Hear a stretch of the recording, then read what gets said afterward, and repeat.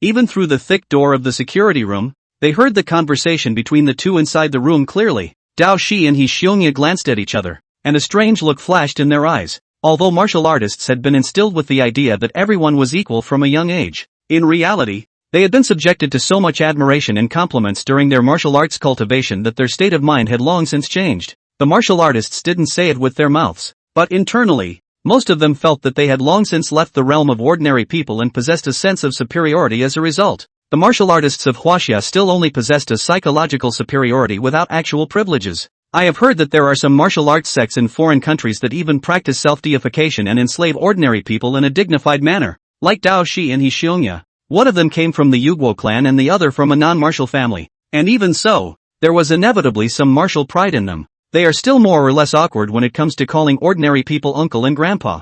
Dong Qiu, however, was able to mingle with everyone, just like what the security guard Old Ding said. Teacher Dong Chao was indeed different from other martial artists. I didn't realize that there was such a shining point in the body of a waste tutor. Michishige thought darkly. As for Dong Chao, after possessing great strength and background, would he become as high-minded as other martial artists? Davi feels that this problem is fundamentally non-existent. The punk mentor has been this bee for the rest of his life. What strength could he possibly have? In the midst of Davi's broken heart, Dong Chao pushed the mobile food truck to a vacant lot outside the school and parked it, and put up a banner in front of it. Handmade glutinous rice cakes, $3 for one, $10 for three. As if He Xiongya wasn't humiliated enough, he also put up his own homemade banner in front of the car. The Budo 4 class president and vice president share the entrepreneurial program. Looking at the two banners, the trace of admiration for Dong Chao and Dao Shi's heart disappeared into thin air. It was good to not have the stance of a martial artist and to be easygoing and grounded.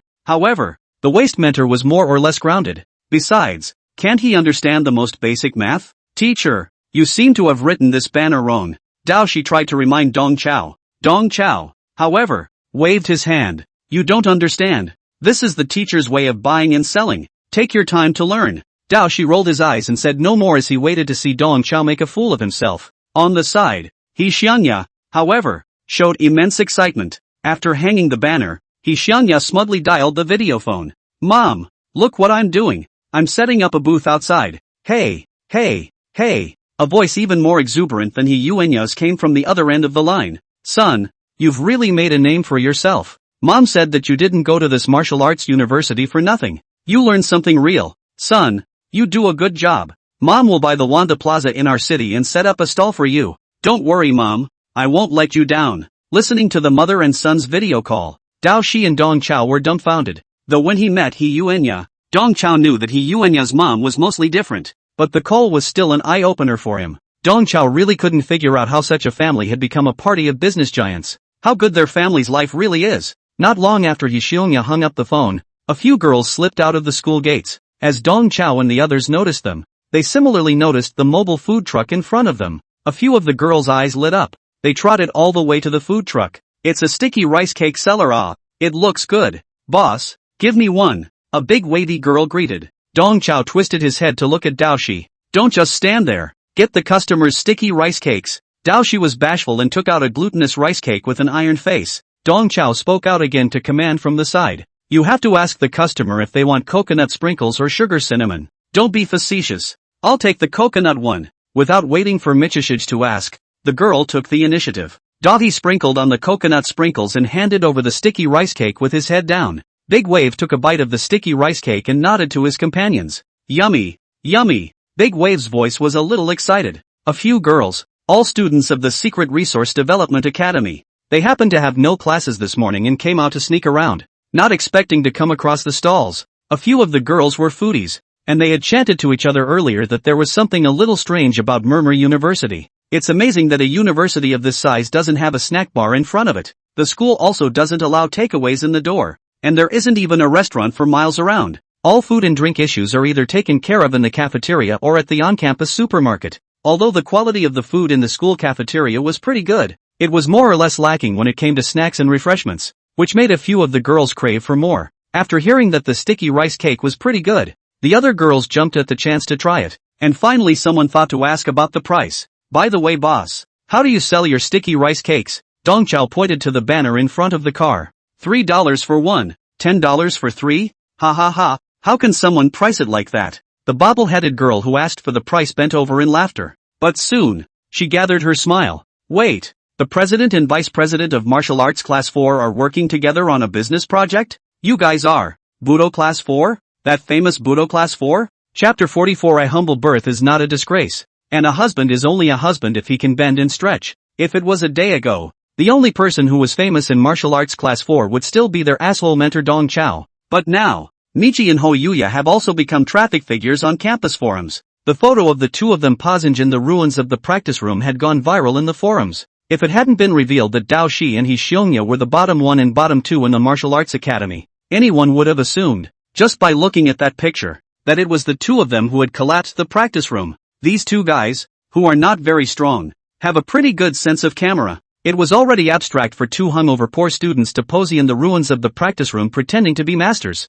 What was even more abstract was that right now, they were actually setting up a stall in front of the school to sell glutinous rice cakes. After recognizing the three people in front of them as the teachers and students of the famous martial arts class 4, several girls giggled into a ball. The bobble-headed girl smiled and changed her name. Boss? No. Teacher. I want $10 for 3 sticky rice cakes. The bobblehead wants to do something abstract when he meets someone abstract, and the extra dollar he spends is considered an abstraction fee. Dong Chao took out a paper bowl and picked up 3 glutinous rice cakes, then filled the paper bowl with a spoonful of coconut sprinkles in his forehand and a spoonful of sugar cinnamon in his backhand. After receiving the paper bowl, Bobblehead reacted to the fact that her dollar abstraction fee was not spent in vain. The bobblehead took a bite of the sticky rice cake and huffed hot air as he settled in with his companions. Yummy! Soft and sticky and really tasty. She dipped each bite of sticky rice cake into the sprinkles at the bottom of the bowl, watching her companions for a moment. So it seems like 3 for $10 is actually a better deal. Old.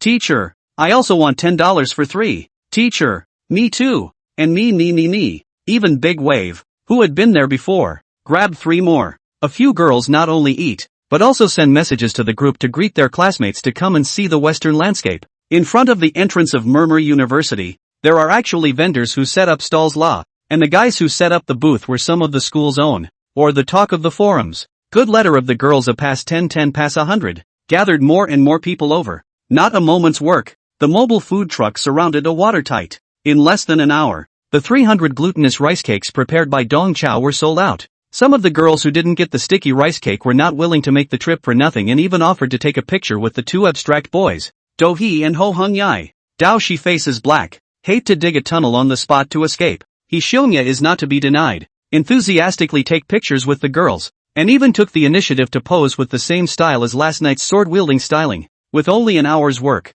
Dong Chao had reaped $1,000 in gross profit. He didn't keep a penny and transferred 500 each to Dao Shi and He Xiongya. Looking at the transfer of $500, Dao He felt a little better. After so many days of enrollment, he hadn't spent a single penny at school, and instead, he was seeing back money. He was going to transfer the $500 to his mom to subsidize the household. Joining the 4th class of Budo was humiliating, but there was also a benefit. That is, it would help reduce the financial pressure on mom, and she wouldn't have to work so hard in the future. Thinking like this, Dao Shi's tightly locked brow eased a little. Just then, Dong Chao walked over and said, Hiko, you're not doing well today. Why are you squirming? There's a saying in the stall industry that if you want to sell, face out, you still need to practice. Look at Jocko. How spontaneous he is when he can take it. Dao Shi said in his heart that He Xiongya is not spontaneous. He is purely shameless. Dong Chao reached out and patted Dao Shi on the shoulder and whispered, Your teacher has investigated your family background. I know that you came from a single-parent family and depended on your mom.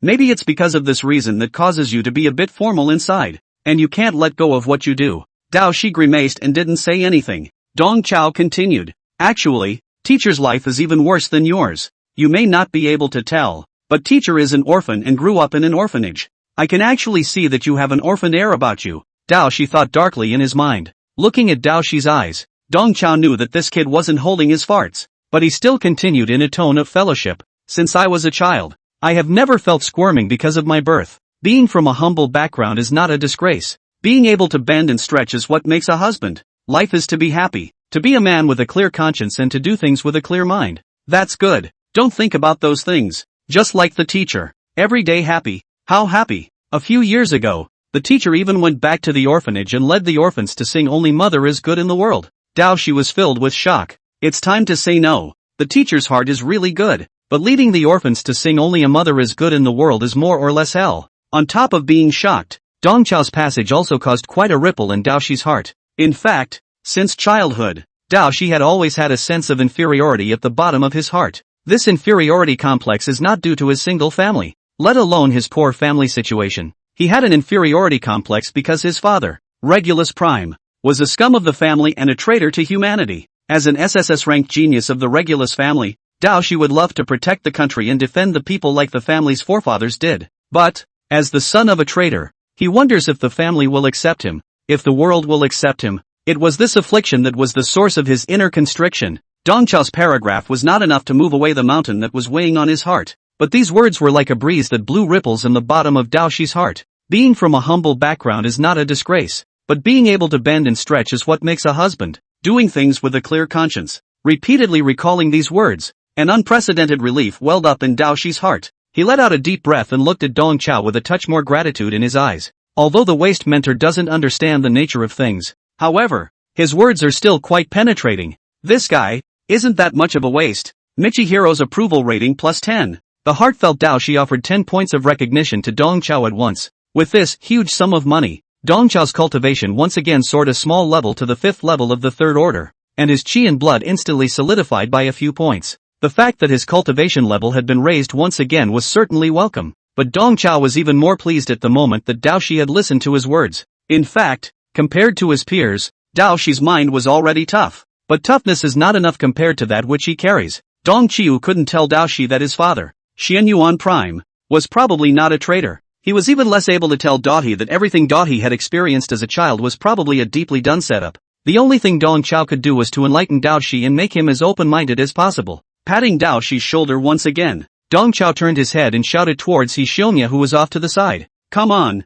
Jocko, don't be a stinker. Let's close up and eat. Watching Dong Chao yell at the top of his voice for Hishionya to close the stall for dinner. For a moment, Dao Shi actually felt a little warm. Oh yeah, there's something else I almost forgot to tell you guys. Dong Chao slapped his head as if he had just remembered something. The afternoon's practical mapping test is quite important to the institution, so don't forget to go through the motions. Chapter 45, Strange Examination Rules. 2 p.m.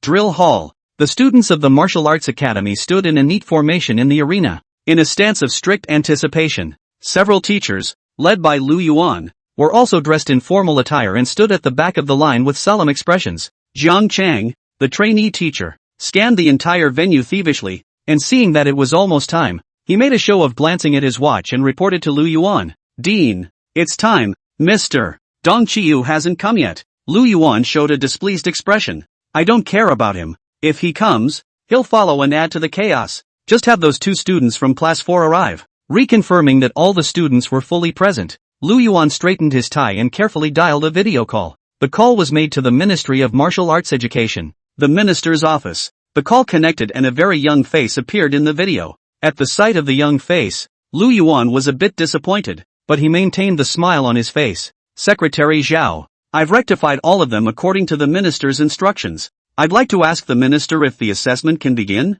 Early this morning, Lu Yuan received a call from Sun Miao, the Minister of Martial Arts Education. Sun Miao claimed that he already knew about his son Sun Jingfeng's damage to the practice room and would repair the practice room for MOMO University as soon as possible. On top of that, Sun Miao had also heard that the Martial Arts Academy was about to launch a practical combat mapping assessment. For this assessment, Sun Miao made a small request, a small suggestion. After receiving the minister's instructions, Lu Yuan immediately began to work on the preparations. And right now, he waited for the minister's scrutiny with all the earnestness in the world. The minister, he's out early in the morning on a temporary errand, so he can't talk to you. Just report the results to the minister when the time comes. Secretary Zhao said with an expressionless face. Okay, I'll report back to the minister later. Then, Lu Yuan made a few compensatory smiles before hanging up. In terms of age, Lu Yuan could be Secretary Zhao's dad, but during the call, the 2 men were in the opposite state. Lu Yuan's attentive and polite demeanor was as respectful as going to the grave. In Lu Yuan's opinion, he is not flattering, but it is just the etiquette that the workplace should have. It was already an honor for himself, a small branch dean, to have direct contact with the secretary of the Minister of Martial Education. Lu Yuan knew that the water in the Ministry of Martial Arts Education could be deep. The entire Ministry of Martial Education is basically controlled by the military. and the Minister of Education, Sun Miao, is still an admiral of the Chinese headquarters, codenamed Wu Zhiqi. His secretary, he must be in a good position in the army, probably a major. Being polite to a military major is the way to go. Lu Yuan thinks he knows the way of being an official, and he knows at a glance which people should be friendly and which ones should be held up. Hanging up the phone, Lu Yuan craned his neck and signaled several teachers to distribute masks and nameplates. For himself, his qi and blood infused his throat and tongue, and with a voice as loud as a bell, he addressed the students. The rules for today's actual combat mapping test are rather special. In a moment, each of you will receive masks and nameplates. Today's test is a masked battle without rules. You may attack others at will while you are masked. If you subdue the other person, you can get the other person's nameplate and be credited with 1 point. Those who have been credited with 3 points can leave the field and receive an excellence in this examination. Those who lose their nameplates are considered to have failed, and those who can keep their nameplate within an hour are considered good. The rules for this practical test are novel, but straightforward. Just knock your opponent down and loot their nameplate to get a good score. Also, in the masked state, students in the same class don't have to worry about each other. It's all up to them. This rule, which is both new and exciting, got a lot of students excited. Many of the students turned their gazes to Dao Shi and He Xiongya of Martial Arts Class 4. Under such rules, the two hanging poor students in Class 4 were like sheep that had mistakenly entered a wolf pack, and were bound to become the fat meat in the eyes of all. Some of the students had already begun to provoke the duo with hand gestures, and one even made a move to wipe his neck with a knife. The crowd showed such hostility not only because they looked down on the duo's cultivation, but more importantly because of these two guys, who had made all the noise in the past 2 days. Because of the matter of the practice room, Dao Shi and He Xiongya were on fire on the campus forum yesterday, and today, the two of them disguised themselves as abstract boys again and went to set up a stall at the entrance of the school. Those pictures of the two of them with the girls from the Secret Realm Development Department and the Secret Realm Medicine Department had already spread in the campus forums and the major WeChat groups. These boys from the Martial Arts Department were envious. Many people had a male competition mentality in their hearts, and they would give these two guys a little bit of color in a while. In the face of all this inexplicable hostility, both Michishige and Ho Yuya were helpless. These dumbass classmates are so confident when they are so weak. These fools, whose average cultivation level was less than the 3rd rank, couldn't carry a casual move from the two. There is a saying that even a man of clay has a bit of fire in him. Not to mention they're two high-minded geniuses. If it wasn't for the fear of exposing their secrets, the two would have had to educate these fools. In the corner, Sun Jingfeng clenched his fists with a complicated expression. Logically, he should be happy now that he had destructive power that was comparable to that of a 7th-ranked martial artist. However, his ability, it seemed to work sometimes and sometimes not. Earlier, he had found another practice room and tested his destructive power. As a result, he had exerted all his strength, but he had not been able to damage the protective boundary even by a single bit. What's going on here? Is it because I haven't mastered that powerful destructive force yet? Sun Jingfeng was puzzled. Just as the students had gotten their nameplates and masks and were eager to try, Lu Yuan added, "The teachers of the academy will not interfere with this examination. We will wait outside the arena. There are also no surveillance facilities in the arena. Only emergency spell formations to protect everyone's lives. All of your pressure-boxed martial arts can be used out with confidence and boldness." Because of that Iwei rebellion 10 years ago, Huaxia purposely issued a decree that all martial arts halls and practicing rooms were not allowed to install surveillance, to avoid the high-level martial artists' bottom-of-the-barrel martial arts skills from being known by the demon race. For this examination, Dao Shi and He Xiongya originally only wanted to go through the motions, but after getting their masks, both of their minds became active. Masks plus irregular chaos. This practical test with strange rules was as if it was customized for the two. He Yuanya smiled and looked at Dao Shi. "Kiko, let's play a race?" Dao Shi pulled up the corner of his mouth and returned lightly. "Well, let's see which one of us can mow the lawn faster." In the eyes of the two geniuses, these whimpering scum classmates around them were nothing more than small monsters in a lawn mowing game. Chapter 46, Practical Test? It's just a lawn mowing race. With everything arranged, Lu Yuan led a few teachers to begin their exit. Before leaving, Wang Su also kept reminding the students around him, "Be careful, don't get hurt. Everything is about safety. Don't show off." Zhang Chang also seized this last chance to secretly remind his class, "Be smart, take the points you got for free. Then, watch your communication and try to work as a team." In the 3rd class of martial arts taught by Zhang Chang, the students' qualifications were relatively average, so if they wanted to achieve good results in the practical test, they had to be strategic, and Zhang Chang's strategy for his classmates was to pick up the soft targets first. The points for nothing he was referring to were, of course, the two losers in the 4th class of martial arts. The nameplates on them were two of the easiest to loot in the entire arena. These two nameplates must be clutched first. On top of that, Jiang Chang thought he had caught a rule loophole. Even with the masks on, the students could still recognize each other through verbal communication. As long as the students of the 3rd class of martial arts Dao cooperated sincerely, whether it was to join forces against the students of the 1st and 2nd classes, or to internally cultivate excellence and bail out a few students to accumulate 3 points and leave the field, regardless of how they chose to do it, the test scores of the 3rd class of martial arts Dao would not be bad. Jiang Chang was giving out hints and winks to his classmates, afraid that the students would not understand what he meant. Only when Lu Yuan impatiently and repeatedly urged, Jiang Chang resentfully left the scene.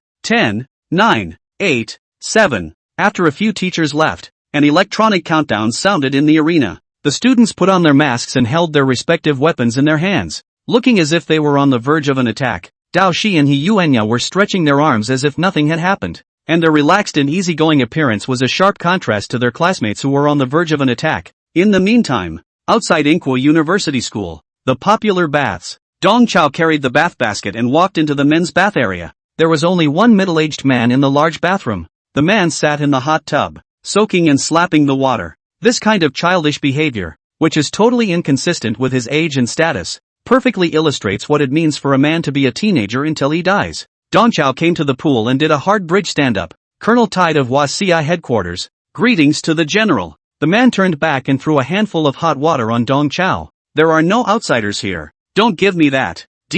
Come in and take a bath. Dong Chao was a bit helpless. Brother Sun, the occasion of our meeting, can we be a little more formal? The man glared. How come the bathhouse isn't official anymore? I've been on the road all day, spanning thousands of kilometers from Jingzhou to Mazhou. What's wrong with taking a bath to relieve my fatigue? Hearing this, Dong Chao couldn't say anything else. After all, it was his call last night that invited this great god over. This is Sun Miao, the Minister of Martial Arts Education, and also an admiral of the Chinese headquarters, codenamed Wu Zhiqi. He was also the son of military god Marshal Six Ears, the father of Sun Jingfeng. Sun Miao was a water monkey bloodline alien, and he loved to soak in water. His first choice for private conversations was the bathhouse. Dong Chao was truly helpless to this little fetish of General Sun Miao's. Back then, General Sun Miao gave Dong Chao a 6-hour lecture on battle plans in the bathhouse. All to Dong Chao are soaked in floats. Under Sun Miao's eager gaze, Dong Chao could only harden his heart and walk into the hot tub. He had just grimaced and sat down when Sun Miao came over with a bear hug.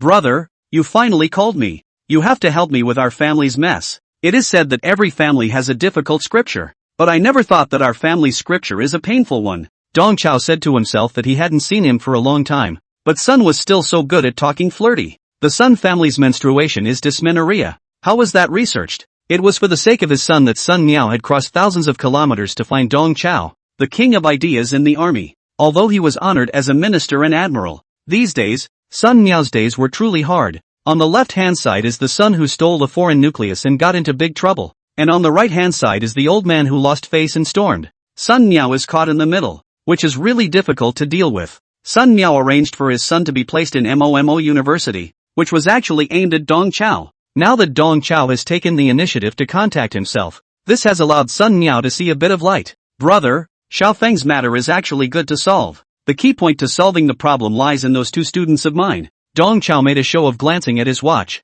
Brother, the academy's examination should have begun. After watching this examination, you'll understand. Dong Chiu sold out. Although he didn't understand what drug Dong Chao was selling, Sun Miao still followed Dong Chao's instructions and formed seals with both hands. Only the steaming water instantly transformed into a projection screen, showing the scene in the Performance Martial Arts Hall in real time. What Sun Miao displayed was a basic supernatural ability of the water monkey bloodline, Mirror Flower Water Moon. He was able to use water as a medium to view everything big and small for 2 kilometers around him. It was also with this ability that Sun Miao was able to easily obtain enemy intelligence and always take the initiative on the battlefield. Dong Chao leaned against the edge of the pool, watching the projection in the water with an old sense of humor, knowing that his 2 precious students were about to give a wonderful performance to Sun Miao. Inside the Performing Arts Hall. 3, 2, 1, 0. The moment the countdown cleared 0, the arena erupted with countless waves of air. Almost 90% of the students,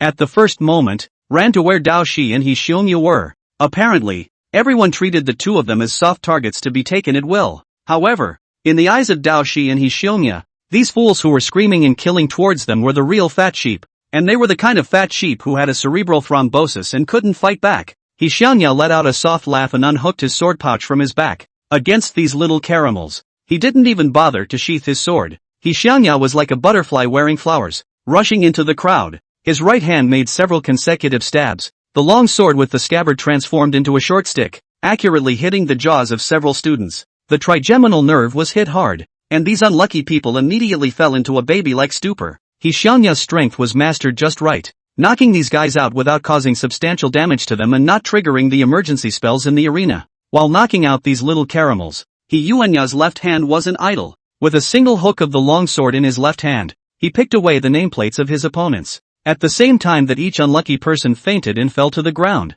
their nameplates had already been pocketed by He Xiangya. He Xiangya's figure was like a ghost, easily letting down a dozen or so of his classmates, and no one else was able to get a good look at his figure. A constant stream of people fainted from the attacks, throwing the crowd in the arena into chaos. In the confusion, someone remembered Mr. Zhang Chang's previous instructions. Class 3, close in on me. One Cockney student tried to bring the third class together. However, as soon as his words left his mouth, a long sword with a scabbard had already been mortared into his face, sending him to dreamland with precision. After knocking down the unlucky guy, He Yuanya imitated the guy's voice and shouted, Class 3, come here. Ha ha ha ha. He Xiangya attracted the students of the third class with his shouts before he cheaply laughed and knocked them out as much as he could. Chapter 47. It wasn't that they weren't strong, but that their opponents were too good. Compared to Ho Young-ja, Do He comes across as more cautious, but also more violent. At the start of the examination, Dao Shi first very deliberately switched his orientation to avoid being recognized, and only then did he begin his killing spree. Dao Shi carried his school bag in one hand and swung his fist continuously with the other. Against these classmates, it was enough for Dao Shi to use only one hand. All the guys who were hit by the wind of his fists fell hunched on the ground, falling into fainting due to the violent chi and blood impact. Unlike He Yuya, who specializes in attacking the trigeminal nerve, Dao Shi named his attack Fist Ma. Sensei was a top student of class 1 or an average student of class 2 or 3. Under Dao Shi's fists, there was no difference between them. They were all just consumables to be smothered by a punch. Michishich pushed all the way in like a bulldozer, not even caring who was in front of him in the way. Just throw a punch and be done with it. While advancing, a translucent dragon tail materialized behind him. The dragon tail deftly rolled up a nameplate and stuffed it into Dao Shi's arms. There was a tall guy who, after taking a punch from Dao Shi, staggered and didn't faint. As Michishich inwardly praised, he backhanded the other man with a slap and smacked him into dreamland. Compared to the rest of the class, this kid has a little something, but not much. A massed mess of nearly 100 people was hardened into a game of lawn mowing by Dao Shi and He Xiongya. In less than 2 minutes, the duo realized the clearing of the field, and only the two of them were left in the empty arena. In the bathroom, Sun Miao watched the duo's chopping and slicing performance and sighed in admiration. An eye-opener. Although Sun Miao was praising, his words were half sincere and half complimentary. Yesterday, Dong Qiu was on the phone, introducing Dao Shi and He Xiongya to Sun Miao. This practical test with special rules today was tailor-made for the two of them. All the other students in the academy were just chaperones for the two. Dear, these two students of yours are indeed powerful, but what's the connection between them and my little phone? Do He and Ho Yuya are certainly excellent, but not enough to wow Sun Miao. What Sun Miao was more concerned about at the moment was still her own precious son. Just now, when he saw He Xiongya put down his precious son with a single sword, Sun Miao even secretly pounded his thigh. Sun Miao himself was an SS-grade gifted transcendent martial artist, a water monkey bloodline ability holder, and was known as the strongest creature in the Blue Star Water War. Since childhood, he had also been labeled as a genius and a demon. While Dao Shi and He Xiongya's grass-cutting-like performances certainly shine, if you go back to the age of 18, this kind of vaudeville-like performance can be done by Sun Miao as well. Dong Chao's two students were certainly excellent, but they were still far from the level he had touted on the phone. On the phone, Dong Chao was bragging that both of his students were considered SSS-level talents. Sun Miao's expectations were stretched very high, but now it seems that Dong Chao has blown it a bit too far. When he thought of all the great things Dong Chao had blown over the phone, Sun Miao kind of wanted to laugh. SSS level yes means yes, no means no. What do you mean it's sort of? Moreover, looking at the entire China, there were no more than 10 martial artists with SSS grade talent, not to mention ordinary martial artists. Even the 4 great martials known to the world as Candle Dragon, 6 Ears, Sick Tiger, and Lone Wolf, there were only 2 of them, Candle Dragon and 6 Ears, who were SSS-ranked talents. The lone wolf marshal, who was claimed to be the strongest single combatant on the surface, was only SS rank. Dong Chao's martial arts class only has 2 students, and both of them are still SSS ranked? The rate of violent gold is higher than the 4 marshals? Want a fart to eat? Sun Miao was afraid that Dong Chao would lose face, and he forced himself to hold back the smile on his face. This old brother of his own is good at everything, capable, brainy, and emotional, but he just loves blowing awesome too much. Sun Miao thought to himself that these 2 students of Dong Chao's were definitely outstanding in SS grade talent. Putting aside the component of bragging about being powerful, Dong Chao was truly hitting the big time when was able to receive 2 SS rank students despite his damaged roots and bones. It was great luck that hit him, but what does this have to do with their little phone? Sun Miao even wondered if Dong Chao had swindled him as his oldest son under the pretext of wiping Xiao Feng's ass, just to show off with him? Dong Chao could see the question in Sun Miao's mind. Dao Shi and Hishionya failed to wow Sun Miao, not because they weren't strong, but because their opponents were too good. The talent of the 2 is too exaggerated compared to these peers. Even the highly regarded Shin Tu Dust, who could only take a punch from Dao Shi plus a force pocket, didn't even deserve a serious beating from Dao Shi. The 2 boys, Dao Shi and Hishionya, one single-handed the entire time, the other unsheathing his sword. This game of mowing the lawn, they only exerted the intensity of eye exercises. The big one is coming next. Dong Chao signaled Sun Miao to take it easy. The good part is just starting. Brother, don't be in a hurry. There's still Xiao Feng's part to play later. Sun Miao said that his own son is foaming at the mouth on the ground. What else can be his part? Looking at Dong Chao's face of certainty, Sun Miao could only press his temperament for the time being and continued to watch the projection in the water. In the performing arts hall, having finished clearing the field, Michishij and Ho Yuya silently made their way to the center of the field. Xianya proudly pulled out the nameplate in his pocket. 43. Dao Shi also took out as many nameplates as he could. 47. The 2 smiled at each other and casually dropped the nameplate on the ground. This nameplate race was just an appetizer, and neither of them cared much about the outcome. Next was the real main event. The 2 of them climbed their auras unanimously, and 2 cyclones formed in front of the 2 of them, constantly colliding. Hishanya slowly drew out his 2 long swords, and the pallid sound of the long swords coming out of their sheaths echoed repeatedly in the martial arts performing hall. As in the last encounter, Michishij stripped off his clothes with a serious face, leaving only a pair of shorts. Then, he took out his weapon from his patchy school bag. Unlike He Yuanya's $1 million dual swords, Dao Shi's weapon was homemade. A few sections of stainless steel water pipe with threads, plus a rough and simple section of double-edged blade made up Dao Shi's weapon. The stranger's sword. Dao Shi unhurriedly assembled his weapon. The stainless steel water pipe composed of a pitted shaft in varying thicknesses, but when Dao Shi held the blade in his hand, this humble and somewhat funny weapon exuded a strong aura of solemnity. The stranger's sword, which can be described as the most violent and murderous cold weapon. On the Martial Arts Weapons Illustrated Guide, there were only 4 words for the stranger's sword. The man and the horse are cracked. At the moment, this strong sense of killing complemented the domineering aura of Dao Shi's body. Dao Shi's figure began to change. He once again transformed into a handsome teenager of 1.9 meters or so, and tattoos like ink drawings began to emerge on his body. A circling black dragon tattoo appeared around Dao Shi's circumference, with the dragon's head facing Dao Shi's chest. But the dragon head of this black dragon is the head of an earth dog. It looks a bit absurd and weird. Seeing that Dao Shi had shown his true form, Hishionya raised his hand violently, and his right hand sword chopped on his left hand sword. Clang with a crunching sound, the long sword in his left hand was chopped into 2. Hishionya carried a long sword in his right hand, while in his left hand was a half-broken sword. The 2 swords were in one forehand and one in the opposite hand. The posture of holding the sword appeared to be casual, but there was a hidden mystery. The scene of the battle with Dao Shi had long been simulated countless times in Hishionya's mind. In the face of a monster like Dao Shi, his Mandarin duck double swords were neither fast enough nor ruthless enough. In order to defeat such a monster, one had to change their sword path. Hishionya changed from pursuing the flashy Yuanyang double sword to the more aloof Samsara sword. At this moment, his shape of a long sword in one hand and a broken sword in the other also alluded to the 2 sword bones within him.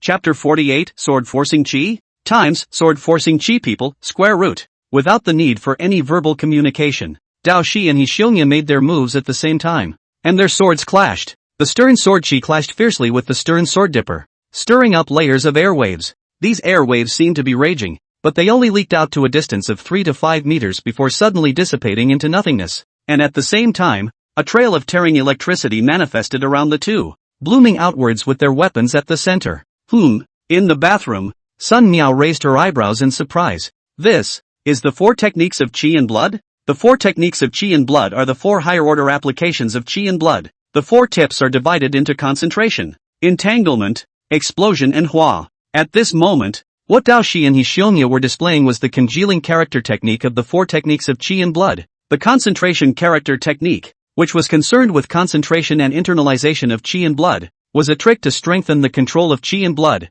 The tear-like electric marks around the two were the manifestation of highly compressed and highly controlled Qi and Blood. Dao Shi and Hixionya were both ruthless men who could destroy the practice room with a single move. And this battle between the two was one that would tear down the entire performing arts hall. And Sun Miao would not be surprised. However, the two men went in the opposite direction. Both of them demonstrated extremely strong control. The Qi and Blood of both sides condensed without firing, and the airwaves generated by the impact only leaked out in a circle and dissipated into nothingness. Not only did the exchange of blows between the two not cause any damage to the arena, it didn't even reach the unconscious students around them. This ability to control the dojo in the shell of a conch lion greatly exceeded Sun Miao's expectations. Sun Miao didn't dare to treat these two students of Dong Chao with the slightest bit of contempt any longer, and he stared at the projection in the water with rounded eyes, fearing that he would miss any tiny detail. Dong Chao had long known that these two students of his were experts in controlling Qi and Blood. They normally suppressed their Qi and Blood fluctuations and disguised themselves as two hanging poor students,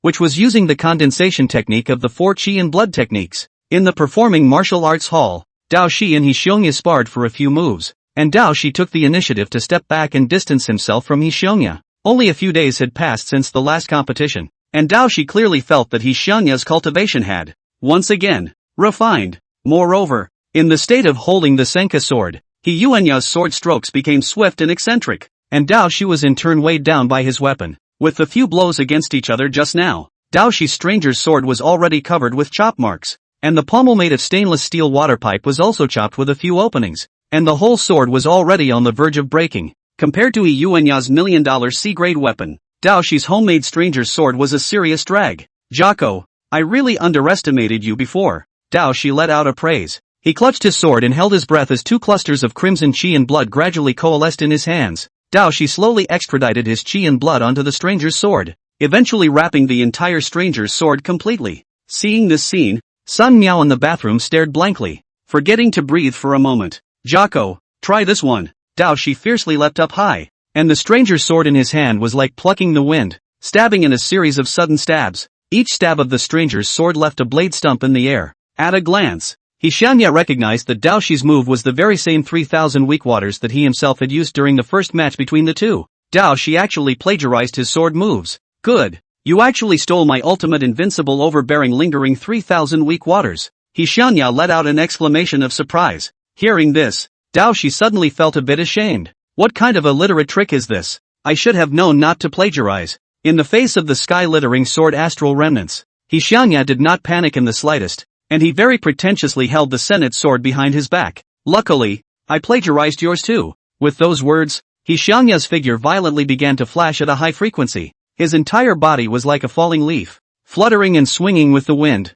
always managing to narrowly avoid Dao Shi's sword daggers before they touched him. The stance that Hixionya was performing at this moment was precisely the swimming dragon 100 transformations that Dao Shi had once performed. In the face of the roiling sword shadows, Hixionya's stance was still slightly rusty, and after dodging a dozen or so moves from Dao Shi, his body gave a lurch and he was violently stabbed by Dao Shi. Ah! Hixionya let out a mournful scream, startling Dao Shi. Michishige subconsciously tried to retract his sword, but realized that Hixionya had a cheap grin on his face. Fooled you. He. Only to see Hixionya use his armpit to clamp down on Dao Shi's sword. At the same time, a sword aura-like substance blossomed around him, and his entire body seemed to be wearing an armor compiled from sword auras. Just now, Hixionya had used this armor to resist Dao Shi's sword diameters and clamp down on his stranger's sword. Hixionya secretly urged his Qi and Blood, and the sword awnings around his body violently became 3 inches longer, and the countless sword awnings intertwined with each other, twisting Dao Shi's stranger's sword into pieces.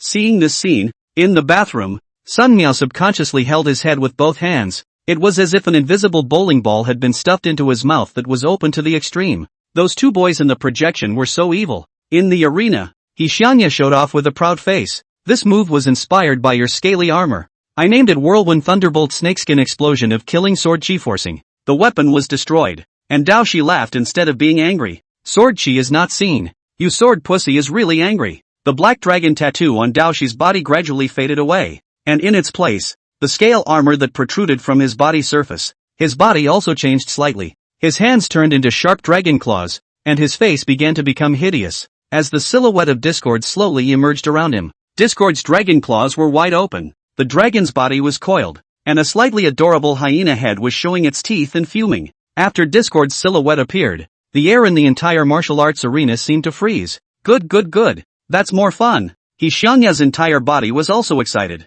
The clothes on his body were windless, and his two swords were held crosswise in front of his chest. Let's give you a taste of my dragon beheading 8 styles of wild and cool burial of love and heartlessness of sword Shilak dragon. Xiangya's sword move with an extraordinarily long name was instead a bit of a return to the basics. The sword awnings around him all disappeared, and only on the blades of his twin swords, a little cold light flashed. This cold light was becoming more and more prevalent, and Xiangya's arms holding the sword trembled slightly. Asterisk. Seeing this scene, Sun Miao couldn't help but burst out as his entire body made a fish leap and popped out of the bath. This kid, touching the threshold of the explosive word technique? This is too perverted. It wasn't that Sun Miao wasn't steady enough, but the scene in front of him was truly unbelievable. An 18-year-old freshman's mastery over chi and blood completely exploded most high-ranked martial artists. Even touched the threshold of the explosive character technique? What an international joke. In this instant, Sun Miao felt that he, as the Minister of Martial Arts Education, was being a bit disrespectful to elder brother Dong Chao, as well as these two students in elder brother Dong Chao's class, although he had not laughed out loud just now. Having the idea of laughing at Dong Chao Blow's power in his heart was a form of disrespect. Right now, Sun Miao also finally realized why Dong Chao had claimed that both of his students were considered SSS grade. That kid with the Dragon Beast bloodline was an undisputed SSS class, powerful, domineering, and without weakness. As for that sword cultivator,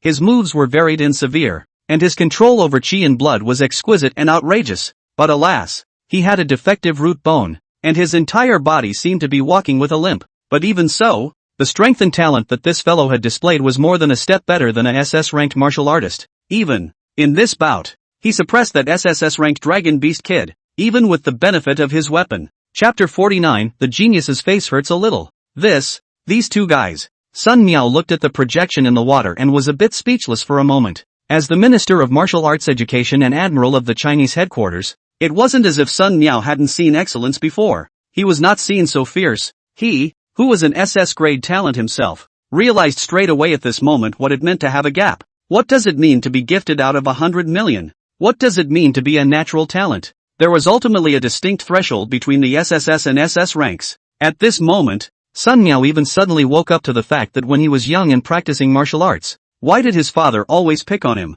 It turned out that in the eyes of his father, who had SSS ranked talent, his own SS ranked talent was such a stretch. Sun Miao only began to systematically delve into the 4 techniques of chi and blood when he reached the 8th stage of great perfection and attempted to impact the 9th stage. It was after 35 that he became proficient in the 4 secrets. And right now, that sword cultivator kid who didn't look too cultured was only 18 years old and had touched the threshold of the explosive character technique? This simply made Sun Miao sweat. Whether it was the sword cultivator kid or the Dragon Beast bloodline kid, they had already mastered the winding character technique. One was able to wrap a weapon with chi and blood to increase the strength of the weapon, and the other could even use chi and blood to form a sword on and put a sword on armor on himself. These two boys, they're really a bit perverted. Sun Miao thought to himself that if he retreated to the age of 18, he was afraid that he wouldn't be able to last more than 20 rounds against these two boys in a land battle. Of course, if it's in the water, that's another story. Sun Miao added water wars to the hypothetical to force some face. Although he had already known that the two disciples were not the stuff of pools,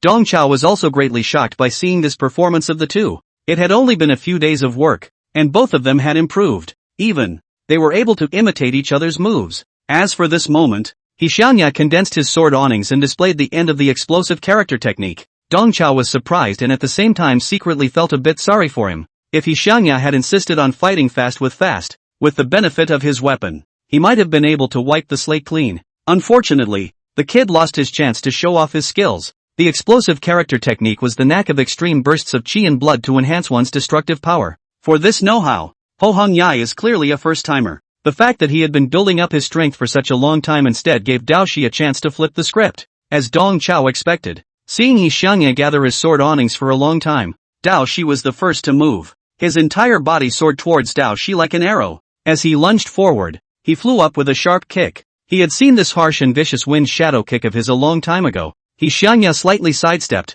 preparing to deliver his strongest killing move for Dao Shi while dodging away the kick, ending the bout as a victor. Just at the moment when Xiangya had finished storing up his strength and was about to chop out his sword Shilak Dragon, Dao Shi's leg technique suddenly changed. The wind shadow kick, which was originally kicking at He Yuanya's waist, violently changed course as Dao Shi made a downward step and stomped on He Yuanya's toes. At the same time, the disc-gored silhouette above Dao Shi's head also opened its bloody mouth. Woof, woof, woof. The earth dog's head let out 2 barks, and Xiangya only felt a laxity in his mind. What Dao Shi had used was an extraordinary ability unique to the Xianyuan family's dragon beast bloodline, Dragon Might. Although Discord's cry wasn't too domineering, the dragon's might it released could make even the 5-clawed golden dragon submit to it. Although Xiangya was sword-centered, the first time he faced the dragon's might, there was inevitably a hint of distraction, and that momentary distraction was enough for Dao Shi made a downward step, stepping hard on Ho Xiong's toe. Well, Xiangya let out a muffled grunt and felt like he was being crushed by a tank.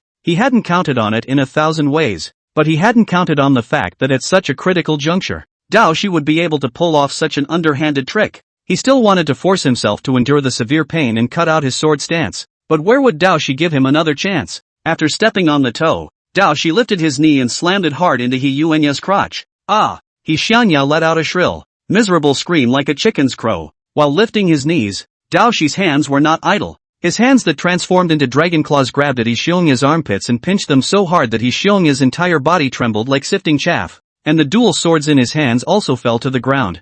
Michishige grabbed Ho Yuya by the hair and pinned him against the wall. Chopping dragons, right? I'll let you chop the dragon. I'll let you chop the dragon. And you're pouting about my weapon? I'll let you chop the dragon. Michishige grabbed Ho Yuya's head and disliked it even towards the wall. Xiangya, who had been so sharp just a moment ago, had become capable of bending and stretching at the same time. Brother Shizi, let's call it a day. Let's call it a day. Brother Shizi. Michishige stopped his hand to make sure that He Yuya hadn't received any substantial damage, and he helped He Yuya pat down the dust on his body. The time is coming. Hurry up and make good. The gazes of the two men tacitly looked towards Sun Jingfeng, who was unconscious in the corner. Although he was wearing a mask, the executive jacket that Sun Jingfeng was wearing was so conspicuous that he couldn't even think of not noticing him. In the bathroom, Sun Miao, who saw this scene, was dumbfounded. Just a few seconds ago, he was shocked beyond belief by the battle between the two SSS-ranked geniuses. But now, his entire being was left speechless. It's amazing how a battle between two geniuses ends in an O. Henry-esque conclusion. The Dragon Beast Kid's use of such underhanded tricks as stomping his toes, kicking his crotch, pinching his armpits, and gripping his hair were obviously handed down by Dong Chao himself. In a SSS rank versus SSS rank battle, it was actually these underhanded tricks that made the difference. Sun Miao felt as if a smelly sock had been stuffed in his throat, and was unable to speak for a moment. What made Sun Miao shudder even more was that the gaze of the two genius boys looking at his good oldest child wasn't quite right. In this instant, Sun Miao realized in a trance that his good oldest son, Sun Dingfeng, had played what kind of role in this practical test. In the martial arts arena, Dao Shi and Xiongya dragged the unconscious Sun Jingfeng to the center of the field, and the two of them forcibly helped Sun Jingfeng up. Xiongya picked up the nameplates on the ground and stuffed them all into Sun Jingfeng's arms, while Dao Shi swung his arm round and slapped Sun Jingfeng squarely and backhandedly with 2 slaps. During the nameplate race, Michishige and Ho Yuya had already figured out the aftermath. The two of them definitely couldn't expose their strength. The best way to deal with the aftermath is to let Sun Jingfeng be the scapegoat. Just like yesterday, he can be left alone to hobnob. Dao Shi and Xiongya thought they had done a seamless job. What the two of them didn't know was that this little thought of theirs had been foreseen by Dong Chao in advance. Moreover, at this very moment, Dong Chao was pulling Sun Jingfeng's father and watching their Yakuza behavior with his own eyes. After 2 slaps, Sun Jingfeng began to slowly awaken. Dao Shi and Xiongya, on the other hand, hurriedly lay down and pretended to faint. Sun Jingfeng shook his head and opened his eyes in a daze. He saw the unconscious students on the ground first, and then noticed that he was carrying 2 stacks of nameplates full in his arms. Sun Jingfeng's newly awakened brain almost went into downtime again. After several seconds of silence, Sun Jingfeng slowly realized that these students on the ground, it seemed like they had all done themselves in. Their nameplates, all collected by themselves? It wasn't quite believable, but it was obvious that he had killed the entire room with one blowout. So I'm a genius. I really am. Sun Jingfeng held up the nameplate and laughed wildly to the sky. But after only 2 laughs, he couldn't laugh anymore. I don't know why, but genius's face hurts a little. Chapter 50. I'm terribly strong in my unconscious state. Outside the performing martial arts hall, Lu Yuan and several teachers anxiously waited for the results of the examination. Time passed by, and several people's state of mind changed in different ways. Dean Lu Yuan kept pacing. The whole person seems to be like an ant on the hot pot. A moment of peace. In Lu Yuan's perception, those top students in Class 1, as well as the super genius Sun Jingfeng, who had only been discovered yesterday, should have quickly taken all 3 points and left the field in style. However, half an hour after the examination began, the doors of the martial arts performance hall remained closed, and no one had completed the examination. The more Lu Yuan thought about it, the stranger he felt. Backbone teacher Wang Su frowned tightly, looking at the door of the performance martial arts hall. Looking at the door. Actually,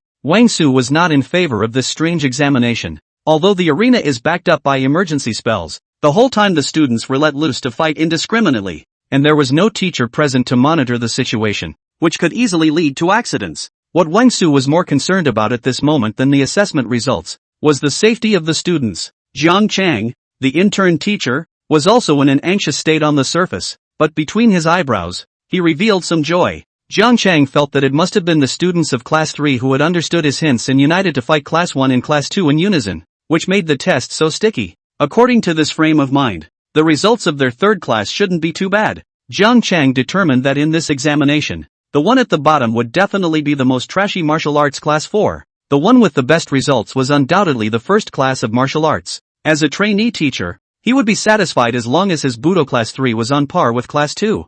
Jiang Chang knew in his heart that those students in his class were too mediocre in talent. No matter how hard he tried to teach, he couldn't get any results. To make something happen, he still had to get that crippled sword cultivator from Class 4. Jiang Chang was usually unassuming, but in reality, he came from a family of martial arts educators. His uncle, Jiang Guangming, was a well-known contemporary martial arts educator, and was even a member of Huaxia's stock. 10 years ago, thanks to his uncle's invention of the skill of ascending heaven, a number of ninth-order martial artists in Huaxia were able to forcibly advance to transcendent at the cost of sacrificing their upper limits, helping Huaxia to survive that Yiwei rebellion. Because of this capstone, the Jiang family was not only renowned in the education sector, but also had extensive connections in the military sector. Jiang Chang's cousin even broke ranks and joined the Great Wall of Flesh and Blood unit. The Great Wall of Flesh and Blood, the most elite and mysterious special operations unit in China. As the youngest of the Jiang family's generation, Jiang Chang does not have the luxury of building a career like his cousin.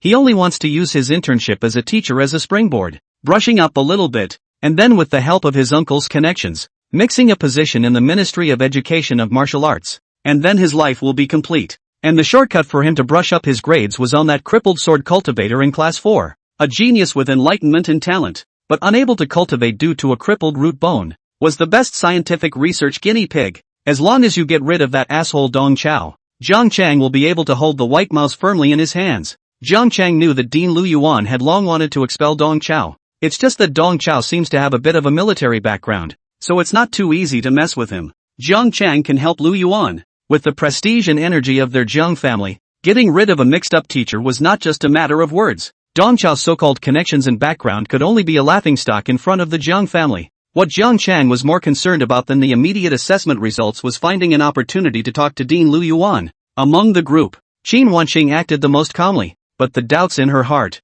were also the most numerous. Qin Wanqing clearly knew that yesterday, the ones who had destroyed the practice room were those two students of Dong Chao. Those two guys, they weren't even bad students. They were two geniuses. Earlier today, when the strange rules of this examination were known, Qin Wanqing had a vague feeling that this examination wasn't quite right. When Qin Wanqing learned from Dean Lu Yuan that this strange set of assessment rules was personally formulated by the Minister of Martial Arts Education, Sun Miao, that feeling of something not being right in Qin Wanqing's heart became thicker and thicker. Just as several people were having their own thoughts, the door of the martial arts performance hall was violently pushed open. Sun Jingfeng appeared in front of several people in a high-profile manner. He held up the nameplate with both hands and walked towards the few people with a six-parent pace. "I'm sorry, Dean. I have to admit my mistake to you. I ruined the test in a moment of negligence." Sun Jingfeng loaded up. His fingers loosened and the two stacks of nameplates clattered and spilled onto the ground. Looking at this floor of nameplates, Lu Yuan stared with a long mouth as if he was cosplaying a frog.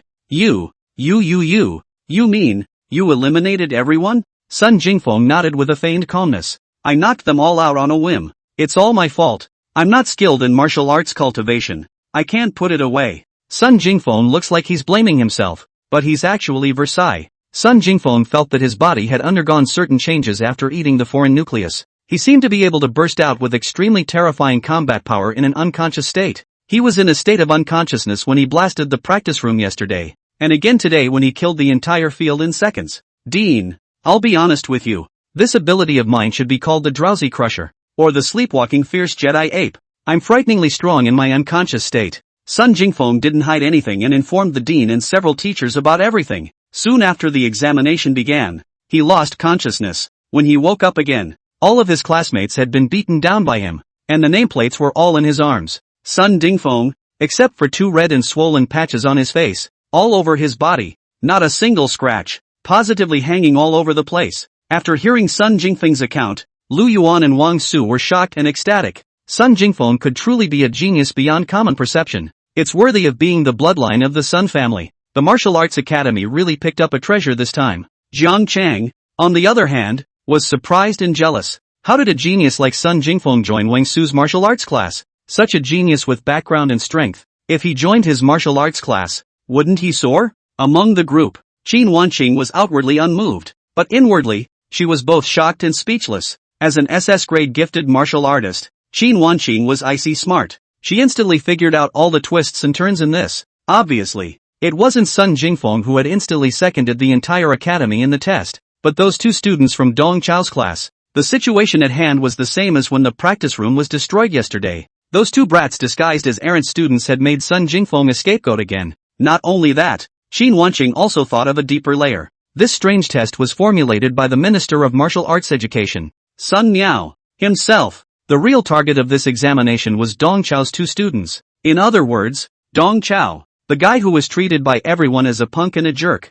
could have a connection with Sun Miao, the Minister of Martial Arts Education and Admiral of the Chinese headquarters. Minister Sun Miao made the rules personally for 2 of Dong Chao's students. Even, Sun Miao used his own son to cover for Dong Chao's students, letting his son act as their scapegoat? This Dong Qiu, what in the world is he? The more Qin Wanqing thought about it, the more scared she felt. Chapter 51. Having a super genius who couldn't be understood by common sense in his own class. Wang Su didn't forget about the other students while he was happy. Guys, hurry up and look at the other students' injuries. Wang Su rushed into the martial arts center at the head of the pack. Fortunately, Sun Jingfeng had struck out in a measured manner, only knocking out the other students and not causing them any irreversible injuries. The heart that Wang Su was carrying could be considered to have been put down. Several teachers had infused their students with qi and blood to revive them. The vast majority of the students had no recollection of how they were knocked unconscious. They only remembered that in the midst of the melee, they were inexplicably attacked, and then their eyes went black and they remembered nothing. Instead, it was Dao Shi and He Xiongya, the ones with the worst cultivation, who elaborated on part of what had happened. The 2 claimed that as soon as the test began, Sun Jingfeng went on a killing spree, mowing down his classmates like a lawn-mower. The duo, hiding in the corner, were not spared. Dao Shi also cried lazily that his own stranger's sword was broken by Sun Jingfeng. I had already surrendered to him by handing over my nameplate at that time. He still broke my stranger's blade and gave me a punch. Too overbearing, too unreasonable. Dao Shi covered his eyes and let out a dry howl, showing weakness and helplessness to the fullest. Sun Jingfeng put on a friendly smile as he reached out and patted Dao Shi on the shoulder. Michishige-san, I'm sorry, I couldn't control myself for a moment. It's just a stranger's sword. I'll pay you back. Sun Jingfeng demonstrated an innate affinity and ability to pay money. As he smiled, the 2 splashes of redness on Sun Jingfeng's face were unusually conspicuous. In the bathroom, watching the farce come to an end, Sun Miao once again made a seal and terminated the mirror.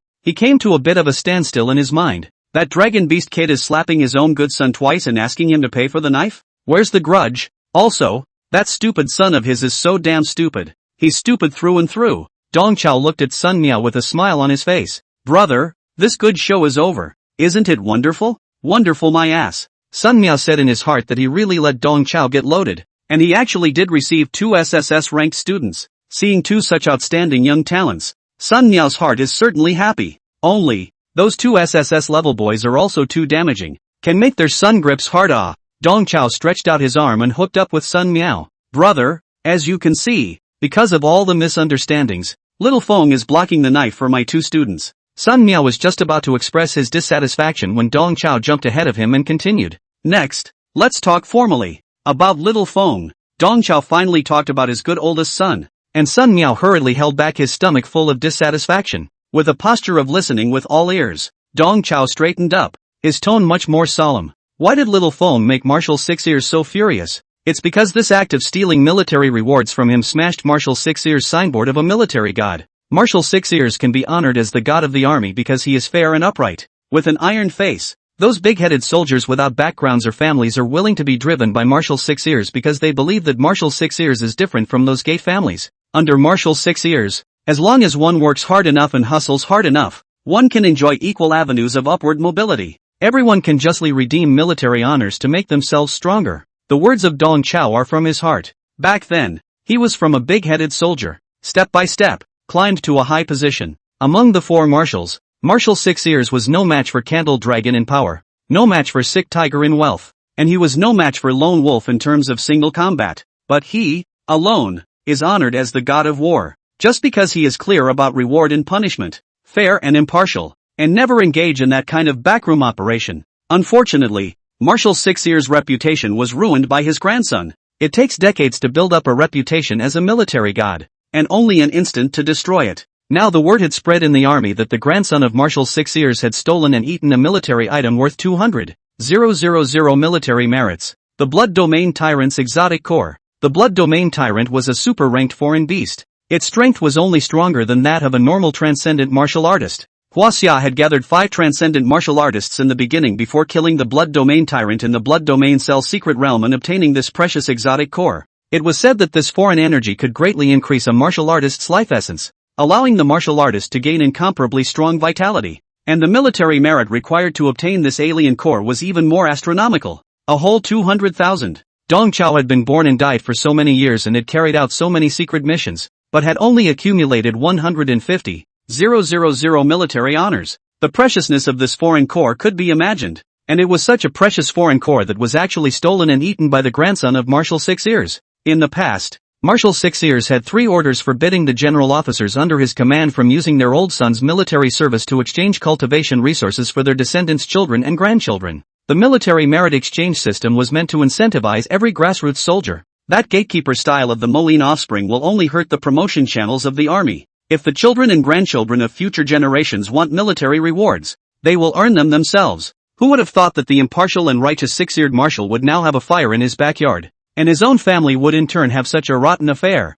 After the accident, Marshal Six Ears issued a sinful edict in the first place. He self-criticized and self-reflected in the general meeting of the whole army, and also deducted 200,000 military merits backward on Sun Jingfeng's body. Unfortunately, these remedies will not be able to plug the long list of people. Right now, there was even a saying that the Sun family was just supervising the theft. Marshal Six Ears' so-called impartiality was just a pretense. Dong Chao had heard some of these gossips, not to mention the Sun family, which was at the center of public opinion. Brother, no matter how you say it, Little Feng has done wrong in this matter. If you want to remedy it, I'm afraid you'll have to pay a price. Hearing this, Sun Miao's eyes lit up instead. You mean, there's still a remedy? Dong Chao nodded. It can be partially remedied. The marshal's grandson, the general's son, stealing the ISO core is, no matter how you look at it, favoritism and falsehood. But what if, for example, he stole the alien core because he received a secret mission? He's going to act as a meat shield,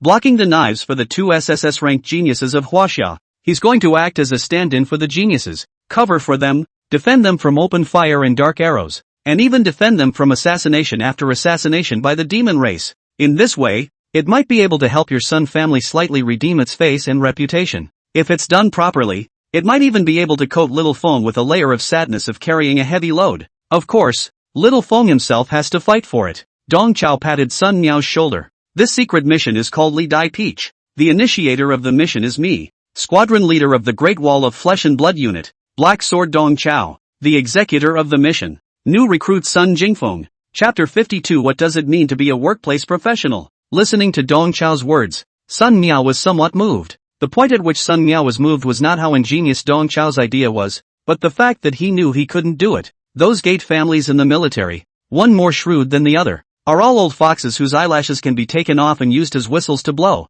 How can they not see that this so-called secret mission is the Emperor's new clothes, purely to deceive the ghosts? Dong Qiu knew that his ploy was a cover-up. but he still risked his own reputation to endorse Xiaofeng in order to wipe his ass. You called me all the way out here to come up with this Thai idea? Sun Miao scoffed on the surface, but on the inside she was as warm as the water in the pool. Brother little Feng has stirred up too much trouble this time, and this is the only way that isn't a solution. Dong Chao struck a pose of utter helplessness. As a veteran of the workplace, he had rehearsed the classic question at hand many times. In the workplace, the leader made a mistake. Subordinates should do? A. Stand in line first. Sun Jingfeng stabbed such a big basket. Not Dong Chao with a few ghost ideas can solve the matter. But Tung Chiu has to show his attitude. Dong Chao has expressed his attitude by endorsing Sun Jingfeng as the captain of the Great Wall of Flesh and Blood, helping the Sun family along in their desire to cover up the situation. First of all, the Sun family had known Dong Chao well, and at a time like this, he had to repay the favor.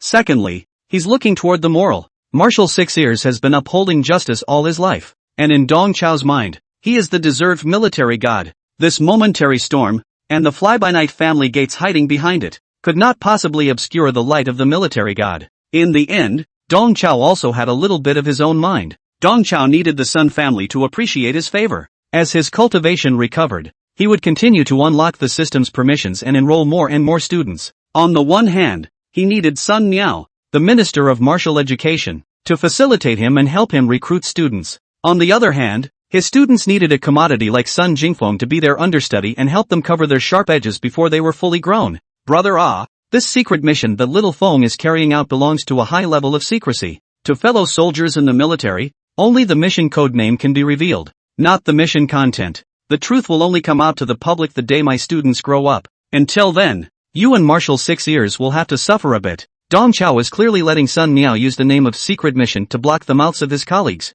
Sun Miao pondered for a long time, and indeed felt that, at the moment, this was the only way that wasn't an option. Right now, the Sun family must have planted a big heel, and in the short term, don't want to recover their face. This so-called secret mission at least gives the Sun family a reputation to turn the tide. As long as those two SSS-ranked geniuses that little Feng was protecting grew up and became even more terrifying existences than the four little heavenly kings, the mistakes that little Feng had made would be able to be downplayed indefinitely. Even in front of the situation, those families and gates would have to shut up even though they knew that they were trying to cover up their mistakes. Right now, the dimensional war between the human race and the demon race had entered a white-hot stage. The two sides are competing for the basic plate, the ability to make blood, and the new force. The preciousness of two growing SSS-class geniuses was not something that could be compared to a single alien core. To protect two geniuses at the cost of an alien core was a lame excuse, but it made sense. Thinking of this, Sun Miao suddenly realized that the face of the Sun family seemed to have formed some sort of binding relationship with Dong Chao's martial arts class, and this is exactly the caution Dong Chiu hid in the deepest part of his heart. After thinking about it, Sun Miao agreed with Dong Chao's idea. Sun Miao hugged Dong Chao's shoulders and excitedly pushed him down into the pool. Brother, it's you who's in trouble. You're a righteous man who can take care of things. You must get well soon. What? Speaking of Dong Chao's injuries, Sun Miao suddenly realized that Dong Chao's chi and blood seemed to have filled up a bit more than before. Oh disciple, has your cultivation recovered a bit? Could it be that those medicines developed by the technical division worked? Dong Chao said in his heart that Sun Miao was worthy of being a transcendent martial artist. He had only recovered one rank and he was able to detect it. It was impossible for Dong Chao to reveal what happened to the system, so he could only avoid the issue. Dong Chao grumbled bitterly to Sun Miao. Brother, that batch of medicine is too harmful. Not only is it ineffective, it also has a lot of side effects. Didn't I tell you? After taking that medicine, my urine splits. Sun Miao had an expression of wanting to laugh but being embarrassed to do so. After all, it's a new drug that's being tested, so it's normal to have side effects. Regarding the matter of split peeing, I consulted the technical office for you. The medical advice given by the medical experts is for you to pee sitting down from now on. Dong Chao had a capitalized dumbfounded look on his face. Sitting down to pee? What the hell kind of medical advice is that? What a bunch of people in the technical office. In any case, Xiaofeng's matter. There was finally a bit of a statement, and Sun Miao's brow was much lighter. Taking this opportunity, Dong Chao was ready to knock Sun Miao's socks off. Brother, as you know, I didn't dare to slack off for a moment during the years I spent recuperating from my injuries at Mo University. I've been delving into martial arts education. Dong Chao has clearly been swinging for the fences for 5 years, but at the moment, he is speaking with great righteousness. Right now, my educational methods are self-contained and ready to go out. Dong Chao put on a chauvinistic face. I've dreamed of raising an elite force for Huaxia, An elite squad that can plunge deep into the enemy's heart when fighting the demon race. But alas, my abilities are limited. And I was able to recruit too few outstanding scholars. I've been working day and night with my pillow and armor. And I've only been able to find 2 good saplings. Dao Shi and He Xiongya. I have nowhere to pour my passion for education. Sun Miao looked at Dong Chao with a look of looking at a pretender. Although he knew that Dong Chao was pretending, this guy was really a good instructor as well. It's just that this good instructor is only good for teaching the gifted and talented. Dong Qiu was not good at those rigid mind techniques or martial arts. What he was good at was a calm and cautious mind, the ability to improvise in battle, the instantaneous judgment of the situation, the ability to resist pressure psychologically, and even plotting and scheming and devious ideas that were not on the stage. He is 100 times less useful in imparting these things to the average student. But to impart it to a genius is like a tiger with wings. Sun Miao was obviously moved by Dong Chao's words, but he was in a bit of a bind. The matter of forming an elite martial arts class, I definitely support you. But right, you also know that those exceptional martial arts geniuses are the hearts and minds of the various martial arts universities, and I, the Minister of Martial Arts Education, can't force my hand. I can only say that I will help you think of a way. With Sun Miao's words, Dong Chao was satisfied. He was just about to nod in response when a dry and shrill voice suddenly sounded behind him. If the 2 chiefs want to form an elite martial arts class, why do they need to look far and wide? Our Mu University, there is a good seedling He. Dong Chao turned his head back, only to see a paper figure with a slim figure standing straight in front of the bathroom door. Chapter 53, Transcendental Puppeteer. ********. Dong Chao subconsciously uttered a national curse. He was so shocked. On the one hand, because the image of the paperman was truly oozing. On the other hand, this thing, surprisingly, was able to come behind the 2 men without their knowledge. Now that Dong Chao's cultivation has been damaged, his perception is not as good as before, so it's understandable that he can't detect it. However, Sun Miao was a transcendent martial artist. This paperman,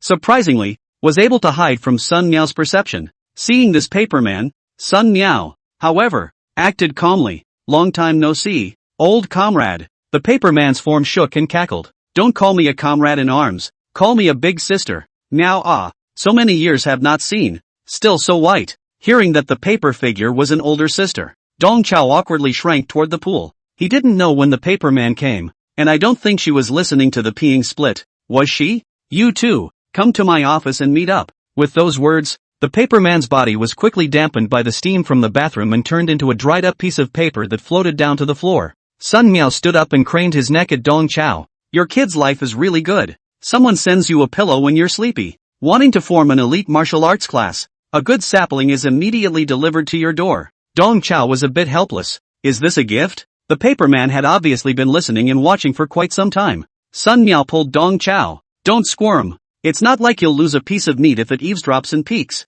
That old lady, that's all she likes, just listening to the walls. Besides, she's in over her head right now, just going through the motions too. Looking at Sun Miao's sprightly back, Dong Chao lamented inwardly. Should I say no? Sun is indeed quite white. The 2 of them got dressed and stepped into Murmur University, heading straight to the principal's office in the main academic building. After the initial panic, Dong Chao quickly guessed the identity of that paper person elder sister. That paper person elder sister was none other than the president of Mu University, Mo Yu Shi, the only remaining transcendent puppeteer in China. Or, even more rigorously, it should be only half as fruitful. Her old man is only half alive in his current state. 10 years ago, Master Mo declared to the public that she was going out to cultivate, and that all the major and minor matters in the school were handed over to one of her paperman puppets to manage. But in reality, she had lost her physical body, and her soul could only reside in the paperman. Over the years, many people in the school have guessed the true identity of the paperman puppet in the principal's office.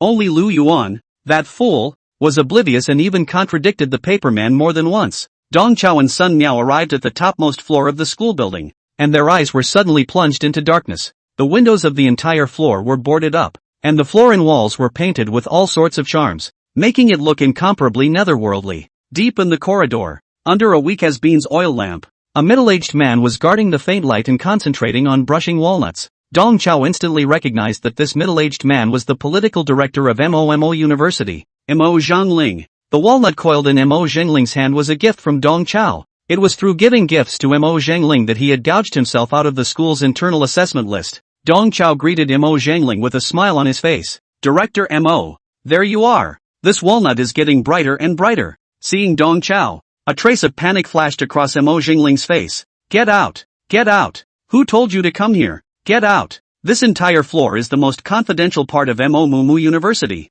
Dong Chiu, this asshole. Why did he come here? And, leading an outsider? Mo Zhangling waved his hand vigorously to drive the two away. While repelling, he felt that the guy behind Dong Chao looked a bit familiar, but where he had seen him before, he couldn't recall for a moment. Dong Chao was just about to explain his intentions when he heard a hard voice coming from the room behind Mo Zhangling. Young Rayong invite them in. Mo Zhangling, who had been in a hurry just a moment ago, instantly became submissive. Yes, senior sister, the hard voice continued. Also, your attitude is too bad. Apologize to Director Sun and Teacher Dong. Director Sun. Mo Zhangling's eyes were wide open. His face unbelievable. Only then did he recognize that the one following Dong Chao was the Minister of Martial Arts Education. Mr. Sun Miao. Dong Chiu, the asshole who often gives himself gifts and often slips his tongue, knows Minister Sun Miao? Moreover, the senior sister's attitude towards Dong Chao was quite strange, and she even honored him as Teacher Dong?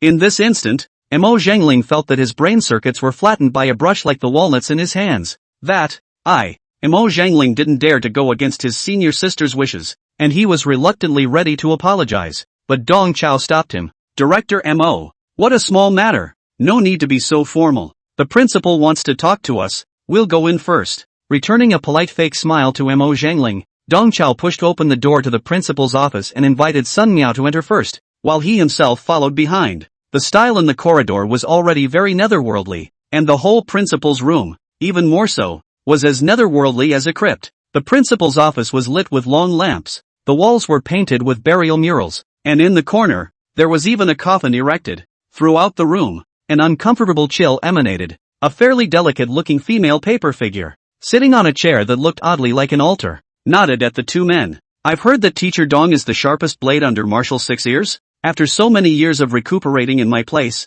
we can finally meet. I'm flattered. I'm flattered. On the contrary, it is the great name of the principal that has been heard of, and it is a great honor to see the principal's face today. Dong Chao hurriedly gave his opponent a high hat. Mo Yusher let out a shrill playful laugh. He, I'm sure it's as smooth as the legends say. Candle Dragon once told me that after the death of Poison Dragon Xian Yuan Prime, you are the most prominent ghost talent among the new generation of the army. But in terms of character, you are very different from Xian Yuan Prime. When I see you today, it's true. By the way, Xian Yuan Prime's son, he's in your class now, right? In the beginning, it was Xian Yuan Prime who caused me to lose my physical body. Cluck cluck cluck. What's going on? Listening to Master Mou's words, although Dong Chao was shocked in his heart, the polite smile on his face did not diminish at all. Chapter 54. A 2-meter-tall muscular giant. You call this a good seedling for a puppeteer? Dong Chao had a face like a flat lake, but Sun Miao on the side was a tiger.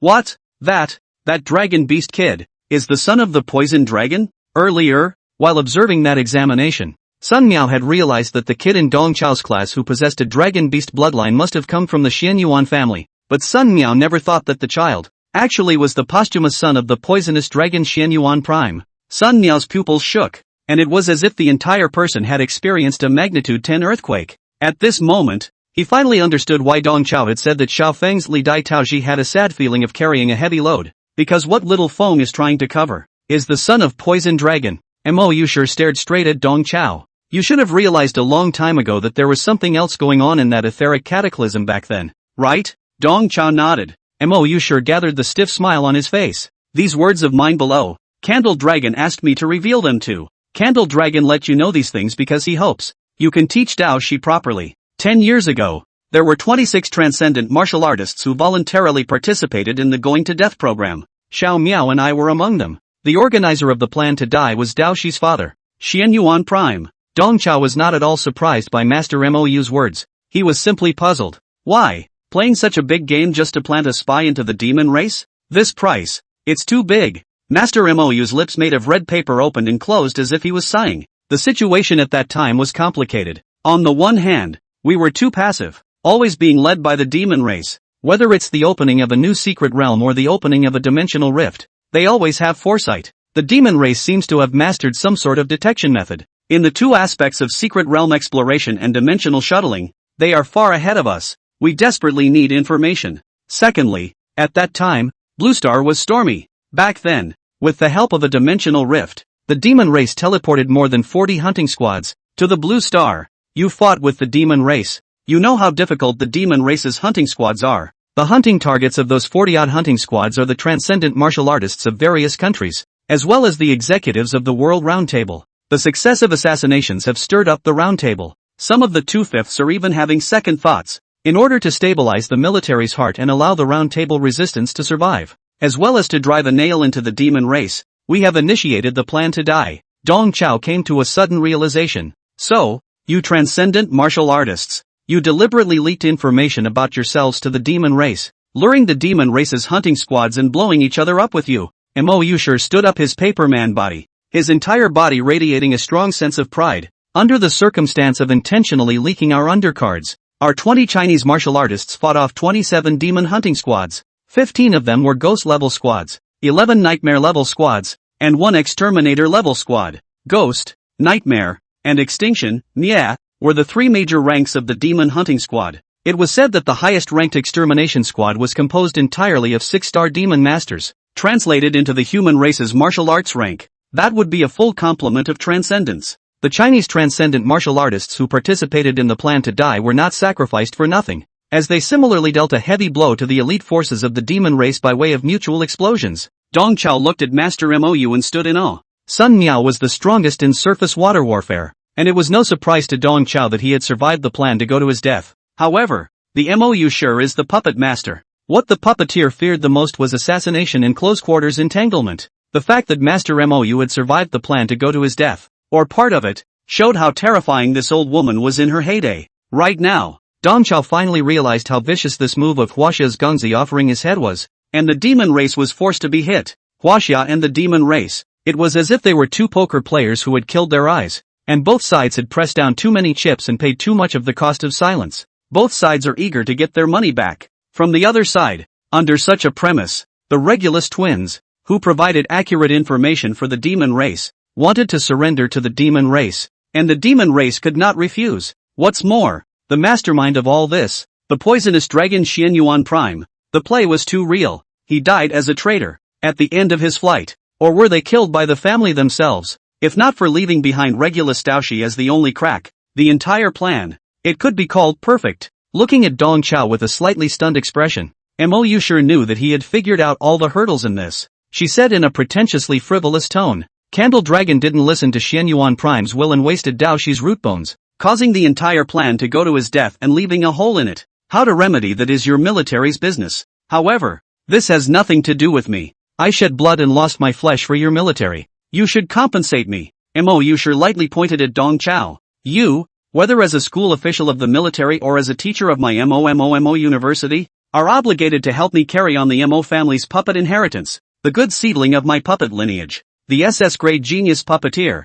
must have to join your elite martial arts class. Hearing this, Dong Chao's heart burst with pleasure. There are still people rushing to give themselves golden thighs. What's the difference between that and picking up money on the road? Although he was delighted inside, Dong Chao put on a difficult look on his face. Headmaster, although this student's SS rank talent is slightly mediocre, but as a teacher of Mo University, I am willing to cultivate scholars for our Mo University. It's just that I don't know anything about puppetry. Master Mo waved his hand. Our lineage of puppet masters is more interested in personal perception and practical experience. Everyone's puppet path is different. Just like my paperman puppetry, it follows the evil path. And that kid's puppetry art is the king's path. Dong Chao pursed his lips, the corners of his mouth harder to press than AK. For Master Mou, who had outstanding strength, to have such a high opinion of that child, he had definitely picked up a treasure. Mou sure continued to fan the flames of Dong Chao. I know, those 2 students in your class, they're both SSS rank.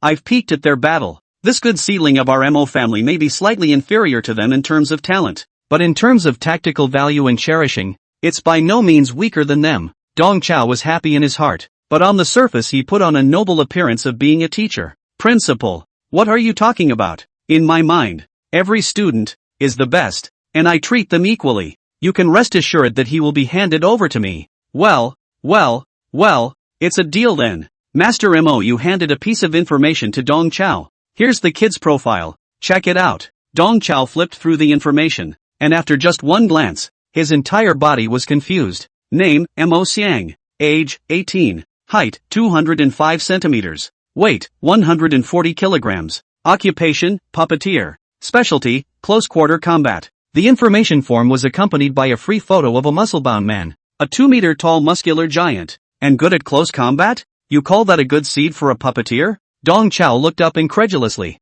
I'm sorry, principal. I didn't hear you just now. Are you saying that this kid's puppet route is going down the king's path or the blind alley? It's obviously a blind route, isn't it? Chapter 55. The puppeteer's muscles are the best weapon. 10 minutes later. Master Mo, you eagerly bid farewell to Dong Chao and son now. You must promise me that you will raise that boy to be a man of honor. Mo Yusher's hard voice echoed repeatedly in the dark corridor. When the two of them went downstairs, Mo Zhangling, who was guarding the doorway, knocked respectfully and entered the principal's office. Senior sister, Dong Chao is from the military? You worked with the military again? What have they gotten you into? Mo Yusher waved his hand, signaling Mo Zhangling to shut up. In her true voice, in a pale tone, she said, Zhangling the head of the Mo family. Senior sister has been doing this all her life. In this lifetime, senior sister only has 3 things on her mind. One is the inheritance of the Mo family. The second is this Mo University. And the third is the battle over the supine figurines.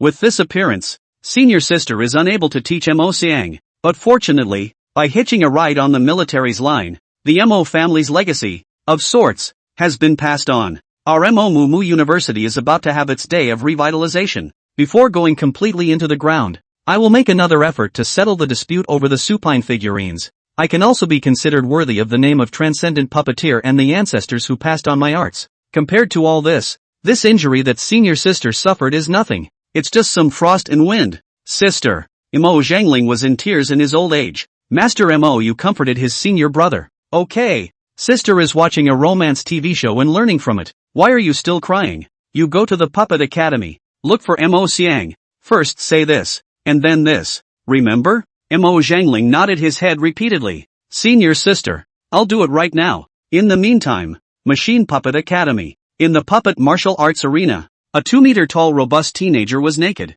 posing with the running thunder vorpal fist, looking down on the entire arena in a domineering manner. Although the teenager was tall and robust, he was not rugged in looks, and his instrumental face, together with his casual and flowing pill hairstyle, gave him a sense of ancient-style beauty. Looking at his face alone, he's even a bit of a show-off. At this moment, the knife-carved muscles on his body bulged high, and in the state where the wind of his fists was storing up power, the large and small muscle clusters on his back filled with blood as much as they could, forming a hideous devil's face. This androgen-pulled muscular man was the newly enrolled puppeteer, SS-ranked genius, Inc. Item. At this moment, what was going on was the daily puppet cuts of the Puppet Academy. As usual, the subject of today's sparring session remained the same, with Mo Xiang single-handedly challenging all the puppet masters. Come on, you guys, get on. Mo Xiang hooked his hand to the students in front of him, signaling them to release the golem. The students were bitter. Brother Xiang, you can't be like this.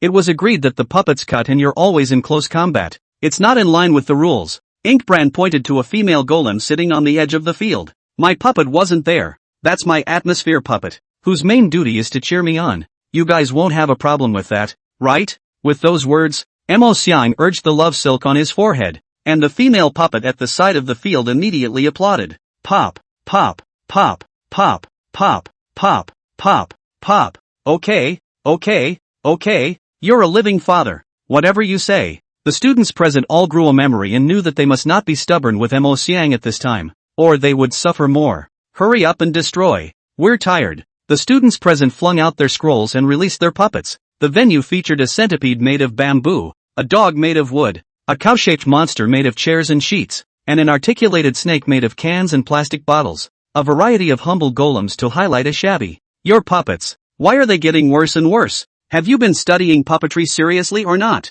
In the face of Ink Item's questioning, the crowd neatly rolled their eyes. Don't you have a pussy in your heart as to why our puppets have become shabby? Since the beginning of the school year, every day of the puppet cutting session, Mo Xiang was in the flesh. Other puppet masters were manipulating their puppets to fight. He was making his puppets stand on the sidelines and watch him fight. Moreover, this guy's force was frighteningly high, able to tear apart other people's puppets with his bare hands. After every cut, the floor of the martial arts arena was littered with pieces of puppets. Puppeteer was a profession that burned a lot of money. It was easy to save up hundreds of thousands of dollars for even the most ordinary puppet. These students present were all first-year students who hadn't yet had the opportunity to earn Marshall Dow contribution values. Their puppets are all saved up bit by bit with money from their families. On the first day of the school year, a large portion of the unlucky ones were poisoned by Mo Xiang's hand, and the puppets were dismantled. After the contest, they could only use plastic bags and tubs to transport their beloved puppets back to their dorm rooms. Since then,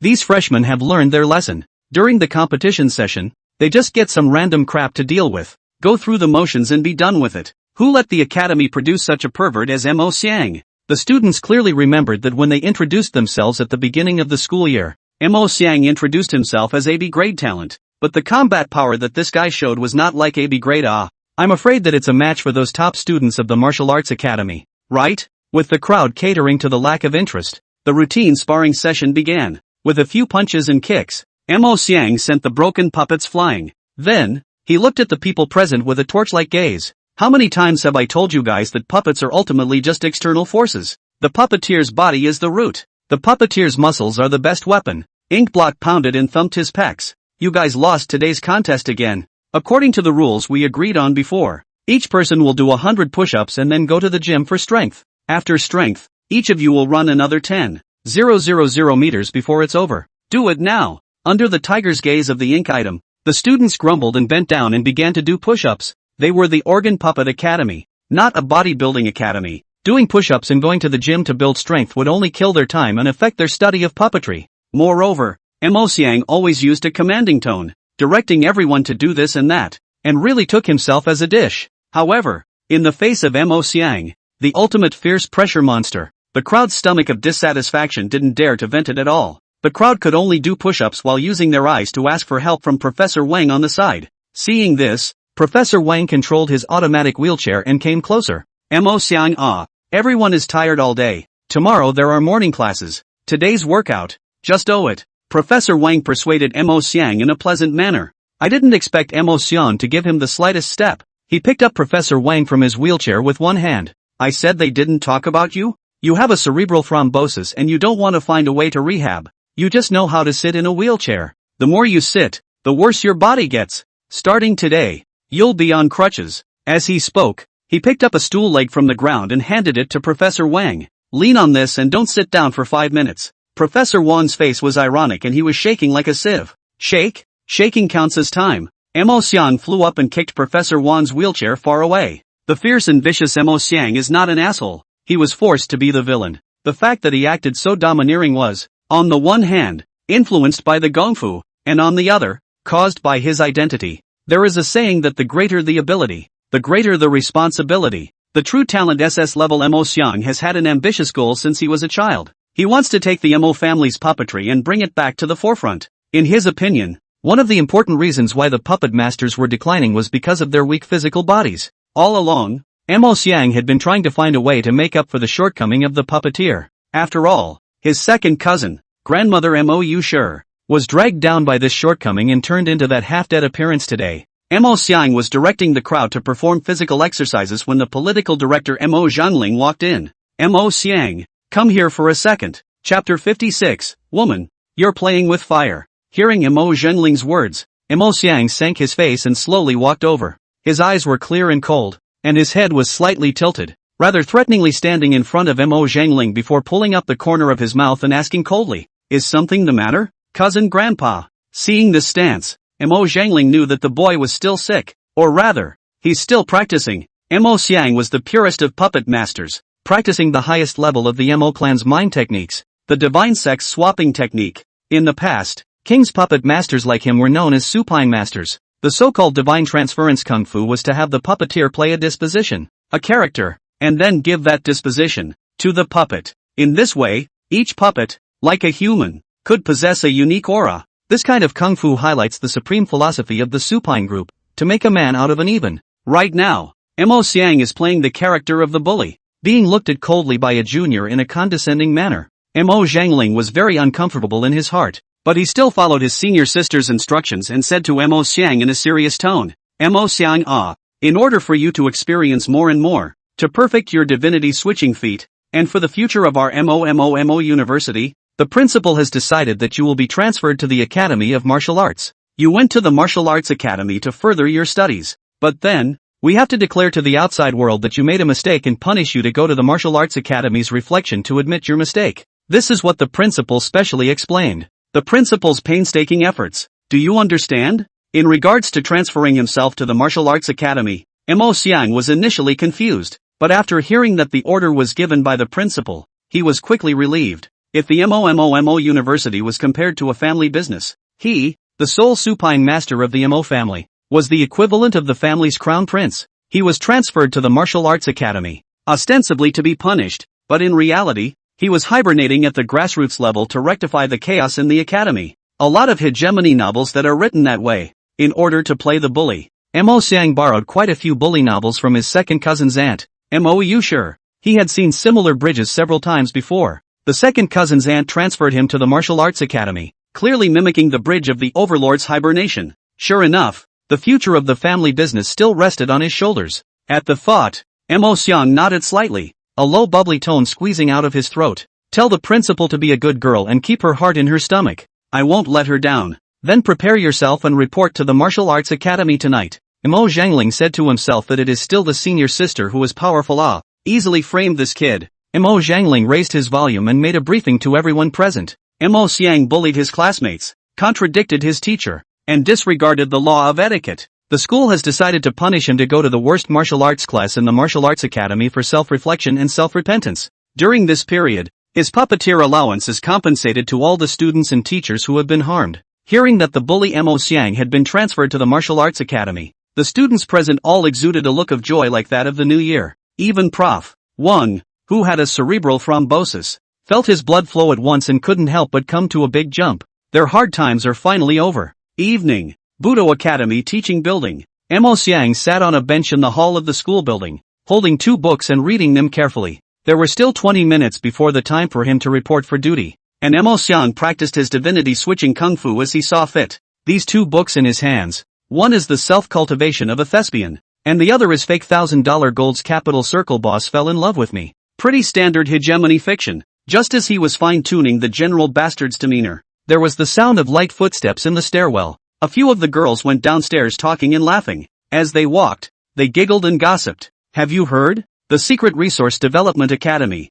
There's a big abstract thing going on. Their academy has 77 girls and 3 boys this year. Unexpectedly, a week into the school year, those 3 boys got together. A love triangle. Every day, they sprinkle sugar on the 77 girls. Several of the girls had a complicated look on their faces that was hard to strain. It was a bit abstract, but they believed in this gossip. After all, Lin Weian, who had broken this fierce news, was not only one of the Academy's 4S ranks, but was also a little gossip monger known far and wide. There was no material that she, Lin Vivian, couldn't dig up. You don't know. Those 3 boys, they can play and delay. Lin Weian was about to plant the details of the male ketone love triangle on her classmates when out of the corner of her eye, she jerked her head to the ink item. At this moment, Mo Xiang was sitting on a bench, concentrating on his book. In front of him rested a huge metalware chest that blocked his form, leaving only his head exposed. Mo Xiang's handsome appearance, lazy and casual pill head, and the intellectual temperament of concentrating on reading a book,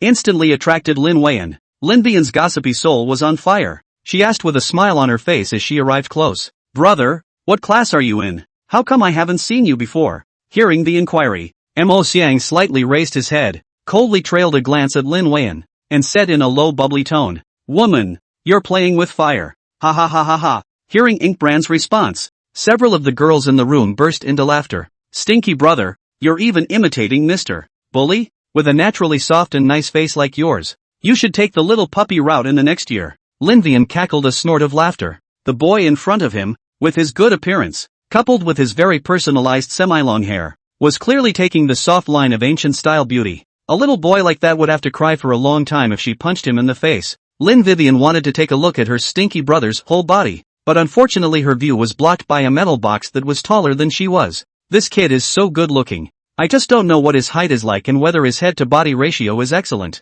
But the ancient-style little milk dog is well. Milk is enough. Nothing else matters. Lin Weiman thought darkly in her mind. Intent on hitting on this little puppy, Lin Vivian continued to tease. Stinky brother, you're new here, right? You can add sister's WeChat. And if someone bullies you in the future, sister will give you a head start. Mo Xiang let out a cold snort and squeezed a few words out from between his teeth. Woman, you have succeeded in making mine remember you in this way. Ha ha ha ha ha. A few of the girls laughed even more. This old-fashioned schoolboy forcing his face to look like a bully is so much fun. Mo Xiang glanced at his watch to confirm that the time was almost up. He stood up and casually slung the one-person-tall artifact box on his back. He turned back to Linvian. Woman, I remember your words. If I get into trouble, I'll come to you. A couple of the girls struggled to keep their heads up. Their eyes glazed over into sanitary balls. What's going on? How did the soft and handsome smelly brother instantly grow from a small fire dragon to Godzilla? How tall is this guy? Taller than a doorframe.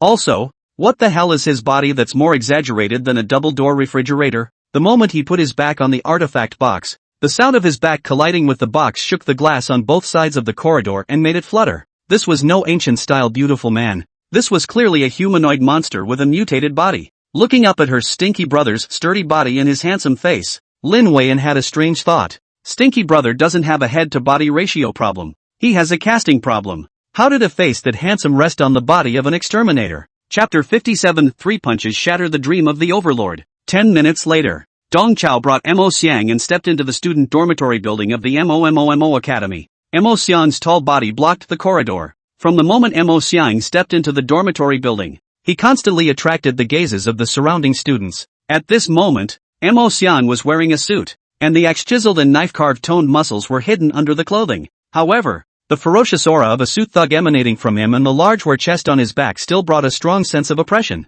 And what was even more difficult to accept than this oppressive feeling was that such a fierce giant man actually had a handsome face. The crowd was both curious and a little intimidated by the big new guy, so they could only peek around the door. As Dong Chao walked, he smiled and struck up a conversation with Mo Xiang. From now on, I'll be your martial arts instructor. You'll reform and reflect well in my place. And there's no chance that you'll return to the Puppet Academy one day. Mo Xiang was still immersed in the image of the Overlord, and his lips were lightly parted. I know in my heart, you don't have to say anything. A strange look flashed across Dong Chao's eyes, and the smile on his face grew wider. Your dormitory, on the top floor. The dormitories in our martial arts academy are all single rooms, and the other 2 students in the class live next door to you. The 2 of them arrived at the top floor, and as soon as they exited the elevator room, Dong Chao shouted at the top of his voice, Ki-chan, Ja-chan, come out and meet your new classmates. And by the way, I'm checking in. Hearing this, Dao Shi and Hishionya opened the doors of their rooms.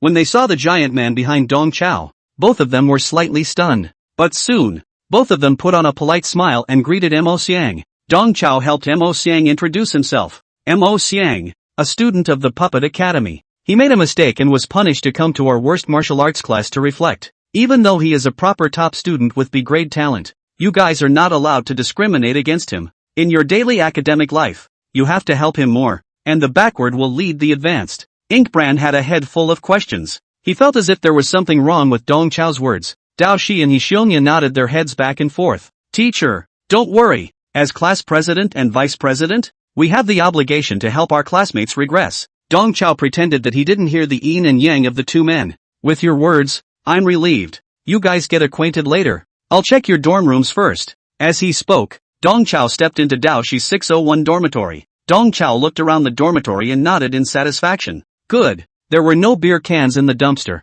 so it looks like you took your teacher's words to heart. The outlets were also placed next to the bed so that you could play with your phone while lying down, which was very much in line with the flow of the motion. Commendable. The snacks and instant noodles were well stocked, and the ability to have a late night snack at any time for staying up late was excellent. But the teacher still has to criticize you. Dong Chao came to the bed and shook the quilt of Dao Wei apart. Such bad habits as folding the quilt must be changed for me. The bed must be ready to lie down at all times. Next time I catch you stealing a quilt, don't blame me for docking you credits. Looking at the scene in front of him, Mo Xiang was both confused and hard to strain. What is this man doing? You're going to get a credit for folding the quilt? So this is what the worst class in the Budo Academy looks like. No wonder the principal wanted to install himself in the Martial Arts Academy. Here, the problem is really big. Dong Chao went back to check Hishionya's dormitory. Hishionya's dormitory has no major problems. It is the 6 rolls of toilet paper at the head of the bed is a bit conspicuous. Dong Chao couldn't help but feel in the bottom of his heart that it was good to be young.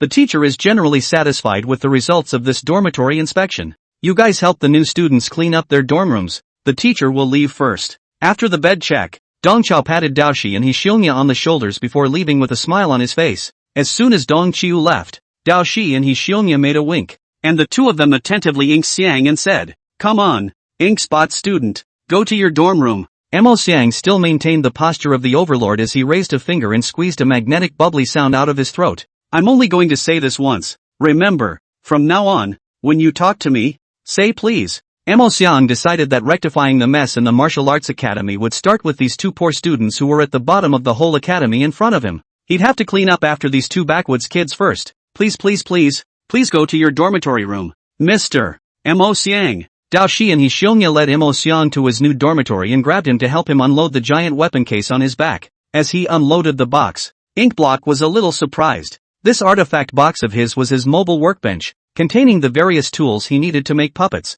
The whole box, weighing 1,000 pounds. With his body, carrying a 1,000-pound box was naturally as light as anything. I didn't realize that these two unimpressive guys, carrying the box, were also so easy. After unloading the crate, Dahi stretched out his leg and hooked it, closing the door to the room. "Mr. Mo Xiang, are you a major in organ puppetry? May I ask, do you know how to fix tables?" Mo Xiang was a bit different. Why did Dao Shi ask that? Dahi grabbed his head violently. High on the desk, there was a loud bang, and the desk was instantly reduced to pieces. Suddenly attacked, Mo Xiang subconsciously tried to counterattack, but he violently realized that his arm was being tackled. His arm, which was a few points thicker than a cow's leg, couldn't even struggle for a moment. "Excuse me, do you know how to fix floors?" A dark trip on Dao Shi's leg tripped Mo Xiang down, and at the same time, he grabbed Mo Xiang's hair with his right hand and slammed his handsome face hard through the floor. A luridly deep crater instantly appeared in the floor.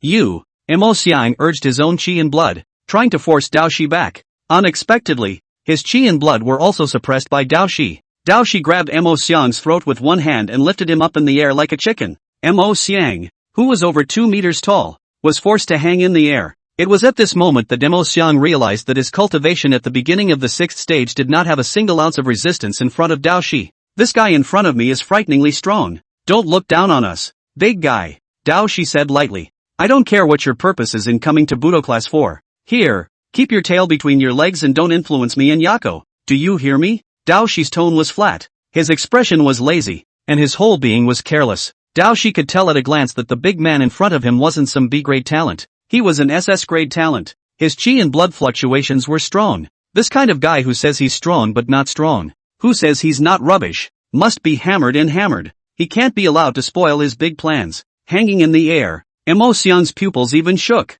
More than this fat beating, what shocked Mo Xiang even more was the overbearing aura emanating from Dao Shi at this moment that was impossible to defy. Mo Xiang, who was practicing the divine nature switching technique, then realized that the original true hegemony was like this. Same time, Dong Chao hid in the elevator room, listening to the muffled sounds coming from upstairs. He shrank back and snickered for a while. What does a genius hate most? A genius hates it when someone plays hard to get with him. Mo Xiang, that kid dragged like 2.5 million. He does not get beaten up. Who get beaten up? Chapter 58, The Secret Skill of Pressing the Bottom of the Box. Night. Mo Xiang sat in his bedchamber, looking at his puppet opposite him. As a puppeteer, Mo Xiang was dexterous, and it only took him an hour to put the shattered table back together, and the leaking holes in the floor were filled as before. The whole dormitory, cleaned up with a new look. Only the redness and bruises remaining on Mo Xiang's face proved what kind of beating he had just received. At this moment, Mo Xiang endured the pain and scrambled to extradite the domineering aura he had just felt to his puppet.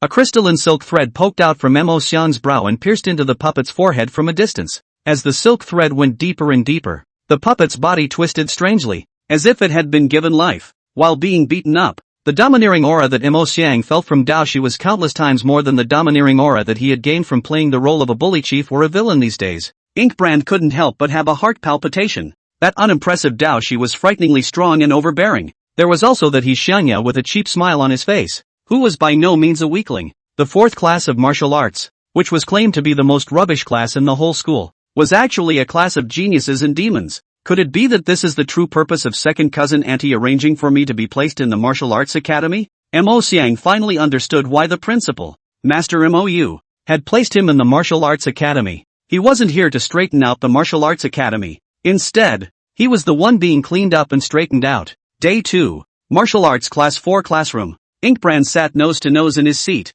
his giant form huddled in his tiny desk, his whole body standing out as a well-behaved one. Beside him, Michishige and Ho Yuya were frolicking in boredom. Dao Shi was holding a gaff in his hand, and Hishionya was holding 2 water-based pens, and the 2 of them were playing around under their desks. This type of playfulness may be a bit childish for elementary school students, but it's just right for college students. Mo Xiang squinted at these 2 big shots, not daring to breathe. Mo Xiang felt that these 2 guys, it seemed like they were dismantling each other's moves in a playful manner. Both men's seemingly random blocking and picking jabs seemed to have a great deal of meaning. With Mo Xiang's cultivation at the first level of the 6th rank, he could only discern some of the subtleties of the duo's moves. Mo Xiang's file was changed by Master Mou when he enrolled in school. His cultivation level of 6 Step 1 was changed to 3 Step 1. His SS grade talent was changed to B grade. Master Mou did this because he wanted him to bide his time and avoid being targeted by the Demon Clan prematurely. Obviously, these 2 bigwigs beside him were in the same situation as him.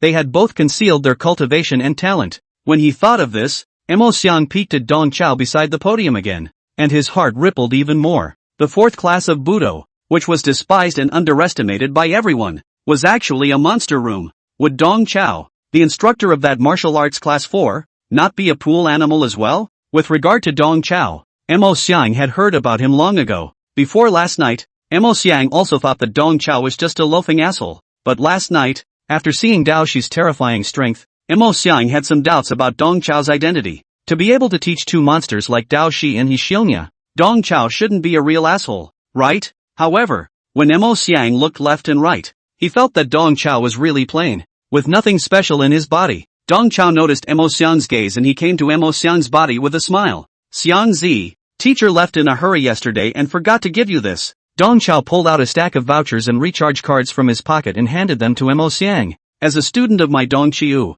if you mention my name in any place of consumption in the school, it's absolutely fine. Of course, outside of school, you can try it too. You can mention your teacher's name on the bus and subway. If it doesn't work, you buy another ticket. Inkbrand said in his heart that he had really been overly concerned just now. Dong Chao, whether it was the fluctuation of qi and blood in his body or his greasy socialite demeanor, had nothing to do with a big brother. Dong Chiu was just like what is rumored in the campus forums. Not only mixed, but also abstract. Suzu. As the bell rang, Dong Chao straightened up his clothes and walked to the podium with an accent. From today onwards, Mr. Mo Xiang is considered a member of our martial arts class 4. In order to welcome Mo Xiang's arrival, Sensei will show a little bit of the real thing today and teach you guys a little bit of the secret techniques from the bottom of the box. Hearing this, Mo Xiang's eyes widened. Sure enough, as the martial arts instructor of 2 monsters, Dong Chao definitely has something The way he raised his hands and feet on the podium was very stylish.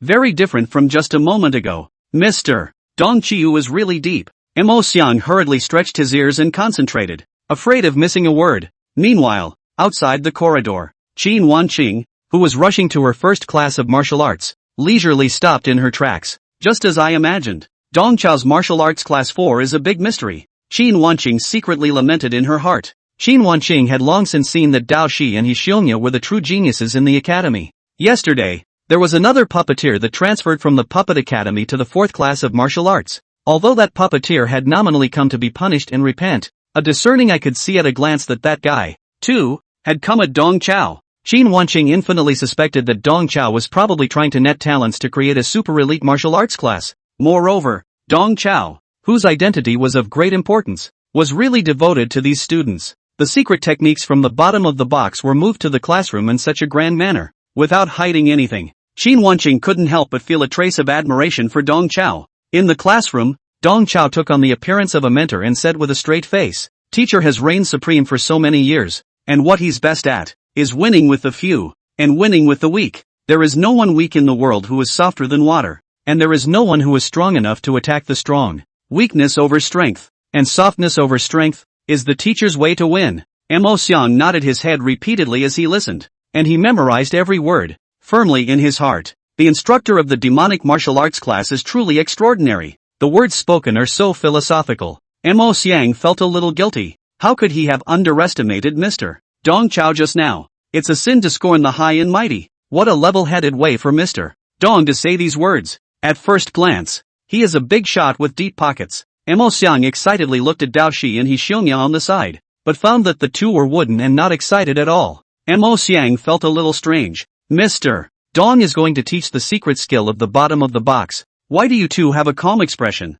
Not excited at all? Outside the classroom, Qin Wanqing, who was eavesdropping, was very entangled with her beautiful eyes. These few lines of Dong Chao's program were so well said. To overcome strength with weakness, and to overcome strength with softness, and regardless of Dong Chao's cultivation level, this martial arts state of mind was indeed dashing. She was eager to hear Dong Chao's secret technique, but she remembered the principle of secrecy that Yang Wei had warned her about. Don't listen to what you shouldn't listen to. Right now, Dong Chao's secret technique that he was about to reveal in its entirety, clearly fell into the category of something that shouldn't be heard. Qin Wanqing forcefully suppressed her curiosity and took a step towards the first class of martial arts. And at this moment, in the classroom, Dong Chao picked up the chalk and dashed down a few big words on the blackboard under the keen attention of Mo Xiang. The less is more, the landlord farmer must win. Ha! Looking at this inexplicable line of slate, Mo Xiang felt that his brain was even more confused than when he was held down by Dao Shi. Isn't it a secret technique? How did it turn into a landlord?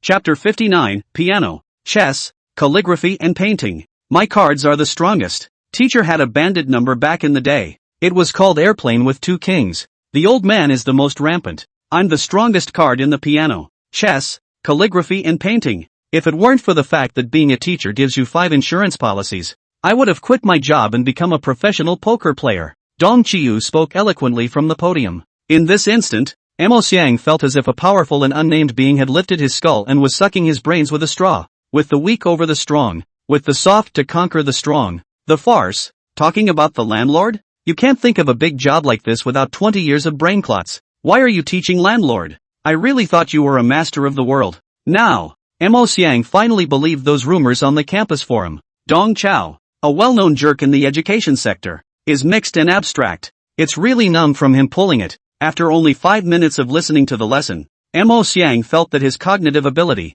was greatly impacted. How could anyone teach fighting the landlord in a martial arts class? In all seriousness? What's worse, the 2 super geniuses on the stage just accepted it blandly? Mo Xian looked at Dao Shi and He Xiongya, who were still bland, and felt that this scene was particularly magical. Aren't you 2 super demons? You're learning this in martial arts class? Mo Xiang, don't look left and right, listen carefully to the lesson. Dong Chao spoke out in reprimand. I'm listening to your grandma's grandson. Mo Xiang cursed in his heart. If it had been a day ago, Ink Item would have rushed to the podium and cracked the blackboard at this moment. But at this moment, feeling Dao Shi's cold gaze, he didn't dare to act rashly. Dong Chao took out a brand new deck of playing cards and skillfully shuffled and cut them on the podium. Don't underestimate the game of landlord. This game has a high degree of universality, and is played by all classes, from business owners to peddlers. An entertainment program with such a high degree of universality. We must master it. As we all know, in landlord fighting, the farmer has 1 less round of card power than the landlord and 3 less cards.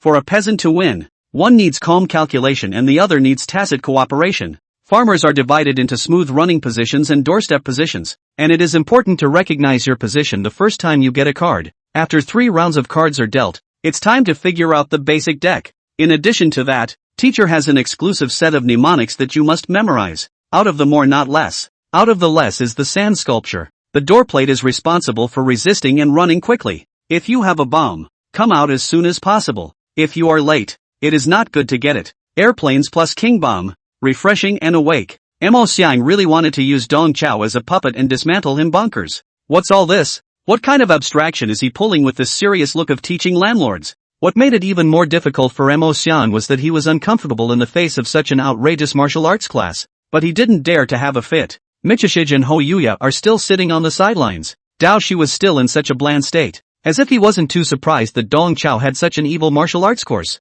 He Xiangya went even further. That guy actually took out a notebook and took notes in a serious manner. Mo Xiang's entire body was helpless. And at the moment, internally, he was more stifled and confused than when he was beaten up yesterday. Come on, let's move on to the practical part. Mo Xiang, you'll be the landlord. Shizi and Jiazi will be the peasants. Let's rehearse. Remember, landlord is not just a game of luck. It's also a game of strategy. Proper strategy, cool heads, and clinical calculations. That's the key to winning. Dong Qiu signaled the 3 to play fight the landlord in class. Seeing that Dao Shi and He Xiongya both looked like they were eager to try, Mo Xiang simply broke the mold as well. Fine.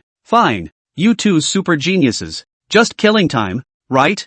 Then I'll accompany you. The three sat down and shuffled and grabbed the cards. When Mok Sang Boop was the local landlord, Du Hei and Ho Hung Yai cooperated as farmers. After playing 3 games in a row, Mo Xiang sensed something was wrong. In the first hand, Mo Xiang won easily, but in the last 2 hands, Dao Shi and Hishionya really played matchmaking. One of the two was responsible for running and the other was responsible for causing problems for Inkblade, who lost the last 2 rounds by a hair. As the card game progressed, Dao Shi and Hishionya did not need to communicate with each other in any way, and had already formed a tacit understanding. Although a few people were playing cards, the scene of Dao Shi and Hishionya seeing each other with a grid ruler and a water-based pen before the class always came to Mo Xiang's mind. In the current hand, Hishionya, who was in the door position, was like a swordsman with 2 swords in his hand, and he was constantly causing difficulties for Mo Xiang, tangling with him and making him tired of dealing with it. Dao Shi, who was the down runner, was like a swordsman with a knife poised, waiting for the most suitable moment to seal his throat with a slash. Mo Xiang didn't expect that a few small playing cards could remind him of something profound. He finally realized that Landlord was really a strategy game. And this kind of instant strategy is a little bit similar to the battlefield strategy, battlefield analysis, that the puppet masters use in battle. Even with skillful martial arts and strong muscles, Mo Xiang had to admit that puppeteer was not a hard-hitting profession. What the puppeteer specializes in is guile and calculation. It is to create the most favorable battlefield environment, use the most appropriate puppet, and give the enemy the most deadly attack. This strategy is actually a little bit like playing cards. Just like at this moment, Mo Xiang tries to use the most suitable cards to press his opponents and grab the cards. Having figured out this level of pass, Mo Xiang's card skills gradually became skillful. At each round of play, he calmly analyzes and anticipates his opponent's hand, and then tries to find a suitable strategy. Suitable strategy, calm mind, and calculations on the spot. Isn't this the way to win for puppet masters? Mo Xiang said in his heart that he was so strong that he was actually able to touch and pass. It was just, for a moment, a little strange for him. The words strategy, calculation, and mind seem like I just heard them somewhere, but it doesn't matter. It doesn't matter. The important thing was that while Dao Shi and Hishionya were certainly demonic, they themselves were no less so. It's amazing how a little game to kill time can lead to so many insights. What do you mean? The only supine person in the Mahist family? This moment of clarity caused Mo Xiang to stifle a soft hum. Chapter 60. You two have something on him, don't you? Michihiro's approval +1. Michihiro's approval +1. Dong Qiu's crushing secret skill failed to cut down Mo Xiang's blood, but instead allowed Dao Shi to contribute 2 more points of recognition. Dao Shi didn't move on the surface, but inside his mind was racing. He wasn't quite sure whether Dong Chao was teaching them how to play cards, or whether he was using cards as an excuse to teach them something real. Suitable strategy, calm mind, clinical calculation. This said, clearly is the battle essentials, right? Also, the test of who is going to be the down runner and who is going to be the doorstopper between him and Hoshianya seems to be the combat division of labor and combat coordination. The lesson, which appeared to be a card game, was, in fact, more like a special combat drill. Moreover, through this period of contact, Dao Shi found that Mr. Dong Chao was not as useless as the legend said. There were still quite a few shining points in this guy's body. Even Dong Chao's body seems to have quite a lot of suspicions. For example, on the day that Dao Shi and Hishionya destroyed the practice room, Dong Chao helped them both out with a few words. That night, did Tung Chiu notice anything or not? Also, was his behavior of taking the 2 men to set up a stall in front of the school simply a play on abstraction? Or did he have another intention? Were his comforting words unintentional or intentional? With all the questions, Dao Shi peeked at Dong Chao. He looked over his shoulder and realized that Dong Chao was instructing Hishionya, with a bad smile on his face, on how to secretly throw a single 3, which he was holding in his hand, to the ground. Mo Xiang, who was only focused on memorizing and counting the cards, didn't even notice the small movements of the two. Looking at Dong Chao and Hishionya's faces as they covered their mouths and snickered, Dao Shi felt that he might have overthought things a bit. Mentor Dong Chiu is not only a waste, he's also cheap. 6 to K, 3 with 2, Big King, counter spring. Hishionya had already found the knack of fighting the landlord and easily walked away with a full hand to reap the victory in the 4th game. Just being a little quicker and dropping all the single cards you can't get out to the ground can greatly improve your odds. This, then, is the true meaning of the landlord farmer's sure win method. Ho Yuya's recognition +1. Ho Yuya's recognition +1. Ho Yuya's recognition +1. Hishionya laughed playfully and offered Dong Chao a trifecta of recognition. Ho Yuya loves this game so much. Winning a poker game is only 10 happy. But winning a poker game by cheating is 1000 happy. Only, There is one necessary prerequisite to enjoying this pleasure, and that is that you have to be teammates with Dottie. If he had been a rival to Michishige, he would have gotten his ass kicked by now. Looking at the pile of playing cards on the floor, Dong Chao knew that this game could not continue. If you continue to play, you will definitely be exposed. A deck of 54 cards, 20 of which are now lying on the floor. Here, Mo Xiang is still counting cards and pretending to be an expert. I don't know what he's doing. Dong Chao hurriedly called a halt to the card game. Teacher's crushing secret skill. Where is it so easy to master? It's enough for you guys to be able to comprehend a fur today. Let's stop here for today's lesson. Let's go. Teacher will take you guys to dinner. As he spoke, Dong Chao raised his hand in a pretentious manner, spilling all the playing cards on the table onto the floor as well. The traces of Xiangya's cheating instantly dissipated into nothingness. Hi, dang it. Xiangya secretly marveled and once again offered 1 point of recognition to Dong Chao. Ho Yuya's recognition +1. Dong Chao led a few students and walked leisurely along the pathway of the campus. As it neared mealtime, many classes had already been dismissed, and groups of students rushed to the cafeteria to eat. Some of the devout dry feeders rushed all the way to the cafeteria, fearing that they wouldn't make it to the hot ones. What's more, some even ride their bicycles towards the cafeteria. A few people arrived at the entrance to the cafeteria just as a student on a bicycle brushed past them. The student rode his bike almost standing up, and when he came to the entrance of the cafeteria, he got off in a dashing manner, then threw his bike casually into the corner and stepped into the cafeteria in a hurry. Almost being grazed by this student, Dong Chao was not angry at all. Not only did he let this classmate go first, he turned back and helped his classmate pick up his fallen bike. Dong Chao took the opportunity to educate a few students while patting the dust on his bike. As my Dong Chao students, you can't follow this student's bad habits. A few people had thought that Dong Chao was trying to educate them to uphold public morality and observe public order. But to their surprise, Dong Chao's words changed. How can you ride a bicycle like him? Taking this opportunity, let me emphasize that the 4th class rule of our martial arts class 4 is 3 don't ride. We definitely don't ride a bike that has been stood on and pedaled. Because it has been stood and pedaled, the performance must be greatly reduced. It will affect the riding experience. We do not touch. Secondly, we don't ride bike sharing, because it is good. Shared bicycle low price for everyone to serve a lifetime. The end of the day you still pedal it to run 2 laps, in the heart of what cannot bear. Third, we don't ride other people's bikes. What you pedal hard on may be someone else's sweetheart, bumped and bruised. Say no more. Mo Xiang felt that some powerful and mysterious being was sucking his brain marrow again. What the hell is this? Can you call this a class rule? The class rules are just made up, aren't they? Also, you better really be talking about bicycles. Michishige and Ho Yuya glanced at each other, both of them surprised but accepting this new class rule with relative calm. Although Mr. Dong's passage is abstract, it seems to be somewhat reasonable. With different minds, several people arrived at the unused stall reserved for dining, and the imposing 8th century table was already set. A whole big pot of noodles, a sea bowl full of sancho lo mein, and 7 or 8 rich vegetable yards. Hurry up and eat. I specially asked the uncles and aunts in the cafeteria to prepare it. Dong Chao attentively served noodles to the 3 students. Mo Xiang had long heard that the food in martial arts class 4 was a special version of the cafeteria, eating differently from the other students. This time, he could be considered to have seen it. Mo Xiang took the bowls and chopsticks handed to him by Dong Chao, and accompanied by the prancing hot air, huffed and puffed and dazzled fiercely. The noodles are hand-rolled, strong and springy with a great noodle flavor. The 3-food lo mein is rich in ingredients,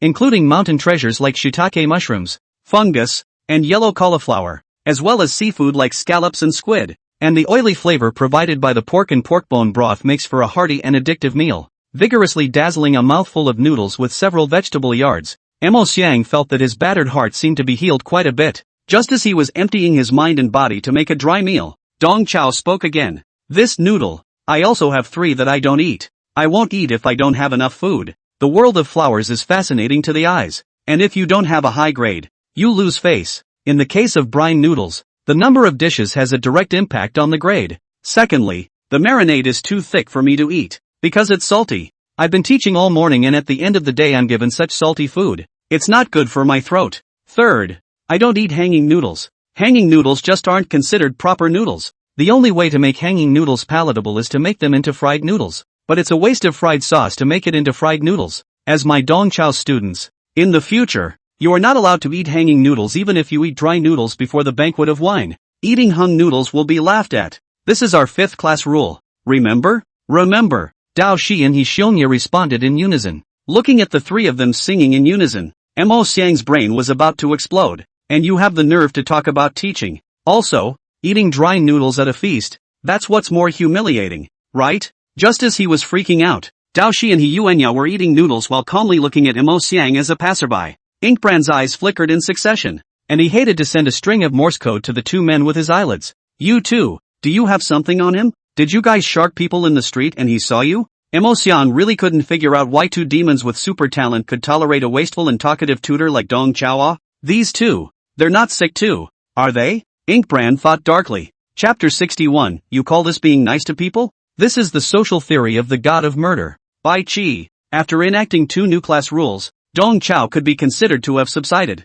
A few students were finally able to dry their meals without worry. While eating noodles, Dong Chao was not allowed to have any free time. Cafeteria employees, security guards, housekeepers, and hostel masters coming and going in the cafeteria aisle all greeted Dong Chao warmly when they saw him. Dong Chao also responded enthusiastically. Sister Wang, are you wearing a new bracelet? Did your daughter-in-law buy it for you? What a blessing. Brother Zhang, did you buy the soccer lottery for this issue? Old Li, good business at the stall today? Dong Qiu sits in front of the stall and talks to anyone. Although he had seen Dong Chao's easygoing nature for a long time, Dao Shi was still a bit emotional. Teacher, you really don't have any attitude at all. You're so close to everyone. Dong Chao heatedly smiled. Teacher has his own set of socialization theories called the theory of being good to people. Simply put, as long as you are sincere with people, you can reap 90% of the goodwill of the group around you. If you then throw in a little bit of what they love to hear, that's 99% of the goodwill of the people around you. If you give them another little favor,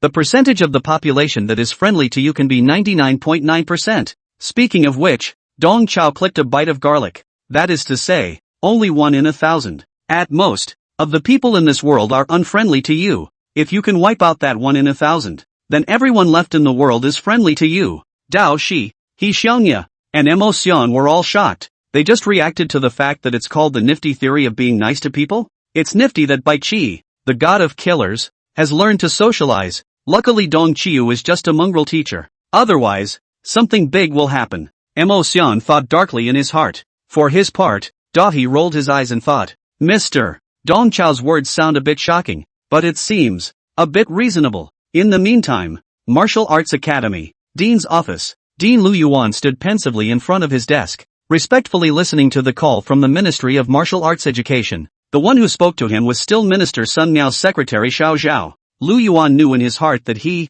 a dean of a university branch, was not qualified to report directly to Sun Miao under normal circumstances. Being able to contact Minister Sun's secretary is already considered a special favor. Minister Sun is busy and asked me to convey a few things to you. So listen up. Secretary Zhao's tone was flat, but Lu Yuan, on the other end of the phone, hated to come to a standstill. First, it's about Sun Jingfeng. As you all can see, Sun Jingfeng is indeed a genius. His true talent is, in fact, SS grade. The previous file was his disguise. I will send you Sun Jingfeng's real file later. The Li Dai Tao Z plan started to kick in, and Sun Miao personally changed his son's file, mentioning Sun Jingfeng from a grade to SS grade, just to cover up for the few demons in Dong Chao's class. Listening to Secretary Zhao's words, Lu Yuan proudly bristled. He said to himself that he was really discerning. He had long since seen that Sun Jingfeng was not ordinary. What an eye for an old-school educator. How could such a thing be hidden from him? Secondly, the minister is pleased with the current education at your Budo Academy and hopes that you will continue to maintain it.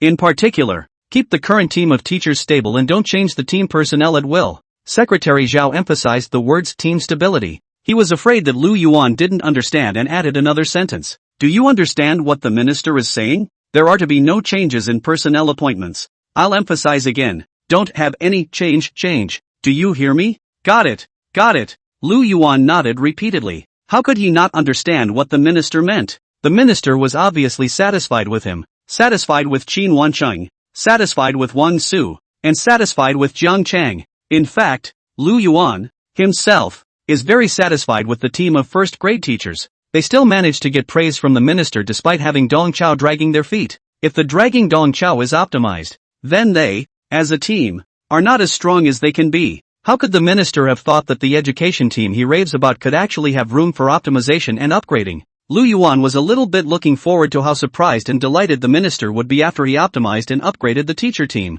Lu Yuan is an educator who is going to lead the entire MOMO University and reshape its past glory. How can you do that without doing something to impress the minister? Secretary Xiao Zhao hung up the phone, and not much later, the phone rang again. This time, it was the principal's office that called. The distinctive dry voice of a paperman rang through the phone. I just got word from the Ministry of Education that the minister is very pleased with the educational work of your college. He specifically emphasized the stability of the teacher team. Keep the current team. MOU sure gave Lu Yuan this phone call to tell him not to mess around and stir things up. MOMO University has finally hitched a ride on the military line. As long as Lu Yuan stays in the office and does nothing, MOMO University revival is the nail in the coffin. However, MOU sure's words were only half spoken, only to hear Lu Yuan's petulant asterisk, followed by hanging up the phone. In order to prevent the stupid Times paperman from calling again, Lu Yuan simply unplugged all the telephone lines. As soon as he heard that dry voice of the paperman, he got angry. He, Lu Yuan, is to fulfill the long-cherished dream of the president, is to lead MOMO University to renaissance of the excellent school leader and great educator. The paperman in the principal's office was just a foxy, uninformed, ungrateful artifact, and it's worthy of giving itself instructions for work? If it wasn't for it, could the school be in such a mess right now? Hasn't it been up to you to set things right and carry the weight to keep the school barely afloat all these years? Thinking about this, Lu Yuan felt doubly sad. He pulled an old photograph from the bottom of the drawer. Master, teacher, principal, where have you been all these years? I've finally lived up to your high expectations. Our MOMO University, it's going to get better. Looking at the young girl on the photo, Lu Yuan burst into old tears. Chapter 62, what a painful realization. For so many years, Lu Yuan has worked hard to repay the kindness of master teacher's knowledge. When he first joined the workforce, his seniors always criticized him for being foolish, obstinate and self-righteous. Only the equally young principal of the division, who often gave him encouragement. Ms. Lu, you have the most complete conference materials. Mr. Lu, you made the hottest tea. The rice you buy tastes the best. You have the fastest legs. You scrub the shiniest floors. It was under the constant encouragement of the division's president that Lu Yuan made it to the dean's position one step at a time. Lu Yuan originally thought that with how much the principal relied on him, he would leave the school in his hands during the years he was away practicing. I didn't realize that the shrewd and capable principal had moments of folly, but in any case, the principal's kindness to him was not yet complete. Thinking of this, Lu Yuan reinserted the phone line and made a call to Administrative Director Mo Zhangling. Director Mo, hey, I'd like to ask if there's been any news about Principal Shishir lately? Hearing the titled Master Teacher Principal, Mo Zhangling felt a chill in his heart. He returned in a hard tone. No. Mo Zhangling knew that senior sister loved beauty and face. She had gone from a magnificent transcendent puppeteer to an immortal paperman, and inwardly she simply couldn't accept it. That's why she made up that nonsense about going out to practice. Over the years, the leaders of each branch have basically guessed the truth, and we all know the truth. Only Lu Yuan, this idiot, every day in the name of the principal fan, changing tricks with the sister of the antithesis. Mo Zhangling even wondered if this old kid was doing it on purpose. Are you calling about something serious? Mo Zhangling asked in a tone of voice. Director Mo, you know, I've always wanted to get rid of Dong Chao from our academy. Recently, I guess, I came up with a total ploy. Let's not fire him yet, but move him to a logistics position. He is not quite good at doing things. In the logistics position, he can shine. In this way, we will not offend anyone. Listening to Lu Yuan's words, Mo Zhangling had a headache. He really wanted to go down the phone line and punch Lu Yuan twice. You call that a foolproof plan? The fact that you don't fool around is the greatest foolproof plan of all. How hard did sister go to get the Mo family's only supine master into Dong Qiu's class? As a result, you want to transfer Dong Qiu? You are afraid that the Murphys are getting a little bit better. Mo Zhangling kind of understands what it means that one powder tops 10 blacks. Mo Zhangling gritted his teeth and asked in a deep voice. You want to transfer Mr. Dong Chao to a new job, right? Lao Lu Ah. Let me ask you how your eyesight is. I have perfect vision. 5 in both eyes. Lu Yuan was a bit surprised that Director Mo suddenly cared about his eyesight. Mo Zhangling reprimanded in an almost growling tone. You have such good eyesight. Why don't you come and watch the gate for the school? The vacated dean's position is transferred to teacher Dong. What do you think? How dare you think of useless things all day long? Mo Zhangling couldn't tell Lu Yuan that their academy's teacher Dong Chao had an unusual status. That kid was all hooked up with the Minister of Martial Arts Education. Mo Zhengrong can only use this way to show Lu Yuan. Unexpectedly, after hearing Mo Zhengling's words, Lu Yuan was also anxious. Director, why don't you understand? You have an open position there as a gatekeeper. Just directly transfer Dong Chao there. I don't have to move. Mo Zhengling's brain buzzed. Who the hell doesn't get it? Lu Yuan, this old boy. 24K pure stupidity. Forget about the transfer. Put your heart into your work. Don't think about useless things during office hours. For this behavior of thinking nonsense during office hours, turn around and write a 100,000 word check and send it to my office. Reflect deeply and change deeply. If you don't write a good check, you don't want your performance bonus at the end of the year. Mo Zhengling hung up the phone without a trace of anger, listening to the busy tone coming out of the phone receiver. Lu Yuan was a bit confused. Is it that hard to get rid of Dong Qiu? He felt a powerful resistance. It feels like driving on the highway, only to find out that all the vehicles around you are going against the flow of traffic. But the greater the resistance, the more he must move forward. After all, Murmur University was all he had. This heavy sense of responsibility made Lu Yuan unable to resist cheering himself up by singing. Ah, what a painful realization. Murray University is all I have. Looking back at every step on my educational journey, it's all gone so hard. Ah, what a painful realization. Lu Yuan's office resounded with sad songs. The next few days, busy writing checks Lu Yuan can be considered to have subsided. But the entire martial arts academy was in an uproar because of two things. The first thing that happened was the mapping scores that didn't go away. In that practical test with strange rules, all the freshmen of the martial arts academy, except for Sun Jingfeng, scored 0 points. In this way, the score of the previous written test becomes particularly important. However, the results of the written test, too, have been deliberately downplayed by the college. Although Lu Yuan could be a demon, he still cared about the psychological condition of his students. He was afraid that the matter of the written test results would attract unwanted gazes to his Xiangya, and would secondarily harm this former swordsmanship genius. Lu Yuan not only downplayed the results of the test paper, but also gave a gag order that the fact that his Xiangya had once been a SS-grade genius was known only to a few teachers and should never be leaked. There is another reason why Lu Yuan doesn't release the exam results. That is, the Budo Class 4, whose strength pulls the crotch the most, has gotten the best score in this exam. The 50% passing rate is riding high throughout the year. The school's famous jerk of a tutor took the best teaching grade. If this was announced, where would the teachers of the other classes be disgraced? The matter of exam results was only discussed in a small way among the students. After all, we all know in our hearts how well that paper was tested. Not releasing the results would be a boon to everyone instead. More than the test scores, the students discussed. In fact, Sun Dingfeng, the student council president of the Martial Arts Academy, turned out to be a super genius. Although Sun Jingfeng dresses a little strange and behaves in a hall-like manner, he is very strong and incomprehensible. His strength was far beyond even the Academy's 4S-class geniuses. Just as the students were talking about Sun Jingfeng's true strength and true talent, the Academy welcomed a third major event. The previous year's winner of the 100 Schools Martial Arts Conference, Sanqing University, had really come to the Martial Arts Academy to exchange ideas. Unlike the long-gone Mo Mu University, in recent years, Sanqing University has been on a roll. They have a strong faculty and excellent scholars, and have won many awards in the 100 Schools Martial Arts competition. Last year, they even defeated the unbeatable Southern Ocean Twin Stars and defended their home turf without any surprises, keeping the crown of the 100 Schools Martial Arts Conference. In China, this #1 martial arts college should not have been practicing against Mo University. It was Lu Yuan who let out a great deal of blood to invite them over. What Lu Yuan took out was the Martial Arts Academy's watchword, the secret realm of the mining pit. Chapter 63, the champion of the 100 Schools Martial Arts Conference, Sanqing University, is here. The mining pit, with a danger level of 1 and a resource level of 2, is an ideal paradise secret for new students to practice. The mining pit mystery opens only on September 29th of each year for 6 hours. There is a limit to the number of people in this secret area,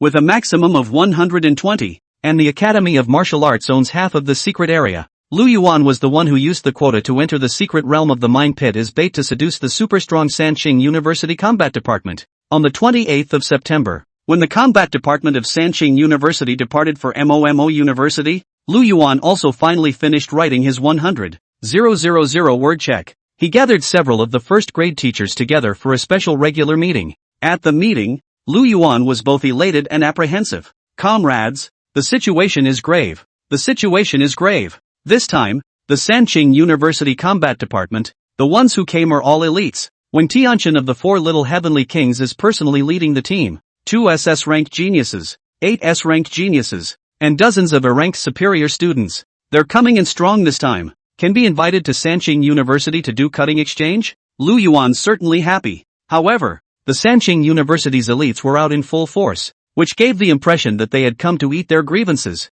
The Martial Arts Academy only had a maximum of 60 spots to enter the secret realm. The two schools had previously agreed to fight against each other in groups to decide the places. The Sanqing University had the best of the best, and it was obvious that they wanted to take up all 60 spots. Although it was only the lowest level of the secret realm, it was a rare insight and experience for the new students. Killing the foreign beasts in the secret realm and collecting materials could also be exchanged for martial contribution values, which would greatly benefit their cultivation in the future. This favor, however, may not fall in the lap of your own students. When it came down to it, Lu Yuan realized that his invitation to Sanqing University to do the exchange seemed to be a bit like leading the wolf into the house. Compared to the luxurious lineup of Sanqing University's combat department, the quality of the saplings at the Budo Academy, which only had 4 S-ranked students, was truly shabby. Even with the addition of the super genius Sun Jingfeng, the Wudao Academy's paper strength was comparable to only half that of Sanqing University. And what was truly terrifying about Sanqing University wasn't their individual strength.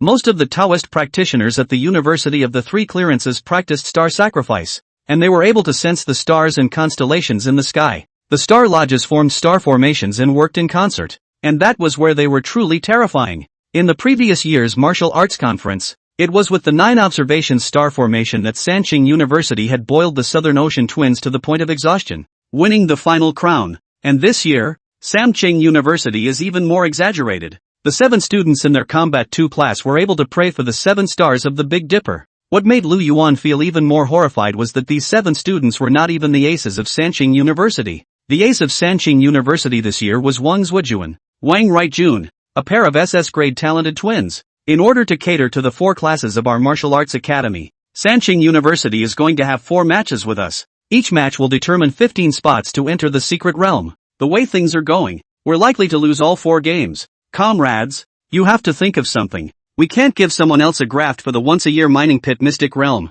Qin Wanqing, Wang Su and Jiang Chang all chilled their faces and did not speak. Invite the 3 Qing University to do the matters related to the cut. Is Lu Yuan set? The rules are also Lu Yuan talked to others, and now realize that the situation is not good. What did you do earlier? Besides, in the face of an absolute power gap, what else could one think of? Several people did not want to take over this insoluble puzzle. They lowered their heads and deliberately avoided Lu Yuan's gaze. Just then, Dong Chao stood up violently. Dean, you don't have to worry. As the outstanding teacher with the most outstanding teaching performance in this mapping test, I deserve to help you out. Don't worry. I have a solution. Dong Qiyu gave himself a high hat right off the bat. In terms of achievements, their Martial Dao Class 4 had indeed excelled in this examination. This was something that even Wang Su and Jiang Chang, who looked at Dong Chao with 100 displeasure, could not refute. But does this excellence have anything to do with you, Tong Qiyu? Why are you boasting? Wang Su and Jiang Chang were incredibly unconvinced in their hearts, but the only thing they could do at this moment was to furiously roll their eyes. Seeing Dong Chao, Lu Yuan was also furious. Just because of him, he himself has written a 100,000 word check in the past few days. 100,000 words. Lu Yuan wrote all the words related to introspection that he could think of, and filled in a love song, before barely scraping together 100,000 yuan. The moment he saw Dong Chao, there was an evil fire in his heart. But having heard that Dong Chao had a solution, he had to be patient for now. What's your solution? Tell me. My solution, Dean, is a field day. I do know Wen Tianqian better. That kid likes to get better gradually and will definitely save the best for last. Then let's do the opposite. Lu Yuan frowned, thinking, what do you mean by knowing Wen Tianqian better? Who didn't know about the 4 little heavenly kings Wen Tianqian? Even ordinary people had their ears filled with it. Who could not understand him? Spoken so intimately, like you two know each other. Lu Yuan sidestepped with a snort. Dong Chao ignored Lu Yuan as he turned his head to look at Qin Wanqing. Mr. Qin, your class will be the first to fight tomorrow. You guys are the top horses, steadily arresting the opposing team's lower horses to keep the 15 spots first. He then looked at Wang Su. Teacher Wang, in terms of overall strength, your class is a medium horse, and you need to fight with the medium horses of Sanqing University to get a place. He looked at Jiang Chang again. You are an inferior horse. You belong to the sacrificial bit. If you can consume the dipper, it's considered a success. Don't think too much. Being bluntly described as an inferior horse by Dong Chao, A huff appeared on Jiang Chang's face as he couldn't help but open his mouth to ask, "So what kind of horse are you? Budo class 4? Dong Chao looked like he deserved it. "We're certainly grand horses that are worse than inferior horses. Our mission is to reverse capture the ace of Samchung University. Those two SS class geniuses will be handed over to our class. Don't worry guys, even if they exert all their strength, they can only take 15 spots from us." Dong Chao's faceless look caused the few people present to be speechless for a moment. What the hell is a giveaway horse? Also, why is he proud of himself when he's clearly the sacrificial bit of the sacrificial bit? After a moment of dismay, Lu Yuan was the first to come back to his senses. "This arrangement of yours is based on the premise that the order of appearance on the side of Sanqing University is fixed. But if, for example, they also line up and capture our top horse, what should we do?" Yeah, can't take his word for it. Jiang Chang hurriedly followed and catered. Dong Chao's inferior horse analogy was like a thorn in Jiang Chang's heart. Jiang Chang felt that Dong Chao was not talking about the class at all. He was clearly talking about him. Chapter 64, A Lifelong Friendship. Dong Chao didn't waste any more words. He just looked faintly at Qin Wanqing on the side. Facing Dong Chao's gaze, Qin Wanqing rolled her eyes in dissatisfaction and showed her sharp tiger teeth. Seeing that none of it was working, she had no choice but to put away her fangs and speak reluctantly. "Dean, I do think that we can try Mr. Dong's ploy." As soon as Qin Wanqing opened her mouth, Lu Yuan, who was clearly against it just now, immediately changed his face. Lu Yuan turned to Qin Wanqing with a smile on his face. "Mr. Qin thinks it's feasible? Then let's give it a try." He twisted his head to look at Dong Chao again, the smile on his face instantly retracting. "For the sake of Mr. Qin's face, I'll give you a chance to perform. Just do what you said. If your ploy doesn't work, we'll settle the score slowly." "But, Dean," Jiang Chang was about to say something, when the sound of "oh" suddenly rang out from the sky. The crowd rushed to the window, only to see a huge leaf that covered the clouds and slowly descended from the sky, hovering over the playground of Budo University. This iconic huge blade was none other than Wen Tianqian's transcendent prop, a flat boat. On the giant blades, not much smaller than a playground, stood a number of young boys and girls dressed in kokeshi durags. It was none other than the elite trainees of the combat division of the three pristine universities. The combat department of the three pristine universities, at the invitation of Dean Liu, have come to pay their respects. There was a long, clear sound in the air, and a purple-clad type with a Mohican haircut and studs fell from the sky and landed firmly on the playground. After him, a handsome man and woman also jumped down from the leaves. The way the crowd made their appearance was obviously rehearsed, and after everyone landed, they all lowered their heads and pinched their hands together as if they were an idol troupe posing in a cool concave manner. The way these Taoist martial artists came out, they earned a lot of eyeballs. The MO students around the playground all gathered around. There were not only students from the Martial Arts Academy in the crowd, there were also many students from other faculties that came to join in the fun. Wow! It's worthy of being the champion of the 100 Schools Martial Arts Conference. Sanqing University. The aura is just different from other martial artists. Their school uniforms are so unique. It's actually a Kakusai-do uniform. Compared to them, our sports uniforms are too old-fashioned and shabby. You guys, look! The one at the head is the transcendent martial artist, Wen Tianqian, one of the 4 little heavenly kings of China. Finally, we've seen him alive. Just as the students of MO University were talking, the type of man, Wen Tianqian, raised his head violently and changed from making a seal with his hands to kowtowing. The students behind him synchronized their hand gestures with him. The door of Taoism is full of auspiciousness. With a clear and quiet mind, I pray for harmony and tranquility in the world. May all of you attain the Tao. Be joyful in heart, and be blessed with longevity. In a neatly harmonized tone, the doshos blessed the students present. Afterwards, when Tianqian violently released his bloodline supernatural ability, a 9-headed lion silhouette appeared out of thin air on the playground of MOMO University. 9-Spirit Sage. It's the 9-Spirit Sage. There was a gasp from the onlookers. Since when Tianqian, the other Taoist cultivators also revealed their supernormal abilities, and a statue of the star god appeared beside the 9-headed lion, illuminating the evening night sky as if it were day. Astrology. This is a unique Taoist star sacrifice technique. The crowd of onlookers once again boiled over. Dong Chao leaned against the window, watching the stagey performance and smiling in the back of his mind.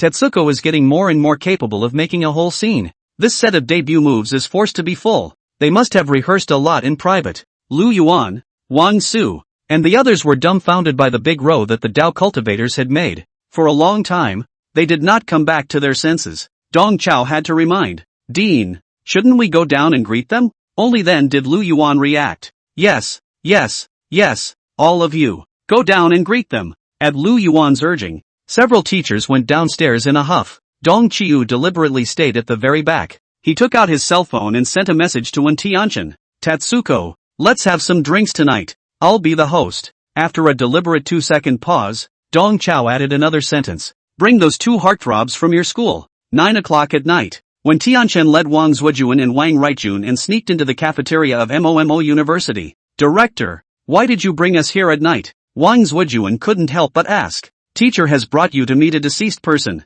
Be in good spirits for a while. Don't embarrass me. When Tianchen instructed the two students while following the bright light. In the meantime, and used stalls in the cafeteria, Dong Chao squatted in front of the barbecue grill, building a fire while instructing the three students behind him. There are guests coming in a while, so all of you pay attention and don't embarrass your teacher. Every word and action must be like what the teacher teaches you on weekdays. You must be polite. Michishijin Ho Yuya nodded masculinely. Understood. Understood. You'll see, teacher. Mo Xiang stared at Dong Chao's back and secretly skimmed his lips. He said in his heart that the most humiliating person in the whole house is you, old Den. Just then, a footstep came from far away. A hipster dressed in a personalized outfit, with two identical-looking twins, came to the front of the stall. Seeing the visitor, Dong Chao jumped up and opened his arms exaggeratedly. Tatsuko, the type, also opens his arms. Shio-chan, the two hugged each other hard. Seeing this scene, Dao Shi, He Xiongya and Mo Xiang all had their mouths wide open,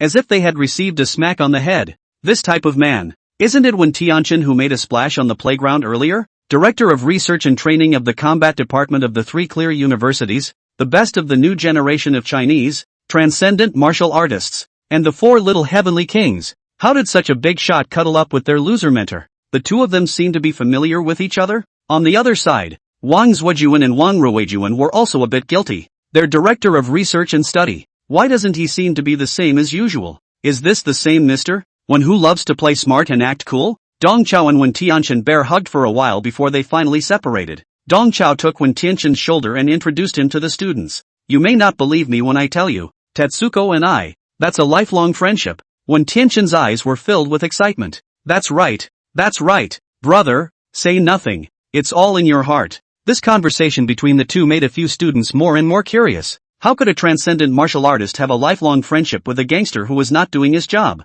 Even Wang Zuojuan and Wang Ruijuan also perked up their ears and had a posture of concentrating on eating melon. With a proud tone, Dong Chao continued, we met playing online games in the beginning. Back then, I only had one resurrection coin in my pocket, and I gave it to him. You guys say, this is not a lifelong friendship. Yes, brother is right. We are just friends for life. When Tianchen nodded repeatedly, the others, however, froze on the spot, thunderstruck. Can you play online games and meet up with transcendent martial artists? Also, giving away an online game resurrection coin. That's a hell of a lot of friendship, isn't it? Wen Tianchen even rushed to admit it. What the hell? Looking at Wen Tianchen's well-behaved appearance as he pecked at his rice, Wang Zuojuan secretly pinched an exorcism finger technique. He couldn't help but wonder if the director had been bewitched. It was really strange today. Whoever you are, get off the director's body quickly. Wang Zuojuan secretly urged his finger technique. But nothing happened. Chapter 65. I didn't say I wanted a bicycle. When Tianchen noticed Wang Zuojuan's small movements, and he secretly glared at Wang Zuojuan. After forcing Wang Zuojuan to withdraw his finger technique, when Tianchen then smiled and said to Dong Chao, brother, are these your favorite students? Won't you introduce them to me? Dong Chao pointed at Dao Shi and He Xiongya. These two, my class president and vice class president, are also the bottom 1 and bottom 2 of our Budo Academy. He pointed to the inked item again. This one, it's a transfer from the Puppet Academy to my class to be punished. Well, actually I'm not familiar with. Dong Chao's sentence, which I actually don't know well, made Mo Xiang feel doubly hurt. When Tianchen almost didn't strain himself either. When Tianchen coughed lightly twice before introducing his student to Dong Chao, Wang Zuojuan and Wang Rigjun, the two super geniuses recruited by our Sanqing University this year. When Tianchen wasn't introduced, Dao Shi and He Xiongya kept stealing glances at the twins. At this moment, the two of them were even more undisguised, their straightforward gazes roaming back and forth over the pair of twins' bodies, full of provocative meaning. Mo Xiang, after all, came from the Mo family, and he still knew the basic social etiquette. He was politely polite. The two students are worthy of being the geniuses of the three clear universities. They look extraordinary. His unintentional compliment allowed Dong Chao to find a grip on the subject. Dong Chao's eyes gurgled twice, and he violently raised the volume of his voice, loudly reprimanding Mo Xiang. Rejuvenation elixir? What chi recovery pill do you want? What chi recovery pill? How can you open your mouth and ask for a chi recovery pill? Mo Xiang's entire body was dumbfounded. I didn't say the chi return pill. I said it was extraordinary. Dong Chao covered the ink item with a higher volume. He is a guest. Even if he came empty-handed, even if he licked his face and took a seat to eat, you can't open your mouth and ask for something. Don't you know how to be courteous? As he spoke, Dong Chao looked painfully at Wen Tianchen. Tatsuko, it's all because of my lack of education. Letting you see the joke. This child heard that you Taoist cultivators are good at refining pills, and he got hooked, and when he catches a chance, he opens his mouth and asks for it. He is also quite a big man. I really can't control him. Wang Zhujuan and Wang Rigjun all had black lines on their heads. The two of them are really long to see. Obviously it is this old dang open mouth hard to ask. He can still rely on the students.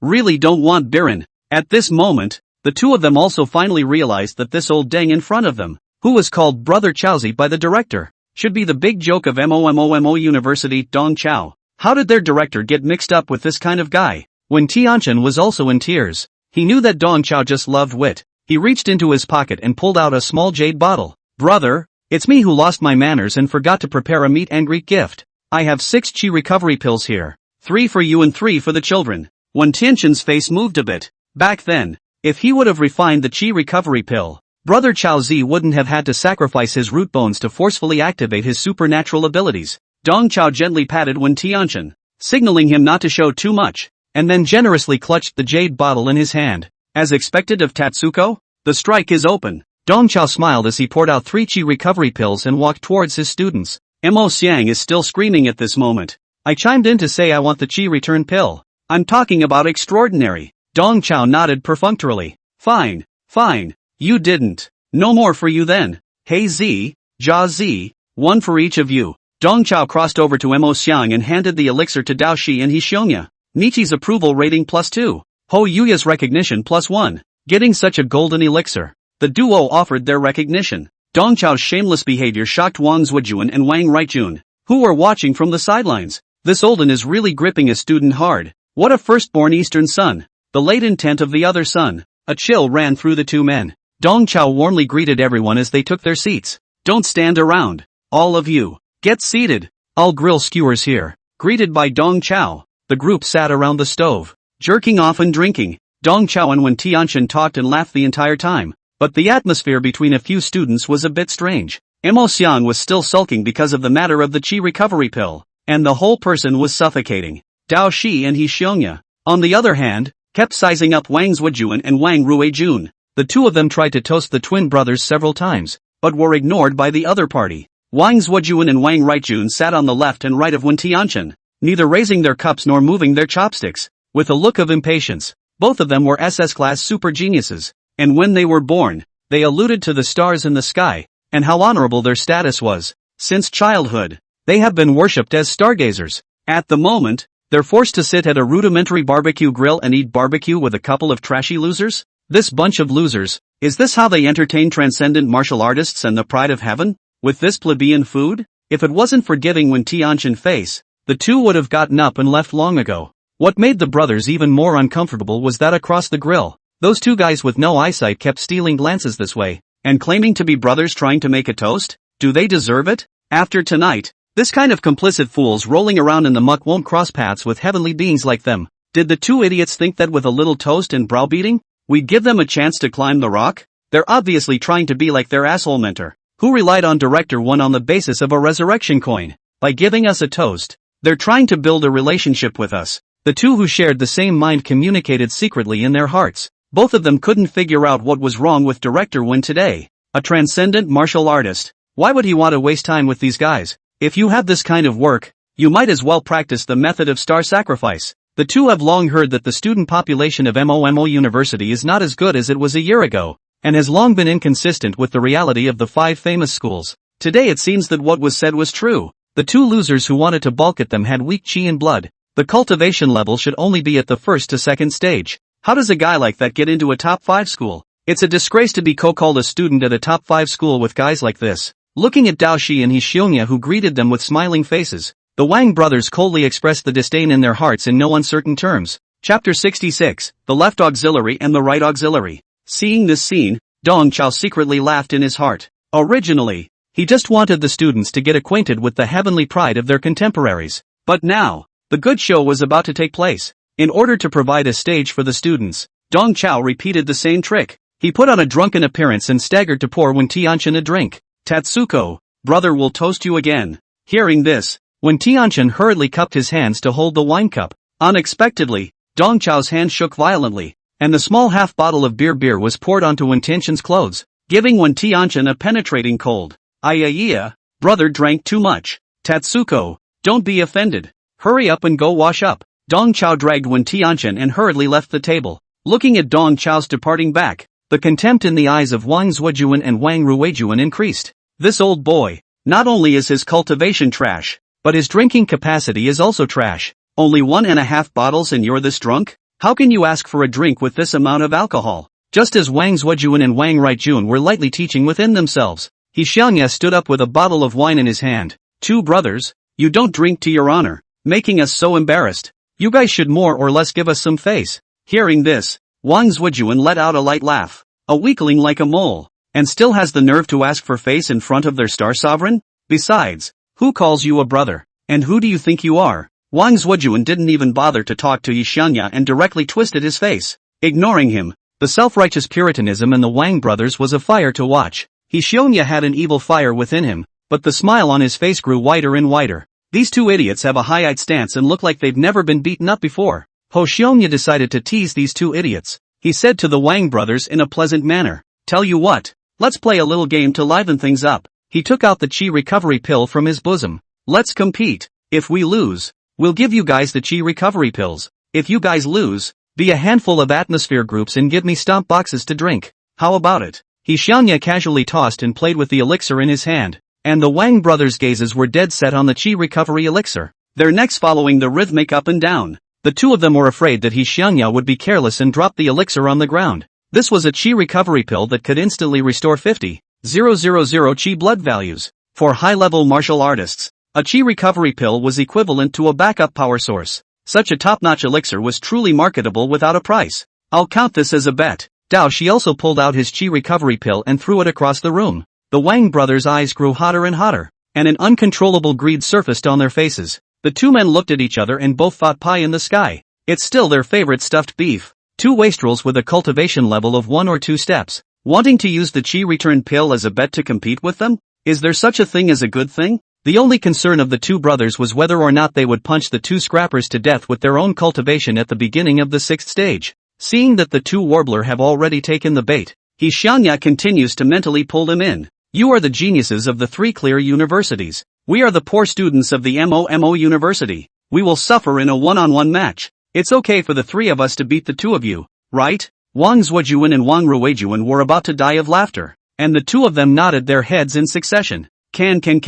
Of the 3 opposite, only the big man, whose chi and blood fluctuations were still sloppy, probably had a 4th-order cultivation. The 2 scraps who had used the chi recovery pill as a bet were both weak in chi and blood fluctuations, not much stronger than an ordinary person. The 2 brothers could beat up 10,000 such scraps. Okay, then let's have a match. The 2 brothers responded in unison, fearing that He Xiangya would back out. With that said, the 2 pulled back. Ho Xiongya stopped them. Wait a minute, let's go out and fight. Don't damage our cooking classroom. Hearing the words cooking classroom, the Wang brothers' CPUs lagged for a moment. They wondered for a while, martial arts university, how come they still have a whole cooking classroom? But it didn't matter. The most important thing right now was to hurry up and get the chi recovery pill. One by one, the group tumbled out the back window. While going through the window, He Xiangya did not forget to hold 2 cases of beer. This behavior of his without a beacon drew a snort of laughter from the Wang brothers. The group arrived at the back of the school and automatically formed a standoff.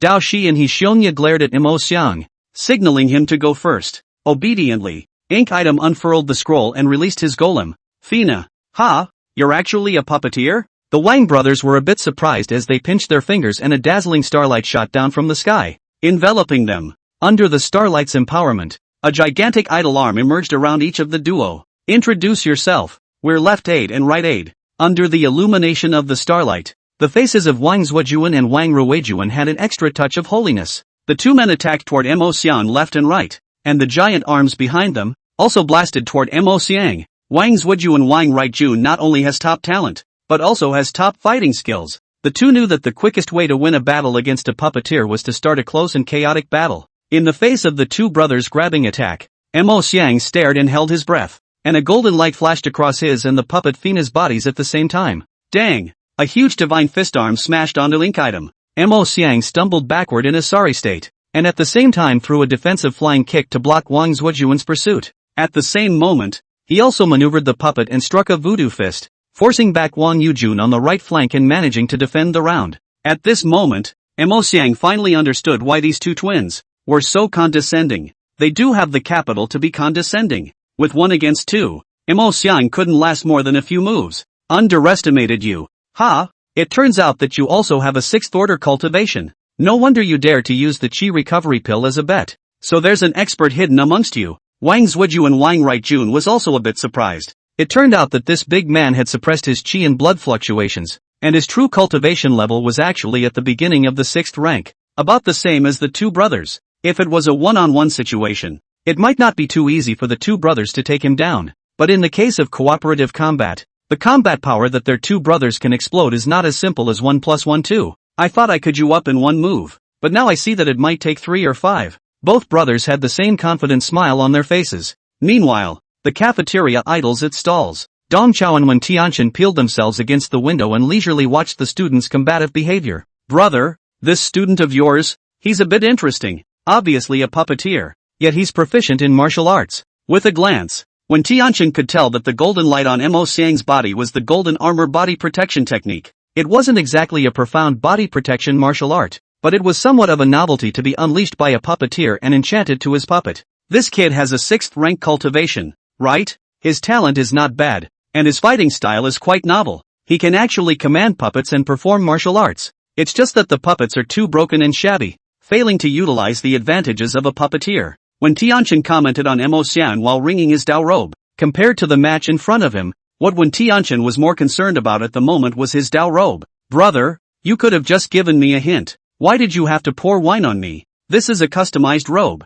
I haven't even worn it a few times. In Wen Tianchen's opinion, there was no need to pay attention to that bot outside. That puppeteer student of Dong Qiu's, although he had a little something, he didn't have the slightest chance of winning against the powerful left and right armies. After all, at this moment, Wang Zhuju and Wang Ruijun was two gods from heaven. Chapter 67. There's nothing to take away, so send them a severe beating. The point that Dong Chao was concerned about was not the strength of Wang Zhujuan and Wang Ruijun, but their personalities. Tatsuko, this pair of geniuses from your school is arrogant enough. When Tianchen casually replied, these Star Kings, aren't they all like that? These legacy lineage martial artists of the 3 clear universities who practiced the art of star sacrifice were all known as star monarchs, because they were able to sense the stars in the sky. These guys had a sense of superiority that was left out of the world, and each of them had their eyes above the others. Star monarchs, as a group, are inherently solitary. Wang Zhujuan and Wang Ruijun are again, among the star monarchs,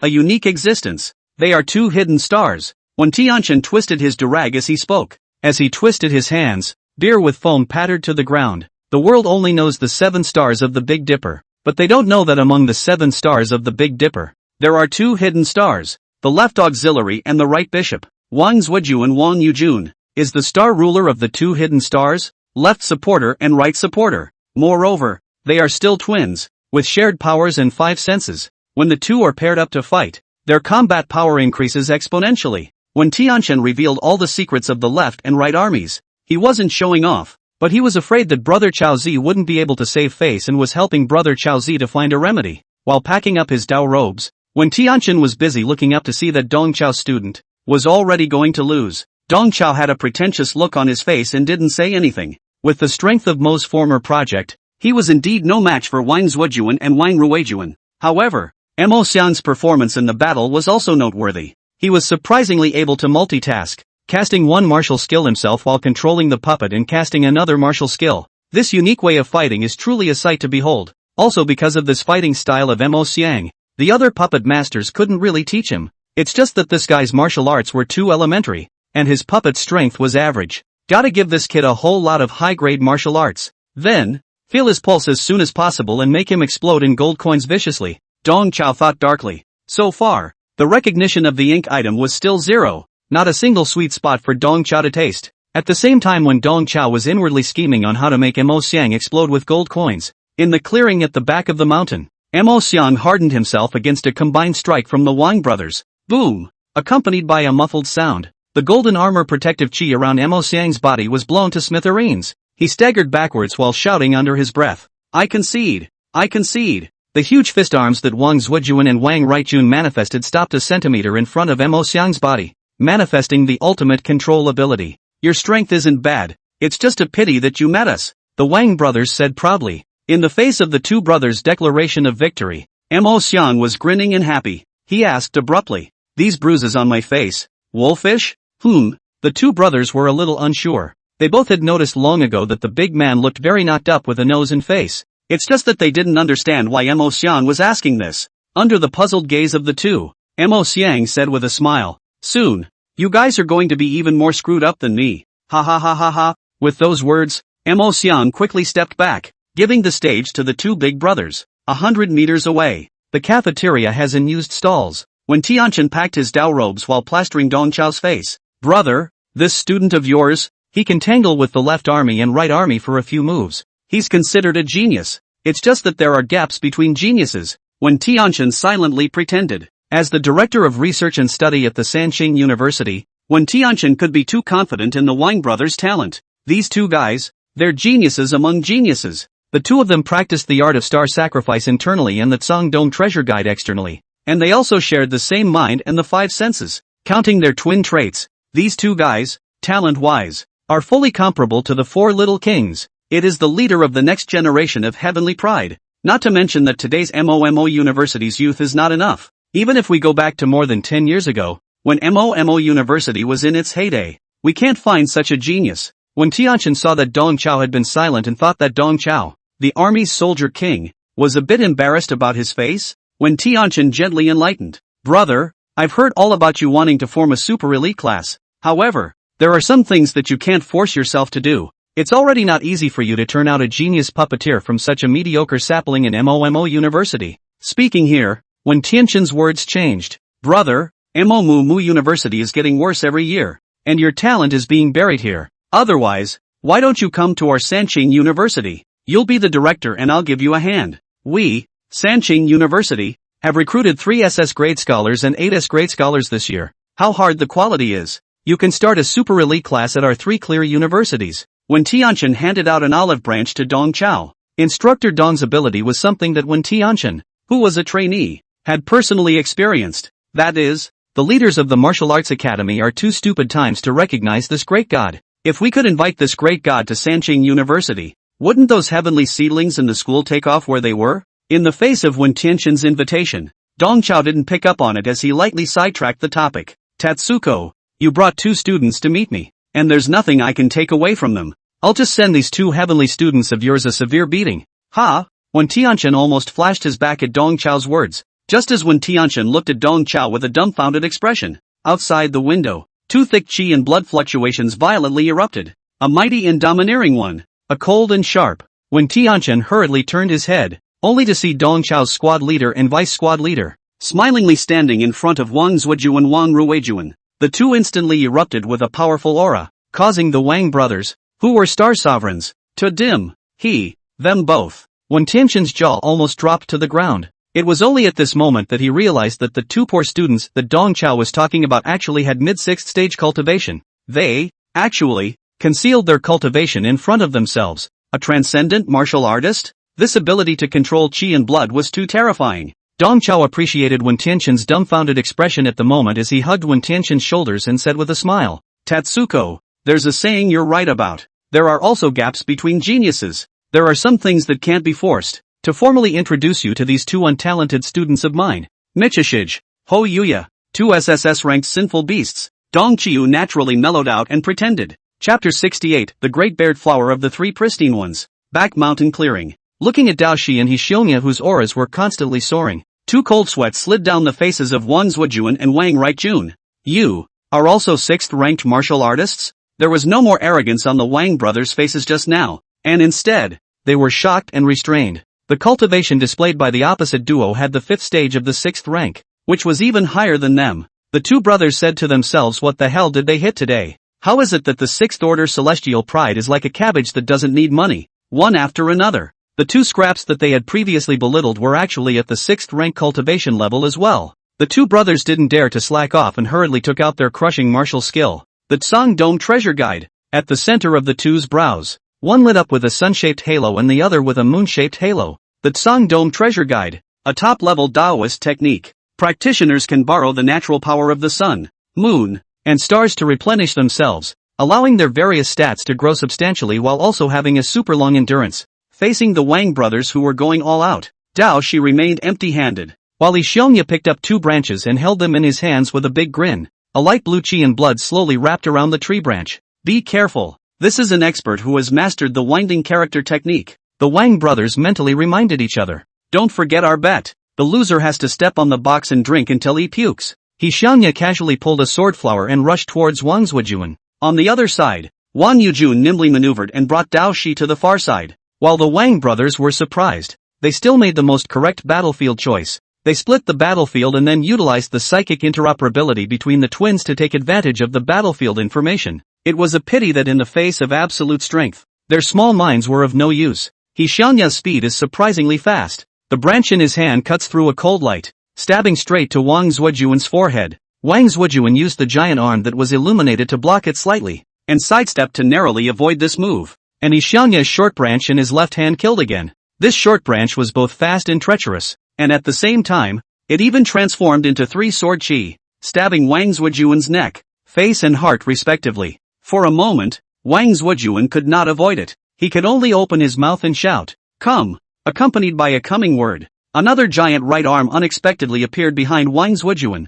With a sweep, the giant right arm barely swept away Li Xiongya's three swords. The danger was lifted, and Wang Zuojuan thankfully let out a breath of air. He really didn't expect that after only one round of fighting with this sword cultivator in front of him, he would have his bottom card out. At this moment, what Wang Zuojuan displayed was the ultimate secret of the two brothers, the sharing of their feats. The two of them, the brothers, could borrow the chi, blood, and feats of both sides and add them to their body. At this moment, Wang Zuojuan borrowed his brother's star sacrifice method, and two giant deity arms appeared behind him. That's his strongest form. Wang Zuojuan drove his two giant arms and slammed at Li Xiongya in a chain. The giant arms that kept flying flashed with a sun-like dazzling light. Jiaoyu Sunstar. Wang Zuojuan made his strongest killing move. He had to strike down this sword cultivator in front of him with a thunderbolt, and then transfer all of his power back to his brother. After all, the fellow who was fighting against his brother was also a 6th-ranked martial artist, and his strength was definitely not weak.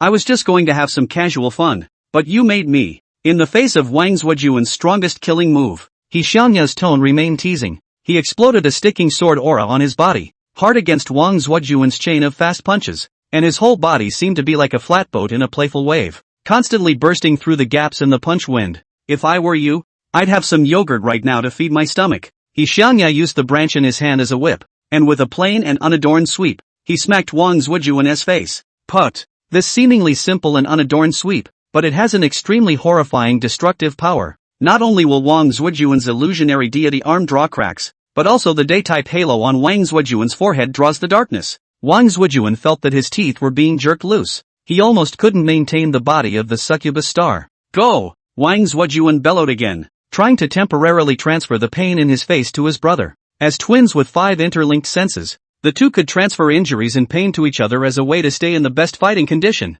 This time, however, Wang Zuojuan's pain transfer was rejected by his brother. All your head. A furious curse from Wang Yujun came from the distance. You're not finished, are you? Can't you just borrow my arm? You want me to bear the pain for you? Let you taste my pain too. As soon as Wang Zuojuan's words fell, several sharp pains quickly surged into Wang Zuojuan's mind. There is no pain in the crotch, knees, ears, toes, fingers, scalp, armpits, all the tender, private parts of the human body. Wang Zuojuan wondered if his brother had been fatally beaten by the dinosaur, and his body felt like it was going to break. He hunched over and knelt on the ground, one hand trying to cover his crotch and the other trying to protect his ribs. For a moment he didn't know where to put his hands. Wang Zuojuan then realized that the guy who was up against his brother was even more terrifying. Just for the brief second that he had borrowed his brother's divine arm, his brother had been beaten into a sieve. Don't kick it there. The Wang family is still counting on us to carry on the family line. The wails of Wang right Jun constantly resounded in the distance.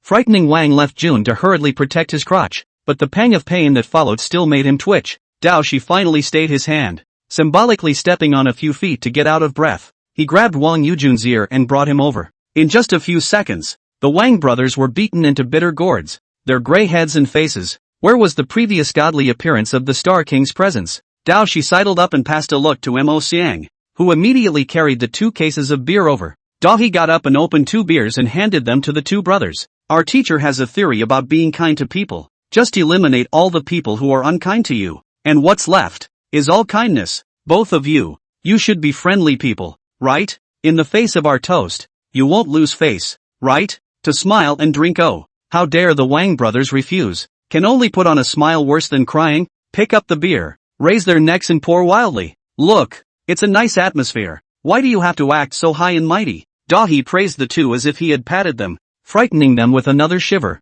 By the way, you too, you should be very tight-lipped, right? These injuries on your bodies. You were drunk and fell by yourselves. You guys shouldn't want to touch us 2 poor students, right? Oh, the 2 brothers shook their heads back and forth as they poured their drinks. Don't just dunk. Put on a show. Do the Sanqing bear flower. He Xianya cheaply scratched Wang Zhujuan's ribs, and Wang Zhujuan, who was caught off guard, instantly turned into a human body bared. Put. The beer bared with foam is particularly harsh under the reflection of Wang Zhujuan's astronomical body. Ha ha ha ha. He Xianya made a few waves of laughter. You said that you 2 have mediocre talent. So what are you pretending for? Next time we meet, don't pretend anymore. We're kind of not fighting. Come on. I'll accompany one of you and show you a little human whirlwind. He Xianya picked up a bottle of wine and swirled it around, shaking his head. The Wang brothers who were forced to pour wine looked at each other. Compared to these 2 monsters in front of them, the 2 brothers, it seemed like they really had mediocre talent.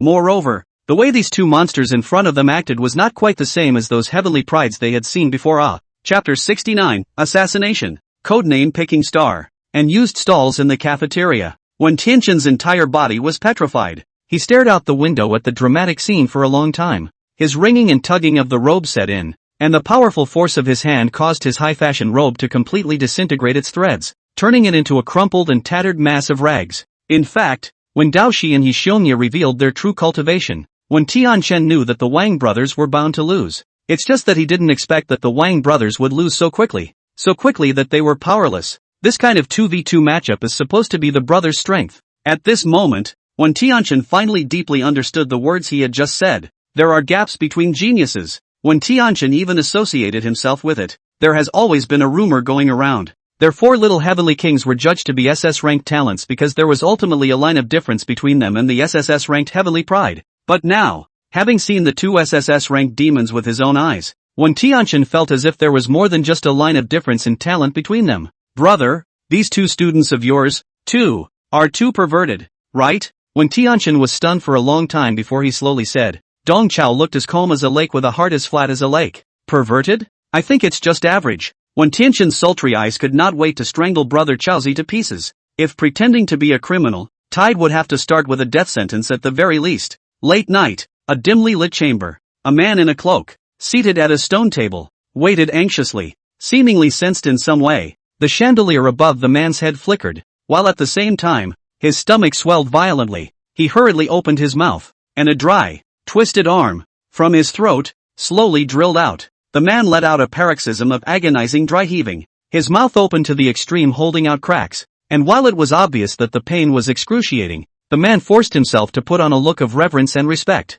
This dry arm sticking out of his mouth had only one relatively intact finger. This finger, stained with pus and blood, wrote crookedly on the stone table, Assassination code name, Picking Star, Assassination target, Wang Zhujuan, Wang Right Jun. Location, Mining Mysteries. After leaving those few words, the arm slithered back like a snake and slowly retracted into the man's body. With the disappearance of the arm, the man's swollen abdomen and the chipped corners of his mouth were all restored to their original state. The man still maintained his pious demeanor. Only underneath the piety, there was a touch of resentment hidden. He erased the writing on the stone table before picking up the walkie-talkie in his hand and speaking in a raspy voice. Prepare for action. All according to plan. Wang left army. Wang right army. Must die. Day 2. Mobu University. At 9 o'clock in the morning, a simple ring was set up on the playground of MOMO University. The ring was packed. Many students from other faculties had skipped class to watch the sparring match between the Martial Arts Academy and the Combat Department of Sancheng University.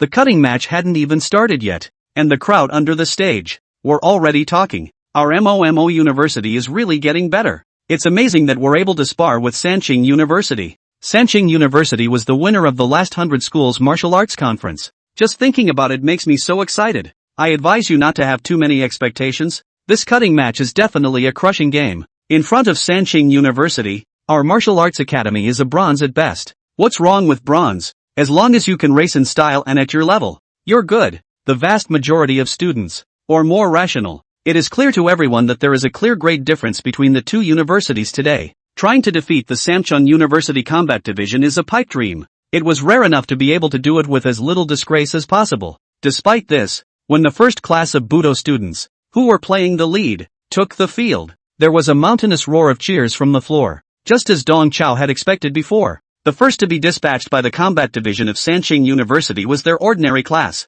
Although it was called an ordinary class, the student representatives who went out to battle were also basically all A-ranked talents, put in MOMO University. These were all proper honors students. On the other hand, on the side of the first class of martial arts, although there were 4 S-ranked geniuses, namely Shen Tu Dust, Lin Weian, Chao Xian, and Lu Tianyang, it took a lot of effort to wade through. In the battle, Shen Tu Dust performed extremely brightly and almost rode through the battle. As a collateral descendant of the Shinta family, Shen Tu Dust possessed the family's signature Tiger Beast bloodline talent. His bloodline divine beast is Piao, a flying tiger with wings on its ribs. In the ring, Shen Tu Dust directly manifested his wings and flew into midair. The way he wielded his square halberd and swooped downward from the air in battle was both ferocious and earned him a lot of attention. The cheers that erupted from the audience when Shen Tu Dust and the others came off the stage victorious were deafening. Although it was his side's top class against the other side's ordinary class, but Sensei said that it would be a boost to take down Sancheng University for one game. Dong Chao, with 3 students in tow, stood at the edge of the ring, eating peanuts and fava beans while applauding the first class of martial arts. Good job. Well done. Worthy of being in the first class of martial arts. Genus is awesome. A few people had a relaxed and cozy look as they watched the show, seemingly forgetting that they themselves were also contestants. Dong Chao shouted while looking around. He was a bit surprised why he didn't see Wen Tianxin's figure. As the director of studies at Samcheon University, that kid, why is he missing? He shouldn't be absent on this occasion today. The more Dong Chao thought about it, the stranger he felt. Same time, Dean Lu Yuan and Huang Yiliang, the head of the combat department of Samcheng University, joined hands to sit together in front of the podium. Seeing the first class of martial arts struggling to take the first match, Lu Yuan let out a breath of air. Dong Qiu's blind cat caught the dead rat, and his Tianji horse race really allowed the martial arts academy to win a round. Lu Yuan said in his heart that Dong Chao guy, it is rare to play a little positive role. With this victory, the martial arts academy managed to hold on to 15 spots to enter the secret realm of the pit. After the opening, Lu Yuan has more expectations in his heart. The second class of martial arts that was about to debut had a super genius, Sun Dingfeng, in attendance. In the next match, as long as he didn't run into Wang Zuoju and Wang Ruijuan of Sancheng University, Sun Jingfeng would definitely be able to take the victory. Lu Yuan was incomparably confident in the strength of the super genius Sun Jingfeng. Chapter 70, 1 head, 2 arms. I didn't expect that. Under the leadership of old brother Lu, your MOMO University is not only studying martial arts, but also the art of war? Huang Yiliang, the supervisor of Sancheng University, could tell at a glance that MOMO University had pulled a Tianji horse race trick, and they had used their top horse to successfully capture Sancheng University's lower horse. Huang Yiliang was a bit upset, but he was still able to keep it taut. Today, Director Wen Tianxin had something temporary to do, and all matters at the scene were handed over to Huang Yiliang. With a loss up front, Huang Yiliang was not prepared to make any changes. Right now, MOMO University's trump card had been made, and next, it was the moment for Sancheng University's fancy show. Huang Yiliang craned his neck towards the students and signaled for the student representative of the Peiyou class to come on. Seeing that the one sent by Sancheng University was not Wang Zuojuan and Wang Ruijuan, Lu Yuan clenched his fists in excitement. In his opinion, there was no more suspense in this one, and Sun Jingfeng had definitely taken it. Lu Yuan leaned back in a tactical manner, leaning on the back of his chair, and began to enjoy his leisure time. Seeing Lu Yuan in this state, the displeasure in Huang Yiliang's heart was rapidly soaring. Huang Yiliang had long heard that Lu Yuan, this old boy, is not very smart, from the inside out bubbling with stupidity. This time he has seen it. He looked at Lu Yuan and said with a leathery smile, "Elder brother Lu, you seem to be very confident in this match as well. Don't you underestimate our Sanqing University. Let me introduce you to Gan Xiang, the class president of our Puyu class, S-class talent. He's the star ruler of the 6 stars of the Southern Dipper, the Tianliang star. The strength is very strong." Lu Yuan maintained his backward posture and responded perfunctorily. A star lord with S-class talent dared to make a fool of himself in front of Sun Jingfeng? Sun Jingfeng was a ruthless person who could shatter the practice room and instantly second all the freshmen of the martial arts academy. Lu Yuan disdainfully glanced lightly at Huang Yiliang, thinking that this supervisor of Sanqing University is at a really low level, and has never even seen a genius. In the ring, the representatives of the students from the 2nd class of martial arts, and the representatives of the students from the Sanqing University's Puyu class, battled in one place. But it was only 3 or 2 rounds before the fight took a one-sided turn. Including Sun Jingfeng, all of the students in martial arts class 2 were only passively beaten. The difference in strength between the two sides was so great that some of the 2nd class students were easily kicked off the field like a soccer ball. Other students, unable to endure the beatings, voluntarily jumped out of the ring and forfeited their rights to admit defeat. In less than 20 seconds, Sun Jingfeng was the only one left in the ring, facing the entire Sanqing University's Puyu class. Sun Jingfeng took a beating while admonishing his opponent in a pleasant manner. "Before I get real, I advise you to admit defeat of your own accord. I can't even control myself when I move. I'm not kidding. I'm really doing this for your own good." Sun Jingfeng was clearly only in line for a beating, but he acted calmly and confidently. But the more he did so, the more he made the crowd of Sanqing University's evil fire rise. A human sandbag for people to fatally punch back and forth. "And you put it on?" Gan Xiang, the class president of the Puyu class, formed a seal with both hands and used the art of star sacrifice. He was ready to give Sun Jingfeng a hard time. As the star lord of the Tianliang star, Gan Xiang's strength and talent were outstanding. It wasn't his reason that he didn't make it into the key class. It was purely because the other star kings of the 6 stars of the Southern Dipper didn't descend. Gan Xiang could only fight alone and could not form a star formation like the Big Dipper in the focus class. It is also because of this reason that Gan Xiang is extraordinarily competitive. He always wanted to prove to his classmates and teachers that he was no worse than the Big Dipper, even in a single fight. At this moment, he activated his succubus body, and his attacks became more and more severe. Sun Jingfeng was knocked back by Gan Xiang, but he still had that calm and confident demeanor. "Don't blame me for not warning you. Knock me unconscious and you'll be guilty in a moment." "One moment you but don't beg for mercy." After consuming the foreign core, Sun Jingfeng's qi, blood, and flesh, both had a powerful recovery ability. At this moment, although he was passive, there was no major problem. Instead, he was still able to be at peace and warn these ungrateful little yakuza. Gan Xiang's teeth clenched in anger. "This guy in front of me, he's obviously so ordinary. Why is he so confident?" Gan Xiang's fists became more and more vicious. Below the ring, the students of Momo University, looking at the lopsided situation and listening to the muffled sounds of fists to flesh, all had incredibly complicated expressions. These days, the name of super genius Sun Jingfeng had long been spread throughout the school. Many of the students were looking forward to his performance. As a result, this big-name super genius will only take a beating? But to say that Sun Jingfeng is nothing, then when he was beaten, what was that look of calmness and confidence on his face?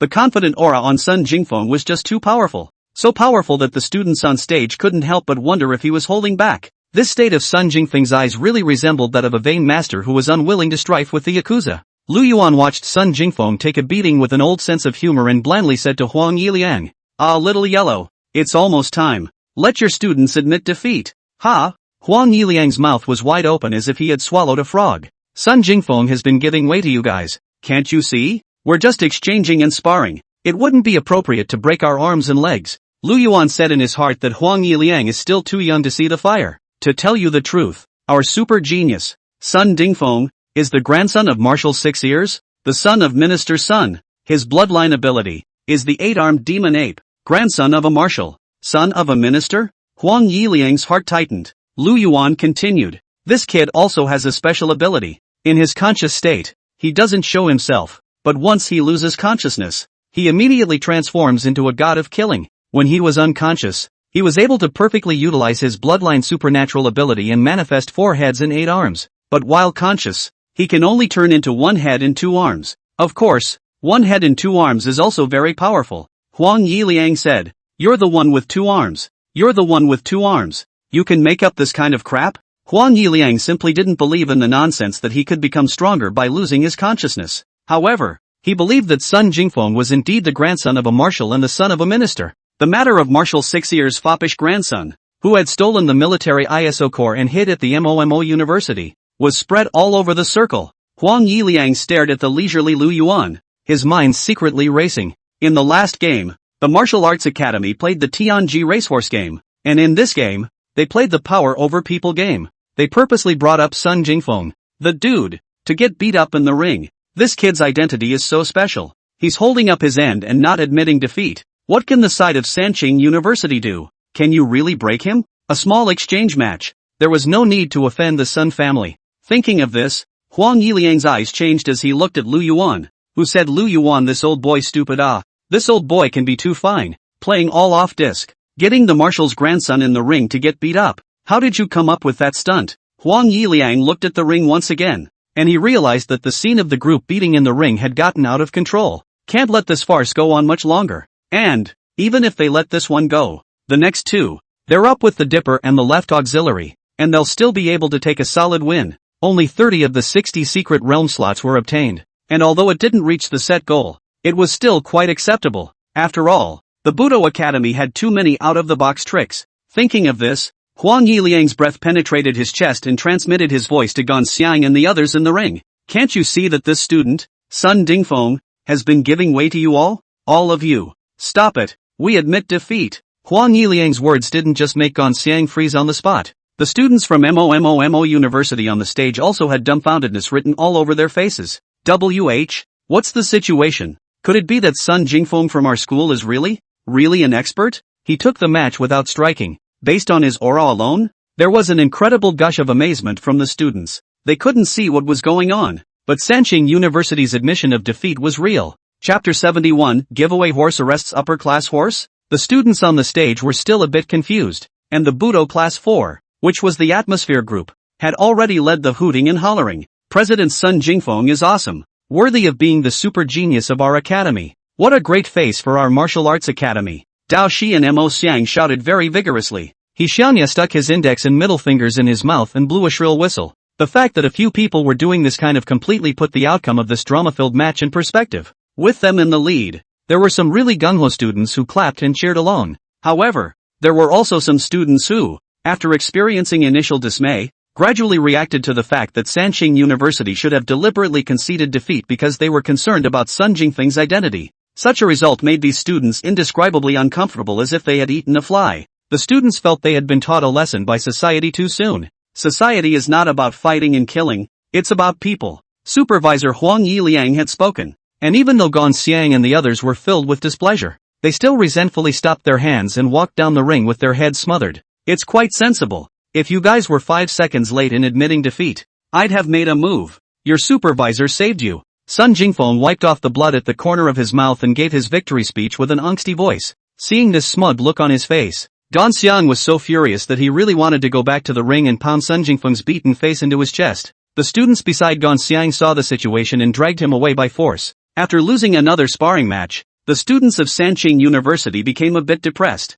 Supervisor Huang Yiliang's face was also a burst of yin and yang. This was not at all what they should have accomplished at Sanqing University. But what was coming up next was their absolute elite. And this time, there could be no surprises. Huang Yiliang waved his hand, signaling the focus class's Big Dipper to come on. The Heavenly Pivot, Heavenly Xian, Heavenly Gue, Heavenly Power and other star monarchs had long been impatient, and they all took the Big Dipper's steps and walked up to the ring. On this side of Budokai University, they also sent out the inferior horse Budokai Class 3. Much like the previous round, Budo Class 3 fell into a passive position at the start of the match. Facing the powerful 7-star sovereigns, the students of the 3rd class of martial arts down neither had the ability to fight back, nor did they have a proud background like Sun Jingfeng, so they could only be relegated to being the backdrop for the performance of the 7 stars of the Big Dipper. The 7 stars of the Big Dipper obviously had the intention to tease their opponents. They didn't attack the whole time, and just with the Battle of the Stars stance, they fooled the crowd of the 3rd class of martial arts,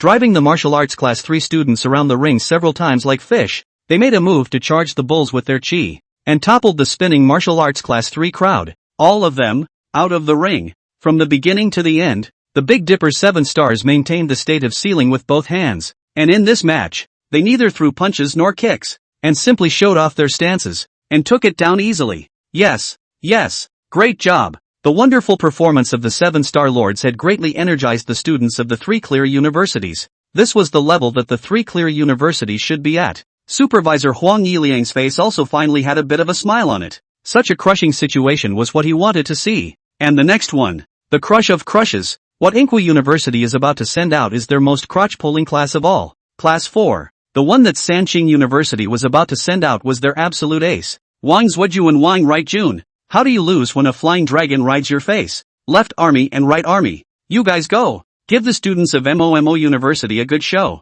Huang Yiliang hinted to the 2 Celestial Pride to show off their skills on stage and help Sanqing University gain back some more face. With a lot of out-of-control moves, it's acceptable that MOMO University and Sanqing University are tied on the scoreboard. However, on the field, Sanqing University had to show an absolute crushing stance. If it wasn't for the mining pit's secret realm, today's MOMO University wouldn't even be worthy of practicing against Sanqing University. Huang Yiliang eagerly looked at the school's 2 major aces, and as a result, he was surprised to find that Wang Zhuojuan and Wang Ruijuan sat timidly in their chairs for a long time, unwilling to get up. Meanwhile, as the prize horses of this competition, several people from the 4th class of Budo finally arrived at the ring. Dong Qiu acted as if he were a boxing assistant, as he knocked the students on their backs and fanned them with a towel. Go for it. Teacher watches over you. His positively exuberant demeanor made the students on stage laugh. Everyone understood that the moment they made Tianji Racehorse, the 4th class of Budo, which had the worst strength, was strategically abandoned. If martial arts class 4 was smart, they would have hurriedly conceded defeat as soon as the match started. That's right. Don't give the King's left army and the King's right army a chance to tease and retain more or less decency. There was a lot of talk among the students on stage. The martial arts class 3's loss just now was too ugly, making the audience under the stage feel humiliated. And in this match, the gap between the 2 sides was even greater than just now. Jiang Chang, the instructor of the 3rd class of martial arts, mingled in the crowd and looked at the stage grimly. Just because of Dong Qiu's Tianji race strategy, it made the 3rd class of Budo in the ring lose their adults. Jiang Chang originally had a stomach full of anger, but, seeing the way Dong Qiu and his students were rubbing their fists in the ring, a little bit of anticipation rose in Jiang Chang's heart. As the most popular prize horse, the opponent of the 4th class of Budo is 2 SS class geniuses. Martial arts class 4 had made a bigger scandal than martial arts class 3. Jiang Chang stared at the stage with dead eyes, fearing that he would miss the good show that would allow him to vent his anger. Under the attention of all the people, the 2 heavenly prides of the 3 clear universities, Wang Zhuojuan and Wang Ruijuan, finally stood up and dawdled their way to the ring. The 2 men walked in a strange position, their thighs clenched tightly together and their feet inward, scuffing forward one small step at a time. And every few steps up, the 2 had to stop. The 2 brothers were numb at the moment. We just got beat up last night, and we met again today in the ring. I really don't know what kind of enmity is going on. The 2 of them also understood that the 2 big men on the other side were pretending to be pigs, and in the ring, the big men would definitely not play at their true level. But the question is, would the brothers dare to win? I wouldn't dare. I was just educated last night. During the process of grinding forward, the 2 brothers kept exchanging glances, already having a calculation in their hearts. The final match will be between Martial Arts Class 4 and Wang Left Army Wang Right Army. The match begin. As soon as Qin Wanqing, who was also the announcer, spoke, Wang Zhuojuan and Wang Rightjun raised their hands at the first opportunity. We concede. Everyone in the room, their eyes glazed over into sanitary balls. Before the fight started, many felt that this round might not be fought because someone was going to concede at the first opportunity. But they couldn't imagine in any way that the one who had conceded defeat would actually be the twin prides of Sanqing University, Wang Zhuojuan and Wang Ruijuan. This sudden scene messed up the brains of the crowd. The playground of MOMO University seemed to have opened up to a dumbfounded assembly, and everyone's head was filled with question marks. What the hell is going on here? Are the 2 heavenly prides of Sanqing University playing performance art? They actually conceded defeat to the most crotchety Budo Class 4? Why? If Sanqing Peiyuban conceded defeat to Sun Jingfeng, it could still be understood as a human condition. But this one, 2 heavenly prides versus a few poor students with no background, really can't think of a reason to admit defeat. Is this really the winner of the last 100 schools martial arts conference? Sanqing University? They really are so abstract, the students on stage whispered. Amidst the crowd's murmurs, Wang Zhuojuan and Wang Rightjun jumped out of the ring without looking back. Only the two brothers knew in their hearts that it wasn't that they were playing abstract, but that the other side had Gouda. They can't really do it. Chapter 72. Behind all the coincidences in this world, there are people making elaborate arrangements. Seeing the Wang brothers concede and forfeit, Supervisor Huang Yiliang had a heart attack. He didn't know what the hell the brothers were up to. He even wondered if it was because of Wen Tianqian's absence that these two big babies were purposely messing with him. How can you admit defeat? Lu Yuan didn't understand what was going on. He only knew that being happy was the end of it. In this sparring-friendly match, their martial arts academy, by a large margin of 3-1, finished off the Sanqing University Combat Department. It's a win anyway. Under my leadership, the martial arts academy is finally on the road to revival. Lu Yuan clenched his hands into fists with immense relief. In the crowd, Zhang Chang looked at the fourth class of martial arts who were celebrating wildly in the ring and almost spat out blood in jealousy. Budo Class 4 won so dramatically? You don't have to do anything. Just wait for your opponent to jerk around and admit defeat? That's too much luck. If I had known, they would have applied to be the prize horse for the third class of Budo. In the ring, Dong Qiu led a few students, who were busy thanking the audience and posing in a victor's pose. Not much of a hitchhiker though. Classmates did a great job. If I'm not mistaken, those two heavenly prides were bowled over by our steel-like will and were scared out of their minds to fight. Never mind how we won. It was a good win. Dong Chao deliberately played dumb to tease a few students. Michishage and Ho Yuya both nodded conspiratorially. Ah yes, that's how it should be. Mo Xiang, on the other hand, glanced at Dong Chao with contempt. This two-bit teacher doesn't know anything. Yesterday, Heizi and Jiazi had beaten up the Wang brothers, so how could they dare to make a mistake? While Dong Chao was teasing his students, his eyes kept stealing glances in all directions, and he still didn't see Wen Tianqian's figure. This made Dong Chao's heart feel more and more out of place. This condition-ridden cutthroat exchange match ended with a 3-1 win for Budo Academy. The Martial Arts Academy managed to hold on to 45 secret trial spots. The raging Sanqing University ended up with only 15 trial spots. Classmates, this exchange match is just an appetizer. Next, is the main event of the day, the Mining Pit Secret Trial. Students whose names I read, step forward. Lu Yuan drafted up a list of people entering the secret realm of the mine pit on the spot. All the members of the fourth class of Budo, who were the creditors of the victory, were included in the list. Although they were the poor students of the academy, and their teacher, the obnoxious Dong Chao, Lu Yuan treated them equally when it came to education. These few spots were what they deserved. For this mining pit secret trial, the Martial Arts Academy was led by Qin Wanqing, Wang Su, and Dong Chao, the three teachers, while the student team consisted of 3 students from Class 4, and some of the outstanding students from Class 1 and Class 2. Hearing this news, Zhang Chang's eyes turned red with envy. Class 3 and Class 4 were clearly both sacrificial bits of the Tianji race. So why did those few scraps in Class 4 pick up a victory and a place in the trial? In the end, they're the only ones in the third class of Budo, spinning around in circles in disgrace? The third class of martial arts has just pulled a big one in the ring. Zhang Chang is very upset at the moment, but he can only swallow this breath first, and slowly settle the score later. The list for the secret trial was also quickly finalized on the side of the 3 pristine universities. They were led by Yang Qing, the teacher of the focus class, plus 14 outstanding students. Although because of Wang Zuiju and Wang Youjuan's jerky performance, Sanqing University had lost 15 trial slots for no reason, Huang Yiliang still wanted to place the 2 brothers on the trial list. Instead, the 2 brothers were adamantly against it, and they said that they would not participate in the trial. The 2 brothers were now terrified in their hearts when they saw those guys from the 4th class of martial arts, and if they encountered them in the secret realm of the mining pit, they might be in for some kind of trouble. Huang Yiliang couldn't argue with the 2 brothers, so he had to go along with them, and selected 14 students from the focus class and Peiyu class. After a total of 60 students and teachers from the 2 schools had assembled, Lu Yuan led the crowd and stepped into the basement of the Martial Arts Academy. In the basement, there was a long tunnel. What this tunnel led to was the entrance to the secret realm of the mine pit. The entire Martial Arts Academy was built on this one entrance. Coming in front of the entrance, Lu Yuan instructed the students as he handed out mechanical bracelets. The secret realm of the mining pit. There are 2 realistic entrances. One is in our Martial Arts Academy, and the other, in the Java Exorcism Academy in Southeast Asia. This secret realm is also shared by our 2 academies. So, after entering the secret realm, you may encounter the trial team from the Java Exorcism Academy. Don't panic and be friendly with each other. As for this mechanical bracelet, not only can it display everyone's safety status,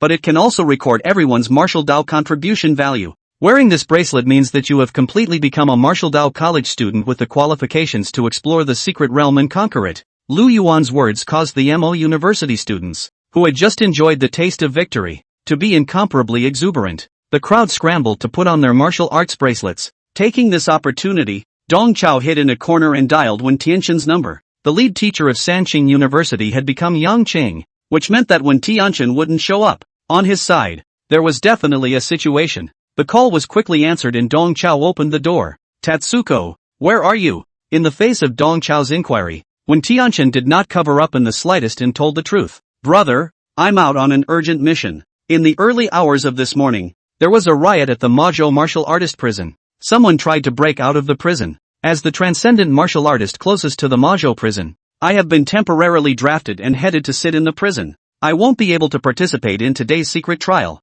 Hearing this, Dong Chao frowned. How's it going on your end? Wen Tianqin said easily. Hey, it was just a false alarm. Thunder on this side of the prison. The guards suppressed them on my way here. Hearing this, instead of breathing a sigh of relief, Dong Chao's heart thumped. Bad Tatsuko, you might have been tuned out. You've just arrived in Mazhou, and a riot broke out in the Mazhou martial prison, conscripting you away. This is just too coincidental. The coincidence is not quite right. Moreover, on the prison side, nothing much happened on the other hand. Remember what I told you, that behind all the coincidences in this world, someone is orchestrating them. Dong Chao composed himself, shifted his perspective, and continued his analysis. The mining pit mystic realm is an underground mine tunnel that doesn't see the light of day. In such an environment, it's difficult for your Taoist star monarchs to sense the stars in the sky. If I were an assassin, I would definitely choose such an underground confined environment to assassinate your Taoist star sovereign. And the prerequisite for the assassination is to detach you. As an expert in assassination, Dong Chao was keenly aware of the problematic juncture. P.S. Ask for a little free gift, please, for the love of power. Chapter 73, I'm going to bring the students back. Dong Chao looked to his left and right. Everything was normal on this side of the entrance to the martial arts academy. If one's guess was correct, then the problem must be on the side of the Java Exorcism Academy. Tatsuko, quickly contact the Java Exorcism Academy. Something's likely happened over there. If I were to carry out the assassination mission, I would probably disguise myself as someone from the Java Exorcism Academy and, in the secret realm, unleash a massacre. Of course, before that, it would be best to detach you. Hearing Dong Chao's words, Wen Tianqin was like falling into an ice cellar. I'll be right back. It's already too late. Just as Dong Chao was calling, the secret realm teleportation gate had opened. The students who were participating in the secret realm trial for the first time rushed in with excitement. Seeing this, Dong Chao hurriedly spoke out to stop it. All stop. Dong Chao held the phone in his hand high. When Tianqin called, there's a dangerous situation in the mining pit mystic realm. Everyone, pause the operation. Hearing Dong Chao's words, the surging crowd paused slightly for a moment. The students stopped in their tracks and looked at their respective lead teachers. In the face of the gaze of his classmates, Yang Qing, the leading teacher of Sanqing University, acted with an incomparable calmness. Get in there. Get in there. Don't mind the Murmur University's out-of-hand tricks. Yang Qing urged the students to hurry up and enter the secret realm. Today's day, Sanqing University was victimized by MOMO University's out-of-dishonor trick. No matter what the faculty group of MOMO University said again, Yang Cheng would not believe it anymore. As a low-level paradise realm, the resources and beasts in the pit realm are very limited, so you must seize the opportunity. The students of the three clear universities were very obedient, and under Yang Cheng's urging, the 14 outstanding students entered the secret realm with their tails between their legs. As soon as the students of Sanqing University left,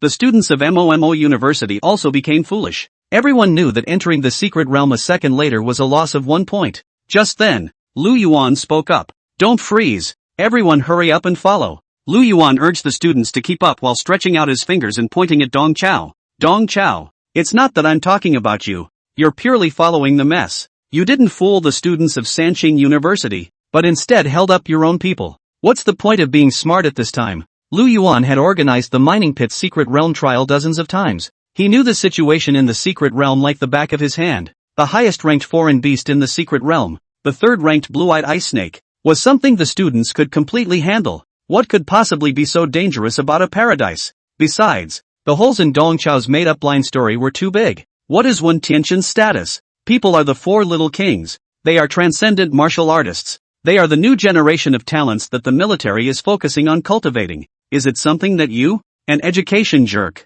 Can recognize? He can call you? If you can know when Tianchen, I'll damn well know the king of Chinese soldiers. Lu Yuan rolled his eyes and thought dismissively. Seeing the dean take such a stance, the students also took Dong Chao's words as a whisper and scrambled to rush towards the portal. Seeing this swarm of chaos, Dong Chao really wanted to give Lu Yuan, this stupid bastard, a slap in the face. Hearing that the students had flooded into the secret realm, when Tianchen on the other side of the phone was completely anxious. Brother, I'll ask the military for support. It's too late. The entrance to the secret pit realm of mines opens in only 15 minutes. By the time the people from the military arrive, the yellow flowers will be cold. When things came to a head, Dong Chao calmed down instead. Tatsuko, don't worry, I'll go and bring the students back. Dong Chao spoke in a flat tone, but through his voice, he didn't move and touched his storage bag, his eyes turning from scattered to biting. He turned back to the 3 students in class 4 and instructed them. There may be danger in the secret realm. Protect yourselves.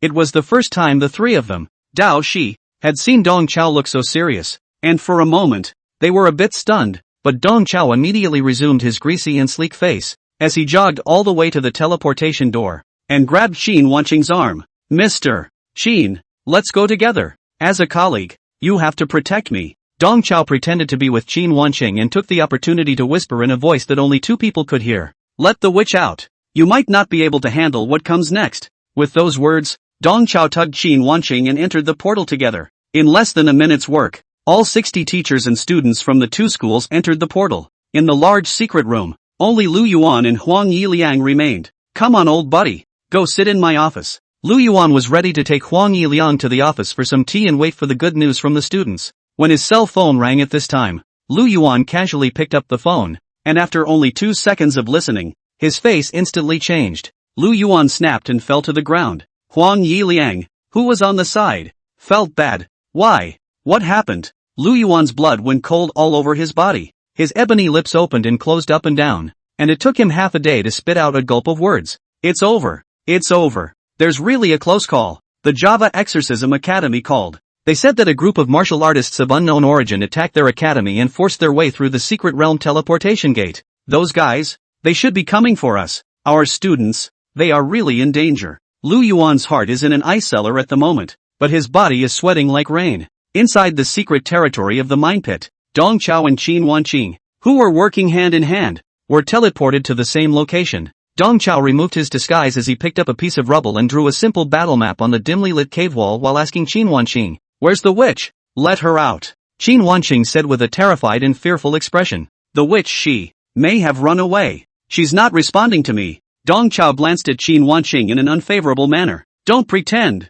You are the witch." Although Qin Wanqing's nature is a bit softer, she's not so panicked to this extent. The drama has gone too far. Having been tipped off about her true identity, demoness Qin Wanqing revealed a crumbling smile, her 2 sharp tiger teeth standing out in the dimly lit cave walls. Dong Qiu didn't have time to get involved with her. As he drew a diagram, and in an urgent tone, he commanded, "Listen to me. Over at the Java Exorcism Academy, there's probably something wrong. The students must be gathered and made combat ready and first aid ready." After spending so many years in the martial arts academy, Dong Chao still knew a lot about the secret realm of the mining pit. He pointed to the battle map on the wall. "Our current bearing is the eastern teleportation point A, and the enemies are at the western teleportation point B. Have the students gather at point A and use the terrain for defense. With Wen Tianchen out of the picture, you will definitely be the key target of the other party's attack. So prepare yourself mentally." Qin Wanqing put away the smile on her face and nodded. "Between points A and B, there are multiple intricate mining tunnels connected. I will use the complex terrain here to ambush the enemy. Try to eliminate their living forces as much as possible. We must hold out for 6 hours and wait for the portal to open again." Rakshasa Qin Wanqing did not say anything. She just glanced upward with her eyes, as if she was questioning with a provocative look. "Can you do it? Fine dog. Don't give me that look. Get a move on," Dong Chao commanded without any good humor. Chapter 74, The Hunt Hour. The 2 quickly split up. Qin Wanqing went to gather her classmates, while Dong Chao felt his way towards point B of the mine. The entire mining pit mystery realm was made up of several winding abandoned mining holes, and between the various mining holes, there were multiple forks in the road, just like a complex underground maze. On the walls of the mine, there were fluorescent mosses that emitted an eerie light, the only source of light in the entire secret world of the pit. Dong Chao didn't dare to use his flashlight, and only relied on these faint ghostly lights to sprint deeper into the mine. In the darkness, His form was like a black cat, dexterous, quiet. About a kilometer ahead,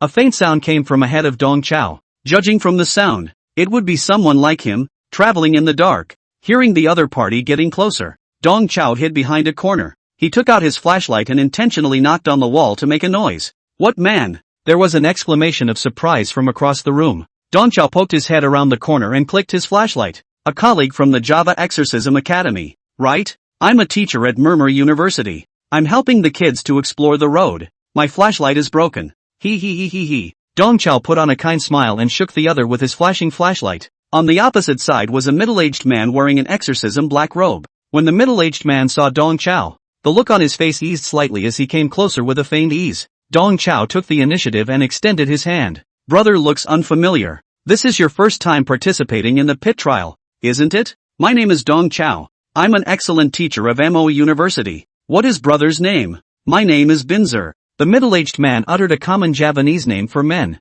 Binz could sense that this martial arts teacher in front of him was not strong in cultivation, nor did he have any sense of precaution. With his own cultivation at the middle of the 5th rank, it would be easy to take out this martial arts teacher. As the team's scout, Binzer decides to get some information out of the teacher's mouth before doing away with him. Thinking of this, Binzer extended his hand and shook Dong Chao's. The moment their palms clasped, Dong Chao's face turned cold. Bin sang, how long has it been since you've seen the cherry blossoms in your hometown?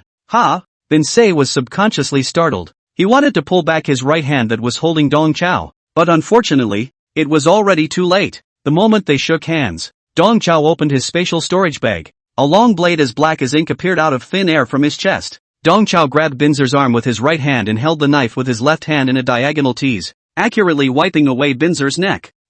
Well, as if he were a cockerel that had been bled. Bin Se opened his mouth in vain but could not make a sound. Dong Chao made another stab at his heart, completely sending him to his death. This handshake-style stabbing black knife, Dong Chao is deliberately practiced against this kind of small yakuza, invariably unfavorable. The essence of this move was that the knife should be hidden in the storage bag in advance to minimize the opponent's vigilance. Dong Chao was sure that this guy in front of him was from the wrong side of the tracks, and he was by no means a teacher from the Java Exorcism Academy. One's previous guess was correct. Over at the Java Exorcism Academy, something had indeed happened. First of all, this Binzer traveled stealthily in the darkness, clearly acting as a scout. If he were really a teacher at the academy, he would have explored the road with a big flashlight. Secondly, the Javanese scimitar at this guy's waist is hanging upside down. This is not in keeping with the drawing habits of Javanese martial artists. He wouldn't be Javanese. This practice of hanging the sword upside down was more like the Fusan martial artists' return fan drawing technique.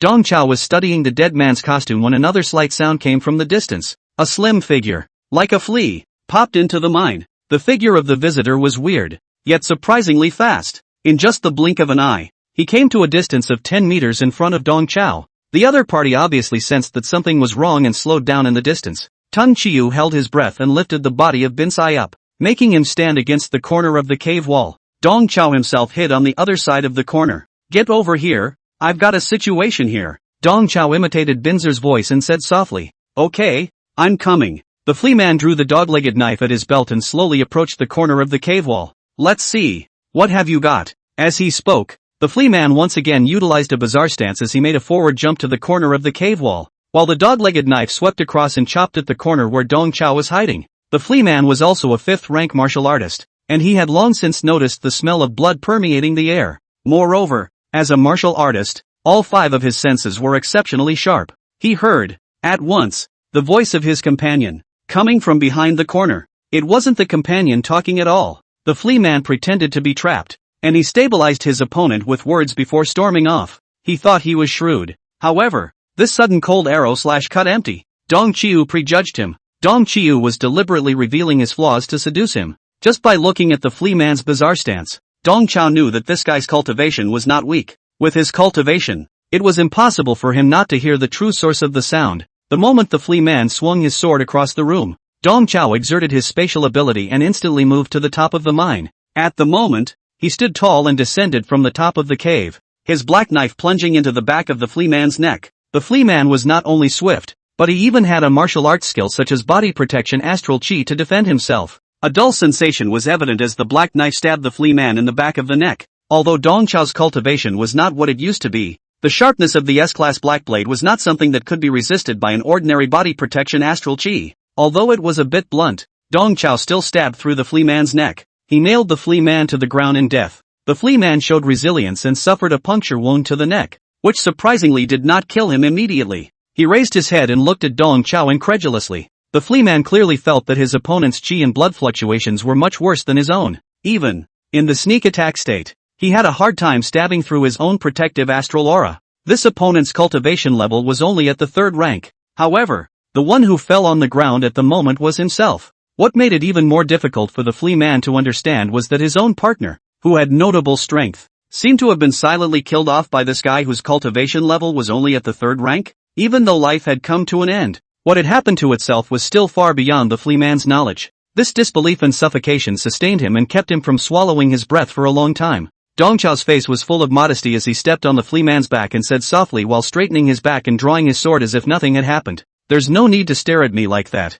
is there? I admit that your cultivation is higher than mine, but when people are killed, they die." With those words, Dong Chao drew his black sword. With the second friction of the blade against the shattered bones of his spine, the flea man's head drooped and he completely lost his life. At the end of his life, his thin, fleshless face still wore incomprehension and doubt. Chapter 75 Attack. Requesting backup. Confirming that the flea man had swallowed his breath, Dong Chao hooked a hook on his foot and flipped the flea man's corpse over. The Binsai just now was probably a Fusan martial artist. The flea man in front of us is a Chinese martial artist. The strange stance that this fellow was performing should be his shining divine walk, a stance that was very popular among the Secret Realm Pathfinder group. A Fusan martial artist, plus a Chinese Secret Realm pioneer? Dong Chao couldn't tell for a moment what these assassins were really about. Gotta find a tongue and ask a good question. Dong Chao peeled off the flea man's black robe, and on the flea man's body, he wiped off the blood from the black knife. Silently, he advanced into the depths of the mine.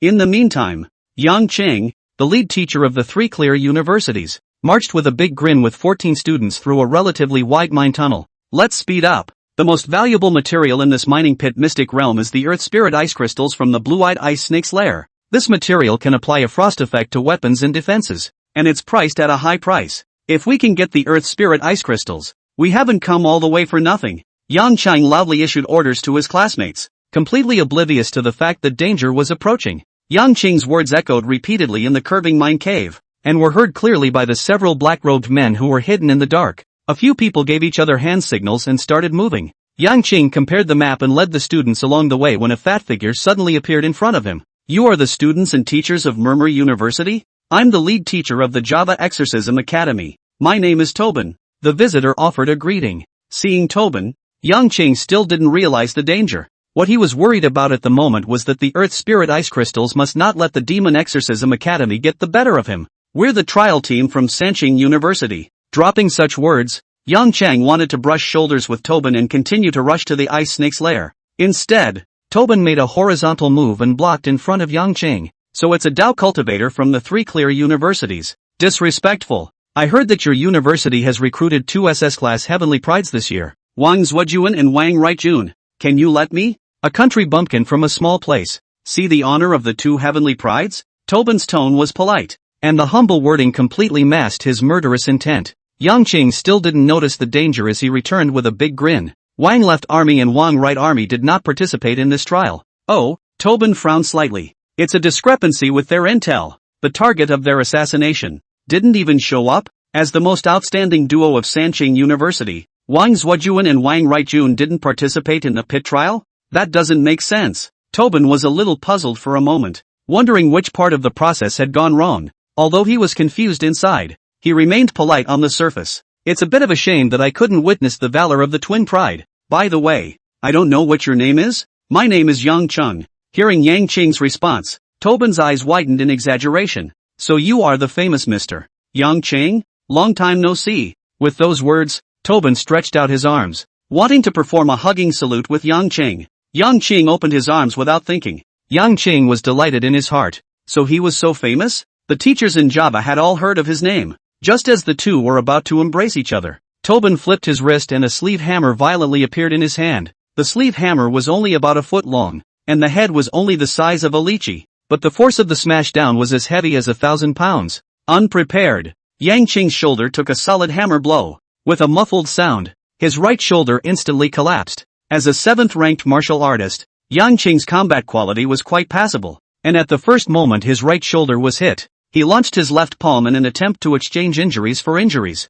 However, Yang Qing's left palm struck Tobin's black robe, but it hit empty. Yang Qing then realized that Tobin looked plump, but in reality, he was surprisingly thin under his wide black robe. This palm hit empty, and Yang Qing's center door was completely open. Tobin's sleeve hammer rotated several times in his hand like a spinning pen and smashed into Yang Qing's face again. At the critical moment, Yang Qing stepped on the astral footsteps and narrowly sidestepped his head, and the seemingly pocket-sized hammer had scraped the side of his face as if it was heavy as thunder. Half of Yang Qing's face was bloody and his cheekbones were visibly sunken, but he had always recovered his life. While darting back, Yang Qing used his legs to power up the earth evasion rock avalanche from the 5 elements Taoist technique, and a stone wall rose violently in front of him, blocking Tobin's pursuit. Retreat! Yang Qing slurred his words and let out a violent cry. Then he could no longer support himself and lost consciousness as his body slumped. From Tobin flashing his sleeve hammer to Yang Qing summoning the rock wall after the attack, everything was in a flash of lightning. It was not until this moment that the students behind Yang Qing finally reacted,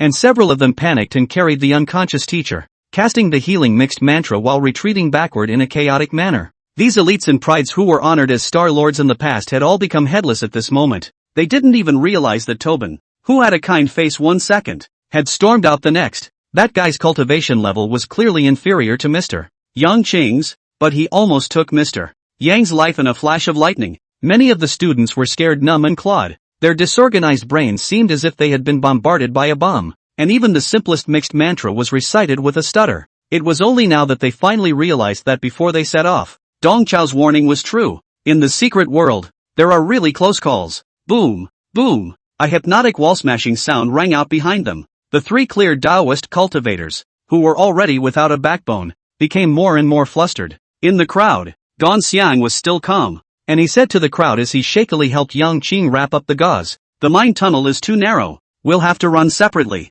Go to the MOWU for help." He pointed to the left fork in the road, signaling the dipper. "You guys, come this way." He then picked up the unconscious Yang Qing on his back and turned into the right fork in the road. "The others, follow me." The 14 students split up and turned into different forks in the road. While running for their lives, they were constantly sending out distress signals through the mechanical bracelets on their wrists. "Attack! Attacked! Requesting backup! We're students from Sanqing University. Our teacher is injured. Requesting backup! We're being chased. Requesting backup!" The pleading words of the crowd even took on a thick sobbing tone. Chapter 76. The writing is too ugly. Practice your handwriting in your next life. Deep in the mine, the moment Dong Chao's mechanical bracelet sent out a distress voice, he hurriedly turned it off. These assassins had really come on strong, and had actually taken down Yang Qing, who was at the 7th level of cultivation. These guys, whose strength itself was not weak, and disguised as people from the Java Exorcism Academy, were indeed defensible.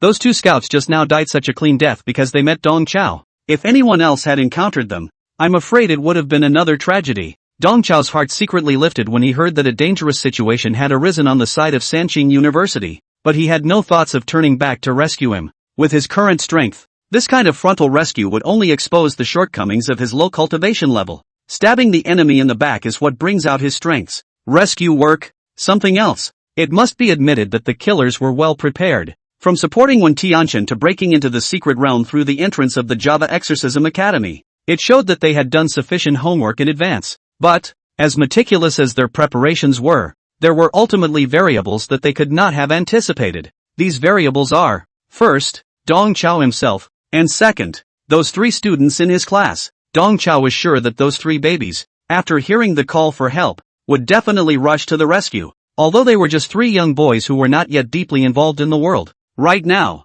Dong Chao regarded the 3 of them as his greatest help. Dao Shi comes from the Yugua clan and Mo Xiang comes from the Mo family. Both of them are loyal and righteous. It is impossible for them to see death and save. As for He Xiangya, Dong Chao was even more relieved. That kid has to stir up trouble when he's not doing anything, and now that there's an unexpected situation, can he stand it? With Dong Chao's current cultivation level, he would definitely not be able to save the day by himself. But with the addition of these 3 students, he had a few more points. Judging from the current situation, this group of killers must have made responsive preparations for the 3 lead teachers, Qin Wanqing, Wang Su, and Yang Chang. Even for some students with higher cultivation levels, they would focus on them. However, the killers couldn't have possibly thought, no matter what, that the Momumu University's Martial Dao Class 4 was the one with the strongest cultivation among this group of students. There were two demons whose true battle power was even stronger than Wang Su and Yang Qing's stream. If the trial team was in the light and the killers were in the dark,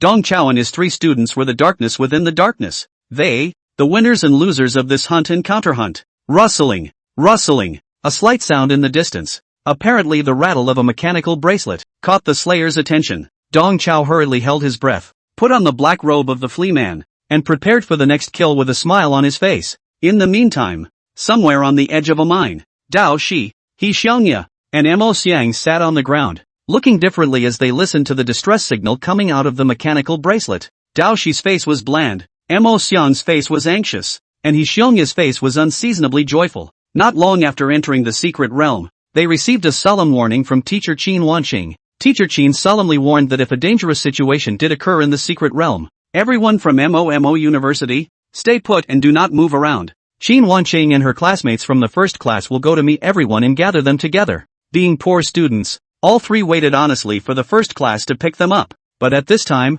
the ghostly voice of the three clear universities crying for help resounded throughout the entire mine. He Xiangya was the first to lose his composure, and he debugged the mechanical bracelet, trying to pull up the real-time positioning of Sanqing University and the others. Joy, let's go have some fun. Okay. Dao Shi rose bashfully and looked at Mo Xiang. Are you going? I'll go. Inkbrand jumped up in a hurry. He'd wanted to save the day for a long time, and since the two bigwigs hadn't been taking a stand, he'd had to hold back. Michishich pulled a free mask from the infirmary out of his arms and handed it to Ho Yuya. Jizi, let's split up. Don't forget. Sun Dingfeng. He Yuanya took the mask and hemmed and hawed. I understand. Sun Dingfeng. Mo Xian looked at the two men with a full heart. The Sun Jingfeng in their mouths seems to be a mysterious code name? Same time, hearing the distant sounds getting closer and closer, Dong Chao appeared in the center of the mine wearing a black robe with a big smile. Did you hear anything? Dong Chao inverted the Big Dipper and was the first to open his mouth to inquire about the other party.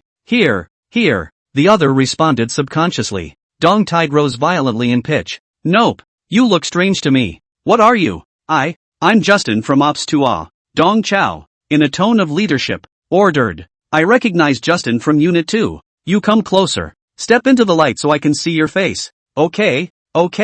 Justin walked forward slowly, his right hand hooked stealthily around his belt knife. The guy across from him, though wearing the same black robes as himself, spoke in a voice that struck Justin as unfamiliar. Being a knife-edge veteran, Justin kept a sharp eye out. Justin took a few slow steps and by the time he came under the fluorescent moss, his hand holding the knife was already in a state of power buildup. So it really is you. As soon as Dong Chao's word you came out, his entire body jumped explosively and swung his sword at Justin. Early in his defense, Justin immediately drew his sword to block. For a moment, Justin kind of wanted to laugh. This fellow across the street had a lot of tricks up his sleeve, but unfortunately, his cultivation was too poor. This violent and sudden attack of his slash was too slow. Not to mention that Justin had been on guard for a long time, but he could have blocked the sneak attack if he had been unguarded. As a veteran with a knife, Justin not only accurately blocked his opponent's line of attack, but even thought of a counter move. After blocking his opponent's knife move, he was able to open up his opponent's chest with a backhanded teaser.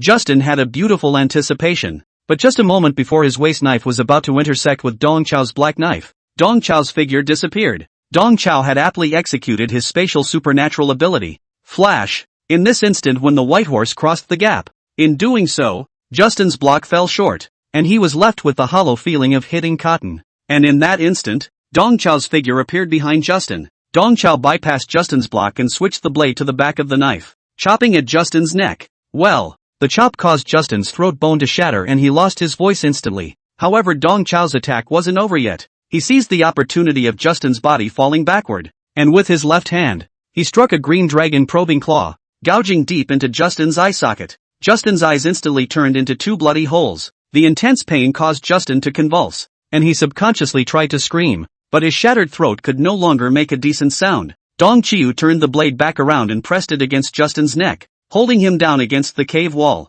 Be honest if you want to live. I ask questions. You write an answer. Dong Chao grabbed Justin's finger and made him dip it in his blood and write on the wall. Who are you people? What organization are you from? Justin opened his mouth in vain, as if to curse, but his will to live eventually prevailed as death forced him to do so. With bloodied fingers, he wrote crookedly on the wall. Bai Yujing. Dong Chao frowned slightly. He hadn't heard of this organization. How many of you have come? 30. Justin wrote again. What does the strength configuration look like? This time, Justin shook his head back and forth, making raspy sounds. He was using body language to tell Dong Chao that he wasn't sure. Dong Chao could tell that this Justin should be the lowest ranking minion among this group of killers. His cultivation level, which was the early stage of the 4th rank, was quite a big gap compared to the 2 scouts just now. It was because of this that Dong Chiu tried to capture him alive and use him as a tongue. Right now, that tongue has no value in existence. Your handwriting is too ugly. Practice your handwriting in your next life. Dong Chao completely disregarded the promise of survival he had just made. He patted the back of Justin's head affectionately and drew his knife to wipe off his neck. Chapter 77 Rule-Based Alien. Meanwhile, a relatively wide mine cavern. Qin Wanqing also engaged the killers. Qin Wanqing had wanted to rescue those students from Sanqing University, but halfway there, she was ambushed by 3 black-robed assassins. At the moment, the 3 assassins stood in a zigzag formation, trapping her firmly. Qin Wanqing unhooked the scythe blade on her back and completely transformed into a Rakshasa state. Her face turned sickly pale, her sharp tiger teeth turned into 4 protruding fangs, and cracked battle lines appeared on her forehead and cheeks, and her whole body radiated a strong murderous intent. If I were you guys, I'd be on the ground right now digging myself a hole, lest I die without a burial place later. Rakshasa Qin Wanqing said teasingly. Judging from the chi and blood fluctuations, 2 of the 3 guys in front of them had cultivation in the middle of the 8th order, and 1 had cultivation in the 7th order. Although their strength was not bad,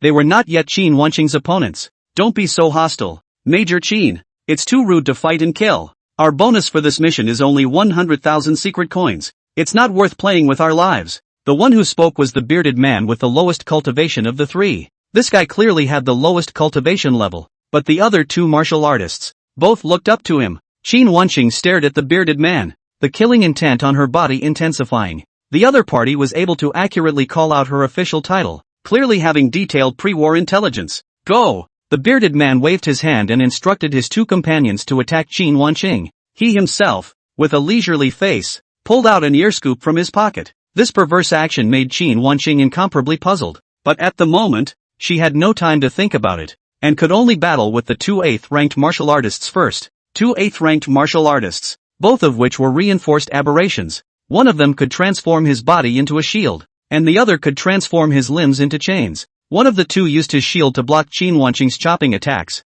while the other released a chain to hinder Qin Wanqing's figure. And although Qin Wanqing held an absolute field advantage, with the sickle blade in her hand fluttering like the wind, she couldn't take these 2 guys for a while. Qin Wanqing felt something was not quite right in her heart. These 2 martial artists, whether it was their own psychic abilities or the techniques they practiced, took the defensive route. So how could such a guy be a killer? And the bearded man in the distance is currently holding up an ear scooper in some sort of prayer ritual. It was obvious that the bearded man was storing up power for one of his mysterious moves, and these 2 8th-rank martial artists beside him were buying time for the bearded man. Qin Wanqing knew that she had to fight quickly. With a tightening of the scythe blade in her hand, she made use of her self-created martial art, the dance of the shriek. The scythe blade that broke through the air and waved in the air let out a baby-like whistling cry, and the withering aura that was so thick that it was as if it had substance burst out from the tip of the scythe. While Qin Wanqing's chopping attack was as heavy as a mountain, her figure became swifter and swifter. A trail of stumps flashed in the air. Boom boom boom boom boom boom. In the short span of a snap of her fingers, she performed 7 severe chopping strikes on the shield man. The shield that the shield man had conjured up was chopped and cracked. The shield martial artist wildly spilled a mouthful of blood, and while sacrificing his life to summon a new shield, he shouted out to the bearded man for help. Hurry up! We can't hold out much longer. The bearded man responded impatiently. Got it got it got it. It's so annoying, can't you give me a little ceremony? Just as Qin Wanqing was about to make up 2 slashes and completely send the shield martial artist to his death, the bearded man finally ended his strange prayer ritual. He stuck the dowsing spoon in his ear and mouthed, "Set." With the bearded man as the center of the circle, a field quickly spread out. Qin Wanqing, who had been affected by the field's waves, had her figure condensed, and her entire body was instantly incapacitated. The shield man and the chain man were similarly affected by the domain, turning them into motionless wooden men. However, the faces of the 2 were filled with celebration. If the bearded man's field was opened a few seconds late, they were going to be chopped into meat paste by Qin Wanqing. You're a rule-based alien. Qin Wanqing was horrified. she finally understood why the two 8th-ranked martial artists were looking up to the bearded man. The bearded man squinted his eyes and pulled his ears out leisurely. Cool ability, right? The rules of the jungle. When pulling out ears, everyone is not allowed to move. Oh, the bearded man, obviously a chatterbox, maintained his ear-pulling motion and rambled on. I've heard that your lone wolf marshal from China, his special ability is to force a deathmatch. My ability, which is to pull out my ears to forcefully formulate my body, is much more harmonious than him. Marx said that the pursuit of the beauty of harmony is the instinct of human beings. Ah, he. The bearded man gave a strangled laugh of triumph. In the state of the domain, he, and everyone in the domain, were absolutely safe, only incapacitated. As the action group of this star removal plan, from the very beginning, their plan was to use the field to trap Qin Wanqing for an hour. As long as this 9th-ranked expert was rendered unable to move,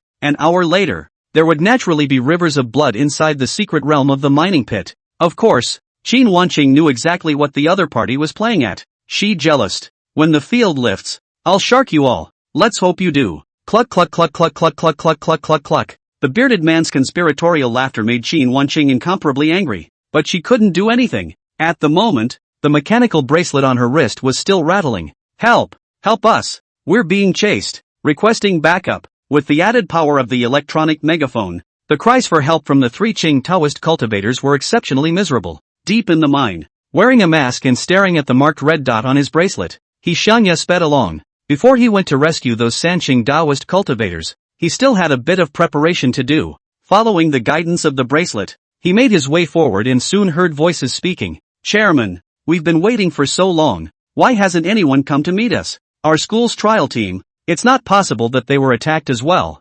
right? The one who spoke was Sun Jingfeng's little follower, Ma Tao. Listening to the call for help coming from the mechanical bracelet, Ma Tao was scared out of his wits. At the moment, he and Sun Jingfeng were cowering in a dead-end path of the mine, waiting for a pickup with fear. Compared with him, Sun Jingfeng is much more calm. He had his hands in his pockets and still had that hallowed look. What are you afraid of? If you really need the attackers, just hide behind me and watch me take them out. Ma Tao snorted in his heart, but said adoringly with his mouth, President, it's all up to you then. Although Sun Jingfeng had been a popular figure in the academy for some time recently, Ma Tao always had doubts about Sun Jingfeng's strength. Taking out the family history, Sun Jingfeng is very ordinary no matter how you look at it. Ma Tao even suspected that Sun Jingfeng's so-called glorious deeds are the college's god-making behavior. Just this morning, Sun Jingfeng was still in the ring of the exchange match, losing adults. Ma Tao doubted, but at this time, he definitely still had to hold Sun Jingfeng. This guy is so confident.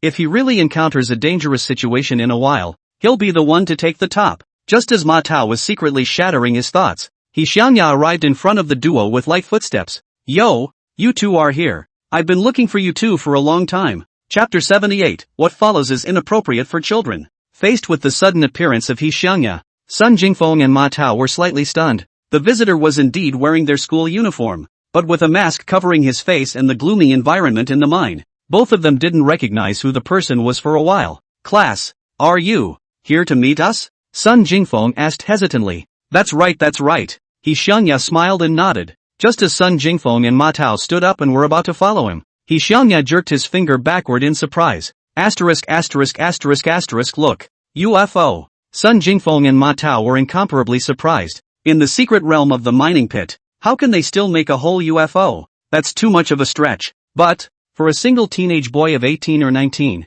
UFOs are more attractive than a single teenage girl. The two clearly thought it was bull *******, but they subconsciously turned their heads back to see what was going on behind them. Right at this moment, He Xiangya made a double ghost slapping door, slamming both of their heads, viciously, together. Sun Jingfeng and Ma Tao didn't even let out a muffled grunt and immediately fell into fainting. He Xiangya hid the two of them in the shadows of the dead-end road of the mine, and only then did he move on towards the direction where the 3 Qing Taoist cultivators were located. In the meantime, Da He, wearing a mask on his face and carrying a stranger's sword, circled the mine. He followed the guidance of the bracelet and finally received the Dipper who was holding his head. Are you here to save us? Seeing the school uniform on Dao Shi, the Dippers' faces were delighted, but realizing that Dao Shi was only one person, their newly lifted hearts and minds quickly crashed down again. You are alone? The Dippers had sent out a distress signal in the hope that the lead teachers from MOMO University would come to the rescue. As a result,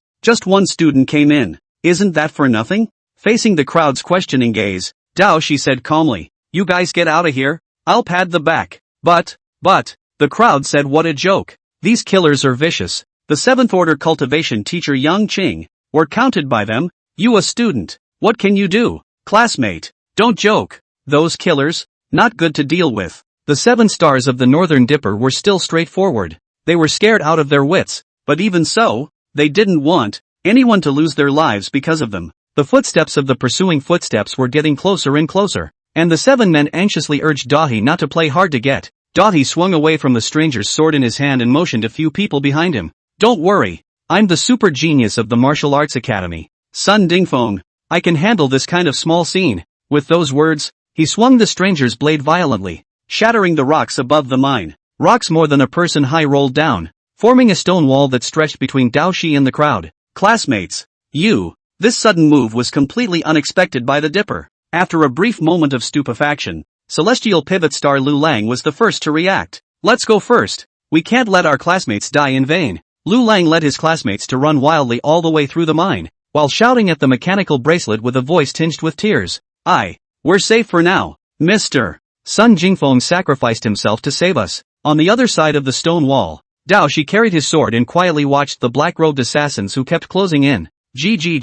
So touching. Hot-blooded youngsters willingly sacrificing themselves in order to save their companions. When I was young, I also had such impulsive thoughts, a burly bald man said with a mocking face. As a knife-tip licking blood secret realm pioneer, the bald head has seen too much of the Yakuza, and has long since ceased to be the innocence of the year. In his opinion, this kind of behavior of sacrificing himself to save everyone was pure and simple foolishness. Michishige smiled back as he unhurriedly took off the school uniform he was wearing to avoid getting blood on it. I'm doing this purely because... The next image, juvenile. Baldhead was surprised to find that the boy across from him had skyrocketed in size after undressing. In the blink of an eye, he'd become even fitter than he was. Dao Shi's aura and chi and blood fluctuations spiked as his figure skyrocketed. The bald man felt a great sense of dismay. He clearly sensed that the cultivation revealed by the other party was at the high stage of the 6th rank. You. What are you? The bald man stared at the dead fish eyes and stammered a question. Didn't I just say? I'm Sun Jingfeng. Dao Shi returned faintly. Sun Ningfeng? The bald man was full of doubts. There's no such person as Sun Jingfeng in their intel.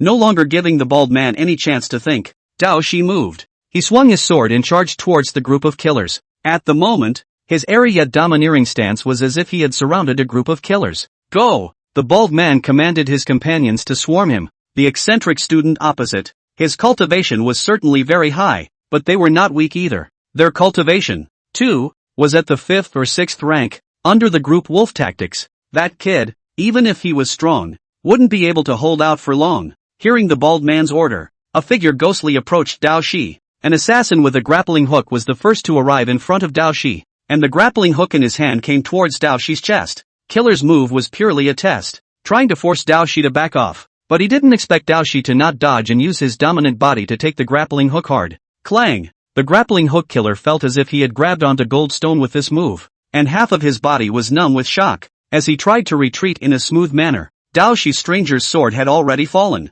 Dao Shi hit a plain vertical chop, splitting the hooked killer in half with the hook. With a single slash, Dahi didn't pause as he returned with a straight stab to the other assassin's crotch with a clenched blade at the end of his long handle. The unlucky assassin only felt as if he had been stabbed in the small of his back as if by a rhino's battering ram horn. He was wailing over the small of his back when Doji turned his blade back and slashed his head off, chopping one more person. Dao Shi followed the trend of the knife body downward scraping, cutting to the surface of the feet of several killers. As they jumped to dodge, Dao Shi another knife-clutching poke throat, once again sent away an unlucky person. For a moment, Dao Shi was like a giant bear that had charged into a cornfield. These killers of the 5th or 6th rank cultivation were like cornstalks in his eyes, harvesting them at will. As he watched his companions continue to fall, the bald man sweated coldly. This guy, Sun Dingfeng, is too hard and too black. He was obviously using a wide-open stranger's sword, but his sword moves were very underhanded. He scratched his eyes, poked his throat, chopped his feet,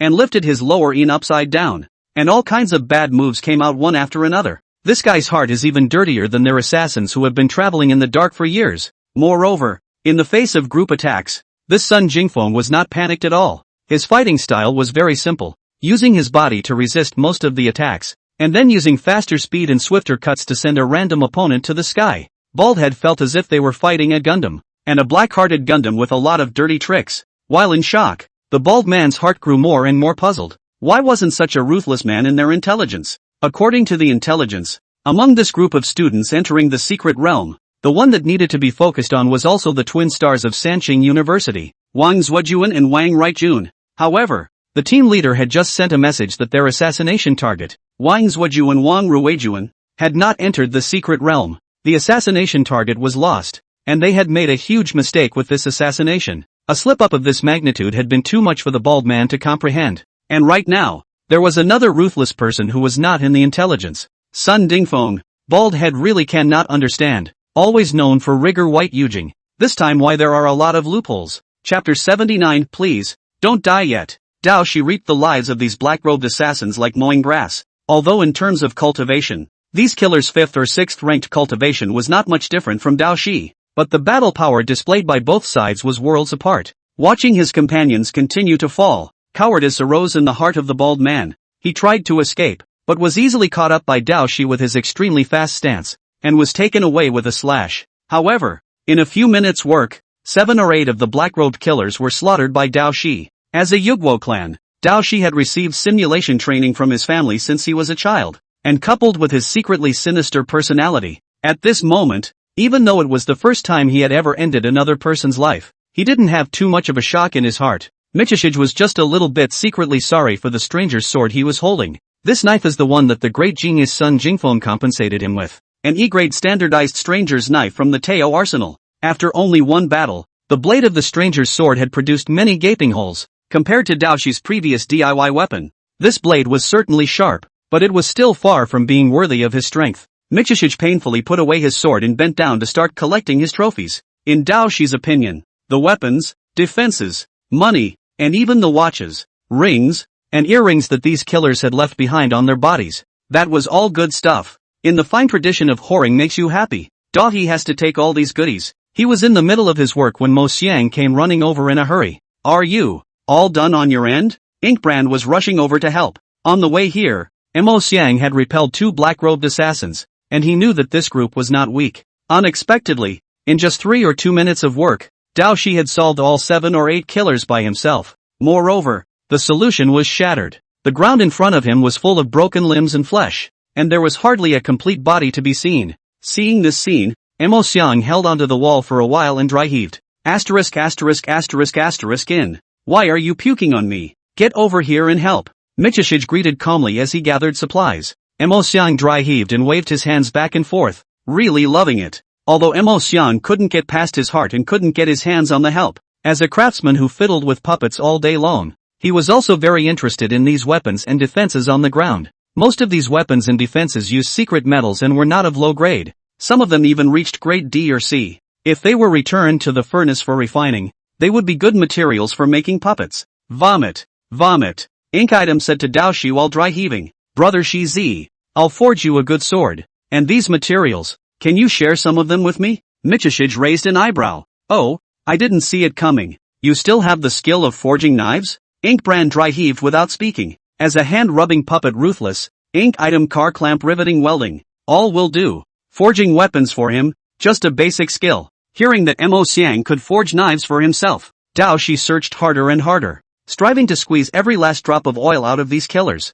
Like collecting discarded cans, Dao Shi took some of the broken gauntlets and weapons, and just broke and bent and stomped on them, bundling them together. This skillful and numb look of his made Mo Xiang stand in awe. In addition to the corpses of these unlucky killers, the canopies of the mines also occasionally picked up some abandoned weapons. Dao Shi did not know where to rummage out a woven bag, all the way to pick up the whole way. The whole time the eyes are not raised, Dao Shi picked up a long sword and was about to break it when Mo Xiang hurriedly spoke out to stop it. Wait! Mo Xiang noticed that the sword's blade had a conspicuous astrological pattern, clearly in the style of the 3 clear Taoist cultivators. This sword, I recognize it. It should be the sword of the leading teacher of Sanqing University, Yang Qing. While lining up to enter the secret realm, Mo Xiang noticed the sword on Yang Qing's waist, and he was impressed with the gorgeous long sword. Inkspell meant that he wanted Dahi to return things to their rightful owners. Michishige let out a calm "Oh, Yang Qing's sword? Not anymore." As he said that, he made a strong effort in his hand and broke the long sword into 2. In Dao Shi's opinion, this sword whether it was the killers or San Qingdao shows, as long as it was picked up from the ground, it was his. Since childhood, Dao Shi has always practiced a rule of life credo: do not pick up even if lost. Under Mo Xiang's dumbfounded gaze, Dao Shi threw the longsword broken in two into his woven bag and continued to head deeper into the mine. Same time, another fork in the mine. He Xiangya held the sentinel sword in his hand and posed in an incomparably tawdry victory pose. Ho Xiangjia also managed to find the Sanxing University's Puiyu class to pad them out. He's done a thorough job of padding. In front of him, the corpses of a dozen or so killers lay strewn about. Just a short time ago, Ho Xiangjia marched off these little caramels. And even a little bit more than that. Obviously, it is a real fight for life. But He Xiangjia treats this as a game. Every time he stabbed an assassin to death, he didn't forget to whisper in his opponent's ear, victory and defeat are commonplace. Warrior, please start over. To give the other side of the netherworld encouragement. Right now,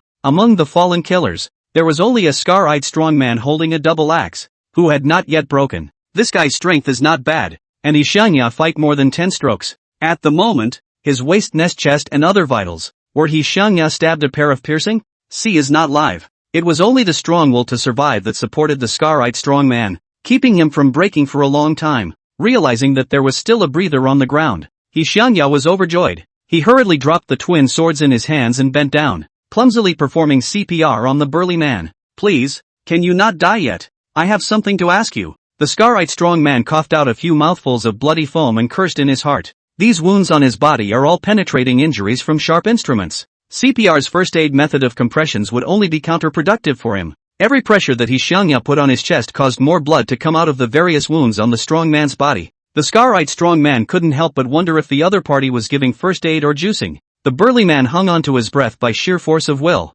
wanting to live, even though he knew that all the wounds he had received were fatal. Just let me live. Whatever you want to ask, I will know everything. The scar-eyed strong man responded weakly. The scar-eyed man knew in his heart that the other party must want to ask about the White Yujing organization. Scar-eye would say anything to stay alive. He Xiangjia sat down cross-legged beside the burly man as he frowned and said to the scar-eyed burly man in a tone of academic exchange, "Dude, there's something you need to help me out with. Regarding the move I just stabbed through you, do you think it's better to call it wild and cool burial love emotionless sword chi-locking dragon? Or do you think it's better to call it overbearing and aloof burial love emotionless? You help me consider it." He Xiangjie's tone was very pleading. "No, buddy." The scar-eyed strong man felt that he had also been hit by a sword in the brain, and his brain matter flowed all over the place. This sword cultivator is sick, right? Asking this at such a critical time? Besides, no matter which name it is called, it's all the same. With a misplaced and devastated mood, the scar-eyed strong man completely lost his belief in survival, and with 2 black eyes, he passed away. Chapter 82, Ace to Ace. On the other side of the battlefield, the relatively wide mine caverns, the confrontation between Qin Wanqing and the bearded man and the others continued. As long as the bearded man maintained the action of pulling out his ears, this absolutely safe static field would continue to be in effect. The moods of the two opposing sides were very different when the bearded man had just unleashed his rule powers. The bearded man and the others were relaxed and elated. As the action group of the star-picking program, they successfully completed the set task, trapping Qin Wanqing, and Qin Wanqing's heart was incomparably anxious. As the highest combatant of the entire trial team, she was just frozen in place, unable to do anything. This is absolutely doom and gloom for the entire team. Qin Wanqing was even mentally prepared to accept that there would be mass casualties among the students. However, as time went on, the communication devices of both sides kept sending out messages, and the situation, on both sides, flipped. Good news kept coming out of Qin Wanqing's mechanical bracelet. "We're the Sanxing University Puiyu class. We were also saved by student Sun Jingfeng. Thank you, Mr. Sun Dingfeng. I'm Wang Su, the teacher of the second martial arts class. Most of the students, I've centralized to the teleportation point A. At the moment, we haven't found the killer's figure, and no students from the martial arts academy have been injured. I will continue exploring to the periphery to find more lost students while keeping the current ones safe." Qin Wanqing was clear that the one who was truly holding the back for the Dao cultivators of the 3 clear universities wasn't Sun Jingfeng, but rather, it was those few students from the 4th class of martial arts Dao. That stupid kid, Sun Dingfeng, kind of fell into their hands. The piece of good news that came out of the mechanical bracelet caused Qin Wanqing's anxious heart to return to stability. However, the killing intent with which she looked at the bearded man and the others had not diminished in the slightest. "I'm a man of my word, and when the time for your powers is over, I'll be sure to plow you all into mutton slices." Qin Wanqing said with a smile on her face as she held the sickle blade in her hand. Listening to Qin Wanqing's teasing and fierce words, the bearded man and the others had an iron expression on their faces and did not speak. They didn't know what the situation was, and what came over the intercom was not a shortcut report from their teammates, but one scream after another. The bearded man clenched his teeth darkly, his mind quickly calculating, their entire assassination plan should have been seamless. Why was the situation different from what they expected? Before entering the secret realm, they used a trick to support Wen Tianchen and remove the biggest obstacle. After entering the secret realm, their action group managed to trap Qin Wanqing again, once again cutting down the opponent's battle power. Tobin, the leader of Action Group 2, had also made a great achievement, sneaking up on Yang Qing of Sanqing University. So far, the high-end combatants of MOMO University and Sanqing University had been cleared out by them. Up until here, the plan was going well. However, further on, the situation went completely off the intended track. Their prime assassination target, Wang Zuoju and Wang Ruijun, didn't know for what reason, but didn't even enter the secret realm. After learning of this, they changed their plan of action and retreated to the next best thing, assassinating the other students in the secret realm. Killing those few S-rank saplings from Sanqing University was barely a great achievement. The assassins concentrated their forces, preparing to take care of those star lords from Sanqing University before slaughtering the students of MOMO University in the process. And their new plan, again, failed. In theory, a group of secret realm pioneers who had gone to the head of a sword to lick blood against a group of college undergraduates who hadn't really dabbled in blood. It should have been a massacre. But why? Instead, was it his own side that was slaughtered? It was as if an uncalculated force had interfered with their entire plan. The screams over the intercom gradually stopped, and the bearded man knew that this didn't mean that his companions had managed to get out, but rather that they were pretty much dead or wounded. The bearded man just couldn't figure out what was wrong. In just this short period of time that he had turned on his powers, the situation had reversed in 2 levels. The rout of his associates has caused the bearded man to retreat. The situation is not right. Prepare to retreat. The bearded man sent a hint to his 2 companions. Secret mine. Teleport to point A. 30 to 40 students from MOMO University, under the watchful eye of their teacher Wang Su, gathered at the entrance of the teleportation portal. The crowd all stretched their necks and looked deeper into the mine, with nervousness and disbelief in their eyes. When they first entered the secret realm, they received a solemn warning from teacher Qin. The students were nervous when they learned that there was indeed an enemy attack. Later, when they learned, through the mechanical bracelet, that the trial team from Sanqing University was being hunted by thugs, the group was even more terrified that their legs and stomachs were turning. Fortunately, Mr. Qin and Mr. Wang acted in time and gathered them all together, and with the passage of time, the legendary thugs never appeared, and the sight of Sanqing University, and all the good news of getting out of danger, which left the students a little bit at ease at the same time, the heart and some curiosity. The so-called enemy attack doesn't seem so scary. They just stayed here and did nothing. And the crisis seems to have lifted? Wang Su, as the lead teacher, carried the banner at this time. He kept counting the number of students. Who else hasn't been contacted? Teacher, besides Sun Jingfeng, Ma Tao, and those guys from martial arts class 4, they didn't rendezvous with us. Shinta Dust responded. Those guys in class 4, they're so unhelpful. The teacher is unreliable and the students don't listen. Wang Su cursed in his heart, but still got up and walked deeper into the mine. I have to go get those kids back. Shinta Dust. I'll leave this place to you for now. Report to me if there's any situation. As a teacher, even if Wang Su disliked those few poor students in class 4, he couldn't let a few of them fend for themselves. In the meantime, deep in the labyrinth of the mine, Dong Chao killed 2 black-robed assassins who had fled in the shadows with 2 fillers. Hearing footsteps again in the distance, Dong Chao hurriedly lay down on his back, pretending himself to be a corpse. Tobin held a walkie-talkie and eagerly ran past Dong Chao. As the leader of the second group of the Star Removal Program's operations, what he had heard over the intercom in the past 20 minutes was all bad news.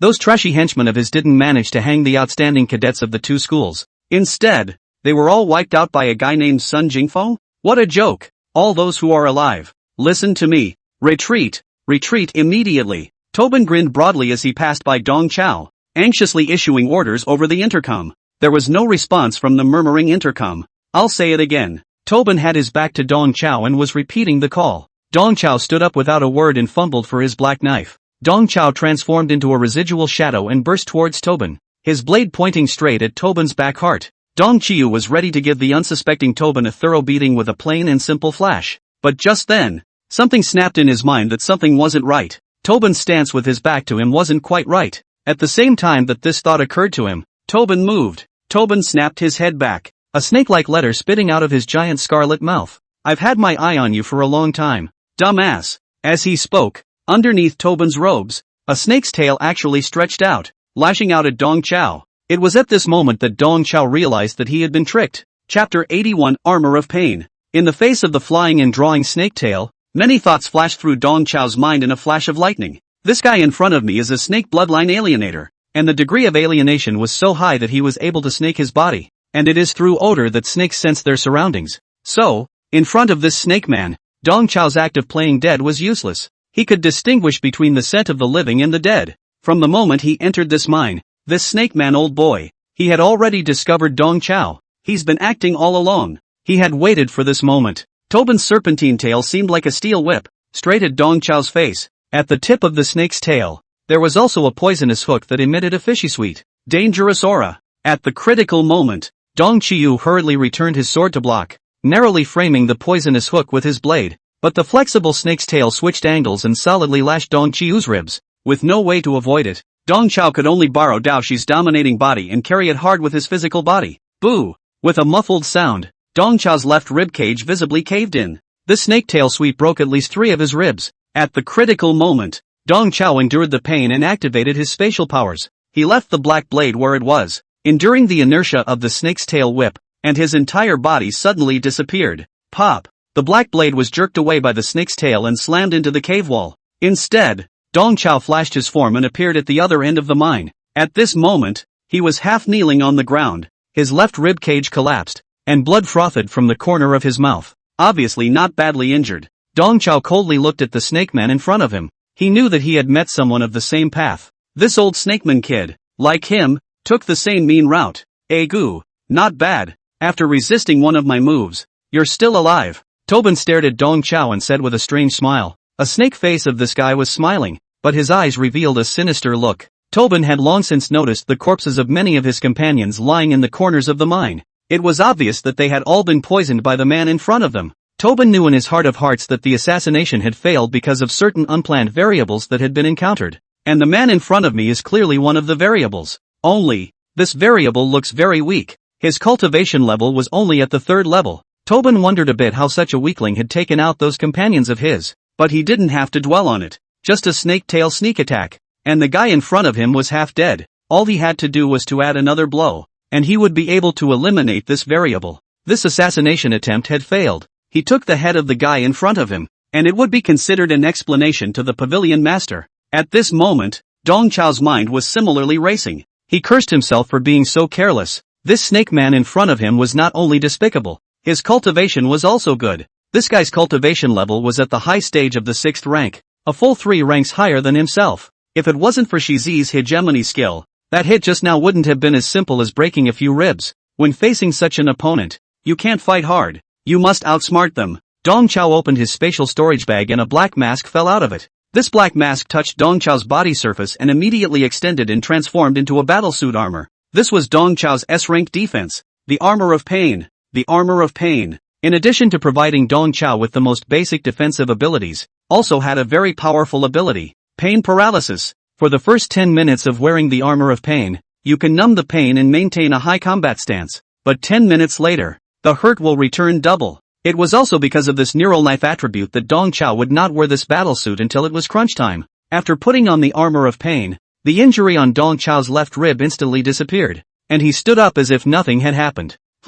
Looking at the Armor of Pain on Dong Chao's body, a hint of greed flashed in Tobin's eyes. The guy in front of him had a poor cultivation level, but his equipment was luxurious. His battle suit, as well as that black blade of his, were not mortal. Tobin kind of understood why those companions of his had been slaughtered by a 3rd-ranked martial artist. Turns out they were encountering Kryptonian warriors. Storage bag, battle clothes, and a black sword. The man in front of him had quite a few treasures. Soon, though, these treasures were going to be his. The seed of greed took root quickly in Tobin's mind. Dong Chao was deliberately displaying his storage bag and battlesuit in front of Tobin. He's all about making Tobin's heart flutter. The sharp pain disappeared, and Dong Chao once again used his spatial ability to travel to the other side of the mine and pick up his black blade. Tobin's snake's tail followed, and the poisonous hook of the snake's tail once again stabbed at Dong Chao's face. In his haste, Dong Chao could only use his spatial ability once again to avoid Tobin's pursuit. After appearing in the distance, Dong Chao took out the chi recovery pill and took one with ease.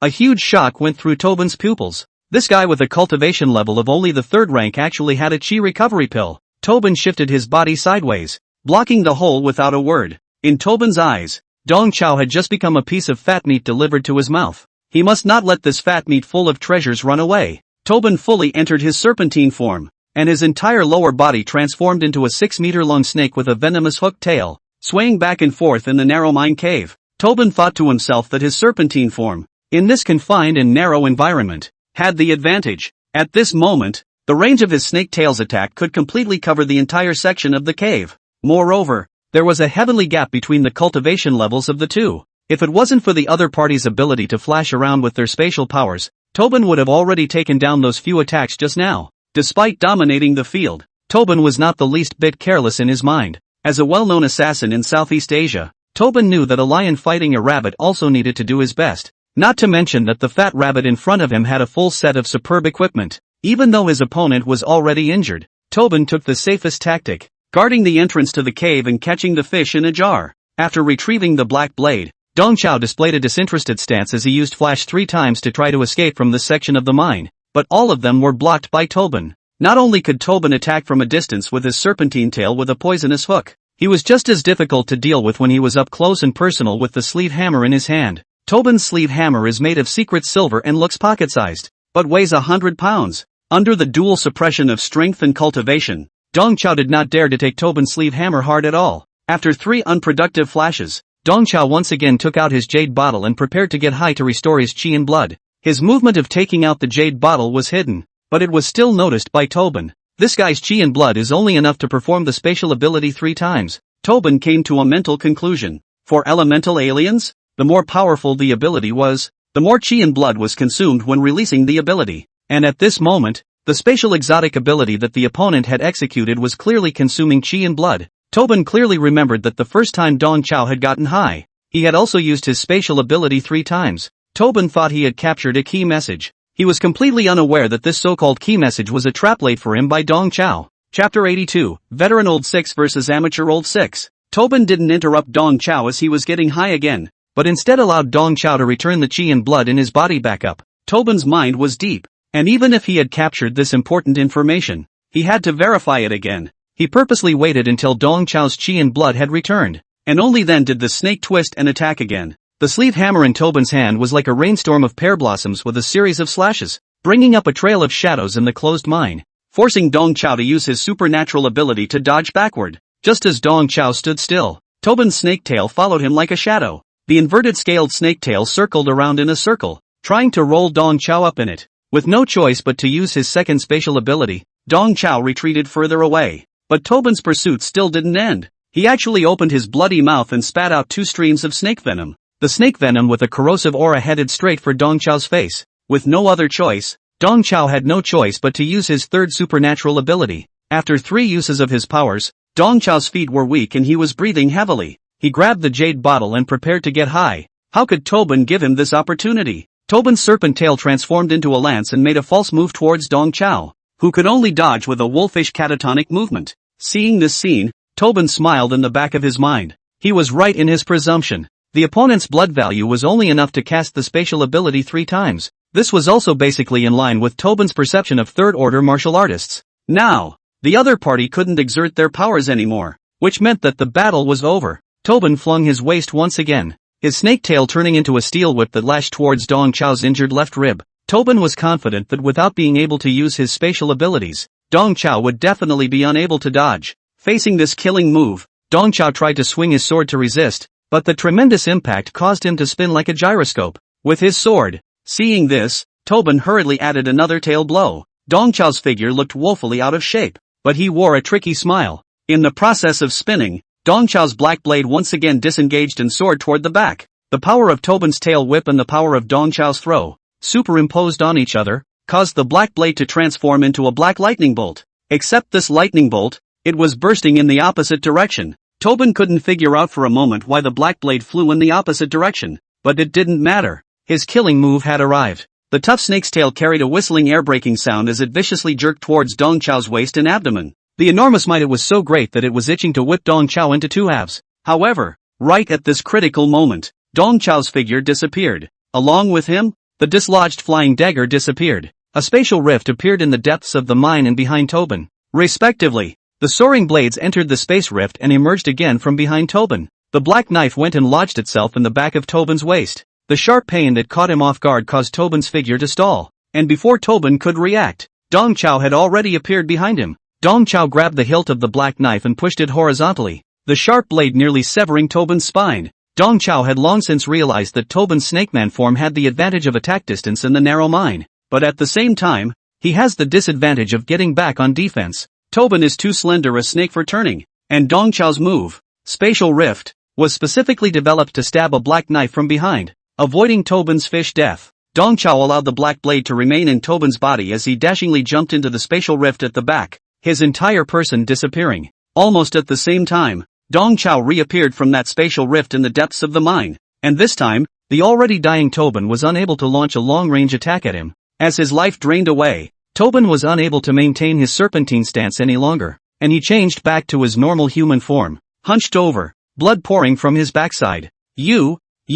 Tobin then realized that he had been tricked. From the very beginning, he fell into Dong Chao's trap. 3 spatial abilities was simply not the limit of Dong Chao's chi and blood values. Thanks to Dao Shi and He Xiong's contributions, Dong Chao now had a blood value of 6,700. It was almost double that of a martial artist of the same rank. In the previous battles, Dong Chao had gotten high on the chi recovery pill every time when he still had half of his blood value left, causing misdirection to Tobin. Tun Chiu layered on layers of padding just for this final fatal stab. In order to kill you, I've spent 3 chi recovery pills. Your death was worth it. Why?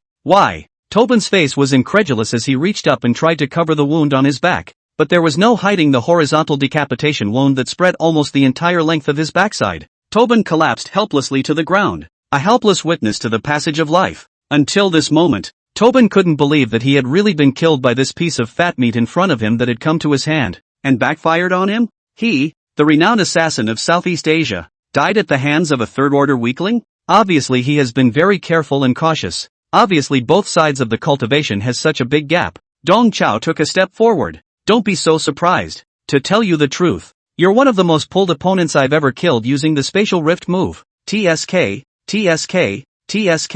You're only at the high stage of the 6th rank. Have you been practicing hard at all? Tobin's heart was overwhelmed. A weakling with a cultivation level of 3 and mocking him? Unfortunately, at the moment, Tobin had neither the ability to fight back nor the ability to talk back. Dong Chiu stepped forward and cleanly stepped on Tobin's neck. As a veteran assassin, the last scene Tobin saw in his mortal life was Dong Chao, with a cheap smile on his face, taking away his sleeve hammer. You have a little heart, but not much. In your next life, remember to eat more lotus roots and grow your heart's ayao. After Tobin gulps down his breath, Dong Chao sends him good wishes while scavenging Tobin's supplies. To be fair, this snake man old boy was despicable, but compared to a veteran old 6 like Dong Chao, he was still a bit of a neophyte. In addition to the secret silver-crafted sleeve hammer, Dong Chao also fished out a stack of matte black coins from Tobin's body. This was the secret realm coin that was jointly endorsed by several major secret realm development organizations, the absolute hard currency among the martial artist community. I didn't expect that this old snakeman kid is quite wealthy,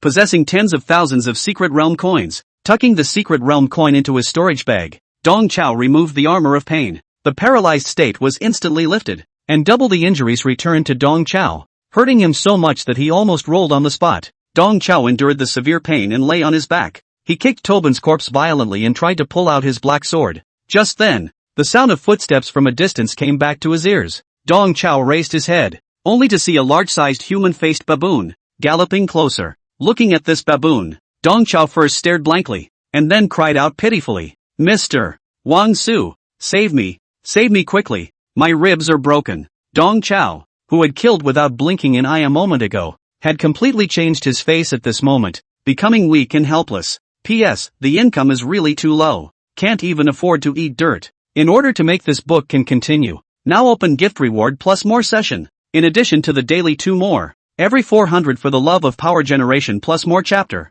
The backstage shows that I have over 2,000 chasing degrees, so 400 power generation should be easy to reach, right? I've collected a total of 221 power-ups now, so that counts too. In the future, I will announce the number of small gifts for love power in author's words. And if there are enough 400, I will add one more shift, which will be effective for a long time. Please support the support of your families. Chapter 83 All survived. When Wang Su saw Dong Chao, he was also stunned. Dong Chiu? Why are you here? Wang Su came closer, and only then did he notice Tobin's corpse, and he was shocked. This man, you killed him? You took out a killer? Dong Chao said in his heart that he had not only killed one. In the depths of the mine, the corpses of the killers were yarded in whole rows like winter storage cabbages. Facing Wang Su's inquiry, Dong Chao put on a fluky stance. I was ambushed in the shadows, and when this guy passed by, I gave him the knife. This old boy hit me before he died and broke a couple of my ribs. The look of surprise on Wang Su's face increased.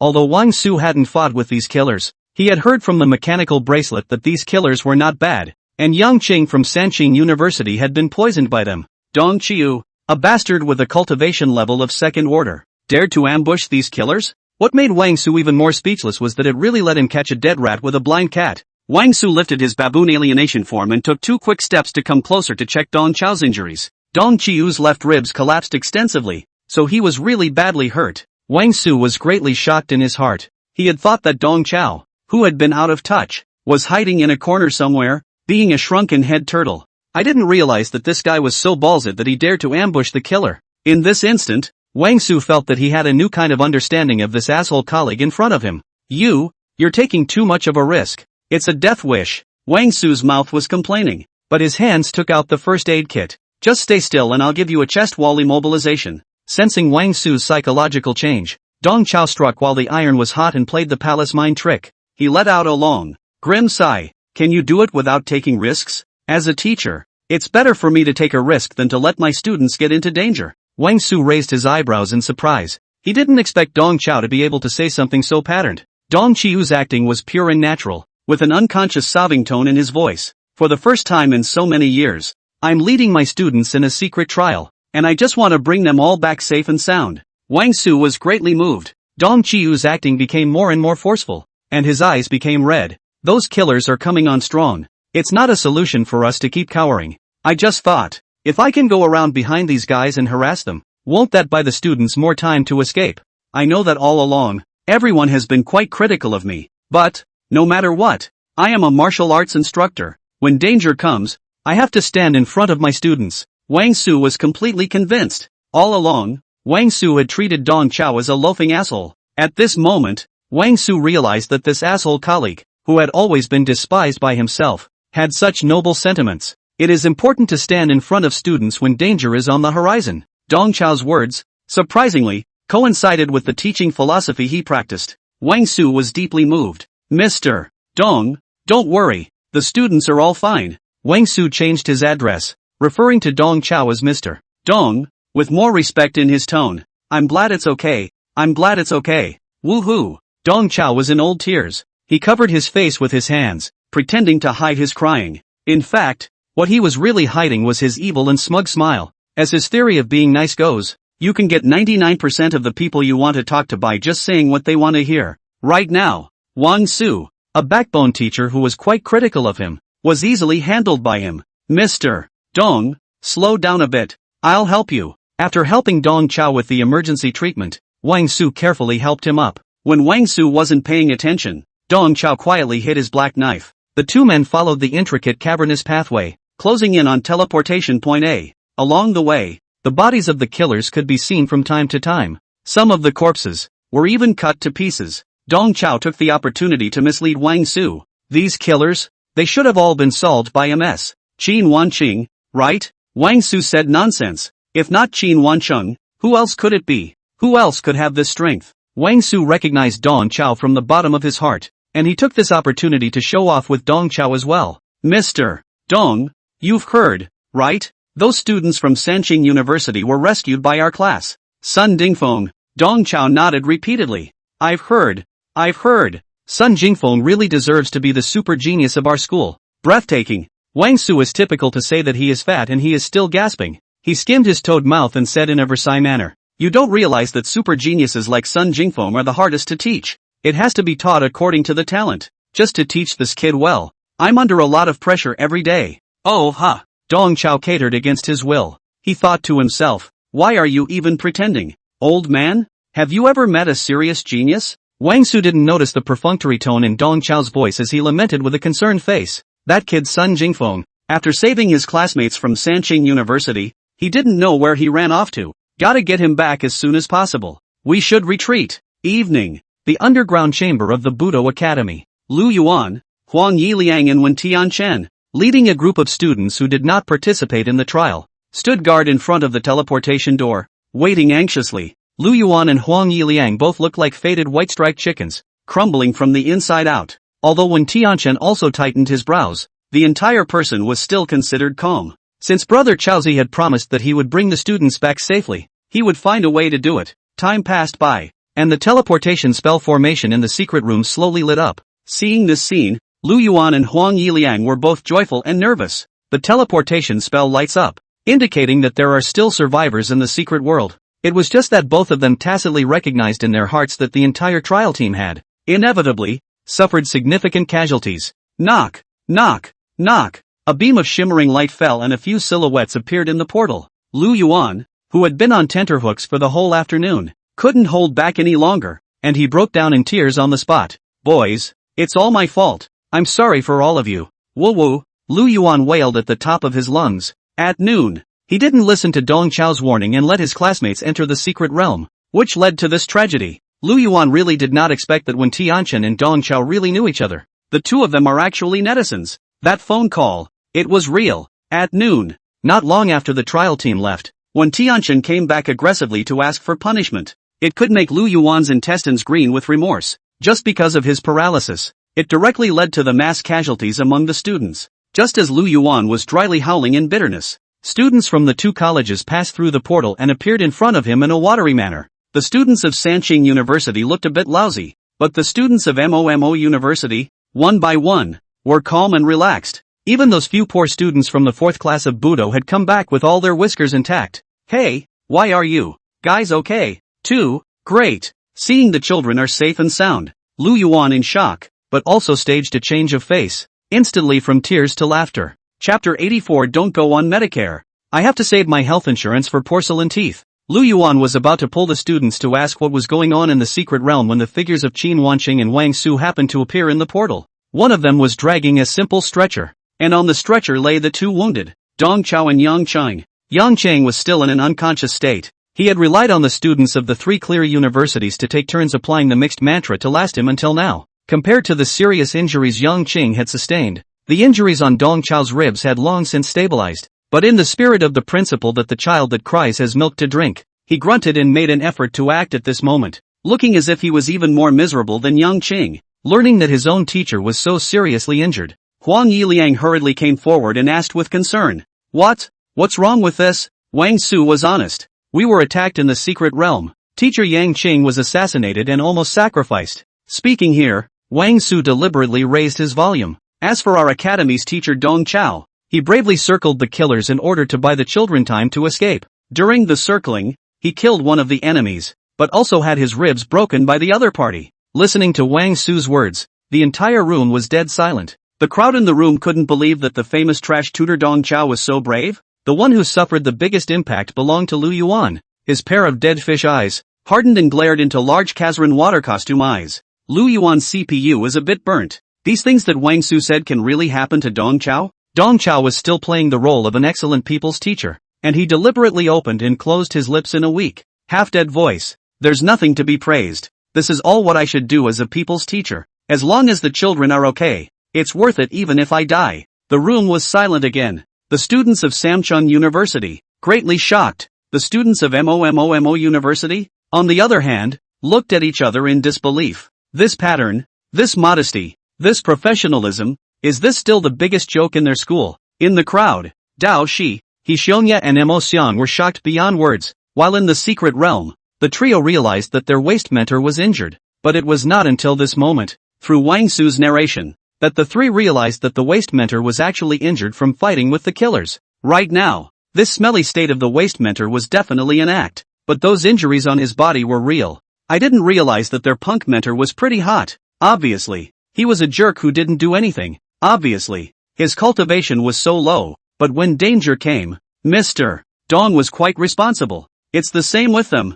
For a while, the three people who were deeply touched all contributed huge amounts of recognition to Dong Chao. Michihiro's approval rating +9. Ho Yui's approval rating +8. Ink Item's approval rating +12. Dong Chiu's bitter scene of human highs has garnered 29 points of recognition in one go. Before that, he had already gleaned 73 points of recognition from Dao Shi and Hishionya. And with this freshly minted 29 points, his total value of recognition had broken 100. With this huge amount of recognition credited to his account, Dong Chao's cultivation level rose once again. He instantly soared 4 small steps, his cultivation reaching the third order grand circle. At the same time, a system beep sounded in his ears. Congratulations to the host, accumulating 100 points of recognition. The Teaching Treasure Trove module, now open. The Teaching Treasure Trove module, which Dong Chao had been longing for, was finally unlocked. He couldn't check out his teaching treasure trove due to the situation in front of him, so he had to hold down this desire to explore for the time being.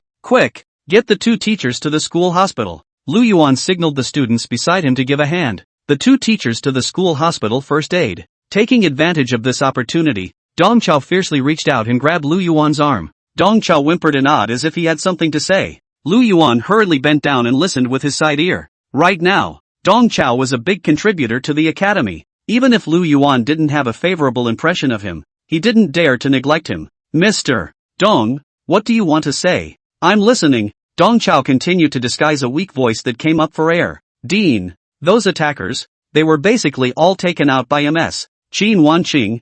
I didn't actually put in much effort. As he spoke, Dong Chao gave Qin Wanqing a veiled glance. Aha. Lu Yuan nodded on the surface, but inwardly he was secretly spitting. Little cutie. They all knew that the biggest contributor to bringing the students safely out of the secret realm was definitely Qin Wanqing. For Dong Chao to be able to take out an assailant, Lu Yuan found it a bit unbelievable. Also, one more thing. Dong Chao's words snapped. Dean, don't go through health insurance for everything I spend on recuperating from my injuries. Can I use the school's health fund? The money in my health insurance card still needs to be saved for porcelain teeth. Dong Chao's words caused the students in the room to suffer another violent attack. The admiration that had just risen in many of the students hardened and dissipated. Lu Yuan still nodded his head. Good.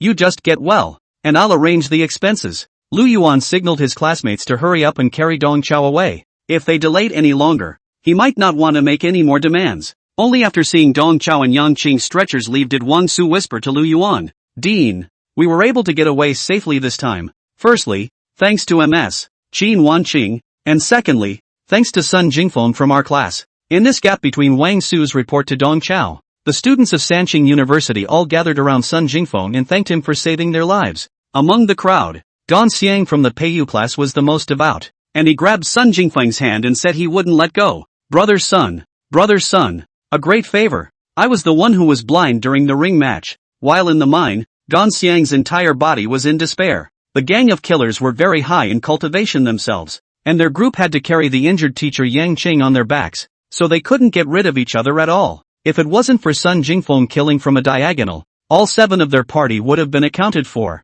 It was only at this moment that Gan Xiang believed that Sun Jingfeng, who had been beaten up by their group in the ring without fighting back, turned out to really be a super genius, and people returned the favor by saving their lives. Gan Xiang was not the only one who expressed his saving grace to Sun Jingfeng. The students of Sanqing University surrounded Sun Jingfeng like an iron bucket. Brother Sun is strong and courageous. By himself, he saved 14 of us. Sun is like a classical chivalrous swordsman. His sword, sheathed only for his enemies. What kind of analogy is that? Sun is obviously a swordmaker. How did he become a swordsman? Can I still not distinguish between swords? Sun clearly uses a sword. With a knife. With a sword. Several of the students attending the trial were bickering, listening to the people's words. The Wang Zuojuan and Wang Ruijuan, who were listening from the sidelines, gradually slowed down.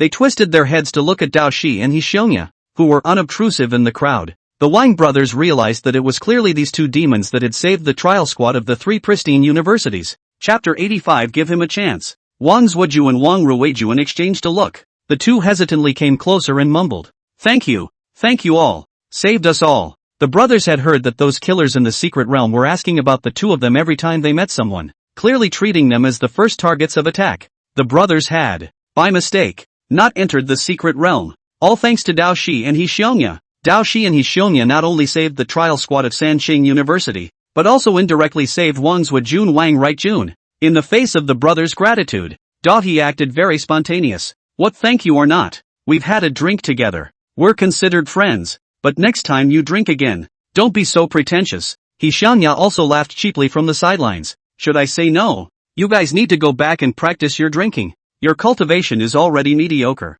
And if your drinking capacity is even more mediocre, you'll make people laugh. Wang Zhuju and Wang Rightjun was a bit helpless. As the pride of the heavens who had been courted by millions of people since they were young, it was the first time that the two of them had been evaluated as having mediocre talent. And this comment, again, happened to come from the mouths of these two demons in front of them. No matter how upset Wang Zhuju and Wang Rightjun was, he could only pinch his nose and accept it. On the other side, Sun Dingfeng, who really thought of himself as a savior, responded calmly and graciously to the gratitude of his classmates. Everyone's thanks and praise is a heavy honor for me, and even more motivation to move forward. As the grandson of Marshal Six Ears and the son of General Wu Shiqi, I will continue to be steadfast, guarding everyone's lives. This is all what I should do. Sun Jingfeng's these words said in full vigor. Just his head. There is a large bruise. A little slightly killed the scene. Snapped. In the face of thunderous applause, Sun Jingfeng on the surface to maintain a steady and reserved, frequently nodding to indicate, but in the inner heart, he has long been thinking about it. I really am strong. Without even realizing it, I took out a group of killers? This time, Grandpa should be proud of me, right? But then again, should I use a knife or a sword from now on? Unlike the Sanqing Dao cultivators who had faced the attack head-on, the students of MOMO University did not actually feel the threat posed by the killers. They were just sitting around the teleportation point, withering away for a couple hours, and then, the enemy attack was over? Being too well protected has given these students a false idea of why they don't eat meat. These students didn't realize that thanks to the few demons around them, they had retrieved their lives. The self-satisfied crowd even had thoughts of regret. What a pity. One secret trial in life, and it's over just like that? Yeah. A purely wasted trip. Don't mention it. A few of us were close to finding the ice snake's nest when we were forcibly called back by teacher Qin Wanqing. If we had known, we would have gotten the Earth Spirit ice crystals first and then rejoined the large group. Listening to these crumbs with no forced numbers, Mo Xiang secretly covered his pockets. After scavenging the killer's relics, Dao Shi and Mo Xiang went to the ice snake's lair and got the Earth Spirit ice crystal. For other martial artists, this ice crystal could only provide frost effects for weapons and defenses. But for Mo Xiang, this thing could be used as a puppet's inner source core to drastically enhance the puppet's functions. This time the secret realm trial, Dao Shi and Mo Xiang not only picked up a large number of metal materials, but also got this ice crystal, can be said to be full of harvest. With these precious materials, Mo Xiang's puppet, finally, could see an upgrade. Night, Budo Academy, faculty office. Lu Yuan and Wang Su were holding a rice bowl each, and they were having a regular meeting while burying their heads in a frenzy. The rice bowl was filled with hot rice that Lu Yuan had boiled with his own hands. The so-called hot rice is made by mixing hung noodles and rice porridge together, adding a bit of squash and cooking it into a sticky pot of paste. This is Lu Yuan's favorite food. Lu Yuan was worried for a day, did not eat at noon, this time to see the students are safe and sound. He had a big appetite, and built 3 pots in a row. Looking at Lu Yuan's hungry eating face, Rakshasa Qin Wanqing secretly lamented that the average old sow could not eat him. Wang Su obviously didn't like this pig food crafted by Lu Yuan too much. He was eating out of his pain mask. However, he could not give Lu Yuan face, and could only pinch his nose and hard irrigation. Seeing Lu Yuan purring and eating hot rice in a good mood, Wang Su took the opportunity to say, "Dean, there's something I'd like to ask you for. Can you not fire Dong Chao yet?" Wang Su knew that all along, Dean Lu Yuan had planned to expel Dong Chao. Even before this semester, Wang Su himself had written a petition letter to Lu Yuan to expel Dong Chao. But now, Wang Su's thoughts had completely changed. Oh, Lu Yuan didn't expect that the backbone teachers of the institution would intercede for a jerk. Finally talking about business, Wang Su hurriedly pushed the pig food in his hand far away, which could be considered as the end of the torture. Although Dong Chao's ability is a bit poor, at the very least, he has a heart of a sincere teacher.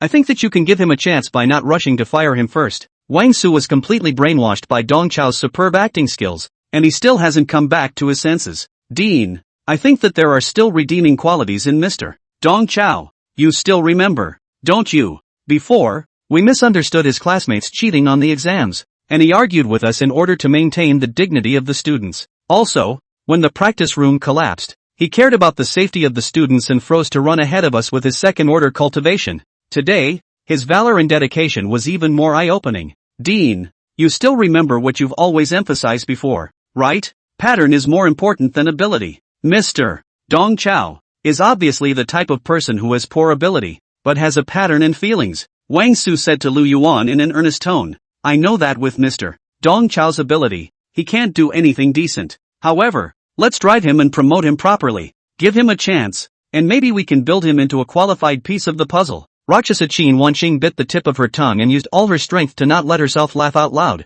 You two really eat pig food, eat drift. Put here to study the promotion of Dong Chao come? If it weren't for Dong Qiu, you two wouldn't even be able to find your tunes if you weren't crying right now. Lu Yuan said in his heart that it is really strange. In the matter of firing Dong Chao, resistance is really big. The key teachers in the college have all helped Dong Chao plead for mercy. Lu Yuan fell into a long contemplation. On the one hand, Wang Su's words had somewhat moved him. On the other hand, he had just finished writing the 100,000 word check arranged by Director Mo, and he really couldn't fold at the moment. Thinking of this, Lu Yuan decided to send Wang Su a favor. Since Mr. Wang pleaded with me, I'll give Dong Chao a chance to examine him again. However, regarding his teaching job, without waiting for Lu Yuan to finish his sentence, Wang Su grabbed his words. Don't worry, when it comes to work, I will play the role of a model backbone teacher and help him well. Qin Wanqing was a little speechless. At this moment, she finally understood why Sun Jingfeng had chosen Wang Su to be his mentor.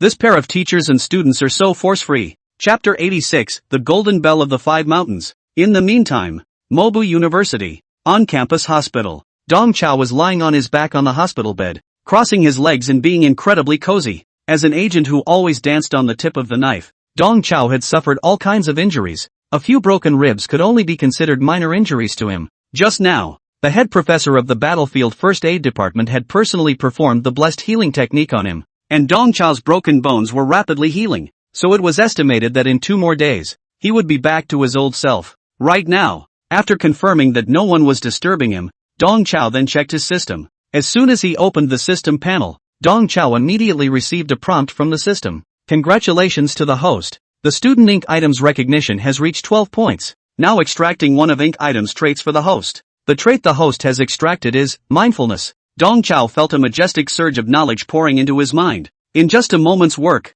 he had gained a lot of insight into the organ puppetry and weapon forging studies that he originally knew nothing about. At his current level, if he was asked to create a weapon or a puppet with his bare hands, he definitely wouldn't be able to. But letting him create some simple trap mechanisms, or pretending to give directions to Jiang Shan, he still had no problem. This trait extracted from Mo Xian's body was not like Dao Shi's dominating body, or He Xiong's sword qi, which could directly increase battle power. However, it was also a very practical skill, relying on the knowledge of these puppet organs that had arisen out of thin air in his mind. Dong Chao suddenly had a bold idea. Perhaps he could pioneer a special training that would increase his students' ability to fight in real life, martial arts, real life chicken eating. It allows students to increase their real-world and on-the-fly skills in a chicken game like Smash Brothers. Dong Chao wrote this idea down in a small notebook, ready to experiment with it at the right time. Putting away his personalized little book, Dong Chao finally checked out his newly unlocked Teaching Treasure Trove module. The functions of the Teaching Treasures module are brief and concise.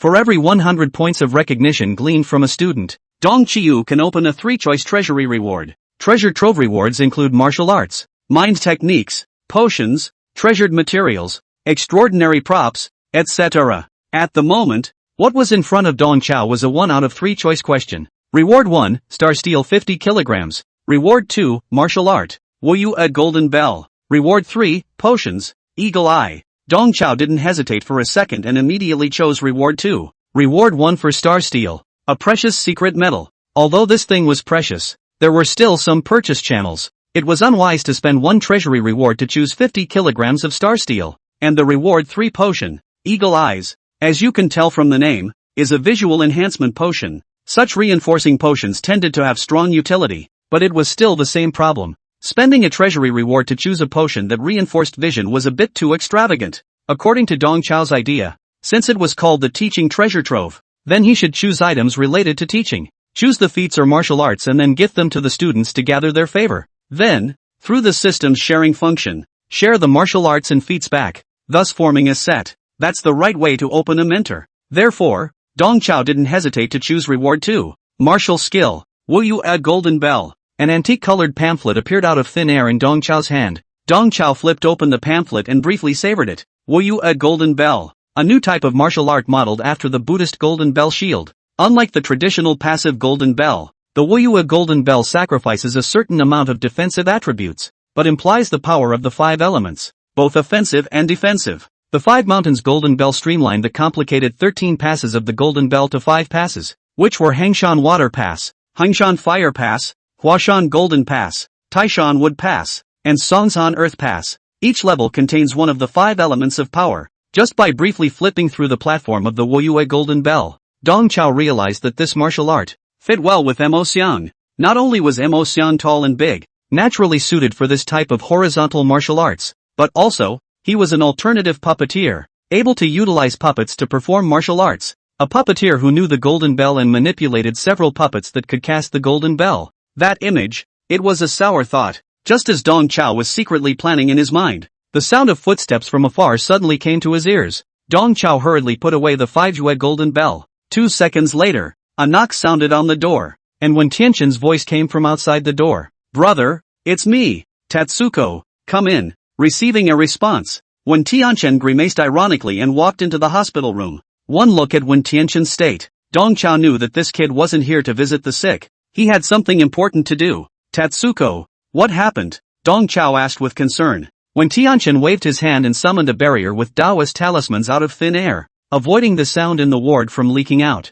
Only after doing so did he whisper, "Brother, over at the Majo martial artist prison, there's another incident." Dong Chao handed Wen Tianqin a look, signaling him to continue. "Brother, it's like this. At noon, after realizing that I've been tricked, I had the prison's administrators put the instigators of this riot under surveillance. I'm going to start with this riot in the prison, and uncover those scumbags along the way. But just now, the prison called me, and the mastermind of this riot, in the lockup, suddenly died violently. How's that for a violent death?" Dong Chao asked without moving. The prison side said quite evil, said that the criminal, in the confinement room instantly plummeted dozens of pounds, but also rapid aging. That guy from a bladder and waist-thick middle-aged, turned into a stooped little old man. The forensic pathologist gave the test results. Is the body of a number of organs rapidly failing and died. This is obviously someone killing people to silence them. Once that old boy is dead, the clues are completely broken. Dong Chao let out a soft laugh.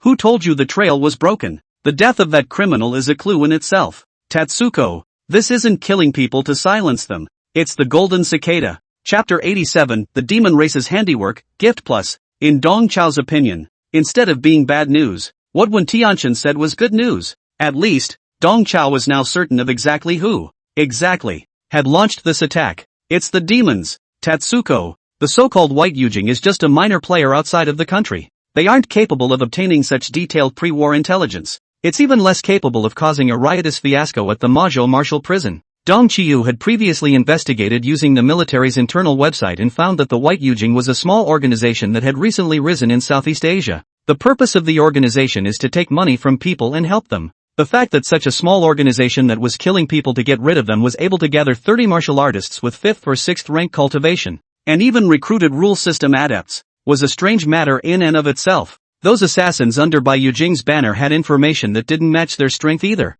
Those guys, they were able to know the exact opening time of the Mine Secret Realm, and they also knew the 2 entrances to the Mine Secret Realm. This powerful intelligence gathering ability made Dong Chao unconsciously think of the demon race. Moreover, assassinating the human race's heavenly pride was itself a long-term plan of the demon race. Originally, Dong Chao was only 40% sure about the speculation that the mastermind behind this attack was a demon race, but after listening to Wen Tianqin's words, Dong Chao's certainty about this guess came to 80%. The demon race was not a unified race, and within the demon race, there were all sorts of strange and weird little races. The so-called demon race is just a general term. Listening to Wen Tianqin's description, Dong Chao realized that the one who had triggered the riot at the Majo martial prison was a very rare race amongst the demon races, the Tenin race. The Tung clan was a very strange kind of parasitic lifeform that relied on merging with other people in order to acquire each other's flesh and cultivation, and the unlucky ones who are possessed by them are called skins by them. Listening to Wen Tianqin's description made Dong Chao basically convinced that the one who had started the riot in the Majo martial prison was a Tung and Tenin clan infiltrator.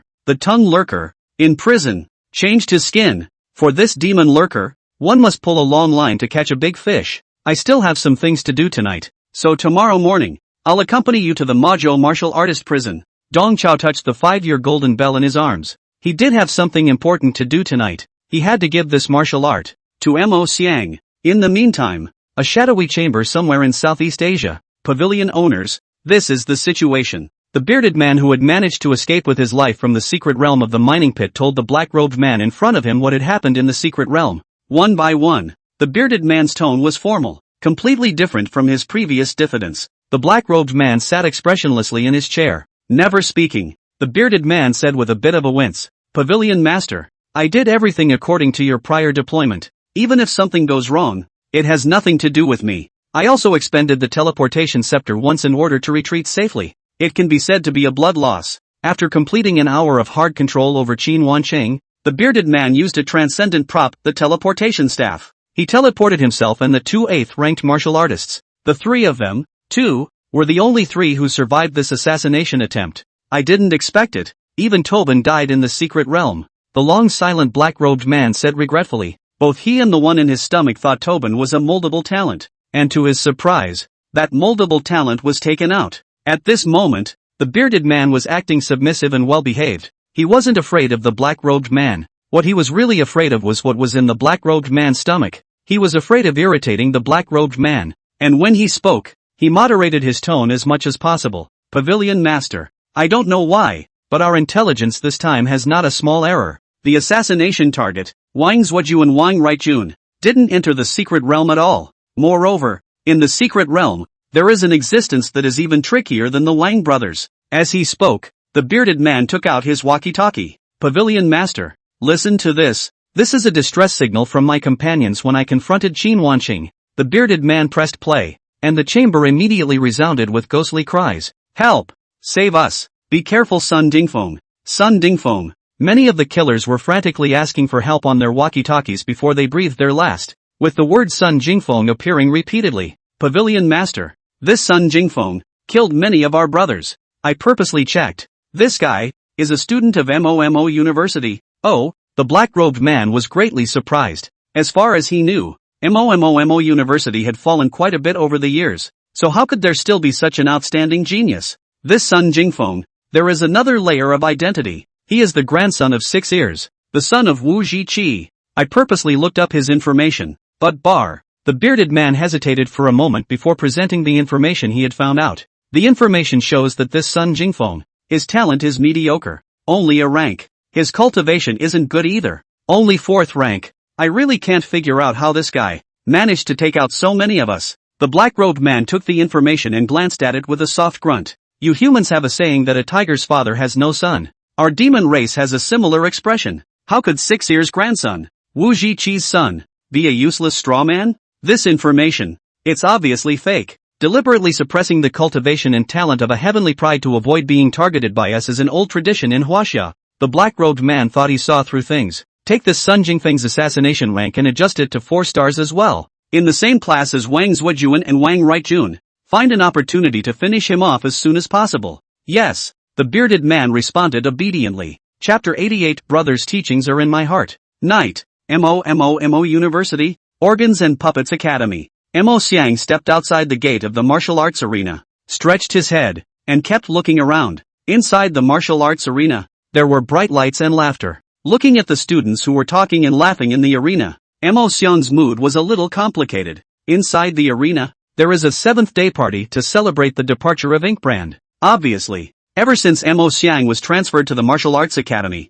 these puppet masters had a joint party every day. Seeing this scene, Mo Xiang's heart was very hurt. Today, the things that happened in the secret realm deeply touched Mo Xiang. When danger looms, Michishij, Ho Yuya, and even their douchebag mentor step up to the plate and fight to protect their classmates. Their punk mentor was even seriously injured as a result. The responsibility and commitment shown by Dong Chao deeply resonated with Mo Xiang. As the only supine master of the Mo family, all along, Mo Xiang had a sense of mission and responsibility. He wanted to take the puppet masters of Momo University and return to the high end of the game. He wanted to make the Maja's puppet mechanism art go back to glory. He played hard to get his classmates to work out, stressing them intensely just to get better. After experiencing that close call today, Mo Xiang was incomparably hung up on these students from the puppet department. He snuck back into the puppet department quietly, just to visit these classmates. However, at this look, Mo Xiang's heart became cold. The puppet department. Up and down,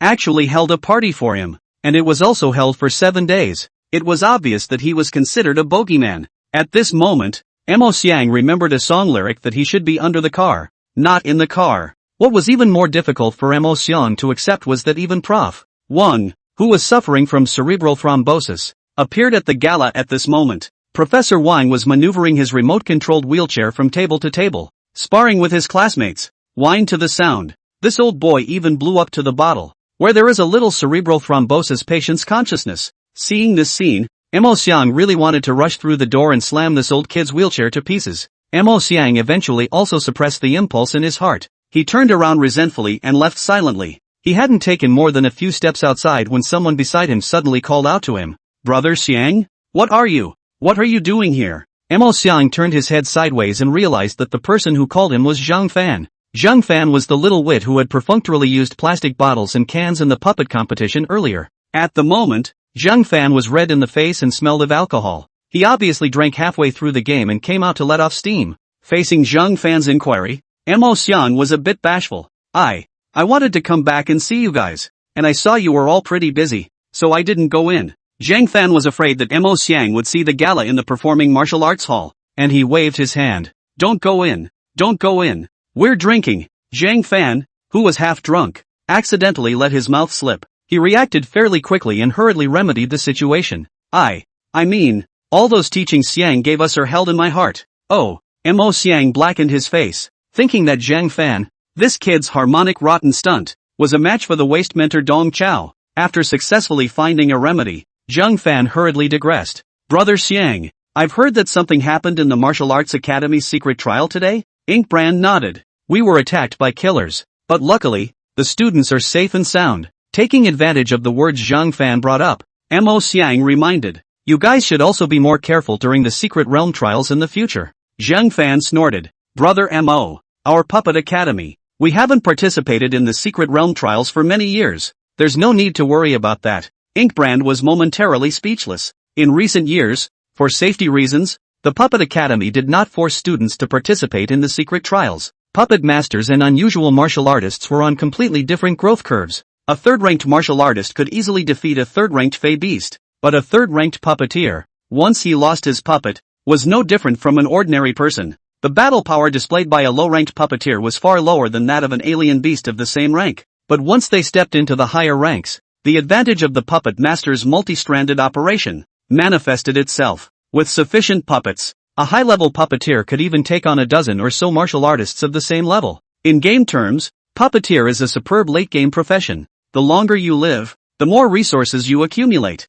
the stronger you become. Nowadays, MOMO University has a pants full of bad things to do, and MOU sure can only choose to stabilize the word, avoiding the premature fall of the students. Not participating in the secret realm trials did allow the students' personal safety to be guaranteed, but the price was that they also lost the opportunity to obtain martial contribution points. Without martial contribution points, it would be difficult for puppet masters to exchange various precious materials to make high-level puppets, and without a high-level puppet in the evening, enter the secret realm in purely white too. From there, the puppeteers entered a deadly cycle of constant crotch-pulling. When he was at the Puppet Academy, Mo Xiang had suggested many times that everyone enthusiastically sign up for the secret trials, but there were very few responders. Mo Xiang also knew in his heart that with the level of these students, letting them enter the secret realm was purely sending them to their deaths. Mo Xiang wanted to lead his classmates to become stronger together, but right now, he really couldn't find a way forward. He didn't know what he, the only Mozi Supine, could do for his students. Mo Xiang not mindfully looked at Zhang Fan and then at the door of the martial arts performance hall behind him, and managed to squeeze out a sentence. "Mr. Zhang Fan, go back quickly, it's windy outside. I'll come back to see you guys some other time." With those words, Mo Xiang waved his hand and left in a pretentious manner. Just in Zhang Fan's eyes, Mo Xiang's black tower-like robust back actually looked a bit forlorn. Zhang Fan somehow managed to get a little bit of a bad taste in his heart. He pushed open the door to the drill hall with disinterest, and immediately a classmate hooked his neck. "Little Fan, what took you so long to pee? Come on, let's keep drinking." Smelling the pungent smell of alcohol in the arena, looking at the banners on the walls to send off Mo Xiang, and then associating it with Mo Xiang's fallen back, Zhang Fan's heart felt like a thorn in his side. "You guys drink up, I'm going to do my evening class." Zhang Fan pushed his drunken classmate away and left without looking back. Outside the arena, Mo Xiang put his hands in his pockets and walked sullenly on the path of the Puppet Academy. A figure suddenly appeared in front of him. The visitor was hunched over, bandaged like a mummy, with crutches in his hands, and looked incredibly miserable. Seeing the person who came, Mo Xiang was slightly stunned. Old teacher, what are you doing here? This mummy on crutches in front of him was none other than Mo Xiang's martial arts instructor, Dong Chao. Dong Qiu had secretly followed Mo Xiang all the way, and Dong Qiu had seen all the disappointment and blows that Mo Xiang had suffered tonight. Dong Qiu put on a weak face. Teacher has come to find you on purpose. Tomorrow, teacher will be going to the provincial city to convalesce, and before I leave, I have something to give you. Chapter 89, Sigma Man? It's just a piggy bank. Dong Chao reached into his pocket and took out the only remaining chi recovery pill. This chi recovery pill, take it. Teacher was just teasing you at first. This thing, in a critical moment, can save your life. As my students, I can't favor one over the other. All three of you, all of you. Mo Xiang, who had just suffered a disappointment, was warmed in his heart as he sullenly received the chi recovery pill. Although he himself had only recently transferred to martial arts class 4, Teacher Dong hadn't treated him any differently. Whether it was the daily food and drink, or taking those mind-numbingly odd classes, Mr. Dong treated him the same as he did those two demons. It's just that, with this elixir, Mo Xiang was ashamed of what he had received. Today, in the secret realm, both Dao Shi and Hixionia had displayed great power and saved those Taoist cultivators from the 3 clear universities. Instead, Mo Xiang just fought and barely repelled the 2 assassins. Obviously, everyone was at the 6th rank cultivation level, but the battle power they displayed was vastly different. This caused the consistently confident Mo Xiang to feel a not-so-small inferiority complex at the bottom of his heart. Just as Mo Xiang didn't know how to lead the puppet masters back to glory, he also didn't know how he was going to catch up with those 2 demons. The huge gap between the 2 sides made Mo Xiang feel deeply powerless. Right now, Teacher Dong had specially come to give him the elixir, and Mo Xiang was very grateful in his heart, but he couldn't bring himself to do so. Seeing that the brewing was almost done, Dong Chao then stepped into the main topic. He took out that 5-year Golden Bell secret book. In addition to the chi recovery pill, teacher here also has an ancestral martial art that is also for you. Teacher knows that although you are a puppeteer, you are passionate about martial arts. This martial art will benefit you greatly. Mo Xiang took the secret book and flipped through it, saying that Lao Deng is really a fart in 3 lies. This secret book is printed, proper song font 5. The smell of printing ink has not dissipated yet. How can it be ancestral? And, the ink item remembered one more thing. Teacher, I've heard that you're an orphan and grew up in an orphanage. Where did you get the ancestral secrets? Ahem. Dong Chao was poked in the lung tube and burst into a dry cough. He said to himself that the ink item was really a damn Sigma man, and he spoke so straight. How did you know about sensei growing up in an orphanage? Dong Chao asked curiously. Inkbrand's eyes glazed over. He just said so. He just publicizes that you're an orphan. Dong Chao cursed in his heart. Dao Shi can really be his own student. Can really torture He just had to change his words. This book isn't an ancestral heirloom of the teacher, but it's absolutely precious. Just practice it, and I guarantee you won't squeak once you do. Hearing Dong Chao describe it this way, Mo Xiang felt more and more that the pamphlet in his hand did not have much class. He perfunctorily expressed his thanks. Teacher, thank you. Mo Xiang casually tucked the pamphlet away. Late night, Mo Xiang lay in bed, tossing and turning. He simply fumbled for the pamphlet as bedtime reading. Improved martial skill, 5 Mountains Golden Bell? Inkbrand casually turned the title page. After only 2 glances at the main text, Mo Xiang sat up violently from the bed. Improved from the Buddhist Golden Bell Shield? Combining the 5 mountains and 5 elements with the Golden Bell Shield? This kind of whimsy was unheard of by Inkspot. The pamphlet, he felt vaguely, was probably not simple. He hurriedly righted himself and savored it. After only 2 pages, Inkbrand realized that sitting and tasting was still not proper enough. He hurriedly sat cross-legged and studied word by word, and while doing so, he also ran the chi and blood in his body and practiced against it. The more Mo Xiang delved deeper into his understanding, the more he realized the subtlety of this martial art. This martial art, which he had never heard of before, was indeed of great benefit to him. By the end of the day, Mo Xiang sat completely on his knees on the bed, holding the pamphlet and devoutly worshipping it. Mo Xiang realized that this 5 Mountains Golden Bell was just too compatible with him. First of all, he himself had taken the path of rigid and horizontal martial arts, and was naturally inclined towards such feats as body-protecting chi strength. Secondly, the subtle thing about the 5 Mountains Golden Bell is that the attributes of the 5 mountains and 5 passes are all different.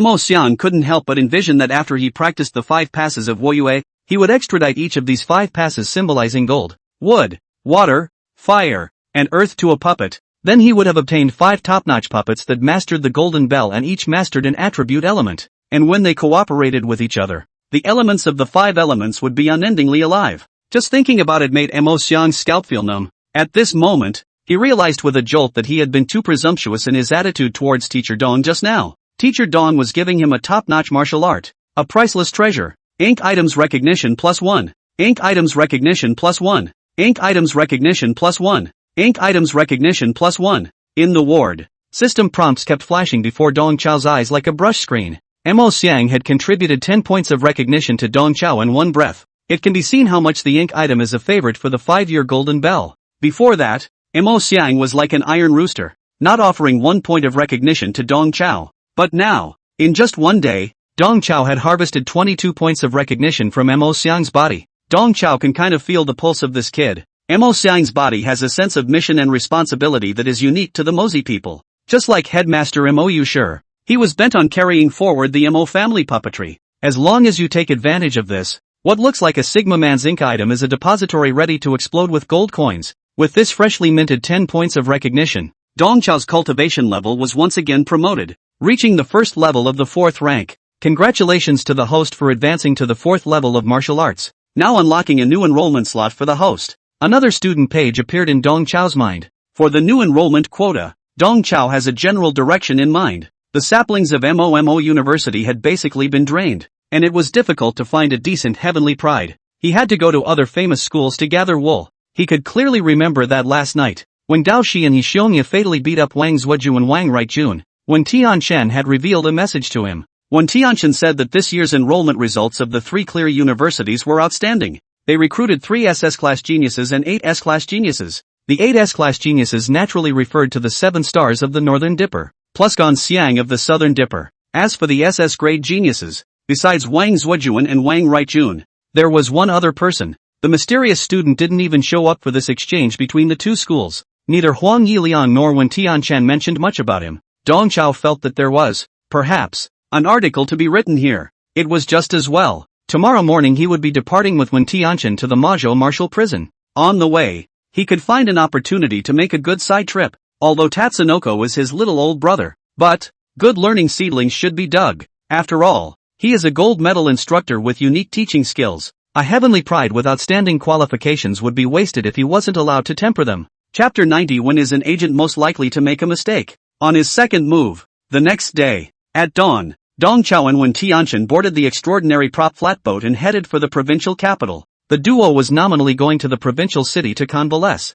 but in reality, they were heading straight to the Mazhou Martial Artist Prison. The Mazhou Martial Artist Prison was a heavy punishment prison, holding the worst of the worst among the martial artists. The entire prison, not only was it heavily guarded, there were multiple boundaries and prohibitions around the prison. Even though he had just come to the prison yesterday for support, Wen Tianshan still had to go through multiple registrations and checks when he came back to visit this time. Dong Qiu disguises himself as Wen Tianshan's adjutant and enters the prison with him. Faced with a reception from the warden and a group of prison guards, the duo opened the door and said outright that they were here for the inmate who had died violently. The prison crowd didn't dare to be the slightest bit slow, and hurriedly took the 2 men to the morgue to examine the body. After examining the corpse of Zhang Bin, the leader of the rioting bandits, Dong Chao became more and more certain of his previous judgment. Zhang Bin's corpse was withered and thin, and some disgusting pus, blood, and mucus remained in his body, and all the signs indicated that this fellow had been parasitized by the Mortis clan. The tenants hollowed him out when they left his body. The tenants' bodies are inherently defective, and they must have to parasitize other intelligent creatures in order to survive for long. In other words, this spy of the tenant clan is still hiding in the prison. He's parasitizing the body of one of the prisoners. Hearing Dong Chao's inference, Wen Tianshan couldn't help but ask, "So how do we screen him out?" Dong Chao waved his hand. "Do nothing. Wait for him to reveal himself." Dong Chao straightened up and looked at Wen Tianshan. "Tatsuko, do you know when an agent is most likely to reveal himself?" During his second operation. The success of the first operation will make the agents, more or less, arrogant. They will feel that they were born to do this line of work, or even feel that they have luck on their side. Under the influence of this arrogance, their second action often becomes adventurous and full of holes. We humans would have such a mentality, and they the demon race, are not exempt from it. Dong Chao flipped through the deceased Zhang Bin's file and continued. Zhang Bin has already served 5 years in prison, and that spy from the Tang and Tenon clan has followed him for 5 years. After lying dormant for 5 whole years, this demon race spy will surely experience fluctuations within his heart after being awakened. All we have to do is to make him feel that his first mission after being awakened was executed very successfully. He will definitely do something else next. As early as a few decades ago, Huaxia had implemented the Iron Wall program, which strictly blocked the national borders, just to prevent the infiltration of the demon race. In the face of the Iron Wall program, the demon race must have gone through a lot of effort to send this tongue and groove race spy to the territory of Huaxia. For this reason, they went out of their way to let the spy hibernate in prison for 5 years. Dong Chao vaguely realized that this tongue and tenon spy was not of a low level. Put a long line on this guy and you're bound to catch a big fish. Tatsuko, go to the warden and tell him to do this and then this. Dong Chiu secretly taught the machine, listening to Dong Chao's instructions. When Tianchen nodded repeatedly. Got it. Night. Mazhou martial artist prison. 4th prison cell. To 4 sat up from the bed silently. He shook his head and stretched his arms, rustily maneuvering the bulky body. To 4 cursed in his heart. This skin named Wang Long was far worse than Zhang Bin. Zhang Bin's body was strong. His chest space was wide. His abdominal cavity was warm and soft. And hosting in his body was like living in a big villa. Very comfortable. But now this Wang Long, at best, is affordable skin. And there is no comparison with the villa. While spouting affordable bag, To 4 stood towards the wall and silently sent out a thought wave to contact his brain. To 4 was awakened by the brain only a few days ago. Before that, he had been in this prison cell for 5 whole years. To 4 successfully completed the mission issued by the brain, and he managed to spark a riot in the prison for the clan's assassination attempt. Unfortunately, during the suppression of the riots, his villa bag was noticed by the prison guards. To 4 could only give up that skin and come up with a golden escape. Luckily, his get-out-of-jail ploy worked, and he played the prison guards for all they were worth.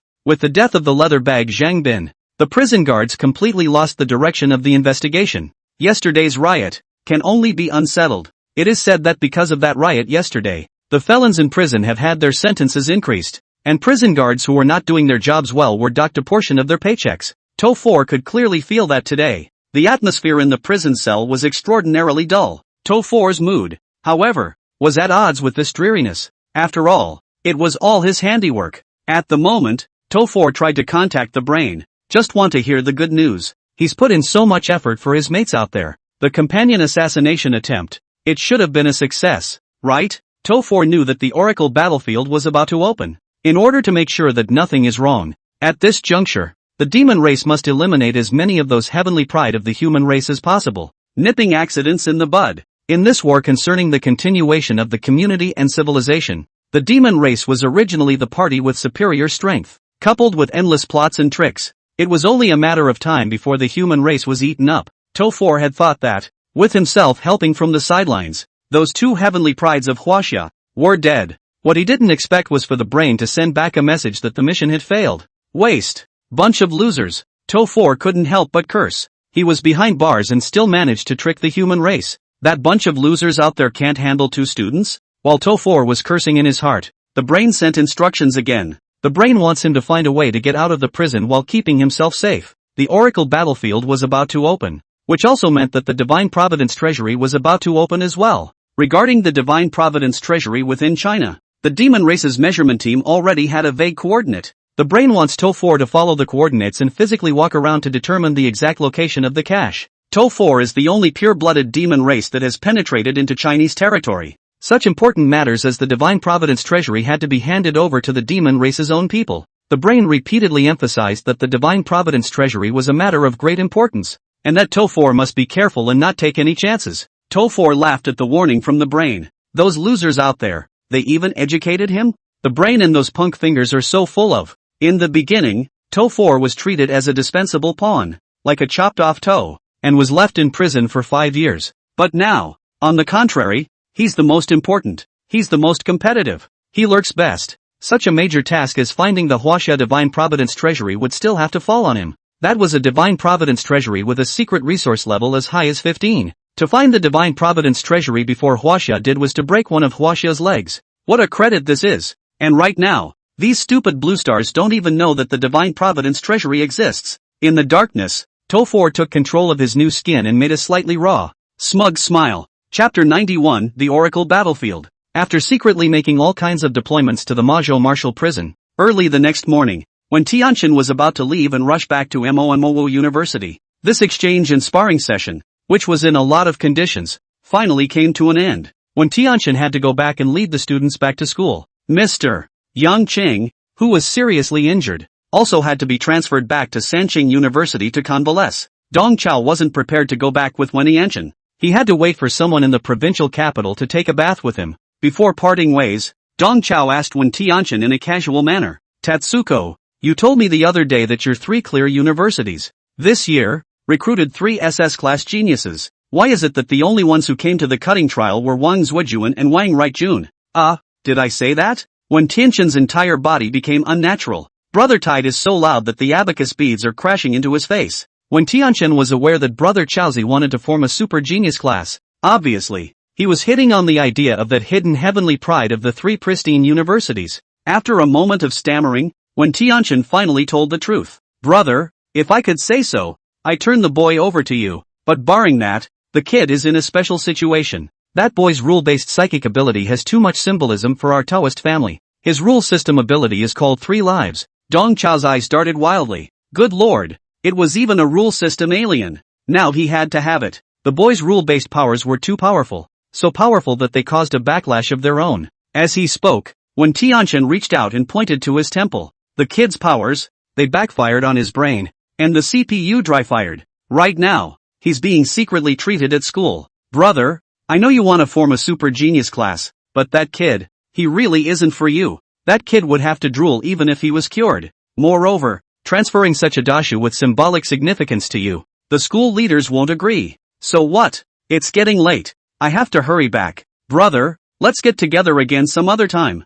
Fearing that Dong Chao would dawdle with him again, when Tianqian jumped onto his flatboat, and he rode away in the air like a skateboard, behind him were Dong Chao's still undying words, "Tatsuko, if you guys can't cure it, let me try. I have a nickname. Director Dong of the Mental Retardation Rehabilitation Center. I'm sure I can cure him." When Tianqian turned his head back with a helpless face, "Brother, it's really not my call. You need to talk to our principal." Seeing Wen Tianqian in this state, Dong Chao could not afford to make things difficult for him. "Alright, wait for me to find your principal for a single chat someday. Take care on your way." After sending off Wen Tianqian, Dong Chao looked at his watch and prepared for the next invitation. Sun Miao, the Minister of Martial Arts Education, had sent him a message first thing in the morning, asking him to meet him at Red Romance. Red Romance is the largest bathing center in the province. Seeing that it was almost time, Dong Chao went straight to the Red Romantic Bath Center. He followed Sun Miao's information guide and pushed open the door of the Tulip private room. As before,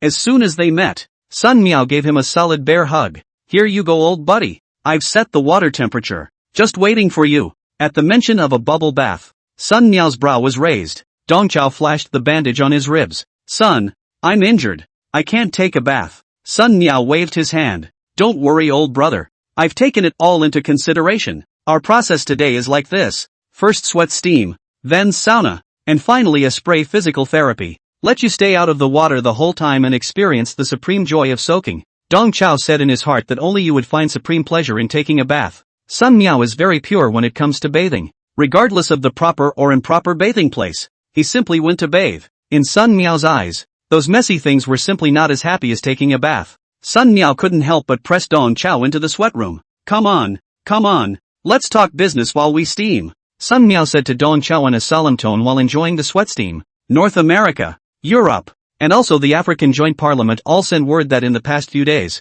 their martial arts colleges, too, have all suffered assassinations. These groups of killers have the same composition. They are all unheard of small organizations that suddenly recruited a large number of secret realm pioneers wandering in the gray area to launch attacks on the students. Colleges and universities all over the world have suffered varying degrees of casualties. The University of Hacienda Africa was the worst off, having a third of its students killed by killers who stormed right through the campus. Although these attackers are all humans, it's certain that the organizer behind them is the demon race. Dong Chao grimaced and nodded. The demon race loves to play this kind of game of guiding humans to kill each other, but the humans themselves are not united. On the blue planet, the demon race has established 3 major demon cities, but the human race is still not united, with each country and organization having its own agenda. Regarding this recent series of assassinations by the demon race, Marshal Candlewick inquired about the nail they had driven into the demon race. The nail gave a response. With a flip of his hand, Sun Miao flipped out a note from his storage ring and handed it to Dong Chao.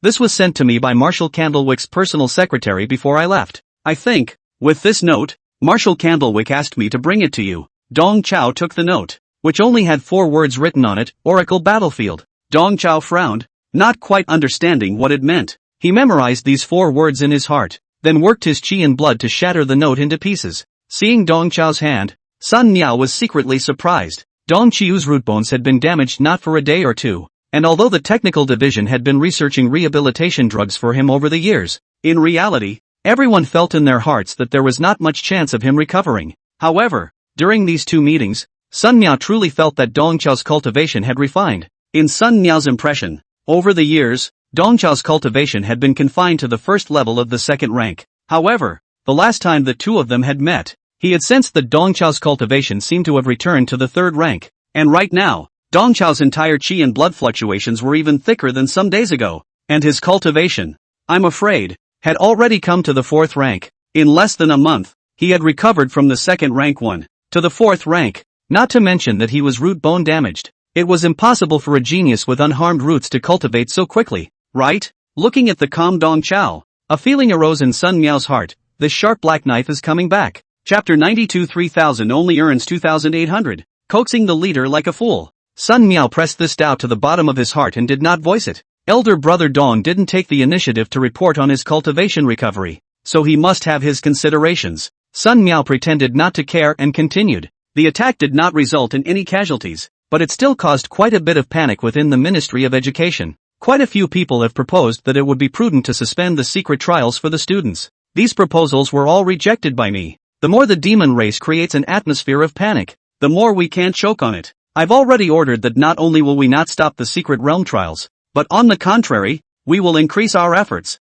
Avoiding it altogether is not a solution. Letting the children grow up as quickly as possible is the right way. Of course, we'll be beefing up security as well. I've already ordered a group of young military officers to be gathered. In the future, each school's secret trials will be accompanied by military personnel. Speaking of which, Sun Miao's words changed. These, however, are only external forces. The most important thing is still to make the children alert and develop the ability to guard against risks and avoid them. Dear Ah, in this regard, you are an expert. Look, is there any way? Before Sun Miao finished his words, Dong Chao took the lead and nodded his head. There are ways, but no money. Dong Chiu moved to his whimsical idea from 2 days ago. Brother, to tell you the truth, I've always wanted to start a comprehensive recreation-type field on campus. No, I mean, a comprehensive training facility. Dong Chao almost said something. This training place will mimic the complex battlefield environment as much as possible, so that the students can immerse themselves in the cruelty of the battlefield. In a subtle way, it will enhance the students' battlefield literacy. Good, that's a good idea. Sun Miao's eyes lit up as he was impressed by Dong Chao's words. Dong Chao continued to blow in his ear. This comprehensive training place can start with MOMO University as a pilot, and slowly spread to other schools later. I've written all the plans, but unfortunately I don't have the money. Hearing Dong Chao's sentences not leaving money, Sun Miao was alerted. How much does this pilot program you're talking about cost, old boy? The Ministry of Wudao Education is also tightening its belt nowadays, and Sun Miao is really afraid that Dong Chao will ask for a lot of money. Dong Chao held out 3 fingers. Brother, allocate 3,000 martial Dao contribution values for me, and I'll take care of this for you. Sun Miao didn't expect that what Dong Chao wanted was actually the martial contribution value. 3,000 contribution values? Is this possible? Dong Chao had a stern face and put on a serious look. Brother, I know that the Ministry of Martial Arts Education is having a hard time as well and needs money everywhere. At this juncture, if I ask you for a lion's share, am I still a human being? Brother, I'm sure I'm trying to find a way to help you share and reduce the financial pressure on you. You transfer 3,000 martial contribution values to me, and for the rest, don't worry about it. Dong Chiu put an accent on the word sensei. Well. Sun Miao nodded repeatedly. He said in his heart that Dong Chao was really treating him as a brother and knew to help him out. If it was to allocate a special expense, Sun Miao would really have a bit of a hard time. But 3,000 martial contribution values, for him, it was no big deal. And he didn't even need to go through the process. Sun Miao immediately pressed the mechanical bracelet and prepared to transfer money to Dong Chao. And he asked thoughtfully, "Oh disciple, is 3,000 contribution value able? Dong Chao put on a deep look of repeated weighing. Every bit of contribution value. I break it into 2 petals and spend it. It's almost enough. It's all for the sake of the children. Save what you can. Dong Chao laughed in the back of his mind. How much could he spend on just getting a playground? Sun Miao thought that the large integrated training site, maybe a spacious and bright building, clearly divided into areas of the building, highly sophisticated instruments as well as professional training equipment. But the large training ground, in the words of Dong Chiu, is to dig a few ravines on the hill behind the school as a shelter to play real-life chicken. Dong Chao planned to hire those guys from the Puppet Academy as child laborers and couldn't even use 200 points of contribution value. This is really 3,000 only make 2,800. Coaxing the leader like a fool. The trick is successful and Dong Chiu was ready to bolt. He was mainly afraid that Sun Miao would cross-examine him too much and reveal himself. Brother, it's been 2 days since I came out, and the students are still waiting for me to go back to class. There's also the matter of the training ground that needs to be prepared as soon as possible. I'll leave now.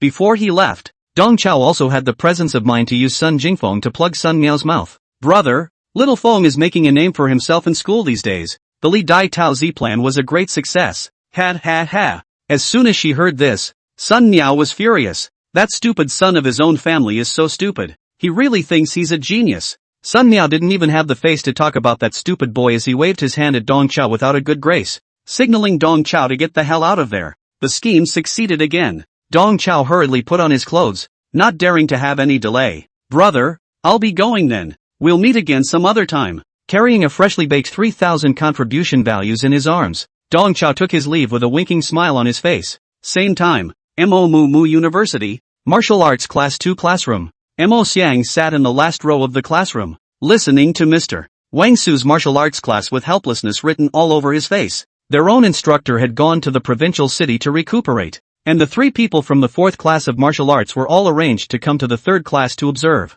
Wang Su was interested in lifting up these 3 poor students in Dong Chao's class, and he deliberately slowed down his speed during the lesson just to take care of these 3 students. But in the eyes of the 3, Wang Su's kind act was simply a torture. All of this martial arts knowledge taught by Wang Su was at kindergarten level difficulty, and the 3 of them could figure it out with the dead skin of their heels. However, in order not to reveal their true cultivation, the 3 of them still had to play dumb in class, and in the face of such a simple basic topic, they had to stammer and pretend that they couldn't answer it. But the more they played dumb, the more Wang Su didn't let them go. Wang Su took great pains to ask the 3 of them questions, and once the 3 played dumb, Wang Su would show more patience and keep guiding the 3 to come up with the right answers. Once the 3 said the correct answer, Wang Su would also call on the whole class and give them a round of applause. Come on, you're awesome. The 2nd class's neat encouragement made Inkbrand's brain raw. Mo Xiang kind of missed their mentor Dong Chao, although Dong Chiu was uneducated, idle, good for nothing, unprofessional,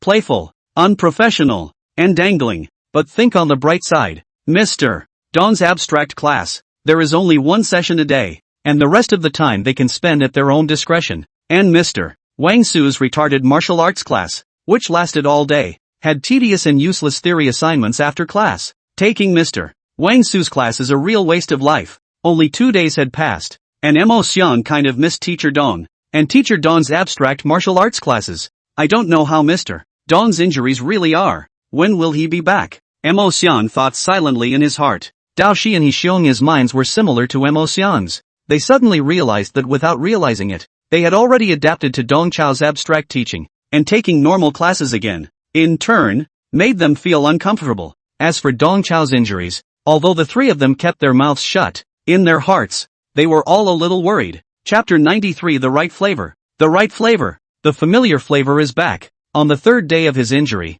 Dong Chao finally returned to Mo University. Seeing the unharmed Teacher Dong on the podium once again, the 3 celestials pretended to be bored on the surface, but inside, they were all a little excited. Dong Chao's body was still wrapped in bandages, but his mental state was alive and well, which made the heartstrings that the 3 celestial pride had been holding on to could be considered relaxed. On the podium, Dong Chao, with his left hand in his pocket and chalk in his right hand, once again assumed the mannerisms of a man who takes his voice. Students, this trip to the province by the teacher has been a worthwhile one. While recuperating from his injuries, teacher also visited the snack streets of the provincial city and visited all of our colleagues in the stall industry. The teacher and these practitioners had a cordial and friendly consultation. How to deepen professional quality, focus on channel empowerment, and how to take advantage of product power, preserve the price floor, and broaden their own exclusive track in the midst of a major economic downturn. These stall tips will be slowly shared with you when your teacher does. At first, Dong Chao had really bluffed the three of them with these argumentative remarks,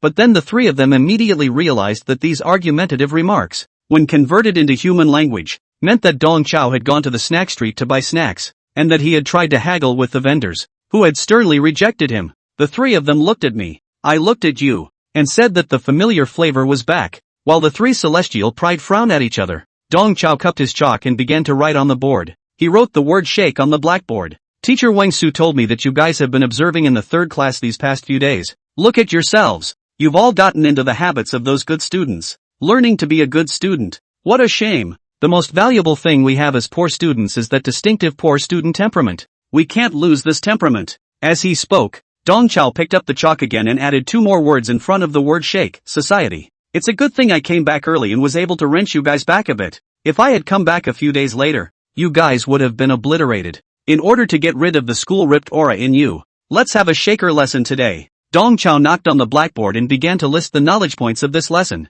As we all know, the shakes are divided into Northeast Slow Shake, Shanghai Shake, and Southwest Shake. Among them, Southwest Shake is also called Subject 3. Of these three types of shako, the one that sensei is best at is the Northeastern Slow Shako, and especially the Northeastern Slow Shako's flower hand technique, which sensei has perfected. Helicopter flower hand, snap-back flower hand, outside elbow flower. The teacher said it all. Despite being covered in bandages, Dong Chao showed his flower hand stunt on the podium. Watching the three students in awe, the school gave the teacher 3 good seedlings, and the teacher gave the school 3 good shakers back. After you learn teacher's flowery hands, you guys can earn $200 a day when you go to a nightclub as an atmosphere crew. Listening to Dong Chao's words, all three of them developed a dichotomous mentality that was both difficult and soothing at the same time. On the one hand, this was the atmosphere of the 4th class of Budo that they were familiar with. On the other hand, Mr. Dong is really nifty abstract. Don't just stand there. Learn it. Under Dong Chao's repeated urging, the three of them had no choice but to raise their hands above their heads and clumsily mimic Dong Chao's movements. The three of them looked at me and I looked at you, secretly making eye contact. In Mr. Dong Chao's class, martial arts was definitely out of the question. But regardless, they at least learned some dance, though the dance wasn't too uppity either. But anyway, the familiar flavors are back. This is the atmosphere that the 4th class of Budo should have. Looking at the trio's clumsy appearance, Dong Chao secretly snickered. He is not simply playing with abstractions. He has his own considerations and painstaking efforts. As his Black Blade Dong Chao students, the trio would never have fewer dealings with the demon race in the future. Even, they will be involved in some special missions. What Dong Chao was trying to do was to sharpen off their sharp edges, making them look not even like a martial artist, but like an unassuming ordinary person. The bell for the end of class rang quickly. Dao Shi, He Xiongye and Mo Xiang were immersed in the awkward, abstract, but somewhat cozy atmosphere of the classroom for a while. Tung Chiu, however, ended the course abruptly. That's all for today's martial arts class. Mo Xiang, come with me for a moment. Mo Xiang obediently followed Dong Chao and came into the corridor. What did you want to see me about, teacher? In the past few days, Mo Xiang had been practicing the book that Dong Chao had given him, The 5 Mountains Golden Bell. The deeper he practiced, the more he gained some favorable impressions of the asshole tutor Dong Chao. Regardless of where Dong Chao had gotten this martial skill from, for him to give it to himself, this favor, it really wasn't small. Ink items recognition +1. Mo Xiang offered a little recognition for Dong Chao just by thinking of this favor. Checking in on this bit of recognition, Dong Chao said to Mo Xiang without moving, Teacher wants the students from the puppet department to do a small favor. Can you help me get them here? Don't worry, teacher won't let them work for nothing. Without waiting for Dong Chao to finish his sentence, Mo Xiang gave a fierce nod. Teacher, I'll take care of this. I'll go now. Mo Xiang windedly took a few steps outside,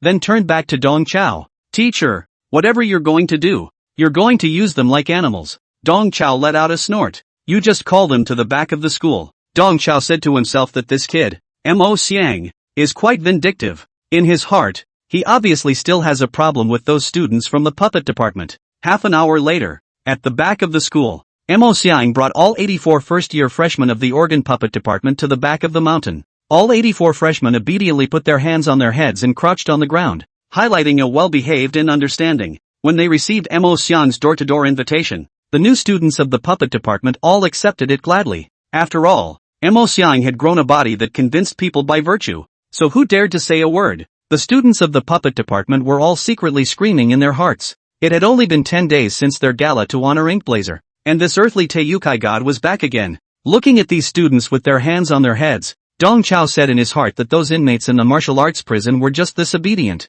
This group of students, spreading out on such a stressful monster as Mo Xiang, was also unlucky enough. Dong Chao was in no hurry to speak. He deliberately let these students squat on the ground for a while. Many of their legs were sore from squatting, and only then did he say with a smile, "To introduce myself, my name is Dong Chao, a teacher at the Martial Arts Academy. I'm looking for all of you students to come here because I want to give you all a chance to earn martial Dao contribution values." When they heard the words martial arts contribution value, all the students present had eyes like bronze bells. This, too, includes ink items. Chapter 94. This is not called wastefulness. This is called physical heavenliness. Martial arts offerings. Contribution value? The students were afraid they had heard wrong. As freshmen in the puppet department, the 5 words martial contribution points were too unfamiliar to them. Without participating in the secret trials, the puppet masters could only obtain a low amount of contribution value when they accepted commissions from the military to repair some mechanical equipment for the military. The military's maintenance commissions,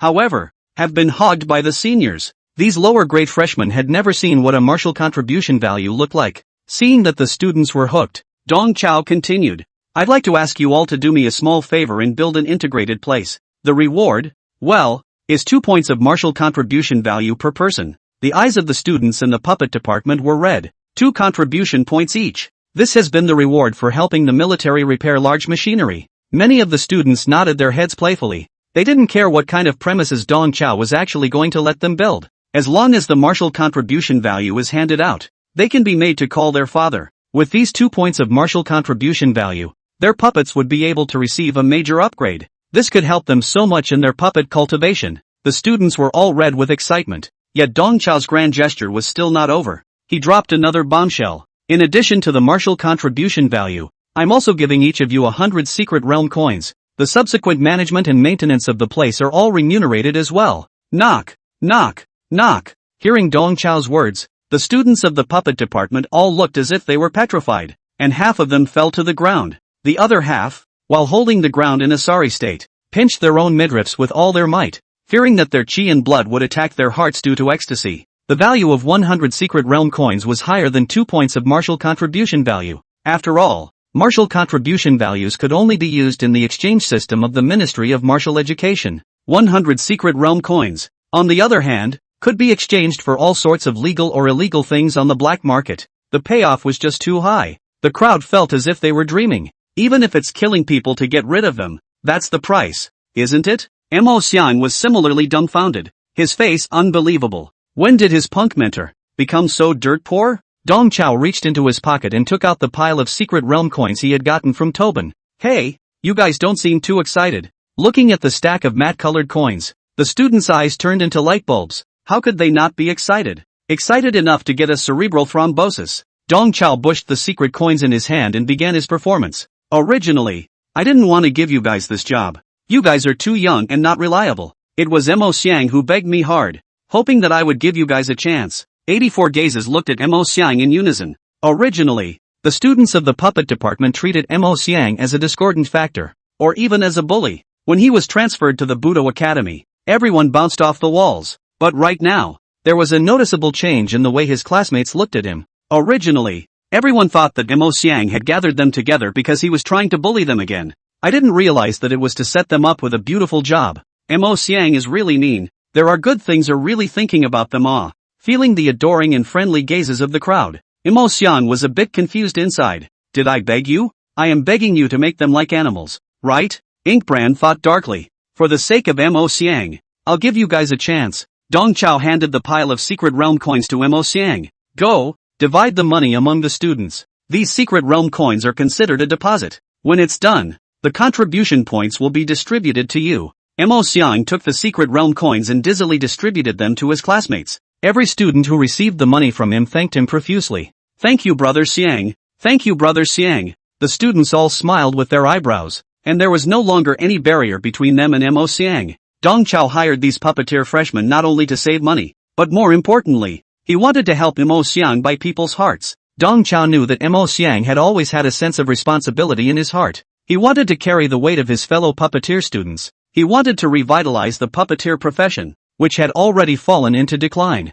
Except that his pedantic pressure monster routine only backfired. Dong Qiu's basic strategy of rating Mo Xiang was to take care of Mo Xiang's puppet master classmates, and thus take care of Mo Xiang. Inc. items approval rating +2. Inc. items approval rating +2. Inc. items approval rating +2. Inc. brand gradually lost himself in the gratitude of his classmates. Naturally, he offered Dong Qiu a trifecta of recognition. Mo Xiang knew in his heart that his teacher was purposely trying to help him by people's hearts. Mo Xiang once again saw how correct Mr. Dong's theory of being good to others was. After giving small favors to these students from the puppet department, they all became amiable. Inc. items do not know is that Dong Qiu of these small favors not only did not spend a penny, but also ate 2,800 rebates. Dong Qiu plays with an empty glove. After giving the crowd a taste, Dong Qiu then took out a stack of drawings and distributed them to the crowd. You will be divided into two groups from now on, a construction group and a props group. The students who got the construction plans asked hesitantly, "Old teacher, are you developing the back of the school? Just follow the drawings. And don't worry, the school will give me the green light." The students didn't dare to ask more questions, so they nodded obediently. Just at this time, those students who had gotten their hands on the prop schematics let out a few soft sighs that they couldn't help. The schematics in their hands were clear and concise, and the mappers obviously had a deep understanding of the puppet way. In addition to his professional knowledge, the mapper is also very ingenious, and he has designed a large number of golem carriers, gun models, weapon models, and gauntlet models. The models vary in function, but are all very cleverly designed. Mo Xiang's head buzzed as he looked at the drawings. "Old teacher, are you? This is going to be a real-life chicken game?" Through these construction drawings and prop drawings, Mo Xiang immediately saw through Dong Qiu's intentions. Mo Xiang was quite touched in his heart before. He was obviously an interloper who was transferred to the 4th class of martial arts, but teacher Dong was not at all unfriendly to him, sending him secret books of martial arts and helping him to buy people's hearts, which made Mo Xiang's heart warm. But at this moment, looking at these drawings, Mo Xiang's touches were all fed to the dogs. The waste mentor spent so much contribution value in secret realm coins just to get a martial arts version of a chicken-eating field base? This is simply burning, squandering, wasteful and profligate. Mo Xiang felt as if Mr. Dong had a special ability. Every time he felt gratitude and admiration for him, Dong Qiu was able to dissipate his gratitude into nothingness with his abstract doings of not doing his job. "Teacher, this is too much nonsense. It's a waste." Mo Xiang noticed that these props designed by Dong Qiu needed to use a large number of energy crystals as the driving core, and these energy crystals alone were a considerable expense. He tries to stop Dong Qiu from spending this wasted money. Dong Qiu, however, waved his hand and interrupted Mo Xiang. "It's not a waste. It's a body of heaven and earth. It's a teacher's unique path to education. Don't let worldly thinking imprison your eyes. The teacher has everything in mind for what he wants to do. Just follow the drawings and properly supervise your classmates." Inkbrand had a black line on his head. He said to himself, "If you have something to say it properly. Why do you still rhyme?" Listening to Dong Qiu's long series of single pledges, Mo Xiang knew that he could not dissuade this unjust seed. Chapter 95, One-on-One Teaching Rides. Successfully convincing Mo Xiang, Dong Qiu continued his grand gesture. "Xiang Zi, teacher will transfer 30 points of contribution value to you, and I'll leave the job of picking up the raw materials for these puppet props to you." Dong Qiu manipulated the mechanical bracelet and transferred 30 points of contribution value to Mo Xiang. Such earthy behavior caused another group of puppet masters to draw back their breath. The ink item was also quite surprised. "Teacher, where did you get so much contribution value?" "Sold my body for it," Dong Qiu answered lightly. Everyone in the room was shocked. The students all looked at Dong Qiu without blinking, thinking, is it so costly to be a martial arts instructor? Also, this is so uncouth. Greeting the crowd's astonished gazes, Dong Qiu rolled his eyes and added, "I may not have been clear. I mean, selling ginseng for it. I sold one of my family's ancestral 9-leaf ginseng king and exchanged it for a little bit of martial contribution value." Oh, hearing this, the crowd took a long breath. Mo Xiang skimmed his lips and said, "I'll believe the hell out of you." Others might not know, but Mo Xiang knew it clearly. As an orphan, Mr. Dong had some kind of ancestral ginseng king. Mr. Dong said this on purpose, obviously gagging with words. Dong Qiu patted Mo Xiang's shoulder. "From now on, you'll be the life committee member of our martial arts class 4. You'll be in charge of all the purchasing for our class. I'll leave it all to you here. Sensei has to go back and recuperate." Dong Qiu came straight to an injury. Seeing Dong Qiu walk away, the students of the puppet department began to whisper, "This one just now. Is he really Dong Chao, the wasteful tutor known throughout the school? I don't think he's a waste at all. Instead he looks like a sage tutor. More than virtuous, it's virtuous and trenchant. Whenever he makes a move, the contribution value and secret realm coins are like flowing water. Not only is Mr. Dong a tycoon, he's also really good at what he does. You guys take a look at this drawing, how professional it is. I didn't expect that. A tutor from the martial arts academy is actually proficient in the way of puppets. While the crowd was talking, they also frequently cast envious glances at Mo Xiang. Previously, when Mo Xiang was transferred to the worst class in the martial arts academy, the crowd had a mouthful of bad breath in their hearts. The puppet department's departmental bully, Mo Xiang, had finally received the punishment he deserved. But at this moment, the crowd realized that he was not going to be punished. He was clearly enjoying his blessings. It seems that those rumors on the campus forums can't be trusted. If only Mr. Dong were my mentor. I also want to transfer to the martial arts academy. I want to be the bad student in the worst class too, the students exclaimed with affection. Mo Xiang was holding the drawings on the side with a complicated expression. These students beside him praised the asshole tutor as a sage teacher, which made Mo Xiang want to laugh a little. However, looking at the hands of this sheet of paper labeled clear drawings, Mo Xiang really cannot laugh. He couldn't believe that teacher Dong had such profound attainments in the way of the puppet. These drawings are so accurate and clear. If we let Mo Xiang design these props, he couldn't possibly design them better than Mr. Dong. Mr. Dong, is it a waste or not? Such a thought suddenly arose in Mo Xiang's heart. Evening, Budo Academy, faculty office. As usual, Lu Yuan stuck to his off-duty time and held a regular teachers' meeting. Before the meeting begins, let's welcome back Mr. Dong. Lu Yuan took the initiative to start the meeting by welcoming Dong Chao's return. Although Lu Yuan did not treat Dong Chao well, but no matter what, Dong Chao was injured for the students, so he had to show more or less. Snap! The office erupted in loud applause. The few people who clapped had different minds. Xin Wanqing's eyes were twinkling, but she should have been spitting inwardly. Wang Su's face was enthusiastic, obviously still compelled by Dong Chao, and Zhang Chang in the corner, looking perfunctory and darting his eyes around. Dong Chao was injured in the secret realm and received praise from the leader, which made Zhang Chang's heart a million times worse. At this moment, he applauded Dong Chao as the dean had instructed him to do, while secretly observing the expressions of several of his colleagues. He found that Xin Wanqing and Wang Su, both of them had a pretty good attitude towards Dong Chao. This caused Zhang Chang to mutter in his heart. He thought to himself that it was really strange. Hasn't Wang Su always been at odds with Dong Chao? What the hell is that look of enthusiasm on his face? Lu Yuan continued. This trial has deviated from the intended plan, but to bring the children back in one piece is a rare achievement. But we've got to sound the alarm. 2. Gotta let the kids grow up as quickly as possible. I propose that we start a one-help one-teacher activity at the academy. The 4 classes will be combined in pairs to form teaching hitches.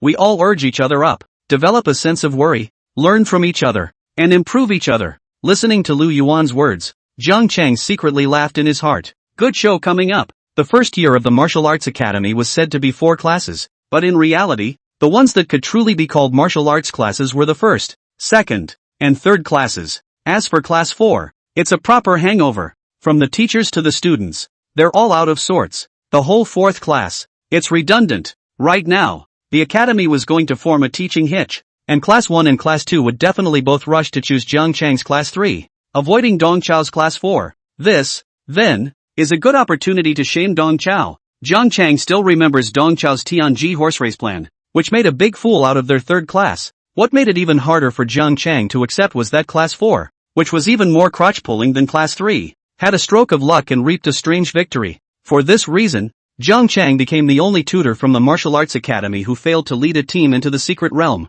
Zhang Chang was 100 times indignant in his heart. If he had been able to enter the secret realm of the mine pit, he would certainly have performed meritoriously as well. Dong Qiu, this loser, can even hide in a corner and give the killer a shot. Zhang Chang thought to himself that no matter what, it was definitely better than the traitorous luck Dong Chao. However, because of Dong Chao, Zhang Chang and this credit has passed by. Chapter 96, Those Who Can Do More. Who made me an excellent teacher? Whenever he saw Dong Chao nowadays, Zhang Chang hated his teeth. He moved secretly. Zhang Chang knew that the dean had wanted to fire Dong Chao not for a day or two. Previously, Zhang Chang had been in a wait-and-see mode. But now, he was ready to blow the dean's mind. Taking advantage of Lu Yuan's words to form a study hitch, Zhang Chang raised his hand and said, I fully support the dean in this proposal. And, as a practicing teacher, I want to do my part for the students. I will ask my eldest uncle for permission to provide some of our Jiang family's improved martial arts techniques to the students at no cost. Hearing this,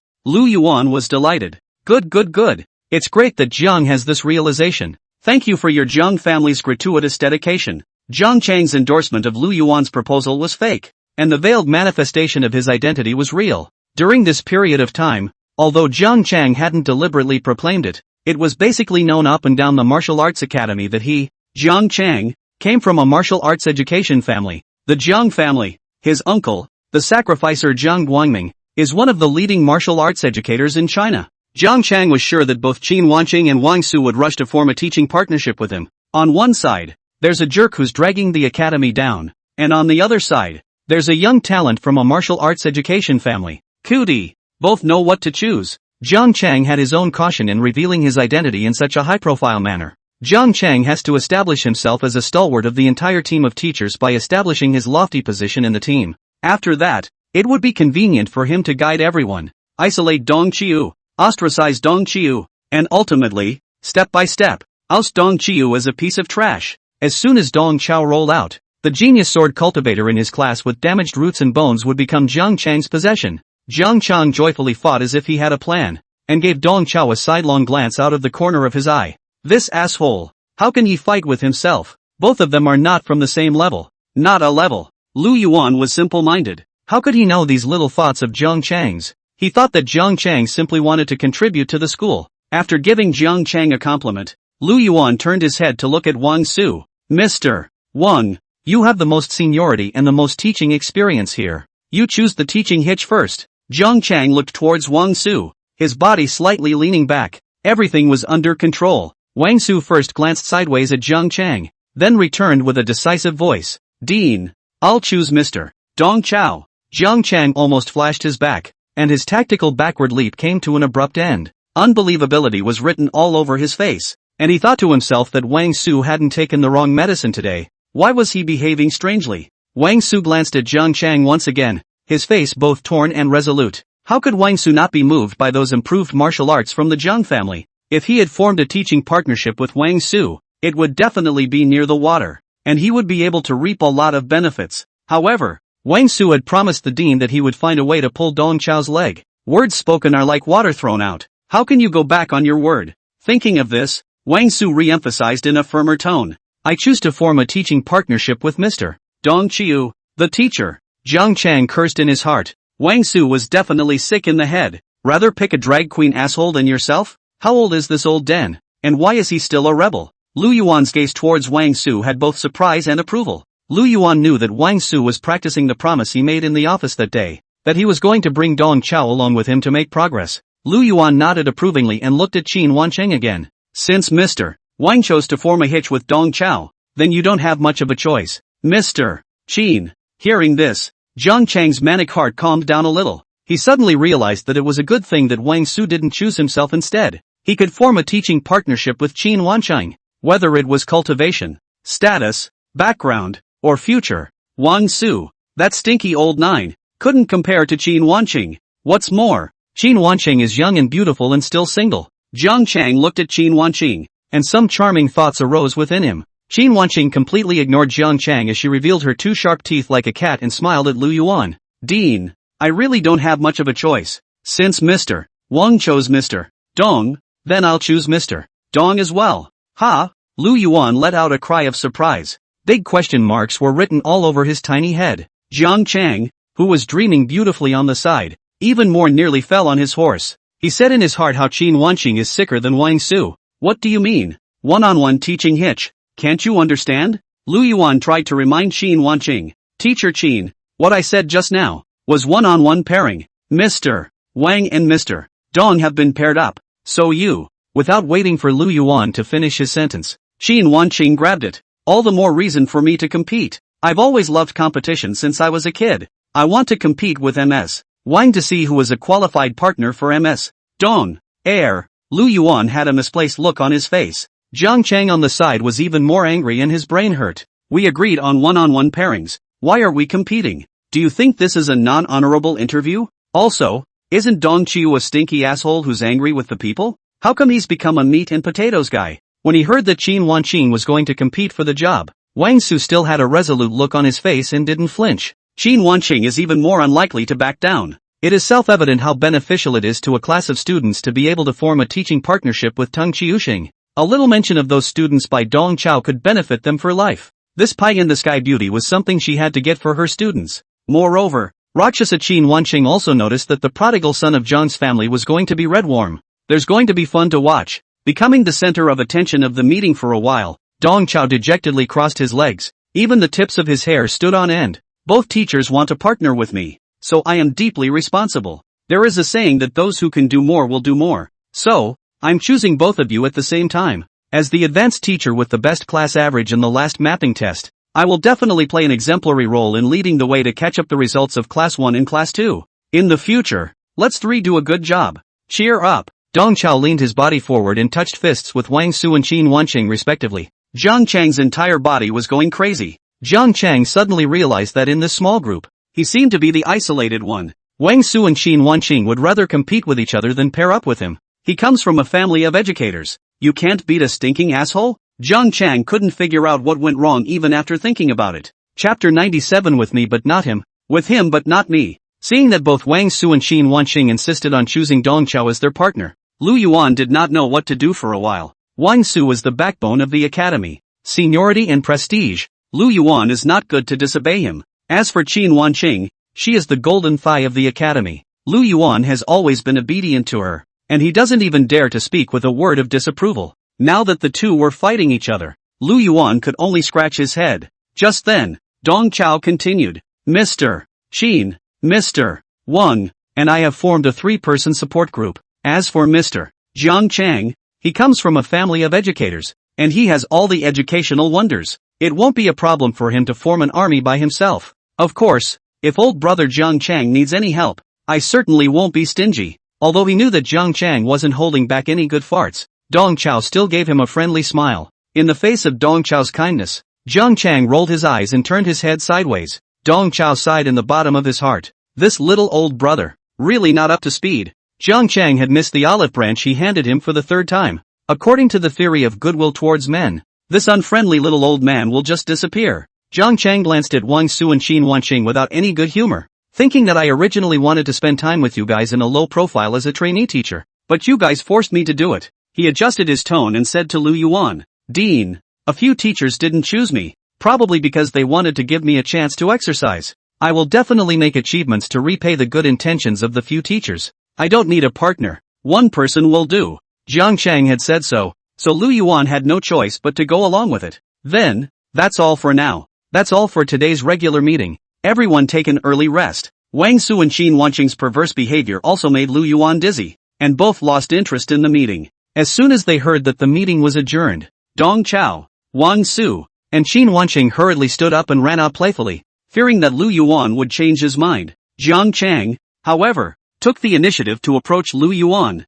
Dean, there's something else I'd like to discuss with you. As he spoke, Zhang Chang glanced grimly at Dong Chao's back. Although Dong Chao did not turn around, he felt this gaze from Zhang Chang clearly. Seeing Dong Chao and the others walk away, Zhang Chang closed the door to his room, his demeanor quietly changing. He did not have the youthfulness and constraints of being a trainee teacher. Instead, he had the arrogance and high profile of being the son of a family. Dean, I came here to intern at MOMOMO University because I wanted to contribute to MOMOMO University. However, this Dong Chao makes me very uncomfortable. From the moment Zhang Chang closed the door to his room, it seemed as if his and Lu Yuan's identities had switched, and Lu Yuan, who was the dean of the house, had a polite face at the moment. Xiao Jiang, don't get on Dong Chao's bad side. He's just like that. Zhang Chang's body leaned forward, and his entire body was oppressive. Dean, I'll say it again, because of Dong Chiu, I've been living in the academy, very uncomfortable nah. Hey,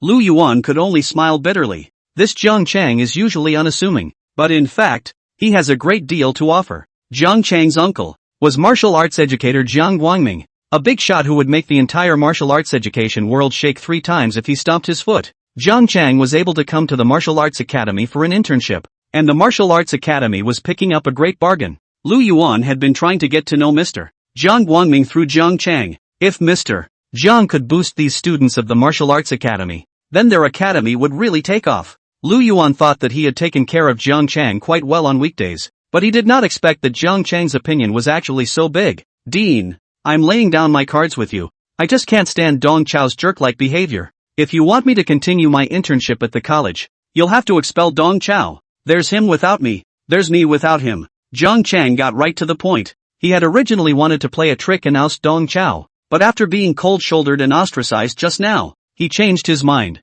It's still easiest and most efficient to use power over people.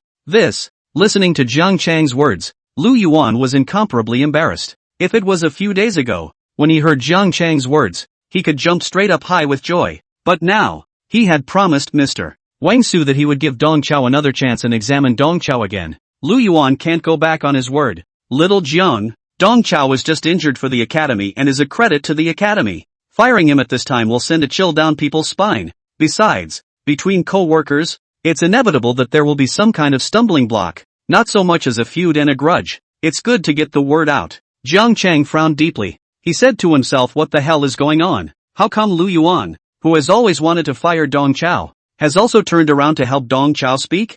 Jiang Chang had to admit that Dong Chao really had a little ability. He actually managed to take care of Lu Yuan, Qin Wanqing and Wang Su. This asshole. It's not for nothing that he's been in the academy for so many years. However, he should never have dared to come and provoke himself. Is the might of the Jiang family something he can touch? Jiang Chang raised his voice and said to Lu Yuan, Dean, if you have any scruples about ousting him, I can do it for you. Hearing this, Lu Yuan was a bit moved. Jiang Chang is Jiang Guangming's own nephew. If he wants to get rid of Dong Chao, it's not just a matter of a text message. Jiang Chang could see that Lu Yuan's heart was moved and he continued. After getting rid of Dong Qiu and vacating the teaching position, I can recommend my eldest uncle's disciple to fill the vacancy. Lu Yuan's eyes darted wildly. Jiang Guangming's disciple came to be a martial arts instructor. Their college can really dig in. The conditions offered by Jiang Chang were too tempting for Lu Yuan not to be moved. This is not what he has been thinking about. The optimization and upgrading of the education team.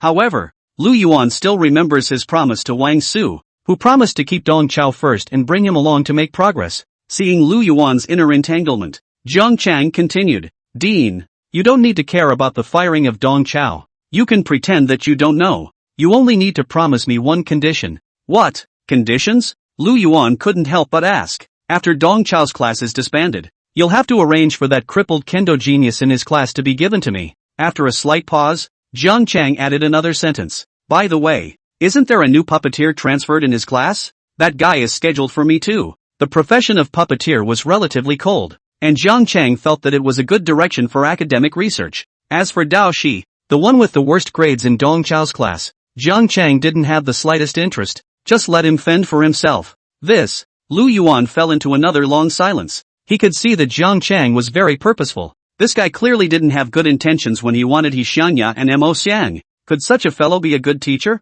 even though he came from a martial arts education family? Lu Yuan remembered what Wang Su had told him, that although Dong Chao was incapable and had a penchant for wit, but his courageous and devoted heart is noble. Comparing the two, Lu Yuan felt that Dong Chao was more like a good teacher instead. Lu Yuan wanted to rebuff Jiang Chang, but he was afraid of getting on Jiang Chang's bad side because of it. Jiang Chang, however, thought that Lu Yuan had agreed to his conditions, and he dashingly patted Lu Yuan's arm. Dean, it's a deal. Wait for my good news. Leaving Lu Yuan with an open smile, Jiang Chang pulled open the door and took off in a flurry of wind. Chapter 98. Quickly recognizing the enemy is the core skill of werewolf killing. 10 days passed in a flash. After that regular meeting with a strange atmosphere, the team of teachers at the Martial Arts Academy returned to calm. It's like nothing happened. When Dong Chao and Jiang Chang occasionally met, the two of them even smiled and greeted each other. Only, Dong Chao's smile was full of politeness, while Jiang Chang's smile carried an unhidden viciousness. These days, Jiang Chang was not idle. In his capacity as Jiang Guangming's nephew, he submitted a report letter to the Ministry of Martial Arts Education. He reported Dong Qiu's workplace bullying and oppression of newcomers with his real name. What Dong Chao had done had caused great psychological damage to him, an intern who had just stepped into the workplace. Jiang Chang's dedication to wanting to shine for the cause of martial arts education was all clouded over. Jiang Chang was confident that the letter he wrote as Jiang Guangming's nephew carried a lot of weight. The clerks at the Ministry of Education will be terrified when they receive this letter. It was just that it had been more than 10 days since the letter was handed over to the Ministry of Martial Arts Education. So how come there had not been any feedback yet? The Ministry of Education is also too slow in its efficiency. In addition to this whistleblower letter, Jiang Chang also published a small essay on Charlie Chachi in their WeChat group of the Jiang family. In the mini-essay, Jiang Chang first looked forward to his lofty ideals. He wanted to become a world-renowned martial arts educator like his uncle, adding to the cause of martial arts education in Huaxia. He then took a turn for the worse and began to cry to his family about the cold shoulder and suppression he had received at his internship job. Dong Chiu, a well-known jerk in the college, could not see his positive and enthusiastic work attitude and made things difficult for him at every turn, specifically tripping him up. Jiang Chang also had the presence of mind to specifically at the eldest uncle, pathetically asking him how he dealt with these kinds of relationships when the old man was young. Although the eldest uncle did not reply to Jiang Chang, the 7 aunts in the group gave Jiang Chang encouragement and fought for him. Right now, Jiang Chang had set the mood in place, just waiting for the leaders of the Ministry of Martial Arts Education to see his whistle-blowing letter. All the dark mines he had planted would detonate. Right now, it's the last calm before the storm. It was just that the serenity had lasted a lot longer than he had expected. It's been 10 days. Why haven't the leaders seen their whistle-blowing letter? These days, Dong Chao was doing the same as usual, giving the students an abstract martial arts class every day. And the rest of the time, he was waving cats and teasing dogs in the academy, and occasionally going to the game base in the back of the mountain to take a look again. It was said that money makes the devil work, and under the dual stimulation of martial contribution value and secret realm coins, those freshmen in the puppet department were all like chicken blood, and the work was all completed in only half a month's work.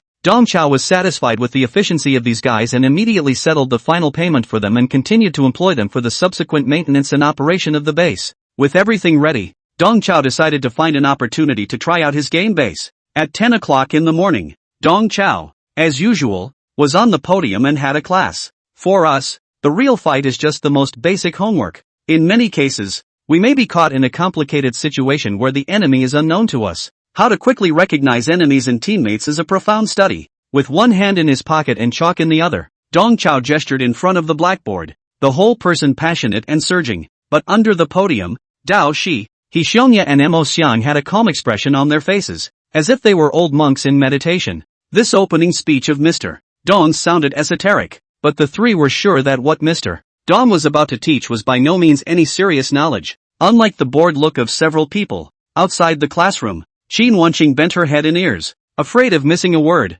Every day before class, Qin Wanqing would stop for a while at the entrance of martial arts class 4 to eavesdrop on Dong Chao's lessons. Listening to Dong Chao's passionate opening speech, Qin Wanqing couldn't help but feel emotion in her heart. Mr. Dong is worthy of being a military bigwig with a high level of secrecy. What he teaches his students is all from experience and full of dry goods. Qin Wanqing resonated from the bottom of her heart, for she had been in a perilous situation where the enemy was indistinguishable from her own and the wind was at her back.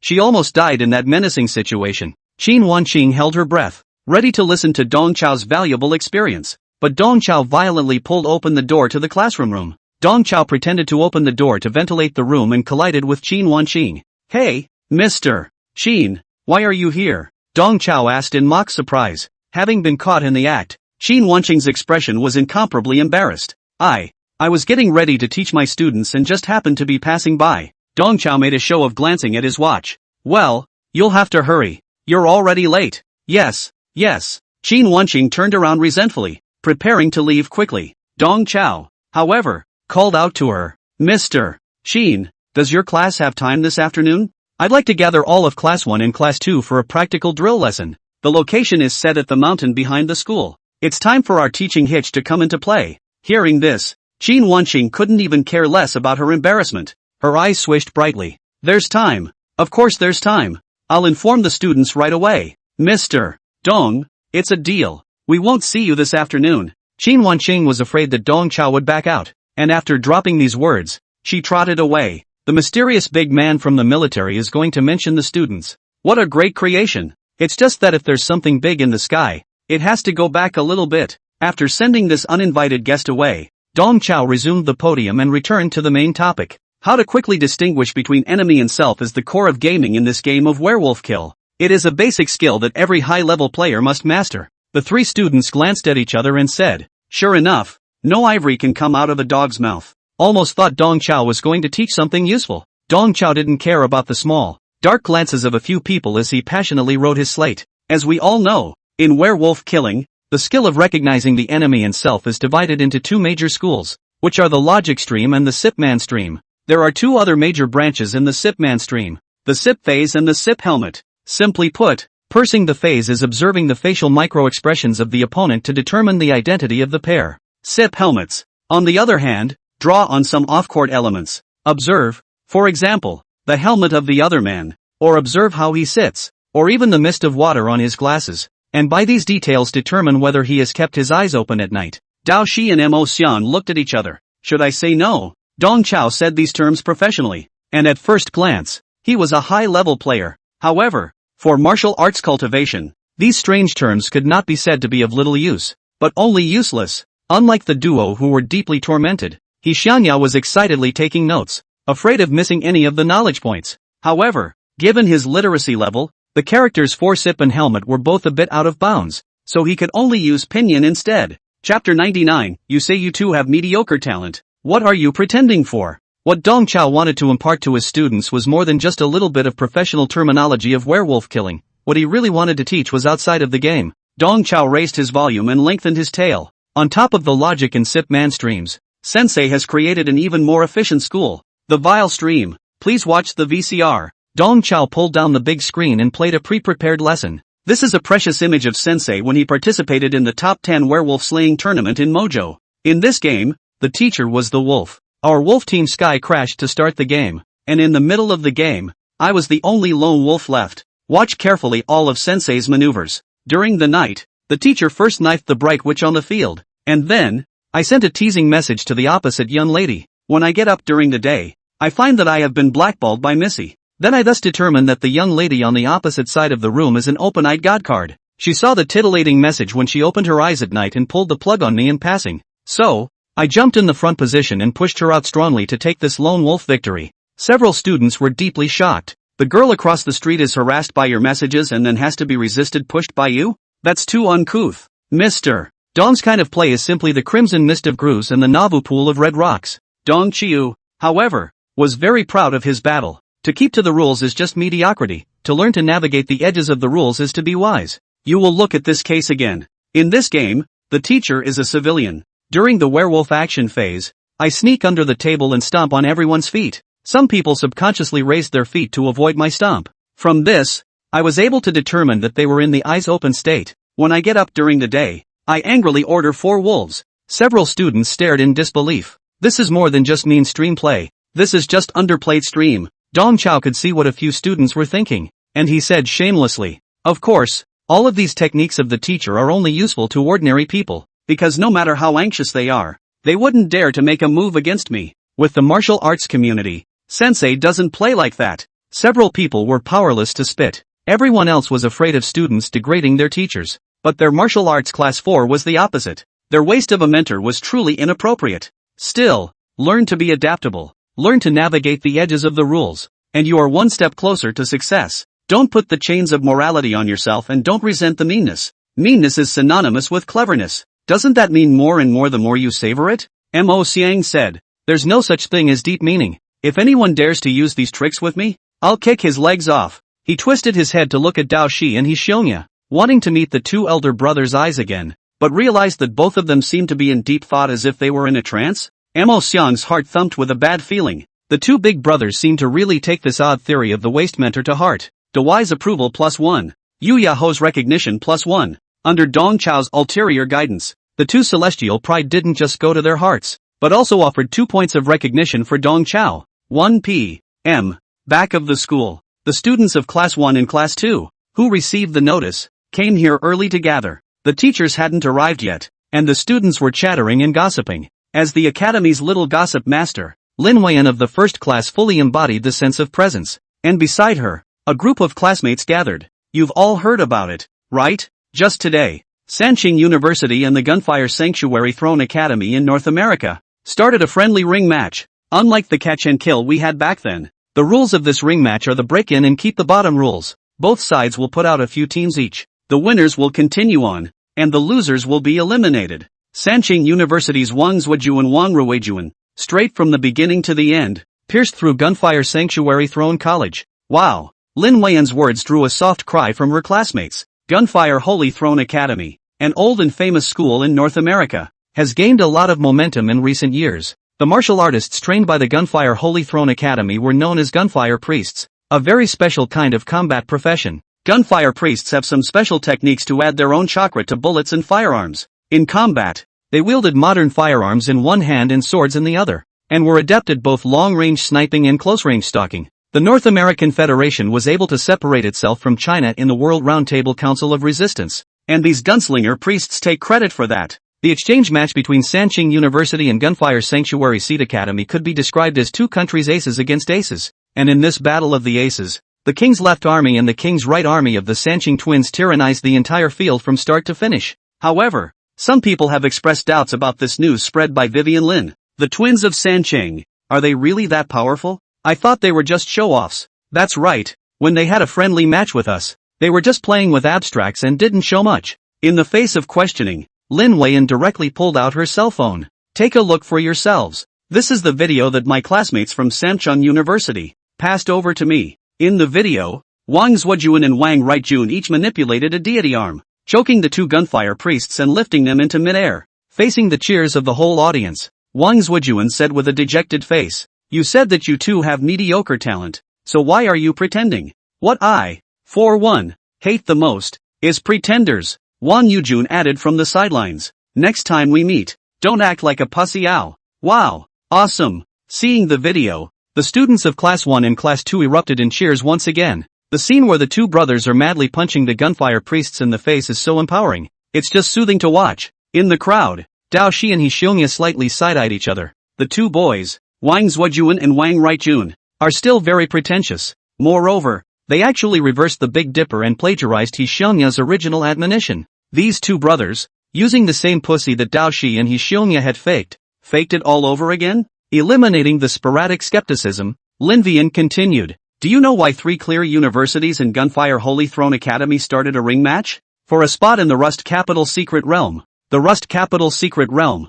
It's about to open. Behind the ring match between the two universities, what's at stake is the number of trial slots for China and North America to enter the Rust Capital Secret Realm. In this battle, the 3 clear universities took 200 places, while the defeated Gunfire Holy Seed Academy only got 100 places in the Secret Realm. A student couldn't help but exclaim, 200 slots. How can the Sanqing University Combat Department have that many new students? They should be distributing the spots to other schools, right? The points will also be distributed to a few other prestigious schools, and there will definitely be no share for us. In the crowd, I don't know who poured cold water. The crowd's interest instantly chilled as soon as those words left their mouths. We all know that this student is right. Today's Mumu University has an absolute gap with several other prestigious schools. Even if the 3 clear universities were willing to share the quota, it definitely wouldn't be their turn at Momo University. Chapter 100, you call this special training? This is obviously a real-life chicken game, right? The students who had been chattering just a moment ago were like frosted eggplants, all silent.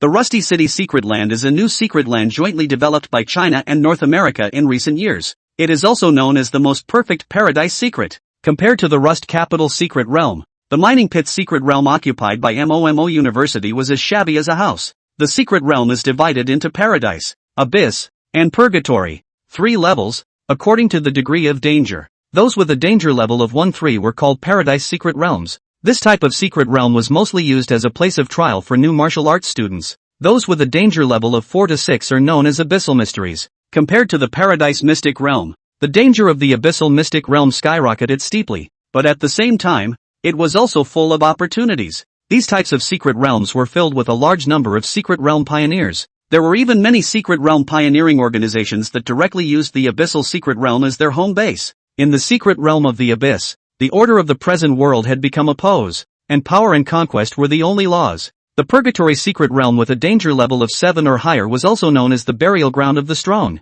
It was a forbidden place that no transcendent martial artists dared to step on easily. The danger level of the Rusty Capital Mystery Realm was level 3, which belonged to the Paradises category, but its resource level, however, was level 4. It was enough to rival many Abyssal Mysteries. When they thought of the students from several other prestigious schools, who were about to enter the Rust Capital Secret Realm and reap massive resources, the crowd from the Martial Arts Academy was filled with envy, but at the same time, it was hard to hide the loss on their faces. Even though it is a prestigious school, there are gaps. This is how the gap between Murmur University and the other 4 prestigious schools was widened little by little. From the student population to the faculty, to the school's resources and connections, MOMO University lagged behind the other four on all fronts. Just as the students were resentfully silent, Lin Weian held her cell phone and let out a gasp. Hey, you guys, look at the video. Sanqing University, actually, invited us, only to see the screen. When Tianchen, the director of instruction of the three clear universities,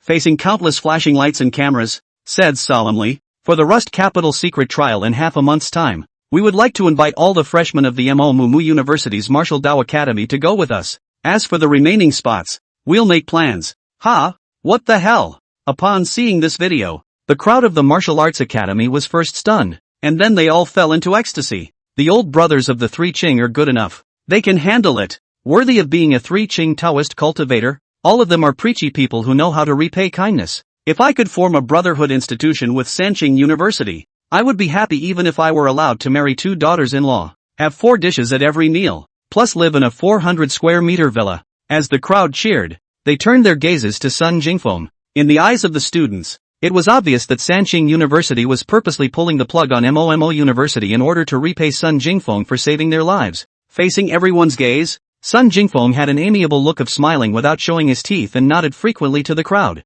Nothing, that's all I have to do. Calm down, calm down. Looking at Sun Jingfeng's smug appearance, in the crowd, Shintu Dust cursed secretly. Right now, everyone treated Sun Jingfeng as a super genius, and even, those foolish three clear Taoist cultivators treated Sun Jingfeng as a savior. But Shintu Dust was sure that Sun Jingfeng was a strawman, the one who saved the three clear Taoist cultivators, as well as the one who killed the entire field in seconds in the Academy's internal examination, was someone else. Shintu Dust remembered very clearly that in the Academy's actual combat test, he was killed by a taller guy with a punch plus a slap, easily killing him in seconds. That tall figure was by no means Sun Jingfeng. Shintu Dust came from the sideline of the Shintu family. He grew up understanding a way to survive. That is, the mouth must be strict, the heart must be able to hide things. Although he had noticed the abnormality a long time ago, Shintu Dust buried this secret silently in the bottom of his heart and did not confide in anyone. Right now, Shintu Dust motionlessly scanned the entire field,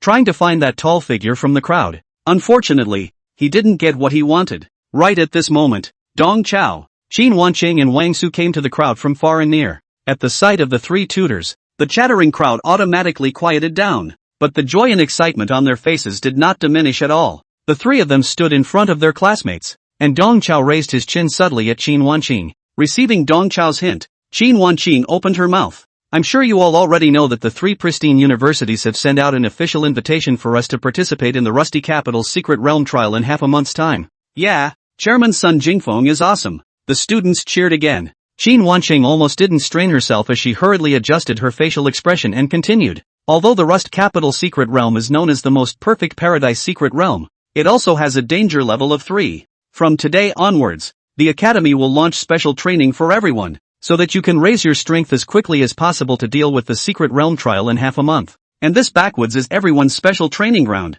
Please put on your training gauntlets and start your special training. In the students' puzzled gazes, Dong Chao acted as Qin Wanqing's deputy and took out a piece of bulletproof vest-made protective gear and distributed it to the students. 20 minutes later, all the teachers and students sat on the paper kite, ready to start this Jedi survival combat training. The paper kite was a flying puppet made by the students of the puppet department, capable of gliding at low altitudes. During the glide, students participating in the practical special training can choose their jump location at any time. After 20 minutes of understanding, the students basically understood the so-called special training rules. This is more of a real-life game of chicken than a real-life special training. The clearing in the back of the mountain had various bunkers, as well as various weapons and props made by the students of the puppet department. When everyone landed, they picked up their weapons and equipment before engaging in an unruly mess. They wear body armor gauntlets that have a blood stripe display, and when the blood stripe clears, they are eliminated. All the rules, they are exactly like the game of chicken. At the moment, just gliding low in a paper kite made the students realize that this unique special training was interesting,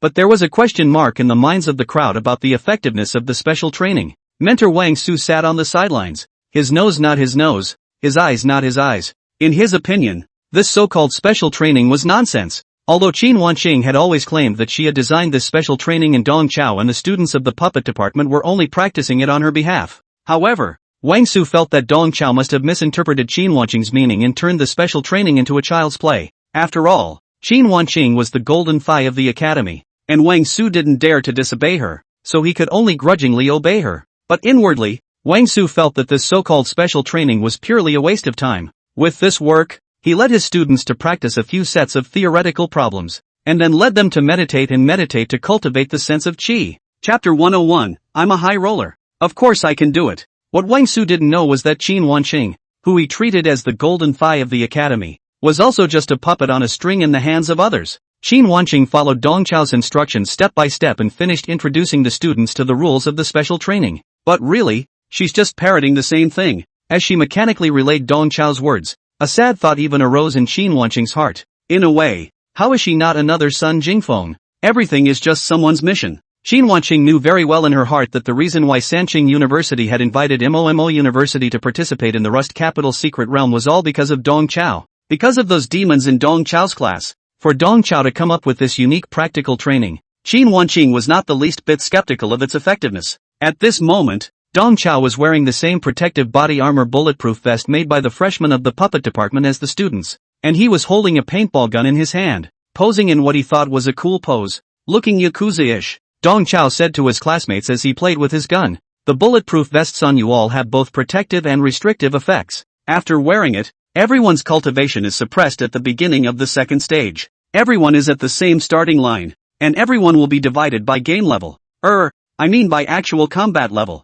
The crowd had a black line on their heads, saying that you had just let it slip that this was the game. Pop! Dong Chao pulled the bolt of his paintball gun and fired a few paintballs into the air. When you land, you will not only pick up melee weapons, but also paintball guns like these. These paintball guns are specially made to shoot like real firearms. Teacher Qin specifically instructed me to place these paintball guns in the venue. On the one hand, it's to give everyone a simple knowledge and understanding of firearms. On the other hand, it's also because I want to exercise everyone the ability to dodge bullets. Dodging bullets? The students were in a bit of disbelief. Dong Chao's tone was rarely serious. All long-range attacks can be dodged. Even if it's a cold shot from behind, a poisoned dart, a hidden arrow, or even a long-range sneak attack from certain foreign beasts, we can sense the killing intent of the attacker in advance and thus make evasions. For ordinary people, firearms are a kind of deplasmodializer that enforces equality. But for high-ranking martial artists, the role that firearms can play is ultimately limited. Even high-ranked gunfire priests are mainly swords and guns.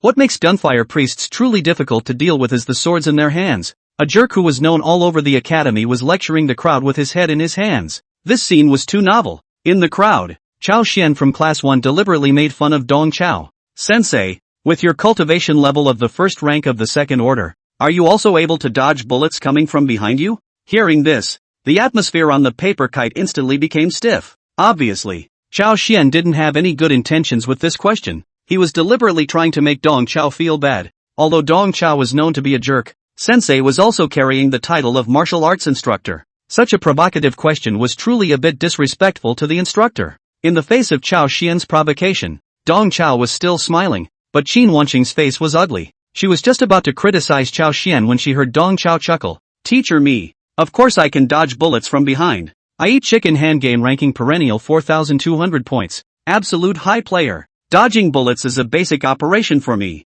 Hey, it's still a game after all. Ha ha ha ha ha." Chao Xian burst out laughing. Dong Chao also hemmed and hawed, and the other students followed with compensatory smiles. Dao Shi, Hixionia and Mo Xian laughed extraordinarily happily. Only that there was an extra hint of teasing and sinister in their eyes when they looked at Chao Xian, their punk mentor. Only they can joke about it. No one else can. Qin Wanqing sighed darkly as she looked at Chao Xian, who was holding a smile on his face. As one of the 4S rank students in Class 1, Chao Xian had always had a self-conscious condescension. It's typical of the kind of person who sits back and watches the world go by. This stupid kid didn't even realize how valuable Dong Chao's words of experience just now were. With his talent, it was truly a stroke of luck to get a mention from the mysterious big man in the military. Unfortunately, in the face of this great fortune delivered to his arms, Chao Xian's choice was to lie on the ground and let the great fortune run over him. Looking at Chao Xian, who was still smiling, Qin Wanqing secretly felt sorry inside. 20 minutes later, the battlefield. Chao Xian was perched in a trench as he slowly extended the paintball gun in his hand and hooked the trigger, eliminating an unlucky man in the distance. This is the 5th unlucky person he's sent away. Chao Xian was lucky. After landing, he picked up a paintball gun, while the other students were still fighting in close quarters with daggers and short knives. He had already realized a descending blow. While using his scope to find his next prey, Chao Xian laughed in the back of his mind at the waste mentor Dong Chao's talk of dodging bullets, which was pure nonsense, not to mention dodging the cold shots from behind. Chao Xian was shooting face to face, and those few students in Class 1 who had good cultivation were simply unable to dodge them. Chao Xian felt that just with this paintball gun in his hand, his performance in this special training would definitely not be bad. The guns in his hands fired paintballs, but they were highly accurate, hitting where they were pointed, and the gun was equipped with a sighting apparatus that would allow him to snipe from a long distance. Just now, 2 of his classmates were sent away by his super long-range sniping before they could figure out the situation. Chao Xian sighed a bit in his heart. It's a pity that there is no martial arts university in China that specializes in firearms like the North American Gunfire Holy Throne Academy. Otherwise, he could definitely make a splash himself. He definitely has a talent for playing with guns. Just as he was lamenting, Chao Xian looked through the scope and found another unlucky person. The unlucky man was turning his back on him, picking up supplies from the ground with a big grin. Seeing this, Chao Xian's finger touched the trigger once more. Just like before, Chao Xian pulled the trigger without a word, ready to take the other party away easily. In the distance, Dao Shi was stifling his head, picking up supplies on the ground. He wasn't too interested in this so-called special training. What he was really interested in were these chic props on the floor. According to Ink Item, the props were all made by the freshmen in the puppet department. Things like bulletproof vests that show blood levels and paintball guns that shoot like real firearms have energy crystals inside to power them and cost a fortune. If he hadn't heard that it was all funded by their wasteful mentor, Dao Shi would have wanted to gouge out the energy crystals from these props and keep them for himself. Chapter 102, Can someone really dodge bullets on his back? Just as Dao Shi was fiddling with the delicate props, his heart clenched violently. Immediately afterward, he heard a cracking sound from behind his head. Without any hesitation, Dao Shi subconsciously made a sideways lunge and dodged to the side in an awkward position of a lazy donkey rolling. Pop!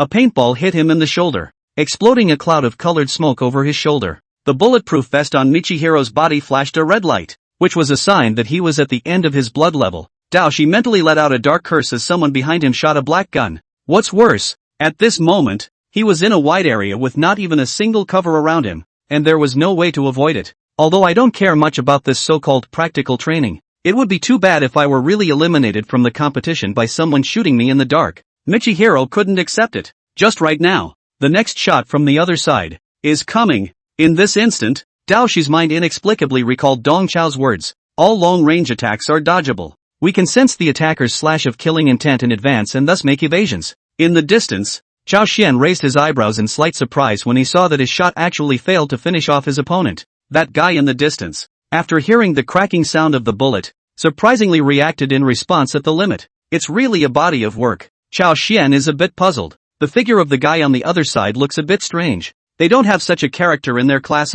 This very athletic guy, is he from the second class? Unfortunately for him, he's no more athletic than he is. Chao Xian relocked the unlucky man in the distance in the scope and pulled the trigger once again. What Chao Xian didn't expect was that his shot, again, fell short. At the moment he fired, the back figure in the distance, surprisingly, dodged left and right falsely, once again dodging his sniper. Chao Xian's temples throbbed furiously. He fired continuously in disbelief, but the guy in the distance, with his back to him, dodged continuously, dodging as many of the incoming paintballs as he could. Chao Xian felt like he had seen a ghost. He sucked in a breath of cool air, and his heart almost popped out of his chest. Is there really someone who can dodge bullets with his back turned? A few dozen meters away, Dao Shi made use of the swimming dragon 100 transformation stance and, with his back turned, ghostly approached Chao Xian. He had completely mastered the trick of dodging on his back, and without the need to utilize his vision, he could feel Chao Xian's trigger-pulling movements just by the pull of his breath.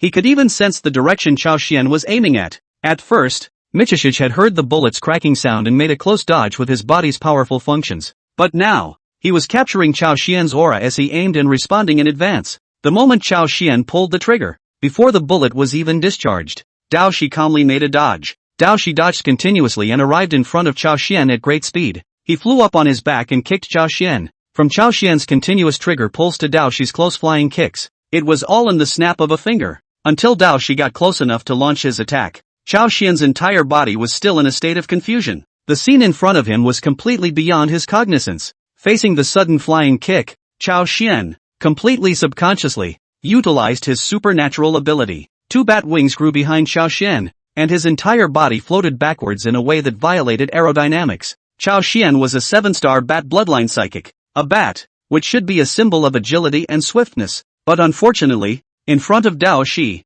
Chao Xian's movements were too slow. Slow as a sloth. Pop! A clear shoe print was imprinted on Chao Xian's face. The powerful impact caused Chao Xian's helmet and protective clothing to instantly crumble. Chao Xian's backward gliding stance came to an abrupt end, and his entire body fell heavily to the ground like a kite with broken strings. If Dao Shi hadn't had his cultivation suppressed by the protective clothing on his body, his casual kick would have provided the school's field first aid program with a perfect study case for vegetative patients. Chao Xian, who had plowed a furrow in the ground, instantly fell into unconsciousness. At the same time, a voice sounded in midair. Chao Xian, out! Coldly glancing at the foaming at the mouth Chao Xian, Dao Shi secretly sighed in his heart that this game theory of the waste mentor was actually useful. Dao Shi didn't know if the waste mentor had heard this profound theory by mistake or from where, but he did benefit from it. Michihiro's approval +1. In the dispatch room, Dong Chao watched Dao Shi's perfect performance and was secretly staggered, dodging long-range attacks through chi traction. This skill,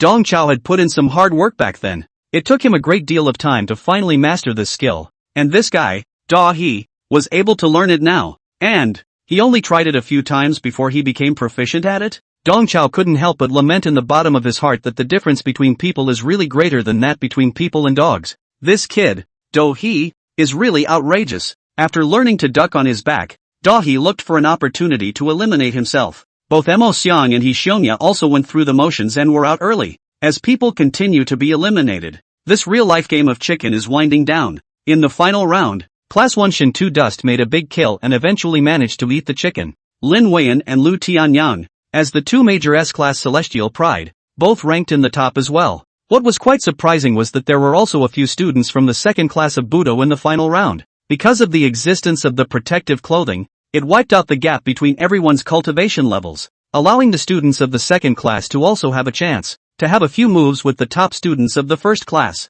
It gives them great confidence. Moreover, compared with Mr. Wang Su's old-fashioned teaching mode, this kind of fun and educational approach is obviously more popular among students. At the end of the exercise, the students of Class 1 and Class 2 even started a review exchange on their own. Wang Su was slightly surprised as he watched the students confidently and sunnily going through their repertoire. This special training method, which seemed a bit hokey, actually motivated the students to practice. Right now, there was no need for Wang Su to urge the students to practice more on their own. Seeing this scene, Wang Su had a slight change of opinion about this unique special training method. It was just that he was more or less guilty of muttering in his heart about the results of this special training. The absolute ace of their class, super genius Sun Jingfeng, was eliminated early in this special training, didn't even make it into the final round. It seems that this game-like training method is still too childish for Sun Jingfeng. He obviously can't raise his spirits. Wang Su secretly decided that after returning to his class, he would arrange a few sets of martial arts theory papers for Sun Jingfeng. For a genius like Sun Jingfeng, it would still have to be a high-intensity role pull to work well. Happy education doesn't work for geniuses. Chapter 103 for weaklings like us. It's all about hard work and learning. Evening. Budo Academy student dormitory. Chao Xian took an ice pack and put it on the swollen right side of his face while sighing divinely to the squad leader. Shin 2 Dust. Brother Shin 2, I really saw a ghost today. It's amazing that someone can really dodge bullets on his back. That guy came to me on his back like a ghost shadow and knocked me out. What Mr. Dong said turned out to be true. Surprisingly, there really is someone who can do it. It was only after seeing the incredible scene with his own eyes that Chao Xian realized that what the waste tutor Dong Chao had said was not nonsense. But, when did we have such an expert in our academy? That guy, too perverted. Hearing Chao Xian's lamentation, Shin 2 Dust was horrified. It was obvious that Chao Xian had encountered a mysterious expert from the academy. In fact, regarding the mysterious expert in the academy, Shin 2 Dust vaguely had a guess.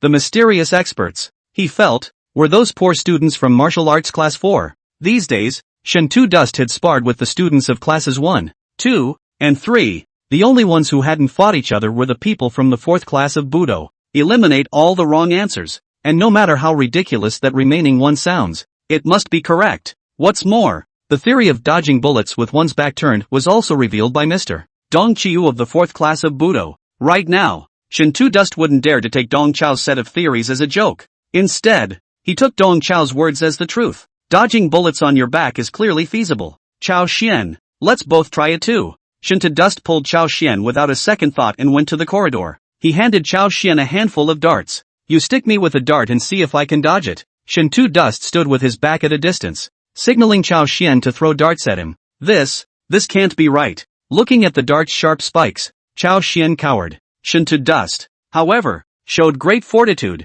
What's not to like? If others can do it, so can we. It's just a matter of putting in more work. For those of us who are weak, we rely on hard learning and practicing.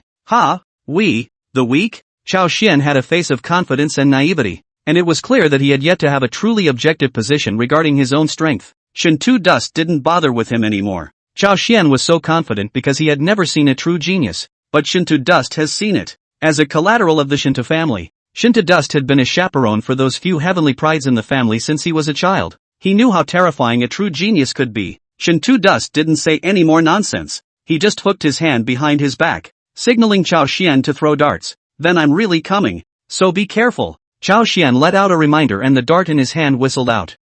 Without any surprise, the dart stuck in Shin to dust's back. Shin to dust let out a muffled grunt of pain, but signaled Chao Xian to continue. Again. Chao Xian threw the dart again and stabbed Shin to dust again. Again. Chao Xian stiffly raised his hand again, and unsurprisingly hit 3 in a row. More. Listening to Shin to dust's murmur, Chao Xian couldn't help but spit out inwardly. Who the hell is this exercising? It looks like Shin to is practicing dodging, but what's actually getting a workout seems to be my ability to throw darts. I've got a bit of a talent for long-range attacks. 100 shots. Looking at Shin to dust, who had been pierced like a hedgehog, Chao Xian secretly thought. Top floor of the dormitory. Room 603. Inkblock had been clanking away at his workbench all afternoon, but he had managed to finish the job at hand. These days, he's busy beating his feet against the back of his head. The new sword promised to be forged for Brother Dao Shi was in the final stages of finishing, with only the non-slip carving of the hilt, and some fittings for the tsuba, to be completed. This knife is made from the weapons and protective gear picked up in the secret world of the mines and rebuilt. The strength of the entire blade was quite good, completely comparable to a C-grade standardized weapon produced by Taiyu Arsenal. In addition to the stranger's sword, Mo Xiang's own puppet Fina has also received a major upgrade. The puppet's outer body was all replaced with a metal exoskeleton, allowing the puppet Fina to display a female enchanting body strip while still having a cyberpunk metallic coldness. The Earth Spirit Ice Crystal obtained from the secret realm of the Mine Pit was also set into Fina's chest by Mo Xiang as her energy core. After this transformation, Fina's strength went up more than a notch from before. In addition to the puppet upgrading, during this period of time, Mo Xiang also had some changes in his inner emotions. He was completely integrated into the 4th class of martial arts, and with the 2 elder brothers, Dao Shi and He Xiongya, he also thoroughly mingled. These days, He Xiongya has also been begging Mo Xiang, wanting him to return his twin swords to be rebuilt as well, making them into a private customized version of the Senate sword. And Mo Xiang hasn't been pouring out the effort. Mo Xiang still had to set aside some time to practice his Wuyue Golden Bell. In terms of the progress of cultivation of the 5 Mountains Golden Bell, Mo Xiang could be described as divine. Now, he had cultivated to the 2nd level of the 5 Mountains, the Hangshan Fire level. The deeper he delved into the 5 Mountains Golden Bell, the more he could feel the subtlety of this technique. For teacher Dong Chao, the more grateful he became. As a Sigma man, Mo Xiang was very self-disciplined, and he had a strict daily schedule. Between 8 o'clock and 8:40 p.m. Was the time for his evening austerities. 8:40 to 2:30 at night was his time to swipe his cell phone for a nap. At 8:40, Mo Xiang punctually ended his hard training and began to take a nap. He lay back on his bed and concentrated on his cell phone. Hello, viewers, it's time again to learn martial arts skills by following short videos. Mo Xiang's intense brushing of short videos is not just for fun, it's part of his learning. His Ponzi martial arts skills were basically learned online. At the moment, he is watching a blogger he likes very much, called Starry Night Martial Arts School, Xiao Chen. This blogger would often share some improved martial arts techniques online for free, and Mo Xiang stole a lot of things from him. The golden armor body protecting chi power he had used before was something he had learned from Xiao Chen. Today, all the audience lords are here. What I'm about to demonstrate is my personal best skill, the Golden Bell Clasp, and our Starry Night Martial Arts School's Golden Bell Shield has been improved by a master. Compared to the traditional Golden Bell Shield, we have removed the dregs and taken the essence. This kind of profound martial arts was originally an untold secret of our Starry Night Martial School, but in order to give back to the majority of my family, I decided to show it to everyone in the video for free. Upon hearing Golden Bell Shroud, Mo Xiang's entire body was energized, and he hurriedly sat up straight, ready to take a good look at the Golden Bell Shroud of the Starry Night Martial Arts School. And what is the doorway? Chapter 104, Internet Battle. As we all know, The traditional Buddhist golden bell shield is obscure, difficult to practice, and very slow to produce results. Practitioners must cultivate to more than 10 levels before they can make a difference. But our Starry Night martial arts school's improved golden bell, which cuts down the complexity and simplifies the original 13 levels of the golden bell, has been streamlined into 7, making this obscure martial art much easier to follow. Our Starry Night golden bell clasp is divided into the exhalation pass, the chi strength pass, the tendon and bone pass, the anti-vibration pass, the mighty pass, the sheer softness pass, and the perfection pass. When you reach the perfection pass realm, there is only 1 inch left of the hooded door all over your body, and as long as the hooded door is unbroken, your body is as firm as fine gold. Mo Xiang frowned deeply. The more he heard, the more wrong he felt. The blogger, Little Chan, casts the Starry Night golden bell and has a big problem with it. Xiao Chen, this is not a simplification of the complexity. He is clearly a buyer of the box, to sacrifice the essence of the end. The golden bell shield itself was a profound and obscure martial art that was difficult to cultivate, but the benefits of practicing it to a high level were just as great. The traditional golden bell, practiced to 12 passes, the hood completely disappears, can be said to be invulnerable to swords and spears, invulnerable to all poisons. When practiced to the 13th level, it is even more immortal and incorruptible. As for the Starry Night golden bell shield that Xiao Chen had cast, it had indeed reduced the difficulty of cultivation, but the benefits had been similarly discounted. Starry Night's golden bell mask has been practiced to perfection, and there is still a door to the mask? Can this be considered an improvement? Such an improvement would make Inkblock scoff. As a martial arts enthusiast, was Mo Xiang afraid that martial arts would be difficult to learn? What he was afraid of was that martial arts were garbage and practicing them was a pure waste of time. Xiao Chen's Starry Night golden bell shield was taking a profound martial art and hardening it into garbage. Watching blogger Xiao Chen introduce the castrated version of the golden bell with a showy face, the more Mo Xiang looked at it, the more angry he became. He really wanted to grip Xiao Chen's neck collar and punch him twice. What made it even more difficult for Mo Xiang to endure was that in the face of such a shoddy gongfu, the comments section was still full of cudgels. Bloggers are greatly awesome. This is the best golden bell tutorial I've found by searching all over the internet. Is this really a martial arts tutorial we can watch without paying for it? Should I say no? The Starry Night Martial Arts Center is really generous. Being a straight boy, how could Mo Xiang put up with this?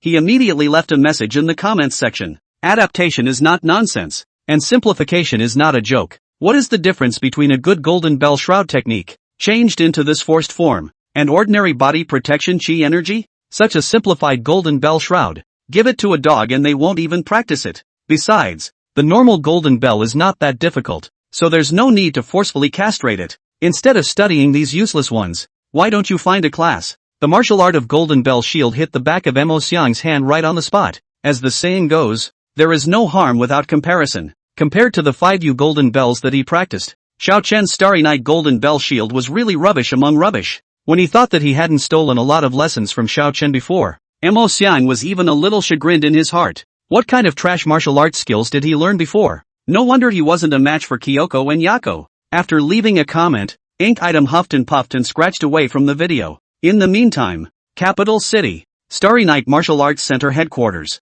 Chen Dingxing listened to the song while checking the back end of the short video website. The clear compliments and praises floated over him and were very flattering. The simplified golden bell shield he showed in the video was itself Mr. John's masterpiece. Chen Dingxing had studied very hard again in the past 2 years, and had mastered this simplified martial art to perfection. For this teaching video today, he himself was very satisfied. Chen Dingxing was enjoying the praise from the comments section when a sharp message appeared out of nowhere. Adaptation isn't making things up. Simplification isn't a joke. Instead of studying these useless ones, why don't you find a class? Seeing this message, Chen Dingxing was furious and laughed. He said in his mind that he was really ignorant. The one who researched this improved version of the Golden Bell Mask is China's premier martial arts educator. Sacrifice Jiang Guangming. Dare you say that, Mr. Zhang's improved martial arts techniques are made up? Talking with such a big mouth is most likely oral cancer. The owner behind the national chain of Starry Night Martial Arts School was in fact the famous victim. Jiang Guangming, Chen Dongxing,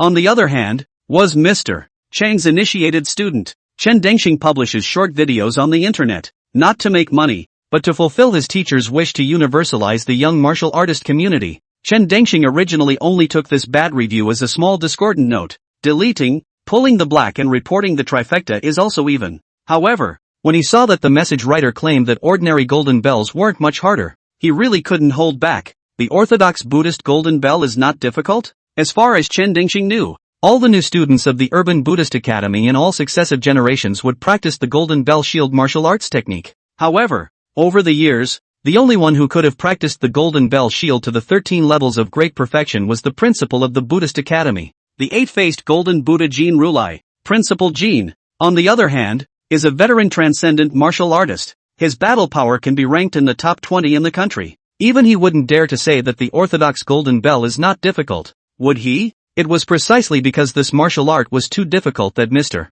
Jiang had developed a simplified version, just so that the majority of martial artists could get started. Chen Dingxing said in his heart that it is only on the network that the other party dares to force lie. If in reality, who can be lucky to get Mr. Jiang's teaching? The ancestors have to smoke. Thinking of this, Chen Dingxing decided to teach this internet mouthpiece a lesson. He checked the IP location of the internet spammer and confirmed that the other party was located in Mazhou. And only then did he leave a message below the comments. Don't push your luck on the internet. If you think you're good, let's compete. Our Starry Night Martial Arts School has a branch in Mazhou. Let's make a date and compete in the store. According to Chen Dingxing's idea, if he took the initiative to propose a date for a fight, the internet spammers would definitely not dare to squeak. Tomorrow, Chen Dingxing will come out with another video dedicated to dissing this kind of mouth-breathing behavior. And this matter will be over. What Chen Dingxing did not expect is that the internet spammer quickly replied to him. Alright, then let's spar offline. I'll let you see what the real Golden Bell Shield should be like, so that you don't mislead people again. Chen Dingxing's entire body was about to explode. I told you you're fat and you're still breathing, right? Fine. I'll head to Mazhou now. Don't wimp out if you're capable. I hope your martial arts skills are as hard as your mouth. Chen Dingxing returned viciously. Chapter 105 Golden Bell Mask vs. Day 2, 11 a.m. Idle stalls in the cafeteria. Dong Qiyu was excitedly giving a cooking lesson to 3 students. What the teacher is teaching you today is the crunchy money-making night market snack program. Handheld lamb chops. Remember, you guys, you must use 2 or 3-year-old sheep to make handheld lamb chops. Old sheep are like old A8s. Old but with flavor. The 3 looked at each other and said you better be talking about sheep. Dong Qiyu teaches his students everything, from how to braise lamb to how to mix dipping sauces. During the cooking, Dong Chao sensed that the atmosphere today was not quite right. Sure enough, as he watched the lesson come to a close, Ink Brand snapped. Teacher, can I take a vacation? I won't be attending the special training in the afternoon. I have to go out. Well, my puppet Fina seems to be pregnant. Mo Xiang, who was not good at lying, puffed and puffed for half a day and finally came up with a lame excuse. Dong Chao barely managed to hold his breath. Just say hang out if you're hanging out. Don't find such an oozing excuse. He Xianya, who was on the sidelines, hurriedly remedied the situation. Yeah, we were thinking of going out for a stroll. Take a trip to the downtown snack bar and study the future dynamics of employment. Dong Chao nodded in relief. Look at how businesslike people are. Jocko, and then look at you. The puppet is pregnant? How did you have the nerve to say such a lame excuse? You guys want to go out to pick up the air and increase your social practice. The teacher supports you. Don't worry, on the academy side, the teacher will cover for you, but you can't go hungry either. As he spoke, Dong Chao pushed the freshly baked handheld lamb in front of several people. You'll eat more at noon, so you'll be well fed for the journey. Dong Chao knew in his heart that these 3 precious students were definitely not out to play around. They definitely had something going on. 1 p.m. Dao Shi, He Xiongya and Mo Xiang followed the navigation and arrived at the entrance of the Starry Night Martial Arts Center. Mo Xiang himself didn't take this internet date too seriously, but when Dao Shi and He Xiongya heard about it, they had to follow. The 2 men had simply come along for the ride. Of course, it would have been nice to see Mo Xiang make a fool of himself in this appointment. Before they set off, several people had a rough idea of the Starry Night Martial Arts Center through the search engine. This martial arts school is a national chain, specializing in high-level martial artists. Also, this martial arts school has interesting rules. All members of the martial arts center keep their identity secret. From members to staff, they wear uniform masks when entering and leaving the martial arts center. The name of the Starry Night Martial Arts Center was taken from the meaning of a brocade knight. No matter if they were the sons of a family, a high-ranking officer in the military, or a secret explorer who wandered in the gray area, they could all conceal their identities and go to the Starry Night Martial Arts Hall to anonymously spar. The slogan of Starry Night Martial Arts is absolute safety, absolute privacy and absolute peace of mind. At the entrance of the guild hall, Dao Shi and He Xiongya cheer Mo Xiang in reverse one after another. Xiang Zi, if you lose later, we'll have to lecture you for the rest of your life. The only supine master of the Mozi family. The internet pretends to be a pussy and gets blasted and hammered. This thing is a lot of fun to think about. Hey, hey, hey, hey, hey, hey, hey, hey, hey, hey, hey, hey, hey, hey, hey. As a stress monster, Mo Xian was in turn being wildly pressurized by his two big brothers at the moment. With a dark face, he pushed open the door of the martial arts center, and the masked attendant waiting at the door immediately served the three of them with masks. As a national chain of large martial arts schools, the interior of the Starry Night Martial Arts Center was carved with dragons and phoenixes, and it looked like it was rich and powerful. Led by the attendant, the three of them arrived at the ring in the center of the martial arts hall. Chen Dengxing was already waiting for them. Looking at the three people under the ring, Chen Dengxing let out a cold snort. I didn't expect it, but you guys really dared to come. But what does three people mean? A group fight? Chen Dengxing said in his heart that network spammers are network spammers. Even if you muster up the courage to be true offline, you have to call your fox friends to be bold. Chen Dengxing hooked his finger at the three people on the stage. You're all in this together. It doesn't matter. Hearing this, Dao Shi hurriedly waved his hand. I can't afford to pay. I can't afford to pay. I wouldn't dare. Chen Dengxing was slightly stunned. He kind of didn't understand the other man's words. He Xianya also chimed in. This big brother, we are here to cheer you on. In a moment, you're going to get this big guy to death. He has medical insurance. Don't be afraid. You just humiliate him hard. Chen Dengxing became more and more confused. These guys, so abstract. Mo Xian glanced helplessly at Dao Shi and he Xiongya and rolled into the ring. To be honest, I've learned quite a few trashy martial arts techniques from your videos. I'll give you a lesson today, as a way of giving back to you. Chen Dengxing jealoused. He said to himself that this big man was really angry. In order to return the favor, Chen Dengxing pulled out the 2 packs of hand towels he had prepared long ago from his pocket and threw them to Mo Xiang. Here's 2 packs of Kleenex for you. Or when you get the beat out of you later, you won't know whether to wipe your tears or your ass first. Mo Xiang, who was not good with words, did not know how to counterattack for a while. He Xianya on the stage let out a snort. He pulled out the notebook he carried with him and smiled as he jotted it down. Strange big brother. So true. Are you from Dunhuang? There are so many murals. I plagiarized this line. Chen Dengxing thought to himself that these 3 guys in front of him were so strange. Are not sick? He clasped his hands together, and the silhouette of a giant golden bell immediately appeared around him. Mo Xiang similarly urged his qi and blood, and the silhouette of a giant black bell appeared around him. Chen Dengxing's eyelids fluttered. This internet spammer actually does know the golden bell. Also, his golden bell looks weird. It's actually black? Chen Dengxing hit the ground running.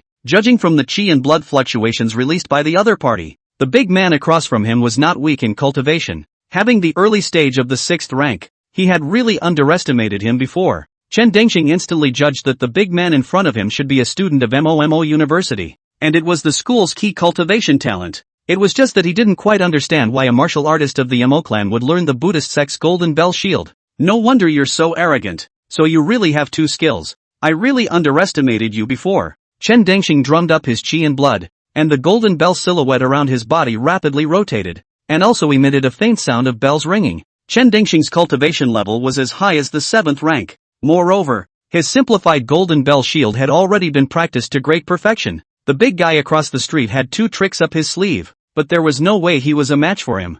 Thinking of this, Chen Dengxing made an explosive flash, and his entire body transformed into a soaring arrow feather, charging towards Mo Xiang. Mo Xiang also displayed a sternness and agility that did not match his stature, and hedged towards Chen Dengxing. The 2 used the simplest and purest clash to show off their respective golden bells. Knock! The extremely metallic sound of bells echoed repeatedly in the arena. The impact from the collision caused the entire ring to shake slightly. Mo Xiang and Chen Dengxing's figures collided together as if they were 2 fighting bulls, continuing to wrestle in the center of the ring, with neither one refusing to take half a step back. Feeling the oncoming mountainous might, Chen Dengxing clenched his teeth and forcibly swallowed back the clump of blood that had spurted up to the back of his throat. In this unpretentious collision, although the 2 appeared to be evenly matched, Chen Dengxing knew in his heart that he had already lost. The other party was clearly 1 major rank lower than him, but in a hard-fought competition, he himself was conversely the one being suppressed. Moreover, this collision caused the golden bell body protecting strength around Chen Dengxing's body to show a slight crack.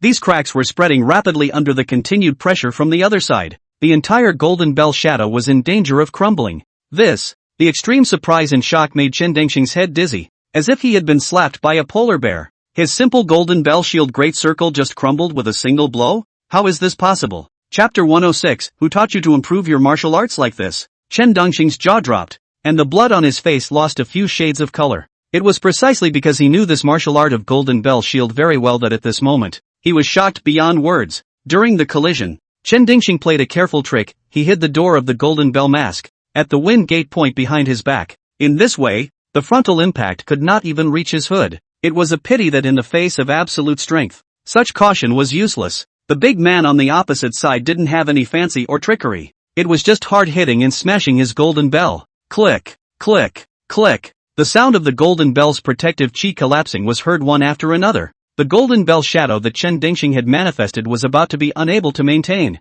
Just then, He Xianya from the stage shouted again. Come on, strange big brother, don't let the big guy act like a bully. A rookie with a cultivation level of the early stage of the 6th rank, sneering at you on the internet and wildly punching you in the face in reality. Can you stand it? Chen Dingxing had 10,000 grass mud horses galloping in his heart. He said to himself whether this is gas or arching fire. If he hadn't heard those words, Chen Dingxing would have been ready to bow his head and admit defeat. Little cute. All could see that the black golden bell that the big man had cast was much more advanced than his simple golden bell. However, this arching fire drifted from the stage and set Chen Dingxing on his feet. He was at least a 7th-ranked martial artist, and was the senior disciple of the sacrificial Jiang Guangming. He was ready to be real offline for a bit of internet spamming, but he didn't expect it. But he was fancy spammed in the face by internet spammers, which he could tolerate. Thinking of this, Chen Dingxing did a Harrier flip and withdrew the force of the collision. While in the air, he touched the storage ring on his hand, and a chime stick with coiled dragon carvings suddenly appeared in his hand.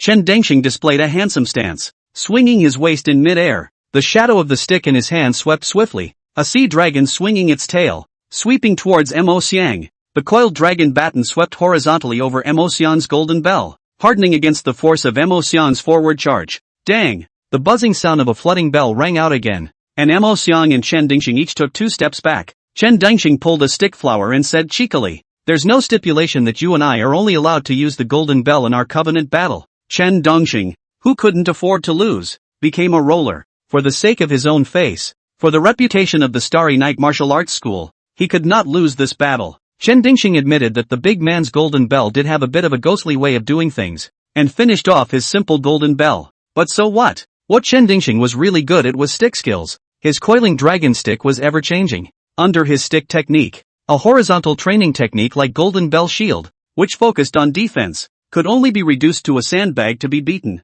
Seeing Chen Dingxing blatantly playing bad, He Xianya on stage playfully shouted, "Big brother, really, no need to be facetious, no need to talk about martial virtues, just him and be done with it. Meanness is synonymous with cleverness." He Xianya now learns and speaks the famous words of Mr. Dong. Chen Dingxing had a head full of black lines. He thought to himself, "You might as well just scold me a few times. You're being so weird. What about me?" In the ring, Mo Xiang didn't accuse Chen Dingxing of his trickery either. On the contrary, his entire body was excited. "But you didn't talk about martial arts first, so don't say I'm a bully." With those words, he took out the puppet scroll from his bosom and casually shook his hand, and a female puppet of equal proportion to a real person immediately appeared in the ring. This puppet had an alluring figure and a clear face, but her steel-textured skin and metal joints with industrial aesthetics all exuded an aura of danger.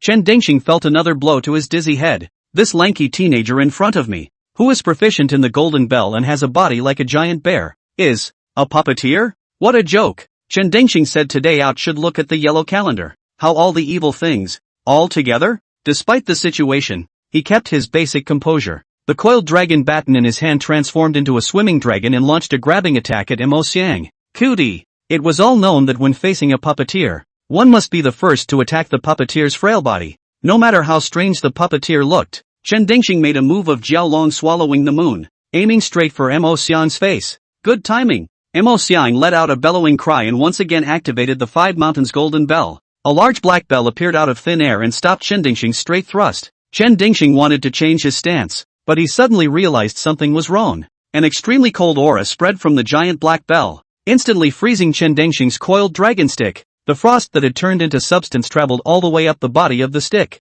nearly freezing Chen Dingxing's hand. Chen Dingxing was horrified and hurriedly did a monstrous python flip, forcibly shaking away the frost from the stick and retreating in a sorry state. However, without waiting for him to pull away, Ink Item's puppet Fina killed again. Looking at the golem that slashed out, Chen Dingxing's heart was shocked again. This puppet's circumference was also flickering with black golden bell body protection.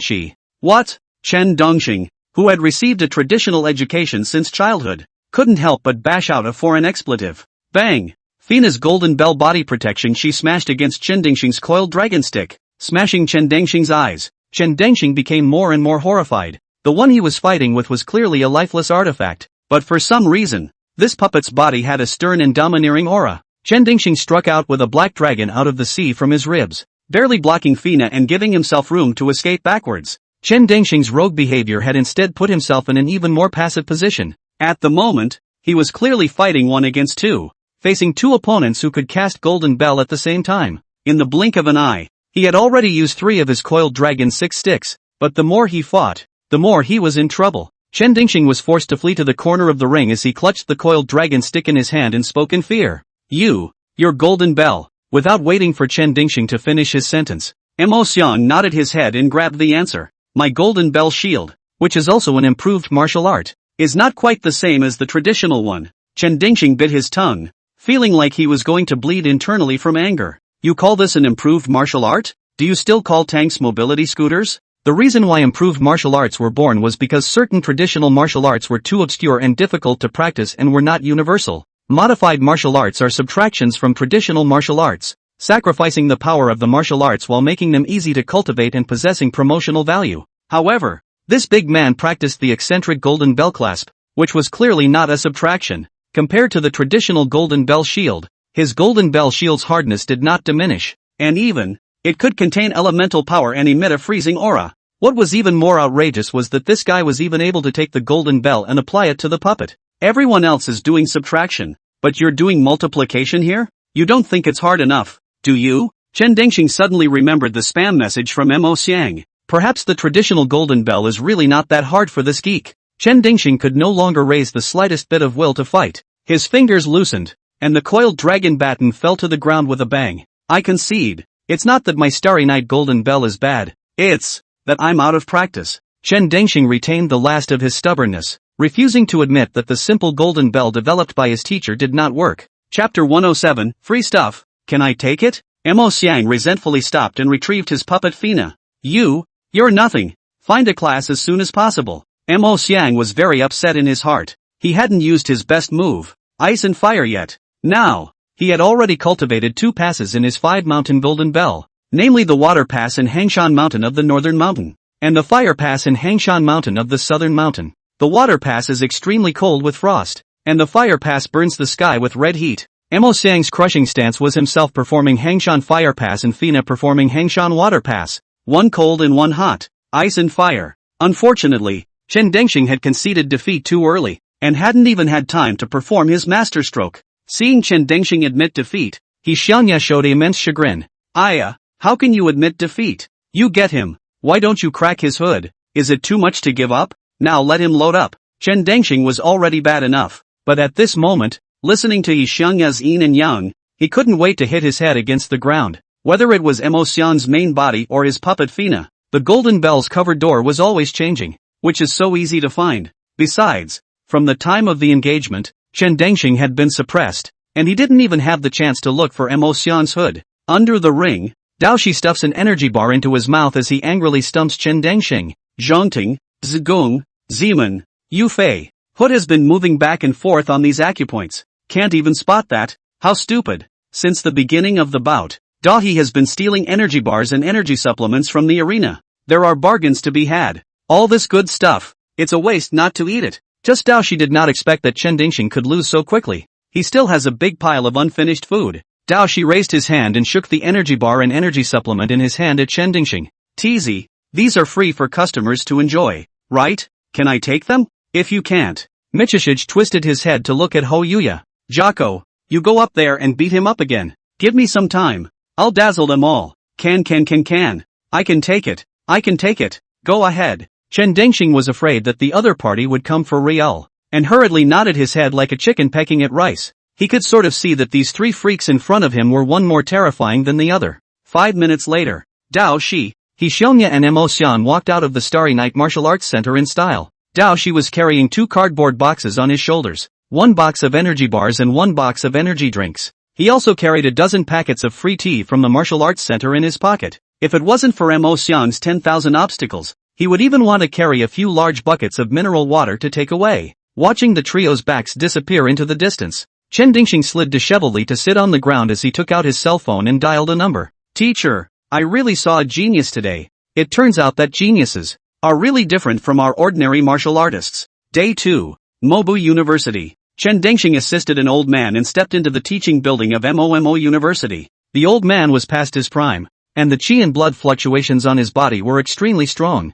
This earnest qi and blood fluctuations even reminiscent of a transcendent martial artist. However, what was inconsistent with his abundant qi and blood was that the old man's appearance was withered. His body was dry and thin, and the whole person seemed to be a wax head in the cold wind, which might go out at any time. This old man was Chen Dingxing's teacher, a well-known martial arts educator in China, and also the head of the Jiang family. Sacrificed Jiang Guangming. Jiang Guangming had come to Mazhou from the capital on purpose. Yesterday, he had heard all about it on the phone. An eccentric puppeteer with a cultivation level of the 6th rank had easily defeated his favorite disciple. Through Chen Dingxing's narration, Jiang Guangming immediately realized that the one who had defeated Chen Dingxing was the supine master of the Mo clan. Only a supine master can give a golem a human-like temperament. I didn't expect. Since Master MOU, the Mo clan has produced another genius. Jiang Guangming scuffed up the stairs one step at a time, muttering emotions under his breath. Jiang Guangming brought Chen Dingxing to MOMO University, not to raise an offense.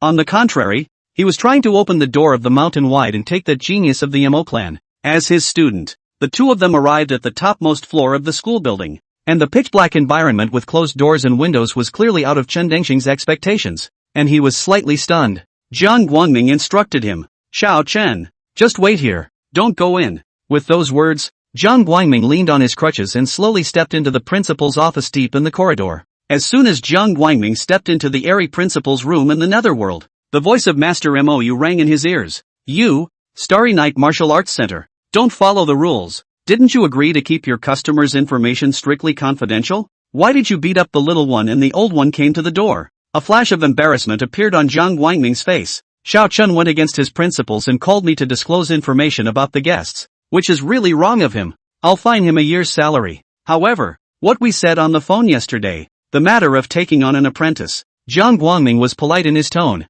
but inwardly he was determined to win. The Jiang family and the Mo family have been friends since ancient times, and he and Mo Yushir are considered comrades in arms. Both of them have participated in the death plan to varying degrees, and both of them have shed blood for the country. Right now, he himself, a reputable martial arts educator, personally came to the door, sincerely wanting to collect the genius of the Mo clan as a shut-in disciple. Jiang Guangming wanted to pass on all of his life's martial arts research to the Mo family's offspring. No matter how one looked at it, it was impossible for Master MOU to refuse. However, in the face of Jiang Guangming's good intentions, Master MOU only let out a light laugh. "Chang, you're in such good shape. Why did you have to come all the way here for nothing? I told you on the phone, our Mo Xiang has a teacher." Mo Yushir said that the old man was really stubborn. Yesterday, on the phone, he rejected him, but today he even made a personal visit. Having been rejected again, Jiang Guangming's entire body became agitated. How can an ordinary martial arts instructor be compared to the teaching and research of our Jiang family?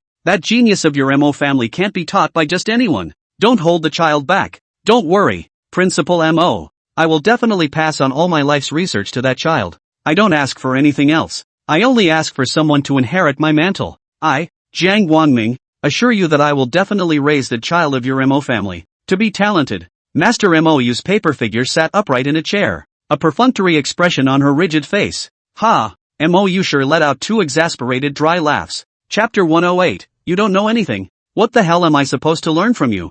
Jiang Guangming's face became very ugly. He had long heard that after losing his flesh, Master MOU had become very eccentric and extremely difficult to get along with. I saw it today, and it was true, but no matter how eccentric, you can't be good or bad, right? He, a martial arts educator, personally came to his door to take in a disciple, and he could still be rejected? Jiang Guangming felt that Master MOU must be senile. He aggravated his tone and reminded, Headmaster MO, your Mo family is in an eventful time nowadays. You can't be confused. With you, the transcendent puppeteer, the Mo family's supine terracotta warrior fight can still be suppressed for the time being. But one day, what if you're gone? Who else can suppress those figurine masters so well? Give that supine boy of your MO family to me. In my hands, he will soon be able to grow up. Jiang Guangming thought to himself that he was being clear and reasonable. But in Mo Yusher's opinion, this old man's straightforward mention of the supine terracotta warrior dispute was simply picking at the Mo family's scars. Mo Yusher's tone became unpleasant. It's not for you to worry about our Mo family's affairs. Also, old Jiang, you're the one who's really confused. Mo Yusher intentionally took revenge on Jiang Guangming. Old Jiang, I'm not targeting you. I'm just discussing the matter as it is. Trying to teach our family Mo Xiang. You are not worthy. What did you say? Jiang Guangming used his walking stick to pestle the ground, and his whole body was so angry that he almost didn't ga over. I'm not worthy? I'm not worthy? Ha ha ha. Jiang Guangming was furious and laughed. Inwardly, he felt a little pity for Master Mou. It seemed that after losing her physical body, this old woman's spirit had become abnormal. A generation of outstandingly poised transcendent puppeteer had been reduced to such a state. Jiang Guangming didn't want to break it up with Mo Yusher anymore. He was ready to bypass this silly old lady and talk directly to the talented young man of the Mo family. The old lady of the Mo family was confused, but the young man in his prime couldn't be confused as well, could he? When we meet later, once we reveal our identities, the boy will bow his head in reverence. There is no need to argue with this old lady. Thinking of this, Jiang Guangming calmed down and said, Principal Mo, I'm not here to fight with you. Let me see the boy. I'll talk to him face to face. Hearing this, Mo Yusher's attitude made a 180-degree turn. To see Mo Xiang? Fine. I'll call someone for you. She said in her heart that you asked for it. Our Mo Xiang is known as a straight boy who can't dislike you. Master Mo Yu dialed the number of his senior brother. Zhongling call Mo Xiang to my office. Immediately, right away. 5 minutes later, Ink Item arrived at the top floor of the school building in a very upset manner. This afternoon, as usual, the Martial Arts Academy conducted a practical special training in the back of the mountain. He, Brother Heizi and Brother Jia found a place where no one was around and were having a good fight when Director Mo Zhangling suddenly messed in and called him to the principal's office. As soon as Inkbrand stepped out of the stairway, he saw Chen Dingxing in the hallway. Hey, what are you doing here? Didn't I tell you to find a class? In the face of Mo Xiang's inquiry, Chen Dingxing bashfully inclined his head and did not squeak. Mo Xiang stared suspiciously at Chen Dingxing for a while before stepping into the principal's office. In the principal's office, Jiang Guangming had been waiting for a long time. As soon as Mo Xiang entered the door, Jiang Guangming put on a kind smile, and his wrinkled old face seemed like an old daisy in full bloom. You are Mo Xiang? It's really worthy of being the young talent of the Mo family. Looking at the meter hall, seeing Mo Xiang's clear and handsome face, Jiang Guangming immediately turned on compliment mode. But when Mo Xiang straightened up, Jiang Guangming realized that this kid was surprisingly sturdy like a tower. Jiang Guangming said to himself that this guy was really a wizard in practicing martial arts. No wonder he was able to perform the Golden Bell Shield martial art as a puppet master. Jiang Guangming opened the door and solemnly gave his name. Child, how are you? Introduce yourself. I am an old gardener in the education sector. My name is Jiang Guangming. Mo Xiang just gave a light O and did not show the excitement and reverence that Jiang Guangming expected. Although there was some coldness, Jiang Guangming still maintained his amiable smile. Child, I see that you have good talent. How about learning martial arts from me? Hearing this, Mo Xiang rolled his eyes and squared his shoulders. Elder Jiang, what do you call these words? Say technique or not? Civilize you and me. As a teacher, you have to watch your words. Ha! Jiang Guangming was momentarily speechless. It's true that he kind of missed the civilized language. But that doesn't seem to be the point, does it? My son, I have come here today just for you. You become my student. What Jiang Guangming, teach is different from ordinary martial arts instructors. I will definitely be able to train you to be a genius. Mo Xiang said in his heart that his current martial arts teacher was not ordinary. Looking at the whole country, Mr. Dong's teaching content, that are scorpion poop unique. Son, as soon as I saw you, I knew that you were the kind of genius I've been searching for. Jiang Guangming took Mo Xiang's hand and was still raving when Mo Xiang interrupted him with a flip of his arm. Elder Jiang, you're so confident in what you're teaching? Then I'll ask you a few questions, and if you can answer them, I'll go with you. Jiang Guangming's eyes twinkled. He felt that the matter of accepting an apprentice was a done deal. You ask, child, and I will never hide anything. Good. Then let me ask you, what's the deal with the landlord's triangular deck? Ha! Jiang Guangming felt like his brain had been stabbed, and for a moment he didn't come back to his senses for a bit. Mo Xiang continued to ask, what's the difference between the ketchup school and the white vinegar school of grilled cold noodles? Ha! Jiang Guangming was like a duck listening to thunder. What is the best marinade to use for lamb that will allow it to fully absorb the water and show more on the skewer? Jiang Guangming's brain was in a state of disarray. He simply wondered if the kid in front of him was speaking Chinese or not. Why can't he understand? The ink item was in both hands. Elder Jiang. This is all basic general knowledge from our martial arts class 4 class. Why can't you answer any of them? What the hell am I supposed to learn from you if I can't do anything? You nah. Not even close to our mentor. It's better to go back where you came from. Chapter 109, Rat-Licking Cat, Pure Death. Jiang Guangming, who was already physically ill, shivered and was left speechless. Mo Xiang didn't give Jiang Guangming any good looks. Elder Jiang. We still have class. I'm going back to class. He pushed straight out the door. Mo Xiang had certainly heard of Jiang Guangming's great name. It was just that he didn't have a good impression of this martial arts educator. That Chen Dingxing in the corridor was obviously Jiang Guangming's senior apprentice. That guy's level of skill is really not to be commended. It's no match for He Ziya. In addition, not to mention cultivation and status, just those improved martial arts techniques that Jiang Guangming had come up with were not on the same level as the 5-yue golden bell that teacher Dawn had passed on to him. Is he sick in the head? Letting the golden palace do not sit. Have to go to drill Jiang Guangming's doghouse? What's more, Mo Xiang knew that Mr. Jiang Chang, the teacher of martial arts class 3, was Jiang Guangming's nephew. Mo Xiang did not have a good impression of Jiang Chang, and along with that, he did not have much good feelings towards Jiang Guangming, either. Getting rid of this old boy's pestering,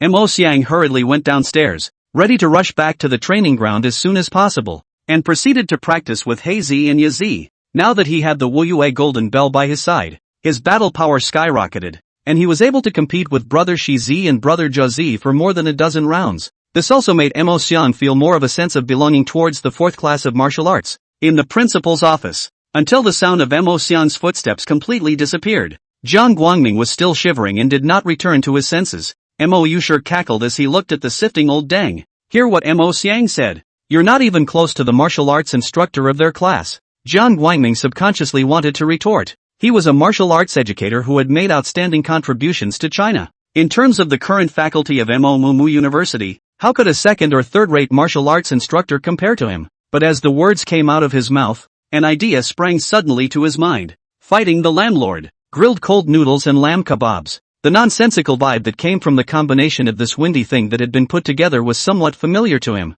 He suddenly remembered a yard. When his son, Jiang Yunhao, first joined the military special operations team, he did something very abstract. My son has practiced hard at grilling lamb kebabs, as required by the Special Forces leadership, the Great Wall of Flesh and Blood Special Forces. Just because his son was a good lamb kebab griller, he was eventually picked by the troop leaders to take part in an anti-rape operation. In that operation, the leader and his son, disguised as a kebab vendor, successfully assassinated a major trader in Southeast Asia. This matter, for a time, even became the talk of the town within their Jiang family. Jiang Guangming's mouth was open, and the walking stick in his hand almost fell to the ground. He, the instructor of their class, Jiang Guangming suddenly remembered something, and he shivered as he fumbled for his cell phone. A few days ago, his nephew Jiang Chang lost his temper in a WeChat group, claiming that work was not going well and that someone was tripping him up. He read all of his nephew's little essays, but he didn't take them seriously. Young people, that is,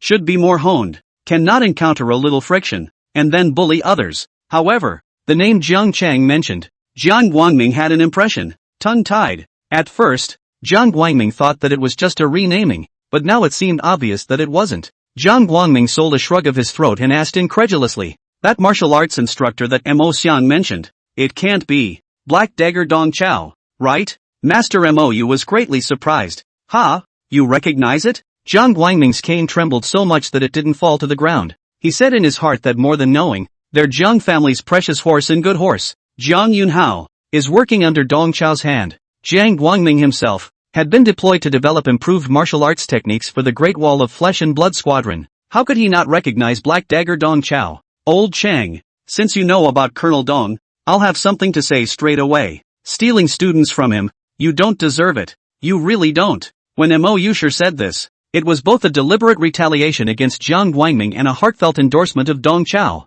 Less than a month after the school year began, Dong Chao made a slight push to coalesce both the Martial Arts Academy and the Puppet Academy. Nowadays, not only were the students of the Martial Arts Academy enthusiastic about the daily practical exercises, but those students of the Puppet Academy were also enthusiastic about prop repair and puppet design, as well. The entire puppet academy was a positive atmosphere, very different from the previous atmosphere of getting by. These silent changes were all seen by Master Mou.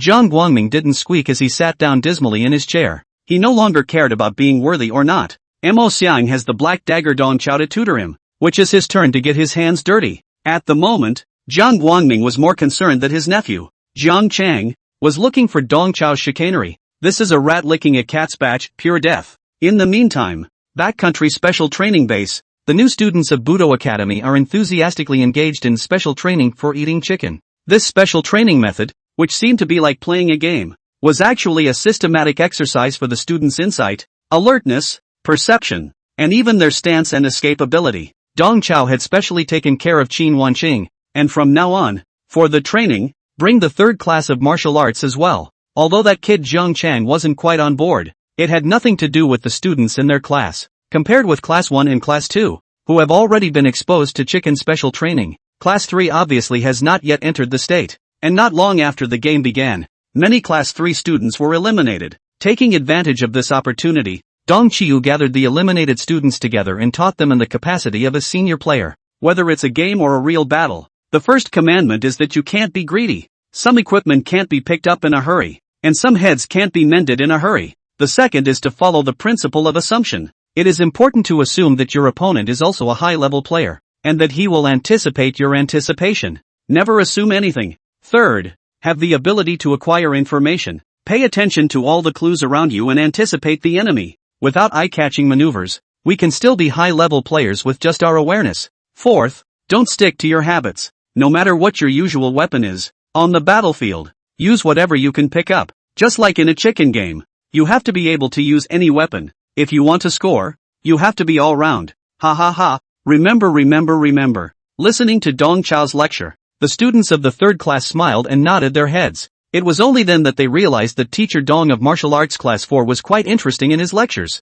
There was nothing preachy about his words. They were plain and easy to understand. And it was as if he was talking about the game, and as if he was talking about actual combat. When you scrutinize it, it seems to have a bit of a deeper meaning. Coupled with the novelty of this playful training method, the students of the third class were all motivated, and even if they were eliminated, they were still full of interest. Seeing this scene, Jiang Chang secretly gritted his teeth on the side. Jiang Chang didn't know when things had gotten out of hand. As if in the blink of an eye, Dong Chao had turned into the meat and potatoes of the academy. Not only had Wang Su and Lu Yuan changed their minds about him, but even the students in Jiang Chang's own class were now willing to listen to Dong Chao's lectures. Jiang Chang wondered in the back of his mind if Dong Chao had bewitched everyone. Jiang Chang was furious as he watched Dong Chao gesticulating and giving his students lessons. A loser with a cultivation level of the second rank. How dare he show off his skills? What is his status that he dares to act like a big shot in front of the educational family? The letter of return from the Bureau of Martial Arts Education hasn't arrived yet, and this punk is still pretending. Jiang Chang looked at the wide field and then at the students who were listening to Dong Chao's lecture with great interest. Jiang Chang decided to give Dong Chao a bit of color. He was going to make this loser, in front of the students, spin around in circles in disgrace. Chapter 110, Who the hell is a sixth order martial artist? Gifts added. Dong Chao was mouthing off to his students, living up to his lecture, when Jiang Chang eerily came to his side. MS. Dong deserves to be a 5-year veteran teacher. You are so experienced and talkative when you teach a class. Jiang Chang deliberately emphasized the words 5 years of employment, obviously to shame Dong Chao. How tough was Dong Chao's face? How could such a small trick work on him? He completely took Jiang Chang's words as a compliment.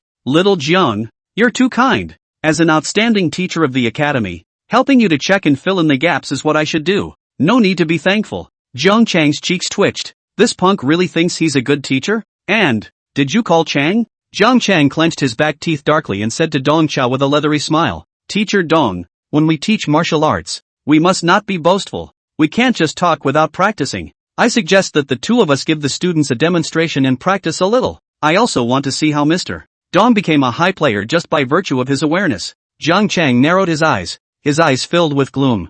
Jiang Chang thought to himself that he had dug a hole, and Dong Chao was in a difficult position whether he took it or not. If Dong Qiu accepts the offer, Jiang Chang will take the opportunity to beat him up, so that Dong Qiu will shiver when he sees himself in the future. If Dong Chao doesn't answer it, Jiang Chang will give him a good sarcastic beating and make him lose face. Let's see if he still dares to put on this good-for-nothing demeanor. The students in Class 3 sensed the gloom on Jiang Chang's face, and some of them began to act as peacemakers. Two teachers? There's no need for a drill. It's fine for us to understand the theory. That's right. We're just listening to Mr. Dong gossiping about the sky. The peaceful behavior of his classmates, on the contrary, made Jiang Chang more and more irritated. How can he elbow his way out of his own class? Jiang Chang stared Dong Chao dead in the face and said word for word, Mr. Dong, you're not talking on paper. Dong Chao skimmed his lips and returned with a fervor. Xiao Jiang, how can you say I have paper? I don't have any paper at all. Giving Jiang Chang a bit of a distraction,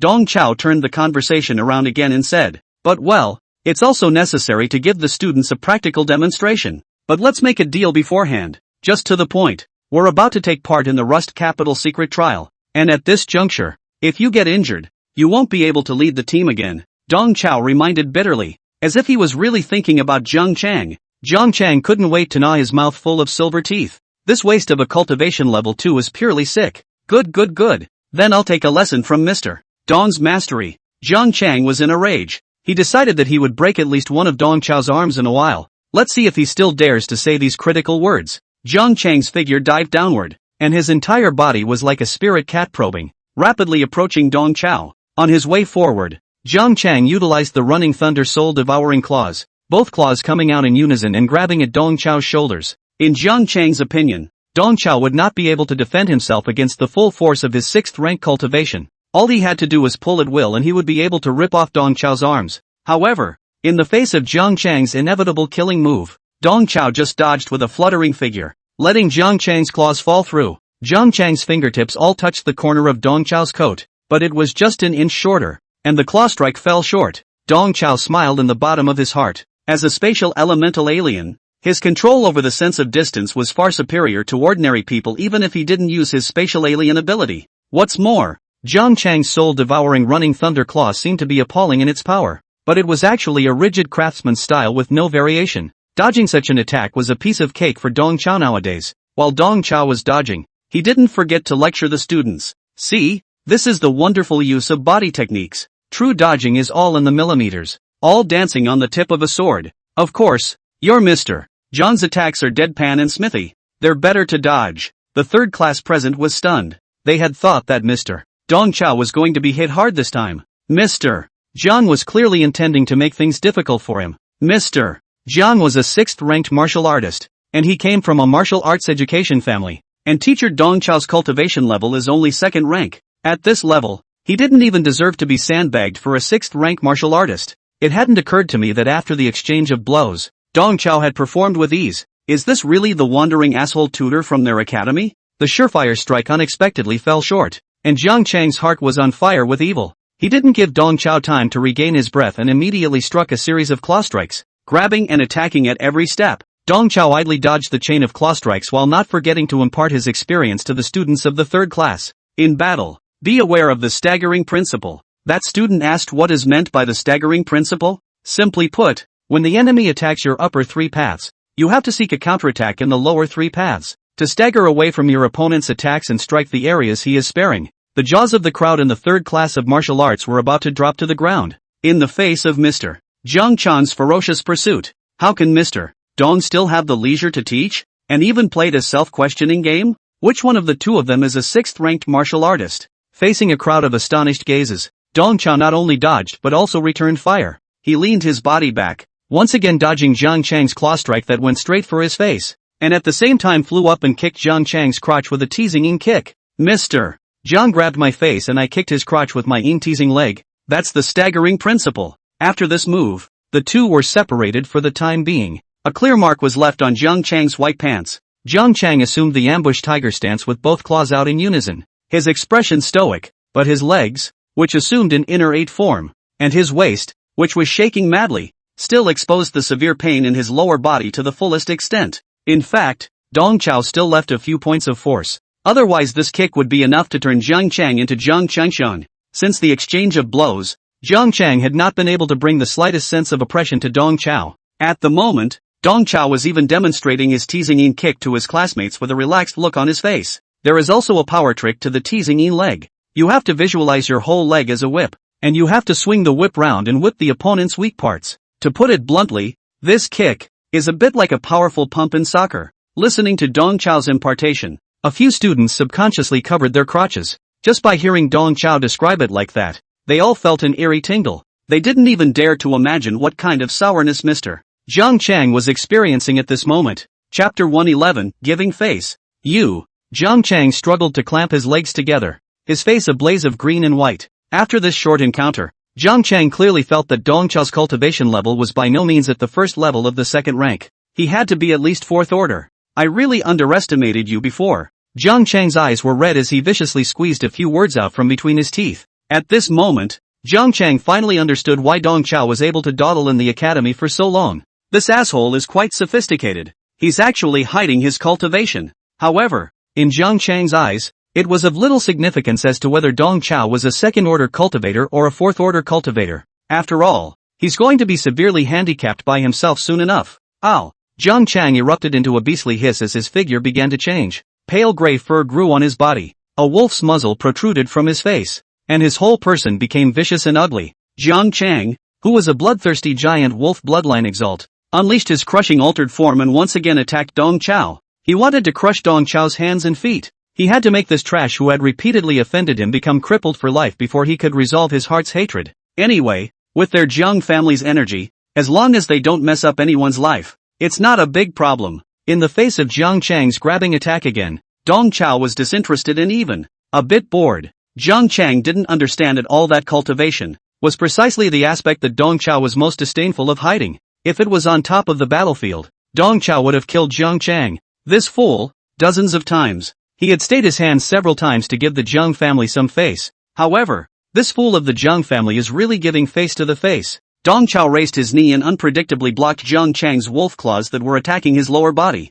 Dong Chao knew exactly what Zhang Chang's attack intentions were. This idiot had just received a teasing kick, and now he definitely wanted to return the favor and get his face back in front of the students. Dong Chao had figured out this little thought of his. Dong Chao blocked Zhang Chang's wolf claw with his left leg and swept Zhang Chang to the ground with a low sweep of his right leg. Dong Qiu similarly creeps into the ground session. He grabbed Zhang Chang's wolf paw, did an aerial flip, and sat on Zhang Chang's arm with his legs. With a cross-hold lock technique similar to mixed martial arts, he pinned Zhang Chang to the ground and bound one of his arms. This set of ground lock techniques by Dong Qiu traveled smoothly, until his cheek was in close contact with the ground. Zhang Chang did not even react to what had happened, how he was dizzy and bound to the ground. Dong Qiu maintained his cross-fixed posture and continued to impart valuable experience to the students of Class 3. You must remember that battle power is not exactly equal to cultivation. There are those whose cultivation is higher than their battle power, and who have a false reputation. There are those whose battle power is higher than their cultivation and can fight across ranks. Of course, there's also a category of people who have both battle power and cultivation pulling their crotches. When Dong Chao said these last words, he spared a glance at Zhang Chang underneath him. Although he didn't put it too bluntly, the meaning he wanted to convey was self-evident. The third class was wide-eyed. They really couldn't understand how Mr. Dong Chao, the school's well-known jerk, had subdued their mentor Zhang Chang with a playful gesture. This misplaced scene is like the sloths of green meadows, easily abusing the fallen Haim Yang of the ghostly blade of extinction. The genus is baffling. Under the dumbfounded gaze of the crowd, Dong Chao put on a cloudy demeanor and continued to irritate Zhang Chang. Little Jiang, we agreed to stop at this point. Can we stop now? Zhang Chang, who was held down on the ground, was completely red warm. The uncomprehending and amazed stares of his classmates were the final straw that broke his sanity. To be subdued to the ground by Dong Chao, who was the scum of the academy, in front of the students was a strange shame. Die for me! Zhang Chang let out a furious roar, exuding all the qi and blood in his body. He admitted that Dong Chao did have a bit of a ghostly way about him. However, the gap in cultivation could not be bridged, at least in terms of qi and blood. Zhang Chang held an absolute advantage. At this moment, thick qi and blood gushed out from Zhang Chang's body, and Zhang Chang wanted to use his qi and blood outwardly to shock away Dong Chao. Unfortunately, this intention of his was still within Dong Chao's calculations. Dong Chao deliberately provoked him just for this moment. Facing the gushing waves of air, Dong Chao turned on his dominant body. At the same time, his figure quietly changed, from a cross-fixed stance to a luohan sitting on a bell. Dong Chao used the thrust of the airwave to pull backward and bring his legs into a stranglehold, and Zhang Chang's arms immediately let out two toothsome crunching sounds. Click, click. Zhang Chang's arm turned into a weird S shape. Instead, Dong Chao pretended to be in a state of distress as he stepped backward, and even, theatrically, did a tumble. Going up, he seemed to have been charged by Zhang Chang's outwardly released qi and blood. In fact, Dong Qiu played a dirty trick and strangled Jiang Chang's arm. Aha! The sudden and heavy blow caused Jiang Chang to roll and let out a gurgling scream. The students, who were already in a state of confusion, were even more dumbfounded when they saw this scene. In the eyes of the students, their mentor Jiang Chang had already been subdued, and still refused to admit defeat, trying to use qi and blood exudation to fight back negatively. As a result, with his joints restrained, Mr. Chang botched the job and broke his arm. Don't just stand there. Hurry up and take your teacher to the hospital, Dong Chao kindly reminded. 20 minutes later, on campus hospitals, Dong Chao and Jiang Chang were lying on 2 beds in the same ward. Jiang Chang's entire arm was bandaged, looking as if he was cosplaying a mummy. Dong Chao also had a band-aid wrapped around his index finger. Both of them were badly injured. Professor Rin from the Department of Battlefield First Aid personally cast a healing spell on them. The 2 men's injuries were stabilized though. After the treatment was completed, Dong Qiu lay on the hospital bed and raised his band-aided index finger to thank Prof. Run. Professor, you saved me just in time. If you had come a little later, my wound would have healed itself. There was a moment of speechlessness from any teacher. This guy's index finger just grazed a little bit of greasy skin, and he's clamoring for salvation too. I can't believe it. Compared to that, the one on the other hospital bed is the one who really needs to be saved. That unlucky person's arm bones were broken into several pieces. Even if he was cured, I'm afraid he would still be left with hidden diseases. Professor Ren gave Jiang Chang a pitying look before he pushed the door to leave. As soon as Professor Ren left, Dong Chao did a Harrier flip and got up out of bed. He moved a stool and sat across from Jiang Chang. Xiao Jiang, why are you so bitter? Didn't we agree to stop there? Dong Chao had a bitter look on his face. As he spoke, he reached into his arms, facing Dong Chao again. Jiang Chang was afraid and angry in his heart. The fear had outweighed the anger. At the moment, Jiang Chang's entire body was bound to the hospital bed, with a painkiller spray stuffed in his mouth. Facing the unsuspecting Dong Chao, the only thing Jiang Chang could do was to let out a whimpering whimper, while curling up backwards as much as possible. Dong Chao shook his hand and pulled out a stack of manuscript paper from his bosom. After the martial arts demonstration class, brother will give you another composition class. Brother will give you a good standardization of the writing format of a report letter. Looking at the pile of manuscript paper that Dong Chao shook open, Jiang Chang felt that his head had been swung by a troll. How did his letter of report, which had dropped like a stone, get into the hands of Dong Chao? Chapter 112. If you keep fighting, you're going to go over the Medicare reimbursement limit. Reporting letters should be brief and concise. At the beginning of the letter, the name of the receiving unit should be written directly to avoid the departments shirking their responsibilities. The body of the text should describe the report in detail, preferably accompanied by evidence. End the letter with a personal opinion and specific request. Dong Chao shook the letter in his hand. Look at that. You're not writing this letter in a standardized way, so you've been beaten back by the Ministry of Martial Arts Education to rewrite it, right? When you've recovered from your injuries, I'll teach you by hand how to write a whistleblower letter. Dong Chao emphasized the word hand in hand. Jiang Chang shivered into a ball. In Jiang Chang's eyes, the asshole in front of him, who smiled at everyone he met, was at the moment like a devil who ate people without spitting bones. At this moment, Dong Chao was still smiling, but his smile caused Jiang Chang to be chilled. Jiang Chang secretly bit his tongue and forced himself to calm down. Just hold off a little longer and his reinforcements will arrive. After his arm was broken, Jiang Chang didn't just give in. He immediately sent a message to his cousin. The small essay Jiang Chang had previously posted on the family WeChat group had not gotten a response from his uncle, but it had gotten his cousin's attention.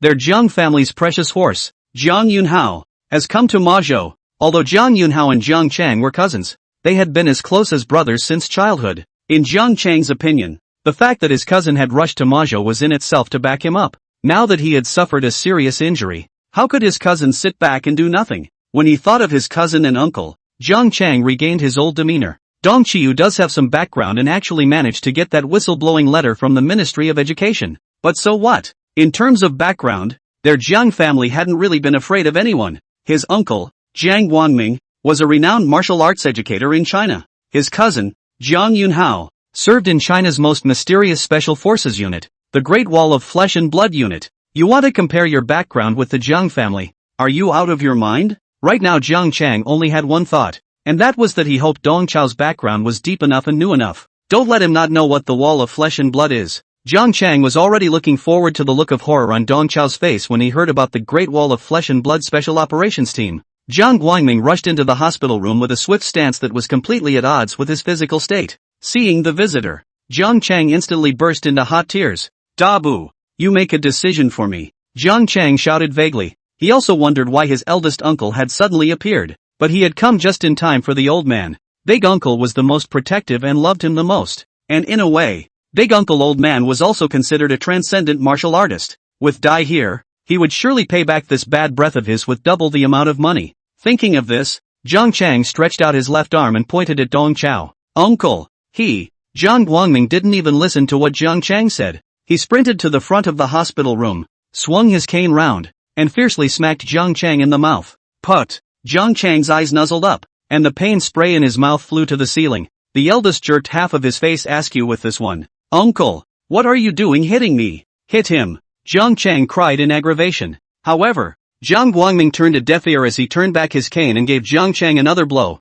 Ka-ching! With a crunching sound, Jiang Chang's jaw was completely askew to one side, his jawbone dislocated by his eldest uncle. You denizen! Letting you come to MOMO University for an internship, and you go so far as to engage in some crooked behavior. It's a disgrace to our Jiang family. I'll beat you to death today. Jiang Guangming waved his cane and repeatedly whipped Jiang Chang. The muffled sounds of blows and screams were endless. Jiang Chang was dying of injustice in his heart. He didn't know what the eldest was guilty of and what he was beating him for. What's worse, his entire body was bound to the hospital bed and he couldn't dodge at all. Jiang Guangming beat up Jiang Chang while stealing sideways glances at Dong Chao. At this moment, the eldest uncle, who was regarded as a savior by Jiang Chang, kept waving his cane and beating him up, while Dong Chiu, who was regarded as an enemy by Jiang Chang, was stopping the fight. Master, what are you doing? Harmonious society. Have a word. Stop it. Stop it. Dong Chiu tries to grab Jiang Guangming's crutches, but Jiang Guangming beats harder. Where did Jiang Guangming dare to stop? If others don't know, can he not know? Black Sword Dong Chiu looks like a kind face, but in fact his heart is black and his hands are also black. How can a nephew offend him and still end up in a good place? Jiang Guangming is also an old man savvy. He came to a face-to-face training son, in the face of Dong Chao, beat Jiang Chang. In this way, Dong Chao was not in a good position to have a seizure instead. Taking a beating from his uncle, Jiang Chang screamed in his heart. He said to himself, how come all the evil things are rushing together? He was inexplicably defeated by a well-known jerk from the academy, and that was alright. But how come the ever-savvy eldest uncle, too, had a bout of insanity? Just when Jiang Chang secretly grumbled, the sound of footsteps in the corridor rang out again. The door to the wardroom was, once again, pushed open. A majestic figure appeared at the door of the room. Seeing the visitor, Jiang Chang let out a breath of air. His savior, at last, had arrived. Cousin, you're finally here. Jiang Chang howled with excitement. The moment he saw his cousin, all the grievances, all the pain, dissipated. Jiang Chang will finally raise his eyebrows. Cousin, if you come a little later, you might not see me. Will Strong removed all his toughness and wiped tears from his eyes as he cried to his cousin. In front of outsiders, he was the young master of the Jiang family, a rising star in the martial arts education world. But in front of his cousin, he would always be the favored brother. Thank goodness he finally waited for his cousin. For this brotherly love from Jiang Chang, cousin Jiang Yunhao responded with a nest-flying kick. Jiang Chang was kicked flying to the window, even with his bed, and his father Jiang Guangming played the same calculations. Jiang Yunhao, this kick looked intimidating. In fact, also left the force. But even so, this flying kick almost caused Jiang Chang to go into cardiac arrest. Yet the blow to Jiang Chang's mind was more than a physical injury. Jiang Chang stared at his eyes, feeling that he was worse than a sinus in June. Cousin, why are you so confused? Hit him. Jiang Chang stretched out his left arm and pointed at Dong Chao. However, before he could straighten his arm, he was grabbed by his cousin Jiang Yunhao. Jiang Yunhao grabbed Jiang Chang's wrist and crunched it, pulling and dislocating his left arm. Immediately after that, Jiang Yunhao landed another nesting kick. You were told to fight with your co-workers, and you were told to make the head of the family angry. My father's health is like this, and you're still making him angry. Look at how tired he is. He's panting.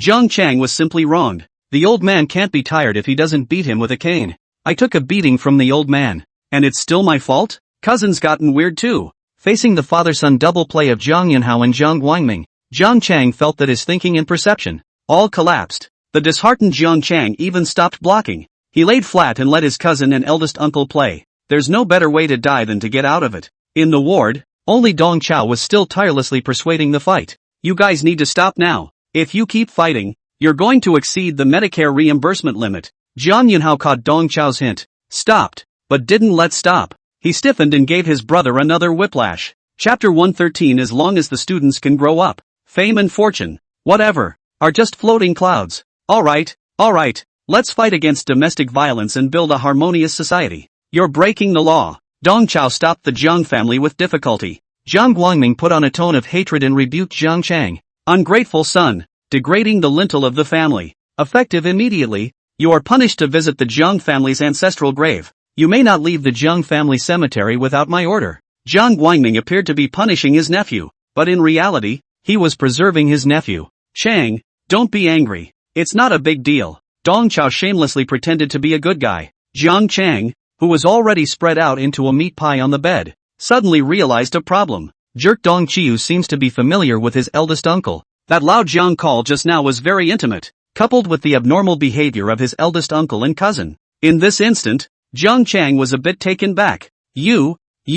Jiang Chang was shaking non-stop. His crooked mouth took half a day's effort, only spitting out two ambiguous U words. It was only at this moment that Jiang Chang finally realized that this jerk he had been trying to pin down and target was actually a piece of steel plate. It's hard on the hands and it's hard on the teeth. Dong Chao kindly leaned down and shoved the painkiller spray back into Jiang Chang's mouth intimately. Little Jiang, feel free to recuperate from your injuries. When there is a chance, I'll visit you at Jiang's house and we'll spar again. Jiang Chang's pupils shuddered tremendously. Right now, he really didn't want to look at this smiling devil again. However, in the face of Dong Chao's friendly gaze, Jiang Chang did not dare to take the liberty of averting his own gaze. Dong Chao kindly helped Jiang Chang cover the quilt, as if covering a dead body with a white sheet. Under the quilt, Jiang Chang trembled slightly, not daring to breathe. The wounded need to rest. Let's not disturb Xiao Jiang. Go and stay in the corridor. Dong Chao signaled Jiang's father and son to talk in the corridor. The three of them came to the bench in the corridor, and Jiang Guangming mumbled his words. Colonel Dong, Jiang Chang is the youngest of our Jiang family, and has been pampered since childhood. Dong Chao waved his hand, signaling for the matter to be turned over. I understand. Young people can't help but be overbearing. It's okay to beat them up. By the way, Chang, what are you doing at school? Here's what happened. Jiang Guangming glanced at Chen Dengxing, who was waiting in the distance, and told Dong Chao the whole story. Hearing that Jiang Guangming was attracted to the ink item, Dong Chao's eyes twinkled and moved. When Jiang Guangming finished his narration, Dong Chao made a show of slapping his thigh. Hey, old Jiang, you said this is a big deal. That puppeteer, Mo Xiang, is my student. I already guessed. Jiang Guangming said resentfully. Jiang Guangming knows too well what Dong Chao's character is. This guy belongs to the brave. Just eat without pulling. Since it was Dong Chao's student, there was definitely no chance for him to get his hands on it. This trip to Mazhou, the students did not receive. The nephew was beaten again. Jiang Guangming is incomparably bad. Seeing that Jiang Guangming was in a low mood, Dong Chao raised his pitch and began his performance. Lao Jiang, you say this is a coincidence. About the teaching problem of Mo Xiang, I was about to call you to ask for advice, but I didn't expect that you came to the door yourself. Jiang Guangming raised his eyebrows, a bit unsure. Dong Chao didn't move and sprinkled the bait. That kid, Mo Xiang, is the least talented student in my class. I'm worried about his martial arts cultivation. This kind of foolish child is too difficult to teach. Jiang Guangming's entire body was stunned. He's like, you've got Versailles on your hands, don't you? A super genius with obvious SS-level talent. And you're calling him obtuse? Dong Chao is not showing off. He is secretly casting a net to catch this big fish in front of him. Dong Chao continued to say in a broken voice. It's also my fault. I'm too used to living a life of ease to live a life of hardship. These days after school started, I've been teaching those two SSS ranked students in my class. To have a slightly less talented SS rank coming out of the cold, I'm still a bit out of sorts. Jiang Guangming felt his heart stop beating. SSS students? Two of them? He said in his heart that Dong Chao had stabbed the nest of heavenly pride. At this moment, Jiang Guangming profoundly realized what it meant that people were not connected to each other's sorrows and joys. He's been farming diligently in the education port all his life and hasn't even recruited one of the SS students. Dong Chao is recuperating on campus and has casually recruited a bunch of heavenly pride. He's still smug about it. Jiang Guangming's eyes lit up with the fire of burning desire as he asked urgently. So, you want to give that slightly less talented Mo Xiang to me? To be coached by me? That's impossible. Dong Chiu simply rebuffed. He said to himself that Lao Jiang is ugly, but his thoughts are quite beautiful. What do you want to eat? Seeing Jiang Guangming's mood instantly fall back, Dong Chao continued to pull him in a tone of voice. Chang, I have to criticize you for this. Aren't we all trying to cultivate talent for the country? As long as the children are successful, does it matter whose students they are? As an outstanding martial arts educator, and as the teacher of countless martial artists, you shouldn't have a gateway view, right? No. No. Being framed by Dong Chao with his words, Jiang Guangming could only shake his head against his will. That's right. As long as our juniors can become successful, we, as teachers, will be honored. Fame and profit, they are all just floating clouds. Dong Qiu put on a noble face that was unimpressed by fame and fortune. Knowing that Dong Chao was putting up lights, Jiang Guangming had to cater to it. That's right. That's right. Dong Chao grabbed Jiang Guangming's shoulder. That's why. Those heavenly prides in my class need your help. Elder Jiang. Although you can't be their mentor, you can still water and fertilize their flowers and help them grow as a devotee. Sooner or later, there will be a day when those few students of mine will surely be famous throughout the world. At that time, the world will know that behind those few heavenly prides, there is also a part of you. Elder Jiang. This is the greatest praise for us educators, isn't it? Dong Chao secretly changed old Zhang to Jian Lao to lure the old man to take the bait. Jiang Guangming's eyes became wild once again. Dong Chao's words completely spoke to the knot in his heart. All along, Jiang Guangming had a knot in his heart, although he was held up as the most outstanding martial arts educator. In reality, Jiang Guangming had not taught a single heavenly pride, much less cultivated a transcendent martial artist. Those improved martial arts of his, even the ascension skill that he relied on for his fame, all had no small drawbacks. His improved martial arts techniques were only applicable to mediocre martial artists. Those hidden martial arts clans, those powerful high-ranking martial artists, all disdained his improved martial arts techniques. There was even a nickname for him, calling him Martial Way Instant Noodle. He's got that thing that can be a quick fix, but there's nothing nutritious about it. Even though he was already over 60 years old, Jiang Guangming still held his breath. He wanted to prove to the world that he, Jiang Guangming, was not some martial arts instant noodle. He could also cultivate heavenly pride. Jiang Guangming dreamed of getting rid of the infamy of martial arts instant noodles. Because of this, he was so excited when he learned that the Mo family had produced a genius puppeteer. Right now, what is lost is gained. Although he had not been able to take Mo Xiang as a student, an even greater opportunity for good seemed to be in front of him. Chapter 114, Giving a Sweet Date with a Slap. And the sweetness of the date was still controlled just right. Without hardly any consideration, Jiang Guangming clutched Dong Chao's wrist. What you said is all true. There are 2 SSS class Tianjiu in your class, plus this SS class Tianjiu of Mo Xiang, Dong Chao added in a breezy manner. There's actually another SS-ranked rule system alien energy heavenly pride that was begging to die and insisted on joining my martial arts class. That kid is a bit sick, so I'll let him get better before he comes back. Hiss. Jiang Guangming was like an old bellows and drew in a hard breath. He was pounding his chest and pinching, afraid he was having a heart attack. There's still ING rule-based heavenly pride? Jiang Guangming tightly grasped Dong Chao's hand and almost burst into old tears. Colonel Dong, if there's anything I can do to help, just say so. I'm obliged. Elder Jiang, I was waiting for your words. As a world-renowned martial arts educator, you have to help us juniors more and more. A flash of treacherous cunning crossed the bottom of Dong Chao's eyes. Dong Chao had multiple considerations in fishing for Jiang Guangming, an old denizen. First, he needed the connections and resources of the Starry Night Martial Arts School, Dao Shihe Xiongye and the others. They can't just spar in class. They also have to go to the martial arts school to get in touch with mysterious masters of all shapes and sizes. Secondly, Dong Chao needed those improved martial arts techniques from Jiang Guangming. To those demons in the 4th class of martial arts, old Jiang's improved martial arts skills were useless and even a liability. But for ordinary martial artists, the Jiang family's improved martial arts were indeed quick-fix methods. Take the improved version of the Golden Bell Mask for example. High-ranking martial artists naturally couldn't look at this kind of simple technique. But what if, for example, the practitioner was a puppet master? For puppet masters with weak physical bodies, this simple golden bell that could be made quickly was simply a divine skill to save one's life.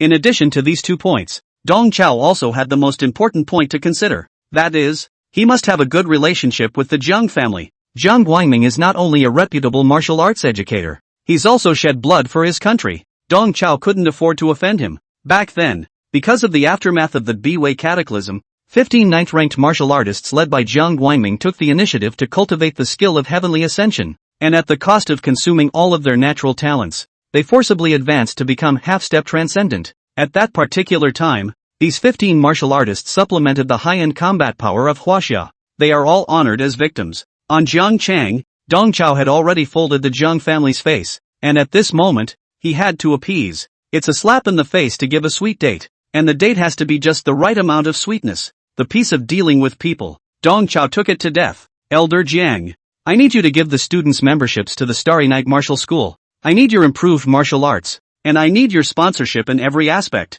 Nutrient fluid, cherished materials, even money. I want everything. From now on, your Starry Night Martial School will be the exclusive sponsor of our martial arts class 4. Jiang Guangming accepted Dong Chao's lion's share of the bill. Smug Jiang Guangming also put on the educator faction. What praise or sponsorship? It's all about dedication to education. Dong Chao also hurriedly changed his words. Yes, yes, yes, dedication, dedication. Dong Chao's words changed. But Elder Jiang, you father and son have broken our instructor for the 3rd class of martial arts, and now there is a vacancy in the teaching position. Dong Chao pointed at Chen Dingxing in the distance. That kid is your senior disciple, right? Let him take over from Jiang Chang and be the instructor of the 3rd class of martial arts. I'm only relieved when your student teaches personally. Dong Chao cannot let Jiang Guangming pay for nothing, but also have to let him properly see a little back money. Keeping Chen Dingxing behind and allowing the Jiang family to be more or less involved in teaching was clearly something Jiang Guangming would like to see. As expected of Dong Chao,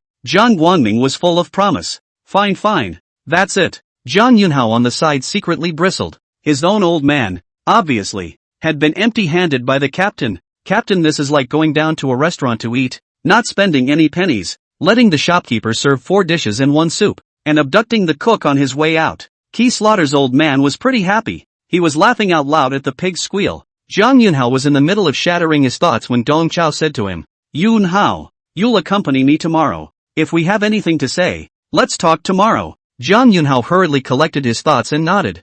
Zhang Yunhao came here for Dong Chao. When he saw in the WeChat group, his cousin and a Dong Chao mongrel teacher got into trouble, he was dumbfounded. That so-called asshole teacher is obviously their captain. Zhang Yunhao rushed back to Huaxia because there was something he wanted to report to Dong Chao. But right now, it was clearly not the time to talk. Dong Chao had just finished giving orders to Zhang Yunhao when noisy footsteps sounded in the distance. Lu Yuan led Qin Wanqing and Wang Su, as well as a bunch of students, and hurriedly ran this way. On the way here, Lu Yuan heard all about it. Zhang Chan used the demonstration drill as an excuse to with Dong Chao. Both are said to be injured. As eyewitnesses to the incident, the students of Class 3 had a variety of opinions, some saying that Dong Chao had the upper hand in the maneuver, while others said that Zhang Chang's qi and blood had been released and that they had engaged in a lose-lose situation. Lu Yuan was confused. He really didn't quite understand how Dong Chao, who had a low cultivation level, got into a lose-lose situation with the second son of the education family. At the moment,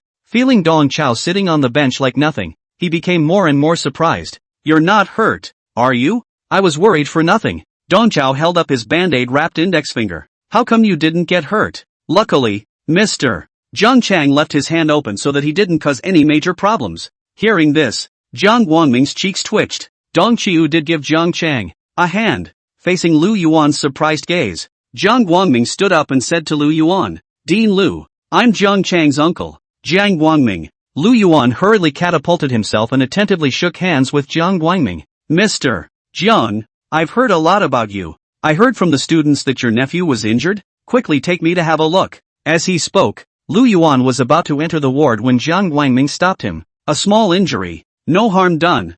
Zhang Chang is brave and provokes his peers, which is against the teacher's morals. I'll have him resign immediately and go back to Zhang's family to visit his ancestral grave. As he spoke, Jiang Guangming waved to Chen Dingxing in the distance. The job vacancy left by Zhang Chang will be succeeded by my student, Chen Dingxing. I'll take care of the formalities. Hearing this, Lu Yuan was stunned, then nodded repeatedly. Yes, all at the behest of Elder Jiang. Lu Yuan said in his heart that he really wants to do what he wants to do. Jiang Guangming's senior disciple really came to the school as a teacher. Jiang Guangming's student was definitely countless times stronger than that second-rate ancestor Jiang Chang. After Jiang Chang exposed the arrogant face of the son of a worldly family, Lu Yuan realized that the guy didn't deserve to be a teacher. However, that second son of a was arrogant, but he was really a man of his word. There's him without Tung Chiu, and there's Tung Chiu without him. He's really true to his word. It just did the exact opposite of what Lu Yuan expected. The faculty was upgraded again, and Lu Yuan joyfully extended his hand to Chen Dingxing. Then I'll welcome you first, Mr. Chen. Mr. Chen. In the crowd, Dao Shi, Xiongya and Mo Xiang were in a daze. Good news. Little Chen from Starry Night Martial Arts did listen, and he actually found a class to attend. Bad news. The class he's looking for is a tutor from the Martial Arts Academy. What? The three practiced the foreign language mentally. Chapter 115, is that how to explain mutual victory and defeat? Chen Dengxing was also a bit confused as to how he had, inexplicably, become a martial arts instructor, but he has always been obedient to his teacher's arrangements. Chen Dengxing stiffly shook Lu Yuan's hand. This leader, please take care of me in the future. Lu Yuan smiled all over his face. Good talk. In a moment, I'll give you a small meeting to explain the job requirements of a martial arts teacher. You take the minutes of the meeting. Lu Yuan was quite happy in his heart. A conflict and confrontation between teachers just dissipated into nothingness. Even their martial arts academy was blessed by the disaster? Lu Yuan felt that in recent times, it seemed as if the martial arts academy was having a good time and always had good luck. What does that mean? It shows that God blesses those who work hard. For so many years, one has been diligently and deeply engaged in education, and all those efforts of one's own have finally touched the heavens. Ah! Seeing the dean and Chen Dengxing shaking hands, the students of the third class who were present were all dumbfounded. They had already suffered too many mind-blowing blows in this short afternoon. First, their martial arts instructor, Jiang Chang, was easily cleaned up by Dong Chao, the asshole teacher in the academy. Immediately after that, Mr. Jiang Chang, who has a deep background, just dusted himself off. The students are just young. They're not stupid. They all vaguely realized that something wasn't quite right. And as a party involved, teacher Dong Chao, who was currently sitting with the Jiang family head, was especially out of place. Sensing the surprised gazes cast by his classmates, Dong Chao waved his hand, signaling everyone to disperse. All disperse, there's nothing to see. Qin Wanqing also said helpfully, gathering is strictly forbidden in the hospital grounds. Everyone go out first. Qin Wanqing dispersed her classmates while covertly glancing at Dong Chao. Getting Jiang Chang out of the way and having Jiang Guangming's student as the new tutor for Class 3 was clearly Dong Chao's handiwork. Dong Chao's operations over this period of time, Qin Wanqing had seen it all in her eyes. He integrated the Martial Arts Academy and the Puppet Academy without saying a word. Now, Dong Qiu has weeded out another element of disharmony in the faculty. This true god of the Martial Arts Academy was starting to power up. Under Qin Wanqing's leadership, the irrelevant students all exited the corridor. Lu Yuan and Jiang Guangming exchanged a few words of politeness and also got up and left to prepare training materials for Chen Dengxing.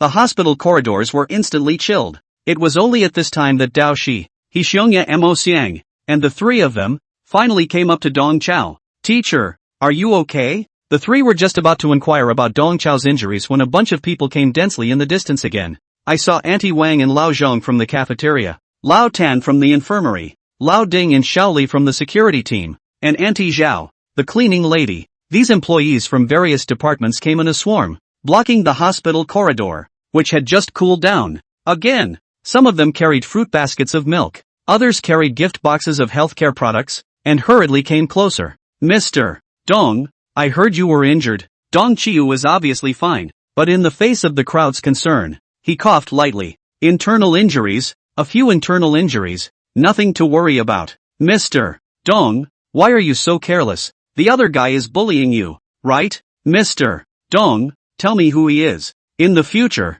when he comes to the cafeteria to get his food, you'll see if my hand shakes and I'm done. He comes to my store to buy fruit, and I pick out the uncooked ones to sell him. I'll add Monteliacast to his milk tea and plug him up and down. The older men and women are trying to help Dong Chao out. Misunderstanding? It's all a misunderstanding. It's all right already. Dong Chao roundly stabilized all these school workers. He was polite with these uncles and aunts for quite a while, and finally sent them all away on the grounds that the hospital was an important place and no noise was allowed. The hallway finally chilled out again. Dao Shi and the others looked at the state of the teachers ushering in. They completely put down their hearts. The teacher is no big deal. Teacher, Jiang Chang is deliberately bullying you, right? Don't worry. I'll go clean him up and take it out on you. Mo Xiang whispered to Dong Chao. Mo Xiang had long been looking at Jiang Chang in a bad light. Mo Xiang had long noticed that old kid, Jiang Chang, would always use a strange look to peek at him and He Xiongya. There were several times when Inkblock wanted to give the old boy an electric shock. This time,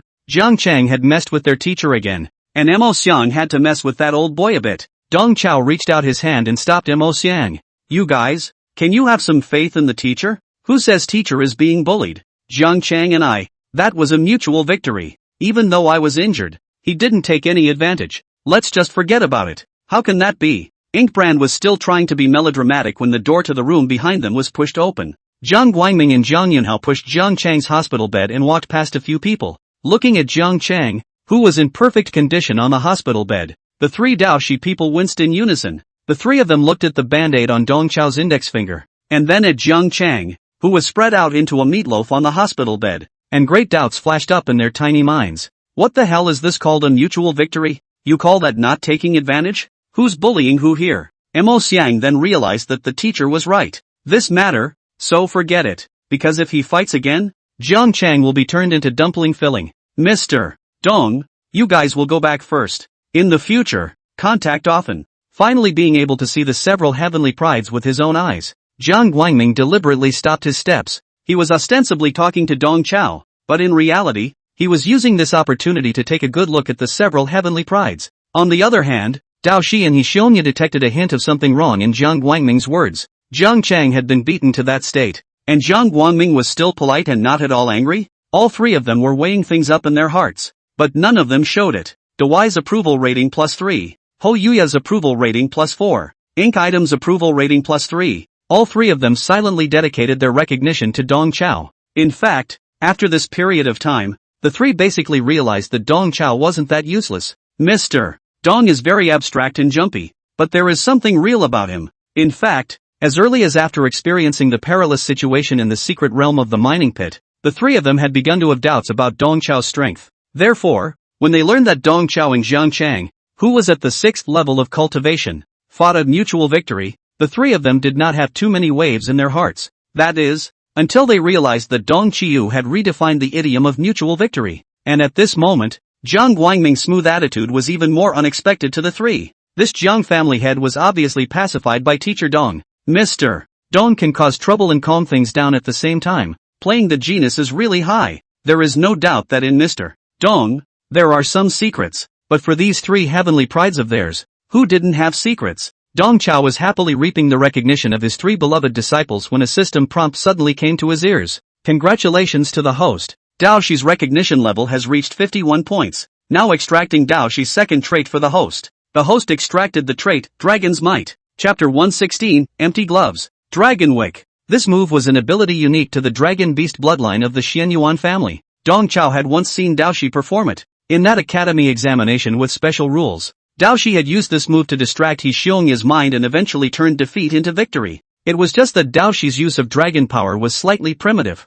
a move that should still have vast room for development. Dong Chao didn't move and put away his new ability. Right at this moment, Hixionya looked at the gift boxes on the ground and opened his mouth to ask, "Teacher, you really do have business with these grandparents, don't you? They're quite good enough." Dong Chao crossed his legs proudly. "Of course I do business with. Take this opportunity, teacher, to introduce you to my side business so you can learn something real." The teacher's side business is called quilting. This profession is about not eating other people's suffering and enjoying other people's blessings. Seeing that several people were confused, Dong Chao gave detailed examples. Take the cafeteria and the security team for example. Why are the cafeteria employees so polite to me? It's because I'm the one who shouted out the slogan, "Takeout doesn't enter the door." Martial arts is more refined. Because of this slogan, our MOMO University does not allow any takeout to enter the campus. The snack street at the entrance was also banned. The various stalls in the cafeteria have increased their income as a result. And when the security team blocked the takeout riders, they naturally got a share of the cafeteria in return. And of course they are grateful to the teachers. And then there's the school's bathhouse. On the campus forum, there was a post steam saunas can assist in chi and blood cultivation, which was also made up by a teacher. This post became the top fine post, and every class of students scrambled to imitate it. Based on the sauna business alone, the school's bathhouses were making a fortune. Isn't it right that they should give the teacher a small share of the profits? And the school's fruit store. You all noticed the Martial Arts Original Health Association certified labels on those fruits, right? Just because of that label, the students are clamoring to buy the fruits in the store as if they were elixirs. But in fact, the president of that so-called Budo Original Health Association is me. The labels were all drawn by old Ding, the security guard, whom I asked to draw them. In the patchwork piece, the teacher plays one man to several empty gloves. The three students were blown away. They truly felt that Mr. Dong really would not treat ordinary people differently, because he treats everyone equally. As leaks, Michihiro's approval rating +5, Ho Yuya's approval rating +4, Ink Item's approval rating +2. Although all three offered recognition for Dong Chao, each had very different ideas. Dao Shi's eyes were red. He was too interested in Mr. Dong's stitching technique. If I could learn this from my teacher, I wouldn't be able to whore myself out for nothing every day. Hixionya, on the other hand, is sighing to himself, compared to his entrepreneurial parents. Mr. Dong's business acumen is nowhere near as high. It is fortunate that Mr. Dong did not join the business world, or else his name would certainly have to be on the country's penal cases. This guy is a threat to the entire country if he doesn't go to jail. Unlike the two elder brothers, Mo Xian was cursing in his heart at this moment. So the sauna didn't work? I'll never go again. No more overpriced fruit on campus either. Grass. The three students contributed 19 points of recognition in 2 waves, and Dong Chao's cultivation followed suit, growing by 2 small segments once again, coming to the 4th order of the triple. Dong Chao didn't show anything on the surface as he picked up all the fruit baskets piled on the ground and stuffed them into the students' arms. You guys take these fruits back to eat, keep the health supplements for me. I'm going out tomorrow to run a business. Dong Qiu said in his heart that the biggest white wolf he was going to live with empty hands was tomorrow. It was time to let that rule-based heavenly pride of the Dao family join his martial arts class. Day 2. Zhang Yunhao drove the car, carrying Dong Chao, and sped on the highway. Both of them wore uniforms with the logo of the Starry Night Martial Arts Center, stepping on leather shoes and wearing ties like marketers promoting a business. The destination of the two was Sanqing University. On the way, Dong Chao had been watching the video of the exchange match between Sanqing University and Gunfire Holy Throne Academy. The more he looked, the deeper his frown became. Beside him, Zhang Yunhao looked like he wanted to say something. The bastard opened his mouth several times but eventually held his tongue. Dong Chao had long since noticed this state of Zhang Yunhao, and he opened his mouth to ask, "Who told you to go AWOL?" Dong Chao's tone of voice was not harsh, but Zhang Yunhao detected the aura of nonchalance. He shrugged his throat. "Team, Captain, it's my own fault. There's something I need to report to you." Dong Chao had long known Zhang Yunhao's intention and did not wait for Zhang Yunhao to finish his sentence. He grabbed it. In recent times, the brothers have not been living comfortably, right? The people from the Secret Realm branch have begun to act against you, and even engage in friction with you, haven't they? Zhang Yunhao was slightly stunned. No, that's right. The captain said everything he wanted to say. Although Dong Chao was recuperating, he had been keeping a real-time grasp of the situation within the military. He knows that within the military today, there are dark currents. Starting from the time those lineage clans used Sun Jingfeng as a grip and attacked Marshal Six Ears, many of the conflicts within the military were rapidly intensifying. One of the most intense conflicts was between the Chinese headquarters and the secret branch of the 4 Chinese marshals. Marshal Candle Dragon and Marshal Six Ears were in charge of the Chinese headquarters. Marshal Sick Tiger and Marshal Lone Wolf in charge of the Secret Realm branch. At the administrative level, the HWA headquarters is higher, but the Secret Realm branch possessed vast amounts of wealth and resources, and the headquarters military relied on the Secret Realm branch for a long time for its resource supplies. This very screwed-up subordination is the root of all conflicts, coupled with the fact that over the years, the headquarters military had been adhering to academy reforms, using a large number of outstanding talents from various martial arts colleges and universities. The Secret Realm branch, on the other hand, was a reservation for the gateway families, with all the important positions being controlled by the various families. Thanks to the pressure of the 4 marshals, the conflict between the headquarters and the branch has been able to remain hidden. But now, with the signboard of the Six Ears Martial God of War shattered, this delicate balance has been broken, and some people are beginning to move. In fact, Dong Chao had long been mentally prepared for the situation at hand. He led the Great Wall of Flesh and Blood Special Operations Team, which was the most elite unit in the Chinese headquarters. Because of its strategically specific positioning, this unit is stationed in the secret world all year round. Dong Chao, on the other hand, is the absolute direct descendant of Marshal Six Ears. Tung Chiu himself, injured again, is away from the team recuperating. All of this makes the Great Wall of Flesh and Blood unit a test case in the eyes of some. As expected of Dong Chao, in recent times, the attitude of the Secret Realm branch had changed significantly, and they had begun to treat the Great Wall of Flesh and Blood in a masculine manner, and even secretly tripped up. It was because Zhang Yunhao realized the importance of the matter behind this that he took it upon himself to return to Huaxia and come to report to Dong Chao. However, Dong Chao had guessed these things long ago. Chapter 117 Going Out? Identity is self-given. Yunhao, tell the brothers to maintain restraint and hold back for a while. The ones who are really fighting are the bigwigs on the stage. Let's not act rashly. Yes.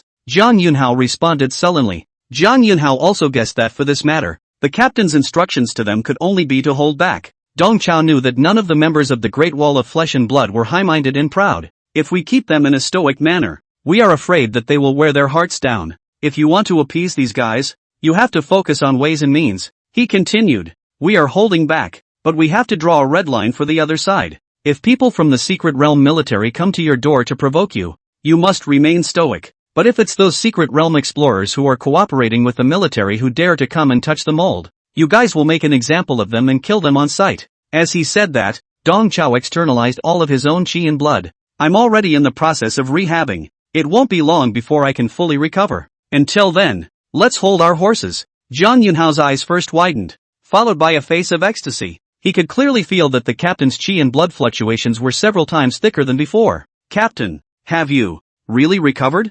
Zhang Yunhao's elation was overwhelming. Their captain had fallen for 5 whole years. And now, finally, things were looking up. This good news is a shot in the arm for all the players of the Great Wall of Flesh and Blood. Zhang Yunhao knew Dong Chao's intentions. Captain, don't worry, we're holding back. Recuperate at ease. Don't be too hasty. With your words, I'm relieved. Dong Chao changed the topic without moving. By the way, let me ask you something. You've crossed paths with the Gunsmoke priests, right? Zhang Yunhao nodded. Crossed swords, and I've captured their great sword of judgment and lance of exorcism. What are your impressions of those gunfire priests? Zhang Yunhao narrowed his eyes and contemplated for a moment before returning. There is nothing clerical about those guys. Vicious, murderous, domineering, and unruly. Sending people to God is their first commandment. Well, Dong Chao murmured. Zhang Yunhao's set of words was the same as his perception of the gunfire priests. In that case, I'm afraid that this friendly match between Gunfire Holy Throne Academy and Sanqing University is something else.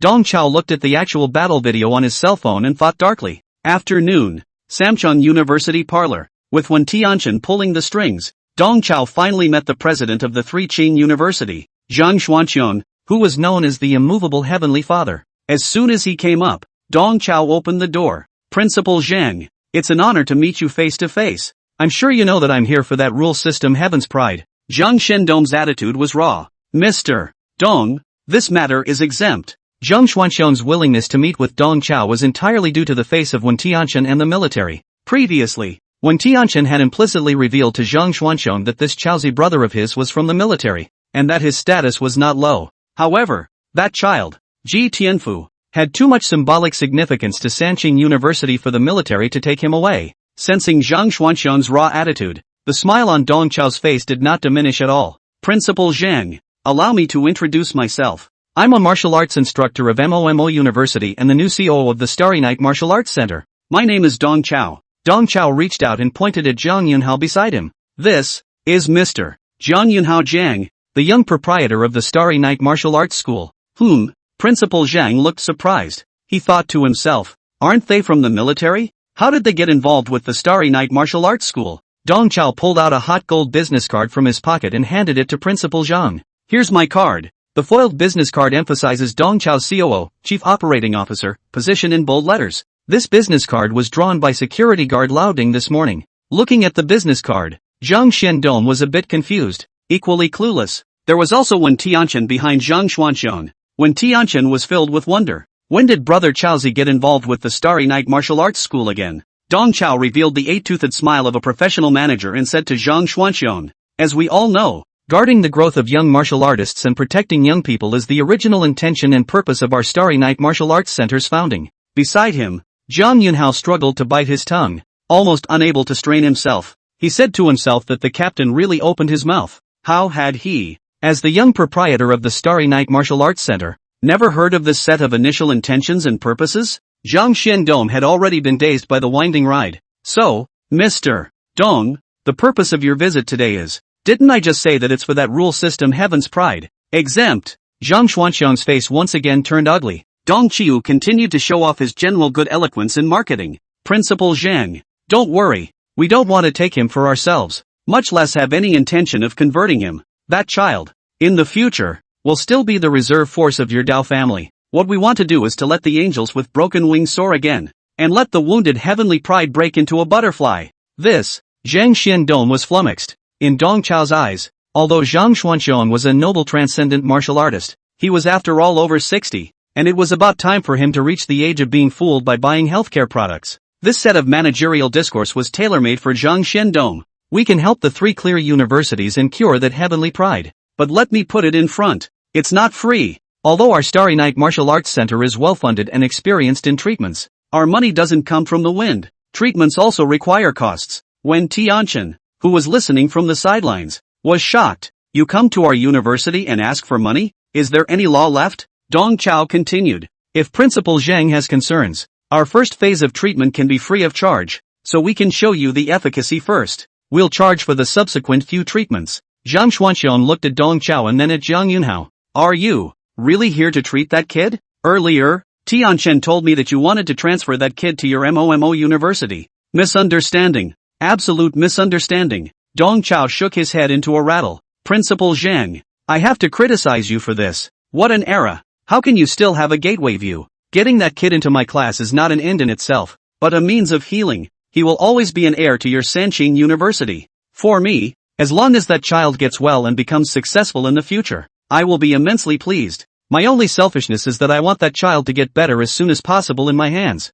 After all, a teacher is a parent. As he said this, Dong Chao's body shone with a divine light. Chapter 118, 3 Lives. Zhang Xiandong was once again in deep thought. He was a bit impressed by Dong Chao. Dong Chao's remarks about being a teacher and a parent only moved Zhang Xuanxiang's heart by 2 points. However, Dong Chao's demonstrated connections and energy moved Zhang Xuanxiang's heart by 7 points. This mysterious figure from the military had even pulled in the Starry Night Martial Arts School as an endorsement. Zhang Xuanxiang knew that if it was the military that took the boy away, he would definitely not be able to get it back. But if it was the Starry Night Martial Hall that took the person away, it would be a completely different story. Zhang Xiandong could bring the person back at any time. What's more, how could Zhang Xuanxiang not have the feelings of a teacher's parent? He wanted that kid to get better more than anyone. He was treating that child as the orthodoxy of the Taoist family, and even as the inheritor of their Taoist mantle. Now that Sanqing University's treatment of that child had reached a dead end, perhaps a new attempt should be made. Thinking of this, Zhang Xuanxiang stood up and said to Dong Chao, Officer Dong, come with me. Instead of addressing Dong Chao as a teacher, Zhang Xuanxiang called him an officer, pointing out that he knew Dong Chao's identity. With regards to Dong Chao, Zhang Xiandong's impression was quite good. This guy, as an elite in the military, didn't use his power to oppress others, but instead pulled in the Starry Night Martial Arts School as an endorsement again. This sincerity, Zhang Xiandong was able to see it in his eyes. Zhang Xuanxiang led a few people and walked into a practice room as he took out a teapot from his arms. This is a transcendent prop that I obtained from the secret realm in my early years, called the sun and moon in the pot. That child, nowadays, is in the jug. With those words, Zhang Xiandong merged the teapot, and the mouth of the pot emitted an exquisite light that took in several people. Inside the teapot, there was something else, actually a round miniature courtyard. The courtyard is filled with birds and flowers, warblers and swallows, just like a heaven on earth. A young figure was hovering in the courtyard. The teenager's eyes were closed and his limbs were slack, clearly in a coma. This is our 3 Clear University's new recruit this year's SS-ranked rule system alien, Ji Tianfu. His rule ability, it's called Triple Life. Seeing Dong Chao reveal a hint of doubt, Zhang Xiandong patiently explained, our Taoism's Tao Te Ching has a saying that 1 life is 2, 2 lives 3, and 3 lives all things. Simply put, the great Tao is divided into yin and yang, and yin and yang is 2. Yin and yang collide and harmonize with each other, and eventually return to a state of balance, producing the higher dimensional 3. And this higher dimensional 3 is the basis for producing all matter. Ji Tianfu's triple life is the ability to harmonize all intense contradictions. When this ability is applied to combat, it is the ability to weaken all of the opponent's abnormal abilities, making all abnormal abilities fall flat. What this child is practicing is the higher dimension of 3, the way of balance. Dong Chao was stirred within. He said to himself that it's worthy of being a rule system alien. This ability is really powerful, being able to weaken other people's psychic abilities. No wonder Sanqing University was unwilling to let go. Jiang Yunhao, who was behind Dong Chao, also revealed a shocked expression. He thought to himself, no wonder the captain is pulling a big banner and pulling a tiger's skin. So he is looking at such a demon. Under the astonished gazes of the duo, Zhang Xuanxiang sighed slightly and continued. Unfortunately, Ji Tianfu's cultivation has gone awry and his yin and yang are out of balance. At the moment, there's a yin doppelganger, a yang doppelganger, plus his main body within him, all 3 fighting with each other, all grabbing the dominance of his body. So, this child, is 1 body and 3 souls? Dong Chao asked in a deep voice. Zhang Xiandong shook his head bitterly. It's much more complicated than that. Ji Tianfu's yin and yang doppelganger, and his main body, were overlapping in a superimposed state. The 3 can either be separated or overlapped. You could understand it as 3 different dimensional Ji Tianfus being forcibly pinched together, and all 3 of them thought that they were the true body. This misalignment of identities makes the Ji Tianfu dangerous. If this misalignment continues, Ji Tianfu's main body may be devoured by the yin-yang bilocation, and with the loss of his main body, the 3 lifetimes of everything abnormal ability disappears, and the yin-yang split ceases to exist. This child will eventually be reduced to a walking corpse without a soul. We don't have anything too good to heal him at the moment, so we can only keep him in the pot of sun and moon for the time being. This extraordinary prop of mine. The flow of time was originally 0, but after this child came in, under the influence of his extraordinary ability, the flow of time here began to converge towards the real world. The strife and devouring within this child's body continues. Zhang Xuanxiang kept stealing glances at Dong Chao with his eyes as he narrated. Dong Chao did not show the slightest bit of difficulty on his face. Instead, he still had a relaxed expression of "this is it?" Instead, he still had a relaxed expression of "that's it?" Zhang Xiandong couldn't help but ask, "Mr. Dong, can you cure this child's illness?" Dong Chao slapped his thigh. "Too able, Principal Zhang. This hits me right on the back of my hand. I don't understand your Taoist theory of 3 births. In my eyes, a situation like Ji Tianfu's is called being born with 2 stars. To put it bluntly, it's the opening 3 of the same stacked on top of each other to move up to 2 stars. I know this situation very well. The creation of this situation has to do with luck, with mechanisms, and with maneuvers. It involves a lot of secrets. You won't understand if I say too much." Oh, Zhang Xuanxiang was astonished. He said to himself that it was worthy of being a mysterious elite in the military, knowing something about such an out-of-the-way case. However, Zhang Xuanxiang was also a bit puzzled. He really didn't know. The born 2 stars, which star constellation in the sky was it? As the president of Sanqing University, the old man had studied the stars in the sky for his entire life, and he had never heard of any star that was called the born 2 star. On the side, when Tianchen and Jiang Yunhao had to turn their backs, they really couldn't strain themselves. Dong Chao was purely bullying the old man for not playing the game of self-propelled chess. This theory of self-movement was indeed Dong Qiu's believable attempt to frame the old man, but for Ji Tianfu's treatment plan, Dong Chao was a little thoughtful. It's too good a disease to be true. Isn't it just a matter of finding that essence and establishing the dominance of the subject from the 3 superimposed alters? Isn't that a handful? This situation is essentially the same as who is going to be the head of the family. Whoever is the main body goes out and works to earn money to support the other 2 doppelgangers. This disease can be wrenched out in a few days. Dong Chao looked at the unconscious Ji Tianfu and pondered in his heart. Should I say no? This kid is still a working saint. One person can work 3 jobs and still eat only 1 meal. It's a shame that he doesn't enter the factory. It's a shame that he's so talented. Chapter 119, Autumn Pants over Sweater Pants. There must be a reason. Principal Zhang, leave this child to me. Within 10 days, I will definitely let you see the healing effects. Dong Chao punched his ticket to Zhang Xiandong. Not only that, he gave the old man a piece of his mind. Don't worry, I don't possess heaven's pride. I'm just a carrier of heaven's pride. You can do an exchange student procedure and let this child temporarily exchange to our MOMOMO university. When he gets better, come back anytime. Yes, yes, Zhang Xuanqiang answered with his mouth full. Dong Chao didn't care about any gateway or division. Whether Ji Tianfu belonged to Sanqing University or MOMO University didn't matter to him at all. This kid just needs a steady stream of gold coins to pop for him. Teacher Dong, the treatment of this child has to be done in a methodical manner. Because of his rule abnormal ability, the effects of drugs and spells on him will all tend to be nullified. Zhang Xuanxiang uneasily reminded Dong Chao. Don't worry, I've got it covered. Dong Chao thought to himself that I consider it a medical waste to give this kid a single vitamin. Word therapy is good for what ails this kid. Several people left the pot of sun and moon, and Dong Chao temporarily handed over the still unconscious Ji Tianfu to Jiang Yunhao's care. He turned his head and said to Wen Tianchen, Tatsuko, come with me for a moment. I have something to tell you. Dong Chao called Wen Tianchen aside and whispered, Tatsuko, that friendly match you guys had with the Gunfire Throne Academy. Something's not right. Ha? Wen Tianchen froze slightly, then treacherously controlled his facial expression. He put on a thoughtful look and muttered, Sure enough, I have a vague feeling that something isn't right either. Dong Chao said in his heart that you feel. Your kid's whole body drifted in the post-game conference. You can sense something's wrong? In order to take care of Wen Tianchen's face, he saw through it and didn't say anything. Wen Tianchen stroked his chin and put on a shrewd appearance, but inwardly he secretly grumbled. When he was in the mining pit secret trial, he had already been caught in the tiger tunneling scheme. Right now, it would look like he was being inured if that exchange match with Gunfire God's Work Academy had any more problems. The first time he was fooled, he was defenseless. The second time he fell for it, he was too foolish. And now, listening to Brother Chao Zi's words, when Tianchen was heartbroken, He was at least a transcendent martial artist, the best of the new generation in China, and he also wanted to save face. In order to take care of Wen Tianqian's face, Dong Chao didn't poke him, but went straight to the point. I watched all of those matchups. From the looks of the field,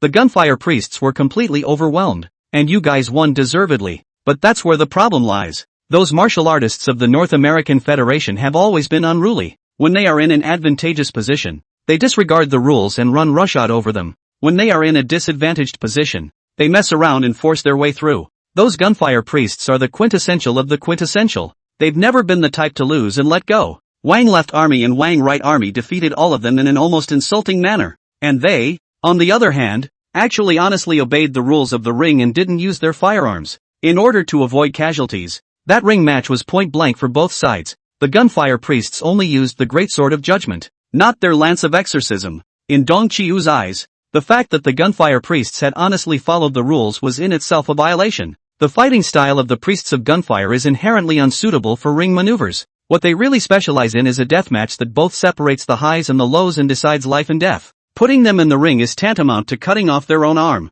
That's right. When Tianshan was a little taken back. The atmosphere seemed a little too friendly at that exchange the other day. Gunfire priests lose and let go, and are even a bit of a gentleman. It's not like those rednecks to do that. Dong Chao continued in a deep voice. There is a saying that there must be a reason for leather pants over wool pants. I have a bold guess that the gunfire priests lost to you guys on purpose. They intend to let Huaxia get more trial slots. I'm afraid there's something odd inside the Rust Capital's secret realm. When Tianshan could no longer care about pretending to be smart, after Brother Chaozi analyzed him like this, he also detected a hint of conspiracy. What are we going to do? Give up on this secret realm trial? Dong Chao pondered for a moment, but eventually shook his head. This is, after all, the most perfect paradise secret. Moreover, there are 200 martial arts students at stake. This is their first bucket of gold for acquiring the resources of the secret realm. The way of the martial artist is meant to be taken out of the fire. To just give up the chance to try out 200 people,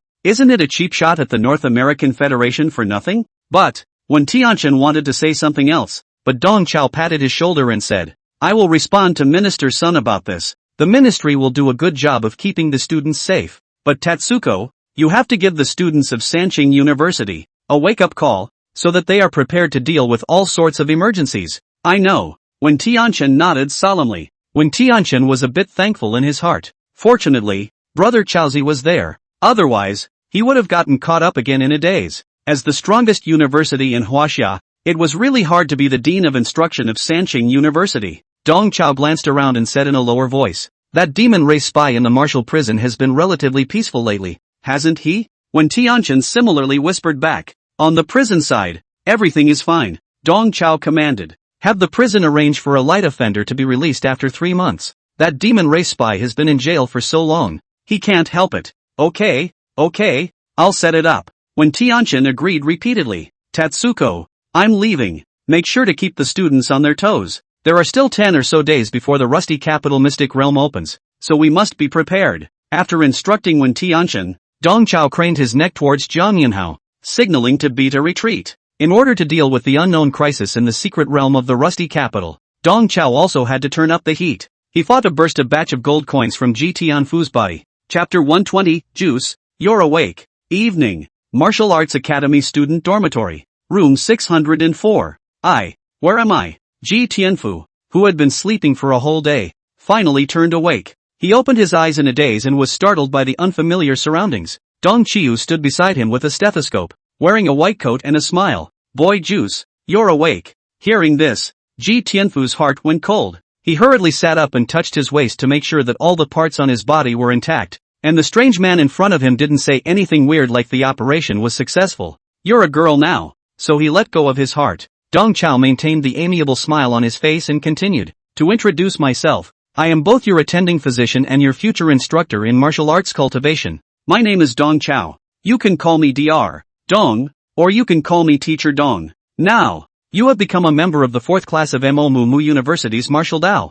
Murmur University. Ji Tianfu was incomparably puzzled. Wasn't he in Principal Zhang's pot of sun and moon, receiving treatment? How did he wake up and run to Mo University? And, this guy in front of me. So strange. Although this guy was wearing a white coat and a stethoscope, Ji Tianfu felt that this person did not look like a doctor. Just as Ji Tianfu was wondering, two heads emerged from his left and right shoulders like soap bubbles. All three heads were tilted 40 or 50 degrees in a nerdy fashion. Looking at this strange scene, Dong Chao's eyes jumped slightly, but the smile on his face became even happier. In order to cure you, Principal Zhang exchanged you to MOMOMO University. You get well, and when you're well, you can return to Sanqing University anytime. Hearing this, Ji Tianfu's three heads became raucous. I'm not sick. I need to go back now. That's right, we're not sick. If there is a disease, it is also the two of them who are sick. You can just treat them. I belong to the patient's family. Accompanying the consultation. Through the first contact, Dong Chao already had a basic knowledge of Ji Tianfu.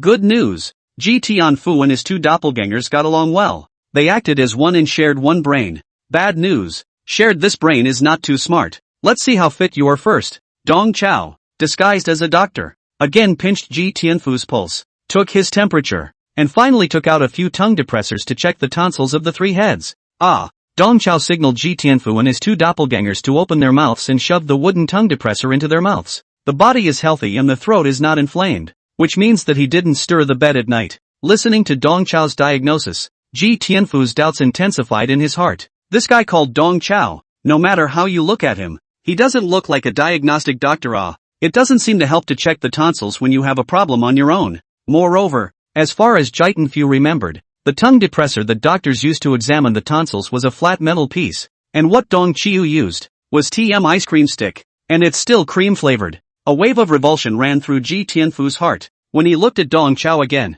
he finally realized that something was wrong with Dong Chao. Other doctors wore white coats with lapels, just looked clean and holy, although Dong Chao was also wearing white clothes. However, his set of white clothes was a double-breasted chef's uniform. On the front of the chef's uniform, there is also the logo of Old Bell Marinade. Ji Tianfu felt like his brain was going to explode. If you're pretending to be a doctor, act a little more professional. It's too perfunctory to pass off a chef's uniform as a white coat. Finding that Ji Tianfu had seen through his disguise, Dong Chao simply stopped pretending, and he put the chef's high hat on his head as well, completely transforming into a chef. Ji Tianfu was in a state of disarray. He thought that he might have met a sick person. Boy Juice, I know, they all say you're sick, but really, you're not sick. You're just showing your powers to this mediocre and misguided world. It's not you that's sick, it's the world. Listening to Dong Chao's words, Ji Tianfu's three heads were in different states of mind. That's right. I'm the way I am because the world forced me to be. I will turn the whole world upside down just to set my reflection right. Jia. Don't say that. I'm actually not that healthy. Through this small test, Dong Chao was able to differentiate. In fact, the one that spoke at the end, the head located on Ji Tianfu's right shoulder, was his true form. The one occupying the C position of his body was instead a yin and yang doppelganger. The main thing was that these two bilocations of Ji Tianfu were a bit of a big sickness. According to Principal Zhang Xiandom's explanation, Ji Tianfu's yin and yang doppelgangers were both derived from the invisible Great Tao. The yin and yang doppelganger's spirit was not yet too sound before it forcefully descended into Ji Tianfu's body, causing him to have brain problems. With the current situation, Dong Chao can't solve the root cause of the problem either, but he can solve the person who has the problem. Dong Chao took Ji Tianfu's shoulders and was in a state of fellowship with him. In fact, from a long time ago, I felt that the world is sick. There are problems everywhere. For example, why is it called a nightclub when it's obviously a place to drink? It's called a hotel when it's obviously a place to spend the night. When you cross the street, you say you're waiting for a red light when you're clearly waiting for a green light. When you're slicing a dead fish, you call it sashimi. Elevator rides are actually standing. Cigarette butts are actually cigarette butts. It is clear that they said they would put out the fire, but in reality they saved people and put out the fire instead. Have they considered the feelings of the fire? With all the money spent on digging tunnels, why is it necessary to weigh down every tunnel with a huge mountain after it is repaired? Isn't this putting the cart before the horse? Listening to Dong Chao's rambling words, Ji Tianfu's yin-yang bilocation marveled greatly. This is really an upside-down and wrong world. Ji Tianfu's real body, on the other hand, had a black line on its head. Ji Tianfu was more and more convinced that the guy in front of him was, indeed, his sick friend, and it was much sicker than him. Mr. Dong, don't get excited. As long as we have active treatment, we can definitely return to normal, and all these problems will be figured out. Ji Tianfu comforted Dong Chao in reverse. Ji Tianfu secretly grumbled in his heart. It was always others who comforted him, but this time, he was comforting others. Dong Chao stood up violently as he cupped the two heads of the yin-yang doppelganger with both his hands and said with an exuberant expression, "It doesn't matter if you want to get through these questions or not. You know what the most exciting thing about being a mental patient is? That's pretending we're okay. Let's pretend to fool everyone into thinking we're normal. In reality, we're still secretly sick. Look at me. I'm a teacher in a human society." Dong Chao softly murmured in the ears of both heads. Hearing this, the yin-yang split, which was simple in nature. All rounded their eyes. The patient seniors in front of me are amazing. The two men were heartfelt in their sentiments. Chapter 121 Natural-born bull and horse holy body. It wasn't difficult for Dong Chao to try to fool a normal person into crippling, let alone fooling two fools who were not quite spiritually sound. He purposely disguised himself as a patient in order to close the psychological distance with the yin-yang doppelganger. Dong Chao's performance as a patient really held the two fools in place. The yin-yang doppelganger took the initiative to seek help from Dong Chao. "Elder, take us with you. We also want to disguise ourselves as normal people." Yeah. We don't want to be patients anymore. We want to be doctors." Since its birth, the yin-yang doppelganger had been confined to a hospital room, forced to undergo all kinds of treatments, and suffered terribly. Right now, they saw that the sick seniors were yet so nourished that they were even turning around and treating others, and the yin-yang split was enviously red-eyed. Seeing that the two men had taken the bait, Dong Chao maintained his sick friend's demeanor and followed his advice. "As fellow travelers, we should help each other. I've heard all about your situation. The current situation is that all three of your minds, all of you, are trying to grab the dominance of the body, causing the brain to overload. In order to disguise yourselves as normal people, you must first determine who will hold the dominant power." As soon as they heard this, the yin and yang branches all grabbed a response. "I'll be the C-suite. I'm the whitest looking. I have to be the main curator. You main cura poop. I'm the one who has to do the talking, because I'm stubborn and I don't listen to anyone else." The yin and yang doppelgangers bickered excitedly, and as the true essence, Ji Tianfu couldn't even interject in front of these two living fathers. Dong Chao stopped the two living treasures who were glaring at each other. "From now on, I'll call you Little Black and White. I didn't expect you two are quite devoted. Dirty work rush to do." Little Black and White looked surprised. "Dirty work? Grabbing it?" Dong Chao nodded his head once as a matter of course. "Know why Hannibal dines with sweet wine? Because it's bitter to be human. Whoever becomes a subject has to suffer. Haven't you heard the saying, the ox plows the field, the horse eats the grain. You get tired, he gets happy. Whoever is the subject is a cow or a horse. Whoever is the doppelganger is here for pure enjoyment. The subject has to find a way to earn money, has to be a social animal, and the diversion is only to be enjoyed." Little Black and White's eyes revealed clear stupidity. They were still really confused by Dong Chao. Seeing this, Dong Chao picked up where he left off. He mysteriously said to the two living treasures, "I'll tell you about a real-life paranormal event. When I was a child, I encountered an evil spirit. The spirit tried to take over my body." Oh, Little Black and White were both like children, and when they heard that there were still paranormal events, both of them perked up their ears.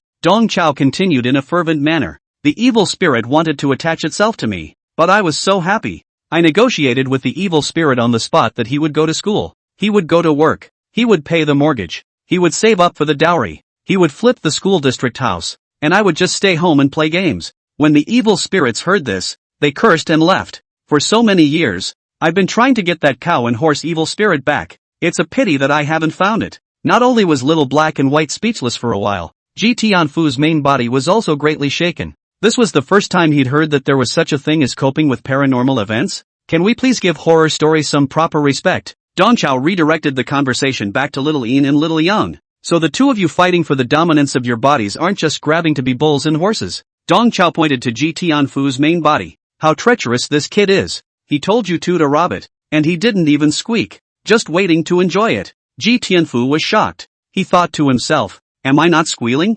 I can't rob two living daddies." Dong Chao threw Ji Tianfu an envious and jealous expression before looking at Little Black and White. "You two, determine who is going to be the cow horse C-suite so we can move on to the next session." Hearing this, Little White shook his head and completely detached himself from Ji Tianfu's body like squeezing a soap bubble. "I don't want this C-seat. From now on, I'm going to enjoy myself." Seeing Xiao Bai detach from his body, Xiao Hei also transformed into a black ghost and floated up. "I'm not a human being either. I was born stubborn, and I won't be a man when I say I won't be a man. No one can persuade me." With both the yin and yang doppelgangers detached from the main body, Ji Tianfu's head returned to its proper position, and his entire being was openly relaxed. This Ji Tianfu looked incredulously at the yin-yang split and then at Dong Chao, his heart both amazed and confused. The yin and yang doppelganger that had tormented him for so long was so easily detached from his body? Ji Tianfu wondered for a moment if he was dreaming. His illness? Just like that? Dong Chao playfully looked at Ji Tianfu.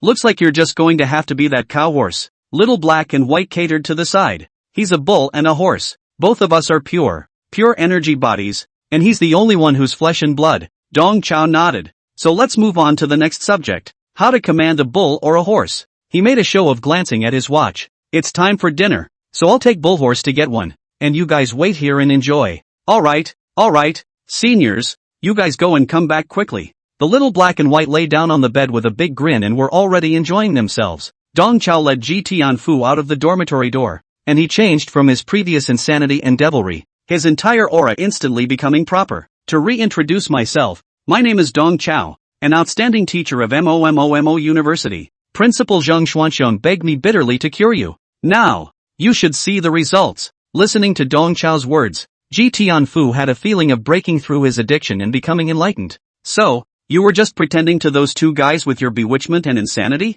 Or what? You think I'm really a maniac? Dong Chao let out a cold snort, and the entire person raised his hands and threw his feet, revealing a touch of unsmiling upper-class temperament. Receiving the influence of this high and cold temperament, Ji Tianfu didn't dare to speak. Only then was he convinced that this Mr. Dong, just now, was treating him. Before that, Ji Tianfu's body was as crammed into three people, constricted and confused, but at this moment, he felt a long-lost sense of ease and relief. Ji Tianfu didn't even have much hope for his own illness in the first place. Affected by the three living things' supernatural ability, all of the spells and medications applied to him will tend to be ineffective. The University of the three pristine colleges and universities to raise the entire school's efforts, tossed for so long, but there is no clues. Ji Tianfu knew that as his condition continued to deteriorate, he would sooner or later lose himself in a daze. He had thought that day would come sooner or later, but now, things seemed to have taken a turn for the worse. The yin and yang doppelganger, of its own accord,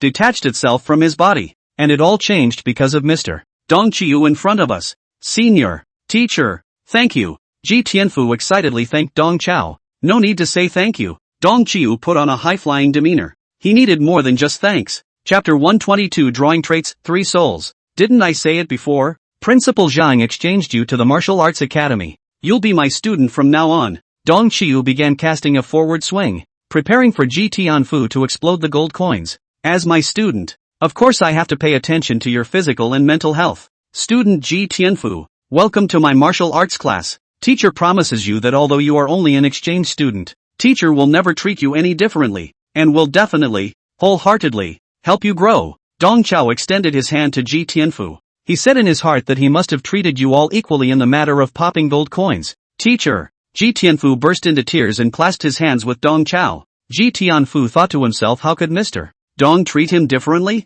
He had just saved his life. For this life-saving favor alone, one would be unable to repay it. At this instant, Dong Chao's ears rang with the system's beep. Ji Tianfu's approval rating plus 25. Congratulations to the host for successfully recruiting the 4th student. The following is Ji Tianfu's basic information. Name, Ji Tianfu. Age, 18. Profession, Taoist. Talent level, SS. Cultivation, 9th level of the 5th order. Ability, rule system. 3 living things. Recognition of the host, 25. Dong Chao secretly bit the corner of his mouth, and with great difficulty, he managed to maintain his noble behavior as a teacher, not letting the ecstasy in his heart rush up to his face. It had only just been established as a teacher-student relationship, and Ji Tianfu had given him a burst of 25 points of recognition. It was truly a step to heaven. This generous reward was not in vain for pretending to be crazy just now. Congratulations to the host. The recognition level of the Ji Tianfu has exceeded 10 points.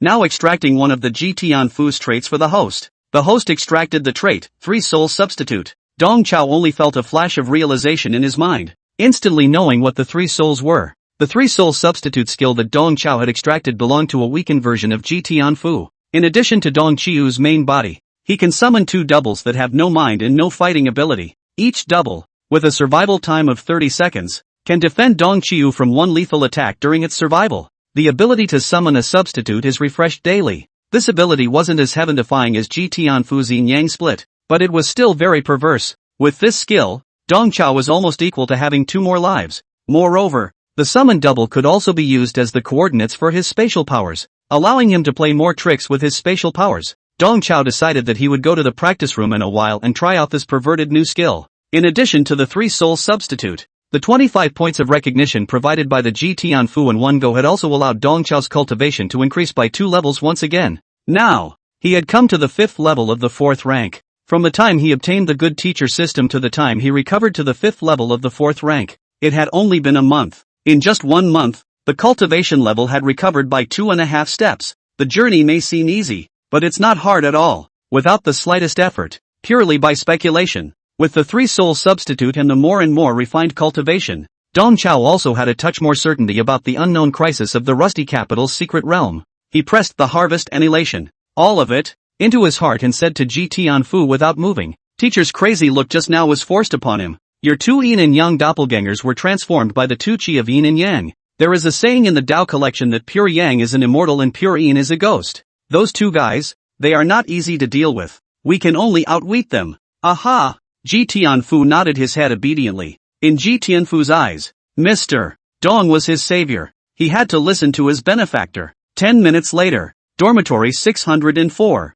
Ji Tianfu sat down at the table and sadly enjoyed his lavish dinner. Dong Chao gave him 10 pieces of rice, and the lunchbox was full of 10 dishes, the absolute top of the cafeteria. In the face of such a sumptuous dinner, Ji Tianfu had a bitter look on his face. Because of his yin and yang doppelganger, he possessed his left and right shoulders again. As Ji Tianfu buried his head to eat, Little Black and Little White also barred their mouths in synchronization.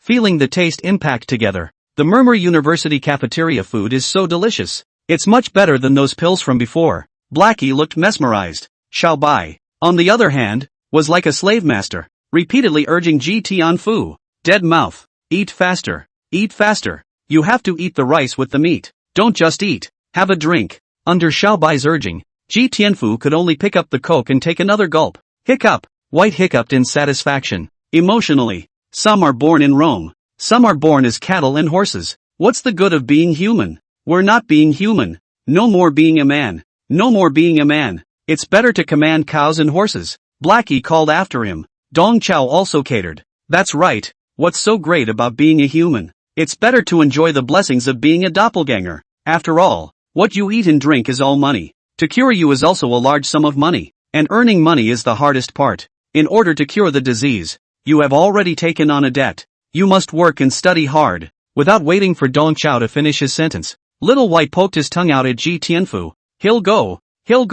Leave all such things to the bulls and horses. We'll just enjoy ourselves. Ji Tianfu, who had his head down to pick up his meal, had a touch of delight on his face. He said to himself that Mr. Dong really deserved to be an excellent teacher of MOMOMO University. Easily, he took his yin-yang split, and held it. Ji Tianfu's recognition +5. Night, teacher's dormitory. Dong Chao dialed Sun Miao's number. Brother Sun, there's a situation that I have to report to you. Dong Chao repeated all the inferences he had said to Wen Tianchen earlier today to Sun Miao. I will discuss this matter in secret at the Ministry of Martial Education. As the Minister of Martial Arts Education, Sun Miao knew that this matter was of great importance. All along, China and the North American Federation have been tit for tat. These 2 countries, too, are 2 of the most important forces in the World Roundtable Resistance Conference. In terms of strength, there wasn't much of a gap between the 2 countries, but in terms of geography, the North American Federation was too much better than Huaxia. Because of this, the North American Federation has been acting in a more and more arrogant style in recent years, with an air of carelessness. 50 years ago, with the help of a spatial rift, a large group of demon race invaded Bluestar and established 3 major demon cities in Bluestar. They were the Misty Demon City in Southeast Asia, the Extremely Cold Demon City in the Far East, and the Tsunami Demon City in the South Pacific. In the face of the incoming demon race, humanity formed the Roundtable Resistance Conference, mobilizing the power of the entire globe to block the expansion of the demon race's advance force. But all humans can do is block it. Now 50 years had passed, and the Roundtable Resistance Conference hadn't been able to completely erase these 3 demonic cities from the blue planet. These 3 demon cities were like 3 nails that were nailed on top of the blue star. Unlike the North American Federation, which was resting on its laurels, Huaxia, at the same time, had to face the threat of the Misty Demon City and the Extreme Cold Demon City. This puts Huaxia in a passive position of often throwing in the towel in the open and shut battle with the North American Federation. Chapter 123, You all have bright futures ahead of you. Brother son. Those guys in North America obviously don't have good intentions. You can't do harm to others, but you can't do nothing to prevent them from doing so. I suggest that we do this, and then this. Dong Chao knew that those clerks in the Ministry of Martial Arts Education could not discuss anything at all. He simply gave Sun Miao specific advice directly. Then, do as you say. I'll make preparations. Sun Miao obeyed Dong Chao. In the days that followed, Ji Tianfu's exchange student procedures were finally in place, and he officially became an exchange student in Dong Chao's class. At the same time, Chen Dingxing also stepped into the position of instructor for the third class of martial arts. He was originally a teaching blogger on the internet, and was quite knowledgeable in teaching martial arts, but now he was just shifting his teaching content from online to offline. Chen Dingxing's energetic and internet-hot terrain teaching style was very popular with his students, coupled with the fact that he was very young, not yet 20 years old. Privately, students called him Brother Star. Star is still happy to be teaching at Murmur University. It would be even better if he could avoid that demon from the fourth class of martial arts. Those few demons from martial arts class 4 were the only ones who didn't call Chen Dingxing brother. They all called teacher Chen in a disciplined manner. A few of the demons had a little respect for this new job of Chen Dingxing's, but not too much. As a defeated general, you're not qualified to ask us to call you brother. From now on, in the open, we'll call you teacher. And in private, you'll call us brother, and we'll talk about each other. The counterintuitive remarks of several people made Chen Dingxing feel deeply outrageous and helpless at the same time. On the one hand, he really wasn't a match for these few demons. On the other hand, Chen Dingxing knew in his heart that he was able to become this martial arts instructor all because of Dong Chao. In the martial arts academy, who was the true king of size? Chen Dingxing had a number in his heart. The full days passed by. Unconsciously, it was time for the Rusty Capital secret realm to open. Before he left, Dong Chao purposely asked Ji Tianfu to make a video call to President Zhang of Sanqing University. Facing the camera, Dong Qiu asked Ji Tianfu to demonstrate big jumps and small jumps, brain teasers, and poetry recitation with music. From several angles, it proved to Principal Zhang Xiandong that this heavenly pride of their Dao family had returned to normal. Although these subjects displayed by Ji Tianfu were a bit abstract, Zhang Xuanqiang couldn't help but be delighted. In Zhang Xuanqiang's eyes, Ji Tianfu had really gotten better and could almost communicate with people normally. Across the screen, Dong Chao intentionally took credit from Zhang Xiandong. Xiao Ji's illness is indeed not very good at healing. I also made many attempts, and it took a lot of effort before I finally found a way. Dong Chao said so as if he had really made much effort. In fact, on the first day he brought Ji Tianfu back. He had basically taken the yin-yang split, although Qi's condition has improved. But barring that, I suggest that he still recuperate here with me for a while to avoid a recurrence of his condition. Listening to Dong Chao's words, Zhang Xuanqiang promised repeatedly. Yes, yes, yes, yes, Ji Tianfu will be recuperating on your side. We're in no hurry. Zhang Xuanqiang said that although Ji Tianfu looked much more sober than before, he was jumping and dancing and reciting poetry in the video, which was quite oozy to watch. Teacher Dong, you're still great. So many days of work, and you really cured Ji Tianfu. Zhang Xiandong lamented from the bottom of his heart. Zhang Xiandong was completely convinced. No wonder Dong Chao was able to come up with that not-so-understandable set of profound theories in the first place. People really do have the real thing. Principal Zhang, you're overstating your case. My personal efforts are only a very small aspect. The assistance from the Starry Night Martial Arts Center is also very important. The various medical devices that Xiao Ji used and the various golden herbs he took were all donated by the Starry Night Martial Arts Center. And this is all real money spent. Dong Chao subtly hinted at Zhang Xiandong to play money. Zhang Xiandong behaved very cheerfully. Teacher Dong, don't worry. We, Sanqing University, won't let you and the Starry Night Martial Arts School pay for nothing. As long as that child gets better, money doesn't matter to us. Zhang Xuanqiang fully demonstrated the nature of old-school Taoist monks who regarded money as dirt. Dong Qiu even set up a house of cards for himself when he got a bargain. Principal Zhang, it's vulgar for you to mention money. When I heal Xiao Ji, I'm cultivating talents for the country, and I'm giving freely to the cause of education. Besides, can my dedication be measured by money? But if you're going to insist on paying me, then I'll just have to go along with it. You take down my card number. When Tianchen stood beside Zhang Xuanqiang's body, secretly biting his tongue, he thought to himself that Brother Chaozi was really even taking the food. Both abducted their Taoist family's pride, swindled the principal of a sum of money for treatment, and then, still had to make the principal appreciate his favor? Qiuzi brother is playing a pretty good hand with this one. With a wave of his hand, Zhang Xuanqiang transferred 5,000 secret realm coins to Dong Chao. Teacher Dong, although Xiao Ji has gotten better, Let's not let him participate in the Rust Capital secret realm this time. He is, right now, still focusing on recuperating. Dong Chao nodded. That's what I thought too. Besides, Qi is busy working part-time right now and he can't get away. Zhang Xuanxiong froze at his words. Hello? Principal Zhang. The signal is bad on my side. Hang up first. Without giving Zhang Xuanxiong a chance to ask, Dong Chao hastily hung up the phone. Looking at the screen that turned from bright to black, Zhang Xiandong had a head full of question marks. He looked at Wen Tianchen with uncertainty. What Mr. Dong just said a part-time job? Or is it practicing kung fu? Wen Tianchen had heard Dong Chao's words, but he didn't dare to respond to the principal. At this moment, the only thing Wen Tianchen could do was to show an awkward and unobtrusive smile under the principal's gaze. Hanging up the phone, Dong Chao snapped his fingers at Ji Tianfu. Good performance just now. You can come out now. As soon as the words fell, two figures, one black and one white, emerged from behind Ji Tianfu, and it was Ji Tianfu's yin and yang doppelgangers, Little Black and Little White. Watching the two living daddies pop up again, Ji Tianfu had a bit of a hard time straining himself. These days, Ji Tianfu had a feeling that he felt as if he had gotten better, but not completely. Teacher Dong did save him from the fire, allowing him to avoid the tragedy of being devoured by the yin-yang doppelganger, but he seemed to have fallen into another tragedy. Good news. Little Black and Little White no longer compete for the dominance of his body. Ji Tianfu's body of monarchs and ministers, yin and yang, returned to their positions.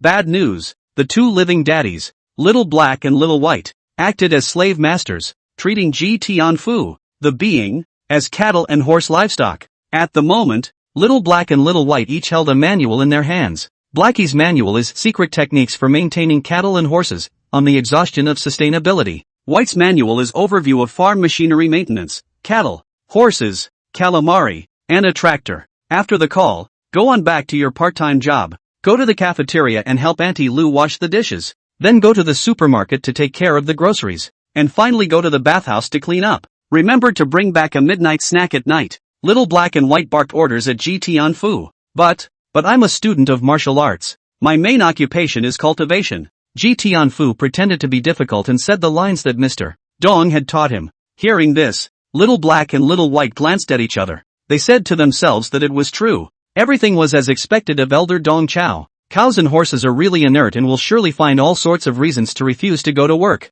Blackie grimaced and reprimanded. Don't even think about cultivation. You're in the dormitory with your legs crossed and your little eyes closed. And you're slacking off on it? You want to eat? Xiaobai also catered on the side. That's right. Still practicing? How do you deserve that? The only thing you have to do is work to earn money for us to enjoy. You have to set your position right. Cultivation is something that has to come from us. With that said, Little Black and White sat cross-legged on the bed. From now on, teach us about cultivation. Cows and horses just earn money. Don't think so much. Seeing Little Black and Little White begin to move their qi and blood, Ji Tianfu hid the smile at the corner of his mouth, turned around in a sad pretense, and left the dormitory. Looking at his departing back, Little Black and White continued to chatter. Cultivation? Are you that material?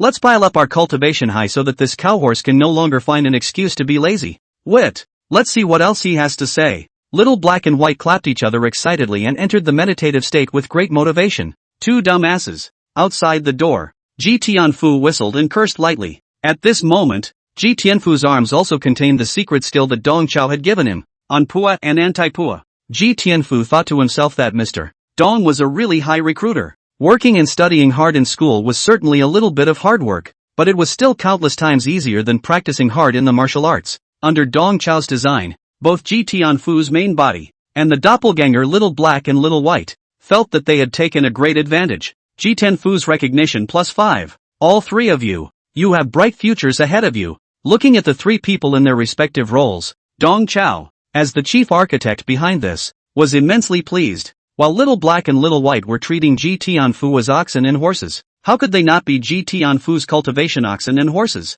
Chapter 124. Leaving the umbrella you held. We realized that it wasn't raining outside at all. One day later, Inquo University playground. The first-year students of the Martial Arts Academy, carrying their respective bags, were ready to go. Other than the exchange student Ji Tianfu, all 92 people from the Martial Arts Academy, plus Mo Xiang, who was on loan from the Puppet Academy, were all participating in this Rust Capital secret trial. The students have been waiting for days for the perfect paradise. At this moment, everyone was chattering non-stop. not knowing in the slightest that behind the rusty capital's secret realm, there might be hidden dangers. Dong Chao also put on a relaxed demeanor, grinning widely as he examined Dao Shi and the others' bags. You should bring everything, right? Self-heating hot pots, puffed snacks, beer and drinks, portable barbecue grills, cell phone rechargeables. These are essential. The most important thing in a secret trial is to eat and drink. Once we enter the secret realm, let's have a barbecue and a self-heating hot pot. It'll be great. What we're playing for is the atmosphere of a picnic.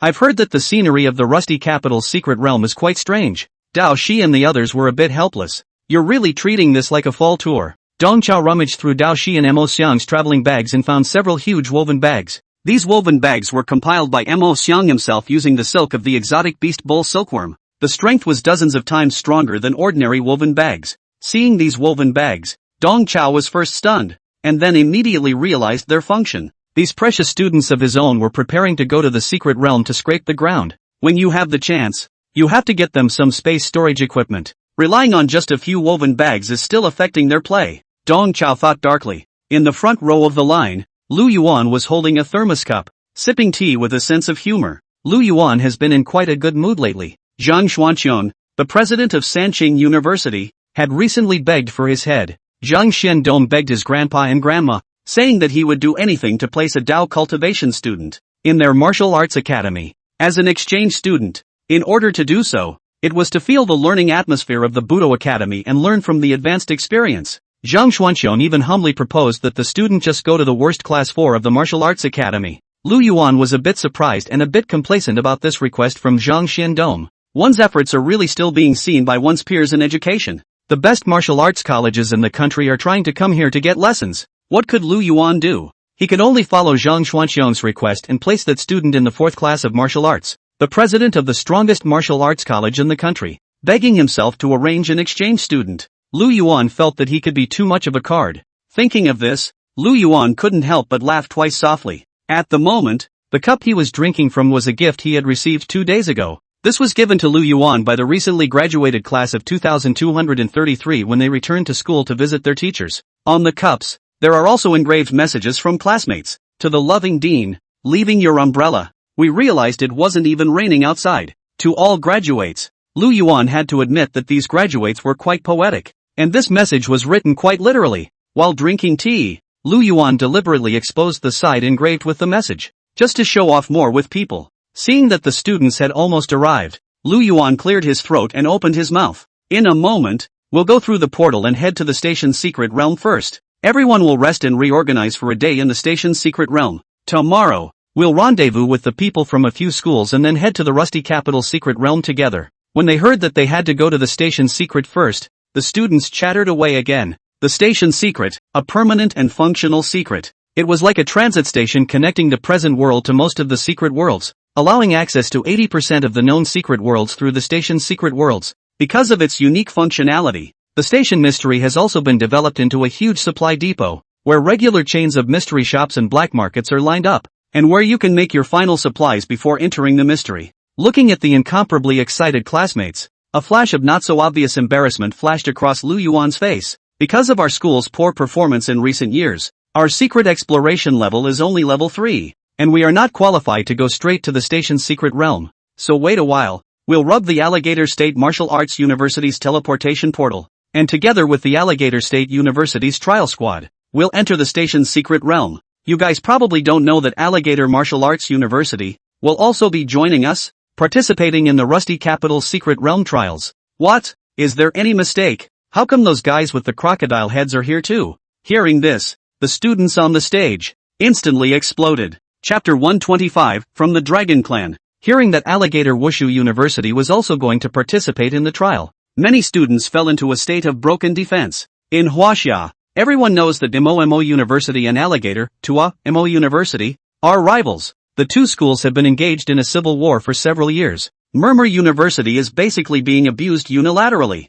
In the last 3 editions of the 100 Schools Martial Arts Conference, Mo University had been eliminated by Alligator Martial Arts University. The elimination was easy. All along, Alligator Martial University had been working towards one goal. That was to replace Mo University and become the new top 5 universities in China. And they do have the strength and backbone to do so. In recent years, Whether it was the performance of the martial arts conference or the results of the secret realm trials, they had completely blown away the MOMOMO University. The two are even less of a tier when it comes to resource commitment and connections, even in terms of the only thing that the MOMO University could hold in its favor. The Alligator University could also break the ice. The founder of Alligator Wu University was the Alligator State Manhwa. No one knows the name of the Mo family. They were highly successful in battle and their family was a prestigious family that had lasted for centuries. More importantly, the Mo family was known as the Slave Dragon Clan. They had been the most loyal vassals of the Xianyuan family over these centuries. If the Xianyuan family is compared to the invincible Guan Ershi,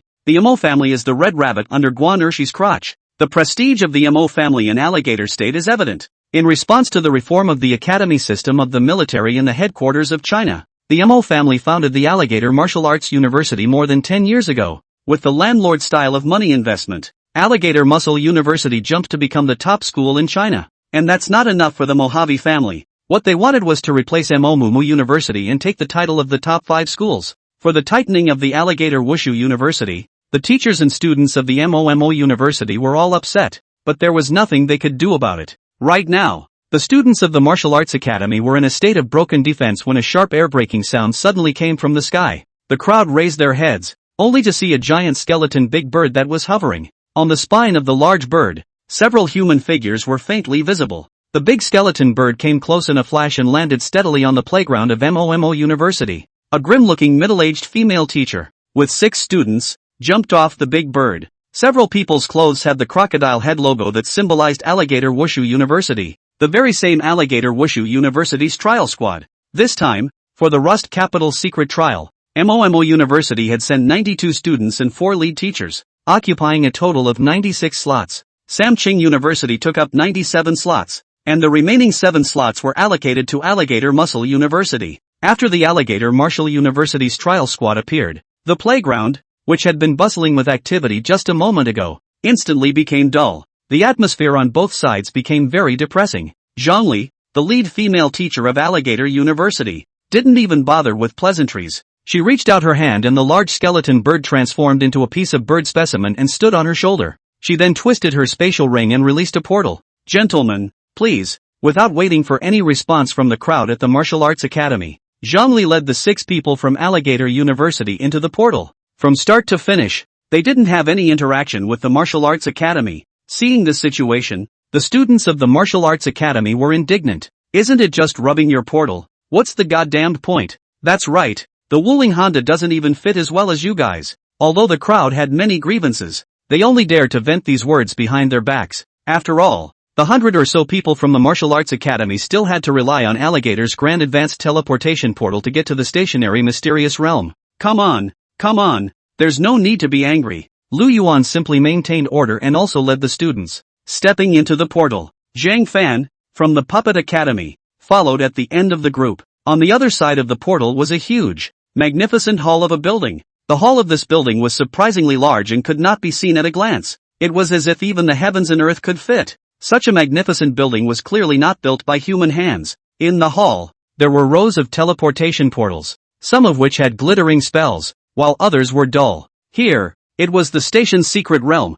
the transit point between the present world and the many secret realms. The rows of teleportation spell formations were like the central axis of the stationary mystery realm. On both sides of the central axis are wide pedestrian streets. It is lined with stores, hotels, restaurants, bars and other places of consumption. This place is just like a secret city. Martial artists of various colors from various countries came and went on the pedestrian street, and among them, many patrols in military uniforms could be seen. It was a strange sight that had never been seen before, and it made the students look straight ahead. Lu Yuan introduced it lightly. "Here is the station walking street. All kinds of precious materials, weapons and equipment, and rare exotic beast pets can be bought here. Arms are strictly forbidden in the station's secret realm, and there are armies from multiple countries patrolling here, so security can be fully guaranteed. Everyone, feel free to wander around and grow in knowledge. If you're tired of wandering, go to the inn designated by the Ministry of Martial Arts Education and stay there. Tomorrow morning,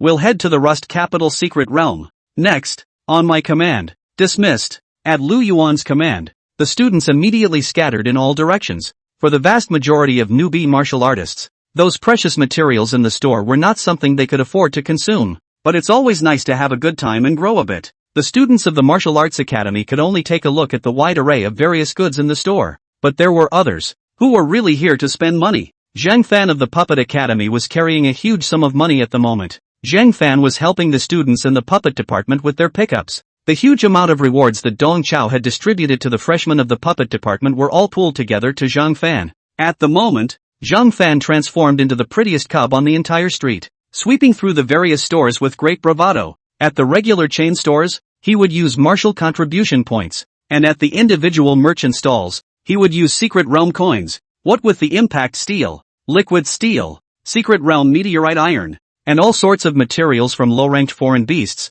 he came to the rescue. Beside Zhang Fan, a group of students from the Martial Arts Academy had gathered. During the recent period of special chicken training, the freshmen of the Martial Arts Academy and the Puppet Academy were in regular contact, and both sides had become familiar with each other. At the moment, the students of the Martial Arts Academy gave Zhang Fan a free follow, just so that they could have a good time and then a good time. Every time Zhang Fan bought something, someone carried it for Zhang Fan and bragged about it in the meantime. Brother Fan is great. Brother Fan is atmospheric. While bragging, the students of the Martial Arts Academy were still a bit puzzled in their hearts. Hasn't the Puppet Academy always been poor? How did it suddenly become so generous? Thousands of secret realm coins, hundreds of martial contribution points, spending them without even blinking? If only their academy could be that generous. Monkey boy. Noisy. Zhang Fan was completely caught up in the joy of being a chopper, and the entire person was complacent, thanks to the fat job offered to them by Brother Xiang and Teacher Dong, the freshmen of the Puppet Academy.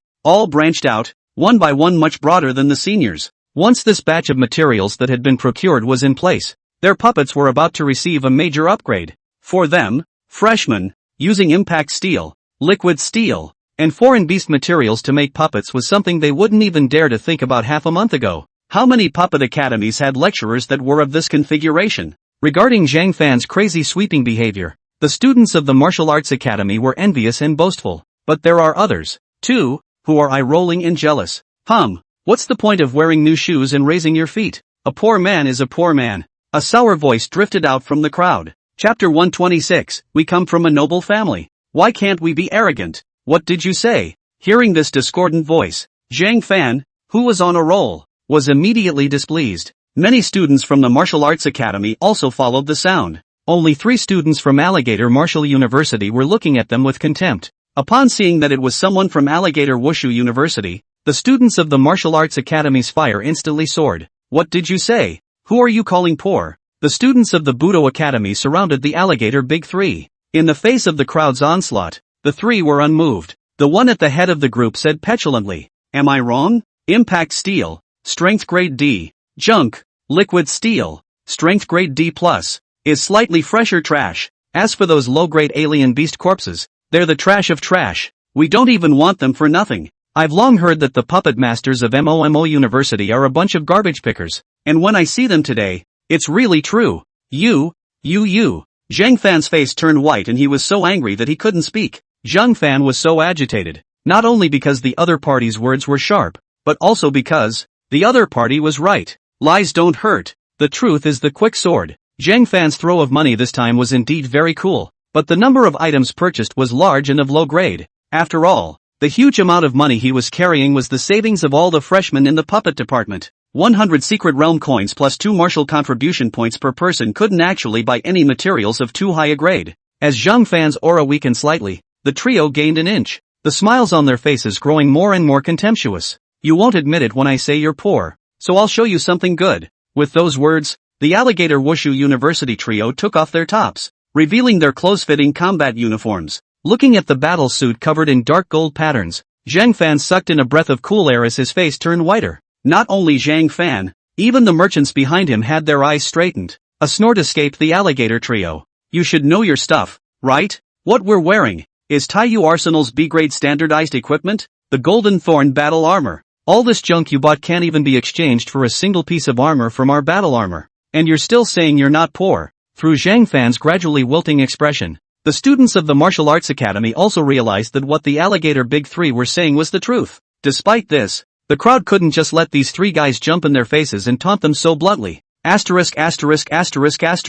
Being rich is a big deal? Is it because you think you have the money to take a beating that it doesn't hurt? The crowd rolled up their arms and rolled up their sleeves in an aggressive manner. But in reality, they didn't dare to move their weapons at all. The trio didn't panic at all in the face of the crowd's posturing. Don't forget, you guys, this is in the station's secret realm. It's strictly forbidden to use force here. If we were to enter the Rusty Capital's secret realm, we wouldn't mind beating you all to death. Having been poked and prodded, the students of the Martial Arts Academy instantly deflated, unable to even put on that pretense of fierceness. The only thing they can do is hurl resentful abuse. What's there to be arrogant about? Not just a few stinking dollars. The alligator trio looked like victorious generals, their bladders shaking. Know who we are? M.O. Fong, M.O. Pak, M.O. Lu, the three youngest members of the M.O. family. We come from a distinguished and large family, and are from the Dragon Clan, so why can't we be arrogant? Hearing that these three were the M.O. family's original family, the crowd, which was already a bit discouraged,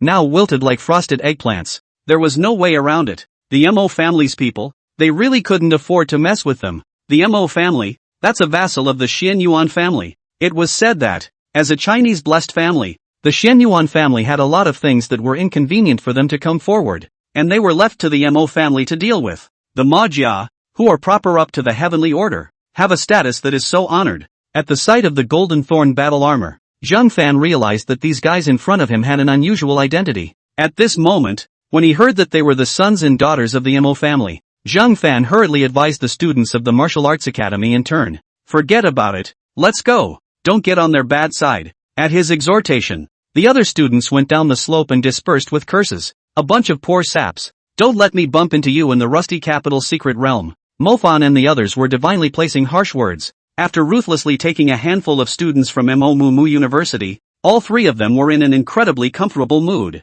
The M.O. University is not used to their Alligator University, and the Alligator University is not used to the M.O. University. In the eyes of the M.O. family's children, M.O. University is broken and still hard to not be buried, purely occupying the latrine without ting. In order to run the Alligator Martial Arts University, how much money did their M.O. family spend? How many contacts did they use? How many talented people in the M.O. family were drawn into teaching positions? How much effort did the whole clan spend? Whether in terms of achievements or contributions, Alligator Musketeers University has surrounded M.O. University on all fronts. But then, the Sunset M.O. University still occupies the position of the top 5 universities, at least in terms of name. It always pressed Alligator Martial University. Take this time's Rusty Capital secret trial. They, Alligator, had gone to great lengths to get 7 trial spots. And what about Murray University, which is occupying a latrine? A full 96. Is there any justice? In the eyes of the students of the University of M.O.,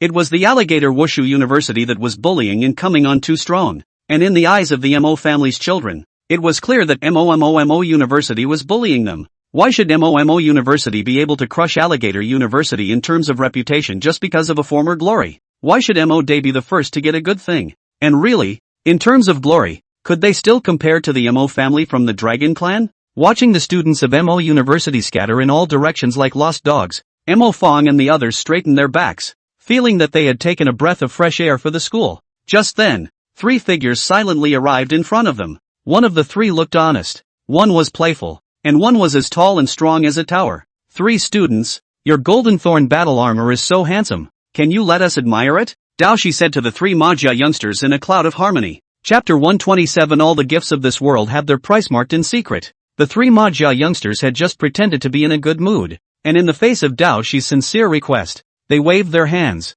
See, let's give you a long look. Ma Fong, Ma Bong, and Molo had a proud look on their faces.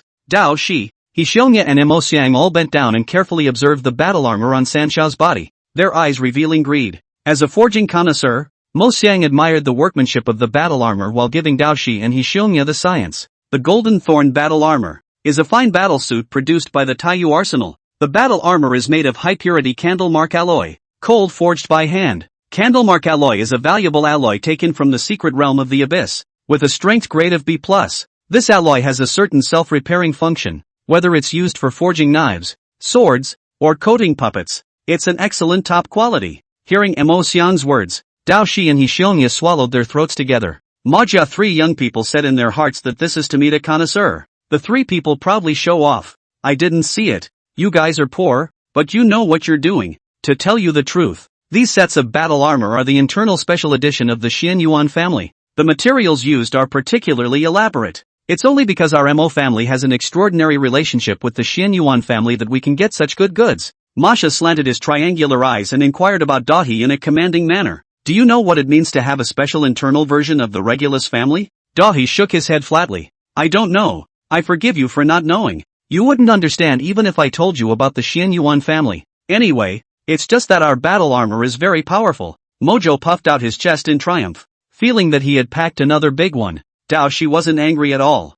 He looked at San Shao's golden thorn battle armor with affection. His eyes were drawn. The station pedestrian street is crowded. Can't do it. Can only wait until they enter the rusty metropolis secret realm. Such a good treasure. You must take good care of it. If it gets bumped, it's a real pain in the ass. Michishige warned kindly. What's that got to do with it? We're golden. The Mojo's third youngest responded arrogantly. The three hearts said that the guys in front of them, although they were acting a bit strange, were not bad people. They are not anxious or annoyed in the face of ridicule, and are actually eager to remind themselves to be mindful of their personal finances. This kind of quality and culture is much better than those guys just now. Also a student of Mo Mu University, how can there be such a big difference in being a human being? The Majia San Shao couldn't help but lament in his heart. In the meantime, Station Walk, an unassuming tavern. A middle-aged man in a clergyman's shirt pushed open the saloon door of the tavern and stepped hastily into it. As he traveled, the man touched the cast iron cross with the bullet marks on his chest, and a soundproof barrier quietly unfolded, completely enveloping the entire tavern. In the corner of the tavern, two men, one fat and one thin, were waiting for him. Minister Anthony, Senator Kemp, those students from Wasia, are here. Hearing the middle-aged priest's report, Fatty Anthony gave a faint "oh." Anthony had a pipe in his mouth, and every now and then he exhaled a puff of purple smoke, making the already dilapidated tavern more and more smoky. Beside him, the skinny Kemp played with the tarot cards in his hand. Kemp's skeleton-like thin face, along with the tarot cards, either sad or happy, looked funny and grotesque. The three people in the tavern were all renowned high-ranking martial artists of the North American Federation. Roy the Holy Light Priest, Anthony the Smoking Man, and Kemp the Soothsayer. Of the three, Roy was clearly the lowest, and he said with some restraint, just like the information we received earlier. The trial team sent out by China this time is dominated by Sanqing University and Mo University, plus a few elites from Alligator Wushu University. The overall quality of the team is average. Anthony leisurely exhaled a smoke ring. This is good news for us. 169 sacrifice slots. It's all up to them. I'll have the Blue Brotherhood get ready. But, a flicker of hesitation flashed across Roy's face as he craned his head to look aside at Kemp. Senator Kemp, do you really support what Dean Anthony is doing? Screwing up so many people in Huaxia, both sides are going to be at loggerheads. Kemp flashed a pretentious grin. Let me do some math with my tarot cards. It stands to reason that with so many students dead, Huaxia should flip out. With that said, he flipped over a tarot card. Upon seeing the card, Kemp immediately changed his story. But judging by the cards, it's unlikely that Wachovia will flip. Roy sighed darkly. What kind of bull answer was that? As a trustee of Gunfire Sanctuary Seed Academy and president of the Gunfire Prayer and Truth Society, Roy inwardly did not quite agree with Anthony and Kemp's machinations. However, one of them was the Minister of Martial Education and the other was a federal parliamentarian,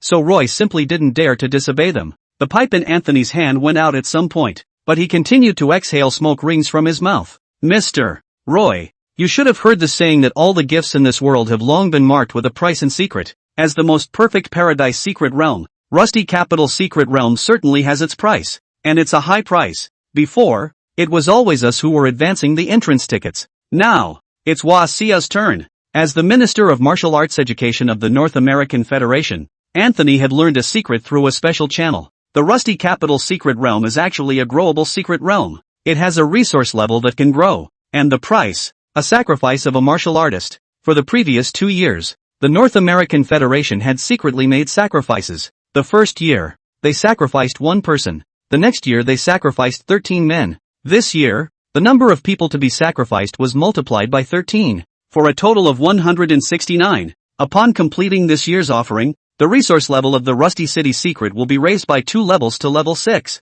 This secret realm of paradise, which was claimed to be the most perfect, would be upgraded to the most perfect secret realm of the abyss in one leap. At the cost of just a little human life, the most perfect abyssal mysteries could be created for the North American Federation. This mission was incumbent on Anthony. Anyway, It's not like it's the lives of the North American Union that are paying this year. Anthony had purposely arranged for Gunfire Holy Throne Academy to lose to Huaxia's Sanqing University in the ring match this year, just so that Huaxia could obtain more trial slots to fill that 169 number of sacrifices. Everything, so far, was going according to Anthony's plan, even more smoothly than he had anticipated. Chapter 128 For the Lighthouse to Live. The Union needs the loyalty and dedication of children. Anthony had thought that Huaxia would distribute those 200 slots evenly among their 4 top schools. If that's the case, drawing out a trial team that's full of elites is indeed a bit tricky. Unexpectedly, Huaxia actually allowed the mediocrely qualified MOMO University to take up half of the trial slots for nothing. This is simply going along with Anthony's plan of sacrifice. In Anthony's eyes, those nearly 100 students from MOMO University were 100 lambs to the slaughter. In order to ensure that the sacrifice plan was foolproof, Anthony had even secretly informed the Brotherhood in Blue that, at the critical moment, he could fill in the numbers with the students of the Gunfire Sanctuary Academy. For the lighthouse to live on, the Commonwealth needs the loyalty and dedication of its children. Mr. Roy, drink this and go get the boys an early night. For the next few days are destined to be hard to sleep. Anthony owed it to himself to pour Roy a shot of tequila. Roy, however, did not reach for it. Mr. Anthony, did you really do this without thinking about the consequences? Roy had been an army entourage chaplain. He'd dealt with the Chinese military guys, and he knew that those guys were not to be messed with. Anthony affectionately passed the glass to Roy's mouth. Don't worry, my merciful priest. The military of Huaxia is in the midst of infighting. I can even reveal a little secret to you. It won't be long before the headquarters and branch of China. I'm afraid that they're going to meet in arms. Ha ha ha ha ha. Roy knew that Minister Anthony had special access to information, and his information, as always, was very good. Seeing how chesty he was, Roy couldn't say anything else, so he tilted his head back and drank the spirits at the edge of his mouth, also swallowing his doubts and worries back into his stomach for the time being. Minister, I'm going to get the boys ready. Roy took a few steps outside and turned back. By the way, there are quite a few high-ranking martial artists coming from the Chinese side to lead the team. Transcendent martial artist Wen Tianchen, Xin from MOMO University, and Bone Collector, Zhang Li. Anthony laughed softly a few times, smoke rising from his nostrils and the corners of his mouth. Don't worry, I've already arranged it. The key to enter the Rusty Capital's secret realm is in our hands. If they want to enter, they have to obediently listen to us. Roy said no more and sulked out of the tavern. Behind him, the saloon doors swayed back and forth,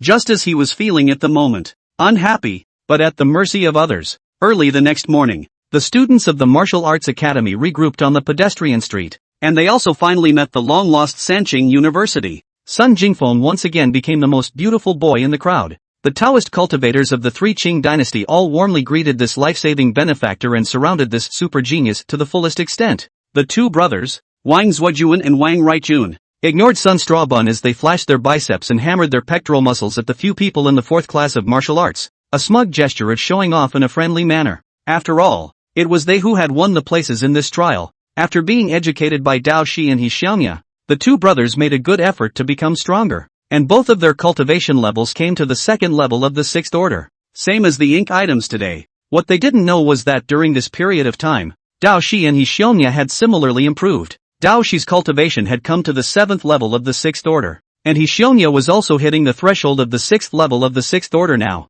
In terms of cultivation progress, the gap between the Wang brothers and the two demons had not shrunk in the slightest, and in terms of battle power, the two sides may have even gotten bigger. Alligator Martial University's trial squad stood at the very back of the line, watching the friendly interactions between the students of the two schools. They were quite upset. When did MOMO University, which was under their defeat, hug Sanqing University's thighs? They're making out? You can't get your teaching results up, so you're playing the socialite game, right? Just as the three parties were having their own thoughts, another team, in a neat formation, came head-on. The visitors were dressed in crisp priestly shirts with huge Western-style greatswords on their backs. They all had uniform tactical belts around their waists, and the revolvers shining brightly on their belts were exposed to the air with big grins. These guys, none other than the ace elite of the North American Federation, the Gunfire trainee priests of the Gunfire Holy Throne Academy. Anthony, Kemp, and Roy followed at the end of the group, looking different as they came closer. Anthony has a smoothness and politeness that matches his round, chubby frame. Friends of Huaxia, everyone is here, right? Let's start this Rusty Capital secret trial. With those words, he pulled out the secret key from his pocket and prepared to open the corresponding portal. Just then, A voice came from the side. Minister Anthony will. Wait. Anthony turned his head sideways, only to see the speaker, a guy not much thinner than him, suddenly killing out from the slant, was the minister of the Chinese Martial Arts Education Department, the admiral of the Chinese headquarters, Wu Shi-chi, Sun Miao. Behind Sun Miao, there stood the director of the Straight High Office, Yang Wei, a Ninth Order Great Circle martial artist, and a group of Chinese soldiers in combat uniforms. Sun Miao exchanged a glance with Dong Chao and the crowd and came to Anthony's face with a smile. Minister Anthony, don't be in a hurry yet. As you know, some time ago, our students were attacked by assassins during the secret trial, almost causing casualties. This time, in order to make sure nothing goes wrong,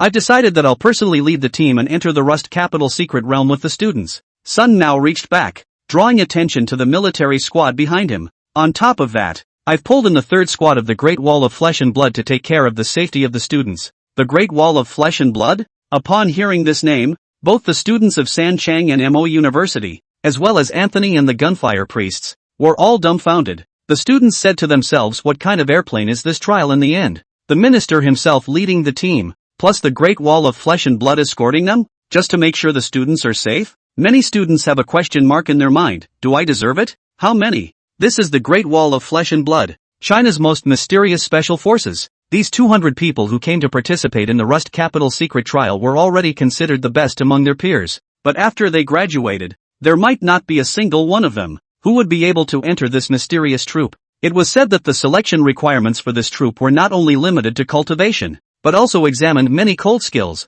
The students of Sanchang University were in awe that they had one day stood with this most mysterious special operations unit. The students of the Martial Arts Academy, on the other hand, were shocked and had doubts in their hearts. The captain of the third squad of the Great Wall of Flesh and Blood looks a bit familiar. Have we met somewhere? Many of the students looked at Zhang Yunhao, the squad leader who was leading the group, and developed a sense of déjà vu. What honored and amazed the students even more was that these mysterious soldiers seemed to be stealing glances at them out of the corner of their eyes as well. The members of the third squad of the Great Wall of Flesh and Blood were not stealing glances at these students, but rather at Dong Chao, who was mingling in the pile of students. Their long-lost captain, the backbone of the Great Wall of Flesh and Blood troop, the Black Dagger Dong Chao. Chapter 129, Don't be afraid to be embarrassed. We've been humiliated enough over the years. Facing the attention of his teammates, Dong Chao showed his excellent acting skills as he pretended to be as surprised as the students around him. The Great Wall of Flesh and Blood troops? What are they doing here? I heard that their captain is old with pie, handsome and ruthless. He's the type of man in the military. Dong Chao disguised himself as the king's wife who sells melons and boasted vigorously. Unfortunately, none of the students were interested in this gossip and no one paid him any attention at all. The appearance of Sun Miao and the members of the Great Wall of Flesh and Blood was clearly beyond Anthony's expectations. Anthony clutched the secret key in his hand, narrowing his eyes, his face clouded. Minister Sun, what do you mean by that? Sun Miao had a harmless smile on his face. It's all about keeping the students safe. Anthony feigned a roll of the eyes. Sun, this joke is not funny. The Rust Capital secret realm is a single-entry secret realm, and with us guarding this place, it's simply impossible for an assassin to break in. Your so-called protection is pure nonsense. Is it true that you are raising such a large crowd to protect the students? Or are you using this as an excuse to bully us? The North American Federation? Huaxia and North America jointly developed the Rusty Capital secret realm in order to allow young martial artists to train more. This year, Huaxia has taken 200 places and is already taking advantage of all the benefits. What do you all mean by still making such a fuss? Want to wipe out the resources of the Rust Capital secret realm? You have an old Chinese saying that people do what they do, and the heavens see what they do. You can't be so shameless as to be a human being. Anthony displays excellent Broadway-level acting skills, jumping to his feet and playing backwards. What's the most important thing about a joint trial? Fairness, or fairness. The test is the student's ability to solve crises on their own. You guys are bullying people too much by sending so many high-level martial artists along. I won't do it. This session of the Rusty Capital secret realm trial is hereby cancelled. Anthony cursed and slipped the secret key back into his arms. He pretended to be furious, but out of the corner of his eye, he kept roaming over Sun Miao. In the face of Anthony's fury, Sun Miao acted somewhat at a loss for words. Mr. Anthony, everything is negotiable. Such an important secret realm trial, how can it be cancelled just like that? Hey! Sun Miao was all smiles. From the scene, Sun Miao was completely taken down by Anthony's sudden outburst. But in reality, Sun Miao's words and expressions at this moment were all rehearsed with Dong Chao. Anthony's every move was expected of them. The fact that Anthony was so cross and pushy just showed that there was something wrong with this rusty capital secret trial. The problem is huge. Anthony, who thought he was taking the initiative, was still acting, scanning back and forth at the members of the Great Wall of Flesh and Blood with an unfavorable expression on his face, and it was only after a while that he waved his hand at Sun Miao. Retreat, all of you. Anthony gave an inch and made further demands. We need to focus on cultivating the student's ability to be independent. I propose that for this secret realm trial, high-ranked martial artists from both sides will not participate. No martial artists with a cultivation higher than the 7th rank will be allowed to enter. Let the students from both countries be fair and autonomous, and explore the secret realm. With those words, Anthony opened his mouth wide and spat out a smoke ring, which condensed and grew larger in the air, eventually turning into an archway. Those who pass through my smoke of truth will have their true cultivation level sensed by me. Only those who meet the conditions will be allowed to enter the Rust Capital secret realm. Otherwise, this session of the secret realm trial is hereby cancelled. Sun Miao looked embarrassed. This is too extreme. With no teachers leading the way and all on the student's own, the situation could get out of hand. Anthony scowled and didn't respond to him. After a moment of hesitation, Sun Miao finally nodded. Good, then do as Minister Anthony said. All the lead teachers above the 7th rank, stay here. As he spoke, Sun Miao turned back and beckoned for Lu Yuan. Dean Lu Yuan, as I recall, in your academy, there is a teacher whose cultivation is not too high, right? This trial, he'll lead the team, and he'll be responsible for maintaining order. Lu Yuan ran into the crowd and brought Dong Chao over. Did you hear what the minister said? You're leading the trial team this time. You must maintain order and not have any accidents. Dong Chao pointed at himself incredulously. Ha, me? His not-so-smart demeanor was truly seen by Anthony. Anthony's heart burst with triumph. He said in his heart that the Chinese people were indeed not easy to deal with. A simple paradise trial had brought so many high-level martial artists. They may have been alerted. But so what? You're still being led by the nose? Anthony first made a pretense of flipping out and stopped these professional soldiers brought by Sun Miao, and then took advantage of the situation to block those lead teachers from China, also outside the secret boundaries. His play on this pass was perfect. Anthony felt that what he had just done in terms of acting and talking was completely comparable to Lord Jefferson over 200 years ago. That's how Lord Jefferson acted when he was in Congress forcing the congressmen's lords to sign the Declaration of Independence. Anthony stole a glance at the small group of Chinese soldiers, and thought to himself that the Chinese were acting really cautiously. Surprisingly, they even called in the Great Wall of Flesh and Blood troops. The Great Wall of Flesh and Blood, a Chinese mobile unit that specializes in dealing with all kinds of dangerous situations. If they entered the Rust Capital mystic realm, how could they carry out their own sacrifice plan? It's not even easy to say which side the sacrifice was on. Luckily, he was resourceful enough to take hold of this group of Chinese. What Anthony doesn't realize is that he did stop the crew of the Great Wall of Flesh and Blood, outside the secret boundaries, but also personally sent their captain into the secret world. Dong Qiu called the players here just to go through the motions. As the holder of the secret realm's key, Anthony of course couldn't possibly let the high-ranking martial artists from Huaxia enter the secret realm. This was something that Dong Chao had thought of long ago. He transferred the third squad just to put psychological pressure on Anthony, in order to stop the members of the Great Wall of Flesh and Blood, as well as Sun Miao, Yang Wei and other high-ranking martial artists. Anthony made the request that high-ranking martial artists are not allowed to enter the secret realm. Unbeknownst to him, Dong Qiu had predicted his prediction. As long as there were no high-ranking martial artists from the North American Federation in the secret realm, Dong Chao and those few students of his, weren't they killing indiscriminately? Anthony's small-mindedness is, in effect, a cocoon. At Anthony's gesture, the Chinese students walked through the smoke archway one by one and entered the portal. Taking this opportunity, Lu Yuan softly instructed beside Dong Chao, when you enter the secret realm, don't be afraid of being humiliated. Anyway, we've already been humiliated enough for so many years at MOMO University. It doesn't matter if the trial mission is completed or not. Bringing the students out safely is the most important thing. Lu Yuan's gaze was simple and sincere. Chapter 130, The First to Strike. Meeting Lu Yuan's gaze, Dong Chao nodded and passed through Anthony's arch of smoke. Cultivation at the 5th level of the 4th rank? This guy really isn't very good. Sensing Dong Chao's cultivation, a hint of disdain arose in Anthony's heart. The three of them, Dao Shi, also followed Dong Chao and stepped through the smoke into the portal. Anthony's eyebrows rose involuntarily. Didn't the MOMO University fall a long time ago? They've recruited good scholars this year. These few brats, they all have 6th rank cultivation.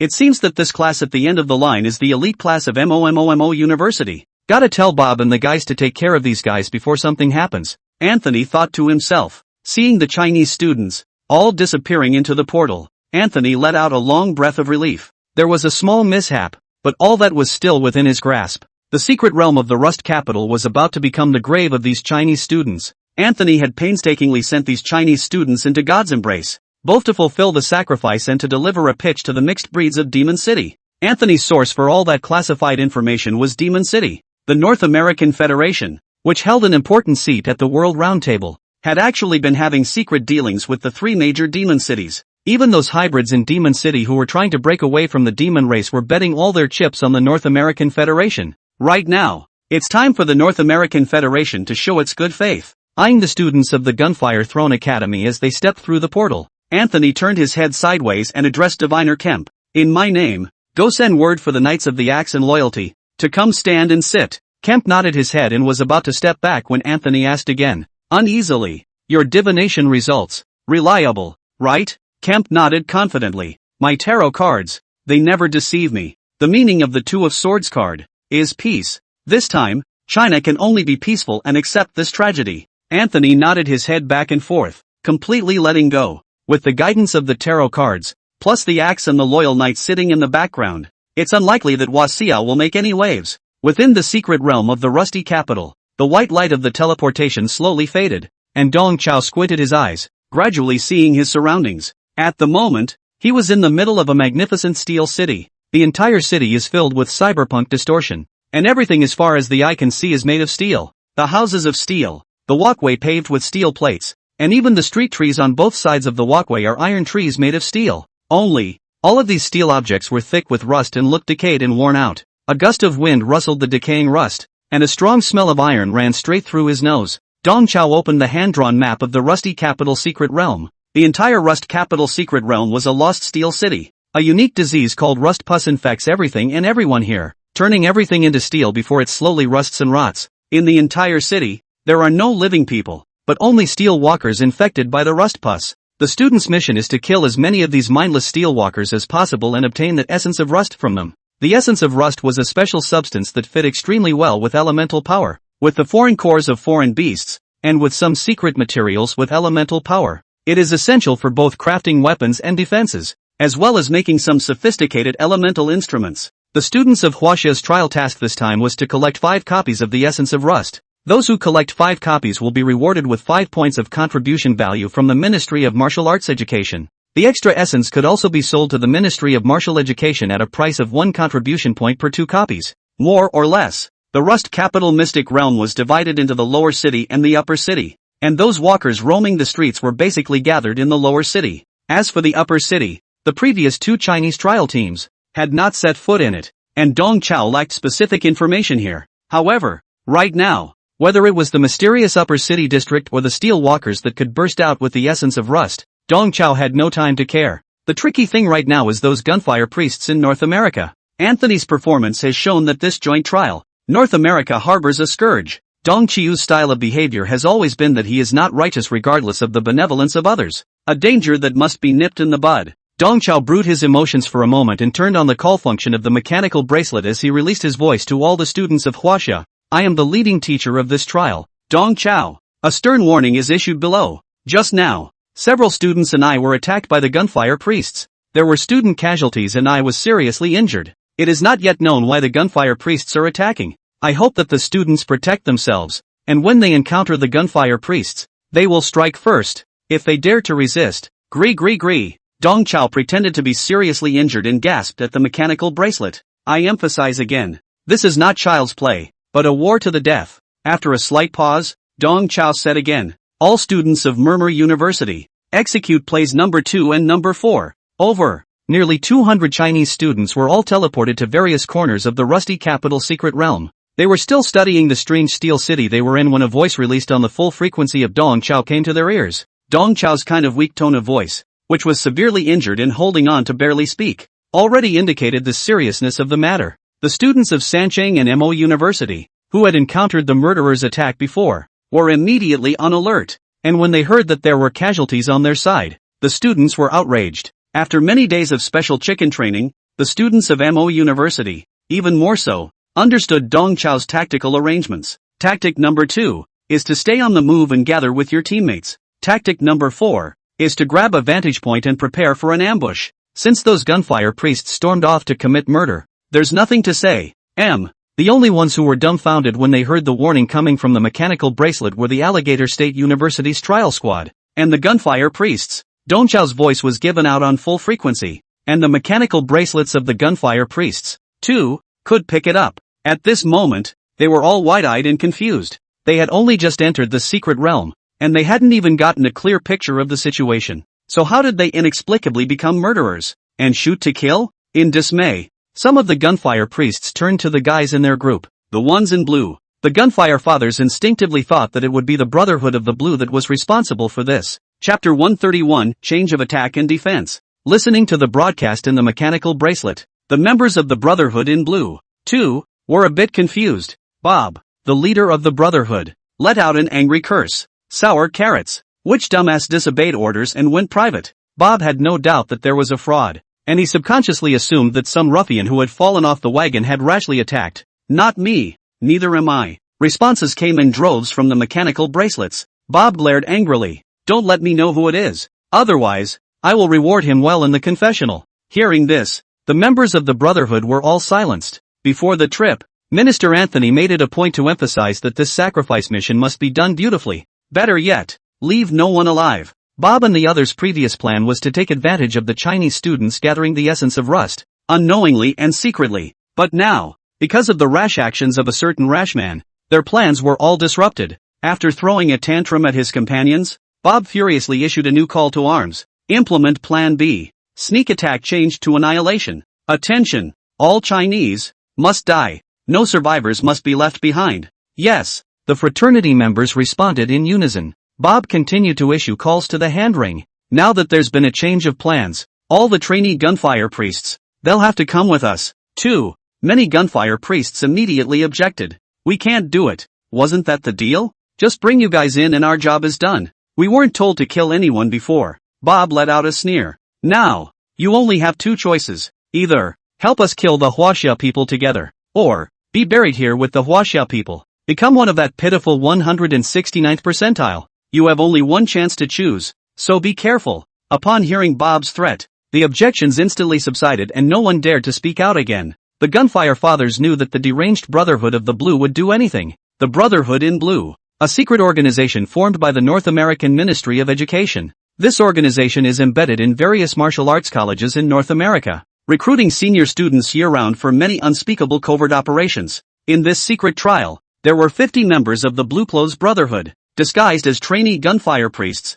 who had blended into the secret realm. The gunfire priests actually knew all about what the Brotherhood in Blue was up to. But knowing was one thing, following along as butchers was another. The thought of being about to kill a living being, the gunfire priests, who had not had blood on their hands, felt a great psychological pressure. But they didn't dare disobey Bob. For a while, emotions such as panic, suspicion, fear, and resentment spread in the hearts of the students of the North American Federation. On the other hand, the call channel of the Chinese trial team was all positive and effective communication. Block 42 has been carpet searched and there is no sign of Father Gunfire. Any fallen students in the neighborhood may approach us. In the vicinity of Iron Maple Park, a carpet search has been completed, and we have found 5 single Dasha students who have fallen off the grid. The Sanqing students who are in this neighborhood can rendezvous with us. We're on the first floor of the Imperial Apartments, waiting for 20 minutes. Following Dong Chao's command, the students of Mo Mu University executed tactic number 2, bringing their teams together as much as possible.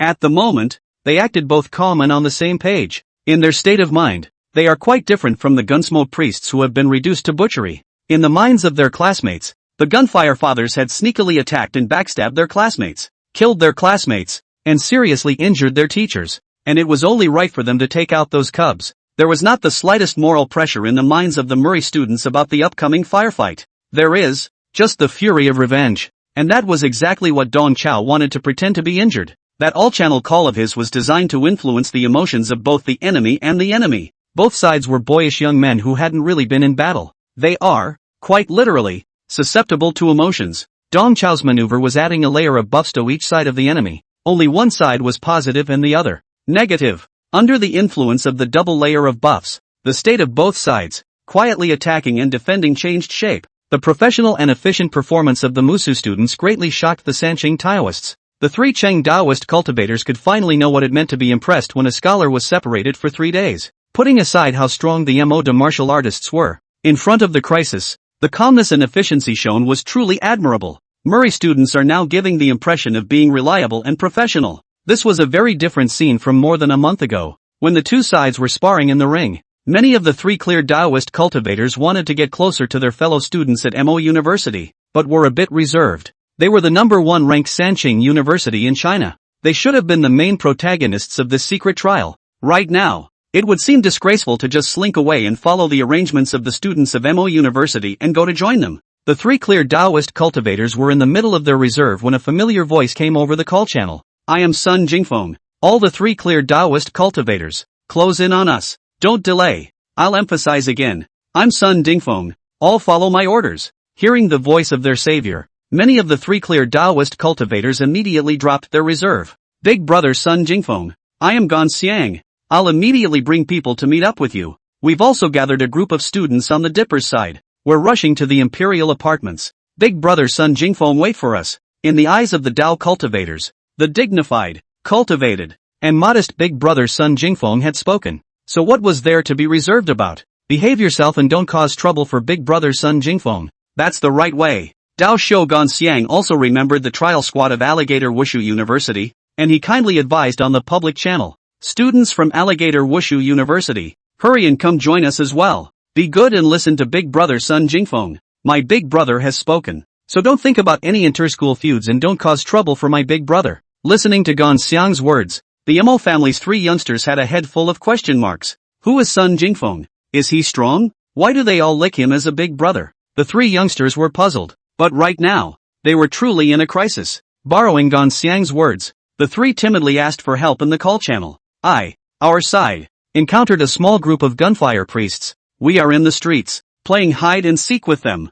We request backup. As he was talking, several gunshots came out of the channel. This was followed by the chicken shouts of the three Mojas. It's over. It's over. We may have been discovered. I'm hit. Help me. Help me. The third young man cried out in a ghostly manner. Long gone was the smugness and godliness he had felt yesterday when he was pretending to be a bully. As the direct descendants of the Mo family, the three of them had been raised in high esteem since they were young. This time, Alligator Martial University had sent another famous bone collector, Zhongli, to lead the team, and the group had treated this secret trial as if they were traveling. Unexpectedly, Ms. Zhongli, who was the backbone of the squad, failed to accompany them, and in the secret realm, there was a sudden change. The three of them were dumbfounded. At this moment, when the gunshot rang out, the three were even more stunned. They have guns. They've got guns. Help us. Help us. With a sobbing voice, the three of them pleaded for help from their fellow students at Murmur University.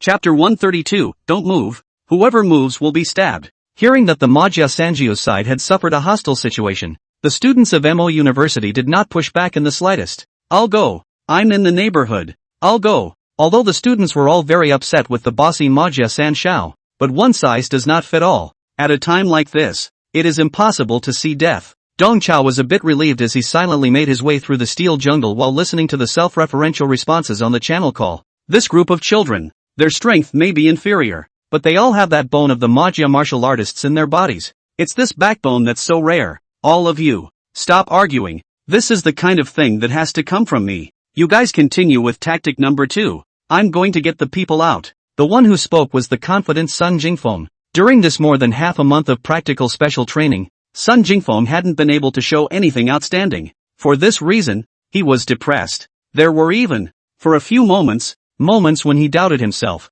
For a moment, right now, he finally found a chance to perform. It's in crunch time like this that he has to show his strength. When Mr. Sun's president spoke, the other students all caved in and didn't dare to show off anymore. Send me the coordinates. I'm on my way. Sun Jingfeng was complacent and ready to move when two figures stopped him. Wait, Sun, we'll go with you. The one who stopped him was Shintu Dust, Chao Xian, from the first class of martial arts. The two of them knew in their hearts that this assembly president's son in front of them was a straw man. The true demons in the academy were hidden in the fourth class of martial arts. Sun Jingfeng going to the rescue single-handedly was pure death. The two exchanged a look and said over the public channel, "We are Shintu Dust, Chao Xian. We're going with Sun Jingfeng to rescue people. Chao Xian added one sentence in particular. We, learned to dodge bullets. Please don't worry. Chao Xian's words were specifically addressed to Mr. Dong. After some hard practice, both Dust and Chao Xian had learned to capture the killing intent and were able to dodge bullets on their backs. Mr. Dong Qiu's words in the beginning were not nonsense, but valuable and true. Seeing that the two of them were so active and wanting to follow him, Sun Jingfeng didn't push back, and the three of them immediately rushed towards the Albatross neighborhood. The Arbat neighborhood, an old neighborhood, is a collection of short metal buildings, rusted beyond recognition. As far as the eye can see, intense gunfire is echoing repeatedly through the neighborhood. The three men followed the sound of gunfire and soon found the engagement. It's a dead-end alley. Deep in the alley, the three Mojas were using a dumpster as cover against four gunfire priests. Making a tenacious stand, they resisted, mostly by cursing. UXX, IXX. If you have the ability, put down your guns and fight us in close combat. What kind of martial artists are you if you only shoot from a distance? Know who we are? The three youngest members of the MO family. How dare you attack us? Now put down your guns and give us first aid, and we can pretend nothing happened. In response to the trio, there was an increasingly intense fire suppression. Stupid. Times have changed. Who's going to fight you in close quarters? The four gunfire priests pulled their triggers in quick succession. Applying chakra to bullets to increase their rate of fire and power was originally Father Gunfire's specialty. On the other hand, killing an opponent at long range with a gun would make these rookie priests, who had never killed anyone, feel slightly better. They didn't want to kill innocent Chinese students either, but if they didn't become executioners, they would have to be the dead souls under the executioners. It's just that the three guys in front of us are a bit hard to kill. The three youngest members of the Manhwa family all performed bloodline transformations, turning into three half-human, half-beast crocodile men, greatly increasing the strength of their physical bodies, coupled with the B-grade defensive equipment Golden Thorn battle armor on their bodies. Each one of them seemed like a human-sized fortress with incredibly high defense. The trio wouldn't have been in such a mess if they hadn't lacked experience in facing hot weapons. Hey, you guys, stop it, put down your weapons and surrender obediently. Otherwise, there will be consequences. Sun Jingfeng clasped his hands to his chest in an angst-ridden stance and called a halt to the four gunfire priests who were firing back-to-back shots. Asterisk.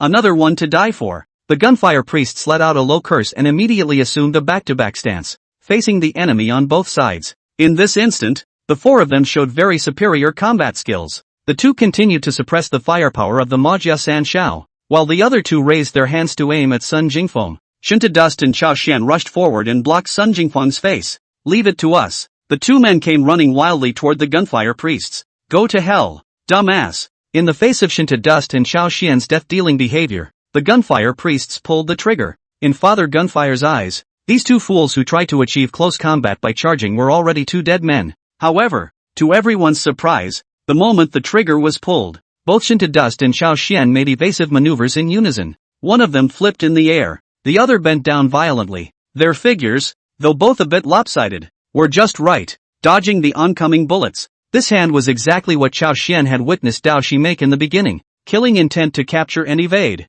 It was just that even though the two of them had gone through diligent learning and practicing, they still seemed a bit rushed in terms of their stance compared to Dao Shi, who had been a bit of an expert in the first place. The gunfire priests didn't believe in evil, and snapped their bullets repeatedly. The bullets that had been energized by qi and blood whistled out from the barrels of the guns that were bubbling with tongues of fire. But time and time again, they brushed past Dust and Chao Xian. The two men seemed to be unpredictable, always making evasive maneuvers the moment the bullet hadn't even been discharged. With a few consecutive dodges, the two had pulled the distance in to within 5 meters. Both of them underwent alienation transformation at the same time. Dust turned into a tiger man with wings on its back, while Chao Xian transformed into a Batman. Chao Xian fished out a handful of darts from his arms and aimed at a few priests from a distance. Don't move. Whoever moves zaps who. Chapter 133, Brother and Brother. The four gunfire priests were horrified. As experts in playing with guns, all four could see that what Dust and Chao Xian were exerting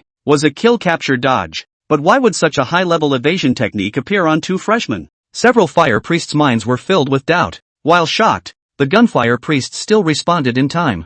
They dropped the revolvers in their hands and drew the Western-style greatswords behind their backs. At this moment, Dust and Chao Xian's minds recalled Teacher Dong's initial hint. What's really tough about the gunfire priests is the swords in their hands. Dong Chao's words, which had sounded like a casual conversation at first, were at this moment deeply imprinted in the hearts of the two. Facing a priest's raised sword sweep, Shinto Dust didn't choose to fight hard, but instead leaned back at the waist and made a handsome iron plate bridge stance to dodge. In Shinto Dust's eyes, this was a mediocre sweep. However, when the blade came close, the entire Western-style greatsword suddenly burst into flames. The sword emitted a roar like that of a car engine, and the speed and force of the sweep was violently doubled. The blade of the sword almost grazed the tip of Shinto Dust's nose and brushed past his face. Shinto Dust secretly said a fluke. It was fortunate that he didn't take the sword hard. Otherwise, there was a real possibility that he would have been hit. There's something odd about these father gunfire Western-style greatswords. A move fell short, and the gunfire priests were even more amazed.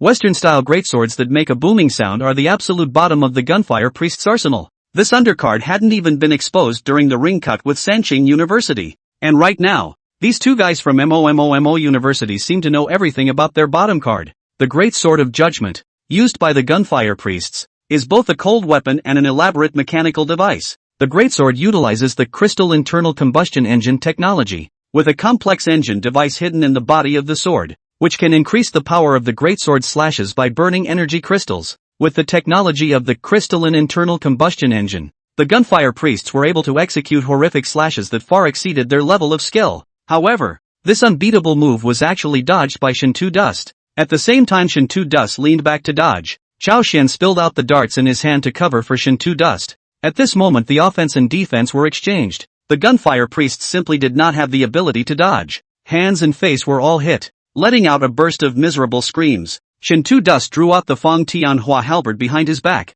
the blade of the halberd resting on the neck of an unlucky person close by. If you don't want to die, surrender honestly. Tell us all about your evil intentions. After a brief hesitation, the four gunfire priests lowered their weapons and raised their hands. We surrender. We surrender. They would have been forced to be accomplices. Now that the knife is on their necks, they immediately returned to the wrong way. The priests thought to themselves that these two students from MOMO University in front of them not only knew how to dodge bullets, but also had insight into their undercurrents, and they didn't have a single chance of winning. Not to mention, in the distance, there's a guy with his arms folded over his chest, posing calmly. The priests could sense that Sun Jingfeng, who was in the distance, appeared to have ordinary cultivation, and his qi and blood fluctuations weren't as strong as those of Shinto Dust and Chao Xian. However, his calm and confident demeanor, as if he were an ancient well with no ripples, made the priests unable to see the depths. The priests have felt that Sun Jingfeng, who is holding his bladder, is by no means a pool. They couldn't even handle the two bullet-dodging thugs in front of them,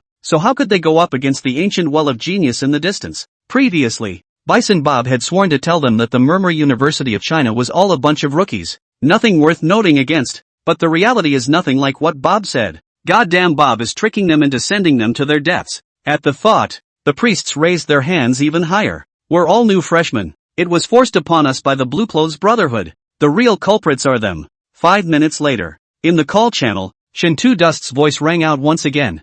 I'm Shinto Dust, and we've rescued our fellow students from Alligator Wushu University. We have also captured several gunfire priests. There are a few pieces of news that need to be communicated to you all. First, beware of the swords of the gunfire priests. They have power devices hidden in their greatswords. Secondly, half of the trialists in North America are the Brotherhood of Blue. Always beware of this organization. Shinto Dust uses short language to share intelligence with his students. Sun Jingfeng also made a highly positive comment on the performance of Shinto Dust and Chao Xian in the chat channel. Shinto and Chao Xian did a beautiful job.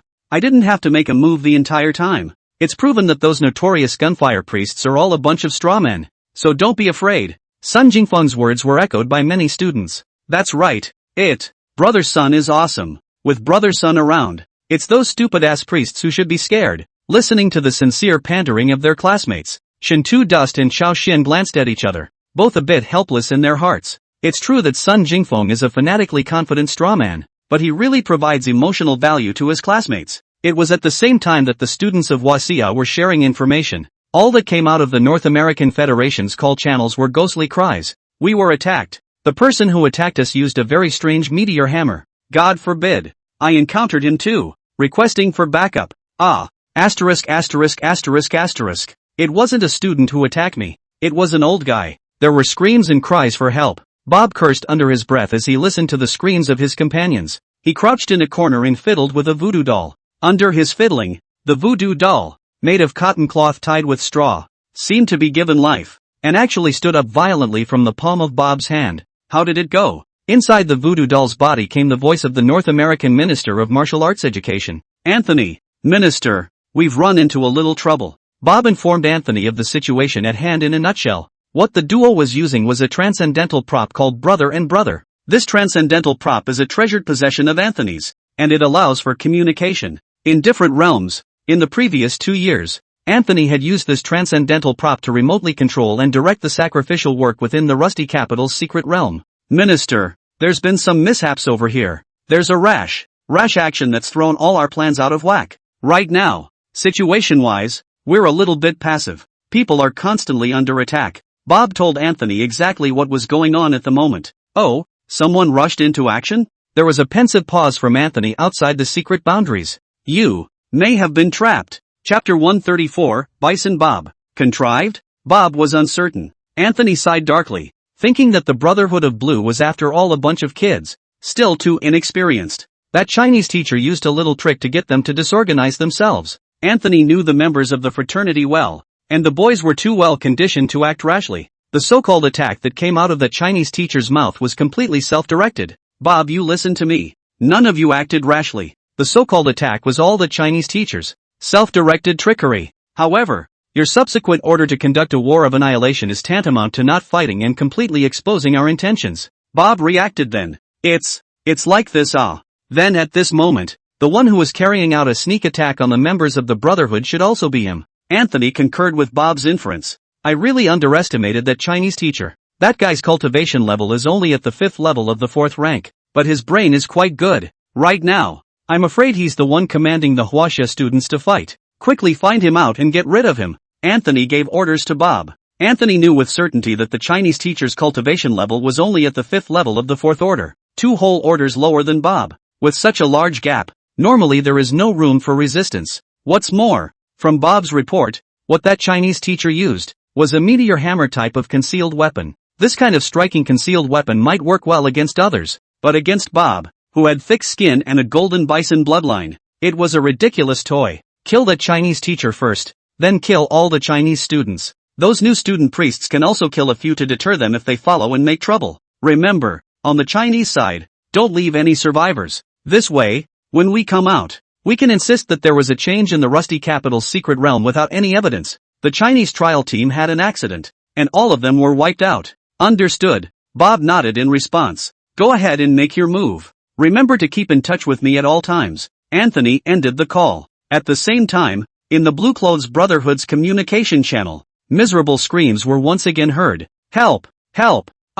It was followed by the muffled sound of a cracked head. Listening to his companion's screams, 2 white gases erupted from Bob's nose, 2 bull horns sprouted from his head, and his entire figure skyrocketed, transforming into a half-human, half-bull monster. His naked upper body was gnarled with muscles, and the surface of his skin shimmered with a metal-like luster, as if he was wearing a golden armor. Bob ran quickly in the direction of his companion's murder. As he galloped, the earth beneath his feet trembled. A kilometer away, Dong Chao carried his homemade meteor hammer and quietly waited for the next prey to be delivered to his door. A slight tremor in the ground told him that the next prey was almost here, right now. Instead of using his usual black sword, Dong Chao had made his own meteor hammer. The head of the meteor hammer was the same secret silver sleeve hammer that had been groped from that Southeast Asian assassin, Tobin, and the chains of the meteor hammer were homemade by Dong Chao with impact steel. Impact steel is a very malleable secret realm metal, and it is most suitable for making chains. Dong Chao used the meteor hammer,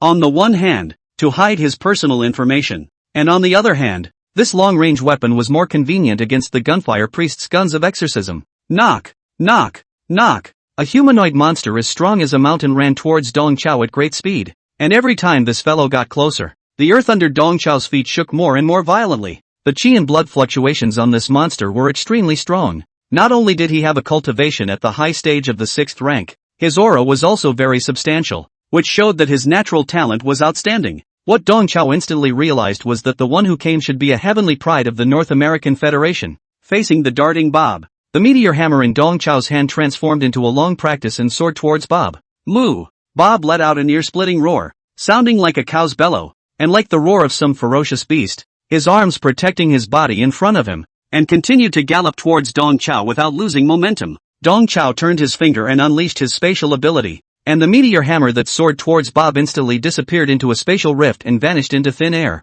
Bob was prepared to use his physical body to resist one of his opponent's attacks and see what his opponent had become. When the meteor hammer that soared to his eyes suddenly disappeared, he was slightly stunned, and his body shape couldn't help but pause for a moment. And in the next instant, the meteor hammer that had passed through the temporal rift reappeared behind Bob, striking the back of Bob's neck in a bizarre trajectory that completely defied physics. Moo!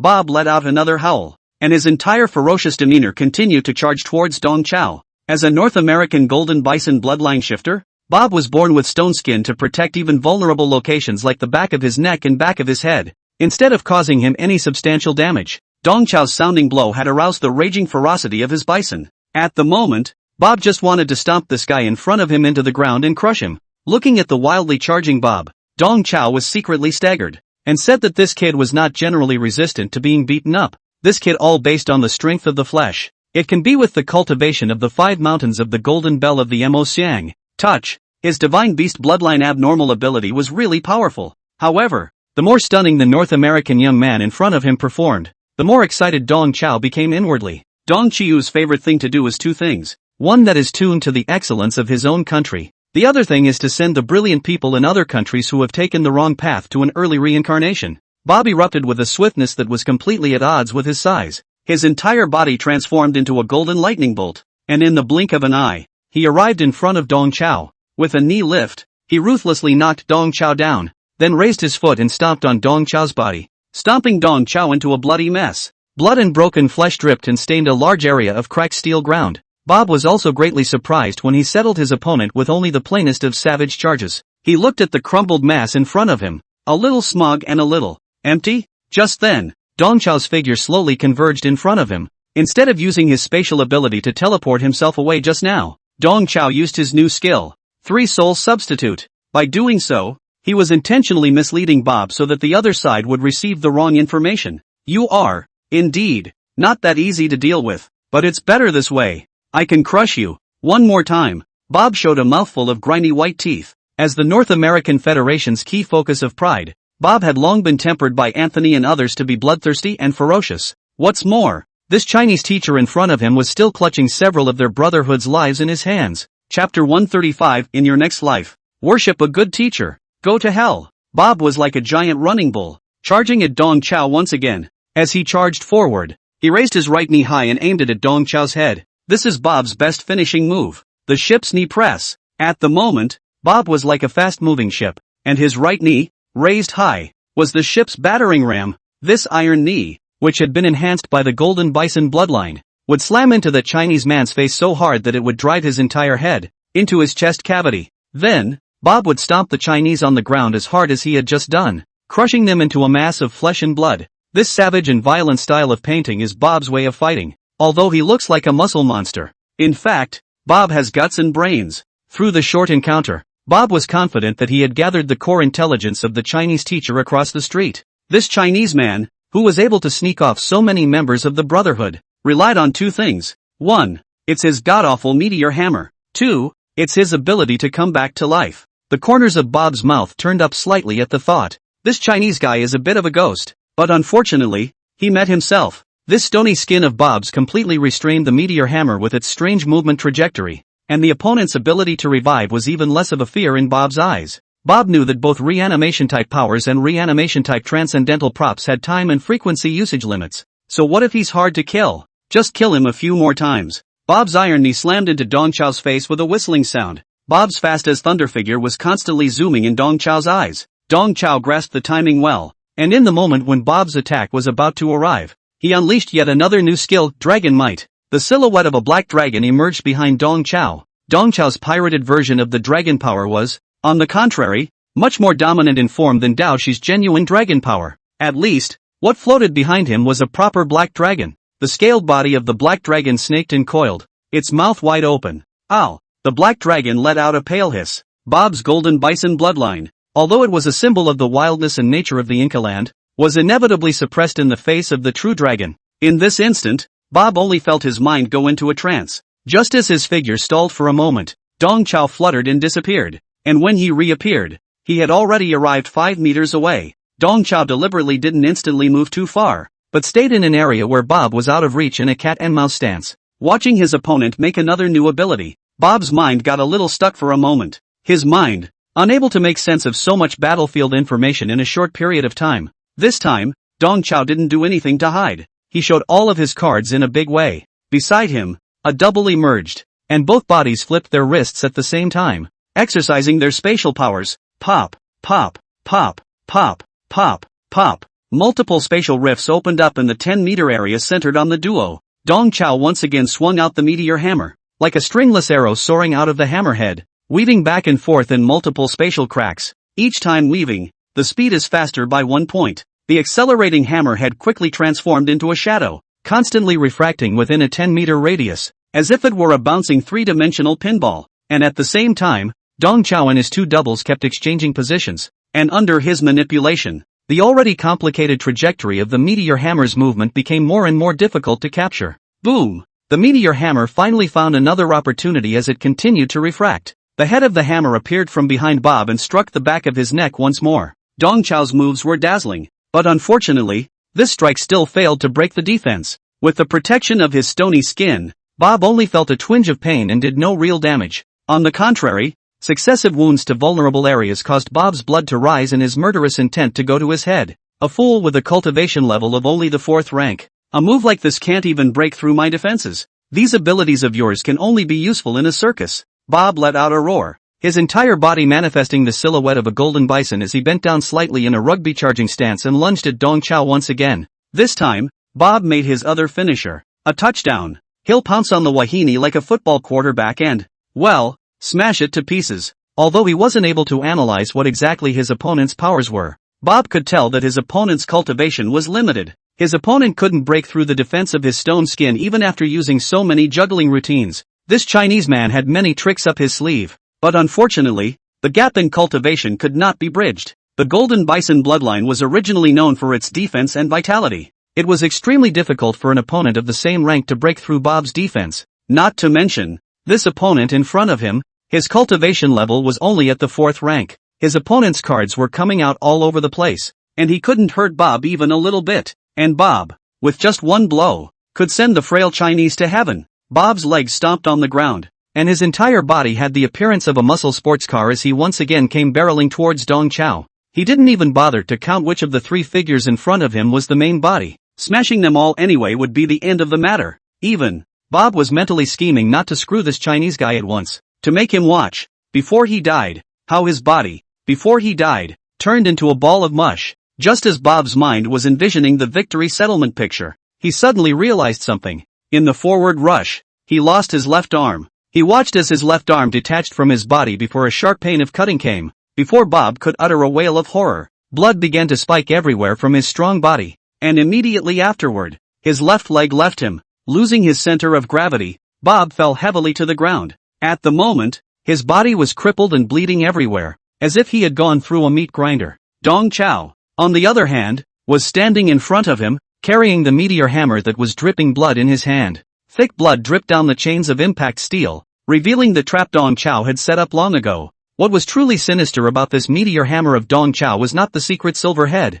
but this chain tied behind the head. This chain of impact steel, with its dark edge, is a razor-sharp saw chain when taut, and Dong Chao cast a spatial rift, allowing the secret silver meteor hammer to shuttle back and forth in space, as if threading a needle, laying out this chain, layer by layer, in a 10-meter radius of space. Bob's Golden Bison bloodline was indeed powerful, and with Dong Chao's current cultivation, it would indeed take a bit of effort to break through Bob's stony skin. However, Dong Chao adopted a tricky approach. That would be for Bob to kill himself. Bob slammed into the cascading chains of saws, cutting himself to pieces, entirely with the force of his forward thrust. TSK, TSK, what a good seedling. Why is he so hairy? In your next life, remember to worship a good teacher and give you a good wrench. Dong Chao finally took out the black knife from his storage bag and aimed it at Bob's throat. Chapter 136, Education Practitioners. It's all about rising to the occasion. Bob showed great vitality, and even though his body shattered as if it were a piece of rag,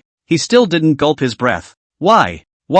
Bob kept repeating this simple word, asking both Dong Chao and himself. He really couldn't understand. His cultivation was clearly 2 steps higher than the other party, but the one who lost was himself. And the loss was so sudden. Dong Chao let out a soft laugh in the bottom of his heart. He had only fallen in cultivation. It wasn't like his mind or experience had regressed. Wouldn't it be easy to this youngster? In the words of the game, Bob is like a novice driver in a top-of-the-line muscle car. Tung Chiu, on the other hand, is a champion race car driver who drives a second-hand cab, although the hardware is poor. But as long as the track is set up as a difficult forest hairpin turn, Dong Chiu is not just taking it. Dong Chao's black knife hovered over Bob's throat, but he was slow to stab down, and he withdrew his hand with a grave expression on his face. As an excellent teacher who was tireless in teaching this knife, it's really hard for me to stick it in. I really can't bear to wield the butcher's knife on my students. Bob, who didn't understand the extent of Dong Chiu's belly, instantly saw the hope of life. He thought Dong Chiu didn't kill him because of moral pressure.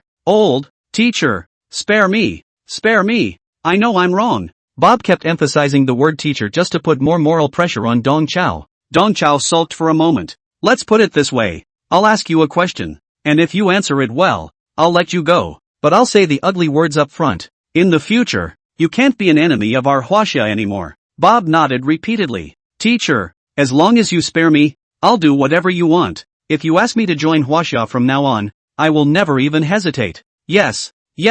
Dong Chao assumed the posture of a compassionate teacher as he leisurely asked. You and Minister Anthony, you have some unique connection, don't you? Bob's eyes widened. He didn't expect that this Chinese teacher would be able to know the most central secret of their North American trial team. The matter of Bob being able to communicate with Minister Anthony across dimensions is absolutely confidential. Not many people even in the Blue Clothes Brotherhood knew about this. How did you know that? Bob asked incredulously. I guessed. Dong Chao responded lightly. Teacher may remind you that if you want to live, answer the questions obediently and don't make things difficult for me. Dong Chiu did guess that Bob had made contact with Anthony through his cursing. All along, Dong Chao had been like his few students, intentionally suppressing his own chi and blood fluctuations. Even though he had already embarked on the path of rehabilitation, his chi and blood fluctuations were still maintained at the weak level of the first level of the second rank. Only a transcendent martial artist of Sun Miao's level would be able to see something. However, just now, in the midst of the engagement,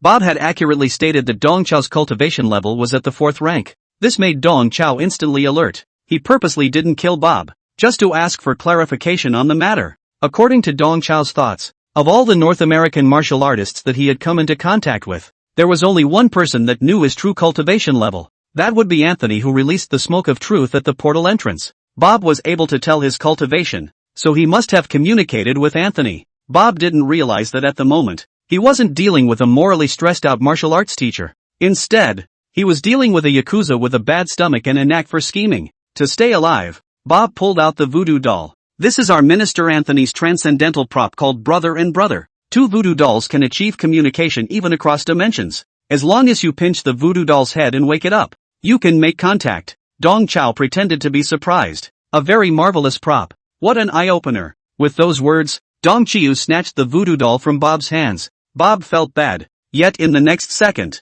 Dong Chao's black knife was once again against Bob's throat. The teacher's doubts have been lifted. You may go to hell and rest. Dong Chao instantly changed his face. Where was that nerdy look of a teacher just now? You didn't say. Bob struggled for a moment, but unfortunately he was so badly hurt that his shattered body couldn't even get up. Dong Chao raised an index finger and put it to his mouth. Teacher must apologize to you. Teacher lied to you. In fact, I am not an excellent teacher. I'm a backward teacher. Secondly, we educators, we just have to rise to the occasion. The harder it is, the more you have to do. With those words, Dong Chao's arm exerted force, and as if slicing through butter, the sharp black knife broke through Bob's long-sustained stony skin and stabbed through his throat. Look, it's not that hard to stab an unlucky kid, Dong Chao said to Bob with a kind face. Bob let out a hoarse, dry cough, his vocal cords cut in half, unable to make the slightest sound. You know, a common problem all teachers have is that they like quiet students. Look at you now, how quiet you are.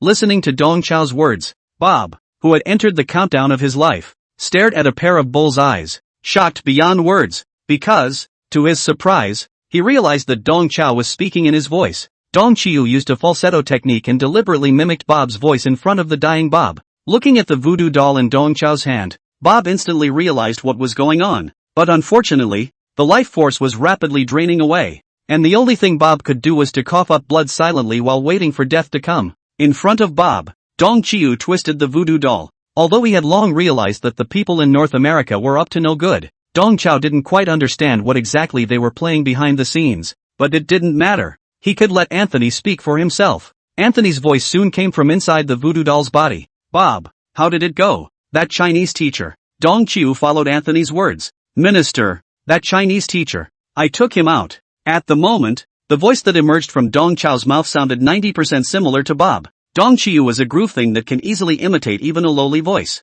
And it's even easier to imitate Bob's 5 big voices. Anthony didn't hear anything unusual at all. Good job. Remember, kill all the Chinese and don't leave any survivors. Then, when you reach the sacrifice stage, contact me again. 10-4. Dong Chiu responded with a piece of American slang. This slang term, originating from North American 10-yard rate radios, is a unique cryptic response from a subordinate officer to a superior. It is equivalent to understand and receive. Dong Chiu uses out this pure American slang and completely takes over Bob's identity. The Real Bob, on the other hand, was completely lost in a silent coughing up of blood, unable to rest in peace until he died. Chapter 137 is the pride of China. We not only have pride, but we also have commitment. The secret realm of the station, the nameless tavern. Anthony put down the voodoo doll in his hand in triumph. With a happy heart, he mixed himself a martini cocktail and drank it freely. Everything, so far, had gone just as he had planned. The members of the Blue Clothes Brotherhood who entered the Rust Capital secret realm,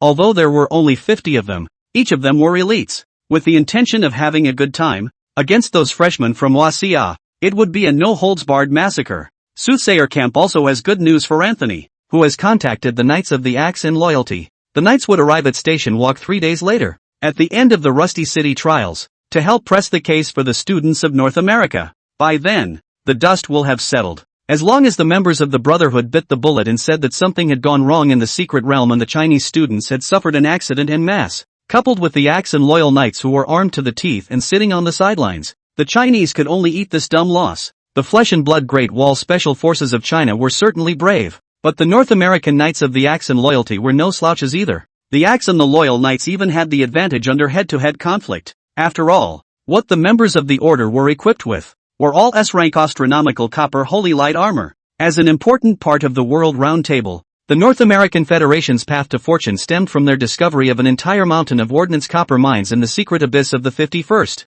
Fine gold, secret silver, and Aliha copper are the 3 hardest metals known to the world. These 3 metals are rarer than one another. It was a stroke of luck for the North American Federation to have discovered an aubergine copper mine. With this Aliha mine, North America formed 2 regiments of heavy-duty knights, the Knights of the Axe and Loyalty, and the Knights of the Iron Mail, respectively. The Knights of the Axe and Loyalty are equipped with classical armor. The Knights of the Iron Mail body are equipped with, on the other hand, power hybrid mechs. With these 2 heavy-duty knights, the North American Federation occupied an important voice in the World Roundtable and formed a division with China. Such a path of fortune-making has made the North American Federation emphasize the exploration and development of the secret world more than any other country. Right now, as long as they completed the sacrifice of the Rusty Capital Mystic Realm, they would harvest an abyssal mystic realm full of resources. It was hard to hide the excitement inside Anthony when he thought about it. Anthony thought to himself that with this credit, he would no longer have to stoop to the tiny Ministry of Martial Arts Education.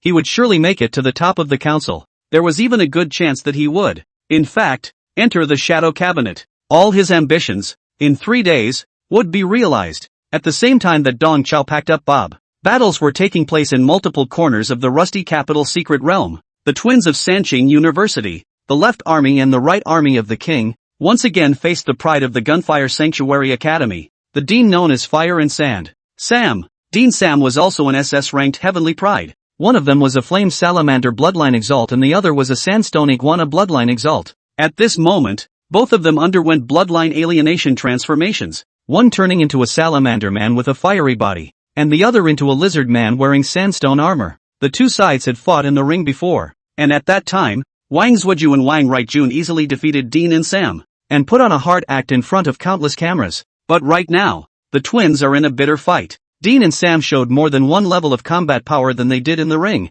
During the ring match, Dean Sam used neither their gun of exorcism nor the great sword of judgment, which has internal combustion engine technology. At the moment, Fire and Sand is on fire. The Wang brothers' bodies were covered in blood, and the arms of the gods behind them were also covered in wounds, looking a bit wretched. Dean and Sam, however, are getting stronger and stronger. Didn't expect that, did you? In the last sparring match, we lost to you guys on purpose. Today, we want you to return it. With interest, Dean and Sam have been holding their breath ever since the ring was let go. Now, they finally got what they wanted. What's the point of being godly? We were able to beat you in the ring, and today, we'll be able to do it a second time. Wang Zhuoju and Wang Rightjun gritted his teeth strongly, and his words were tit for tat, both sides of the strength of this in the middle. But the Wang brothers in the arrogance of the plan, did not expect Dean Sam also hides the bottom card, which fell into the situation of the wind. At this moment, facing an unfavorable situation, the only thing the two brothers could do was to grit their teeth and carry on.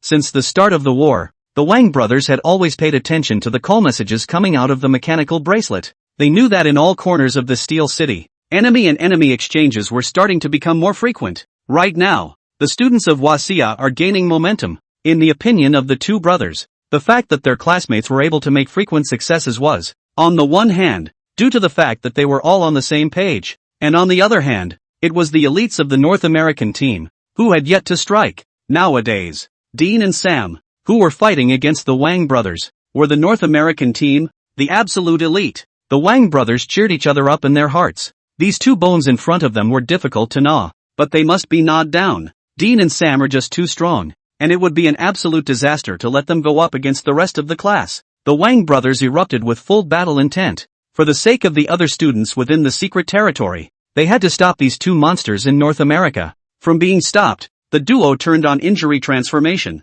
with various injuries switching back and forth between the two as a way to maintain their fighting form. But even then, they couldn't get back the disadvantage of the battle. The gunfire priests are able to fight at a distance and close to each other, and at a distance they can use the lance of the exorcist to hold them back. And when they get close, they use the great sword of judgment with its internal combustion engine augmentation to wield a swift chopping blow. Faced with such a unique fighting style, the Wang brothers were unable to restore their decline even though their battle spirit was bursting, and could only support themselves bitterly. Unlike most trainee gunfire priests, Dean and Sam were not coerced. The two had long wanted to join the Blue Clothes Brotherhood, and taking out the strongest of the Chinese students, Wang Zhuoju and Wang Rightjun, was the pitch they submitted for their big brothers in the fraternity. Right now, this pitch, it's almost there. Dean Sam was a little puzzled in the back of his mind even as he was happy. It was reasonable that the big brothers of the Brotherhood, who had also joined in the killing, should have been shortcuts in the call channel. But after all this time, how come all that came out of the call channel were screams? The two decided to end the battle in front of them as soon as possible, first to make a good luck, and then go to see those big brothers of the Brotherhood. What are they up to? Dean Sam turned up the internal combustion engine of the Judgment Greatsword to the maximum, and along with the roar of the internal combustion engine, the sword erupted into a blinding fire, and the classical revolver with engravings in their hands also sprouted a faint blue light under the power of chi and blood. The greatsword and the revolver both exuded an aura of danger. Dean said with a triumphant air of triumph, "Your strength is not bad. It's a pity. A real battle is very different from a game of passing in the ring. It would be the honor of your lives to beat us in a house game." Seeing that the other party was about to use their final killing move, the Wang brothers exchanged a glance with each other. They once again made use of their empathic abilities, the younger brother inheriting all of the older brother's injuries, and the older brother borrowing the younger brother's chakra and psychic abilities. Another deity arm grew behind Wang Zhuojuan's back, and the silhouettes of the two deities, the left supporter and the right supporter, merged into one behind him. The two brothers decided to use this extreme method to fight each other for their lives. At this moment, the two had changed from a desire to fight to a desire to die. Wang Zhuojuan said with a resolute face, "Don't get cocky too early. We'll risk our lives to fight you today. This next move is not to defeat you guys. Rather, it's to prove to everyone that as the pride of China, we don't just have pride, we also have commitment." Wang Yujun, who had borrowed all of his cultivation and supernormal abilities, was almost reduced to an ordinary person, but he also hardened his heart and let out harsh words. "If you want to hurt the others, step over our dead bodies first." Looking at the muzzles of the guns raised by Dean and Sam at the same time, Wang Yujun knew that he could not defend himself in his current state. He's saying goodbye to his brother. Doesn't matter though, as long as the brother can take out Dean Sam. The moment Sam and Dean were about to pull the trigger, a dark shadow shot up. Dao Shi's sudden appearance. He held down Wang Yujun's head and dunked him to the ground. Wang Yujun dodged a few fatal bullets while falling on his face. "You too, if you don't hurry up and solve your opponents, what are you doing practicing tongue twisters?" Dao Shi chided the Wang brothers with a lazy face. Chapter 138 in the future. don't always say that you are a heavenly pride. Have some be numbers. Looking at Dao Shi, who suddenly messed in, Wang Zhuojuan and Wang Rigjun were both glad and mad. Thankfully, they were saved. What's crazy is that this live dad talks so hurtfully. Is this a tongue twister? We're both here to talk about our deaths. How sad and touching. One word from you and you've ruined the whole atmosphere? It's so embarrassing for both of us. The two of them only dared to think about it in their minds. After all, embarrassment was better than losing their lives. After blaming the Wang brothers, Dao Shi performed his swimming dragon stance and quickly approached Dean Tom. Not daring to slow down, Dean Sam rushed to raise his gun for a quick shot. The bullets fired by the two were all easily dodged by Dao Shi. Seeing Dao Shi closing in, Dean Sam simultaneously swung his greatsword and unleashed a chopping attack on Dao Shi, who also drew the stranger's sword on his back and met Dean Sam's judgment greatsword with a lifting blade chopping heaven. A sword and two swords clashed fiercely in the air, emitting the roaring sound of jingoism. Under the intense collision, 3 waves of air exploded from the air, and a circle of vacuum was formed around the 3 of them. Even the steel ground under his feet spread cracks under the impact of the airwaves. The 3 of them held each other in mid-air for a split second, and then Dean and Sam disengaged their large swords and their figures retreated sharply backward. The 2 of them really didn't expect to meet a ruthless person who could carry the chopping attack of the internal combustion engine hard. The strength of the opponent's flesh was frighteningly high. Luckily, though, with this strike, both sides were considered equal. Although their tigers' mouths were chipped and their long swords left their hands, they also chopped and destroyed their opponent's weapons. The Judgment Greatsword, which was augmented with internal combustion engine technology, was not only capable of wielding a powerful chopping blow, but also released a high-frequency vibration that could damage an opponent's weapon. While Doji had the advantage in a 1-against-2 slugfest,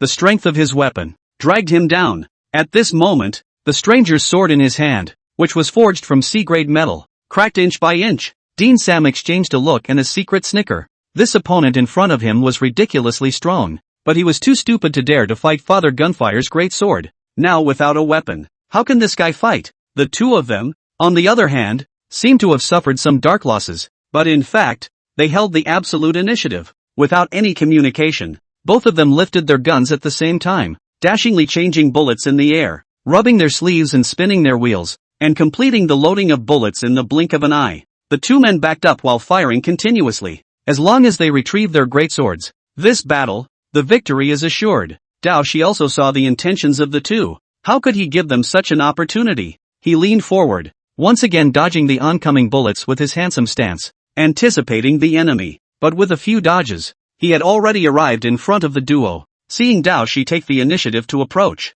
Dean and Sam revealed a bad smile as they simultaneously stabbed the revolvers in their hands. On their pistols, they have concealed retractable concealed blades that can be used as daggers in a pinch. This was the duo's real killing move. Prior to this, the duo had seen Dao Shi's kill-capture dodge, and they knew that gunfire wouldn't work against this opponent. The duo discharged their guns consecutively. That is, they intentionally seduced Dao Shi to get close, and then sneak attacked with their gun blades. 2 gun blades viciously stabbed Dao Shi's waist and abdomen, making 2 crunching sounds of ding, ding. Dean Sam was surprised to find that their gun blades, as if they had touched a piece of iron, couldn't poke through. Under the protection of the Dao Shi hegemony body plus the dragon scales, the 2 gun blades that were only the length of the palm of the hand were like 2 ridiculous toys. So how could they possibly work? While Dean and Sam were shocked, Dao Shi broke the cracked stranger's blade of his own accord with a force from both arms. He grabbed the broken blade of the stranger's knife with his left hand and slashed hard at Dean's neck. And with his right hand he grabbed the broken pommel and stabbed Sam in the heart.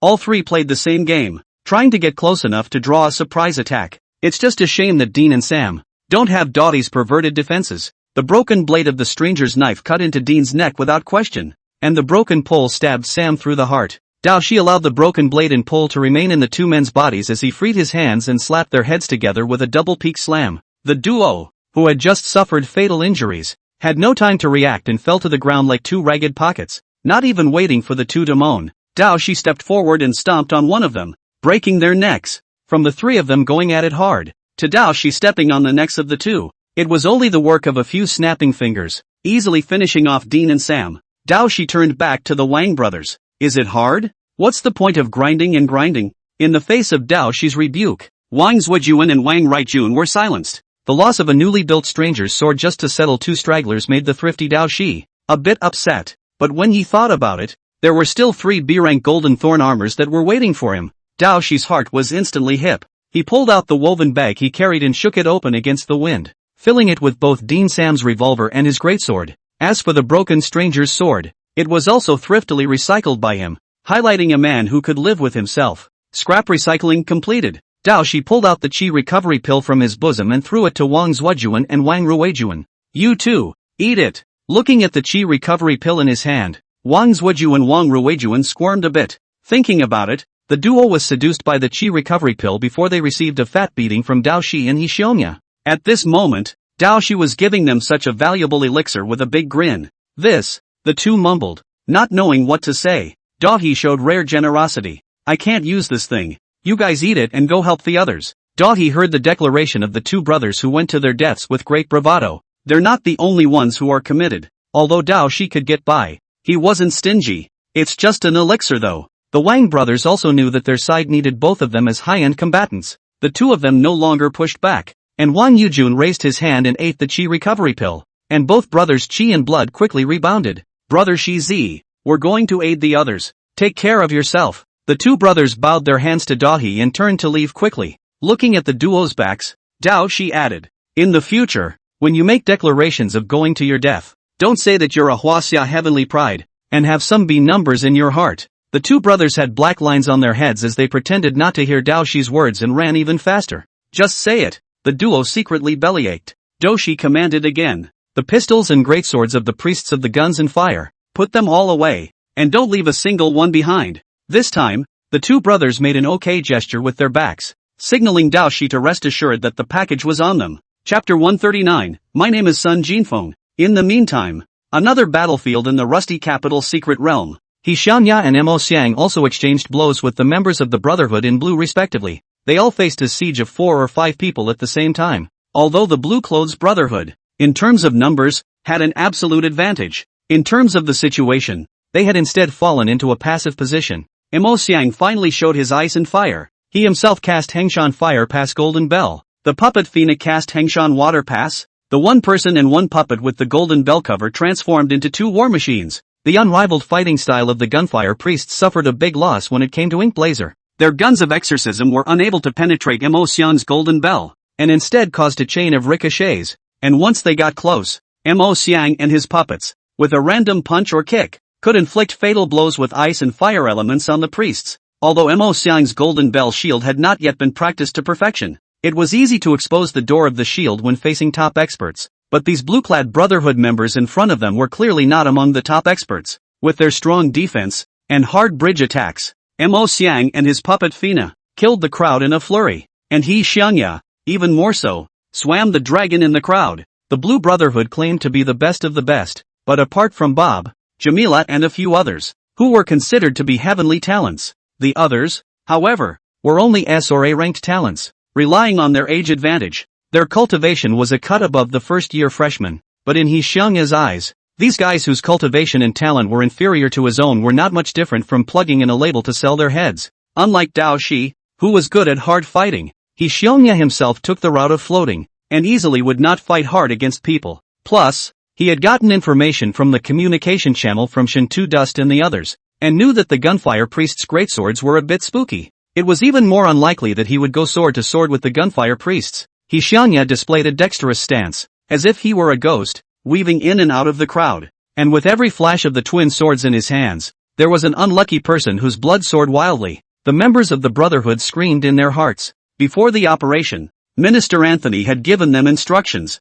According to the original plan, the most important thing to pay attention to in this operation was the 2 SS-rank Celestial Pride and 8 S-rank Celestial Pride of the 3 clear universities. Although the number of Alligator Wushu University's trial team was small, all of them were elites and needed to be focused on as well. As for the 90 or so students from MOMO University, there were no students that stood out too much, and they were cleaned up in passing. However, at this moment, in front of them, these 2 guys wearing the uniforms of MOMO University were ridiculously strong. Off the big spectrum, the oppressive force that emanated from the duo's body that was as substantial as a substance was something that the crowd had only felt when they practiced against Big Brother Bison Bob. Right now, the outnumbered Brotherhood members were instead in a bitter battle. As the battle continued and people continued to fall, the Brotherhood's numerical advantage was wearing down, and all the while, bad news kept coming from their mechanical bracelets. Hello? Can you hear me? This is Bison Bob's mechanical bracelet. He's been taken out by me. Everyone on the North American trial team, listen up. If you want to live, put down your weapons. Stop resisting. A persuasive voice came out of the Brotherhood's communication channel, and the IP port from which this persuasive voice was sent was from Bison Bob's mechanical bracelet. The president of the Blue Clothes Fraternity of Gunfire Holy Throne Academy, Big Brother Bob, who possessed the bloodline of the Golden Bison Divine Beast, was actually done for. The voice, in the minds of the members of the fraternity, triggered a cascade of earthquakes. The crowd instinctively didn't want to believe it, but soon the same voice, again, rang out from Jamila's bracelet. Hello, can you hear me? This guy with the big head and neck, his name is Jamila, right? He was also ed by me. Brain knocked to pieces. I fixed his head to body ratio and he looks much smoother now. The fraternity members' hearts and livers fluttered. Their number 2 big brother, Jamila, is gone too? Also, the guy talking is so hellish. Crack your head open and call it a correction to the head to body ratio? The crowd only felt a vicious chill that went straight from the soles of their feet to the sky.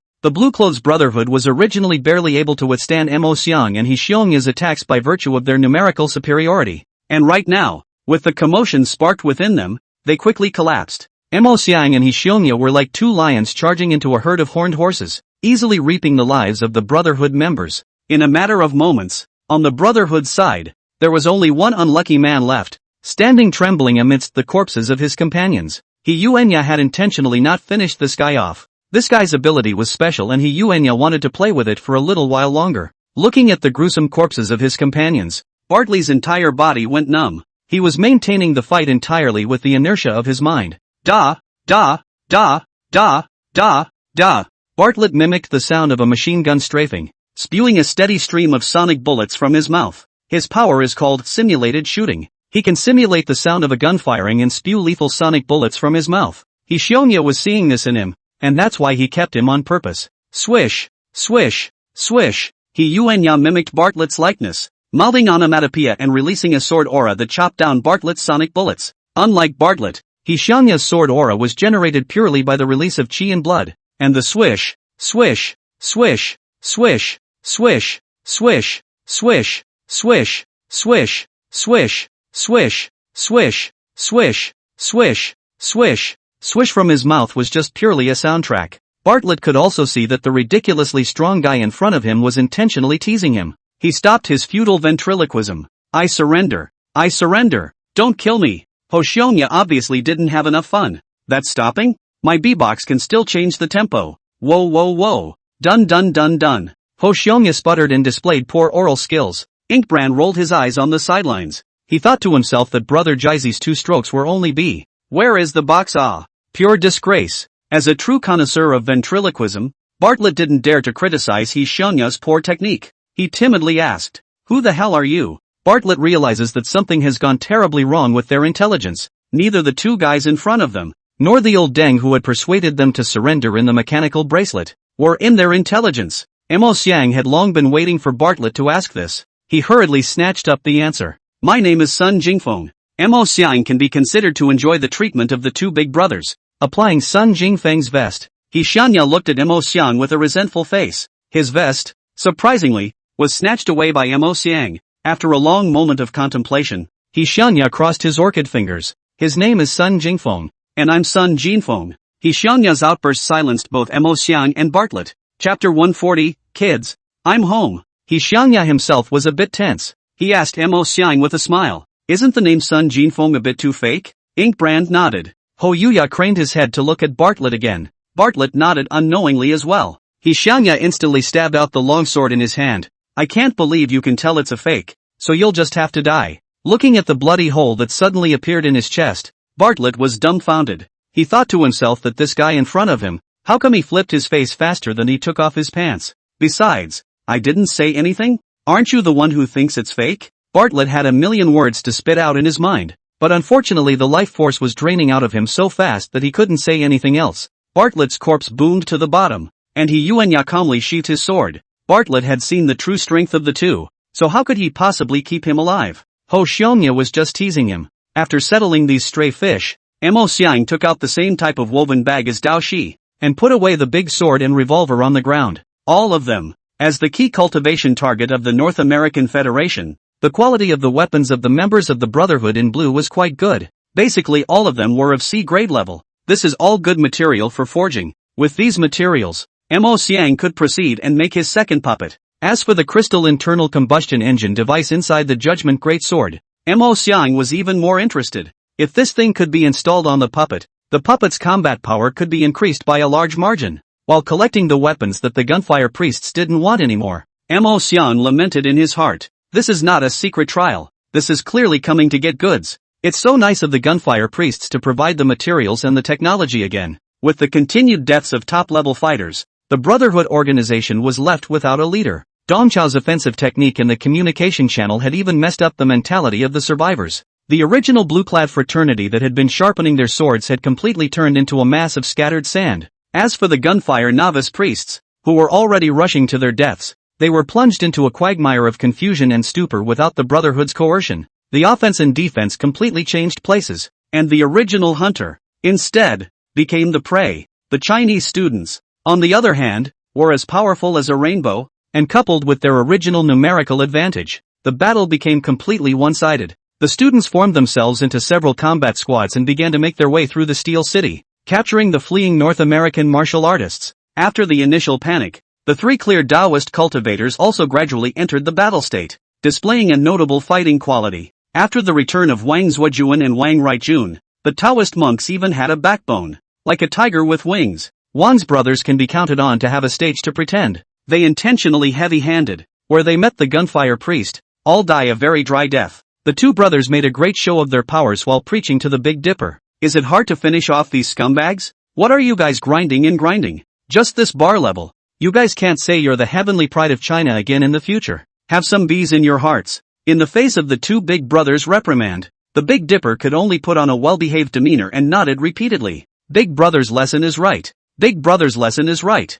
Wang Zuoju and Wang Ruijuan's heart burst with relief. The pushiness they lost from Daohe is finally coming back. In the midst of their relief, the two didn't forget the command of Daohe's big brother. Gather all the great swords and revolvers, and don't leave a single one behind. Wang Yujun remembered Daohe's maniacal gesture of holding a woven bag, and he added a sentence with palpitations in his heart. Your personal belongings, too, must be guarded. Never leave them on the floor. The long-planned massacre by the North American Federation instead devolved into a pig-catching game for the Chinese students. The students of the HWA captured a large number of gunfire novitiate priests, as well as members of the Brotherhood of the Blue. Confirming that there were no leaks, the group regrouped to count the prisoners and treat the wounded. It was not until this moment that everyone realized that their side had not been attenuated. The total number of students from Huaxia who had entered the Rust Capital Secret Realm was 192, plus one lead teacher, Dong Chao. At this moment the head count is taken and all are present. Even Mr. Dong Chiu, the teacher, appeared intact. Boys, I'm home. Dong Chao deliberately put on a meaty and kind gesture, looking even more diabolical than Dean Lu Yuan. He briefly explained his motives as he treated the wounded. Before entering the secret realm, I felt that these guys in North America weren't right. I deliberately lied about the military situation just to swindle them a bit, and as a result, they really took the bait. After this period of special training, the students' views of Dong Chao had all changed subtly. In the eyes of the students, Mr. Dong Chao is very mysterious. Although his chi and blood fluctuations were only of the second rank, he was able to easily hang Jiang Chang, who was of the sixth rank cultivation. Today, the inexplicable deaths of the core members of the Blue Brotherhood are probably not related to Mr. Dong. In addition to his mysterious strength, Mr. Dong was really a bit of a ghost when it came to teaching. This half a month or so of special training in chicken eating may seem playful, but the gains of the crowd are real. The organization and discipline they showed today all stemmed from their special training in chicken on weekdays.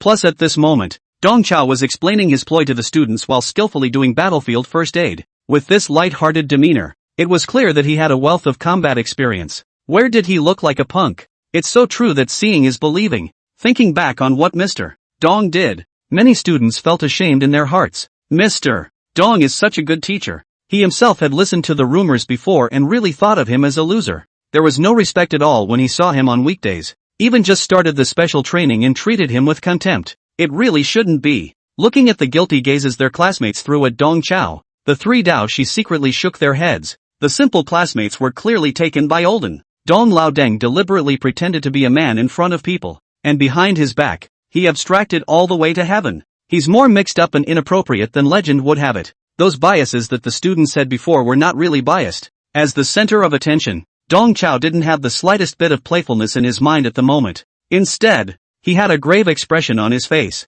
Although no one from Huaxia's trial team was killed in action, multiple people were injured. Among them, Ma Tao from the second class of martial arts was the most seriously injured. Ma Tao is a woodpecker-piercing bird bloodline alien. Early in the battle, Ma Tao disguises himself as a birdman and flies high into the sky, trying to find his fallen classmates. As a result, he was unfortunately spotted by the gunfire fathers, who shot him down. Ma Tao didn't die on the spot, but he broke an arm and a leg. His chest was also cut out by a steel tree branch with a huge gash. With an injury like this, a simple emergency bandage would no longer work. What Mateo needs is surgery as soon as possible. In the secret world, however, there are no conditions for surgery at all. Chapter 141, My Blood, a life-saving medicine. Dong Chao performed an emergency bandage for Ma Tao, and the three clear Taoist cultivators also chanted the mixed mantra for him. But Ma Tao's injuries were too severe. The wound on his chest had injured his internal organs and arteries, and blood and dark internal tissue fluid were constantly oozing out from under the gauze. The portal between the rusty capital mystic realm and the outside world wouldn't open again until 3 days later, and Ma Tao's current condition wouldn't last 3 days at all. Looking at the bruised and battered Ma Tao, Dong Chao frowned. He had done everything he could, but there was really nothing he could do about Ma Tao's injuries. The students also sensed that Ma Tao's life force was gradually draining away, and everyone's expression became grave. The lesson of life and death is still too much of a superlative for these freshmen. Although Ma Tao is not too pleasant on weekdays, and is gloomy and not open-minded enough, but no matter what, we are all classmates. What's more, Ma Tao was injured because he was searching for his fallen companion. At this moment, the crowd from the Martial Arts Academy all gathered around Ma Tao's body with pathos in their expressions. A few of the female students even whimpered, sensing that his life was coming to an end. Ma Tao showed a rare atmosphere. I'm not saying that I have no clothes, but I'm with my son. Gentlemen, Ma Tao, will leave first. The Emo Clan martial artists present bowed their heads and responded together. The king is raising his division, repairing my jail and spear, and fighting with his son. Is it not said that I have no clothes? And I am with my son in the same zephyr. The king is raising his division, repairing my spear and halberd, and working with his son. I am not saying that I have no clothes to wear with my son. The king is in the process of raising a division, repairing my armor, and marching with his son. The Maggia martial artists chanted popular poems in a rustic manner with heavy chapters. The voices were impassioned and crisp with pathos. With regard to the Maggia martial artists, Dao Shi and Hishionya originally did not have any sense of identification. In their eyes, the Maggia martial artists were poor in strength and not too smart in the head. But for the moment, the two spontaneously joined in the chanting. Infected by these Maggia martial artists, the three Cheng Taoist cultivators also looked grave, and a few of them silently chanted the Ascension and Transcendence mantra, blessing Ma Tao to return to the good path and be free from suffering and happiness after he breathed his last. Sun Jingfeng pushed away the crowd in grief and anger. All of you, shut your crow's mouths and don't say anything demoralizing. Sun Jingfeng squeezed his way to Ma Tao's side as he rolled up his sleeves, revealing his wrists. Don't worry Ma Tao, you'll be fine. Sun Jingfeng drew out a small knife and slit his wrist. I've eaten the blood prison tyrant's foreign core, and my blood contains the blood prison tyrant's life essence. You should be able to heal your injuries by inhaling my blood. Sun Jingfeng broke open Ma Tao's mouth, letting the blood that flowed down from the wrist wound gurgle and drip into Ma Tao's mouth. Ma Tao was choking and coughing, but Sun Jingfeng wrenched his chin and forced him to keep opening his mouth. Here, take a big gulp, like a blood sausage. This sudden move of his shocked everyone present, including the severely injured Ma Tao. When everyone reacted, they suddenly realized that Ma Tao's life force had stopped flowing, and even, there was a recovery. Sun Jingfeng's method really works. The continuous loss of blood made Sun Jingfeng's face pale, and bean-sized beads of sweat continued to drip down from his head, but he put on a high-strung look to give Ma Tao encouragement. Don't worry Ma Tao, with me as a super blood pack, I can definitely hang on to your life. You'll be fine. Ma Tao was moved to sob. Originally, Ma Tao had no good impression of Sun Jingfeng. Ma Tao knew that Sun Jingfeng wasn't a super genius at all. He was just a sketchy son of a family. Ma Tao got hold of Sun Jingfeng's secret. He was Sun Jingfeng's little follower. On the one hand, he was forced to do so. On the other hand, he also had the intention to pad fly the straw man. But at this moment, Ma Tao truly felt the light on Sun Jingfeng. The only thing the deeply moved Ma Tao could do was to let out a few raspy whimpers to express his gratitude to Sun Jingfeng. Only after confirming that Ma Tao's life force had stopped flowing did Sun Jingfeng stop, grimacing as he bandaged himself. While treating his wounds, he deliberately pretended to be indifferent and said to the crowd, Everyone who is injured in the future, come to me. My blood is a life-saving medicine. As he spoke, he turned his head to look at the dazed Dao cultivators. You Dao cultivators have been injured. And you've come to me too. Wang Zhuju and Wang Rightjun shook his head repeatedly. It's too mushy. We're on a light diet and can't drink it without the garlic sauce. Ha ha ha. The Wang brothers' joke swept away the dark clouds in the hearts of the crowd, and the atmosphere became active again. The Wang brothers originally looked down on Sun Jingfeng as well. The brothers knew that this fool was just a vestige of Dao Shi and he Xiongya. What was even more ridiculous was that Sun Jingfeng, himself, was still unaware that he really thought of himself as a genius. But at the moment, the brothers realized that there seemed to be some redeeming qualities in this straw man. Big brother Sun Jingfeng is awesome, worthy of being a genius of the Sun family. Big brother has style, spacious, watching Ma Tao out of a life-threatening situation. Sun Jingfeng's group of little fans began to sincerely praise him again. The crowd was truly impressed by Sun Jingfeng. This big brother, not to mention the strength of the outstanding, there is responsibility and commitment, is born big brother. It seems that all the words of excellence are not too much to apply to him. Regarding the compliments from the crowd, Sun Jingfeng was clearly happy in his heart, but on his surface, he put on a serious face. Hey, what did I teach you guys on weekdays? When fighting, you call me big brother, I won't pick on you, but at times like this, you must call your positions. The fanboys hastened to change their tune. President Sun. President Sun is awesome. President Sun's atmosphere. There were also quite a few people in the team of Dao cultivators, who joined in the compliments. They were all completely captured by Sun Jingfeng's charisma. Even the outermost Mo family's 3 youngsters in the crowd had turned into Sun Jingfeng's fanboys. President Sun leads the faction, worthy of being the grandson of Marshal Six Ears. It should be said that Mo University is a bit unworthy of President Sun. For such an outstanding talent to live in such a crotch-pulling school like Mo University is indeed a condescending talent. I'm still a little sore from the gunshot wound, and I'd like to drink some of Chairman Sun's blood as well. Then you have to drink it hot. Chairman Sun's body type. His blood fat must not be low. Drink it cold and it'll stick to your mouth. The Mojo's 3 youngest secretly whispered crickets. With the Golden Thorn battle armor for defense and his own thick-skinned crocodile divine beast bloodline, the Mo family's 3 youngsters were not seriously injured. After a brief treatment, they were all alive and kicking like nobody's business at this point. Only, the 3 people who were acting as Sun Jingfeng's fanboys did not notice that in the crowd, there were 3 unsuspecting gazes that locked them firmly. Chapter 142. Teacher doesn't know how to do surgery, but teacher has a way to make you painless. Dong Chao had long since noticed the greed in the eyes of Dao Shi and the others, but he didn't have the slightest intention of interfering. The 3 precious students played the field by their own merit, which was quite like Dong Chao when he was young. It was too late for him to encourage them. Right now, what Dong Chao was more concerned about was also Sun Jingfeng. This kid is not too smart, but after all, he was born in a general's family. There is still a bit of commitment. This commitment was reflected in Sun Jingfeng when he was a child.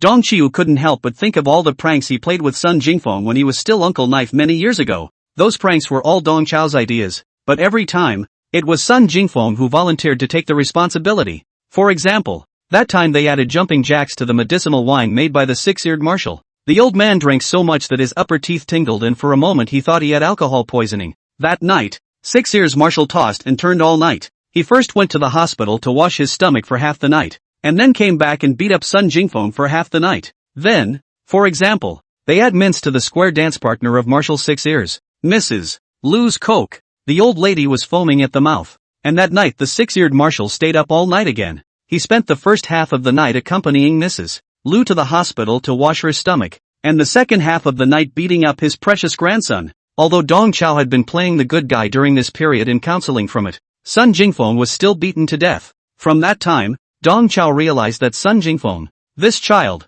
is not an ordinary gun. Right now, he's kind of shining in what he's good at. After sucking the blood of Sun Jingtao, Ma Tao temporarily out of life-threatening situations, the other injured. Injuries also tend to stabilize. The students are all relieved. Taking this opportunity, Dong Qiu decided to teach his classmates a lesson. He had those prisoners from the North American trial team brought up. The prisoners had their hands tied and were bound like dumplings all over their bodies. The gunfire trainee priests were all frozen in their tracks, obviously terrified. A few of the fraternity members, however, had their eyes darting around, obviously making small mental calculations. These guys, after seeing the kindly-faced Dong Chao, their hearts were playing even louder. They exchanged glances, then yelled at the top of their lungs, "Don't you claim to favor prisoners? We have surrendered. We should be given preferential treatment." Why are you tying us up like this when our weapons have already been seized? That's right, we've got people hurt too, and we need medical attention. A few idiots naively thought that after such a nasty outbreak of bloodshed,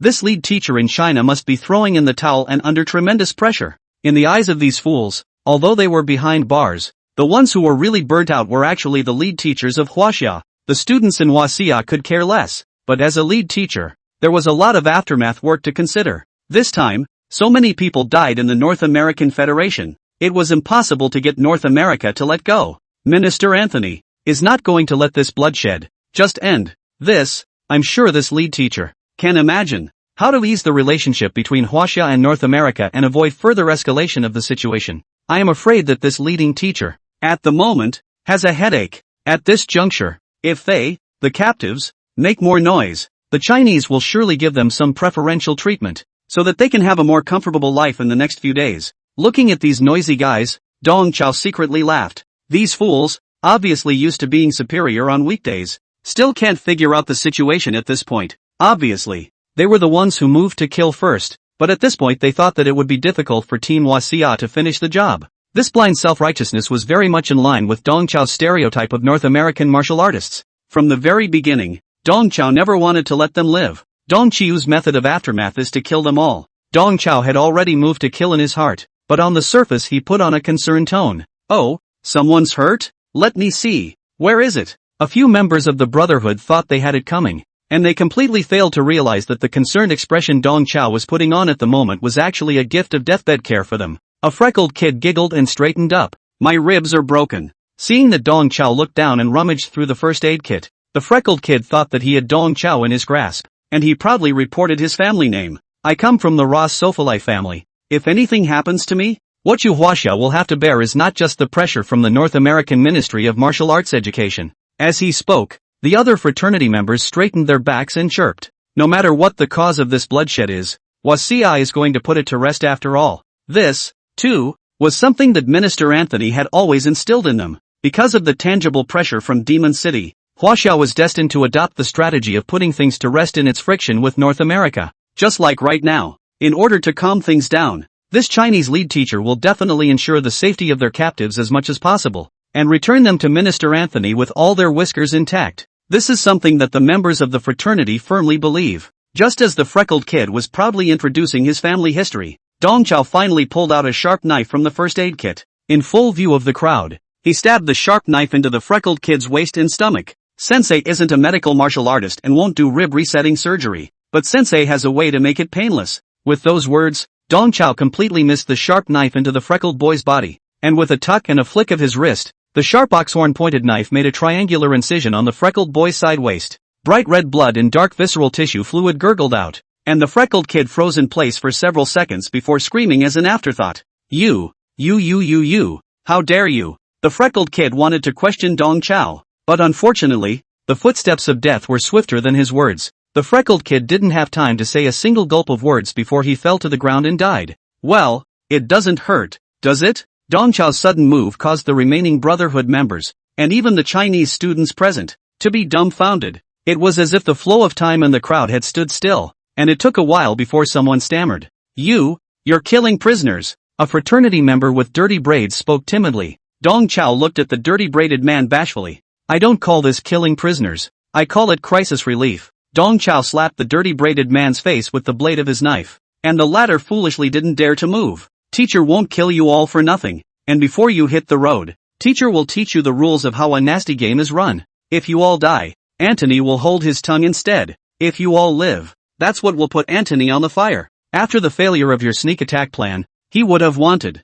more than anyone else, for all of you to be destroyed. So, for the sake of the true friendship between China and North America, you guys, make a sacrifice. As he spoke, Dong Chao pulled a knife twist, and the tip of the knife lightly stabbed into the dirty braided man's throat. Chapter 143 on the importance of mending. Another unlucky person was killed, and the remaining Brotherhood members all became paralyzed with fear, each shivering and shaking. There were even a couple of guys that were so scared and snotty that they babbled and screamed for a long time before they could utter a complete sentence. Didn't you say that you would treat prisoners favorably? You promised us over the comm channel that we'd live if we surrendered. Dong Chao grinned with a friendly face. In principle, it is true that prisoners should be favored, but at the moment, The principle is in my mouth. And my original words of solicitation were to surrender obediently if you want to live. Now, you guys can think as much as you want to. I've only taken your lives, but your minds are free. Dong Chao had multiple considerations for getting rid of these Brotherhood members. First of all, only if the Brotherhood was all but wiped out, truly dead and buried, would Anthony have any room to back down. It's only then that this bloodshed won't escalate. Over the years, North America appeared to not care, but in fact, they did not dare to completely turn against China. It is in the interest of both parties to fight without breaking. Dong Chao had precisely held this point. As long as there was a way back for Anthony, Anthony would definitely not dare to turn his back on him. He could only choose to eat a dumb loss. Secondly, for the next 2 days, Dong Chao was going to head to the upper city to explore. The students of Huaxia, on the other hand, had to collect the essence of rust as well as take care of the injured. Keeping these Brotherhood members was ultimately a hidden danger. And hidden dangers, to be nipped in the bud. In the end, these fraternities had a little bit of residual value that could serve as a teaching tool for Dong Chao. Dong Chiu was going to use the lives of these fools to teach his students an important practical lesson. Dong Chao carried his sword and swept his eyes over the inked students present. Remember what your teacher taught you guys in the game of chicken? Be sure to recognize the importance of mending. In any situation, as long as the enemy has not swallowed his breath, he must go up and make up for it. Avoid any accidents. Right now, your chance to make up for the real world. Here it comes. Looking at the sharp knife in Dong Chao's hand, the students' scalps went numb.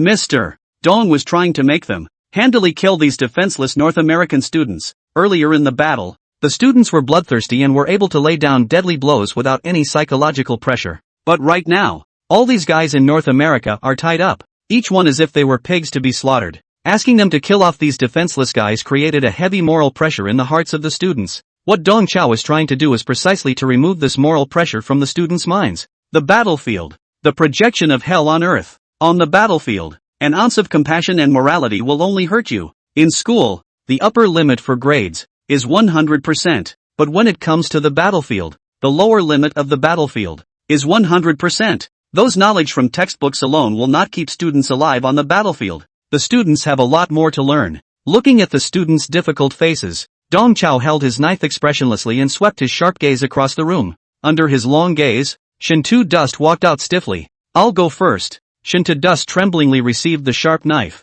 and after some brewing, he violently raised his hand and stabbed over an unlucky person who kept pleading. Afterward, with an iron face, Shintu Dust handed the knife to Chao Xian. Chao Xian took the knife and also did some good mental work before he wiped the neck of a Brotherhood member. He then handed the sharp knife to another student. The bloodstained knife was passed from student to student, and those who had completed the mending were either dry heaving or grimacing. They didn't act tough enough, but they finally got past the hard part of their hearts. More than 20 members of the Brotherhood were massacred, and Dong Chao didn't let his classmates move in for any more butchery against the trainee gunfire priests. He knew that these North American freshmen, too, had been forced to do so. Dong Chao bent down and looked kindly at these unlucky people who were paralyzed on the ground. I can leave you all alive. However, with your right hands, you can no longer hold swords. In the future, you can be a clergyman at ease and serve your God. With those words, he stomped on the right arm of one of the novice priests, crushing the priest's wrist, kicking away the trainee priest who was rolling on the ground in pain.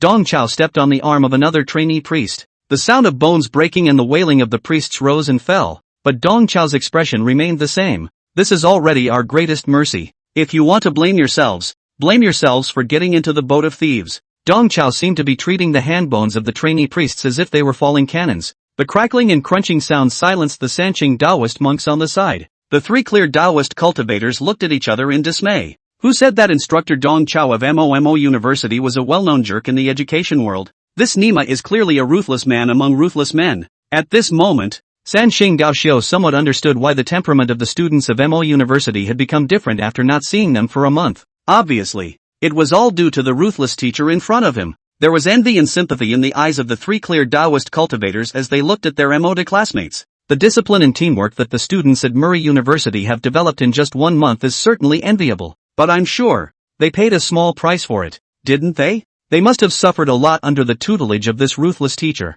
right? 3 Qingdao practitioners cannot imagine is that in the face of every afternoon chicken special training, martial arts academy students are happy out of the pig squeal. Having abolished the right hands of these trainee priests, Dong Chao didn't let them off the hook. He also inflicted a mind attack on these unlucky bastards. He ordered these disabled priests with their remaining left hands, to drag away the bodies of the members of the Brotherhood and gather them in a pile. The double blow both psychologically and physically made these trainee priests, who had a deep understanding of what it meant to be cruel, break down completely. In order to stay alive, they transformed into walking corpses, numbly dragging away the corpses of their companions, letting his classmates re-imprison the few surviving novice priests. Dong Chao found a deserted place and once again used the voodoo doll to get in touch with Anthony. Minister, the things you explained to me are all done. All the Chinese have been killed. What should we do next? Dong Chao mimicked Bob's voice and reported to Anthony. Now that the dust had settled, he wanted to see what the North Americans were playing at this time.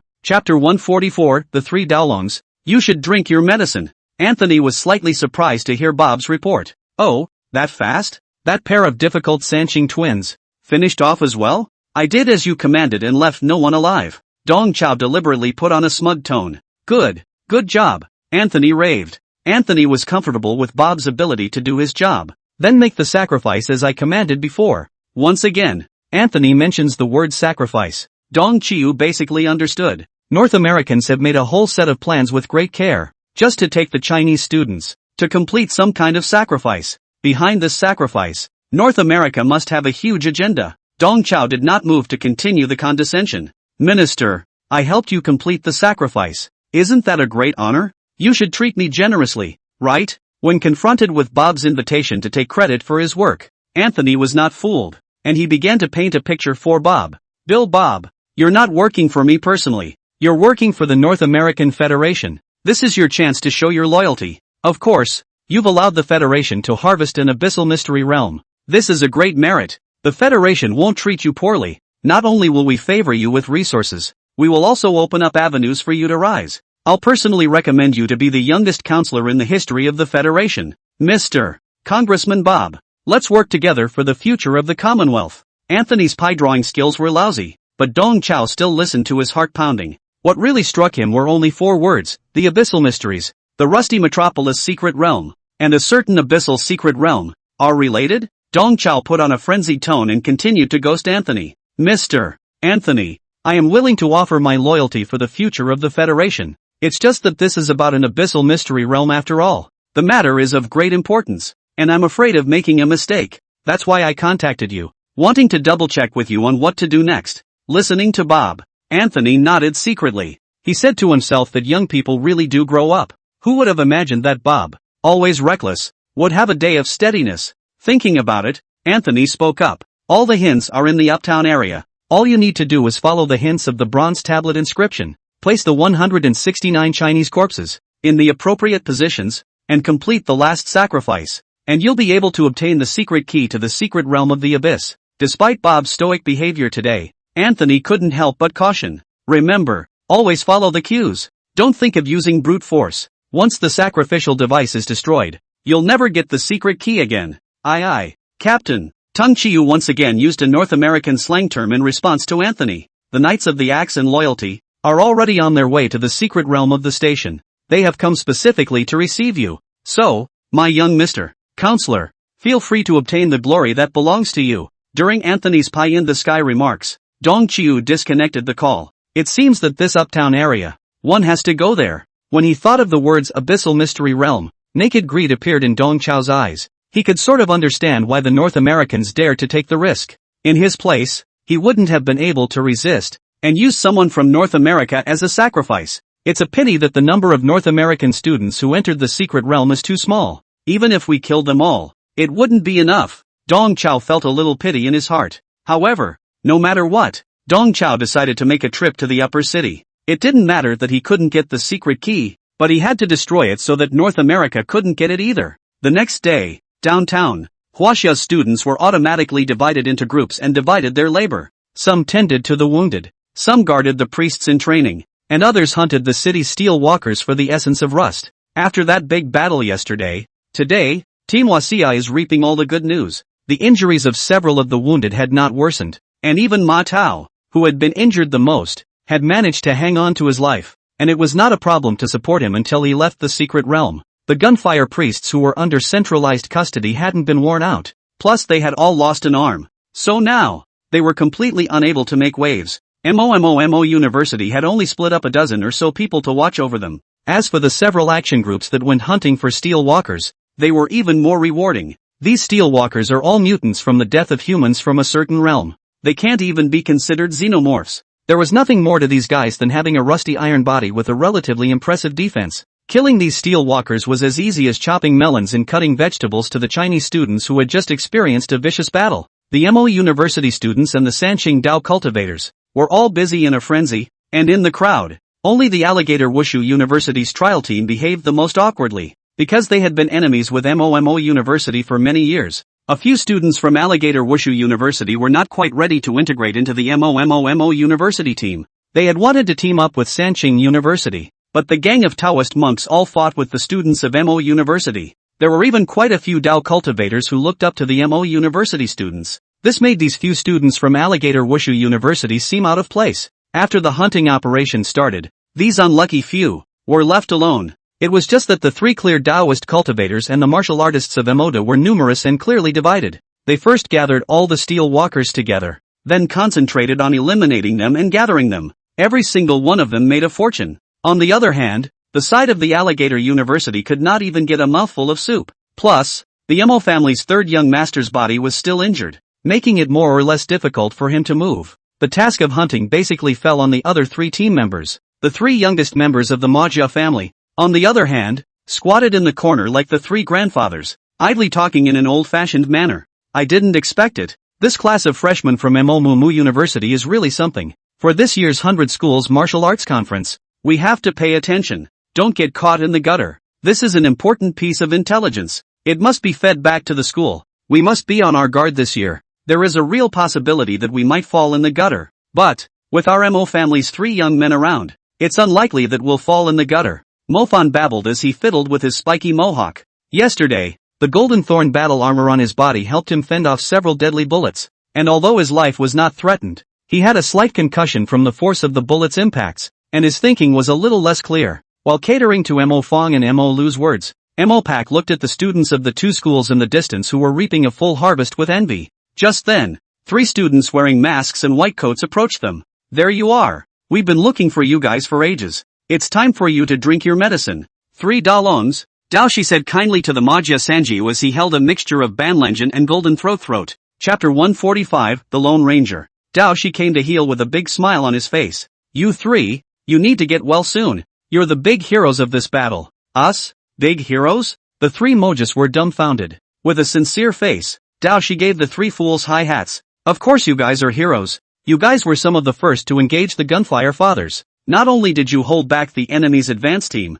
but you also gave everyone a wake-up call and made them tense up. This time, you guys deserve at least a third of the credit for our victory. The three youngest members of the Majia family looked at each other with surprise and joy in their eyes. Originally, all three of them thought that they had behaved very la crotch this time, and had lost a big face to Alligator Wushu University. But listening to this good brother Sosei, Majia 3 Young suddenly realized that they actually also not so pull crotch. The three were indeed whisked away by a couple of gunfire priests, but on the flip side of the coin, hadn't they also slowed down a few of those gunfire priests? It seems to be the case. Their cries for help over the comm channel may have been a little raucous, but it did help the other students tense their heartstrings. You don't say. You don't say. Thinking about it another way, they've really contributed quite a bit. Seeing that the three fools had taken the bait, Dahi didn't move to strike a blistering blow. Who says that those who stand in the light are the heroes? In my eyes, you are the lone courageous ones who give quietly. You've done so much. The three Mojas, who were already not very smart, were easily fooled and crippled by Dao Shi. The three men hugged their bladders in triumph. You say we're lone braves, and that's fine, but we're low-key by nature, and it doesn't matter to us what merits or hardships we've earned. Dao Shi cursed in the bottom of his heart. As a vassal of the Xian Yuan family, how did the Mo family produce these three fools? These three guys, stupidly united. In his heart, he spat, but on the surface, Dao Shi put on an expression of reverence. The words cannot be said so. He who gathers wages for the multitude shall not be caned with the wind and snow. Three great heroes, quickly drink the medicine. You must get well soon. With those words, Dao Shi divided the medicinal liquid in his hand into 3 equal portions and handed it to the 3 youngest members of the Mo family. The Mojo raised his head and took a drink. The potion was bittersweet and quite tasty. Just as the 3 Majia youngsters were secretly reminiscing, Dao Shi took out another small bottle. In addition to internal potions, there are also special medicines for external use. Let me help the three heroes with their medicine. With that said, Doxy craned his neck at Ho Yuya and Mo Xiang. Come over here. You too, and remove the armor of the three heroes. He Xiangya and Mo Xiang, who had been waiting for a long time, hurriedly came closer and, ceremoniously, took off the golden thorn battle armor of the three youngest members of the Mo family. The lulled and crippled Mojave had not a shred of defense. The superb defense of the golden thorn battle armor had withstood multiple bullet penetration wounds for the three Maggia youngsters, but they were still left with multiple bruises on their bodies. Davi meticulously applied the potion on top of these bruises. What Dao Shi had applied to them was not a healing medicine at all, but crunchy water for barbecuing. Dong Chao had been scheming before to have a camping barbecue inside the rusty capital mystic realm, and he forced a few of his precious students to carry grills, charcoal, bamboo sticks, and marinades. Right now, Dao Shi made use of the crunchy water as a healing medicine and applied it to the Maggia San Shao's body. The three heroes should not wear clothes for the time being, and let the potion dry naturally in the shade.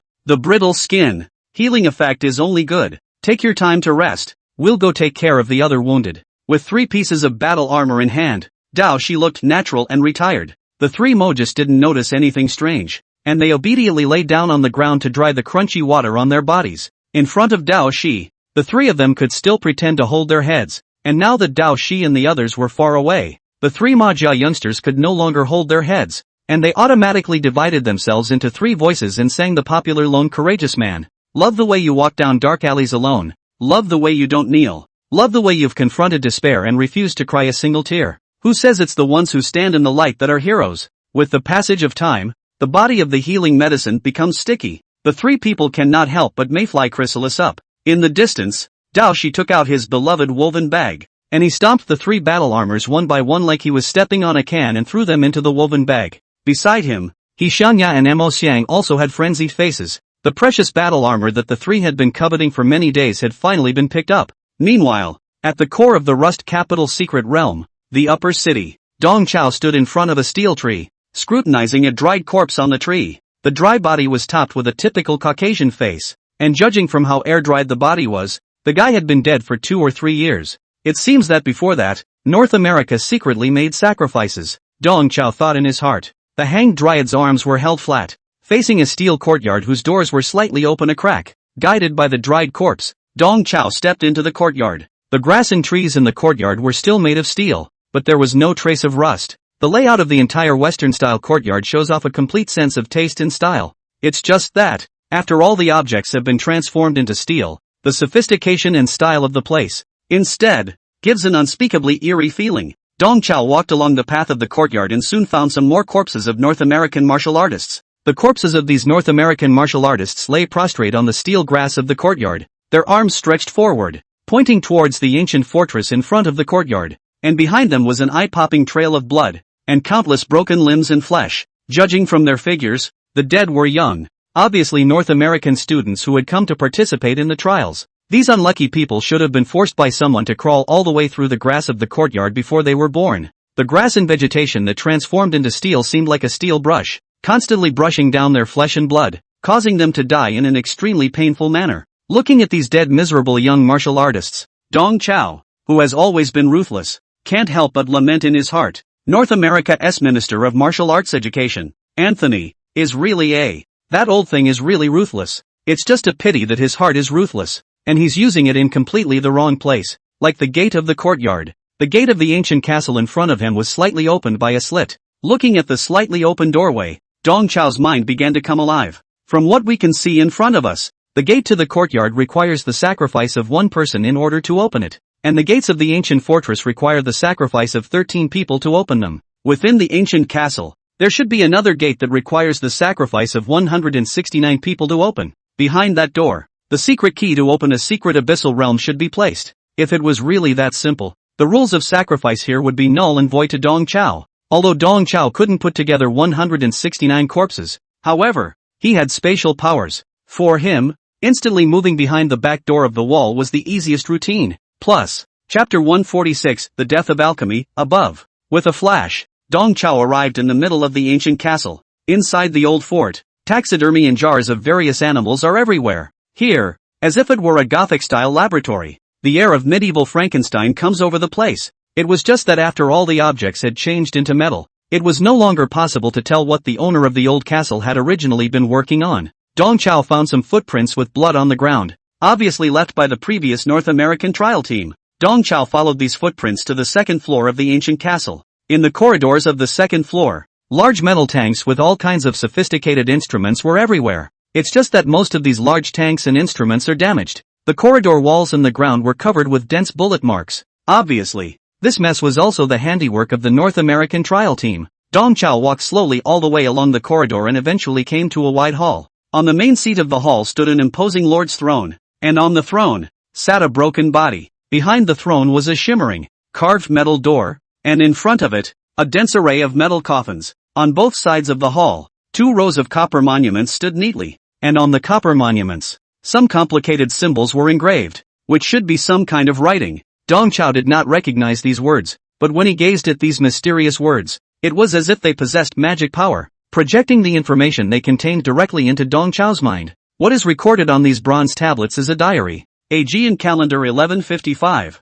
July 6th. Fleeing, we have been fleeing. It seems that for as long as I can remember, the clan has not stopped running away. Mr. Stephen says we're running from the Grey Plague that destroyed the entire Aegean continent. July 17th. The carriage is getting bumpier and the sound of the horse's hooves is becoming disorganized. And the road ahead, it seems, is very rough. Today, Mr. Stephen told me more about the family's past. We, the Jelway family, are the great alchemy family. It is the only hope against the Grey Plague. 100 years ago, the ancestors of the family joined forces to perform a powerful alchemy that temporarily slowed down the Grey Plague. Unfortunately, the Grey Plague is now making a comeback. August 1st. Jerry, the old horse, is ill. As the leading horse of the team, Jerry is vital to everyone. Jerry also knows that he has a great responsibility, and he is pushing forward even though he is beating the pendulum. I want to do something for Jerry. August 3rd. My alchemical experiment was successful. I summoned a metal pony modeled after Jerry.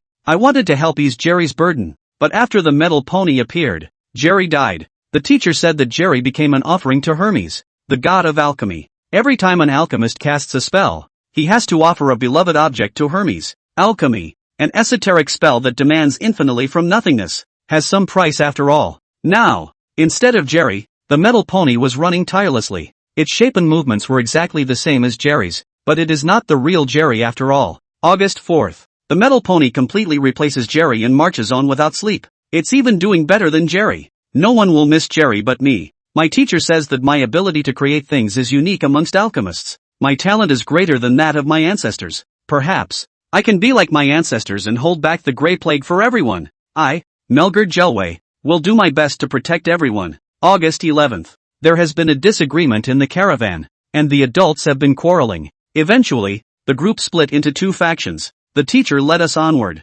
Auntie Suz, the nature priestess, led the others and headed for the sea, where they hope to stave off the Grey Plague by virtue of the sea mist. Though I've never seen the ocean and don't know what sea spray is. Aunt Susie took Sis. Before saying goodbye, my sister asked me to take care of my sister. Not only will I take care of my sister, I'll take care of everyone. September 23rd. We are running out of food and fresh water is very scarce, but the Grey Plague is behind us. No one dares to stop. We have to go on hungry. September 24th. Alchemy is truly the greatest invention of this world. Hermes responded to me by raining down food and fresh water from nothingness. Having plenty of supplies, everyone has a smile of joy on their face. Everyone lined up and thanked me. My sister even had her belly rolling with support, but she still couldn't stop talking. Only, alchemy comes with a price. I lost a toe. But this cost, compared to the precious supplies, is minimal. Recorded on these bronze tablets is a diary of an alchemist's upbringing. Dong Chao instantly realized that the owner of this diary, Melgard Jelway, was the metal remnant on the throne. The entire secret realm of the Rust capital was created out of thin air by Melgard. Utilizing alchemy, Dong Chao knew that every secret realm was a projection of a portion of other dimensional worlds. All of these descriptions in the diary are true to life. In a Western fantasy world filled with magic and sorcery, there is a group of people who travel day and night to avoid the Grey Plague that has destroyed the entire world. And out of this group was born an alchemical genius, Melgard. It was just that. In Dong Chao's opinion, the alchemy that had been endlessly touted by Melgard did not have an ounce of greatness in it. This kind of evil magic, wherever there is solicitation, there must first be sacrifice, and there is bound to be a terrible price to pay later on. As expected, This idea of Dong Chao was soon verified from Melgard's diary. Chapter 147, The Death of Alchemy. Next, Aegean Calendar 1159. June 1st. The escape continues. Thanks to alchemy, everyone's life got better and better. Everyone respects me and refers to the 17-year-old me as Sir.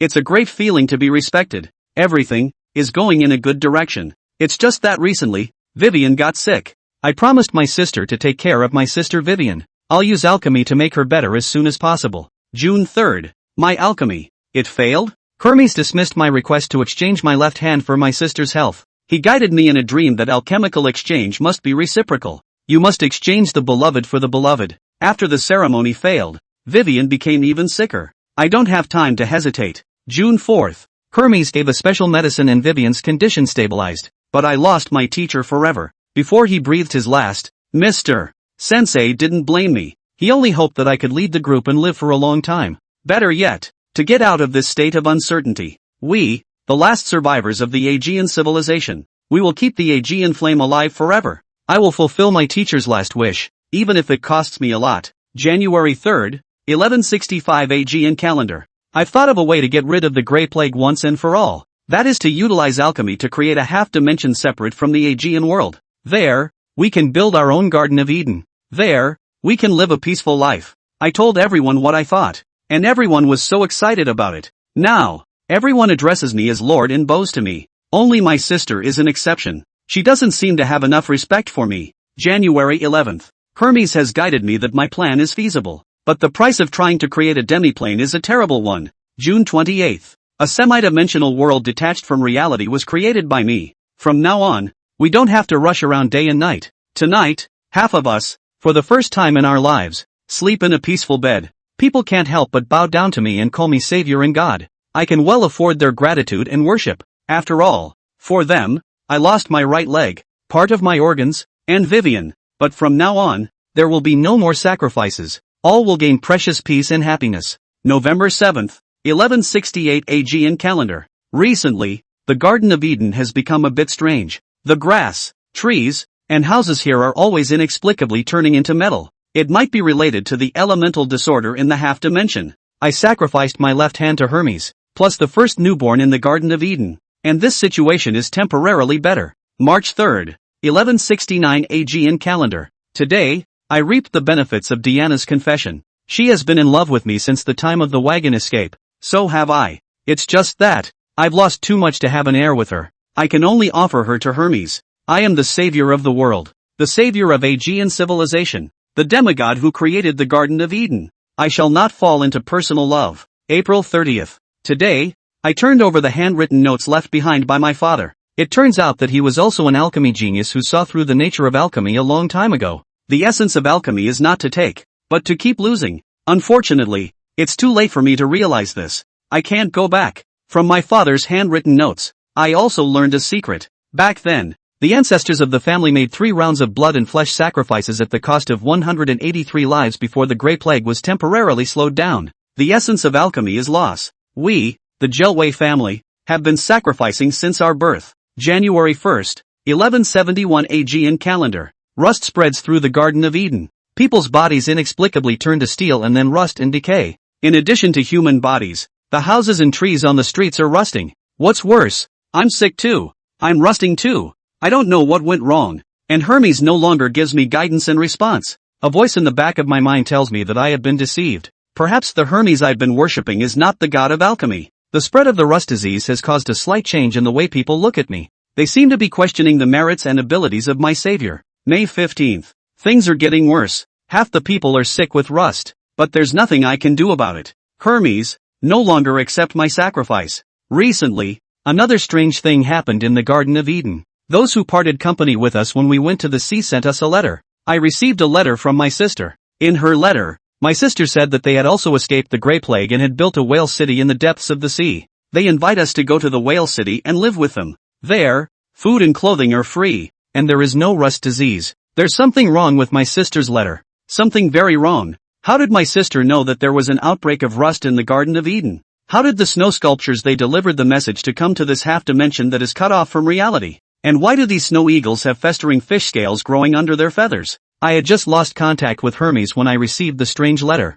This is definitely not right. I told people to burn the letters, but they seem to have no small amount of resistance. May 17th. Crazy. It's all gone mad. All those who read the letters have gone mad. They're clamoring to go to Whale City, even to the point of revolt. They started questioning me, questioning what we, the Jarvie family, had given. There were even some assholes who blamed me for the rust. If it weren't for me, you fools would have been consumed by the Grey Plague. I lost my alchemy and you guys don't see me as a savior? How dare you trivialize the sacrifices and dedication I've made for so many years? Then let you feel for yourselves the sacrifices that our Jarvie family has made for so long. 100 years ago, the Jarvie family slowed the spread of the Grey Plague through 3 rounds of blood and flesh sacrifices, at the cost of 183 lives. If you can complete 3 rounds of blood sacrifices, I will let you go and head to Whale City. Otherwise, you'll all rust and rot here with me. It's definitely a better ending to life than being compelled by strange epistles to go out and die for nothing, accompanying your savior and slowly rusting away in the Garden of Eden. Ha! Ha ha ha ha. This is the end of all journal entries. After briefly looking at Melgard's life, Dong Chao was a bit saddened. This genius alchemist has responsibility and commitment, but driven by an evil force, he slowly became twisted and insane. Melgard eventually realized that the Hermes he was worshipping was not some god of alchemy, but was supposed to be some kind of evil god. The evil god compelled him step by step to eat him up. But even when it comes to the unimaginably bad situation, Melgard has a twisted sense of duty and responsibility for the other survivors. He tried to stop them from stepping from one deep pit to another. It's just a shame that, in that situation, he was wrong no matter what he did. Chapter 148 Rusty Heart. For Melgard, the so-called Whale City is probably another trap of the evil god. But to Dong Chao, it was the secret realm of the fattening abyss. Dong Chao bypassed Melgard's throne and walked towards the metal door that emitted a shimmering light. The imposing gate was filled with strong elemental fluctuations. Dong Chao took out his homemade meteor hammer from his storage pouch and attempted to throw it at the metal gate. The sleeve hammer, which weighed more than 100 pounds, couldn't touch the metal gate in time before it was knocked down by the elemental force attached to the gate. Dong Chao yanked back the meteor hammer, only to see the corrosive rust frost spreading rapidly like a spider's web on the secret silver material of the hammerheads. The elemental forces attached to the door were so strong that they could corrode secret silver. While Dong Chao was heartbroken by the sleeve hammer, he also realized that the elemental power attached to the door was a kind of rule incarnate. Those who are in the midst of the rules cannot break them. I'm sure the North American trial team made multiple attempts, and finally followed the rules of sacrifice honestly, ready to fill the 169 coffins in front of the door with 169 human lives. Dong Chiu can't break the rules, but he can get stuck in a bug. He can flash right behind the door like the game wears a mold. Dong Chao once again experimented with the sleeve hammer. He opened a spatial rift and managed to send the sleeve hammer to the other side of the gate, confirming that the rule force attached to the metal gate did not repel his spatial ability. Dong Chao took a deep breath and his figure quietly disappeared. By the time he reappeared, he was behind the door. Behind the door was a small, dark room. A secret key made of obsidian was hovering on the stone platform in the center of the dark room. Getting this key was the same as getting ownership of an abyssal mystery realm. The secret key that his heart longed for was right in front of him, but Dong Chao pressed on. He repeatedly confirmed that there were no elemental fluctuations in the dark room before he carefully stepped forward and clutched the secret key in his hand. However, the moment his finger touched the secret key, a change still occurred. Dong Chao only felt a trance in his mind as the scene in front of him quickly changed. In this instant, Dong Chao felt as if he was on a reef on the coast. Sticky, wet sea mist lingered around him, and the sea breeze, which smelled of dead fish, continued to blow against his face, as if a fellow with bad breath and no knowledge of it were continually huffing at him. In the depths of the sea mist, a tall, hazy figure stood for a long time, as if it was staring at Dong Chao. Dong Chao hastily collected his mind. The sea breeze, the sea mist, and that huge figure had all disappeared. He was still in that small, dark room. The secret key in his hand actually made him hallucinate. Dong Chao hurriedly threw the secret key into his storage bag, then once again activated his spatial ability and returned to the second floor hall of the ancient castle. The secret key behind the door was taken away, and the metal gate lost its rule power and became dull. The 169 metal coffins in front of the door also crumbled as much as they could and turned into bits of dust and light. Hey! A seeming lament rang out in the hall as Melgard's mangled body suddenly fell from its throne, and a rusty heart tumbled out of Melgard's body. The rusty heart continued to beat on the floor, seemingly urging Dong Chao to pick himself up as soon as possible. As Dong Chao gazed at the rusty heart, detailed information about it was imprinted in his head. This is a transcendental prop, the heart of rust. Just by pinching the heart, the power of rust that rusts all metals can be released. And the possessor of the heart of rust is immune to this power. Looking at this continuously beating heart, Dong Chao was a bit egg-conscious. Generally speaking, transcendent props were only produced in abyssal and inferno-level secret realms. Dong Chao was able to harvest a transcendent item from the Rusty City secret realm, which had a danger level of paradise. And he had really paid for it. It's just a shame that Heart of Rust doesn't have much of a battle bonus. This thing has almost zero instant kill. You also need to have one hand free to press it consistently while using it. This is tantamount to imprisoning one's own hand. After some consideration, Dong Chao determined that the Heart of Rust was a functional transcendent prop. Its unique power of rust must be able to play a unique role in a certain aspect. But exactly in which area? Dong Chao didn't have much of a clue for a while. He took the beating heart and put it into his storage bag as well. In the evening, Dong Chiu returned to the lower city and met up with the students. It had been a productive day for him. Not only did you harvest a transcendental prop, but you also harvested a brand new secret realm at the abyssal level. This gave Dong Chao a feeling of overnight wealth. The students of Sanqing University and Momo University also enjoyed the thrill of bursting into a full harvest. Hunting steel walkers was made safe and easy with the division of labor among the students. In just one day's work, they had wiped out the steel walkers in the lower city. Acquiring those essence of rust that came in, the students unanimously decided to distribute them uniformly. Whether it was the injured who had mobility problems, or the medical team that took care of the injured, all of them had harvested to 10 copies of essence, enough to fulfill the collection task assigned by the Ministry of Martial Arts Education. After nightfall, Dong Chao didn't let his classmates fill up with energy bars and compressed cookies anymore. He took out a few barbecue grills from his storage bag and organized a heartfelt barbecue gala. Tung Chiu, in his role as the main griller, is busy in front of the grill, and the three Taoists are forced to give him a hand. Dong Chiu's addiction to being a good teacher was back, and while he was grilling skewers, he was showing off to the students of Sanqing and Mo University the piece of kebabs. The teacher is a professional. In our barbecue industry, those who can grill 100 skewers at a time are absolute barbecue big workers. And teacher, I can grill 400 skewers at a time. It's the greatest of the great workers. I don't care which barbecue restaurant I apply for. I have to be the stove manager. 200 students were silent. They only felt their brains buzzing. A martial arts instructor, comparing himself to a barbecue worker, seemed to be quite proud of himself, but it should be said or not. Mr. Dong's grilled skewers were indeed quite fragrant. The students who had been gnawing on compressed cookies for 2 days in a row were all frantically swallowing their saliva at this moment. Dong Chao deliberately sprinkled a handful of barbecue ingredients into the fire, and the wonderful flavor of the charcoal and cumin collided to tickle the cravings of the 200 students. Dong Chao flipped the meat skewers while putting on his do-gooder face as a teacher and giving the class a lesson. Kebabs, a true art. When to brush the oil, when to sprinkle the ingredients, how much of the lamb flavoring to hook. There are all the rules. In some cities in the Northeast, a chef who stir-fries at the stove is about the same as a boiler burner. And a barbecue guru who can grill chicken necks and grill chicken racks is a true culinary master. It's a shame you guys aren't in my class, or I'd train you high and low to be barbecue workers. The people present looked at each other in disbelief. They finally realized that Dong Chao being called a jerk instructor wasn't pure slander. He really wasn't quite like the other martial arts instructors. Chapter 149 Barbecue Seminar. Dong Chao deliberately played with abstraction, partly to regulate the atmosphere and tease these children. The conditioning of these new martial arts students must be about a psychological 1-2 punch. Earlier, he'd tautened the kids' heartstrings by having them handily kill members of the Brotherhood. And this time, it was time to find a way to loosen them up. On the other hand, he really wanted to show off his grilling skills. There's nothing that a barbecue can't fix. This saying is especially true for battlefield veterans. How much psychological comfort a hot meal can give is beyond the comprehension of those who have never been to war. And the easiest way to eat hot food after a battlefield fight is a picnic barbecue. Dong Chao turned the meat skewers on the stove while scanning the students present. Teacher is in a good mood today, so I'll give you a barbecue academic seminar. Let's open your eyes. The students of both schools are helpless in their minds. If they hadn't been hooked by the scent of the kebabs,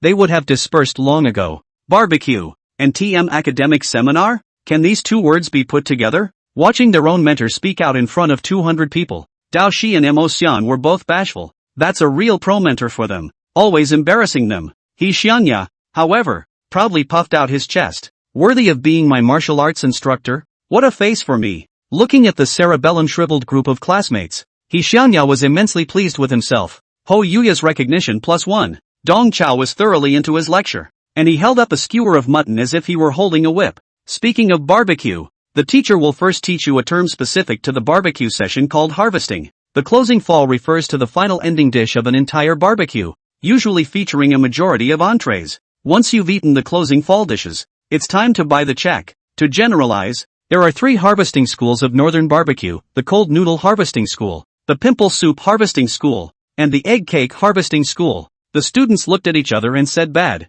Mr. Dong Chow is really quite professional in barbecue. He's really into academic research. It's just that all this scholarship of his is not only useless, it's also obscure. Know which way of harvesting the fall is the most uppity?" The students were like ducks listening to thunder. They could only shake their heads at Dong Chow's question. Dong Chow twisted his head to look at He Xiangya. "Jocko, you give the class a sample of your answer." He Xiangya had been impatient for a long time. Obviously harvesting fall with egg cakes is the most upper class. Using an egg cake to close out the fall means that the whole barbecue is full of meat without ingesting carbohydrates. Dong Chow gave an approving thumbs up. "See? It's called kebab talent." This answer from Ho Xiongya is absolutely full of points. Under the gaze of a group of blank stares, Dong Chow distributed the grilled meat skewers to the students and took out the marching pot from his storage bag. "Our conditions are limited today, so we can only use lumpy soup to close the fall. It's not that I'm boasting, teacher. In the piece of making lumpy soup, how many transcendent martial artists are not my match?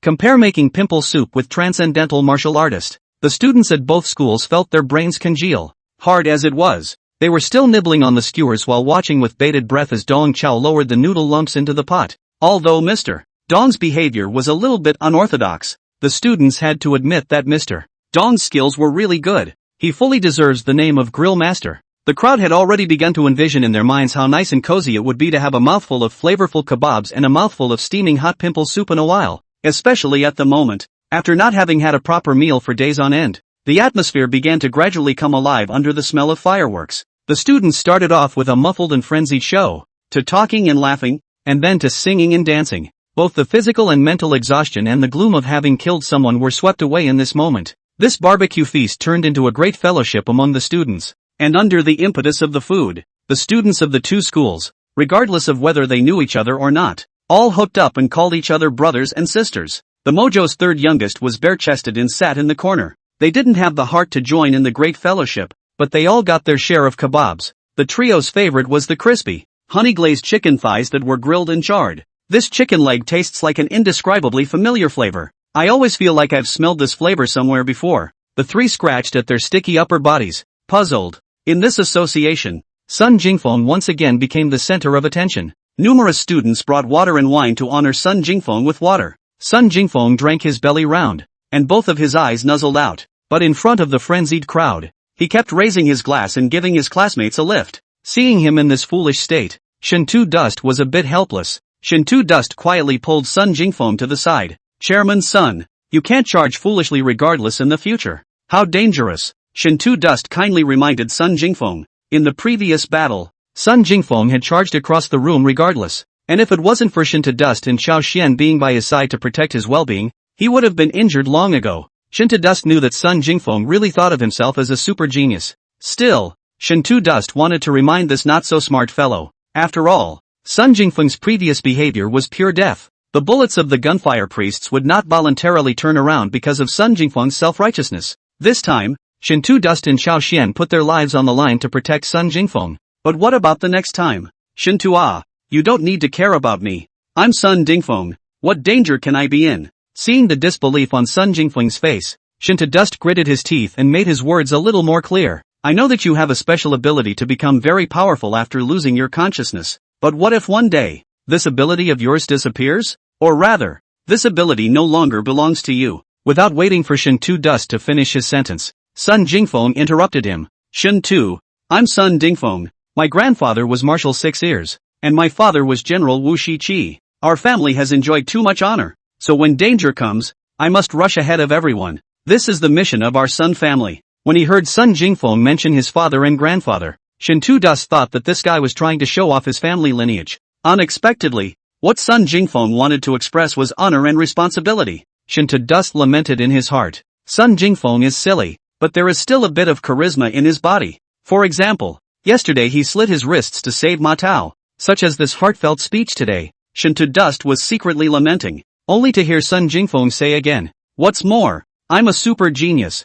I'm scared of myself when it comes to moving. Too bad the gunfire priests were too crotch-pulling to give me a chance to show it this time. Shen Tu Dust secretly sighed as he decided to retract his earlier sentiments. Sun Dingfeng, this fool, stupid is not a star. Silly are flowing soup. Chapter 150, give us an explanation. The night's revelry went by in a flash. Day 2. Station Secrets. The staff from China and North America stood guard in front of the portal early, waiting for it to open. Sun Miao and Anthony stood against each other, and behind them, the Great Wall of Flesh and Blood and the members of the Knights of the Axe and Loyalty stood against each other from afar. The tension was like a gloomy thundercloud, hovering constantly between the two sides. Affected by this heavy atmosphere, the duo of Lu Yuan and Wang Su, too, were frowning. The two of them also had a vague feeling that this secret realm trial was not quite right. A paradise trial had actually caused the ministers of martial education of both countries to arrive in person. Even, it had alarmed the elite forces of both sides. In here, there's definitely something going on. The closer the time limit for the opening of the portal was, the more both sides acted like swordsmen. Seeing that the portal lit up with a shimmering light, the crowd of Axe and Loyal Knights got up one after another. Not only were they wearing fully enclosed heavy armor, their hands were also equipped with arm shields and door slats, and from afar, they looked as if they were killing machines made of steel. Compared to them, the members of the Great Wall of Flesh and Blood in light armor even looked a bit shabby. In front of the Knights of the Axe and Loyalty, Anthony had his pipe and his hands in his pockets. Just moments ago, he and Bob in the secret world had another secret call. Bob gleefully reported back to him that everything was taken care of. At this moment, Anthony looked at the crowd in Huaxia with his old spirit, his face overflowing with complacency and ecstasy. The Chinese are indeed quite cautious, but so what? He still counted on? Even if there was the renowned Great Wall of Flesh and Blood Special Forces team in attendance, what could they do? The trial team from Huaxia was already in the rusty capital secret realm, turned into a sacrifice. Soon, North America would harvest an abyssal secret realm full of resources,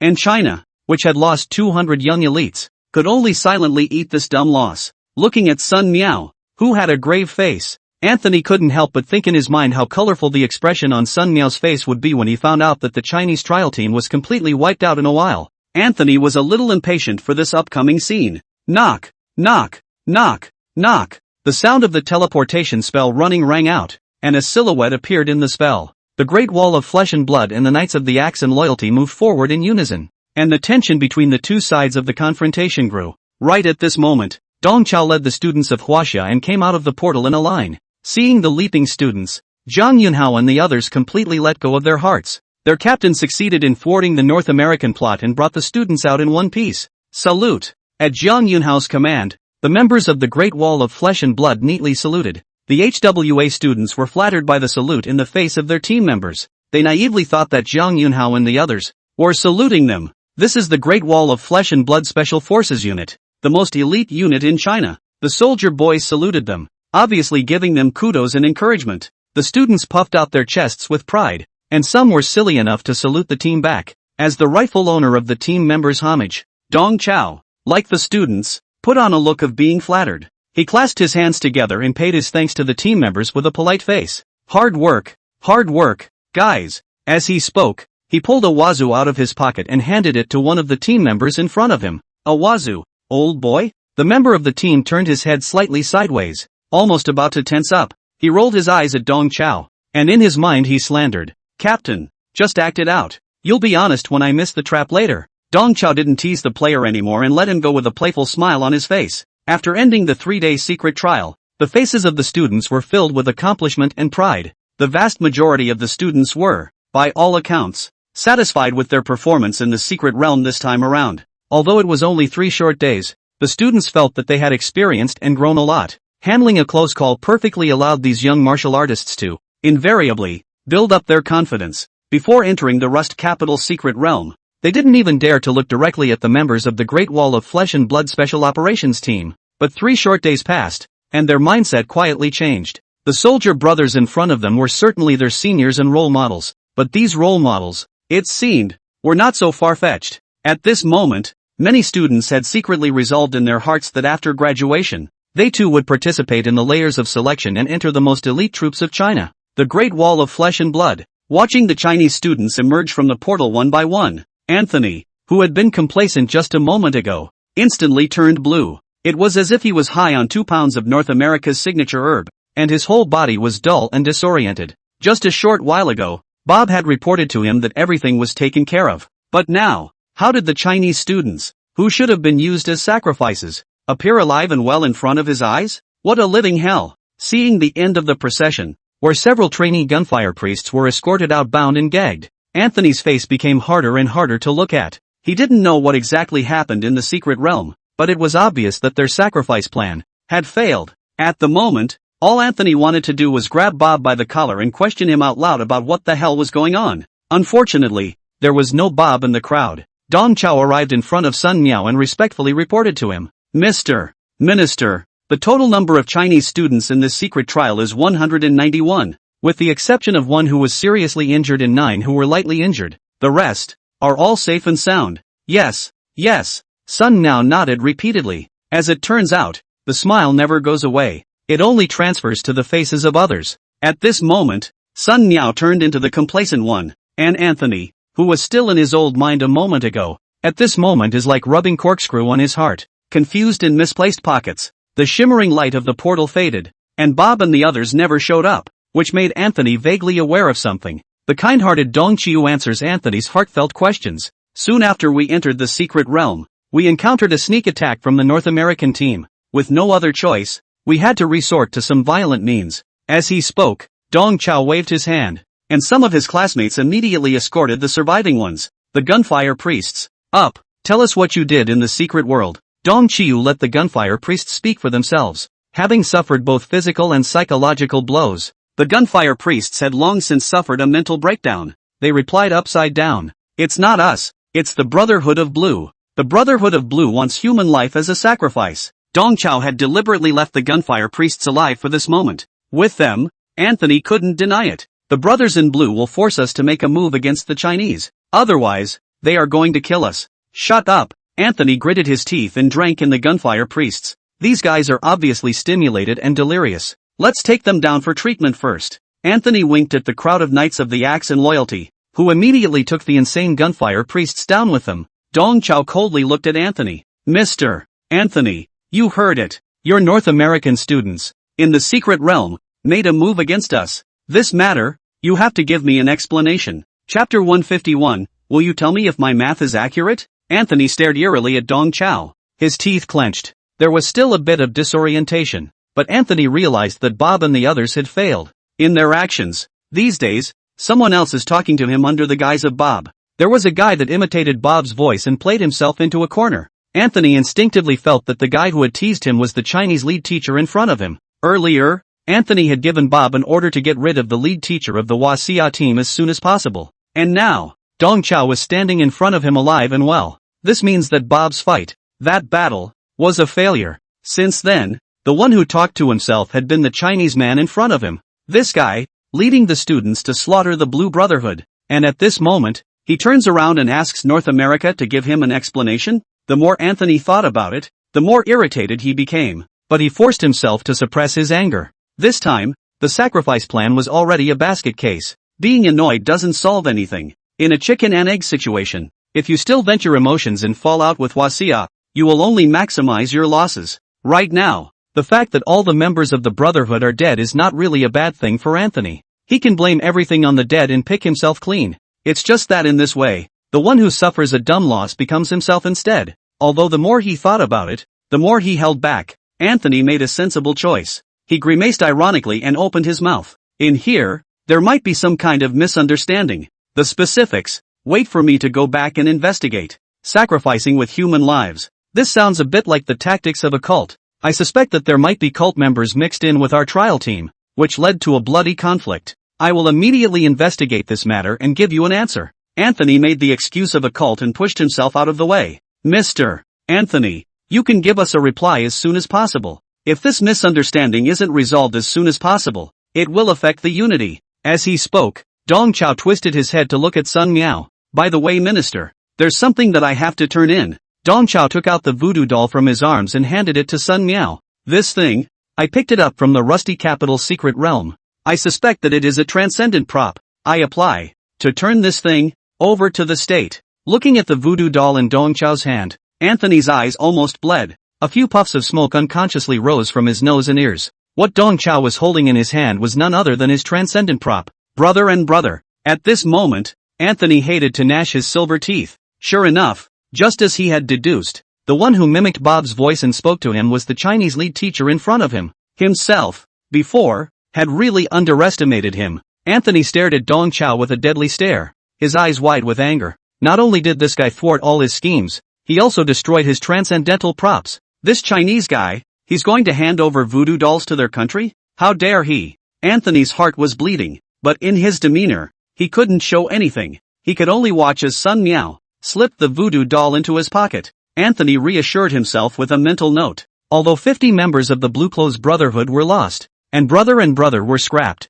the most important treasure, however, remains in the rusty capital secret realm. Judging from the number of people, Huaxia didn't complete the sacrifice of 169 people. They didn't get the secret key to the abyssal mysteries. Thinking of that abyssal secret key, Anthony's mood improved slightly. Next year, he could still secretly arrange for the sacrifice of 169 people and get that secret key. Thinking of this, Anthony forced down the bad breath in his heart as he craned his neck at the North American crowd. Let's go! The group hadn't gotten very far before Anthony couldn't help himself, and he questioned the soothsayer, Kemp, in a low voice. How did you do the divination? The situation is the exact opposite of what you said. Kemp looked unimpressed. Blame me? You only asked me about the reaction of the Chinese. You didn't ask me if our plan would work. Just tell me if my math is accurate, right? Aren't the people of China peaceful? 2 puffs of white smoke again came out of Anthony's nostrils. The Chinese are, indeed, very peaceful. But he, already, is going red warm. From start to finish, it never occurred to Anthony that his careful planning would fail. The North American crowd left the field in a grayish manner, and the Chinese side was not idle. Sun Miao organized manpower to take the injured to the hospital. Those martial arts instructors who weren't able to lead the group also came into the crowd to check on the students. Bone collector Zhang Li checked the injuries of the Mo family's 3 young masters with a concerned face. The 3 young masters had thick skin and flesh, so there was no major harm. It was just that Zhang Li was a bit strange why the 3 young masters were naked all the time and had a sweet and strange odor on their bodies. Aren't you guys cold? This look, it's too casual, isn't it? Zhang Li subtly reminded the 3 Majia youngsters that their bare-chested appearance was an eyesore. The 3rd youngest member of the Majia family puffed out his chest in triumph. Teacher, you don't understand. A wound is a man's medal. We are revealing our medals. We're the lone brave ones in this secret trial. The phrase a wound is a man's medal was taught to the 3 Lone Ranger by Dahi. It was under the compulsion of these words that the 3rd youngest member of the Majia family had been deliberately bare-chested, revealing the scars on his body. Until now, they hadn't realized what was wrong. Meanwhile, Dao Shi, He Xiongya and Mo Xiang in the crowd fully demonstrated what it means to eat pots and pans. After harvesting several woven bags of supplies, the 3 were still not satisfied. They looked at the departing backs of the axe and loyal knights and drooled furiously. Mo Xiang, who knows the most about metal materials, took the initiative to act as a narrator. What these guys are wearing is the famous astronomical sacred armor. Fine gold, secret silver, and copper. The 3 strongest hardness metals known to the world. Among them, fine gold and secret silver are too rare and too dense to be mined in large quantities. Therefore, North America's Austrian copper heavy armor is Blue Star's strongest armor. TSK, TSK, TSK, a knight's heavy armor that costs several hundred pounds of Aliha copper, plus their shields and hand axes, are really trenchant. Listening to Mo Xiang's explanation, Dao Shi's eyes shone with a thief's light as he greedily swallowed his throat. When you get a chance later on, knock 'em dead and get in off of them. He Xiangya and Mo Xiang both nodded their heads like chickens pecking at rice. Chapter 152 Reporting of Small Matters. Reporting of small matters, and not reporting of important matters. An hour later. Station Walk, 2nd floor of the Breaking Waves Seagulls Complex Clubhouse. Sun Miao, who was stripped like a white-striped chicken, joyfully jumped into the hot spring pool. He narrowed his eyes and gave a pleasurable wiggle as he greeted Dong Chao. Oh brother, get it while it's hot. It's time to say no. The Scandinavians have a bathhouse that's a match for the Northeast. Gotta be strong. This bathhouse, which is exclusively for the enjoyment of Nordic martial artists, is usually not open to outsiders. I made an exception for me because I'm bath buddies with their owner. Don't just stand there. Enjoy it. Under Sun Miao's continuous urging, Dong Chao, with a stern face, also jumped into the hot spring pool. Sun Miao lazily raised his fingers, and 4 airtight water curtains instantly formed around the 2 of them. Sun Miao liked to talk about things in the bathhouse.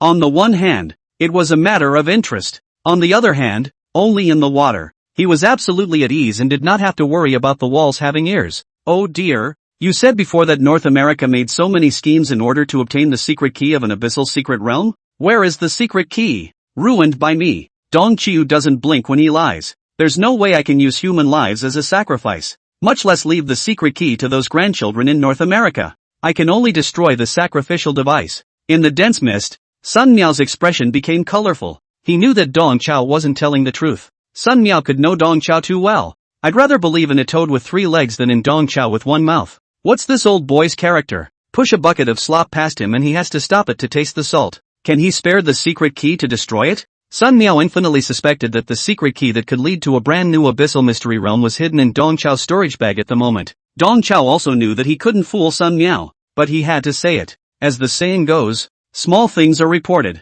big things are reported, and important things are not reported. By glaring and lying to Sun Miao, Dong Chao was implicitly showing his attitude to Sun Miao. He was ready to take this abyssal secret key and obscure it. When he got the secret key, Dong Chao had made such calculations. According to the normal process, after Dong Chao handed over the secret key, this new secret realm would be handed over to the hands of the secret branch military, and would be explored and developed by the secret branch. Explore the resources developed and feed them back to the home military. But right now, the headquarters military and the branch military are fighting each other. If Dong Chao turned in the secret key, it would definitely be a meat bag with no return. Moreover, the secret realm branch had already begun to provoke and test the Great Wall of Flesh and Blood, and in the next step, they would probably cut off the Great Wall of Flesh and Blood supplies. Dong Chiu must save for a rainy day. Sun Miao, as the Minister of Martial Arts Education, would be in serious breach of discipline if he knew about it and didn't report it. Now that their Sun family had become a target,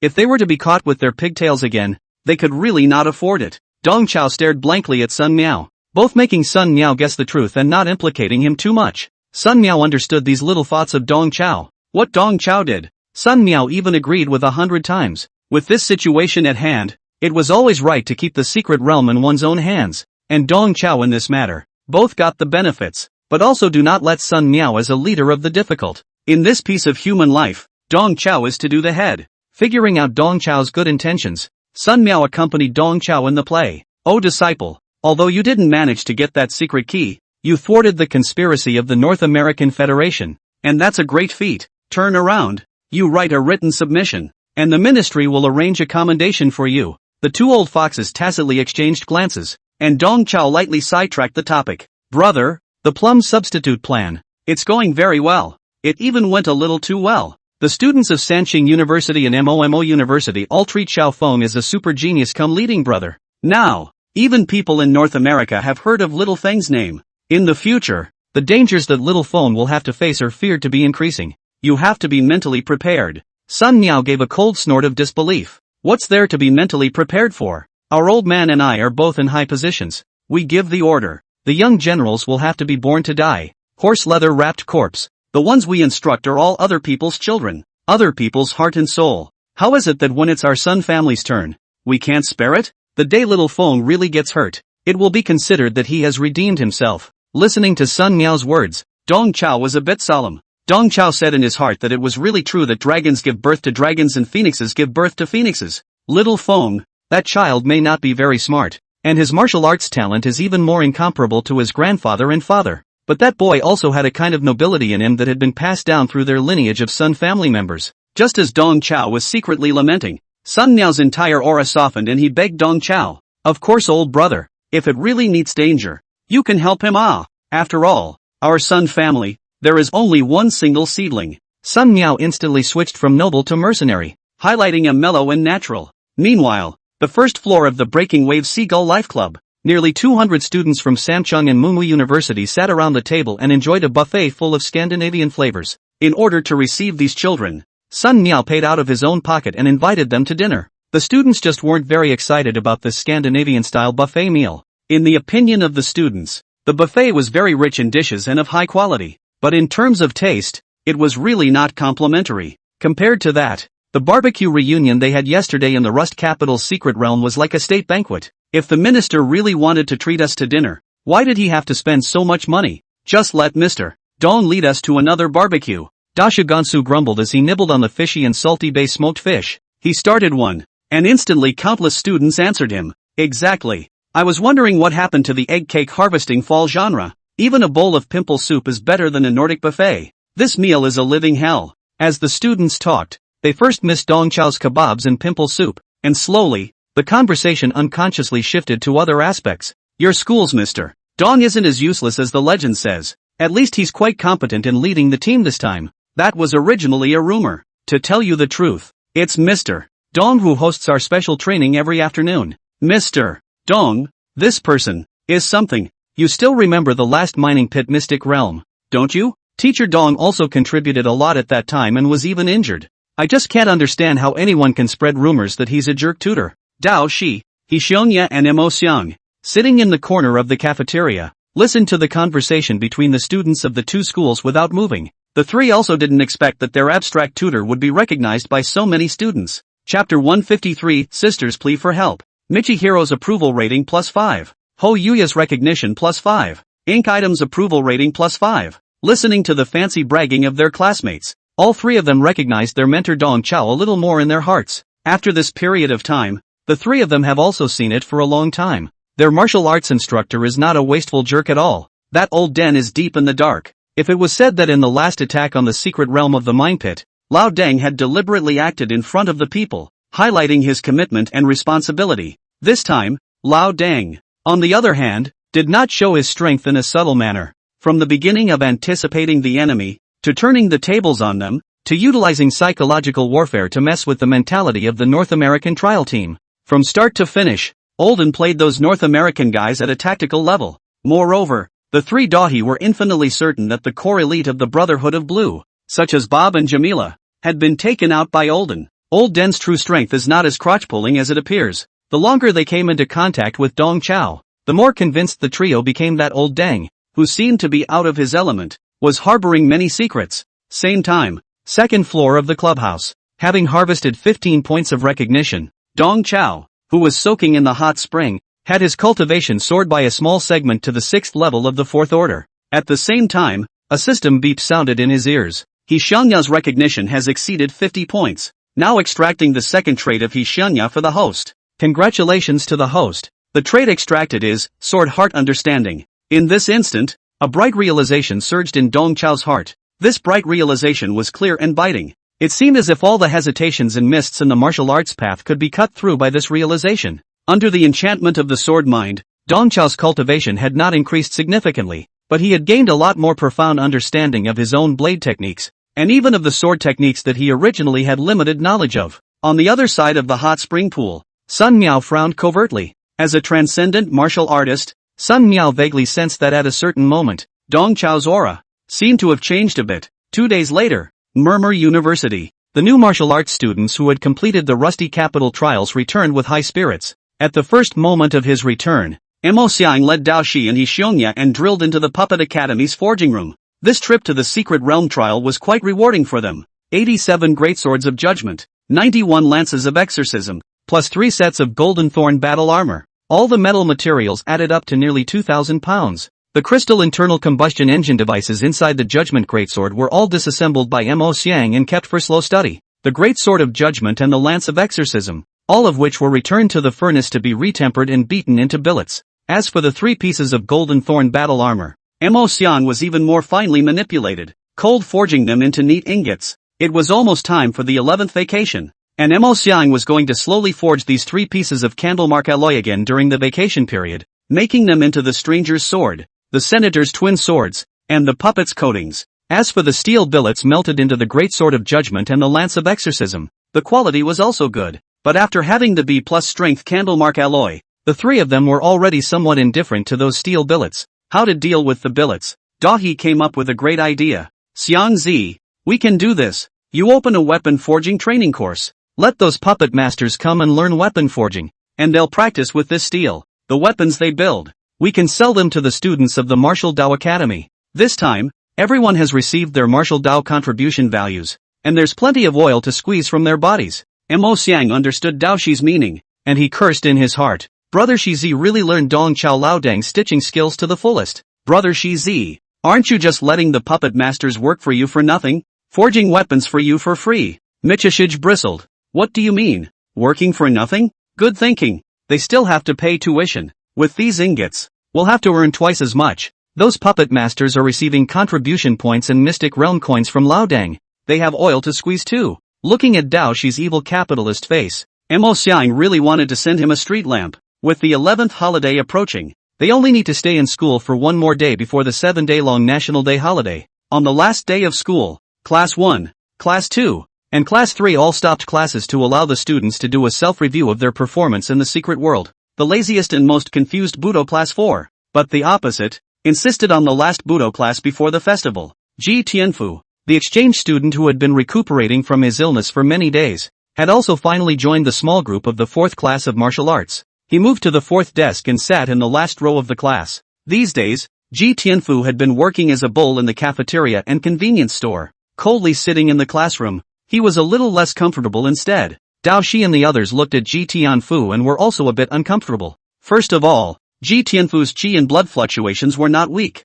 This was clearly another heavenly pride. There must be a reason why he came to martial arts class 4. It couldn't just be as simple as an exchange between the two schools. Secondly, on Ji Tianfu's left and right shoulders, two heads, one black and one white, emerged from time to time, looking a bit oozy. Hearing that Senior Dong Chao was going to teach a class, Little Black and Little White all clamored to come. They wanted to see how their sick predecessors had become teachers in the human world. At this moment, Little Black and Little White were both superimposed on Ji Tianfu's body in the form of a superimposed state. It was just that both living daddies were dishonest, and from time to time, they emerged from Ji Tianfu's body. The first time they saw the two heads, Dao Shi and the others were scared to death. Near the beginning of the class, Dong Chao stood in front of the blackboard, waving and writing on the board. The importance of team emotion management. Dong Qiu's expression of writing the slate was serious and earnest. However, Dao Shi and Mo Xiang knew in their hearts that this class of Lao Dang's, what he taught was definitely not something serious. In the past, He Xiangya, the most serious learner, had already started taking notes. At the moment, however, while the class bell hadn't yet rung, He Yuanya was scrambling to make a voice call to his sister. Xiao Xiong, sister can only count on you. You also know that our father and mother that character really cannot count on. Sis, just don't worry. I'll rush back immediately after vacation. I'm at least a martial artist. With me around, no one will dare to do anything to you. On the other side of the phone, her sister He Jingshi took a long breath of relief. Little bear, with your words, sis is relieved. You have a good lesson. Sis hangs up first. Hearing that his sister was about to hang up the phone, He Xiongya hurriedly added a sentence. Sister, you can call me Jizi from now on. The title, Little Bear, is too unpleasant, so don't call me that from now on. He Jingshi's brain shriveled. What the hell is Jocko? It's the name that's hard to hear. He Jingshi secretly sighed. The brother that she treated as a lifesaver didn't seem to be that reliable. Hanging up the phone, He Xiangya looked at Dao Shi and Mo Xiang on his left and right sides, and then glanced at Ji Tianfu who was sitting in the back. He Xiangya's eyes cunningly rolled around before he took out his notebook and waited with an expectant face for the class to begin. The class bell rang, and Dong Chao stuck his point and said in a spirited manner, this Ji Tianfu student in the back row is an exchange student who transferred from Sanqing University. In the future, he will also be a part of our 4th class. After introducing Ji Tianfu, Dong Chao began the opening of the martial arts class. After experiencing the perils of the rusty capital Mystic Realm, I'm sure you've all realized the importance of teamwork. A good team manager focuses on the team as a whole, discipline, but also takes care of each individual's emotions and provides emotional support for the whole team. Only then can the whole team move forward in a stable, synergistic way. What I'm going to teach you today is how to be a good emotional support for your team. Down at the podium, Dahi and Mo Xiang exchanged surprised glances. What Olden taught today was pretty decent. When they were in the Rust Capital secret realm, although the three of them had acted without authorization, they had seen the importance of teamwork from their fellow Mo Dai students. It is through teamwork and discipline that the students of Murray University shine in the secret world. And today, what Lao Dang was going to teach them was clearly an upgraded version of teamwork. It's all risen to the emotional management of the team. Just as Dao Shi and Mo Xiang were pumped up and shuffling their ears, Dong Chao stepped down from the podium and took out his cell phone. Talking on paper is too vague. The teacher uses King's honor as an example. You'll get it in a second. After you learn this technique, you guys will definitely be crunching up the scores in your future rankings. Chapter 154. This moment is just like the other moment. Watching Dong Chao open King's honor with a joyful face, Dao Shi and Mo Xiang were almost shaken off their backs. They blacked out, thinking that they still imagined Olden too well. How could Olden teach proper stuff in class? Seeing Dao Shi and Mo Xiang's deathly pale faces, Dong Chao became more and more energized. Is operation the most important thing when you want to score in ranked? Of course not. The most important thing is to provide emotional value to your teammates.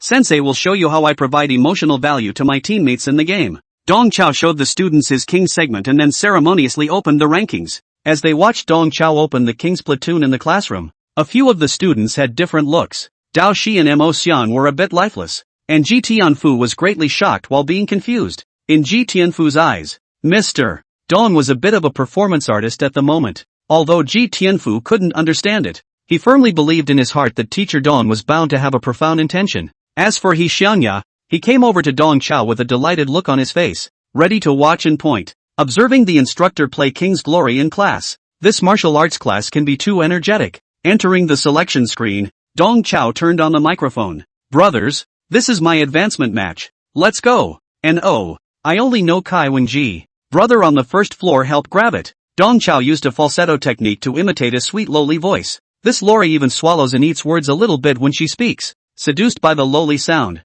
the first floor player obediently grabbed Kai Wen-ji. Looking at Dong Chao's old face and listening to the lowly voice in their ears, several students were a bit misplaced. And the one who was most misplaced was He Xiangya beside Dong Chao. He Xiangya's eyes stared like copper bells, and his entire body was like a boiled crab. Instantly red warm. Beads of bean-sized sweat continuously emerged from He Yuanya's forehead. A bearded old denizen who opens his mouth and imitates a sweet lowly voice? This moment is just like the other moment. He Xiangya felt a pain in his belly, and the broken bones of the potential Kuan sword burst into a mournful chorus within his body. He recalled that sunny afternoon, on the cultural and creative pedestrian street full of flowers and graffiti. The tiger-backed raccoon sword maiden Akiuachu dashed to him, drew his sword and chopped off his sword bone. Prior to that, his longtime internet lover, raccoon sword girl Akiuachu, also has a sweet and cute clipboard voice. He Xiangya fluttered and thrashed a few times, his whole body almost falling apart. This moment is just like the other moment.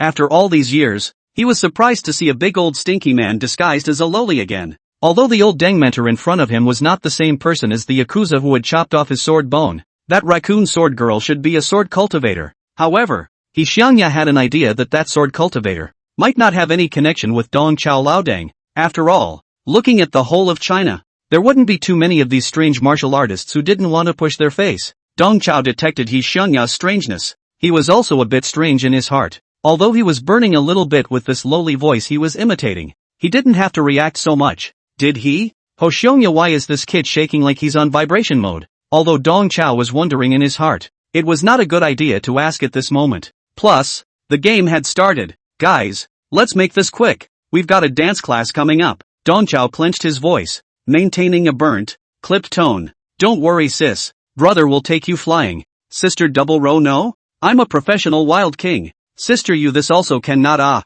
play Kai Wen-ji's. How can there be no skin? You good auxiliary. Brother a moment to buy you a skin. With Dong Chao's teasing, the teammates all interacted with Dong Chao like chicken blood. They are completely unaware that this little lowly, who is a bit talkative in the voice channel, is in reality a middle-aged old man who was working towards his pension. It didn't take long for Dong Chiu and his teammates to be at a disadvantage in the opening round. He, and his teammates, suffered back-to-back kills from the opposite side of the big hands. Taking advantage of the situation, Dong Chao covered the microphone and preached to the students. See, that's the kind of headwind game that shows the importance of team emotion management. It's times like these that must provide emotional value to your teammates. With that said, he let go of the microphone and instantly resumed his burn clip tone. Don't be discouraged. Everyone, hold on. We can win. I'm a great fighter. Teammates have given their responses. Someone just called and I got distracted. Just now it was my brother playing. I'm serious now. Don't worry good sister. This promotion match,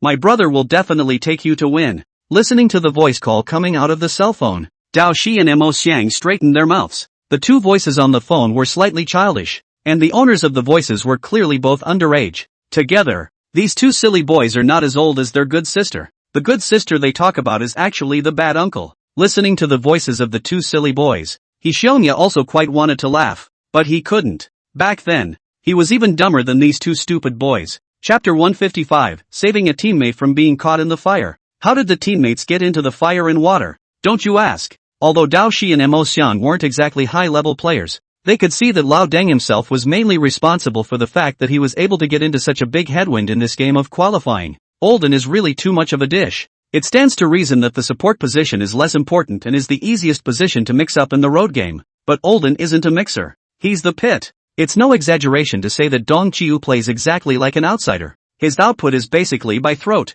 His maneuvering is basically by shaking. His support is basically by looking at it. And his reaction is not as good as a dog's. If he hadn't chucked in a sweet lowly voice, his teammates would have spewed him all over the place. Not long after going out, Dong Chao was once again reduced to an ATM for the big hand across the street. During the death, Dong Chao took a sip of tea in a dignified manner and shamelessly acted as a spring water commander. Go for it, brother Zach. I'm holding back the other team's main force, so you guys develop as quickly as possible. Hold on. We can win. Encouraged by Dong Chao's words, the teammates worked extra hard. Lu Bang on the top lane would rather burn troop lines and roam around to support his teammates. Playing field Pei Tiehu dual form silky smooth switch, sometimes holding, sometimes harvesting. Wang Xiaojun in the middle of the road controls the opponent's C-bit time and time again, splitting the battlefield in the process. The shooter position of Ho Yi is even eating grass milking. In the group battle Crazy Walk A, with 4 teammates, a surefire loss that was supposed to be a hangaround and a blowout was hard fought back. At the moment the other side's base exploded. In the communication channel, all 4 teammates let out a long breath of air, obviously exhausted. Dong Chao, on the other hand, continued his tea talk. Mua mua. My brothers are great. I'm going to dance class. We'll continue next time. Dong Chao ignored his teammates' friend requests and hurriedly went offline. See, this is the importance of emotional management in a team. Dong Chao put away his cell phone and put on the airs of a teacher, preaching to a few students. Instead of blaming our teammates in the face of a skyscraping start, we bravely took up the slack and acted as the team's spiritual leader. Thanks to my emotional support, my companions were able to stabilize their minds, fight harder and harder in a game against the wind, and ultimately save themselves from the fire. Sensei's record is only 0/7/1, but the role Sensei played in this game is undeniable. Listening to Dong Chao's grandiose boasts, Dao Shi and Mo Xiang's heads were raw. The two also acknowledged that several of Lao Deng's teammates were able to fight harder and harder, eventually killing their way out of the embarrassing headwind quagmire,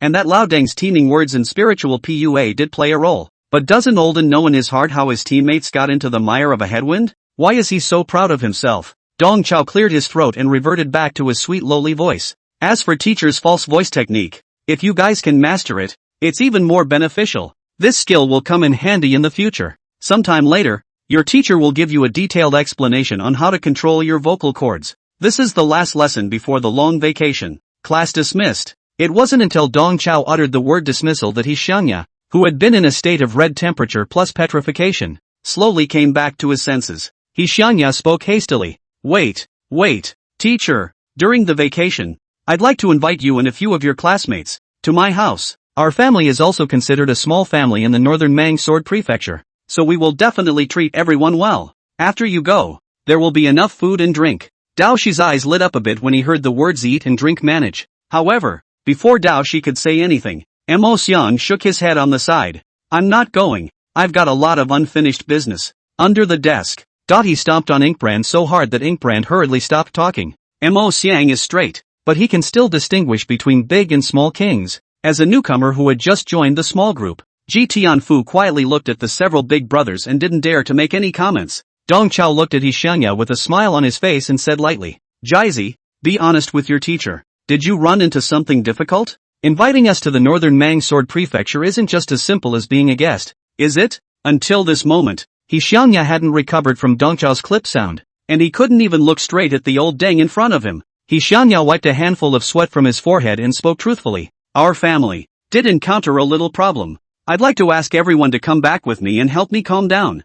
Xiangya sat his butt down on the desk and opened up to a few people. As you all know, our family does a little business, and in the entire northern Mang Sword Prefecture, it can be considered to be ranked. It's just that our family is a non-martial arts family. Other than me, my parents and sister, they are all just ordinary people. Beimang also has a dragon Tsuba Wu family, which is also a local counted business family. Unlike our family, the Wu family is also a martial arts family, and has a deep connection with the Sword Pavilion University in Jianzhou. At the mention of Jiangya University, a viciousness crossed Xiangya's eyes. He had been harboring a grudge over the fact that Jiangya University had turned him away. The Wu family originally had nothing to do with our family, and there wasn't much contact between the two sides. But recently, the young master of the Wu family, Wu Huahe, has taken a fancy to my sister. The Wu family has already come to the door 3 times to propose marriage, although my sister doesn't agree with it. She's a small person and it's useless to refuse. The Wu family has sword cultivators behind them and has always been domineering.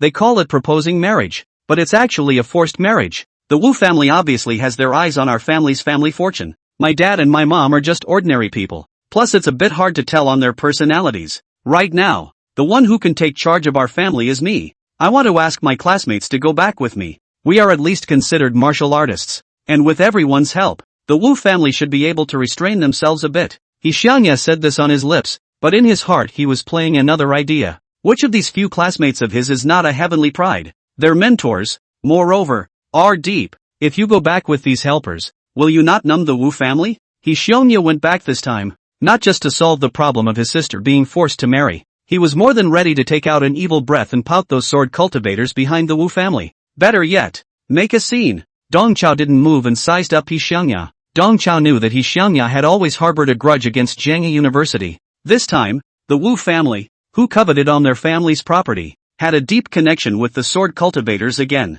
This kid, Xiangya, purposely called on Dao Shi and the others, obviously wanting to make a big mess. Chapter 156, Martial Way Class 4, Northern Mang Jianzhou Reunion, Go! Seeing through Xiangya's small mind, Dong Chao pondered for a moment before nodding his head. Your sister is being forced into marriage? Of course we have to take care of such a big matter. Don't care what our cultivation level is. We at least hold the title of martial artist. That Wu family should be afraid of us. Dong Chao said in his heart that it is more than just jealousy. He has several students. 2.5s per capita. If they release the real qi and blood fluctuations, the general martial arts small families, they have to be scared to pee. Pack your bags. Let's join Jizi and go to the Northern Mang Sword Prefecture to shake him up. Thank you, teacher. Yuanya thanked him a little unnaturally. He should have been happy that Dong Chao had led the class to help him. However, when he thought of Dong Chao's pseudo-pronunciation skill, which was the same as that of the raccoon sword girl, Xiangya felt as if there was a thorn in his throat,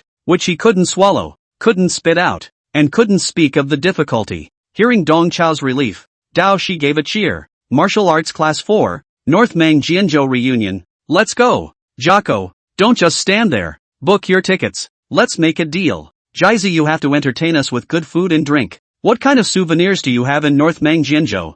I'll send a copy to my mom. Mo Xiang said in an aside. I've heard that Beimang's local specialties are Maseratis and big villas. Let brother Jizi prepare one for all of us. Screw you guys. You're eating the wrong people. In the face of Dao Shi and Mo Xiang's gags, Xiangya finally recovered his mood, and he put the thorn in his heart, temporarily, to the back of his mind. That evening, a group of 5 people boarded a high-speed railroad train to North Mang Jianzhou. The Northern Mang Sword State was located in the bitterly cold north, and was the most remote and dangerous state in the 9 states of China. The northern sword state of Mang is directly bordered by the great icefield of Siberia, and on top of the ice plain, there was the extreme cold Demon City, one of the 3 major demon cities. Every year, there would be large groups of demons traveling southward, trying to invade the Northern Mang Sword Prefecture. It was all thanks to the generals of the Cold Martial Pass who guarded the border, as well as the sword cultivators who independently formed the Sword Blade Guard. The 2 parties cooperated in good faith, bathing in blood and killing the enemy year after year, and only then did they defend the people of the entire state. In the Northern Mang Sword Prefecture, sword cultivators had a high status. Even a Letso person like Xiangya was proud of being a sword cultivator since he was a child. It was only after experiencing bumps and setbacks that Xiangya no longer had the slightest bit of goodwill towards the group of sword cultivators. The one who cut off his sword bone was a sword cultivator. The one who turned him away from the gates of Sword Pavilion University after he was injured was also a sword cultivator. This time, the sword cultivators had messed with his family again. When he thought of the past, Xiangya's heart was a burst of irritation. Dong Chao sat in the back row of Xiangya, not moving and sizing up Xiangya. Dong Qiu realized long ago that Xiangya, as well as Xiangya's family, had many secrets. Although Huaxia claimed that everyone was equal, it was undeniable that in a high martial arts society, martial artists just had a unique advantage over ordinary people, and also naturally had more privileges. All corners of society, all walks of life, are filled with martial artists. The martial artist was the skeleton of the entire high martial world. Ordinary people, on the other hand, were the skin and flesh that clung to the skeleton. Even in the business world, ordinary people had to rely on martial artists, or even provide for them, in order to grow big and strong. Xiangya's parents were both ordinary people. They did not rely on the power of martial artists. all by themselves to fight. They achieved the richest party. This matter, in fact, is not quite normal. What's more, through Dong Chao's side conversations, Xiangya's parents weren't exactly business wizards either. They were even less sick than Xiangya. The fact that the Yi family was able to amass 10,000 fortune in the northern Mang Sword Prefecture as ordinary people was in itself very wrong. It makes even less sense that they were rich for decades before they were coveted for the family fortune. As for Xiangya, there were even more doubts about him. As a heavenly pride of the sword Dao, how did his sword bone shatter when he was in good hands? Moreover, after Xiangya's sword bone shattered, shouldn't Sword Pavilion University have tried to find a way to save this genius? How come it ruthlessly turned him away? Regarding Xiangya, Dong Chao had once asked his little old brother, Xiaozi, who was known as the god of swords, Yi Zhiqiu. Akiko surprisingly has read the mess back, looking left and right, judging by Akiko's behavior. He must have known about Ho Yuya. This made Dong Chao more and more puzzled. There's definitely something going on with Xiangya. This time, Dong Chao led the students to the northern Mang sword state with a threefold purpose. The first, of course, was to help Xiangya resolve their He family's crisis. Secondly, Dong Chao wanted to find Xiaozi face to face and ask what secrets were hidden in Xiangya's body. Thirdly, Dong Chao was going to take his chances and see if he could get some advanced sword scores from the Sword Pavilion University. He now possessed the Sword Heart Passage, and was considered half a sword cultivator at high and low levels. Dong Chao was making calculations for this trip to Beimang when a sharp clamor suddenly came from the carriage. Mommy, I want to watch cartoons. Mommy, I want a Coke. Mommy, I want to play puzzles. A bear of a child got on the bus and has been making a lot of noise.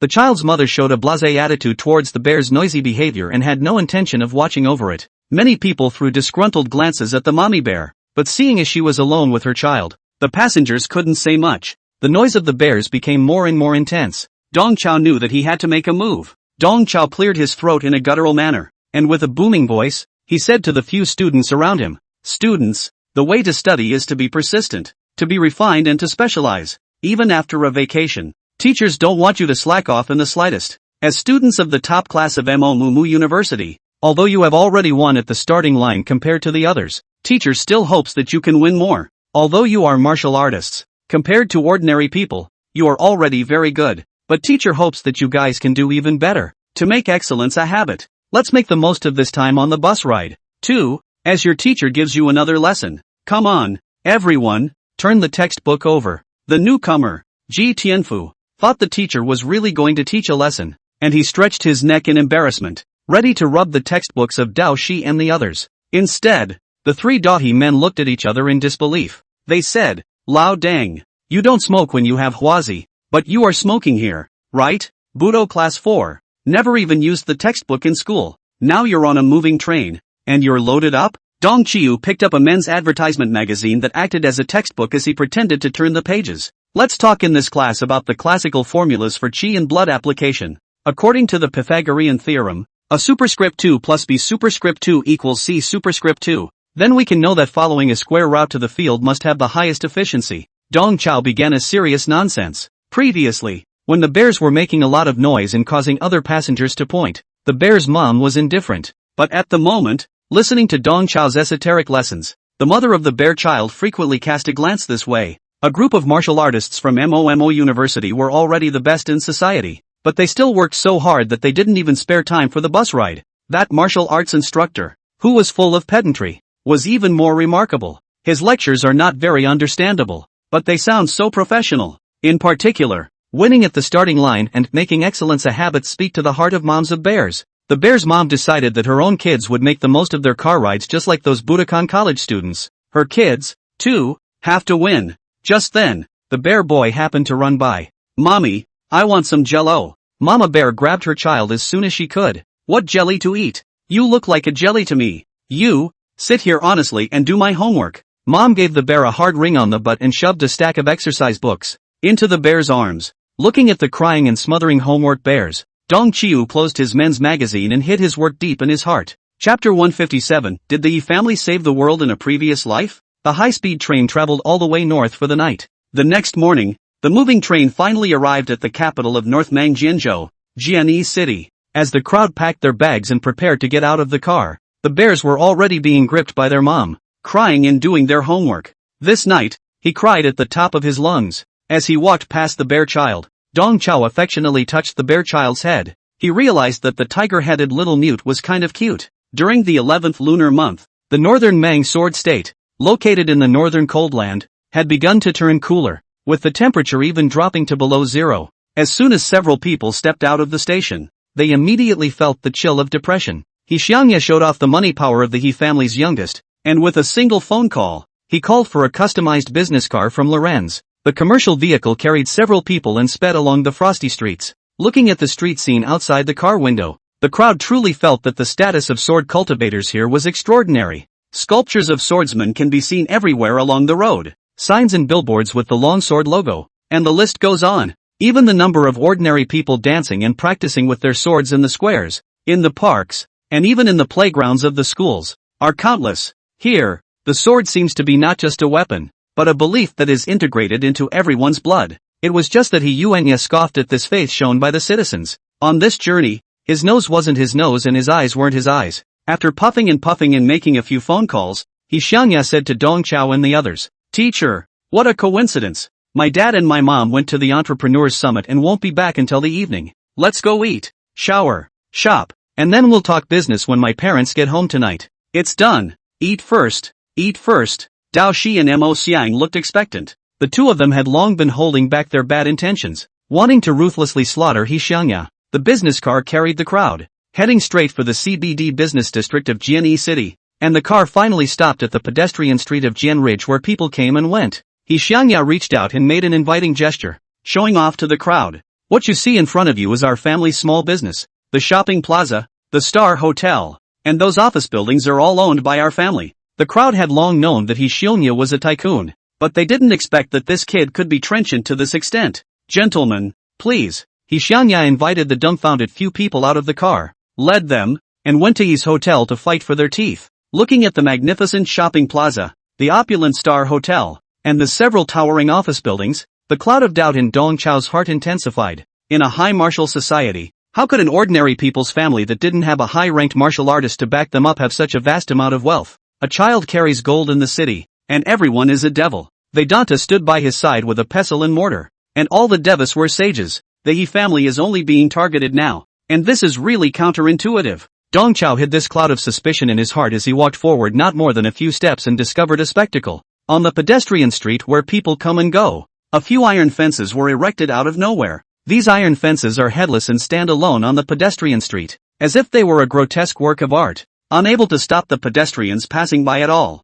There was a crowd gathered around the fence, and a guy in a security uniform, keeping order. He Xiangya led a few people to the fence, and he took the initiative to greet the security guard. "Uncle Li, long time no see. Are you on duty today?" The security guard, old Li, narrowed his eyes and stared for a long time before he finally recognized that the one he was talking to was the great young man of the He group. Old Li rushed to meet him. "Yo yo yo, it's the young master who has returned. I'm old and my eyes don't work anymore." I didn't recognize the young master. He Xiangya waved his hands. "What young master or not? Uncle Li, you can just call me Jizi from now on." The security guard, old Li, was momentarily speechless. He clearly felt that after going to school in the south for a month or so, this young master he had become not quite the same. Even though young master he didn't have much of a stance even before this, it was never possible to call him Uncle Li in one breath. He Xiangya smiled as he chatted with old Li. "Uncle Li, it's not even cold enough for the Iron Licking Challenge program to be scheduled?" "Yeah, the boss specifically ordered it." The boss has won several youngsters these days. Seeing Dao Shi and the others casting astonished gazes, He Xiangya explained proudly, "It's our family's original little program for soliciting foot traffic, the Great Iron Licking Challenge. Anyone who dares to lick their tongue on the bars, freeze solid and then pull it off, completing the Iron Licking Challenge, will have the chance to win away a $5,000 shopping voucher for our home." Dong Qiu said to himself that He Xiangya's family was really out of shape. How did they come up with such an odd challenge? To the side, Dao Shi's eyes lit up. "So your family has to give out a lot of vouchers every day, right? I'll start by licking a $50,000 one." Dahi rolls up his sleeves, ready to open the challenge. For ordinary people, licking iron is as absolute death-defying as swallowing a light bulb. But to Dahi, what's the difference between that and giving away money? Ho Xiongya hurriedly stopped Dao Shi. "Brother Shizi, just don't come. You'll have to drive my dad to death. I haven't finished introducing the rules just now. It's not enough to dare to lick the iron. You have to beat my dad." With those words, He Xiangya pointed to one of the railings. See the writing on the railing? Chairman's lick iron only. The challenger must be able to lick it longer than my dad, freeze it firmer than my dad, and pull it down with pain to be considered a successful challenger. My dad is the absolute king when it comes to this iron licking business. He never loses. No one can win vouchers from him. The challenger just earns a white play. The crowd had a head full of black lines. At this moment, Dong Chao finally understood why He Xianya was a Rakugo man character. With a mom and dad like that, it's a miracle he grew into a normal adult. A middle-aged entrepreneur worth tens of billions of dollars. Every day in the street compared to people licking iron. He Xianya's dad is really too no slouch. Dong Chao gave a heartfelt thumbs up. Jocko, your dad can really be this. He Xianya couldn't understand good or bad words at all, and he waved his hand smugly.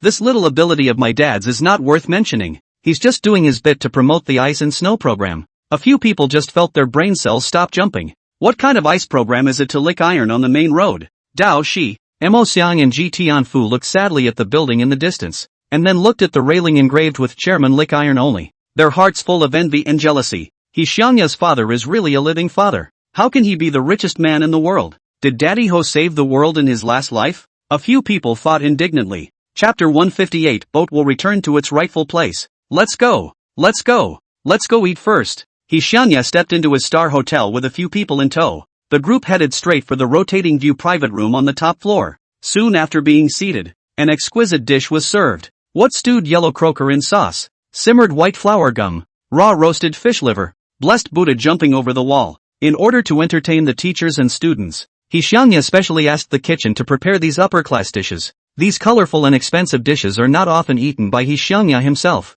It wasn't that he couldn't afford it, but mainly that he couldn't get used to it. As a jet-setting kid, the only thing He Xianya loved was Wallace. Including He Xianya, the group had little to eat, and after they stumped the waiter, they all smothered their heads like starving ghosts possessing them, showing off furiously. Daoshi tosses rice with a wall of Buddha's jump while giving Ho Xianya advice. Jiko, if your Buddha jumping wall could be served with a little pickle, a spoonful of hot sauce, and a complimentary bottle of small soda, it would be almost as good as the cafeteria's barbecue pork bibimbap. He Xianya ruthlessly skimmed his mouth, thinking that really mountain pigs cannot eat fine chaff. The essence of barbecue bibimbap is obviously the salsa. Okay, Hiko, you really can't eat. How can you have salsa to go down with a wall of Buddha jumping over the wall? Add a little salsa and the little flavor tickles come right up. Just as Michishige and Ho Yuya were arguing for their respective culinary philosophies, Ji Tianfu, who was on the side, was once again reduced to a cow and horse. Little black and white surfaced on his shoulder, urging him one by one.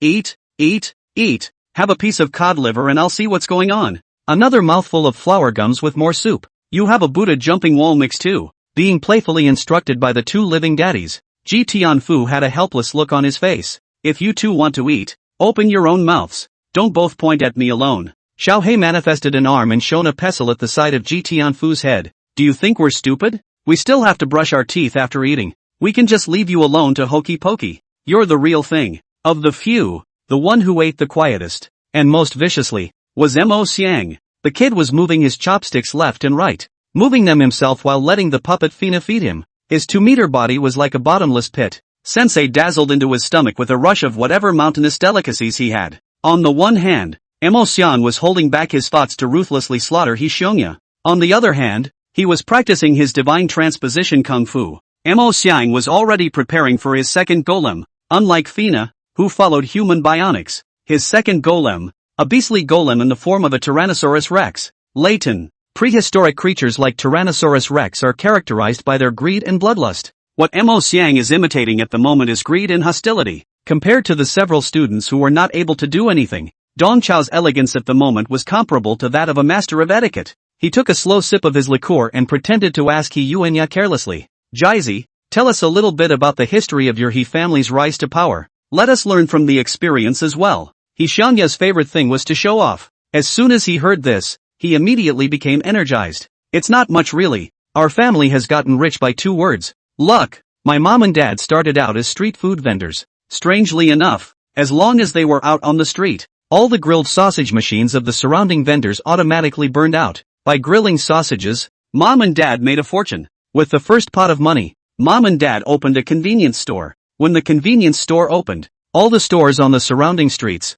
automatically closed. Then mom and dad opened another tobacco store. and immediately the owner of a failing tobacco and liquor store came to us and cashed in real cigarettes and real alcohol at a low price. When our family tried to open a mall, other malls blew up with fire safety hazards and were ordered to shut down. When our family wanted to open a restaurant, we had a team of chefs from Start restaurants jumping in voluntarily. When our family wanted to develop a property, our competitors withdrew their bids and let our family win at a low price. Anyway, for so many years, no matter what our family wanted to do, we were able to have our way. Our He family, we probably just have a special kind of luck. Listening to He Xiangya's words, Dao Shi, Mo Xiang, and the little black and white on Ji Tianfu's shoulders, their facial expressions crumbled. Jealousy has turned their faces away. How in heaven's name can anyone be so lucky? Ji Tianfu was also quite jealous, but he didn't have the time to face off. As a cow or horse, he still had to bury his head in the sand and dry his meal. It's time to say no. Your family is truly awesome. Dong Chao put on an envious and jealous expression, just like the students. But he knew in his heart that the Yi family's ability to grow and develop had nothing to do with luck. It was obvious that there were noblemen helping behind the scenes. Someone deliberately sent the Yi family a shower of riches. And in the northern Mang sword prefecture, I'm afraid that the only ones who could have such a large amount of money were the sword cultivator groups. On the one hand, the sword cultivators gifted the He family with a sky-high fortune, but on the other hand, they rejected He Xiangya from the sword pavilion. The secret behind this was something Dong Chao was becoming more and more interested in. Greeting the envious and jealous gazes of his classmates, He Xiangya continued, my parents have been winning and winning for so many years in the business world. Even when they encountered some difficulties, the difficulties subsided automatically. Even this time, when my sister was forced into marriage by the Wu family, they felt that the ship would be straightened out, and that the matter would definitely be resolved automatically in the end. Regarding my sister's matter, they're not the least bit concerned. He Xiangya unconsciously clenched his fists. However, this time, what happened to my sister is not the same as the predicament they encountered in business. Behind the Wu family, there are sword cultivators backing them up. This can't be solved by luck. Dong Qiu kinda wanted to tell He Xiangya that his parents were right. That what's-her-name Wu family may have sword cultivators behind them. But behind their He family, the sword cultivators were feeding them like a father. The two sides are simply not on the same level. The Wu family is like a small yellow hare with a bit of connections, collecting protection money received on the Black Boss. The Black Boss still carries the imperial sword. Dong Chao was certain that this time, even if he and his students didn't come to the northern Mang sword prefecture, the Wu family would still end up in a miserable situation. Woo woo woo woo. The crowd was eating and chatting when there was a sudden piercing buzzing sound in their ears. He Xiangya signaled that there was no need to be concerned. Every season, before the weather becomes completely harsh, the demon race on the ice plains will launch their final year-end offensive against the cold Martial Pass. During this time, throughout the entire northern Mang sword state, 3 sirens will sound in the morning hours as a regular warning. This is just a regular process that happens year after year. Don't worry about it. Ho Xiongya signaled everyone to continue eating and drinking. But soon, he froze. The others froze just like He Xiangya. Everyone noticed the sirens in their ears, which went off 4 times. Chapter 159 Dark Guardian's Inkpot. After 4 sirens, all was quiet. The plaza is still crowded, and the driveway is still filled with cars and horses. It's like nothing happened. He Yuanya scratched his head in a contrived manner. I don't think so. I remember the alarm usually only goes off 3 times. Am I wrong? Never mind. Let's eat. Ho Hongjia enthusiastically laid out the food for everyone. Several of the people present were martial artists, and everyone understood in their hearts that for every additional sound of the warning alarm, the danger warning level was doubled. Right now, I'm afraid it's not too optimistic on the borders of northern Mang. Seeing the grave expressions on the faces of Dao Shi and the others, He Xiongya skimmed his mouth. He also knew that the vigor with which he had just played the fool was a bit clumsy. He Xiongya put down his chopsticks and said frivolously, isn't it just that the warning level has doubled? Don't worry. In the northern Mang sword prefecture, even if the sky collapses, there are those sword cultivators who will take care of it. Those sword cultivators have enjoyed so many flowers and applause. This is the time for them to contribute. He Xiangya had said those sword cultivators in one breath, seemingly forgetting that he was also a member of the sword cultivators. Every year, the sword cultivators would form the sword blade escort guard to defend the enemy alongside the soldiers of the cold Martial Pass. Those sword cultivators are known to donate their lives to serve the sword. With them around, nothing will happen. Let's eat and drink. Don't worry about anything. He Xiangya's mouth was frivolous, but a touch of deepness also appeared on his face. After all, something like an alarm upgrade was something he had only experienced 2 or 3 times since he was a child. Dong Chao took another sip of wine and didn't squeak. It was obvious that Jaizi had a deep-seated hatred for the entire group of sword cultivators. It was a pity that he himself, again, happened to be one of the sword cultivators. This misplaced identity caused Xianya to become extremely screwed up whenever he mentioned the topic of sword cultivation. In order for Jocko to pop out more gold coins, Dong Chao secretly decided that he had to put Jocko's screwed up head in the right place. After the meal, Xianya led the group and toured the He family's business empire. Along the way, he fully performed his duties as the young master, inspecting the various properties of his family in a pie-eyed manner. The knowledge he learned in martial arts classes was finally put to good use. Whenever he had the chance, he taught his staff. At the health club, he snatched the bath towel from the scrubber's hand and reprimanded him with a stern face. "You new here? How do you do the induction? Get down on the ground and I'll show you." Without waiting for the bath scrubber to speak, Xianya forced the bath scrubber to lie down on the scrubbing table. He skillfully patted the bath scrubber's back. You work too rough. How can you come up here and just rub? You have to relax the customer first." Being held down and rubbed by the He family's young master inverting the Big Dipper, Old Wang, the bath scrubber, was a bit terrified and a bit confused. Xianya was instead full of complacency. "It's not that I'm bragging. I have a master's legacy in this area of bath rubbing. The techniques I learned are authentic." As he spoke, he pointed to Dong Chao who was applying essential oils to the side. "That one is my teacher. The ones in the bubble bath are my teachers." Hearing He Yuanya's words, Dao Shi and the others in the bath all turned away. They really couldn't afford to lose this person. Old King, the scrubber, felt like his brain was so mushy with water vapor that he couldn't even turn it around. He heard that the young master of the He family went to the south to attend a martial arts college. Why did he learn the art of scrubbing? From the bath club, Xianya led another stroll through their home shopping mall. Dao Shi and Mo Xian were not polite at all. They both pushed 5 or 6 shopping carts and took whatever they saw. When he came to the meat seller's stall, Xianya was sick again. He looked at the meat seller's license plate and skimmed it. "Auntie Gong, not that I'm talking about you. Your meat portioning technique needs to be improved. We have a saying in the chef world that good meat grows on the bone. Bone-in meat is the most flavorful. How can you sell it as a side dish?" With those words, he grabbed the meat-splitting knife in Aunt Gong's hand and precisely picked out the pig's shoulder blade from a large piece of front elbow meat. "See, the hand must be skillful." Xianya from Mr. Dong's martial arts class learned those cooking knowledge. Finally have a place to show off his hand while operating, while the word to Aunt Gong explained. There are 2 pieces of cartilage on a hog that are the most valuable. One is the inchin cartilage on the ribs, and the other is the edge of the shoulder blade. This is commonly known in this part of the world as the shizu bone, and the scientific name is halabar. Aunt Gong's head shriveled. The name halabar doesn't sound like a scientific name in any way. Seeing the He family's young master personally picking bones on the counter, many of the He group's employees gathered around. In full view of the public, Xianya picked out a crescent-shaped cartilage. "See, this is called halaba. It's meat wrapped in sinew wrapped in crunchy bone, and it's delicious in sauerkraut stew. You can't sell it as trimmings." The employees who had gathered around looked at me and I looked at you, amazement written all over their faces. Good news, young master. He, who went to school in the south, didn't turn out to be an uneducated playboy. Bad news, he's learning too much of everything. His stomach of useless knowledge, mixed with some water, is 8 treasure porridge.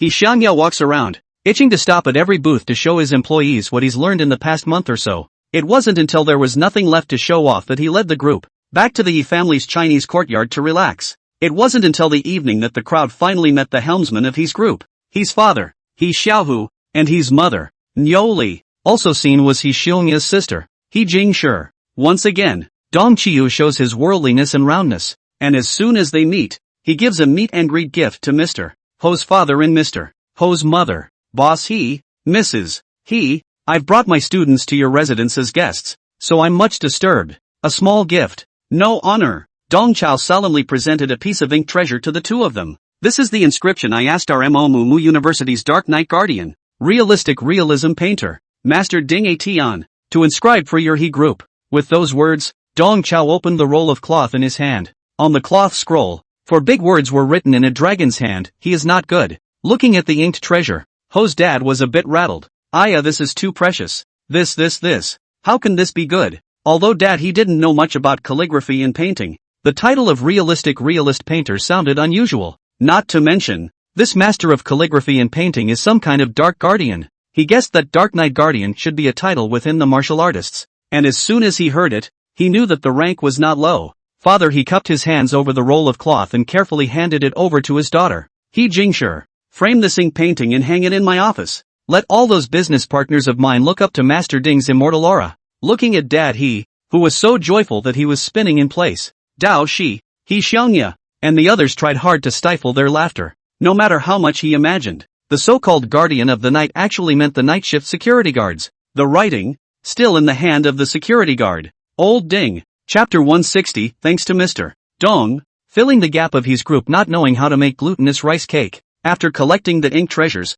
Mr. He immediately asked the people to prepare the family banquet. The crowd, which had just had a ho-hum meal during the day, began a new round of razzle-dazzle. During the banquet, he dad toasted Dong Chao one after another. Teacher Dong, he Xiangya often mentions you on the phone. He said that you are a rare martial arts educator for your flexibility in teaching and your ability to educate people. Yuanya has learned a lot of real things from you. Himam Nyoli also raised her glass. I still remember that time when you brought your students to set up a stall to sell glutinous rice cakes. It's no exaggeration to say that you bridged the gap of our He group not knowing how to make sticky rice cakes. Generally speaking, Dong Chao was the one who choked others speechless. But at this moment, facing the two helmsmen of the He group, he was really a bit hard to strain himself. Dong Chao was more and more certain that He Xiongya's parents were able to sit on tens of billions of dollars of wealth, and that there must be someone high up behind them. Dad, he attentively filled another glass of wine for Dong Chao. Teacher Dong, I'm really sorry that He Xiangya made such a big deal out of bringing you guys to Beimang. There's really nothing major happening in our house, and I'm really sorry that my son has bothered you for nothing. Dong Chao borrowed the head of He dad's words and asked without moving. Boss He, I heard that your daughter is being forced into marriage. You are one of the richest men in northern Mangjianzhou. What kind of person is so bold? Ho's dad put on a bashful face. Harmonious society. There is no such thing as a forced marriage. To put it bluntly, the young master of the Wu family has a crush on my daughter. His courtship tactics are just a bit inappropriate. His threatening words, I don't even put in mind. We have an appointment with the young master of the Wu family for an interview tomorrow. Once we meet, the misunderstanding will definitely be cleared up. Just watch. Mr. Dong, in our He family, there are no worries. Everything has the best ending. Looking at Dad, his happy-go-lucky demeanor, Dong Chao secretly said in his heart, this old boy is really spoiled by the big brother behind him. Dong Chao believed that what's his name, the Wu family's youngest, was by no means the first person to hit the He family's head. There must be a lot of dumbass that have moved the hose. It's just that those fools have been disposed of by the forces behind the He family. Between the banquets, He Jingshi listened to the conversation between He dad and Dong Chao and kept rolling her eyes. The Wu family had put out so many harsh words, and even brought people to the group to cause trouble, pressing so hard step by step, and the father still didn't take it seriously. Your own old man, he's so unreliable. Hey, He Jingshi let out a long sigh. Ever since the family banquet began, He Jingshi had been observing the few people at the table. The more she observed, the less confident she felt in her heart. Taking advantage of the fact that no one was looking, she quietly touched He Xiangya's arm and asked in a low voice, Brother, are these really your Budo classmates? They look so strange. Originally, He Jingshi took his brother and his brother's classmates as a life-saving straw, but now it seems that this straw isn't reliable either. As the assistant president of the group, He Jingshi had dealt with quite a few martial artists. In her impression, martial artists were either arrogant and cold, or mysterious and unpredictable. In general, one of them looked like ordinary people with a strong degree of distinction, just like a crane standing out of the crowd is conspicuous. But these people that He Xiangya led back were very different from the martial artists she remembered. His brother's martial arts instructor, the 30-something-year-old denizen, entered the room with a gift of ink and business bragging rights, looking like an old social butterfly. As for his brother's classmates, there was no trace of the martial artist's high-strung demeanor. The class president, who seemed loyal and honest, was comparing dry meals with the big life member. Both men were clearly stretched out, and continued to race while taking an appetite-enhancing pill. It's a head-scratcher to watch. As for the well-behaved boy in the corner with Tai Chi embroidered on his chest, he was superficially normal, but he's drying his food and muttering as if he's talking to someone he can't see. He Jingshi secretly sucked in a breath of cool air. My brother, who has been frivolous and teasing since he was a child, can't be relied on after all. Luckily, she had a plan B. He Jingshi took out her cell phone and sent a message to the object of her flirtation. Ah Chio, tomorrow the people from the Wu family will be coming to the door. Can you help me out? As soon as the message was sent out, the avatar of Raccoon Sword Hall Achio immediately flashed, and the other party replied to the message almost in seconds. Don't worry, I'll take care of it. Although Achio only returned 8 words, He Jingshi inexplicably felt relieved. The next day, 9 a.m. The rich lobby of the Ho Hotel. The group sat quietly at the council table, waiting for the arrival of the Yu family. Once again, A buzzing siren sounded over the city. Everyone noticed that the alarm, today, went off 5 times. Outside the hotel, a row of luxury convoys parked neatly in front of the hotel. A man stepped down from the 7-seat Cullinan at the head of the group. The man was dressed in white sable. His face wore sunglasses, and when he raised his hands and threw his feet, he carried an air of pompous arrogance. Behind him, he was followed by a black-clothed young man holding a long sword. The young man seemed like a pool of ancient wells. His calm and introverted temperament contrasted sharply with the arrogant white sable man. The man with the white sable was the great young man of the Wu family, Wu Hua-he. The sword-wielding teenager behind him was his bodyguard and his arrogant reliance, the sword cultivator, Gu Xiaoran. With a 6-footed stride, Yuat and pushed open the revolving door of the hotel. As he entered the revolving door, he wrapped his arms around Gu Xiaoran's neck. Xiaoran, it's all up to you now.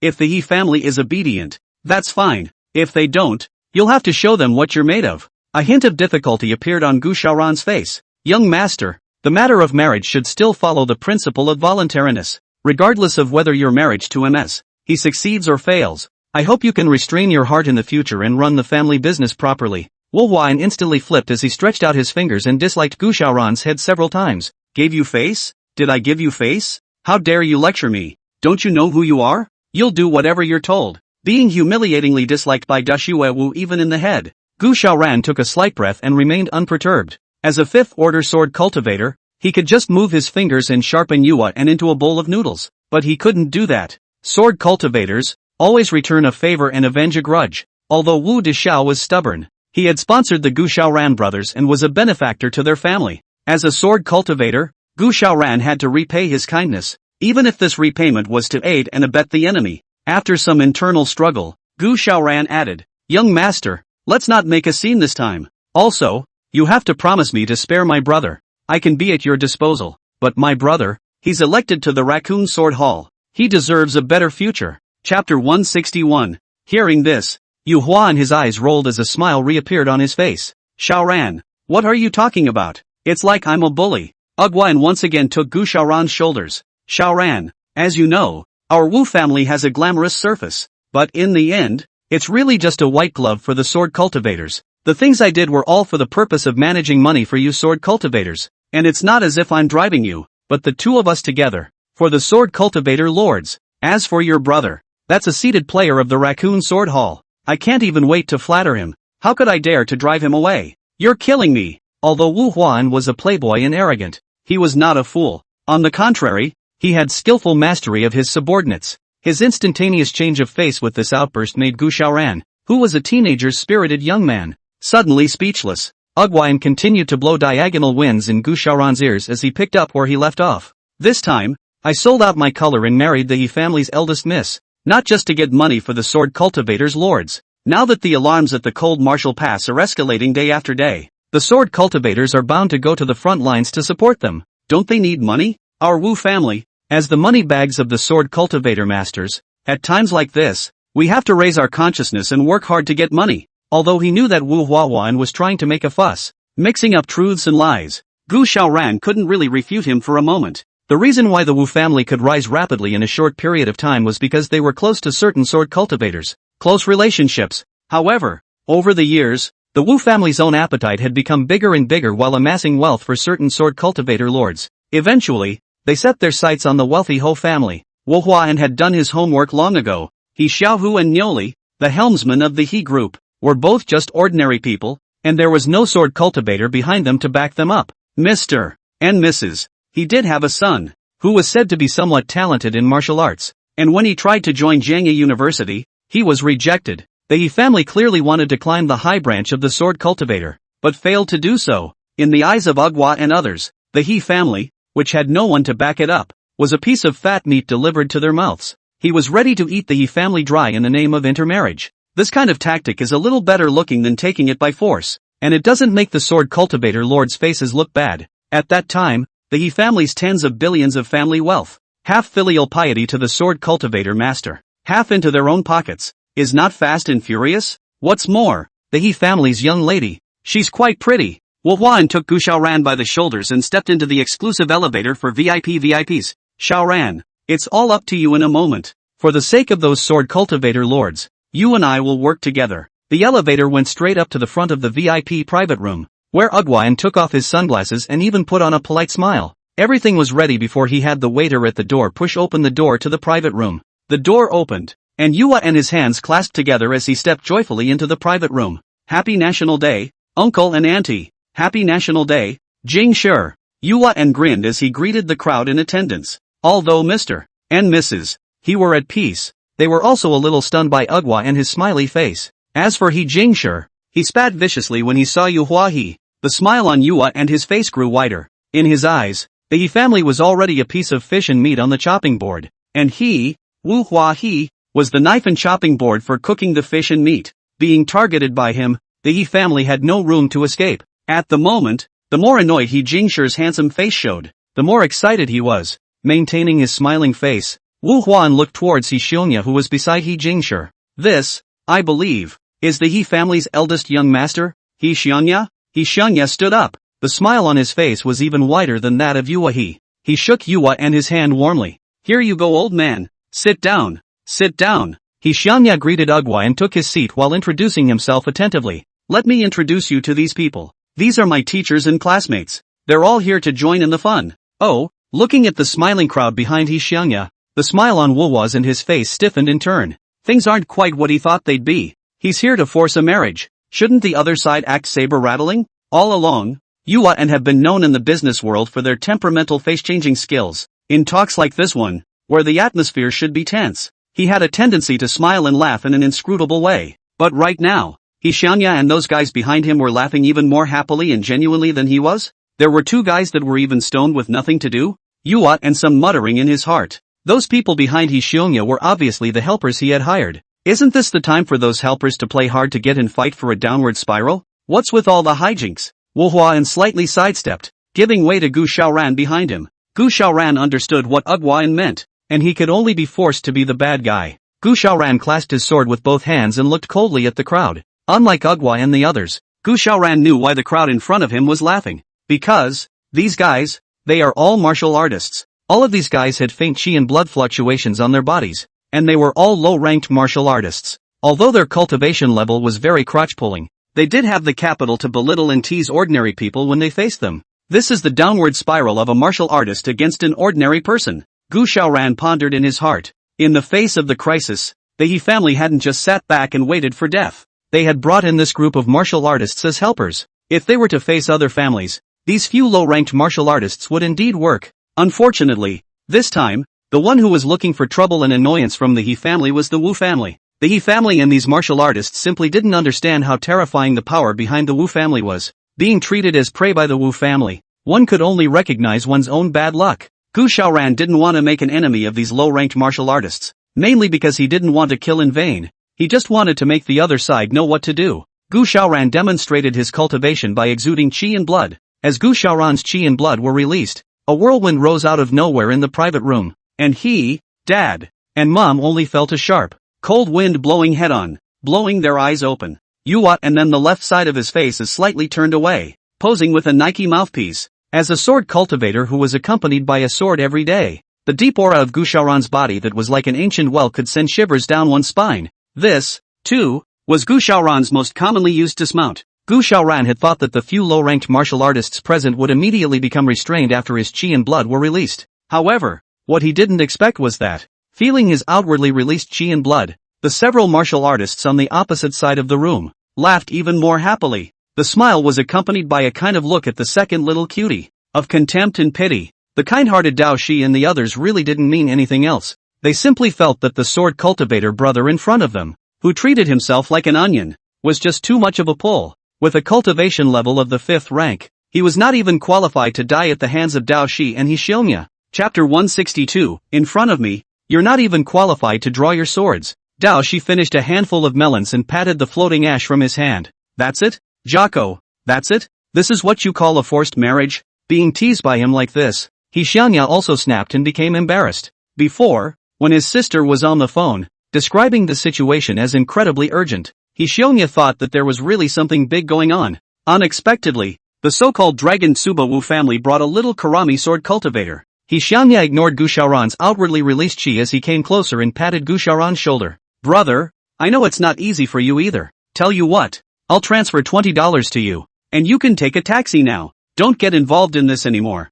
When you pass his pharmacy on the corner, go in and get a box of 7-leaf tranquilizer tablets so you don't have nightmares at night. In the face of He Xiangya's naked contempt and teasing, Gu Xiaoran grimaced and didn't say a word. Gu Xiaoran realized that the He family's young master was a bit odd. He was actually able to ignore his own qi and blood outpouring. Being an ordinary person, Wu Huan could not see these doorways. He simply felt contempt.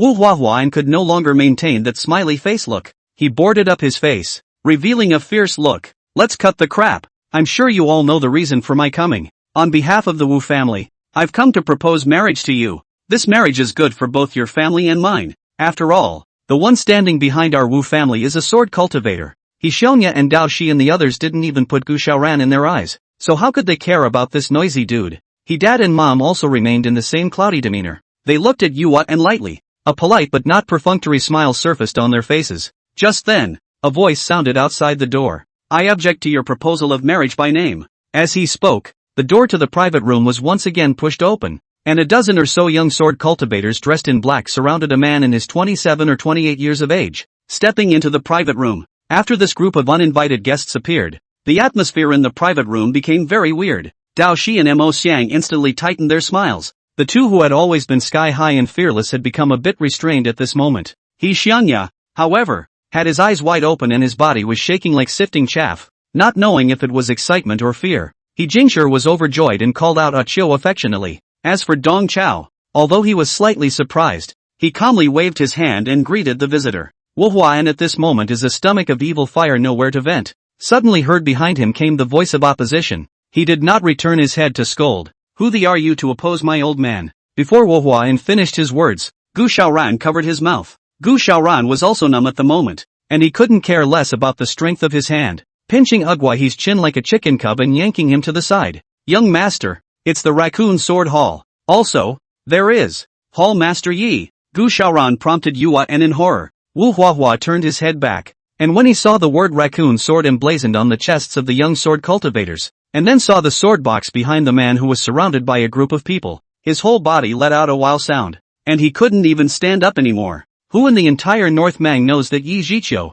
one of the new generation of leading sword cultivators and one of the 4 little heavenly kings, carries a sword box and is able to use 11 long swords of different styles? At the moment, this man behind him was carrying the sword case. The extreme fear paralyzed the nerves in Yuwa and his entire body. As if he had been jerked out of his body, he was shivering and paralyzed in the corner, unable to stand up at all. Gu Xiaoran was also in a 2-stranded battle, and he assisted the rotting Wu Huahi, not even daring to breathe.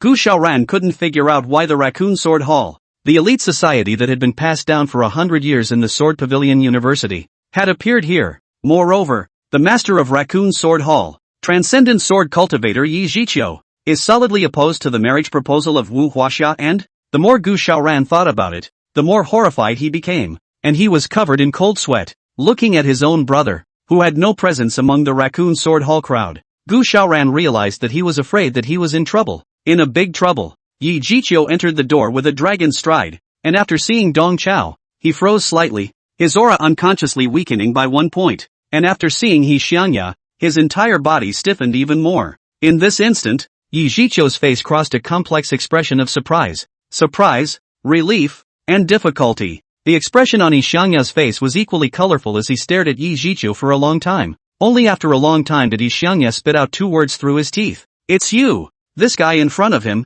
even if he turned into ashes, He Xiangya would recognize him. This is the raccoon girl who broke his sword's bones. Looking at the sword case behind Yi Zhiqiu's back, He Xiangya also understood. The raccoon sword maiden Achio who lied to herself so badly is actually the famous sword god, Yi Zhiqiu. A flash of viciousness crossed He Xiangya's face as he no longer hid his qi and blood fluctuations, and his entire aura soared. Countless sword awnings that were like substance appeared around him. Seeing this scene, Gu Xiaoran on the side was struck by lightning. Gu Xiaoran, who was calm and steady by nature, was born like an ancient well, quiet and introverted, and unperturbed. But at this moment, the look of horror and surprise on his face was even greater than that of the Wuhua, and on the side, the young master of the He family, who had been playfully smiling with him just now, had such a strong cultivation level, it was actually able to condense sword awnings out of thin air. Sensing He Xiangya's thick killing intent, the Raccoon Sword Hall's group of sword cultivators protected Yi Zhiqiu's body and confronted He Xiangya. The sound of Kuramochi's sword being drawn was unceasing.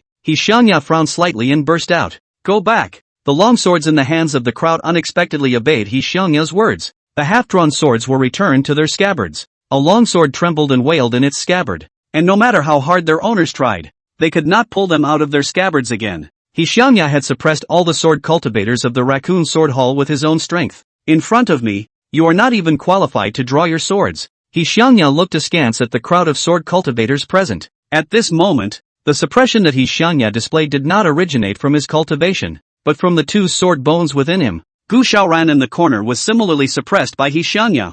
Gu Xiaoran and the sword in his arms both seemed to be on vibration mode, shaking left and right. And when Gu Xiaoran saw that the people of Raccoon Sword Hall were also in the same sorry state as him, Gu Xiaoran's blood ran cold. The Raccoon Sword Hall elites that he had always aspired to and admired, in front of the He family's young master, were not even qualified to draw their swords. Gu Xiaoran only felt his heart shatter, and the consistently calm and introverted man could no longer maintain his ancient and unperturbed sword Dao state of mind. The well in his heart is drying up. The young Wu Dashue Wu Hua and beside him had even degenerated into an invertebrate at the moment. Even with Gu Xiaoran's support, Wu Dashue was still paralyzed into a pile of rotten meat, twitching unconsciously on the ground. Under the extreme emotion of panic, Yua and his brain was muddled and filled with countless question marks. Didn't you say that the Yi family has no backers? How did they recruit so many Raccoon Sword Hall sword cultivators? Transcendent martial artist Yi Zhiqiu is even here? What exactly is the relationship between the sword cultivators and the Yi family? Why are they still ing each other up?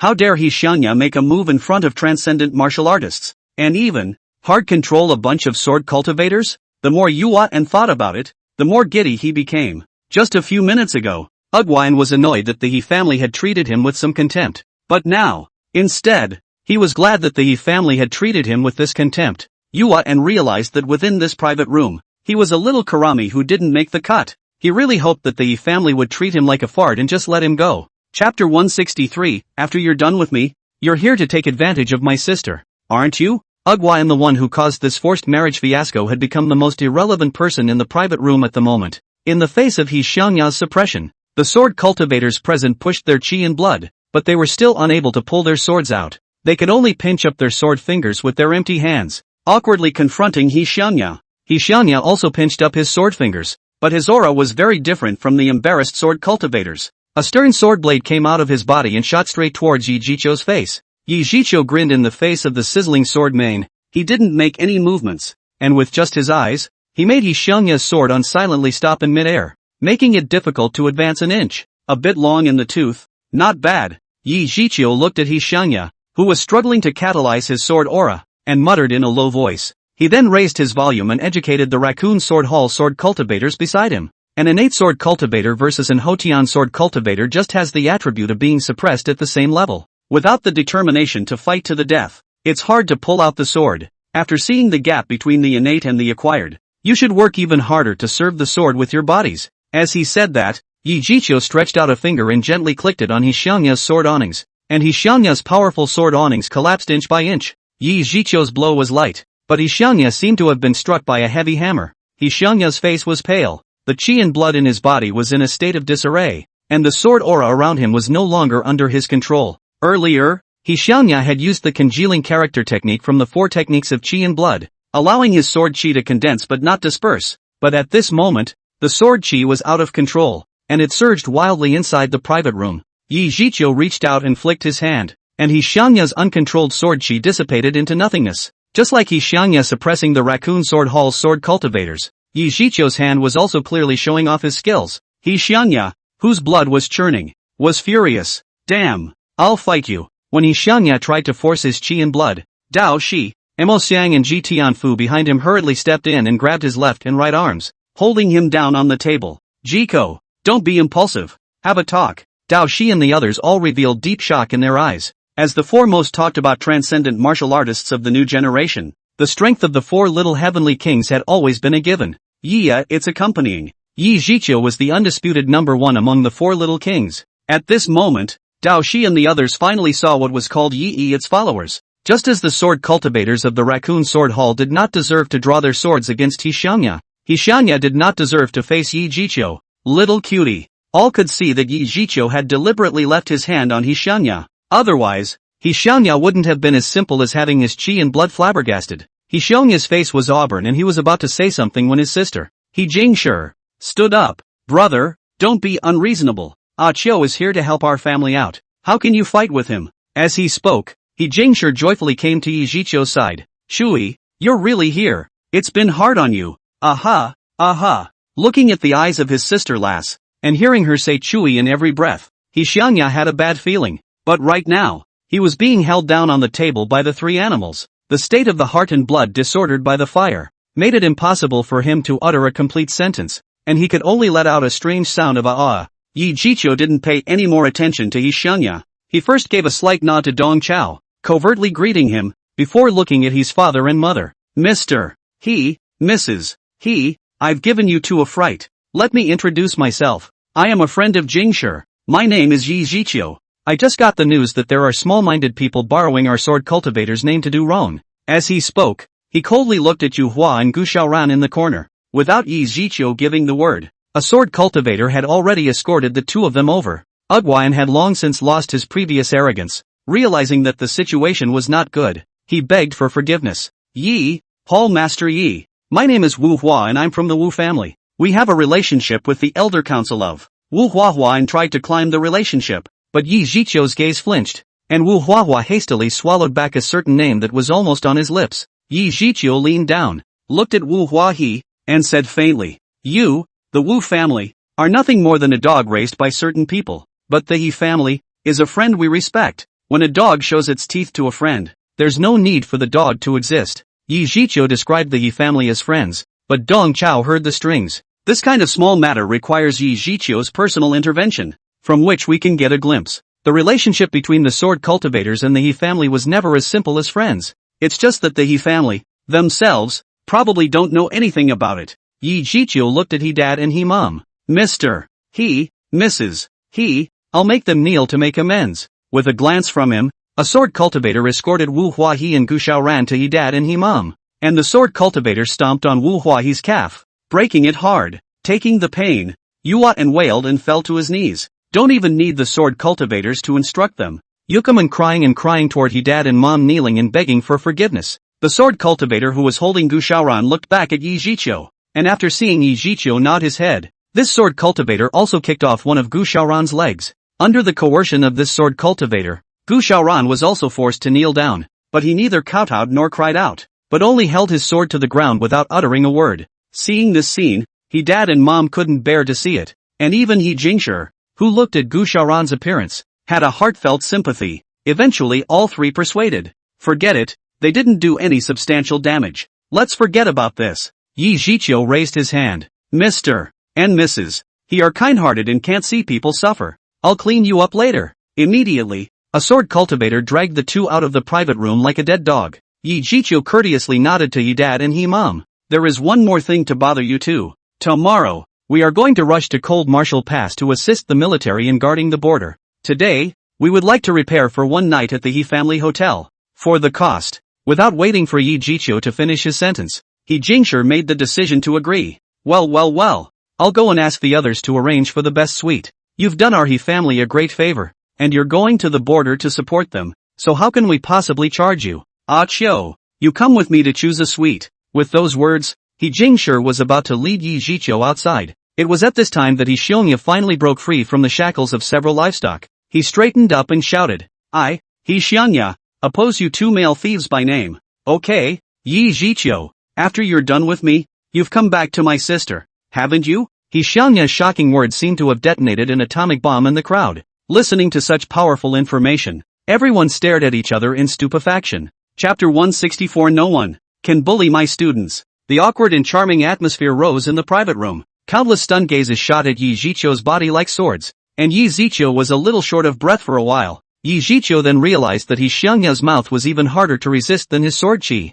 Beside him, He Jingshi even covered his mouth with his hand, his pupils in a series of earthquakes. Looking at Yi Jiqiu, who had fallen into rigidity, He Xiongya's heart was filled with vengeful pleasure. What he wanted was this effect. He Xiongya pointed at Yi Jiqiu and said word for word, my potential Koan sword bone was chopped off by him. He Xiongya had wanted to push the atmosphere of the scene to a higher climax, to completely intensify the conflict between him and Yi Jiqiu. Unexpectedly, as soon as he said this, the crowd at the scene deflated. Everyone then realized that it wasn't what they thought it was. Michishige, who was behind Yuenya, couldn't help but spit. So that's what a ho-ho is. Scared the hell out of me. Emosiang also educated on the sidelines. Brother Jizi, you really need to improve this cultural level. The word ho-ho, you can't use it indiscriminately. You should say that Yi Jiqiu hurt you. Not right. Is spoiled you. Also not right. Xianya's face was full of ferocity. Whether the wording is accurate or not is not the point. What I'm about to say is the blood revenge of him cutting off my sword bone.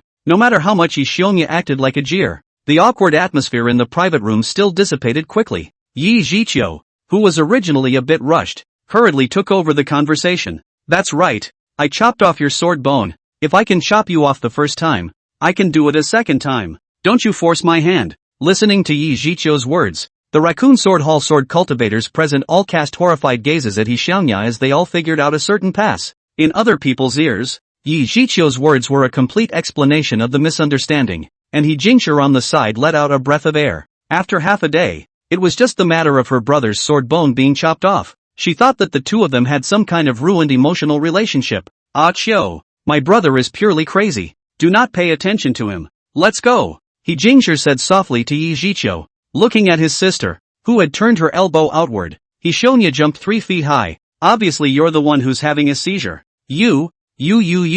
Extreme annoyance caused Xianya's already underdeveloped verbal nerves to strike again. Just then, Dad stood up and stopped in front of Xianya. Papa Ho put on a calm demeanor of a man who was old and wise, but couldn't quite make sense of it. Xiao Xiong, Dad said a fair word. Although Yi Jiqiu chopped off your sword bone, but this young man looks quite spirited and gets along with your sister quite well. If you ask me, the grudge between the two of you, let it go. Dad, you're really my real dad. Xianya couldn't wait to grab the ground with his head. You guys don't even understand how much frustration he put me through. And, he hit on me in women's clothing. Xianya was completely anxious. Hearing this, Yi Jiqiu's face once again flashed with a touch of consternation. Yet before he could open his mouth to weasel out, Hima stood out again. Bear, I really must criticize you. How could you make up a yellow rumor about your brother-in-law? Brother-in-law?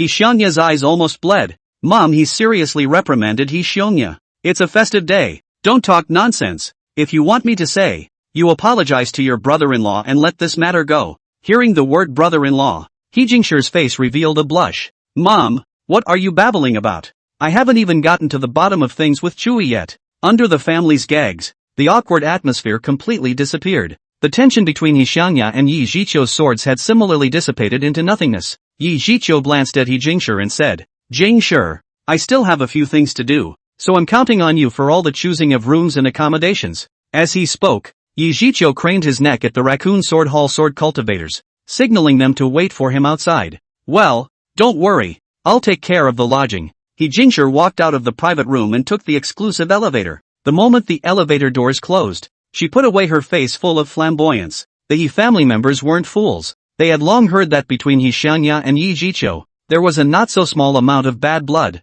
They gagged so much just because they didn't want Yuenya to get hurt again. Even ordinary people knew how terrifying the words transcendent martial artist were. Inside the private room, Xianya still wanted to argue with Yi Jiqiu, but he was pestered by He Dad and He Mom. Papa, he still had that cloudy, laid-back look. Son, the most important thing in a person's life is their mindset. As long as the mind is good, everything has the best ending. Look at this time, the small predicament that our He family encountered. Has it not been resolved satisfactorily again? Xianya is really no say. The matter of being forced to marry by the Wu family has indeed been resolved, but does it have anything to do with the good old dad's peace of mind? Dong Chao was on the sidelines and could sort of see that the two helmsmen of the He family were both quite sophisticated, and even his sister, He Jingshi, was quite scheming. Only his good student, Xianya, was still dumbfounded and hadn't gotten back to him. Dong Chao looked at Xianya, who was even more aggrieved than Sinus, and then looked at Yi Jiqiu's back as he carried his sword case, and he smelled a good opportunity to make Xianya explode with gold coins. Dong Chao pulled Xianya, who was still trying to be melodramatic, and took him to the side. Forget it, Jocko, your parents are just ordinary people. How could they mess with Yi Jiqiu? Dong Chao's words had sort of awakened the dreamer, and Xianya instantly came to his senses. In order to reap recognition, Dong Qiu has no sense of propriety in setting a trap for Ho Hung Ai.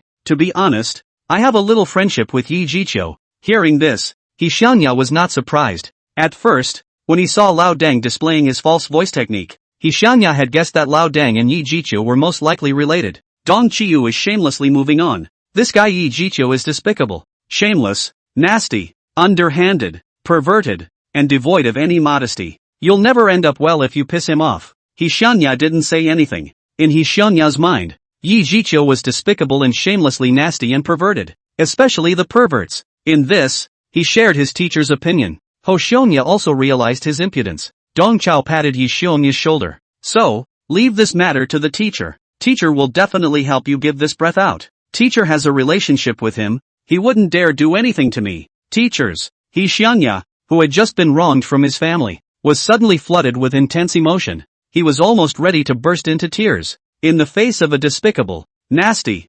underhanded, shameless and perverted transcendent martial artist, Lao Deng had no qualms about standing up for him. Dong Chao looked straight at He Xiongya, with both comfort and solemn promise in his eyes. Wait here. I'll go get you justice. No one can bully my students. Transcendent martial artists can't either. Dong Chao spoke in a small voice, but it was loud and clear. He's the only one who can swindle his precious students. No one else ever. Chapter 165 Unspeakable Secrets. Dong Chao did not move and laid a good set, just waiting for He Xiangya to burst gold coins. He Xiangya is completely unaware of the fact that Lao Deng has counted him to the bone, and he is still touched. Teacher, why don't we just forget about this? How can you forget it? Just wait here. I'll make sure Yi Jiqiu bow down and apologize to you. Dong Chao decidedly patted He Xiangya, then followed the group of sword cultivators. At this instant, He Xiangya felt that Lao Deng's back was incomparably great. He Xiangya, even if his father is not close to his mother. After all, there are still people to support him. Ho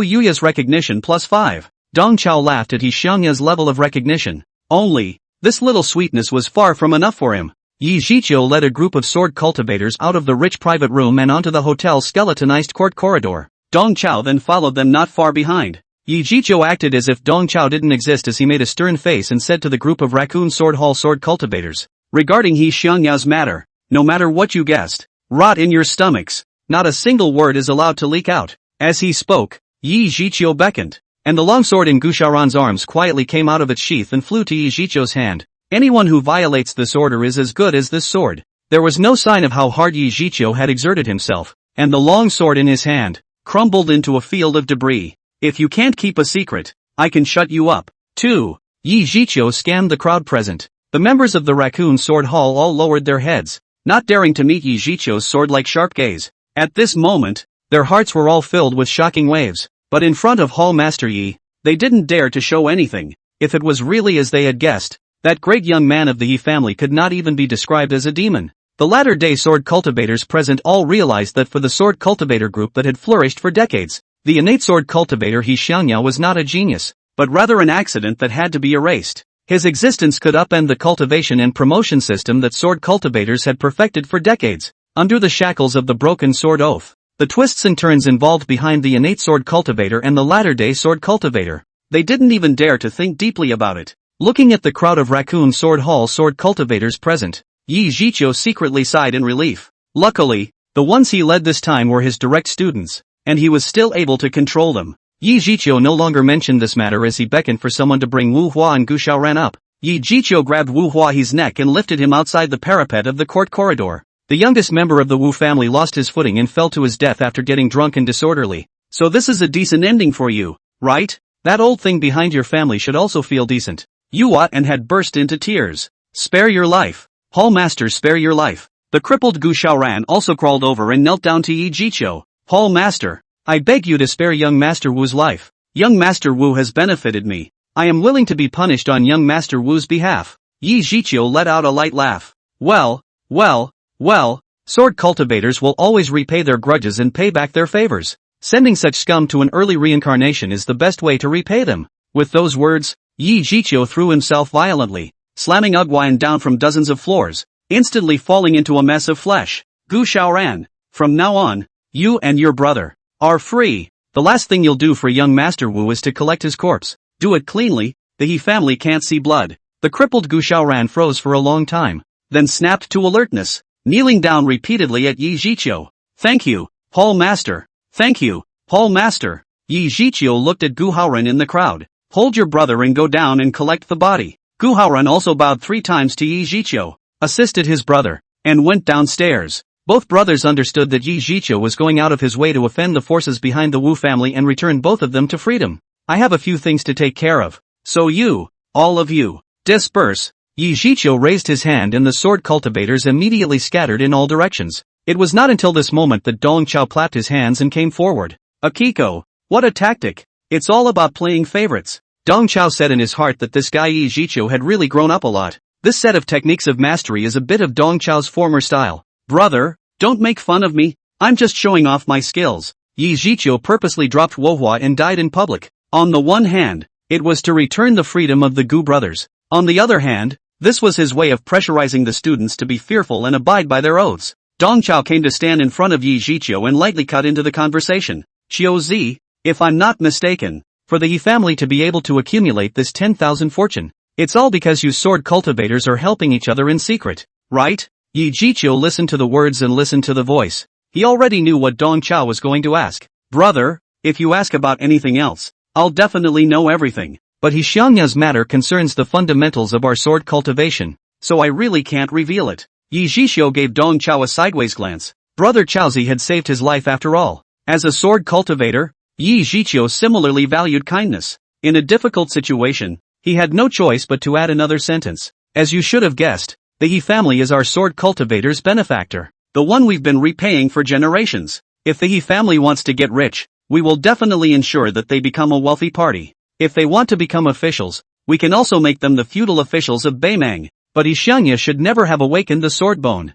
I had no choice but to chop off his sword bone. In order for the Yi family to continue to be rich and not be exterminated for no reason, I had no choice but to do this. Dong Chao said in his heart that the relationship between the Yi family and the sword cultivators was quite interesting. Ho Xiangya is screwed up with the sword cultivator group, and the sword cultivators are the same with him. Dong Chao knew in his heart that his mouth alone was not enough to reconcile the screwed up state between Xiangya and Yi Zhiqiu. Moreover, he would only make things difficult for Yi Zhiqiu if he continued to break the ice. As a veteran in dealing with people, Dong Chao has always been very conscious of the sense of boundaries. Besides, from the very beginning, he didn't come at things, he came at people. What he wants to fix is people. Now, another sword bone has sprouted inside Xiangya's body. What do you do? Chop off the sword bone in his body again? Hearing Dong Chao's question, Yi Zhiqiu did not have the sharp aura he had before and remained silent for a long time. Chapter 166, The Sword God's Notes. As early as he was a child, Yi Zhiqiu realized that the sword cultivators were on the wrong path of martial arts.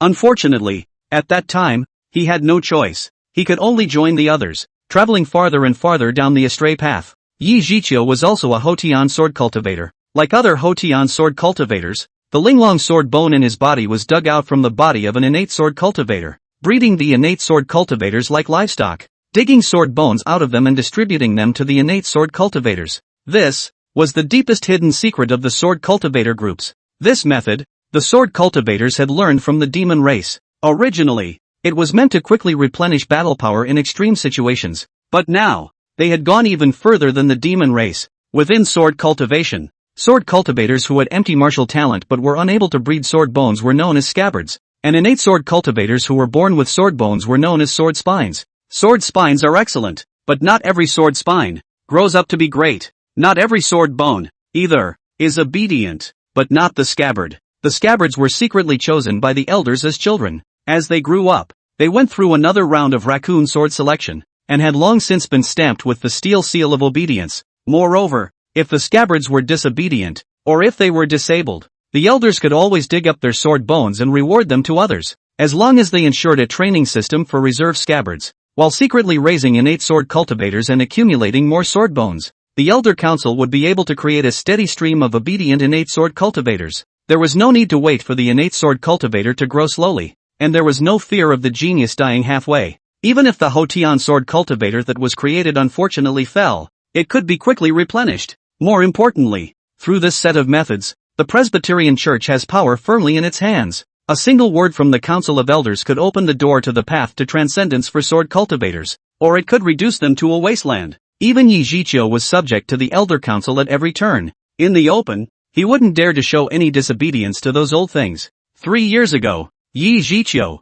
under the banner of repaying the He family's favor for the sword cultivator community, chopped off Xiangya's sword bones to prevent him from falling into the hands of the Elder Council swine. That was as far as he could go. As far as he could go. After this incident, the elders didn't say anything on the surface. But secretly, they had begun to guard against Yi Jiqiu. They even created that monster in order to check Yi Jiqiu. At this moment, facing Dong Chao's questioning, Yi Jiqiu fell into a long silence. He cursed in his heart. Is that he Xiangya brat, the bastard son of Kendo? Or is he Kendo's young lover? How can there still be a double-yolked egg? Yi Jiqiu was also in a dilemma as to what to do with Xiangya. Chopping off Ho Yuya's sword bone again like he did 3 years ago? He couldn't get off this one. He really couldn't bear to take a genius demon and destroy it twice. What's more, Xiangya's path of that sword path was the proper path that sword cultivators should take. However, with the existence of the Sword Cultivation Elders Association, that path was destined to be impossible. If the elders knew that Xiangya had awakened another sword bone,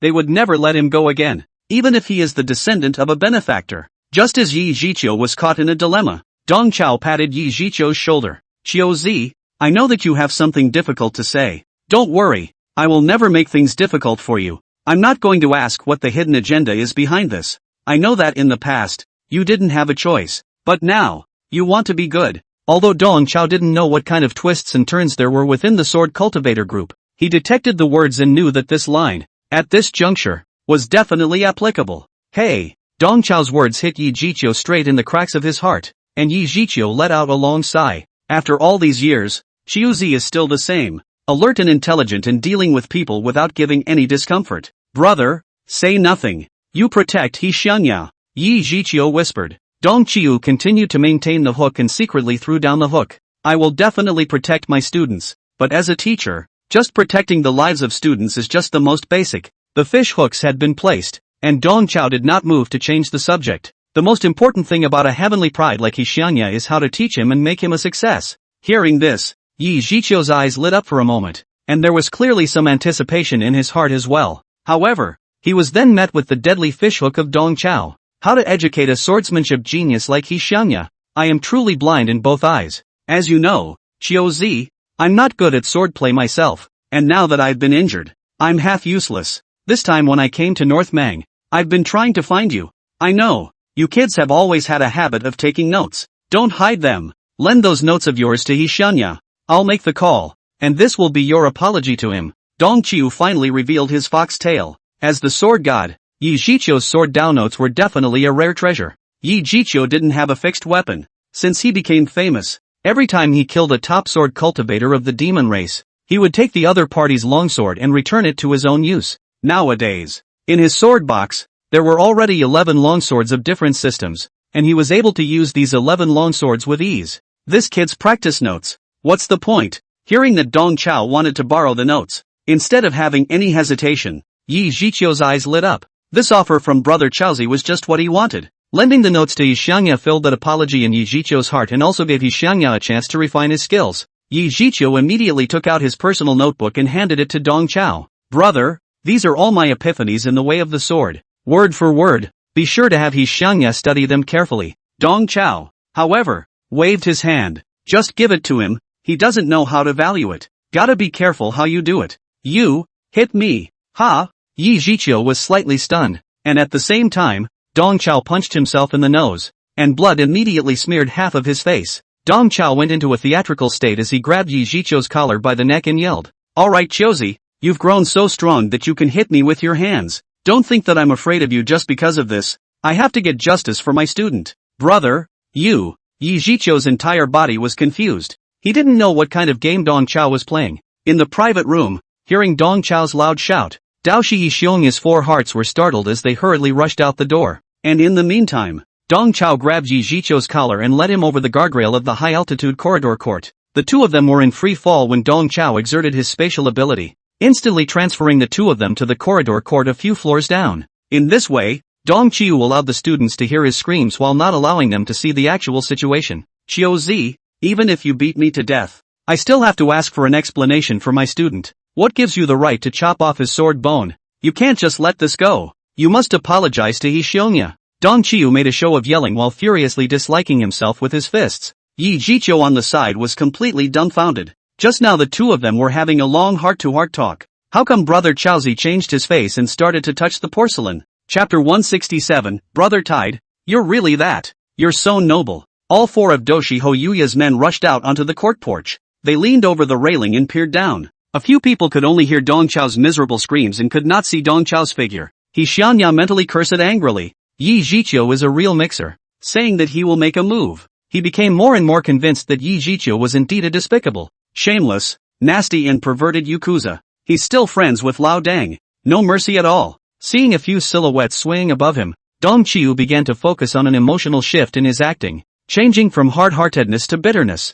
Akiko, you can't do this. We're still friends. It doesn't matter if you hit me, but you have to tell me what's going on. If you don't say a word, how am I, as a teacher, going to explain myself to Jiko? I just promised him that I'd do him justice. Akiko, just give me some face for the sake of our old friendship. Dong Qiu's lines sobbed with every word, and they were interspersed with the muffled sounds of punches to the flesh, and a groan. Watching Brother Chaozi's one-man show, Yi Zhiqiu's eyes were bleeding. He wanted to say something, but at the moment, his mouth was covered by Chaozi's brother to death, so he couldn't make a sound at all. Also, that muffled sound of a punch to the flesh. It was TM Chaozi brother who was hitting him up. Yi Zhiqiu could sort of understand that Brother Chaozi was pulling hate on him, creating me as a villain in order to befriend my students. Ha! Just now, you even boasted that I can master my subordinates. Brother Chaozi, you're really that you're so noble. Yi Zhiqiu, who couldn't make a sound, picked a thumbs up at Dong Chao and then compared it to a middle finger,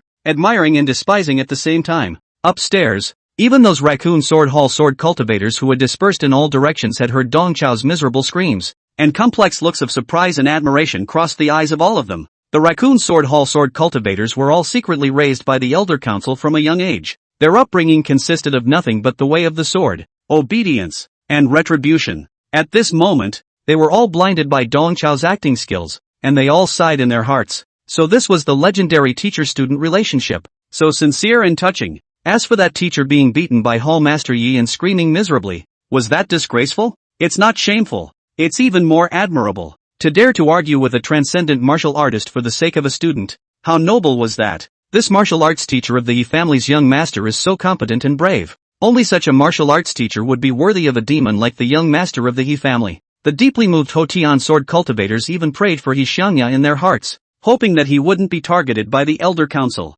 Michi Hoyuya and the others were similarly fooled by Dong Qiu's acting, and unable to hold back any longer, they tumbled down from the parapet, searching floor by floor for their teacher. Hearing a slight sound coming from above, Dong Chao waved his hand at Yi Zhiqiu, signaling him to hurry up and leave. Yi Zhiqiu once again gave Dong Chao a middle finger before his figure shifted and disappeared without a trace. Yi Zhiqiu had just left in the front foot, and several students tumbled down the stairs in the back foot. Seeing a few students, Dong Qiu started a new round. He put on an embarrassed look that was obviously very, very disheveled, but forced a smile. Jizi, teacher has done you justice. Yi Zhiqiu was too embarrassed to apologize in person, so he lent you this as an apology. Dong Chao handed over the notebook in his hand. Jizi, these are the notes of a transcendent martial artist. Yi Zhiqiu taking this to make amends to you is quite reasonable, isn't it? Looking at Dong Chao, whose face was covered in blood but forced a smile on his face, He Xiangya felt that his chest cavity had turned into a furnace, incomparably hot. Old Den really came through for him, not very head out though. In fact, he heard it all upstairs, and Lao Deng gave a beating, and from beginning to end, Yi Zhiqiu did not speak. Yi Zhiqiu should have been so tired of being pestered by Lao Deng that he threw this note at Lao Deng to get rid of him. In fact, He Xiangya knew that Yi Zhiqiu had chopped off his sword bone, and he was afraid that there was a huge implication behind it. It wasn't even a matter of apologizing or not. Looking at the notebook that was forcefully described by Lao Deng as Yi Zhiqiu's apology, He Xiangya kind of wanted to laugh, but he really couldn't. On the contrary, the flame in his heart became hotter and hotter. At this moment, He Xiangya sincerely felt that Lao Deng was really a good teacher. From the very beginning when the courtyard leader questioned him about cheating and Lao Deng stood up for him, to when his sister called for help and Lao Deng brought the whole class to back him up, to now, when Lao Deng was stalking the transcendent martial artist Yi Zhiqiu and forcing him to give an explanation. All along, Olden was in charge. Ho Yuya's recognition plus 25. He Xiangya transformed into a three-legged golden toad and exploded a large amount of gold coins for Dong Chao. Unfortunately, Lazi people end up being cheated by Lazi. Rare heart He Xiangya simply do not know. He is now trapped in the false bubble woven by Dong Chao. Dao Shi and the others beside him were similarly deeply moved. Their teachers, they are just so responsible and accountable. This old man's connections were also wide enough to actually know Yi Jiqiu. Moreover, for the sake of Jizi, he didn't hesitate to tear his face off with Yi Jiqiu. The more several people thought about it, the more they were moved, and they also offered their recognition for Dong Chao. Michihiro's approval rating plus 15, Ink Item's approval rating plus 16, G10 Fu's approval rating plus 12. Dong Chao's one-man show came to a perfect end, and with the 5 points of recognition that He Xiangya had previously contributed, he had gained 73 points of recognition in one go for this scene. It was really wool gathering to the point of baldness. The massive amount of recognition was transformed into cultivation and qi and blood, surging into Dong Chao's body. Dong Chao's cultivation soared all the way up, from the 6th level of the 4th rank all the way up to the 5th level of the 5th rank. It had almost risen by a large step. A system beep sounded continuously in his ears. Congratulations to the host. His cultivation level has broken through the 5th rank. A new apprentice slot is now open for the host. Congratulations to the host. Once again accumulating 100 points of recognition. The teaching treasure trove opens for the second time. In front of the students, Dong Chao had no time to check out the teaching treasure trove, and he could only hold his temper for the time being. He took out his cell phone and took a series of pictures of Yi Jiqiu's notebook. This is the insights of a transcendent martial artist. You guys, don't just stand there. Hurry up and take pictures of the contents of the notes. We still have to return it to Autumn Child tomorrow. Dong Chao signaled the students to hurry up and take pictures. How much Dao Shi, Mo Xiang and Ji Tianfu could benefit from this note, Dong Chao could not say, but he was certain that he must be the one who had benefited the second most besides He Xiangya. After all, after possessing the trait of the sword mind understanding, he was considered half a sword cultivator. At Dong Chao's reminder, several people took out their cell phones and topologized each page of notes. He Xiangya shoots with extra seriousness. He Xiangya didn't expect that Yi Jiqiu actually had the same habit of taking notes as he did. It was a pity that Yi Jiqiu's notes were too monotonous, recording only a few epiphanies and sword moves. As for He Xiangya's notes, they are so rich. Everything from recipes to dressing tips, from game tips to life hacks. He Xiangya secretly thought that when he became a transcendent sword cultivator in the future, his notes, too, would surely be passed around by his descendants. It's soothing to think about. With this soothing shock, He Yuanya also thought of a great joy to relieve his anger. When the day came, he would definitely use Yi Jiqiu's moves to defeat Yi Jiqiu. He would also have to chop off Yi Jiqiu's sword bone. Not only that, he was going to change all of these sword moves of Yi Jiqiu into new names, branding them with his He Xiangya's mark. Pull the crotch waist weak and powerless clumsy sissy nerdy goose of Ye's swordplay. He Xiangya typed rapidly on his cell phone, editing the images with a long list of notes. Chapter 168 Martial Arts Mobilization Order. Dong Chao led the students in a busy work, and Yi Jiqiu's notes were quickly topographed. Several people were about to study this priceless treasure when their mechanical bracelets snapped. Several people received electronic mail from the military in Jiani City at the same time. Dong Chao only glanced at the beginning of the letter and his expression instantly became grave. An inch of mountains and rivers, an inch of blood, 100, 000 martial artists, 100, 000 armies. Just by reading these 14 words, Dong Chao realized that this was a martial mobilization order. Order all martial arts teachers and students in Jiani City who have received the message to gather at 9 o'clock tomorrow morning on Jiantsuba Road. At that time, your colleagues will join the military and head to Coldwood Pass for support. As the saying goes, the fewer the words, the bigger the matter. This mobilization order has only a few dozen words, but it reveals an urgent and forceful flavor. Earlier, when he noticed the sirens over the city escalating for days on end, Dong Chao had expected that the situation would continue to deteriorate, and that the Beimang military would likely have to issue a martial mobilization order. It's just that he didn't expect the martial mobilization order to come so quickly. Dao Shi and the others were all seeing the martial mobilization order for the first time, and after a brief moment of dismay, a look of excitement appeared on the faces of several people. They had come to North Mang this time, originally rushing to make things happen. Right now, the really big scene, it's coming. Dong Chao did not move and glanced at Dao Shi, who looked back at Dong Chao with uncertainty. Dong Chao grinned an amiable smile and hid all his thoughts. The defenders of the Cold Martial Pass were the Iron Horse Glacier troops. This troop, a direct descendant of the Xian Yuan family. If Dong Chao remembered correctly, Dao Shi's father and uncle, the Xian Yuan twins of that year, were in this unit and came to prominence. The trajectory of history seems to be moving slowly in the direction of reincarnation. Jizi, have your sister open a few more sweets? We'll rest here today. Everyone, gear up. Yes, Dao Shi and the others responded excitedly. 20 minutes later, the VIP suite of the He Hotel. Dong Chao sat at the table, carefully organizing his belongings. S-rank black sword, homemade meteor hammer, S-rank defense armor of pain. Rusty heart and secret key from Rusty Capital Mystic Realm. 10,000 cubic meters of storage space in a storage bag. One by one, the items were placed on the table by Dong Chao. The corrosive heart and that secret key to the abyssal mystery realm were both worth their weight in gold. But right now, they were of little use, and Dong Chao threw them into the deepest part of his storage bag. The black sword and the armor of pain, both of which Dong Chao had taken careful care of, were also carefully retrieved into the storage bag. In the extra-large capacity storage bag, there were also some supplies and medicines that Dong Chao had accumulated on weekdays. Dong Chao used his divine sense and examined them all in detail. As for the homemade meteor hammer, when he was in the Rusty Capital Mystic Realm, Dong Chao had used it to test the power of the rules on that metal gate, causing the head of the hammer to rust. This homemade weapon has become less than a handful. Dong Qiu decided to give it to Mo Xiang. The sleeve hammer was made of secret silver after all, and this rare material could only be utilized to its fullest value when it reached the hands of Mo Xiang. After packing up all the items, Dong Chao then opened the system panel and opened the teaching treasure trove. Once again, he was faced with a happy triple choice. Reward 1, Martial Art, Indestructible Sword Code. Reward 2, Martial Art, Guoyuan Jido Jing. Reward 3, Martial Art, Dimming Dragon asked for Heavenly K. Looking at the three reward options, Dong Chao, who had always been decisive, became hesitant. Unlike the previous treasury reward, the three options this time around were all martial arts. Dong Chao had learned how powerful the martial arts provided by the teaching treasury were, and just by looking at the names, one could tell that the three martial arts in front of him were all capped. Although these three martial arts, even if he chose them with his eyes closed, there was certainly nothing wrong with them, but Dong Chao still forced the best of the best to maximize the benefits. The Undying Sword Codex. It sounded like it was a Sword Dao Codex related to defense and vitality,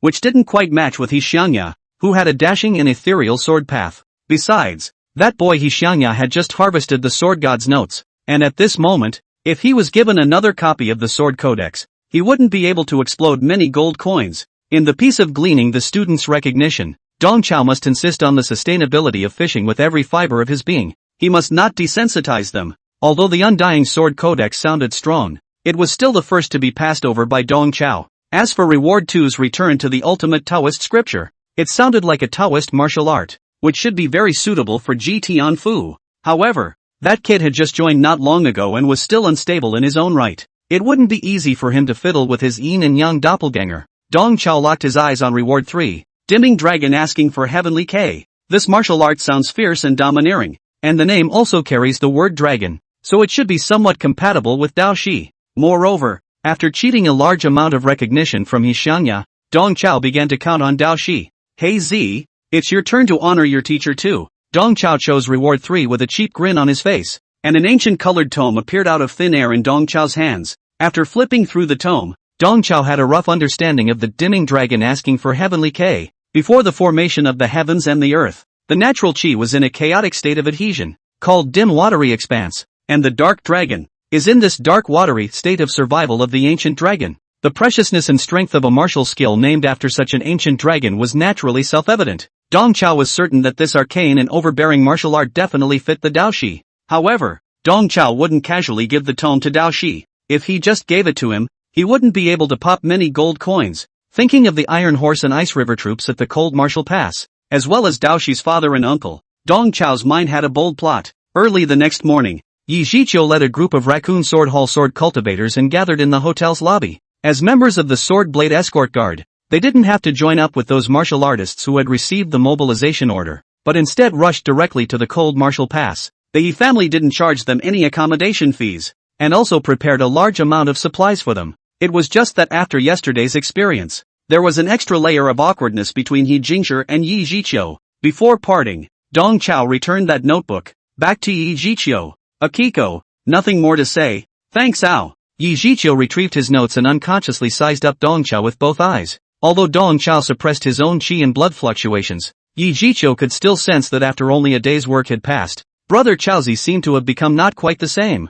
There was a touch more of his old divinity in the way he lifted his hand and threw his feet. In front of outsiders, Yi Zhiqiu hid the suspicions in his heart without showing them in the slightest. Brother, we'll leave first. I've just been appointed as the captain of this term's Sword Blade Escort Guard. When you guys arrive at the Cold Martial Pass, remember to come find me. Dong Chao nodded repeatedly. Definitely, definitely. Dao Shi, He Xiongya and the others were lying on the landscape platform on the second floor of the hotel, looking at Dong Chao and Yi Zhiqiu, who were saying goodbye to each other. Didn't Lao Dang just get beaten up yesterday? Why are they hooking up today? This is too shameless, isn't it? Is reconciliation so quick in the adult world? Should I say no? Lao Dang is something. The four little kings, he knows at least two of them. The more several people discussed it, the more curious they became. From all the manifestations, their martial arts instructor, Dong Chao, has a very uncomplicated identity now. Everywhere they go, they have acquaintances. The few straightforward students didn't know that at this moment, Dong Chao was deliberately acting like he was hooking up with Yi Zhiqiu in front of them.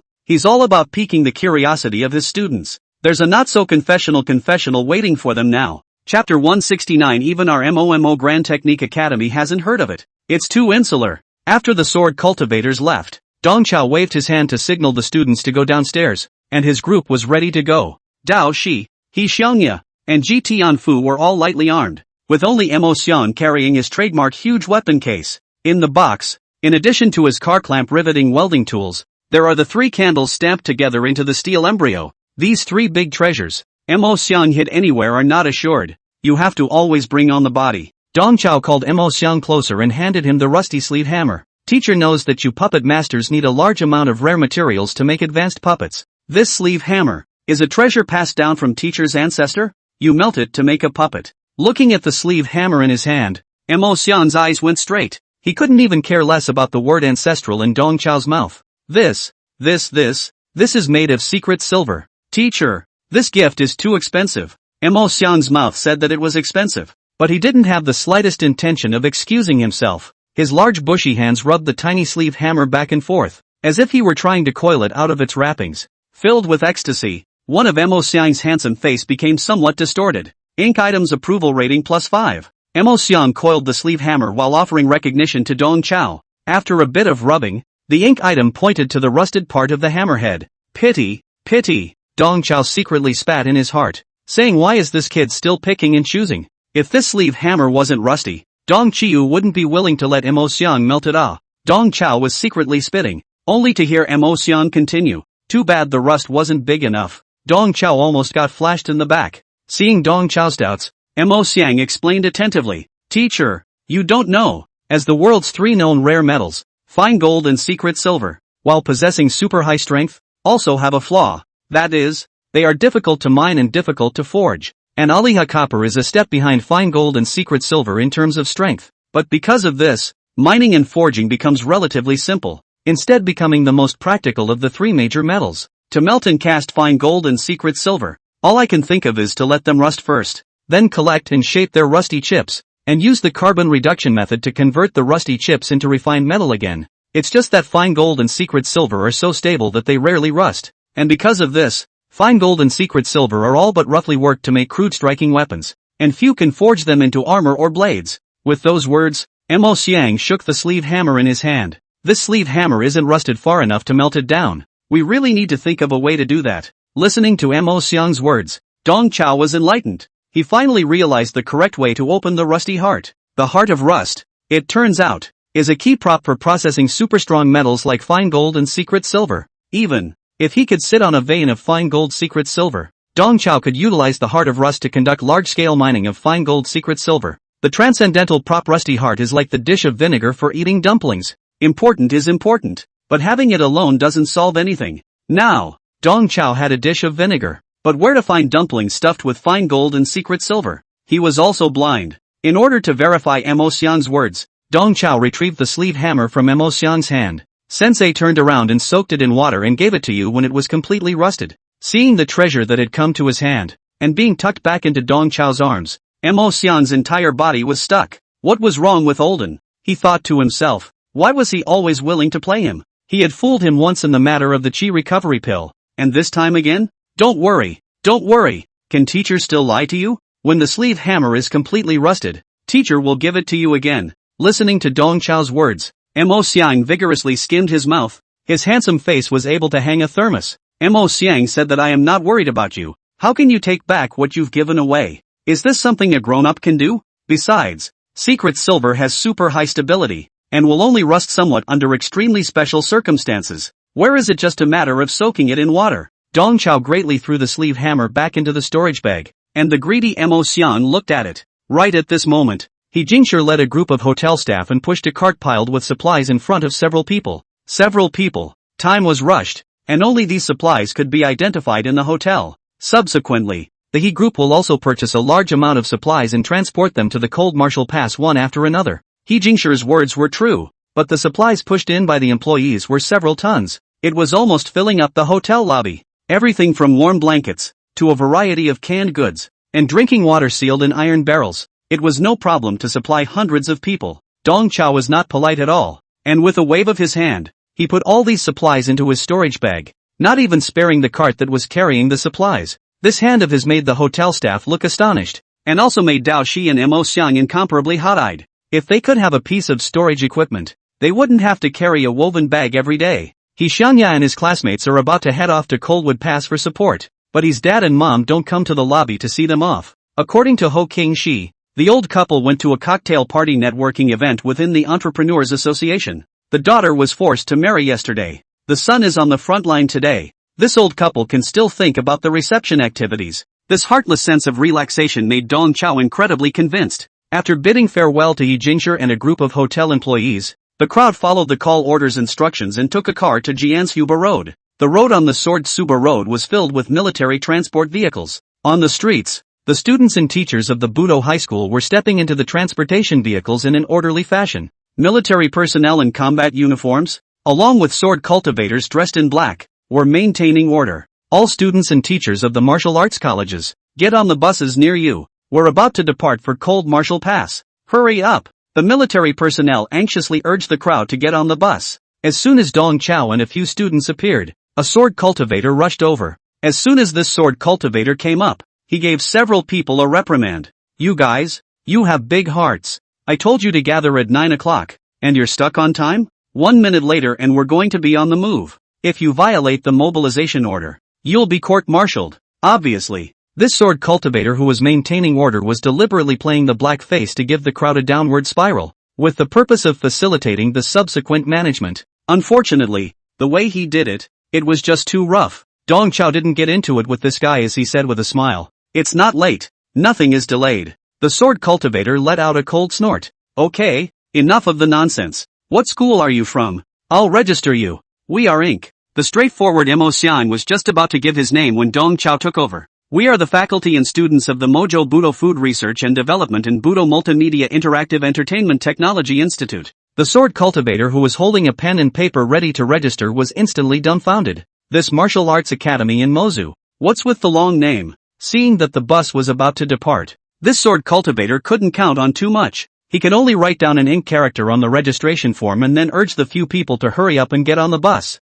After completing the registration, Jianxiu really couldn't hold back his curiosity as he asked Dong Chao, who was rubbing his shoulders. What is this academy of yours? A new martial arts college? Dong Chao shook his finger dismissively and corrected himself. We're an old private junior college, one with a deep heritage. If you haven't even heard of our Mo Mu University Technical College, you're too ignorant. With those words, Dong Chao divinely led the students to the car, leaving the sword cultivator in the wind. How come there are still private junior colleges and martial arts colleges? Also, the name, Mo Mu Technological Institute, is too unpleasant. Is this a proper school? Jianxiu's entire body went numb, and he stood frozen in the wind for a long time. Chapter 170, Where is there any heavenly pride? It's just a brittle college student. After getting into the car, Dong Chao came up with an anticlimactic move, loudly urging the young sword cultivator who was frozen under the car. Older brother, don't just stand there. The bus will be departing soon. You've got a bit of a collective mindset.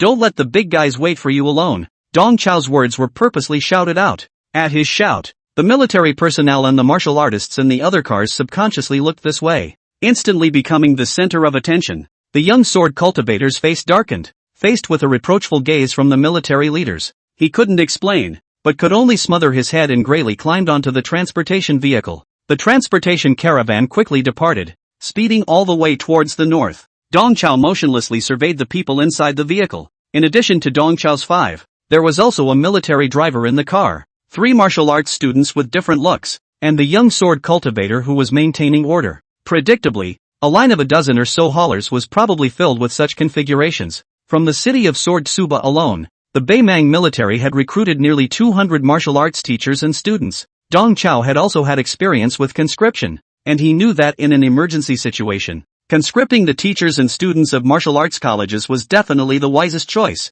Although the martial arts mercenaries and secret explorers in the society might be stronger in terms of strength, they had too many uncertainties, and Budo students, by and large, are orderly and kind until they enter society. While Dong Chao sized up the 3 martial arts students, the 3 similarly sized him up. After some staring, Dong Chao took the initiative to speak. Let's all get to know each other. We are the faculty and students of the Mojo Budo Food Research and Development and Budo Multimedia Interactive Entertainment Technology Institute. Several students. May I ask what your names are? The few people in the car had heard it earlier when Dong Chao had declared himself to the young sword cultivator. At this moment, hearing this lengthy school name again, a few people's scalps still tingled. After a brief hesitation, a small, inch-haired man was the first to open his mouth. Hello teacher, my name is Li Ming. I'm a student of the Western Sichuan Martial Arts Academy, sophomore this year. The girl beside Li Ming followed. My name is Huang Yu. I'm a student of the Longhu Mountain Talisman Academy, and I'm also a sophomore. In the corner, a fat man with the roundness of a meatball purposely cleared his throat and solemnly introduced himself. My name is Hao Shuang. I'm a student at ULU University. I'm a senior this year. When Hao Shuang reported the home of ULU University, both Li Ming and Huang Yu showed admiration. Even the driver, who was driving the car, glanced secretly at Hao Shuang through the rearview mirror. This round, fat man was actually from the highest school of Confucianism, one of the 5 most prestigious schools in China, ULU University. Under the gaze of several people, Hao Shuang unashamedly displayed his qi and blood fluctuations. This guy's qi and blood was solid and majestic, and his cultivation was at the beginning of the 7th stage, a proper high-ranking martial artist. Now, even the sword cultivator who was maintaining order became unsettled. Several people realized that when it came to the battlefield, this fat man was an absolute thigh. The few people from Daoshi Shionya didn't take this 7th-ranked fatty seriously at all, but on the surface, they still put on expressions of admiration and ingratiation. The newest member of the small collective, Ji Tenfu, acted a little stiff. Hao Shuang was enjoying this star-studded feeling, and he said in a big way, Z once said that a gentleman is circumspect but not circumspect, while a villain is circumspect but not circumspect. When we go to war, we are colleagues. I will do my best to protect everyone. Looking at this fat man's literary style, Dong Chao instantly realized that this kid is a Confucian cultivator in the school of Confucianism. Within Confucianism, there are several schools of thought, such as the Analects, the I Ching, and the Kan. Dong Chao's little old brother, Mu Shi Liang, one of the 4 little kings, was of the scripture theory school. This school of Confucianism is just literate and full of words. Traveling from the city of Sword Suba to the northernmost border, Coalwood Pass, took at least 7 or 8 hours. Along the way, everyone went from being strangers to gradually becoming acquainted. Through the climb, the crowd learned that Li Ming and Huang Yu, both locals of Beimang, they both went home for the holidays, and as a result, they were drafted by the military. And fatty Hao Shuang, who was traveling to Beimang, also happened to catch the draft. Along the way, Hao Shuang acted very talkative. He talked about everything from his personal cultivation experience to the gossip of the martial arts session. The atmosphere in the carriage, with him in it, was much more lively. The topic in Hao Shuang's mouth took 7 turns and eventually turned to the several newly emerged prides of the martial Dao session. You've all heard about it, right? Sanqing University, this year, recruited a pair of heavenly pride twins. Upon hearing this, Li Ming excitedly took over the conversation. I've heard about it. It's the famous Wang Zuojuan and Wang Rightjun. I've seen the video of their match with Father Gunfire on the internet. I must say, those 2 brothers are really ruthless. As he spoke, Li Ming looked toward Dao Shi and the others. You guys have also heard of those 2 heavenly prides, right? Michishij and Ho Yuya simply shook their heads. How could Dao Shi and Hishionya not recognize the Wang brothers? The reason why they shook their heads was because in their eyes, the Wang brothers' current capabilities were not worthy of the word heaven's pride. Where did Li Ming know the true feelings of the 2? Looking at the 2 who were shaking their heads repeatedly, he skimmed his lips and said that these few students of the MOMOMO Grand Technique Academy really had limited horizons. They had never even heard of the 3 Qing twins, Wang Zuoju and Wang Rightjun. That's a heavenly pride that has overwhelmed the world. He's even the best of the freshmen in this class. Li Ming unreservedly bragged about the Wang brothers. After all, judging from the video, the Wang brothers were just too strong. Stronger than even the teachers of their Sichuan Martial Arts Academy. As a student of a third-rate martial arts academy, Wang Zuoju and Wang Ruijuan was already the limit of what Li Ming could perceive in his mind. of heavenly pride. This kind of extreme heavenly pride. A few people from the Inquo Grand Technique Academy had actually never heard of it. Li Ming in front of a few college students rose a strong sense of superiority. What Li Ming did not expect was that Hao Shuang, who came from a famous school, refuted his words as well. Although the Wang brothers are powerful, they are not considered the top freshmen of this class. At least within Sanqing University, there is one person who is even stronger than them. Hao Shuang put on a mysterious posture and said in a suppressed voice, "I'll tell you guys a secret that's not well known. Within the 3 clear universities, there's a new SS grade student in the rule department. That guy's talent is even higher than the Wang brothers. He is the true ace of Sanqing University." Listening to Hao Shuang's words, the carriage fell into a short silence. Li Ming and Huang Yu both had their jaws dropped. They really couldn't imagine how terrifying a freshman of the SS level of the rule department had to be. It was completely beyond the limits of their beyond cognizance. Dao Shi, He Xiongya and Mo Xiang, on the other hand, were somewhat surprised. This unassuming fat man in front of them was really well informed. This secret, he knows all about it? Young lightly shook his head in triumph. We, Confucian cultivators, have the most sophisticated network of information, and can grasp first-hand information about the martial arts sessions. He looked triumphantly at Dao Shi and the others. How about this? This secret of the 3 clear universities. You guys have never heard of it, right? If you ask me, that mysterious 3 Qing Taoist cultivator is the absolute leader of this class of martial arts freshmen. Oh so, if you don't tell us, old brother, where can we know to go? Dao Shi, He Xiongya, and Mo Xiang all let out a matching exclamation, giving Hao Shuang a full emotional value pull. Only Ji Tianfu sat obediently in the corner with a polite but not embarrassed smile on his face. In front of a few big brothers. What kind of a leader was he? What kind of heavenly pride? At best, he was just a brittle college student. Chapter 171 Iron Horse and Ice River. Seeing that several listeners were so cooperative, Hao Shuang became more and more energized. Aside from that mysterious 3 clear Taoist cultivator, I think that there is another person in this class of freshmen who also shines in his performance. Oh, there are still masters? Tell me. Dao Shi He Xiongya all transformed into a comic relief, actively cooperating with Hao Shuang. Hao Shuang lengthened his voice and said in a single word, "Among the freshmen of this class, there is another super genius, and that's Mo University's son, Jing Feng." Put, eating melon to his own head, Mo Xiang covered his mouth with his hand, so he did not laugh out loud. Do He and Ho Hung Yai are much more professional. Dao Shi stepped on He Xiongya and He Xiongya secretly stabbed Dao Shi in the ribs, using the cover of pain. Neither of them showed the slightest smile on their faces, just from listening to the name. I know that this Sun student must be extraordinary. Tell us about his heroic deeds. Don't spare a single detail. We love to hear it. Dao Shi and He Xiongya were flirting with Hao Shuang one after another. The two were already enjoying themselves mentally. You guys are also from Mazhou, but you haven't heard of Sun Jingfeng's name? Hao Shuang glanced at the duo angrily, but still, as if he were counting, introduced Sun Jingfeng's heroic deeds. How Sun Jingfeng instantly seconded the entire college in internal assessment. How to fend off a crowd of killers and save the Sanqing Taoist community in the secret world of the mining pits. And how Sun Jingfeng showed his leadership skills in the recent Rust Capital mystery. Dao Shi and He Xiongya couldn't help but sigh. Hao Shuang is really a bit of a ghost. He really knows a lot of inside information. However, there is still a slight gap between these inside information and the actual situation. You can't underestimate Mo University this year. With Sun Jingfeng around, Mo University's results in the 100 Schools Martial Arts Conference this year will definitely not be bad. Listening to Hao Shuang's assertion, Dao Shi's few people nodded their heads like chickens cutting rice. Ah yes, yes, yes. The casual atmosphere of the crowd was originally cordial, but that sword cultivator Wan Yuba, who was maintaining order, snorted sourly and coldly. What's there to brag about a day-old Mo University? All these years, Mo University can't even smell the tailpipe of our Sword Pavilion University. Their school's geniuses are nothing more than runts. From the very beginning of the small talk, Wan Yuba was waiting for Hao Shuang to brag about their Jianghe University. Being in Beimeng,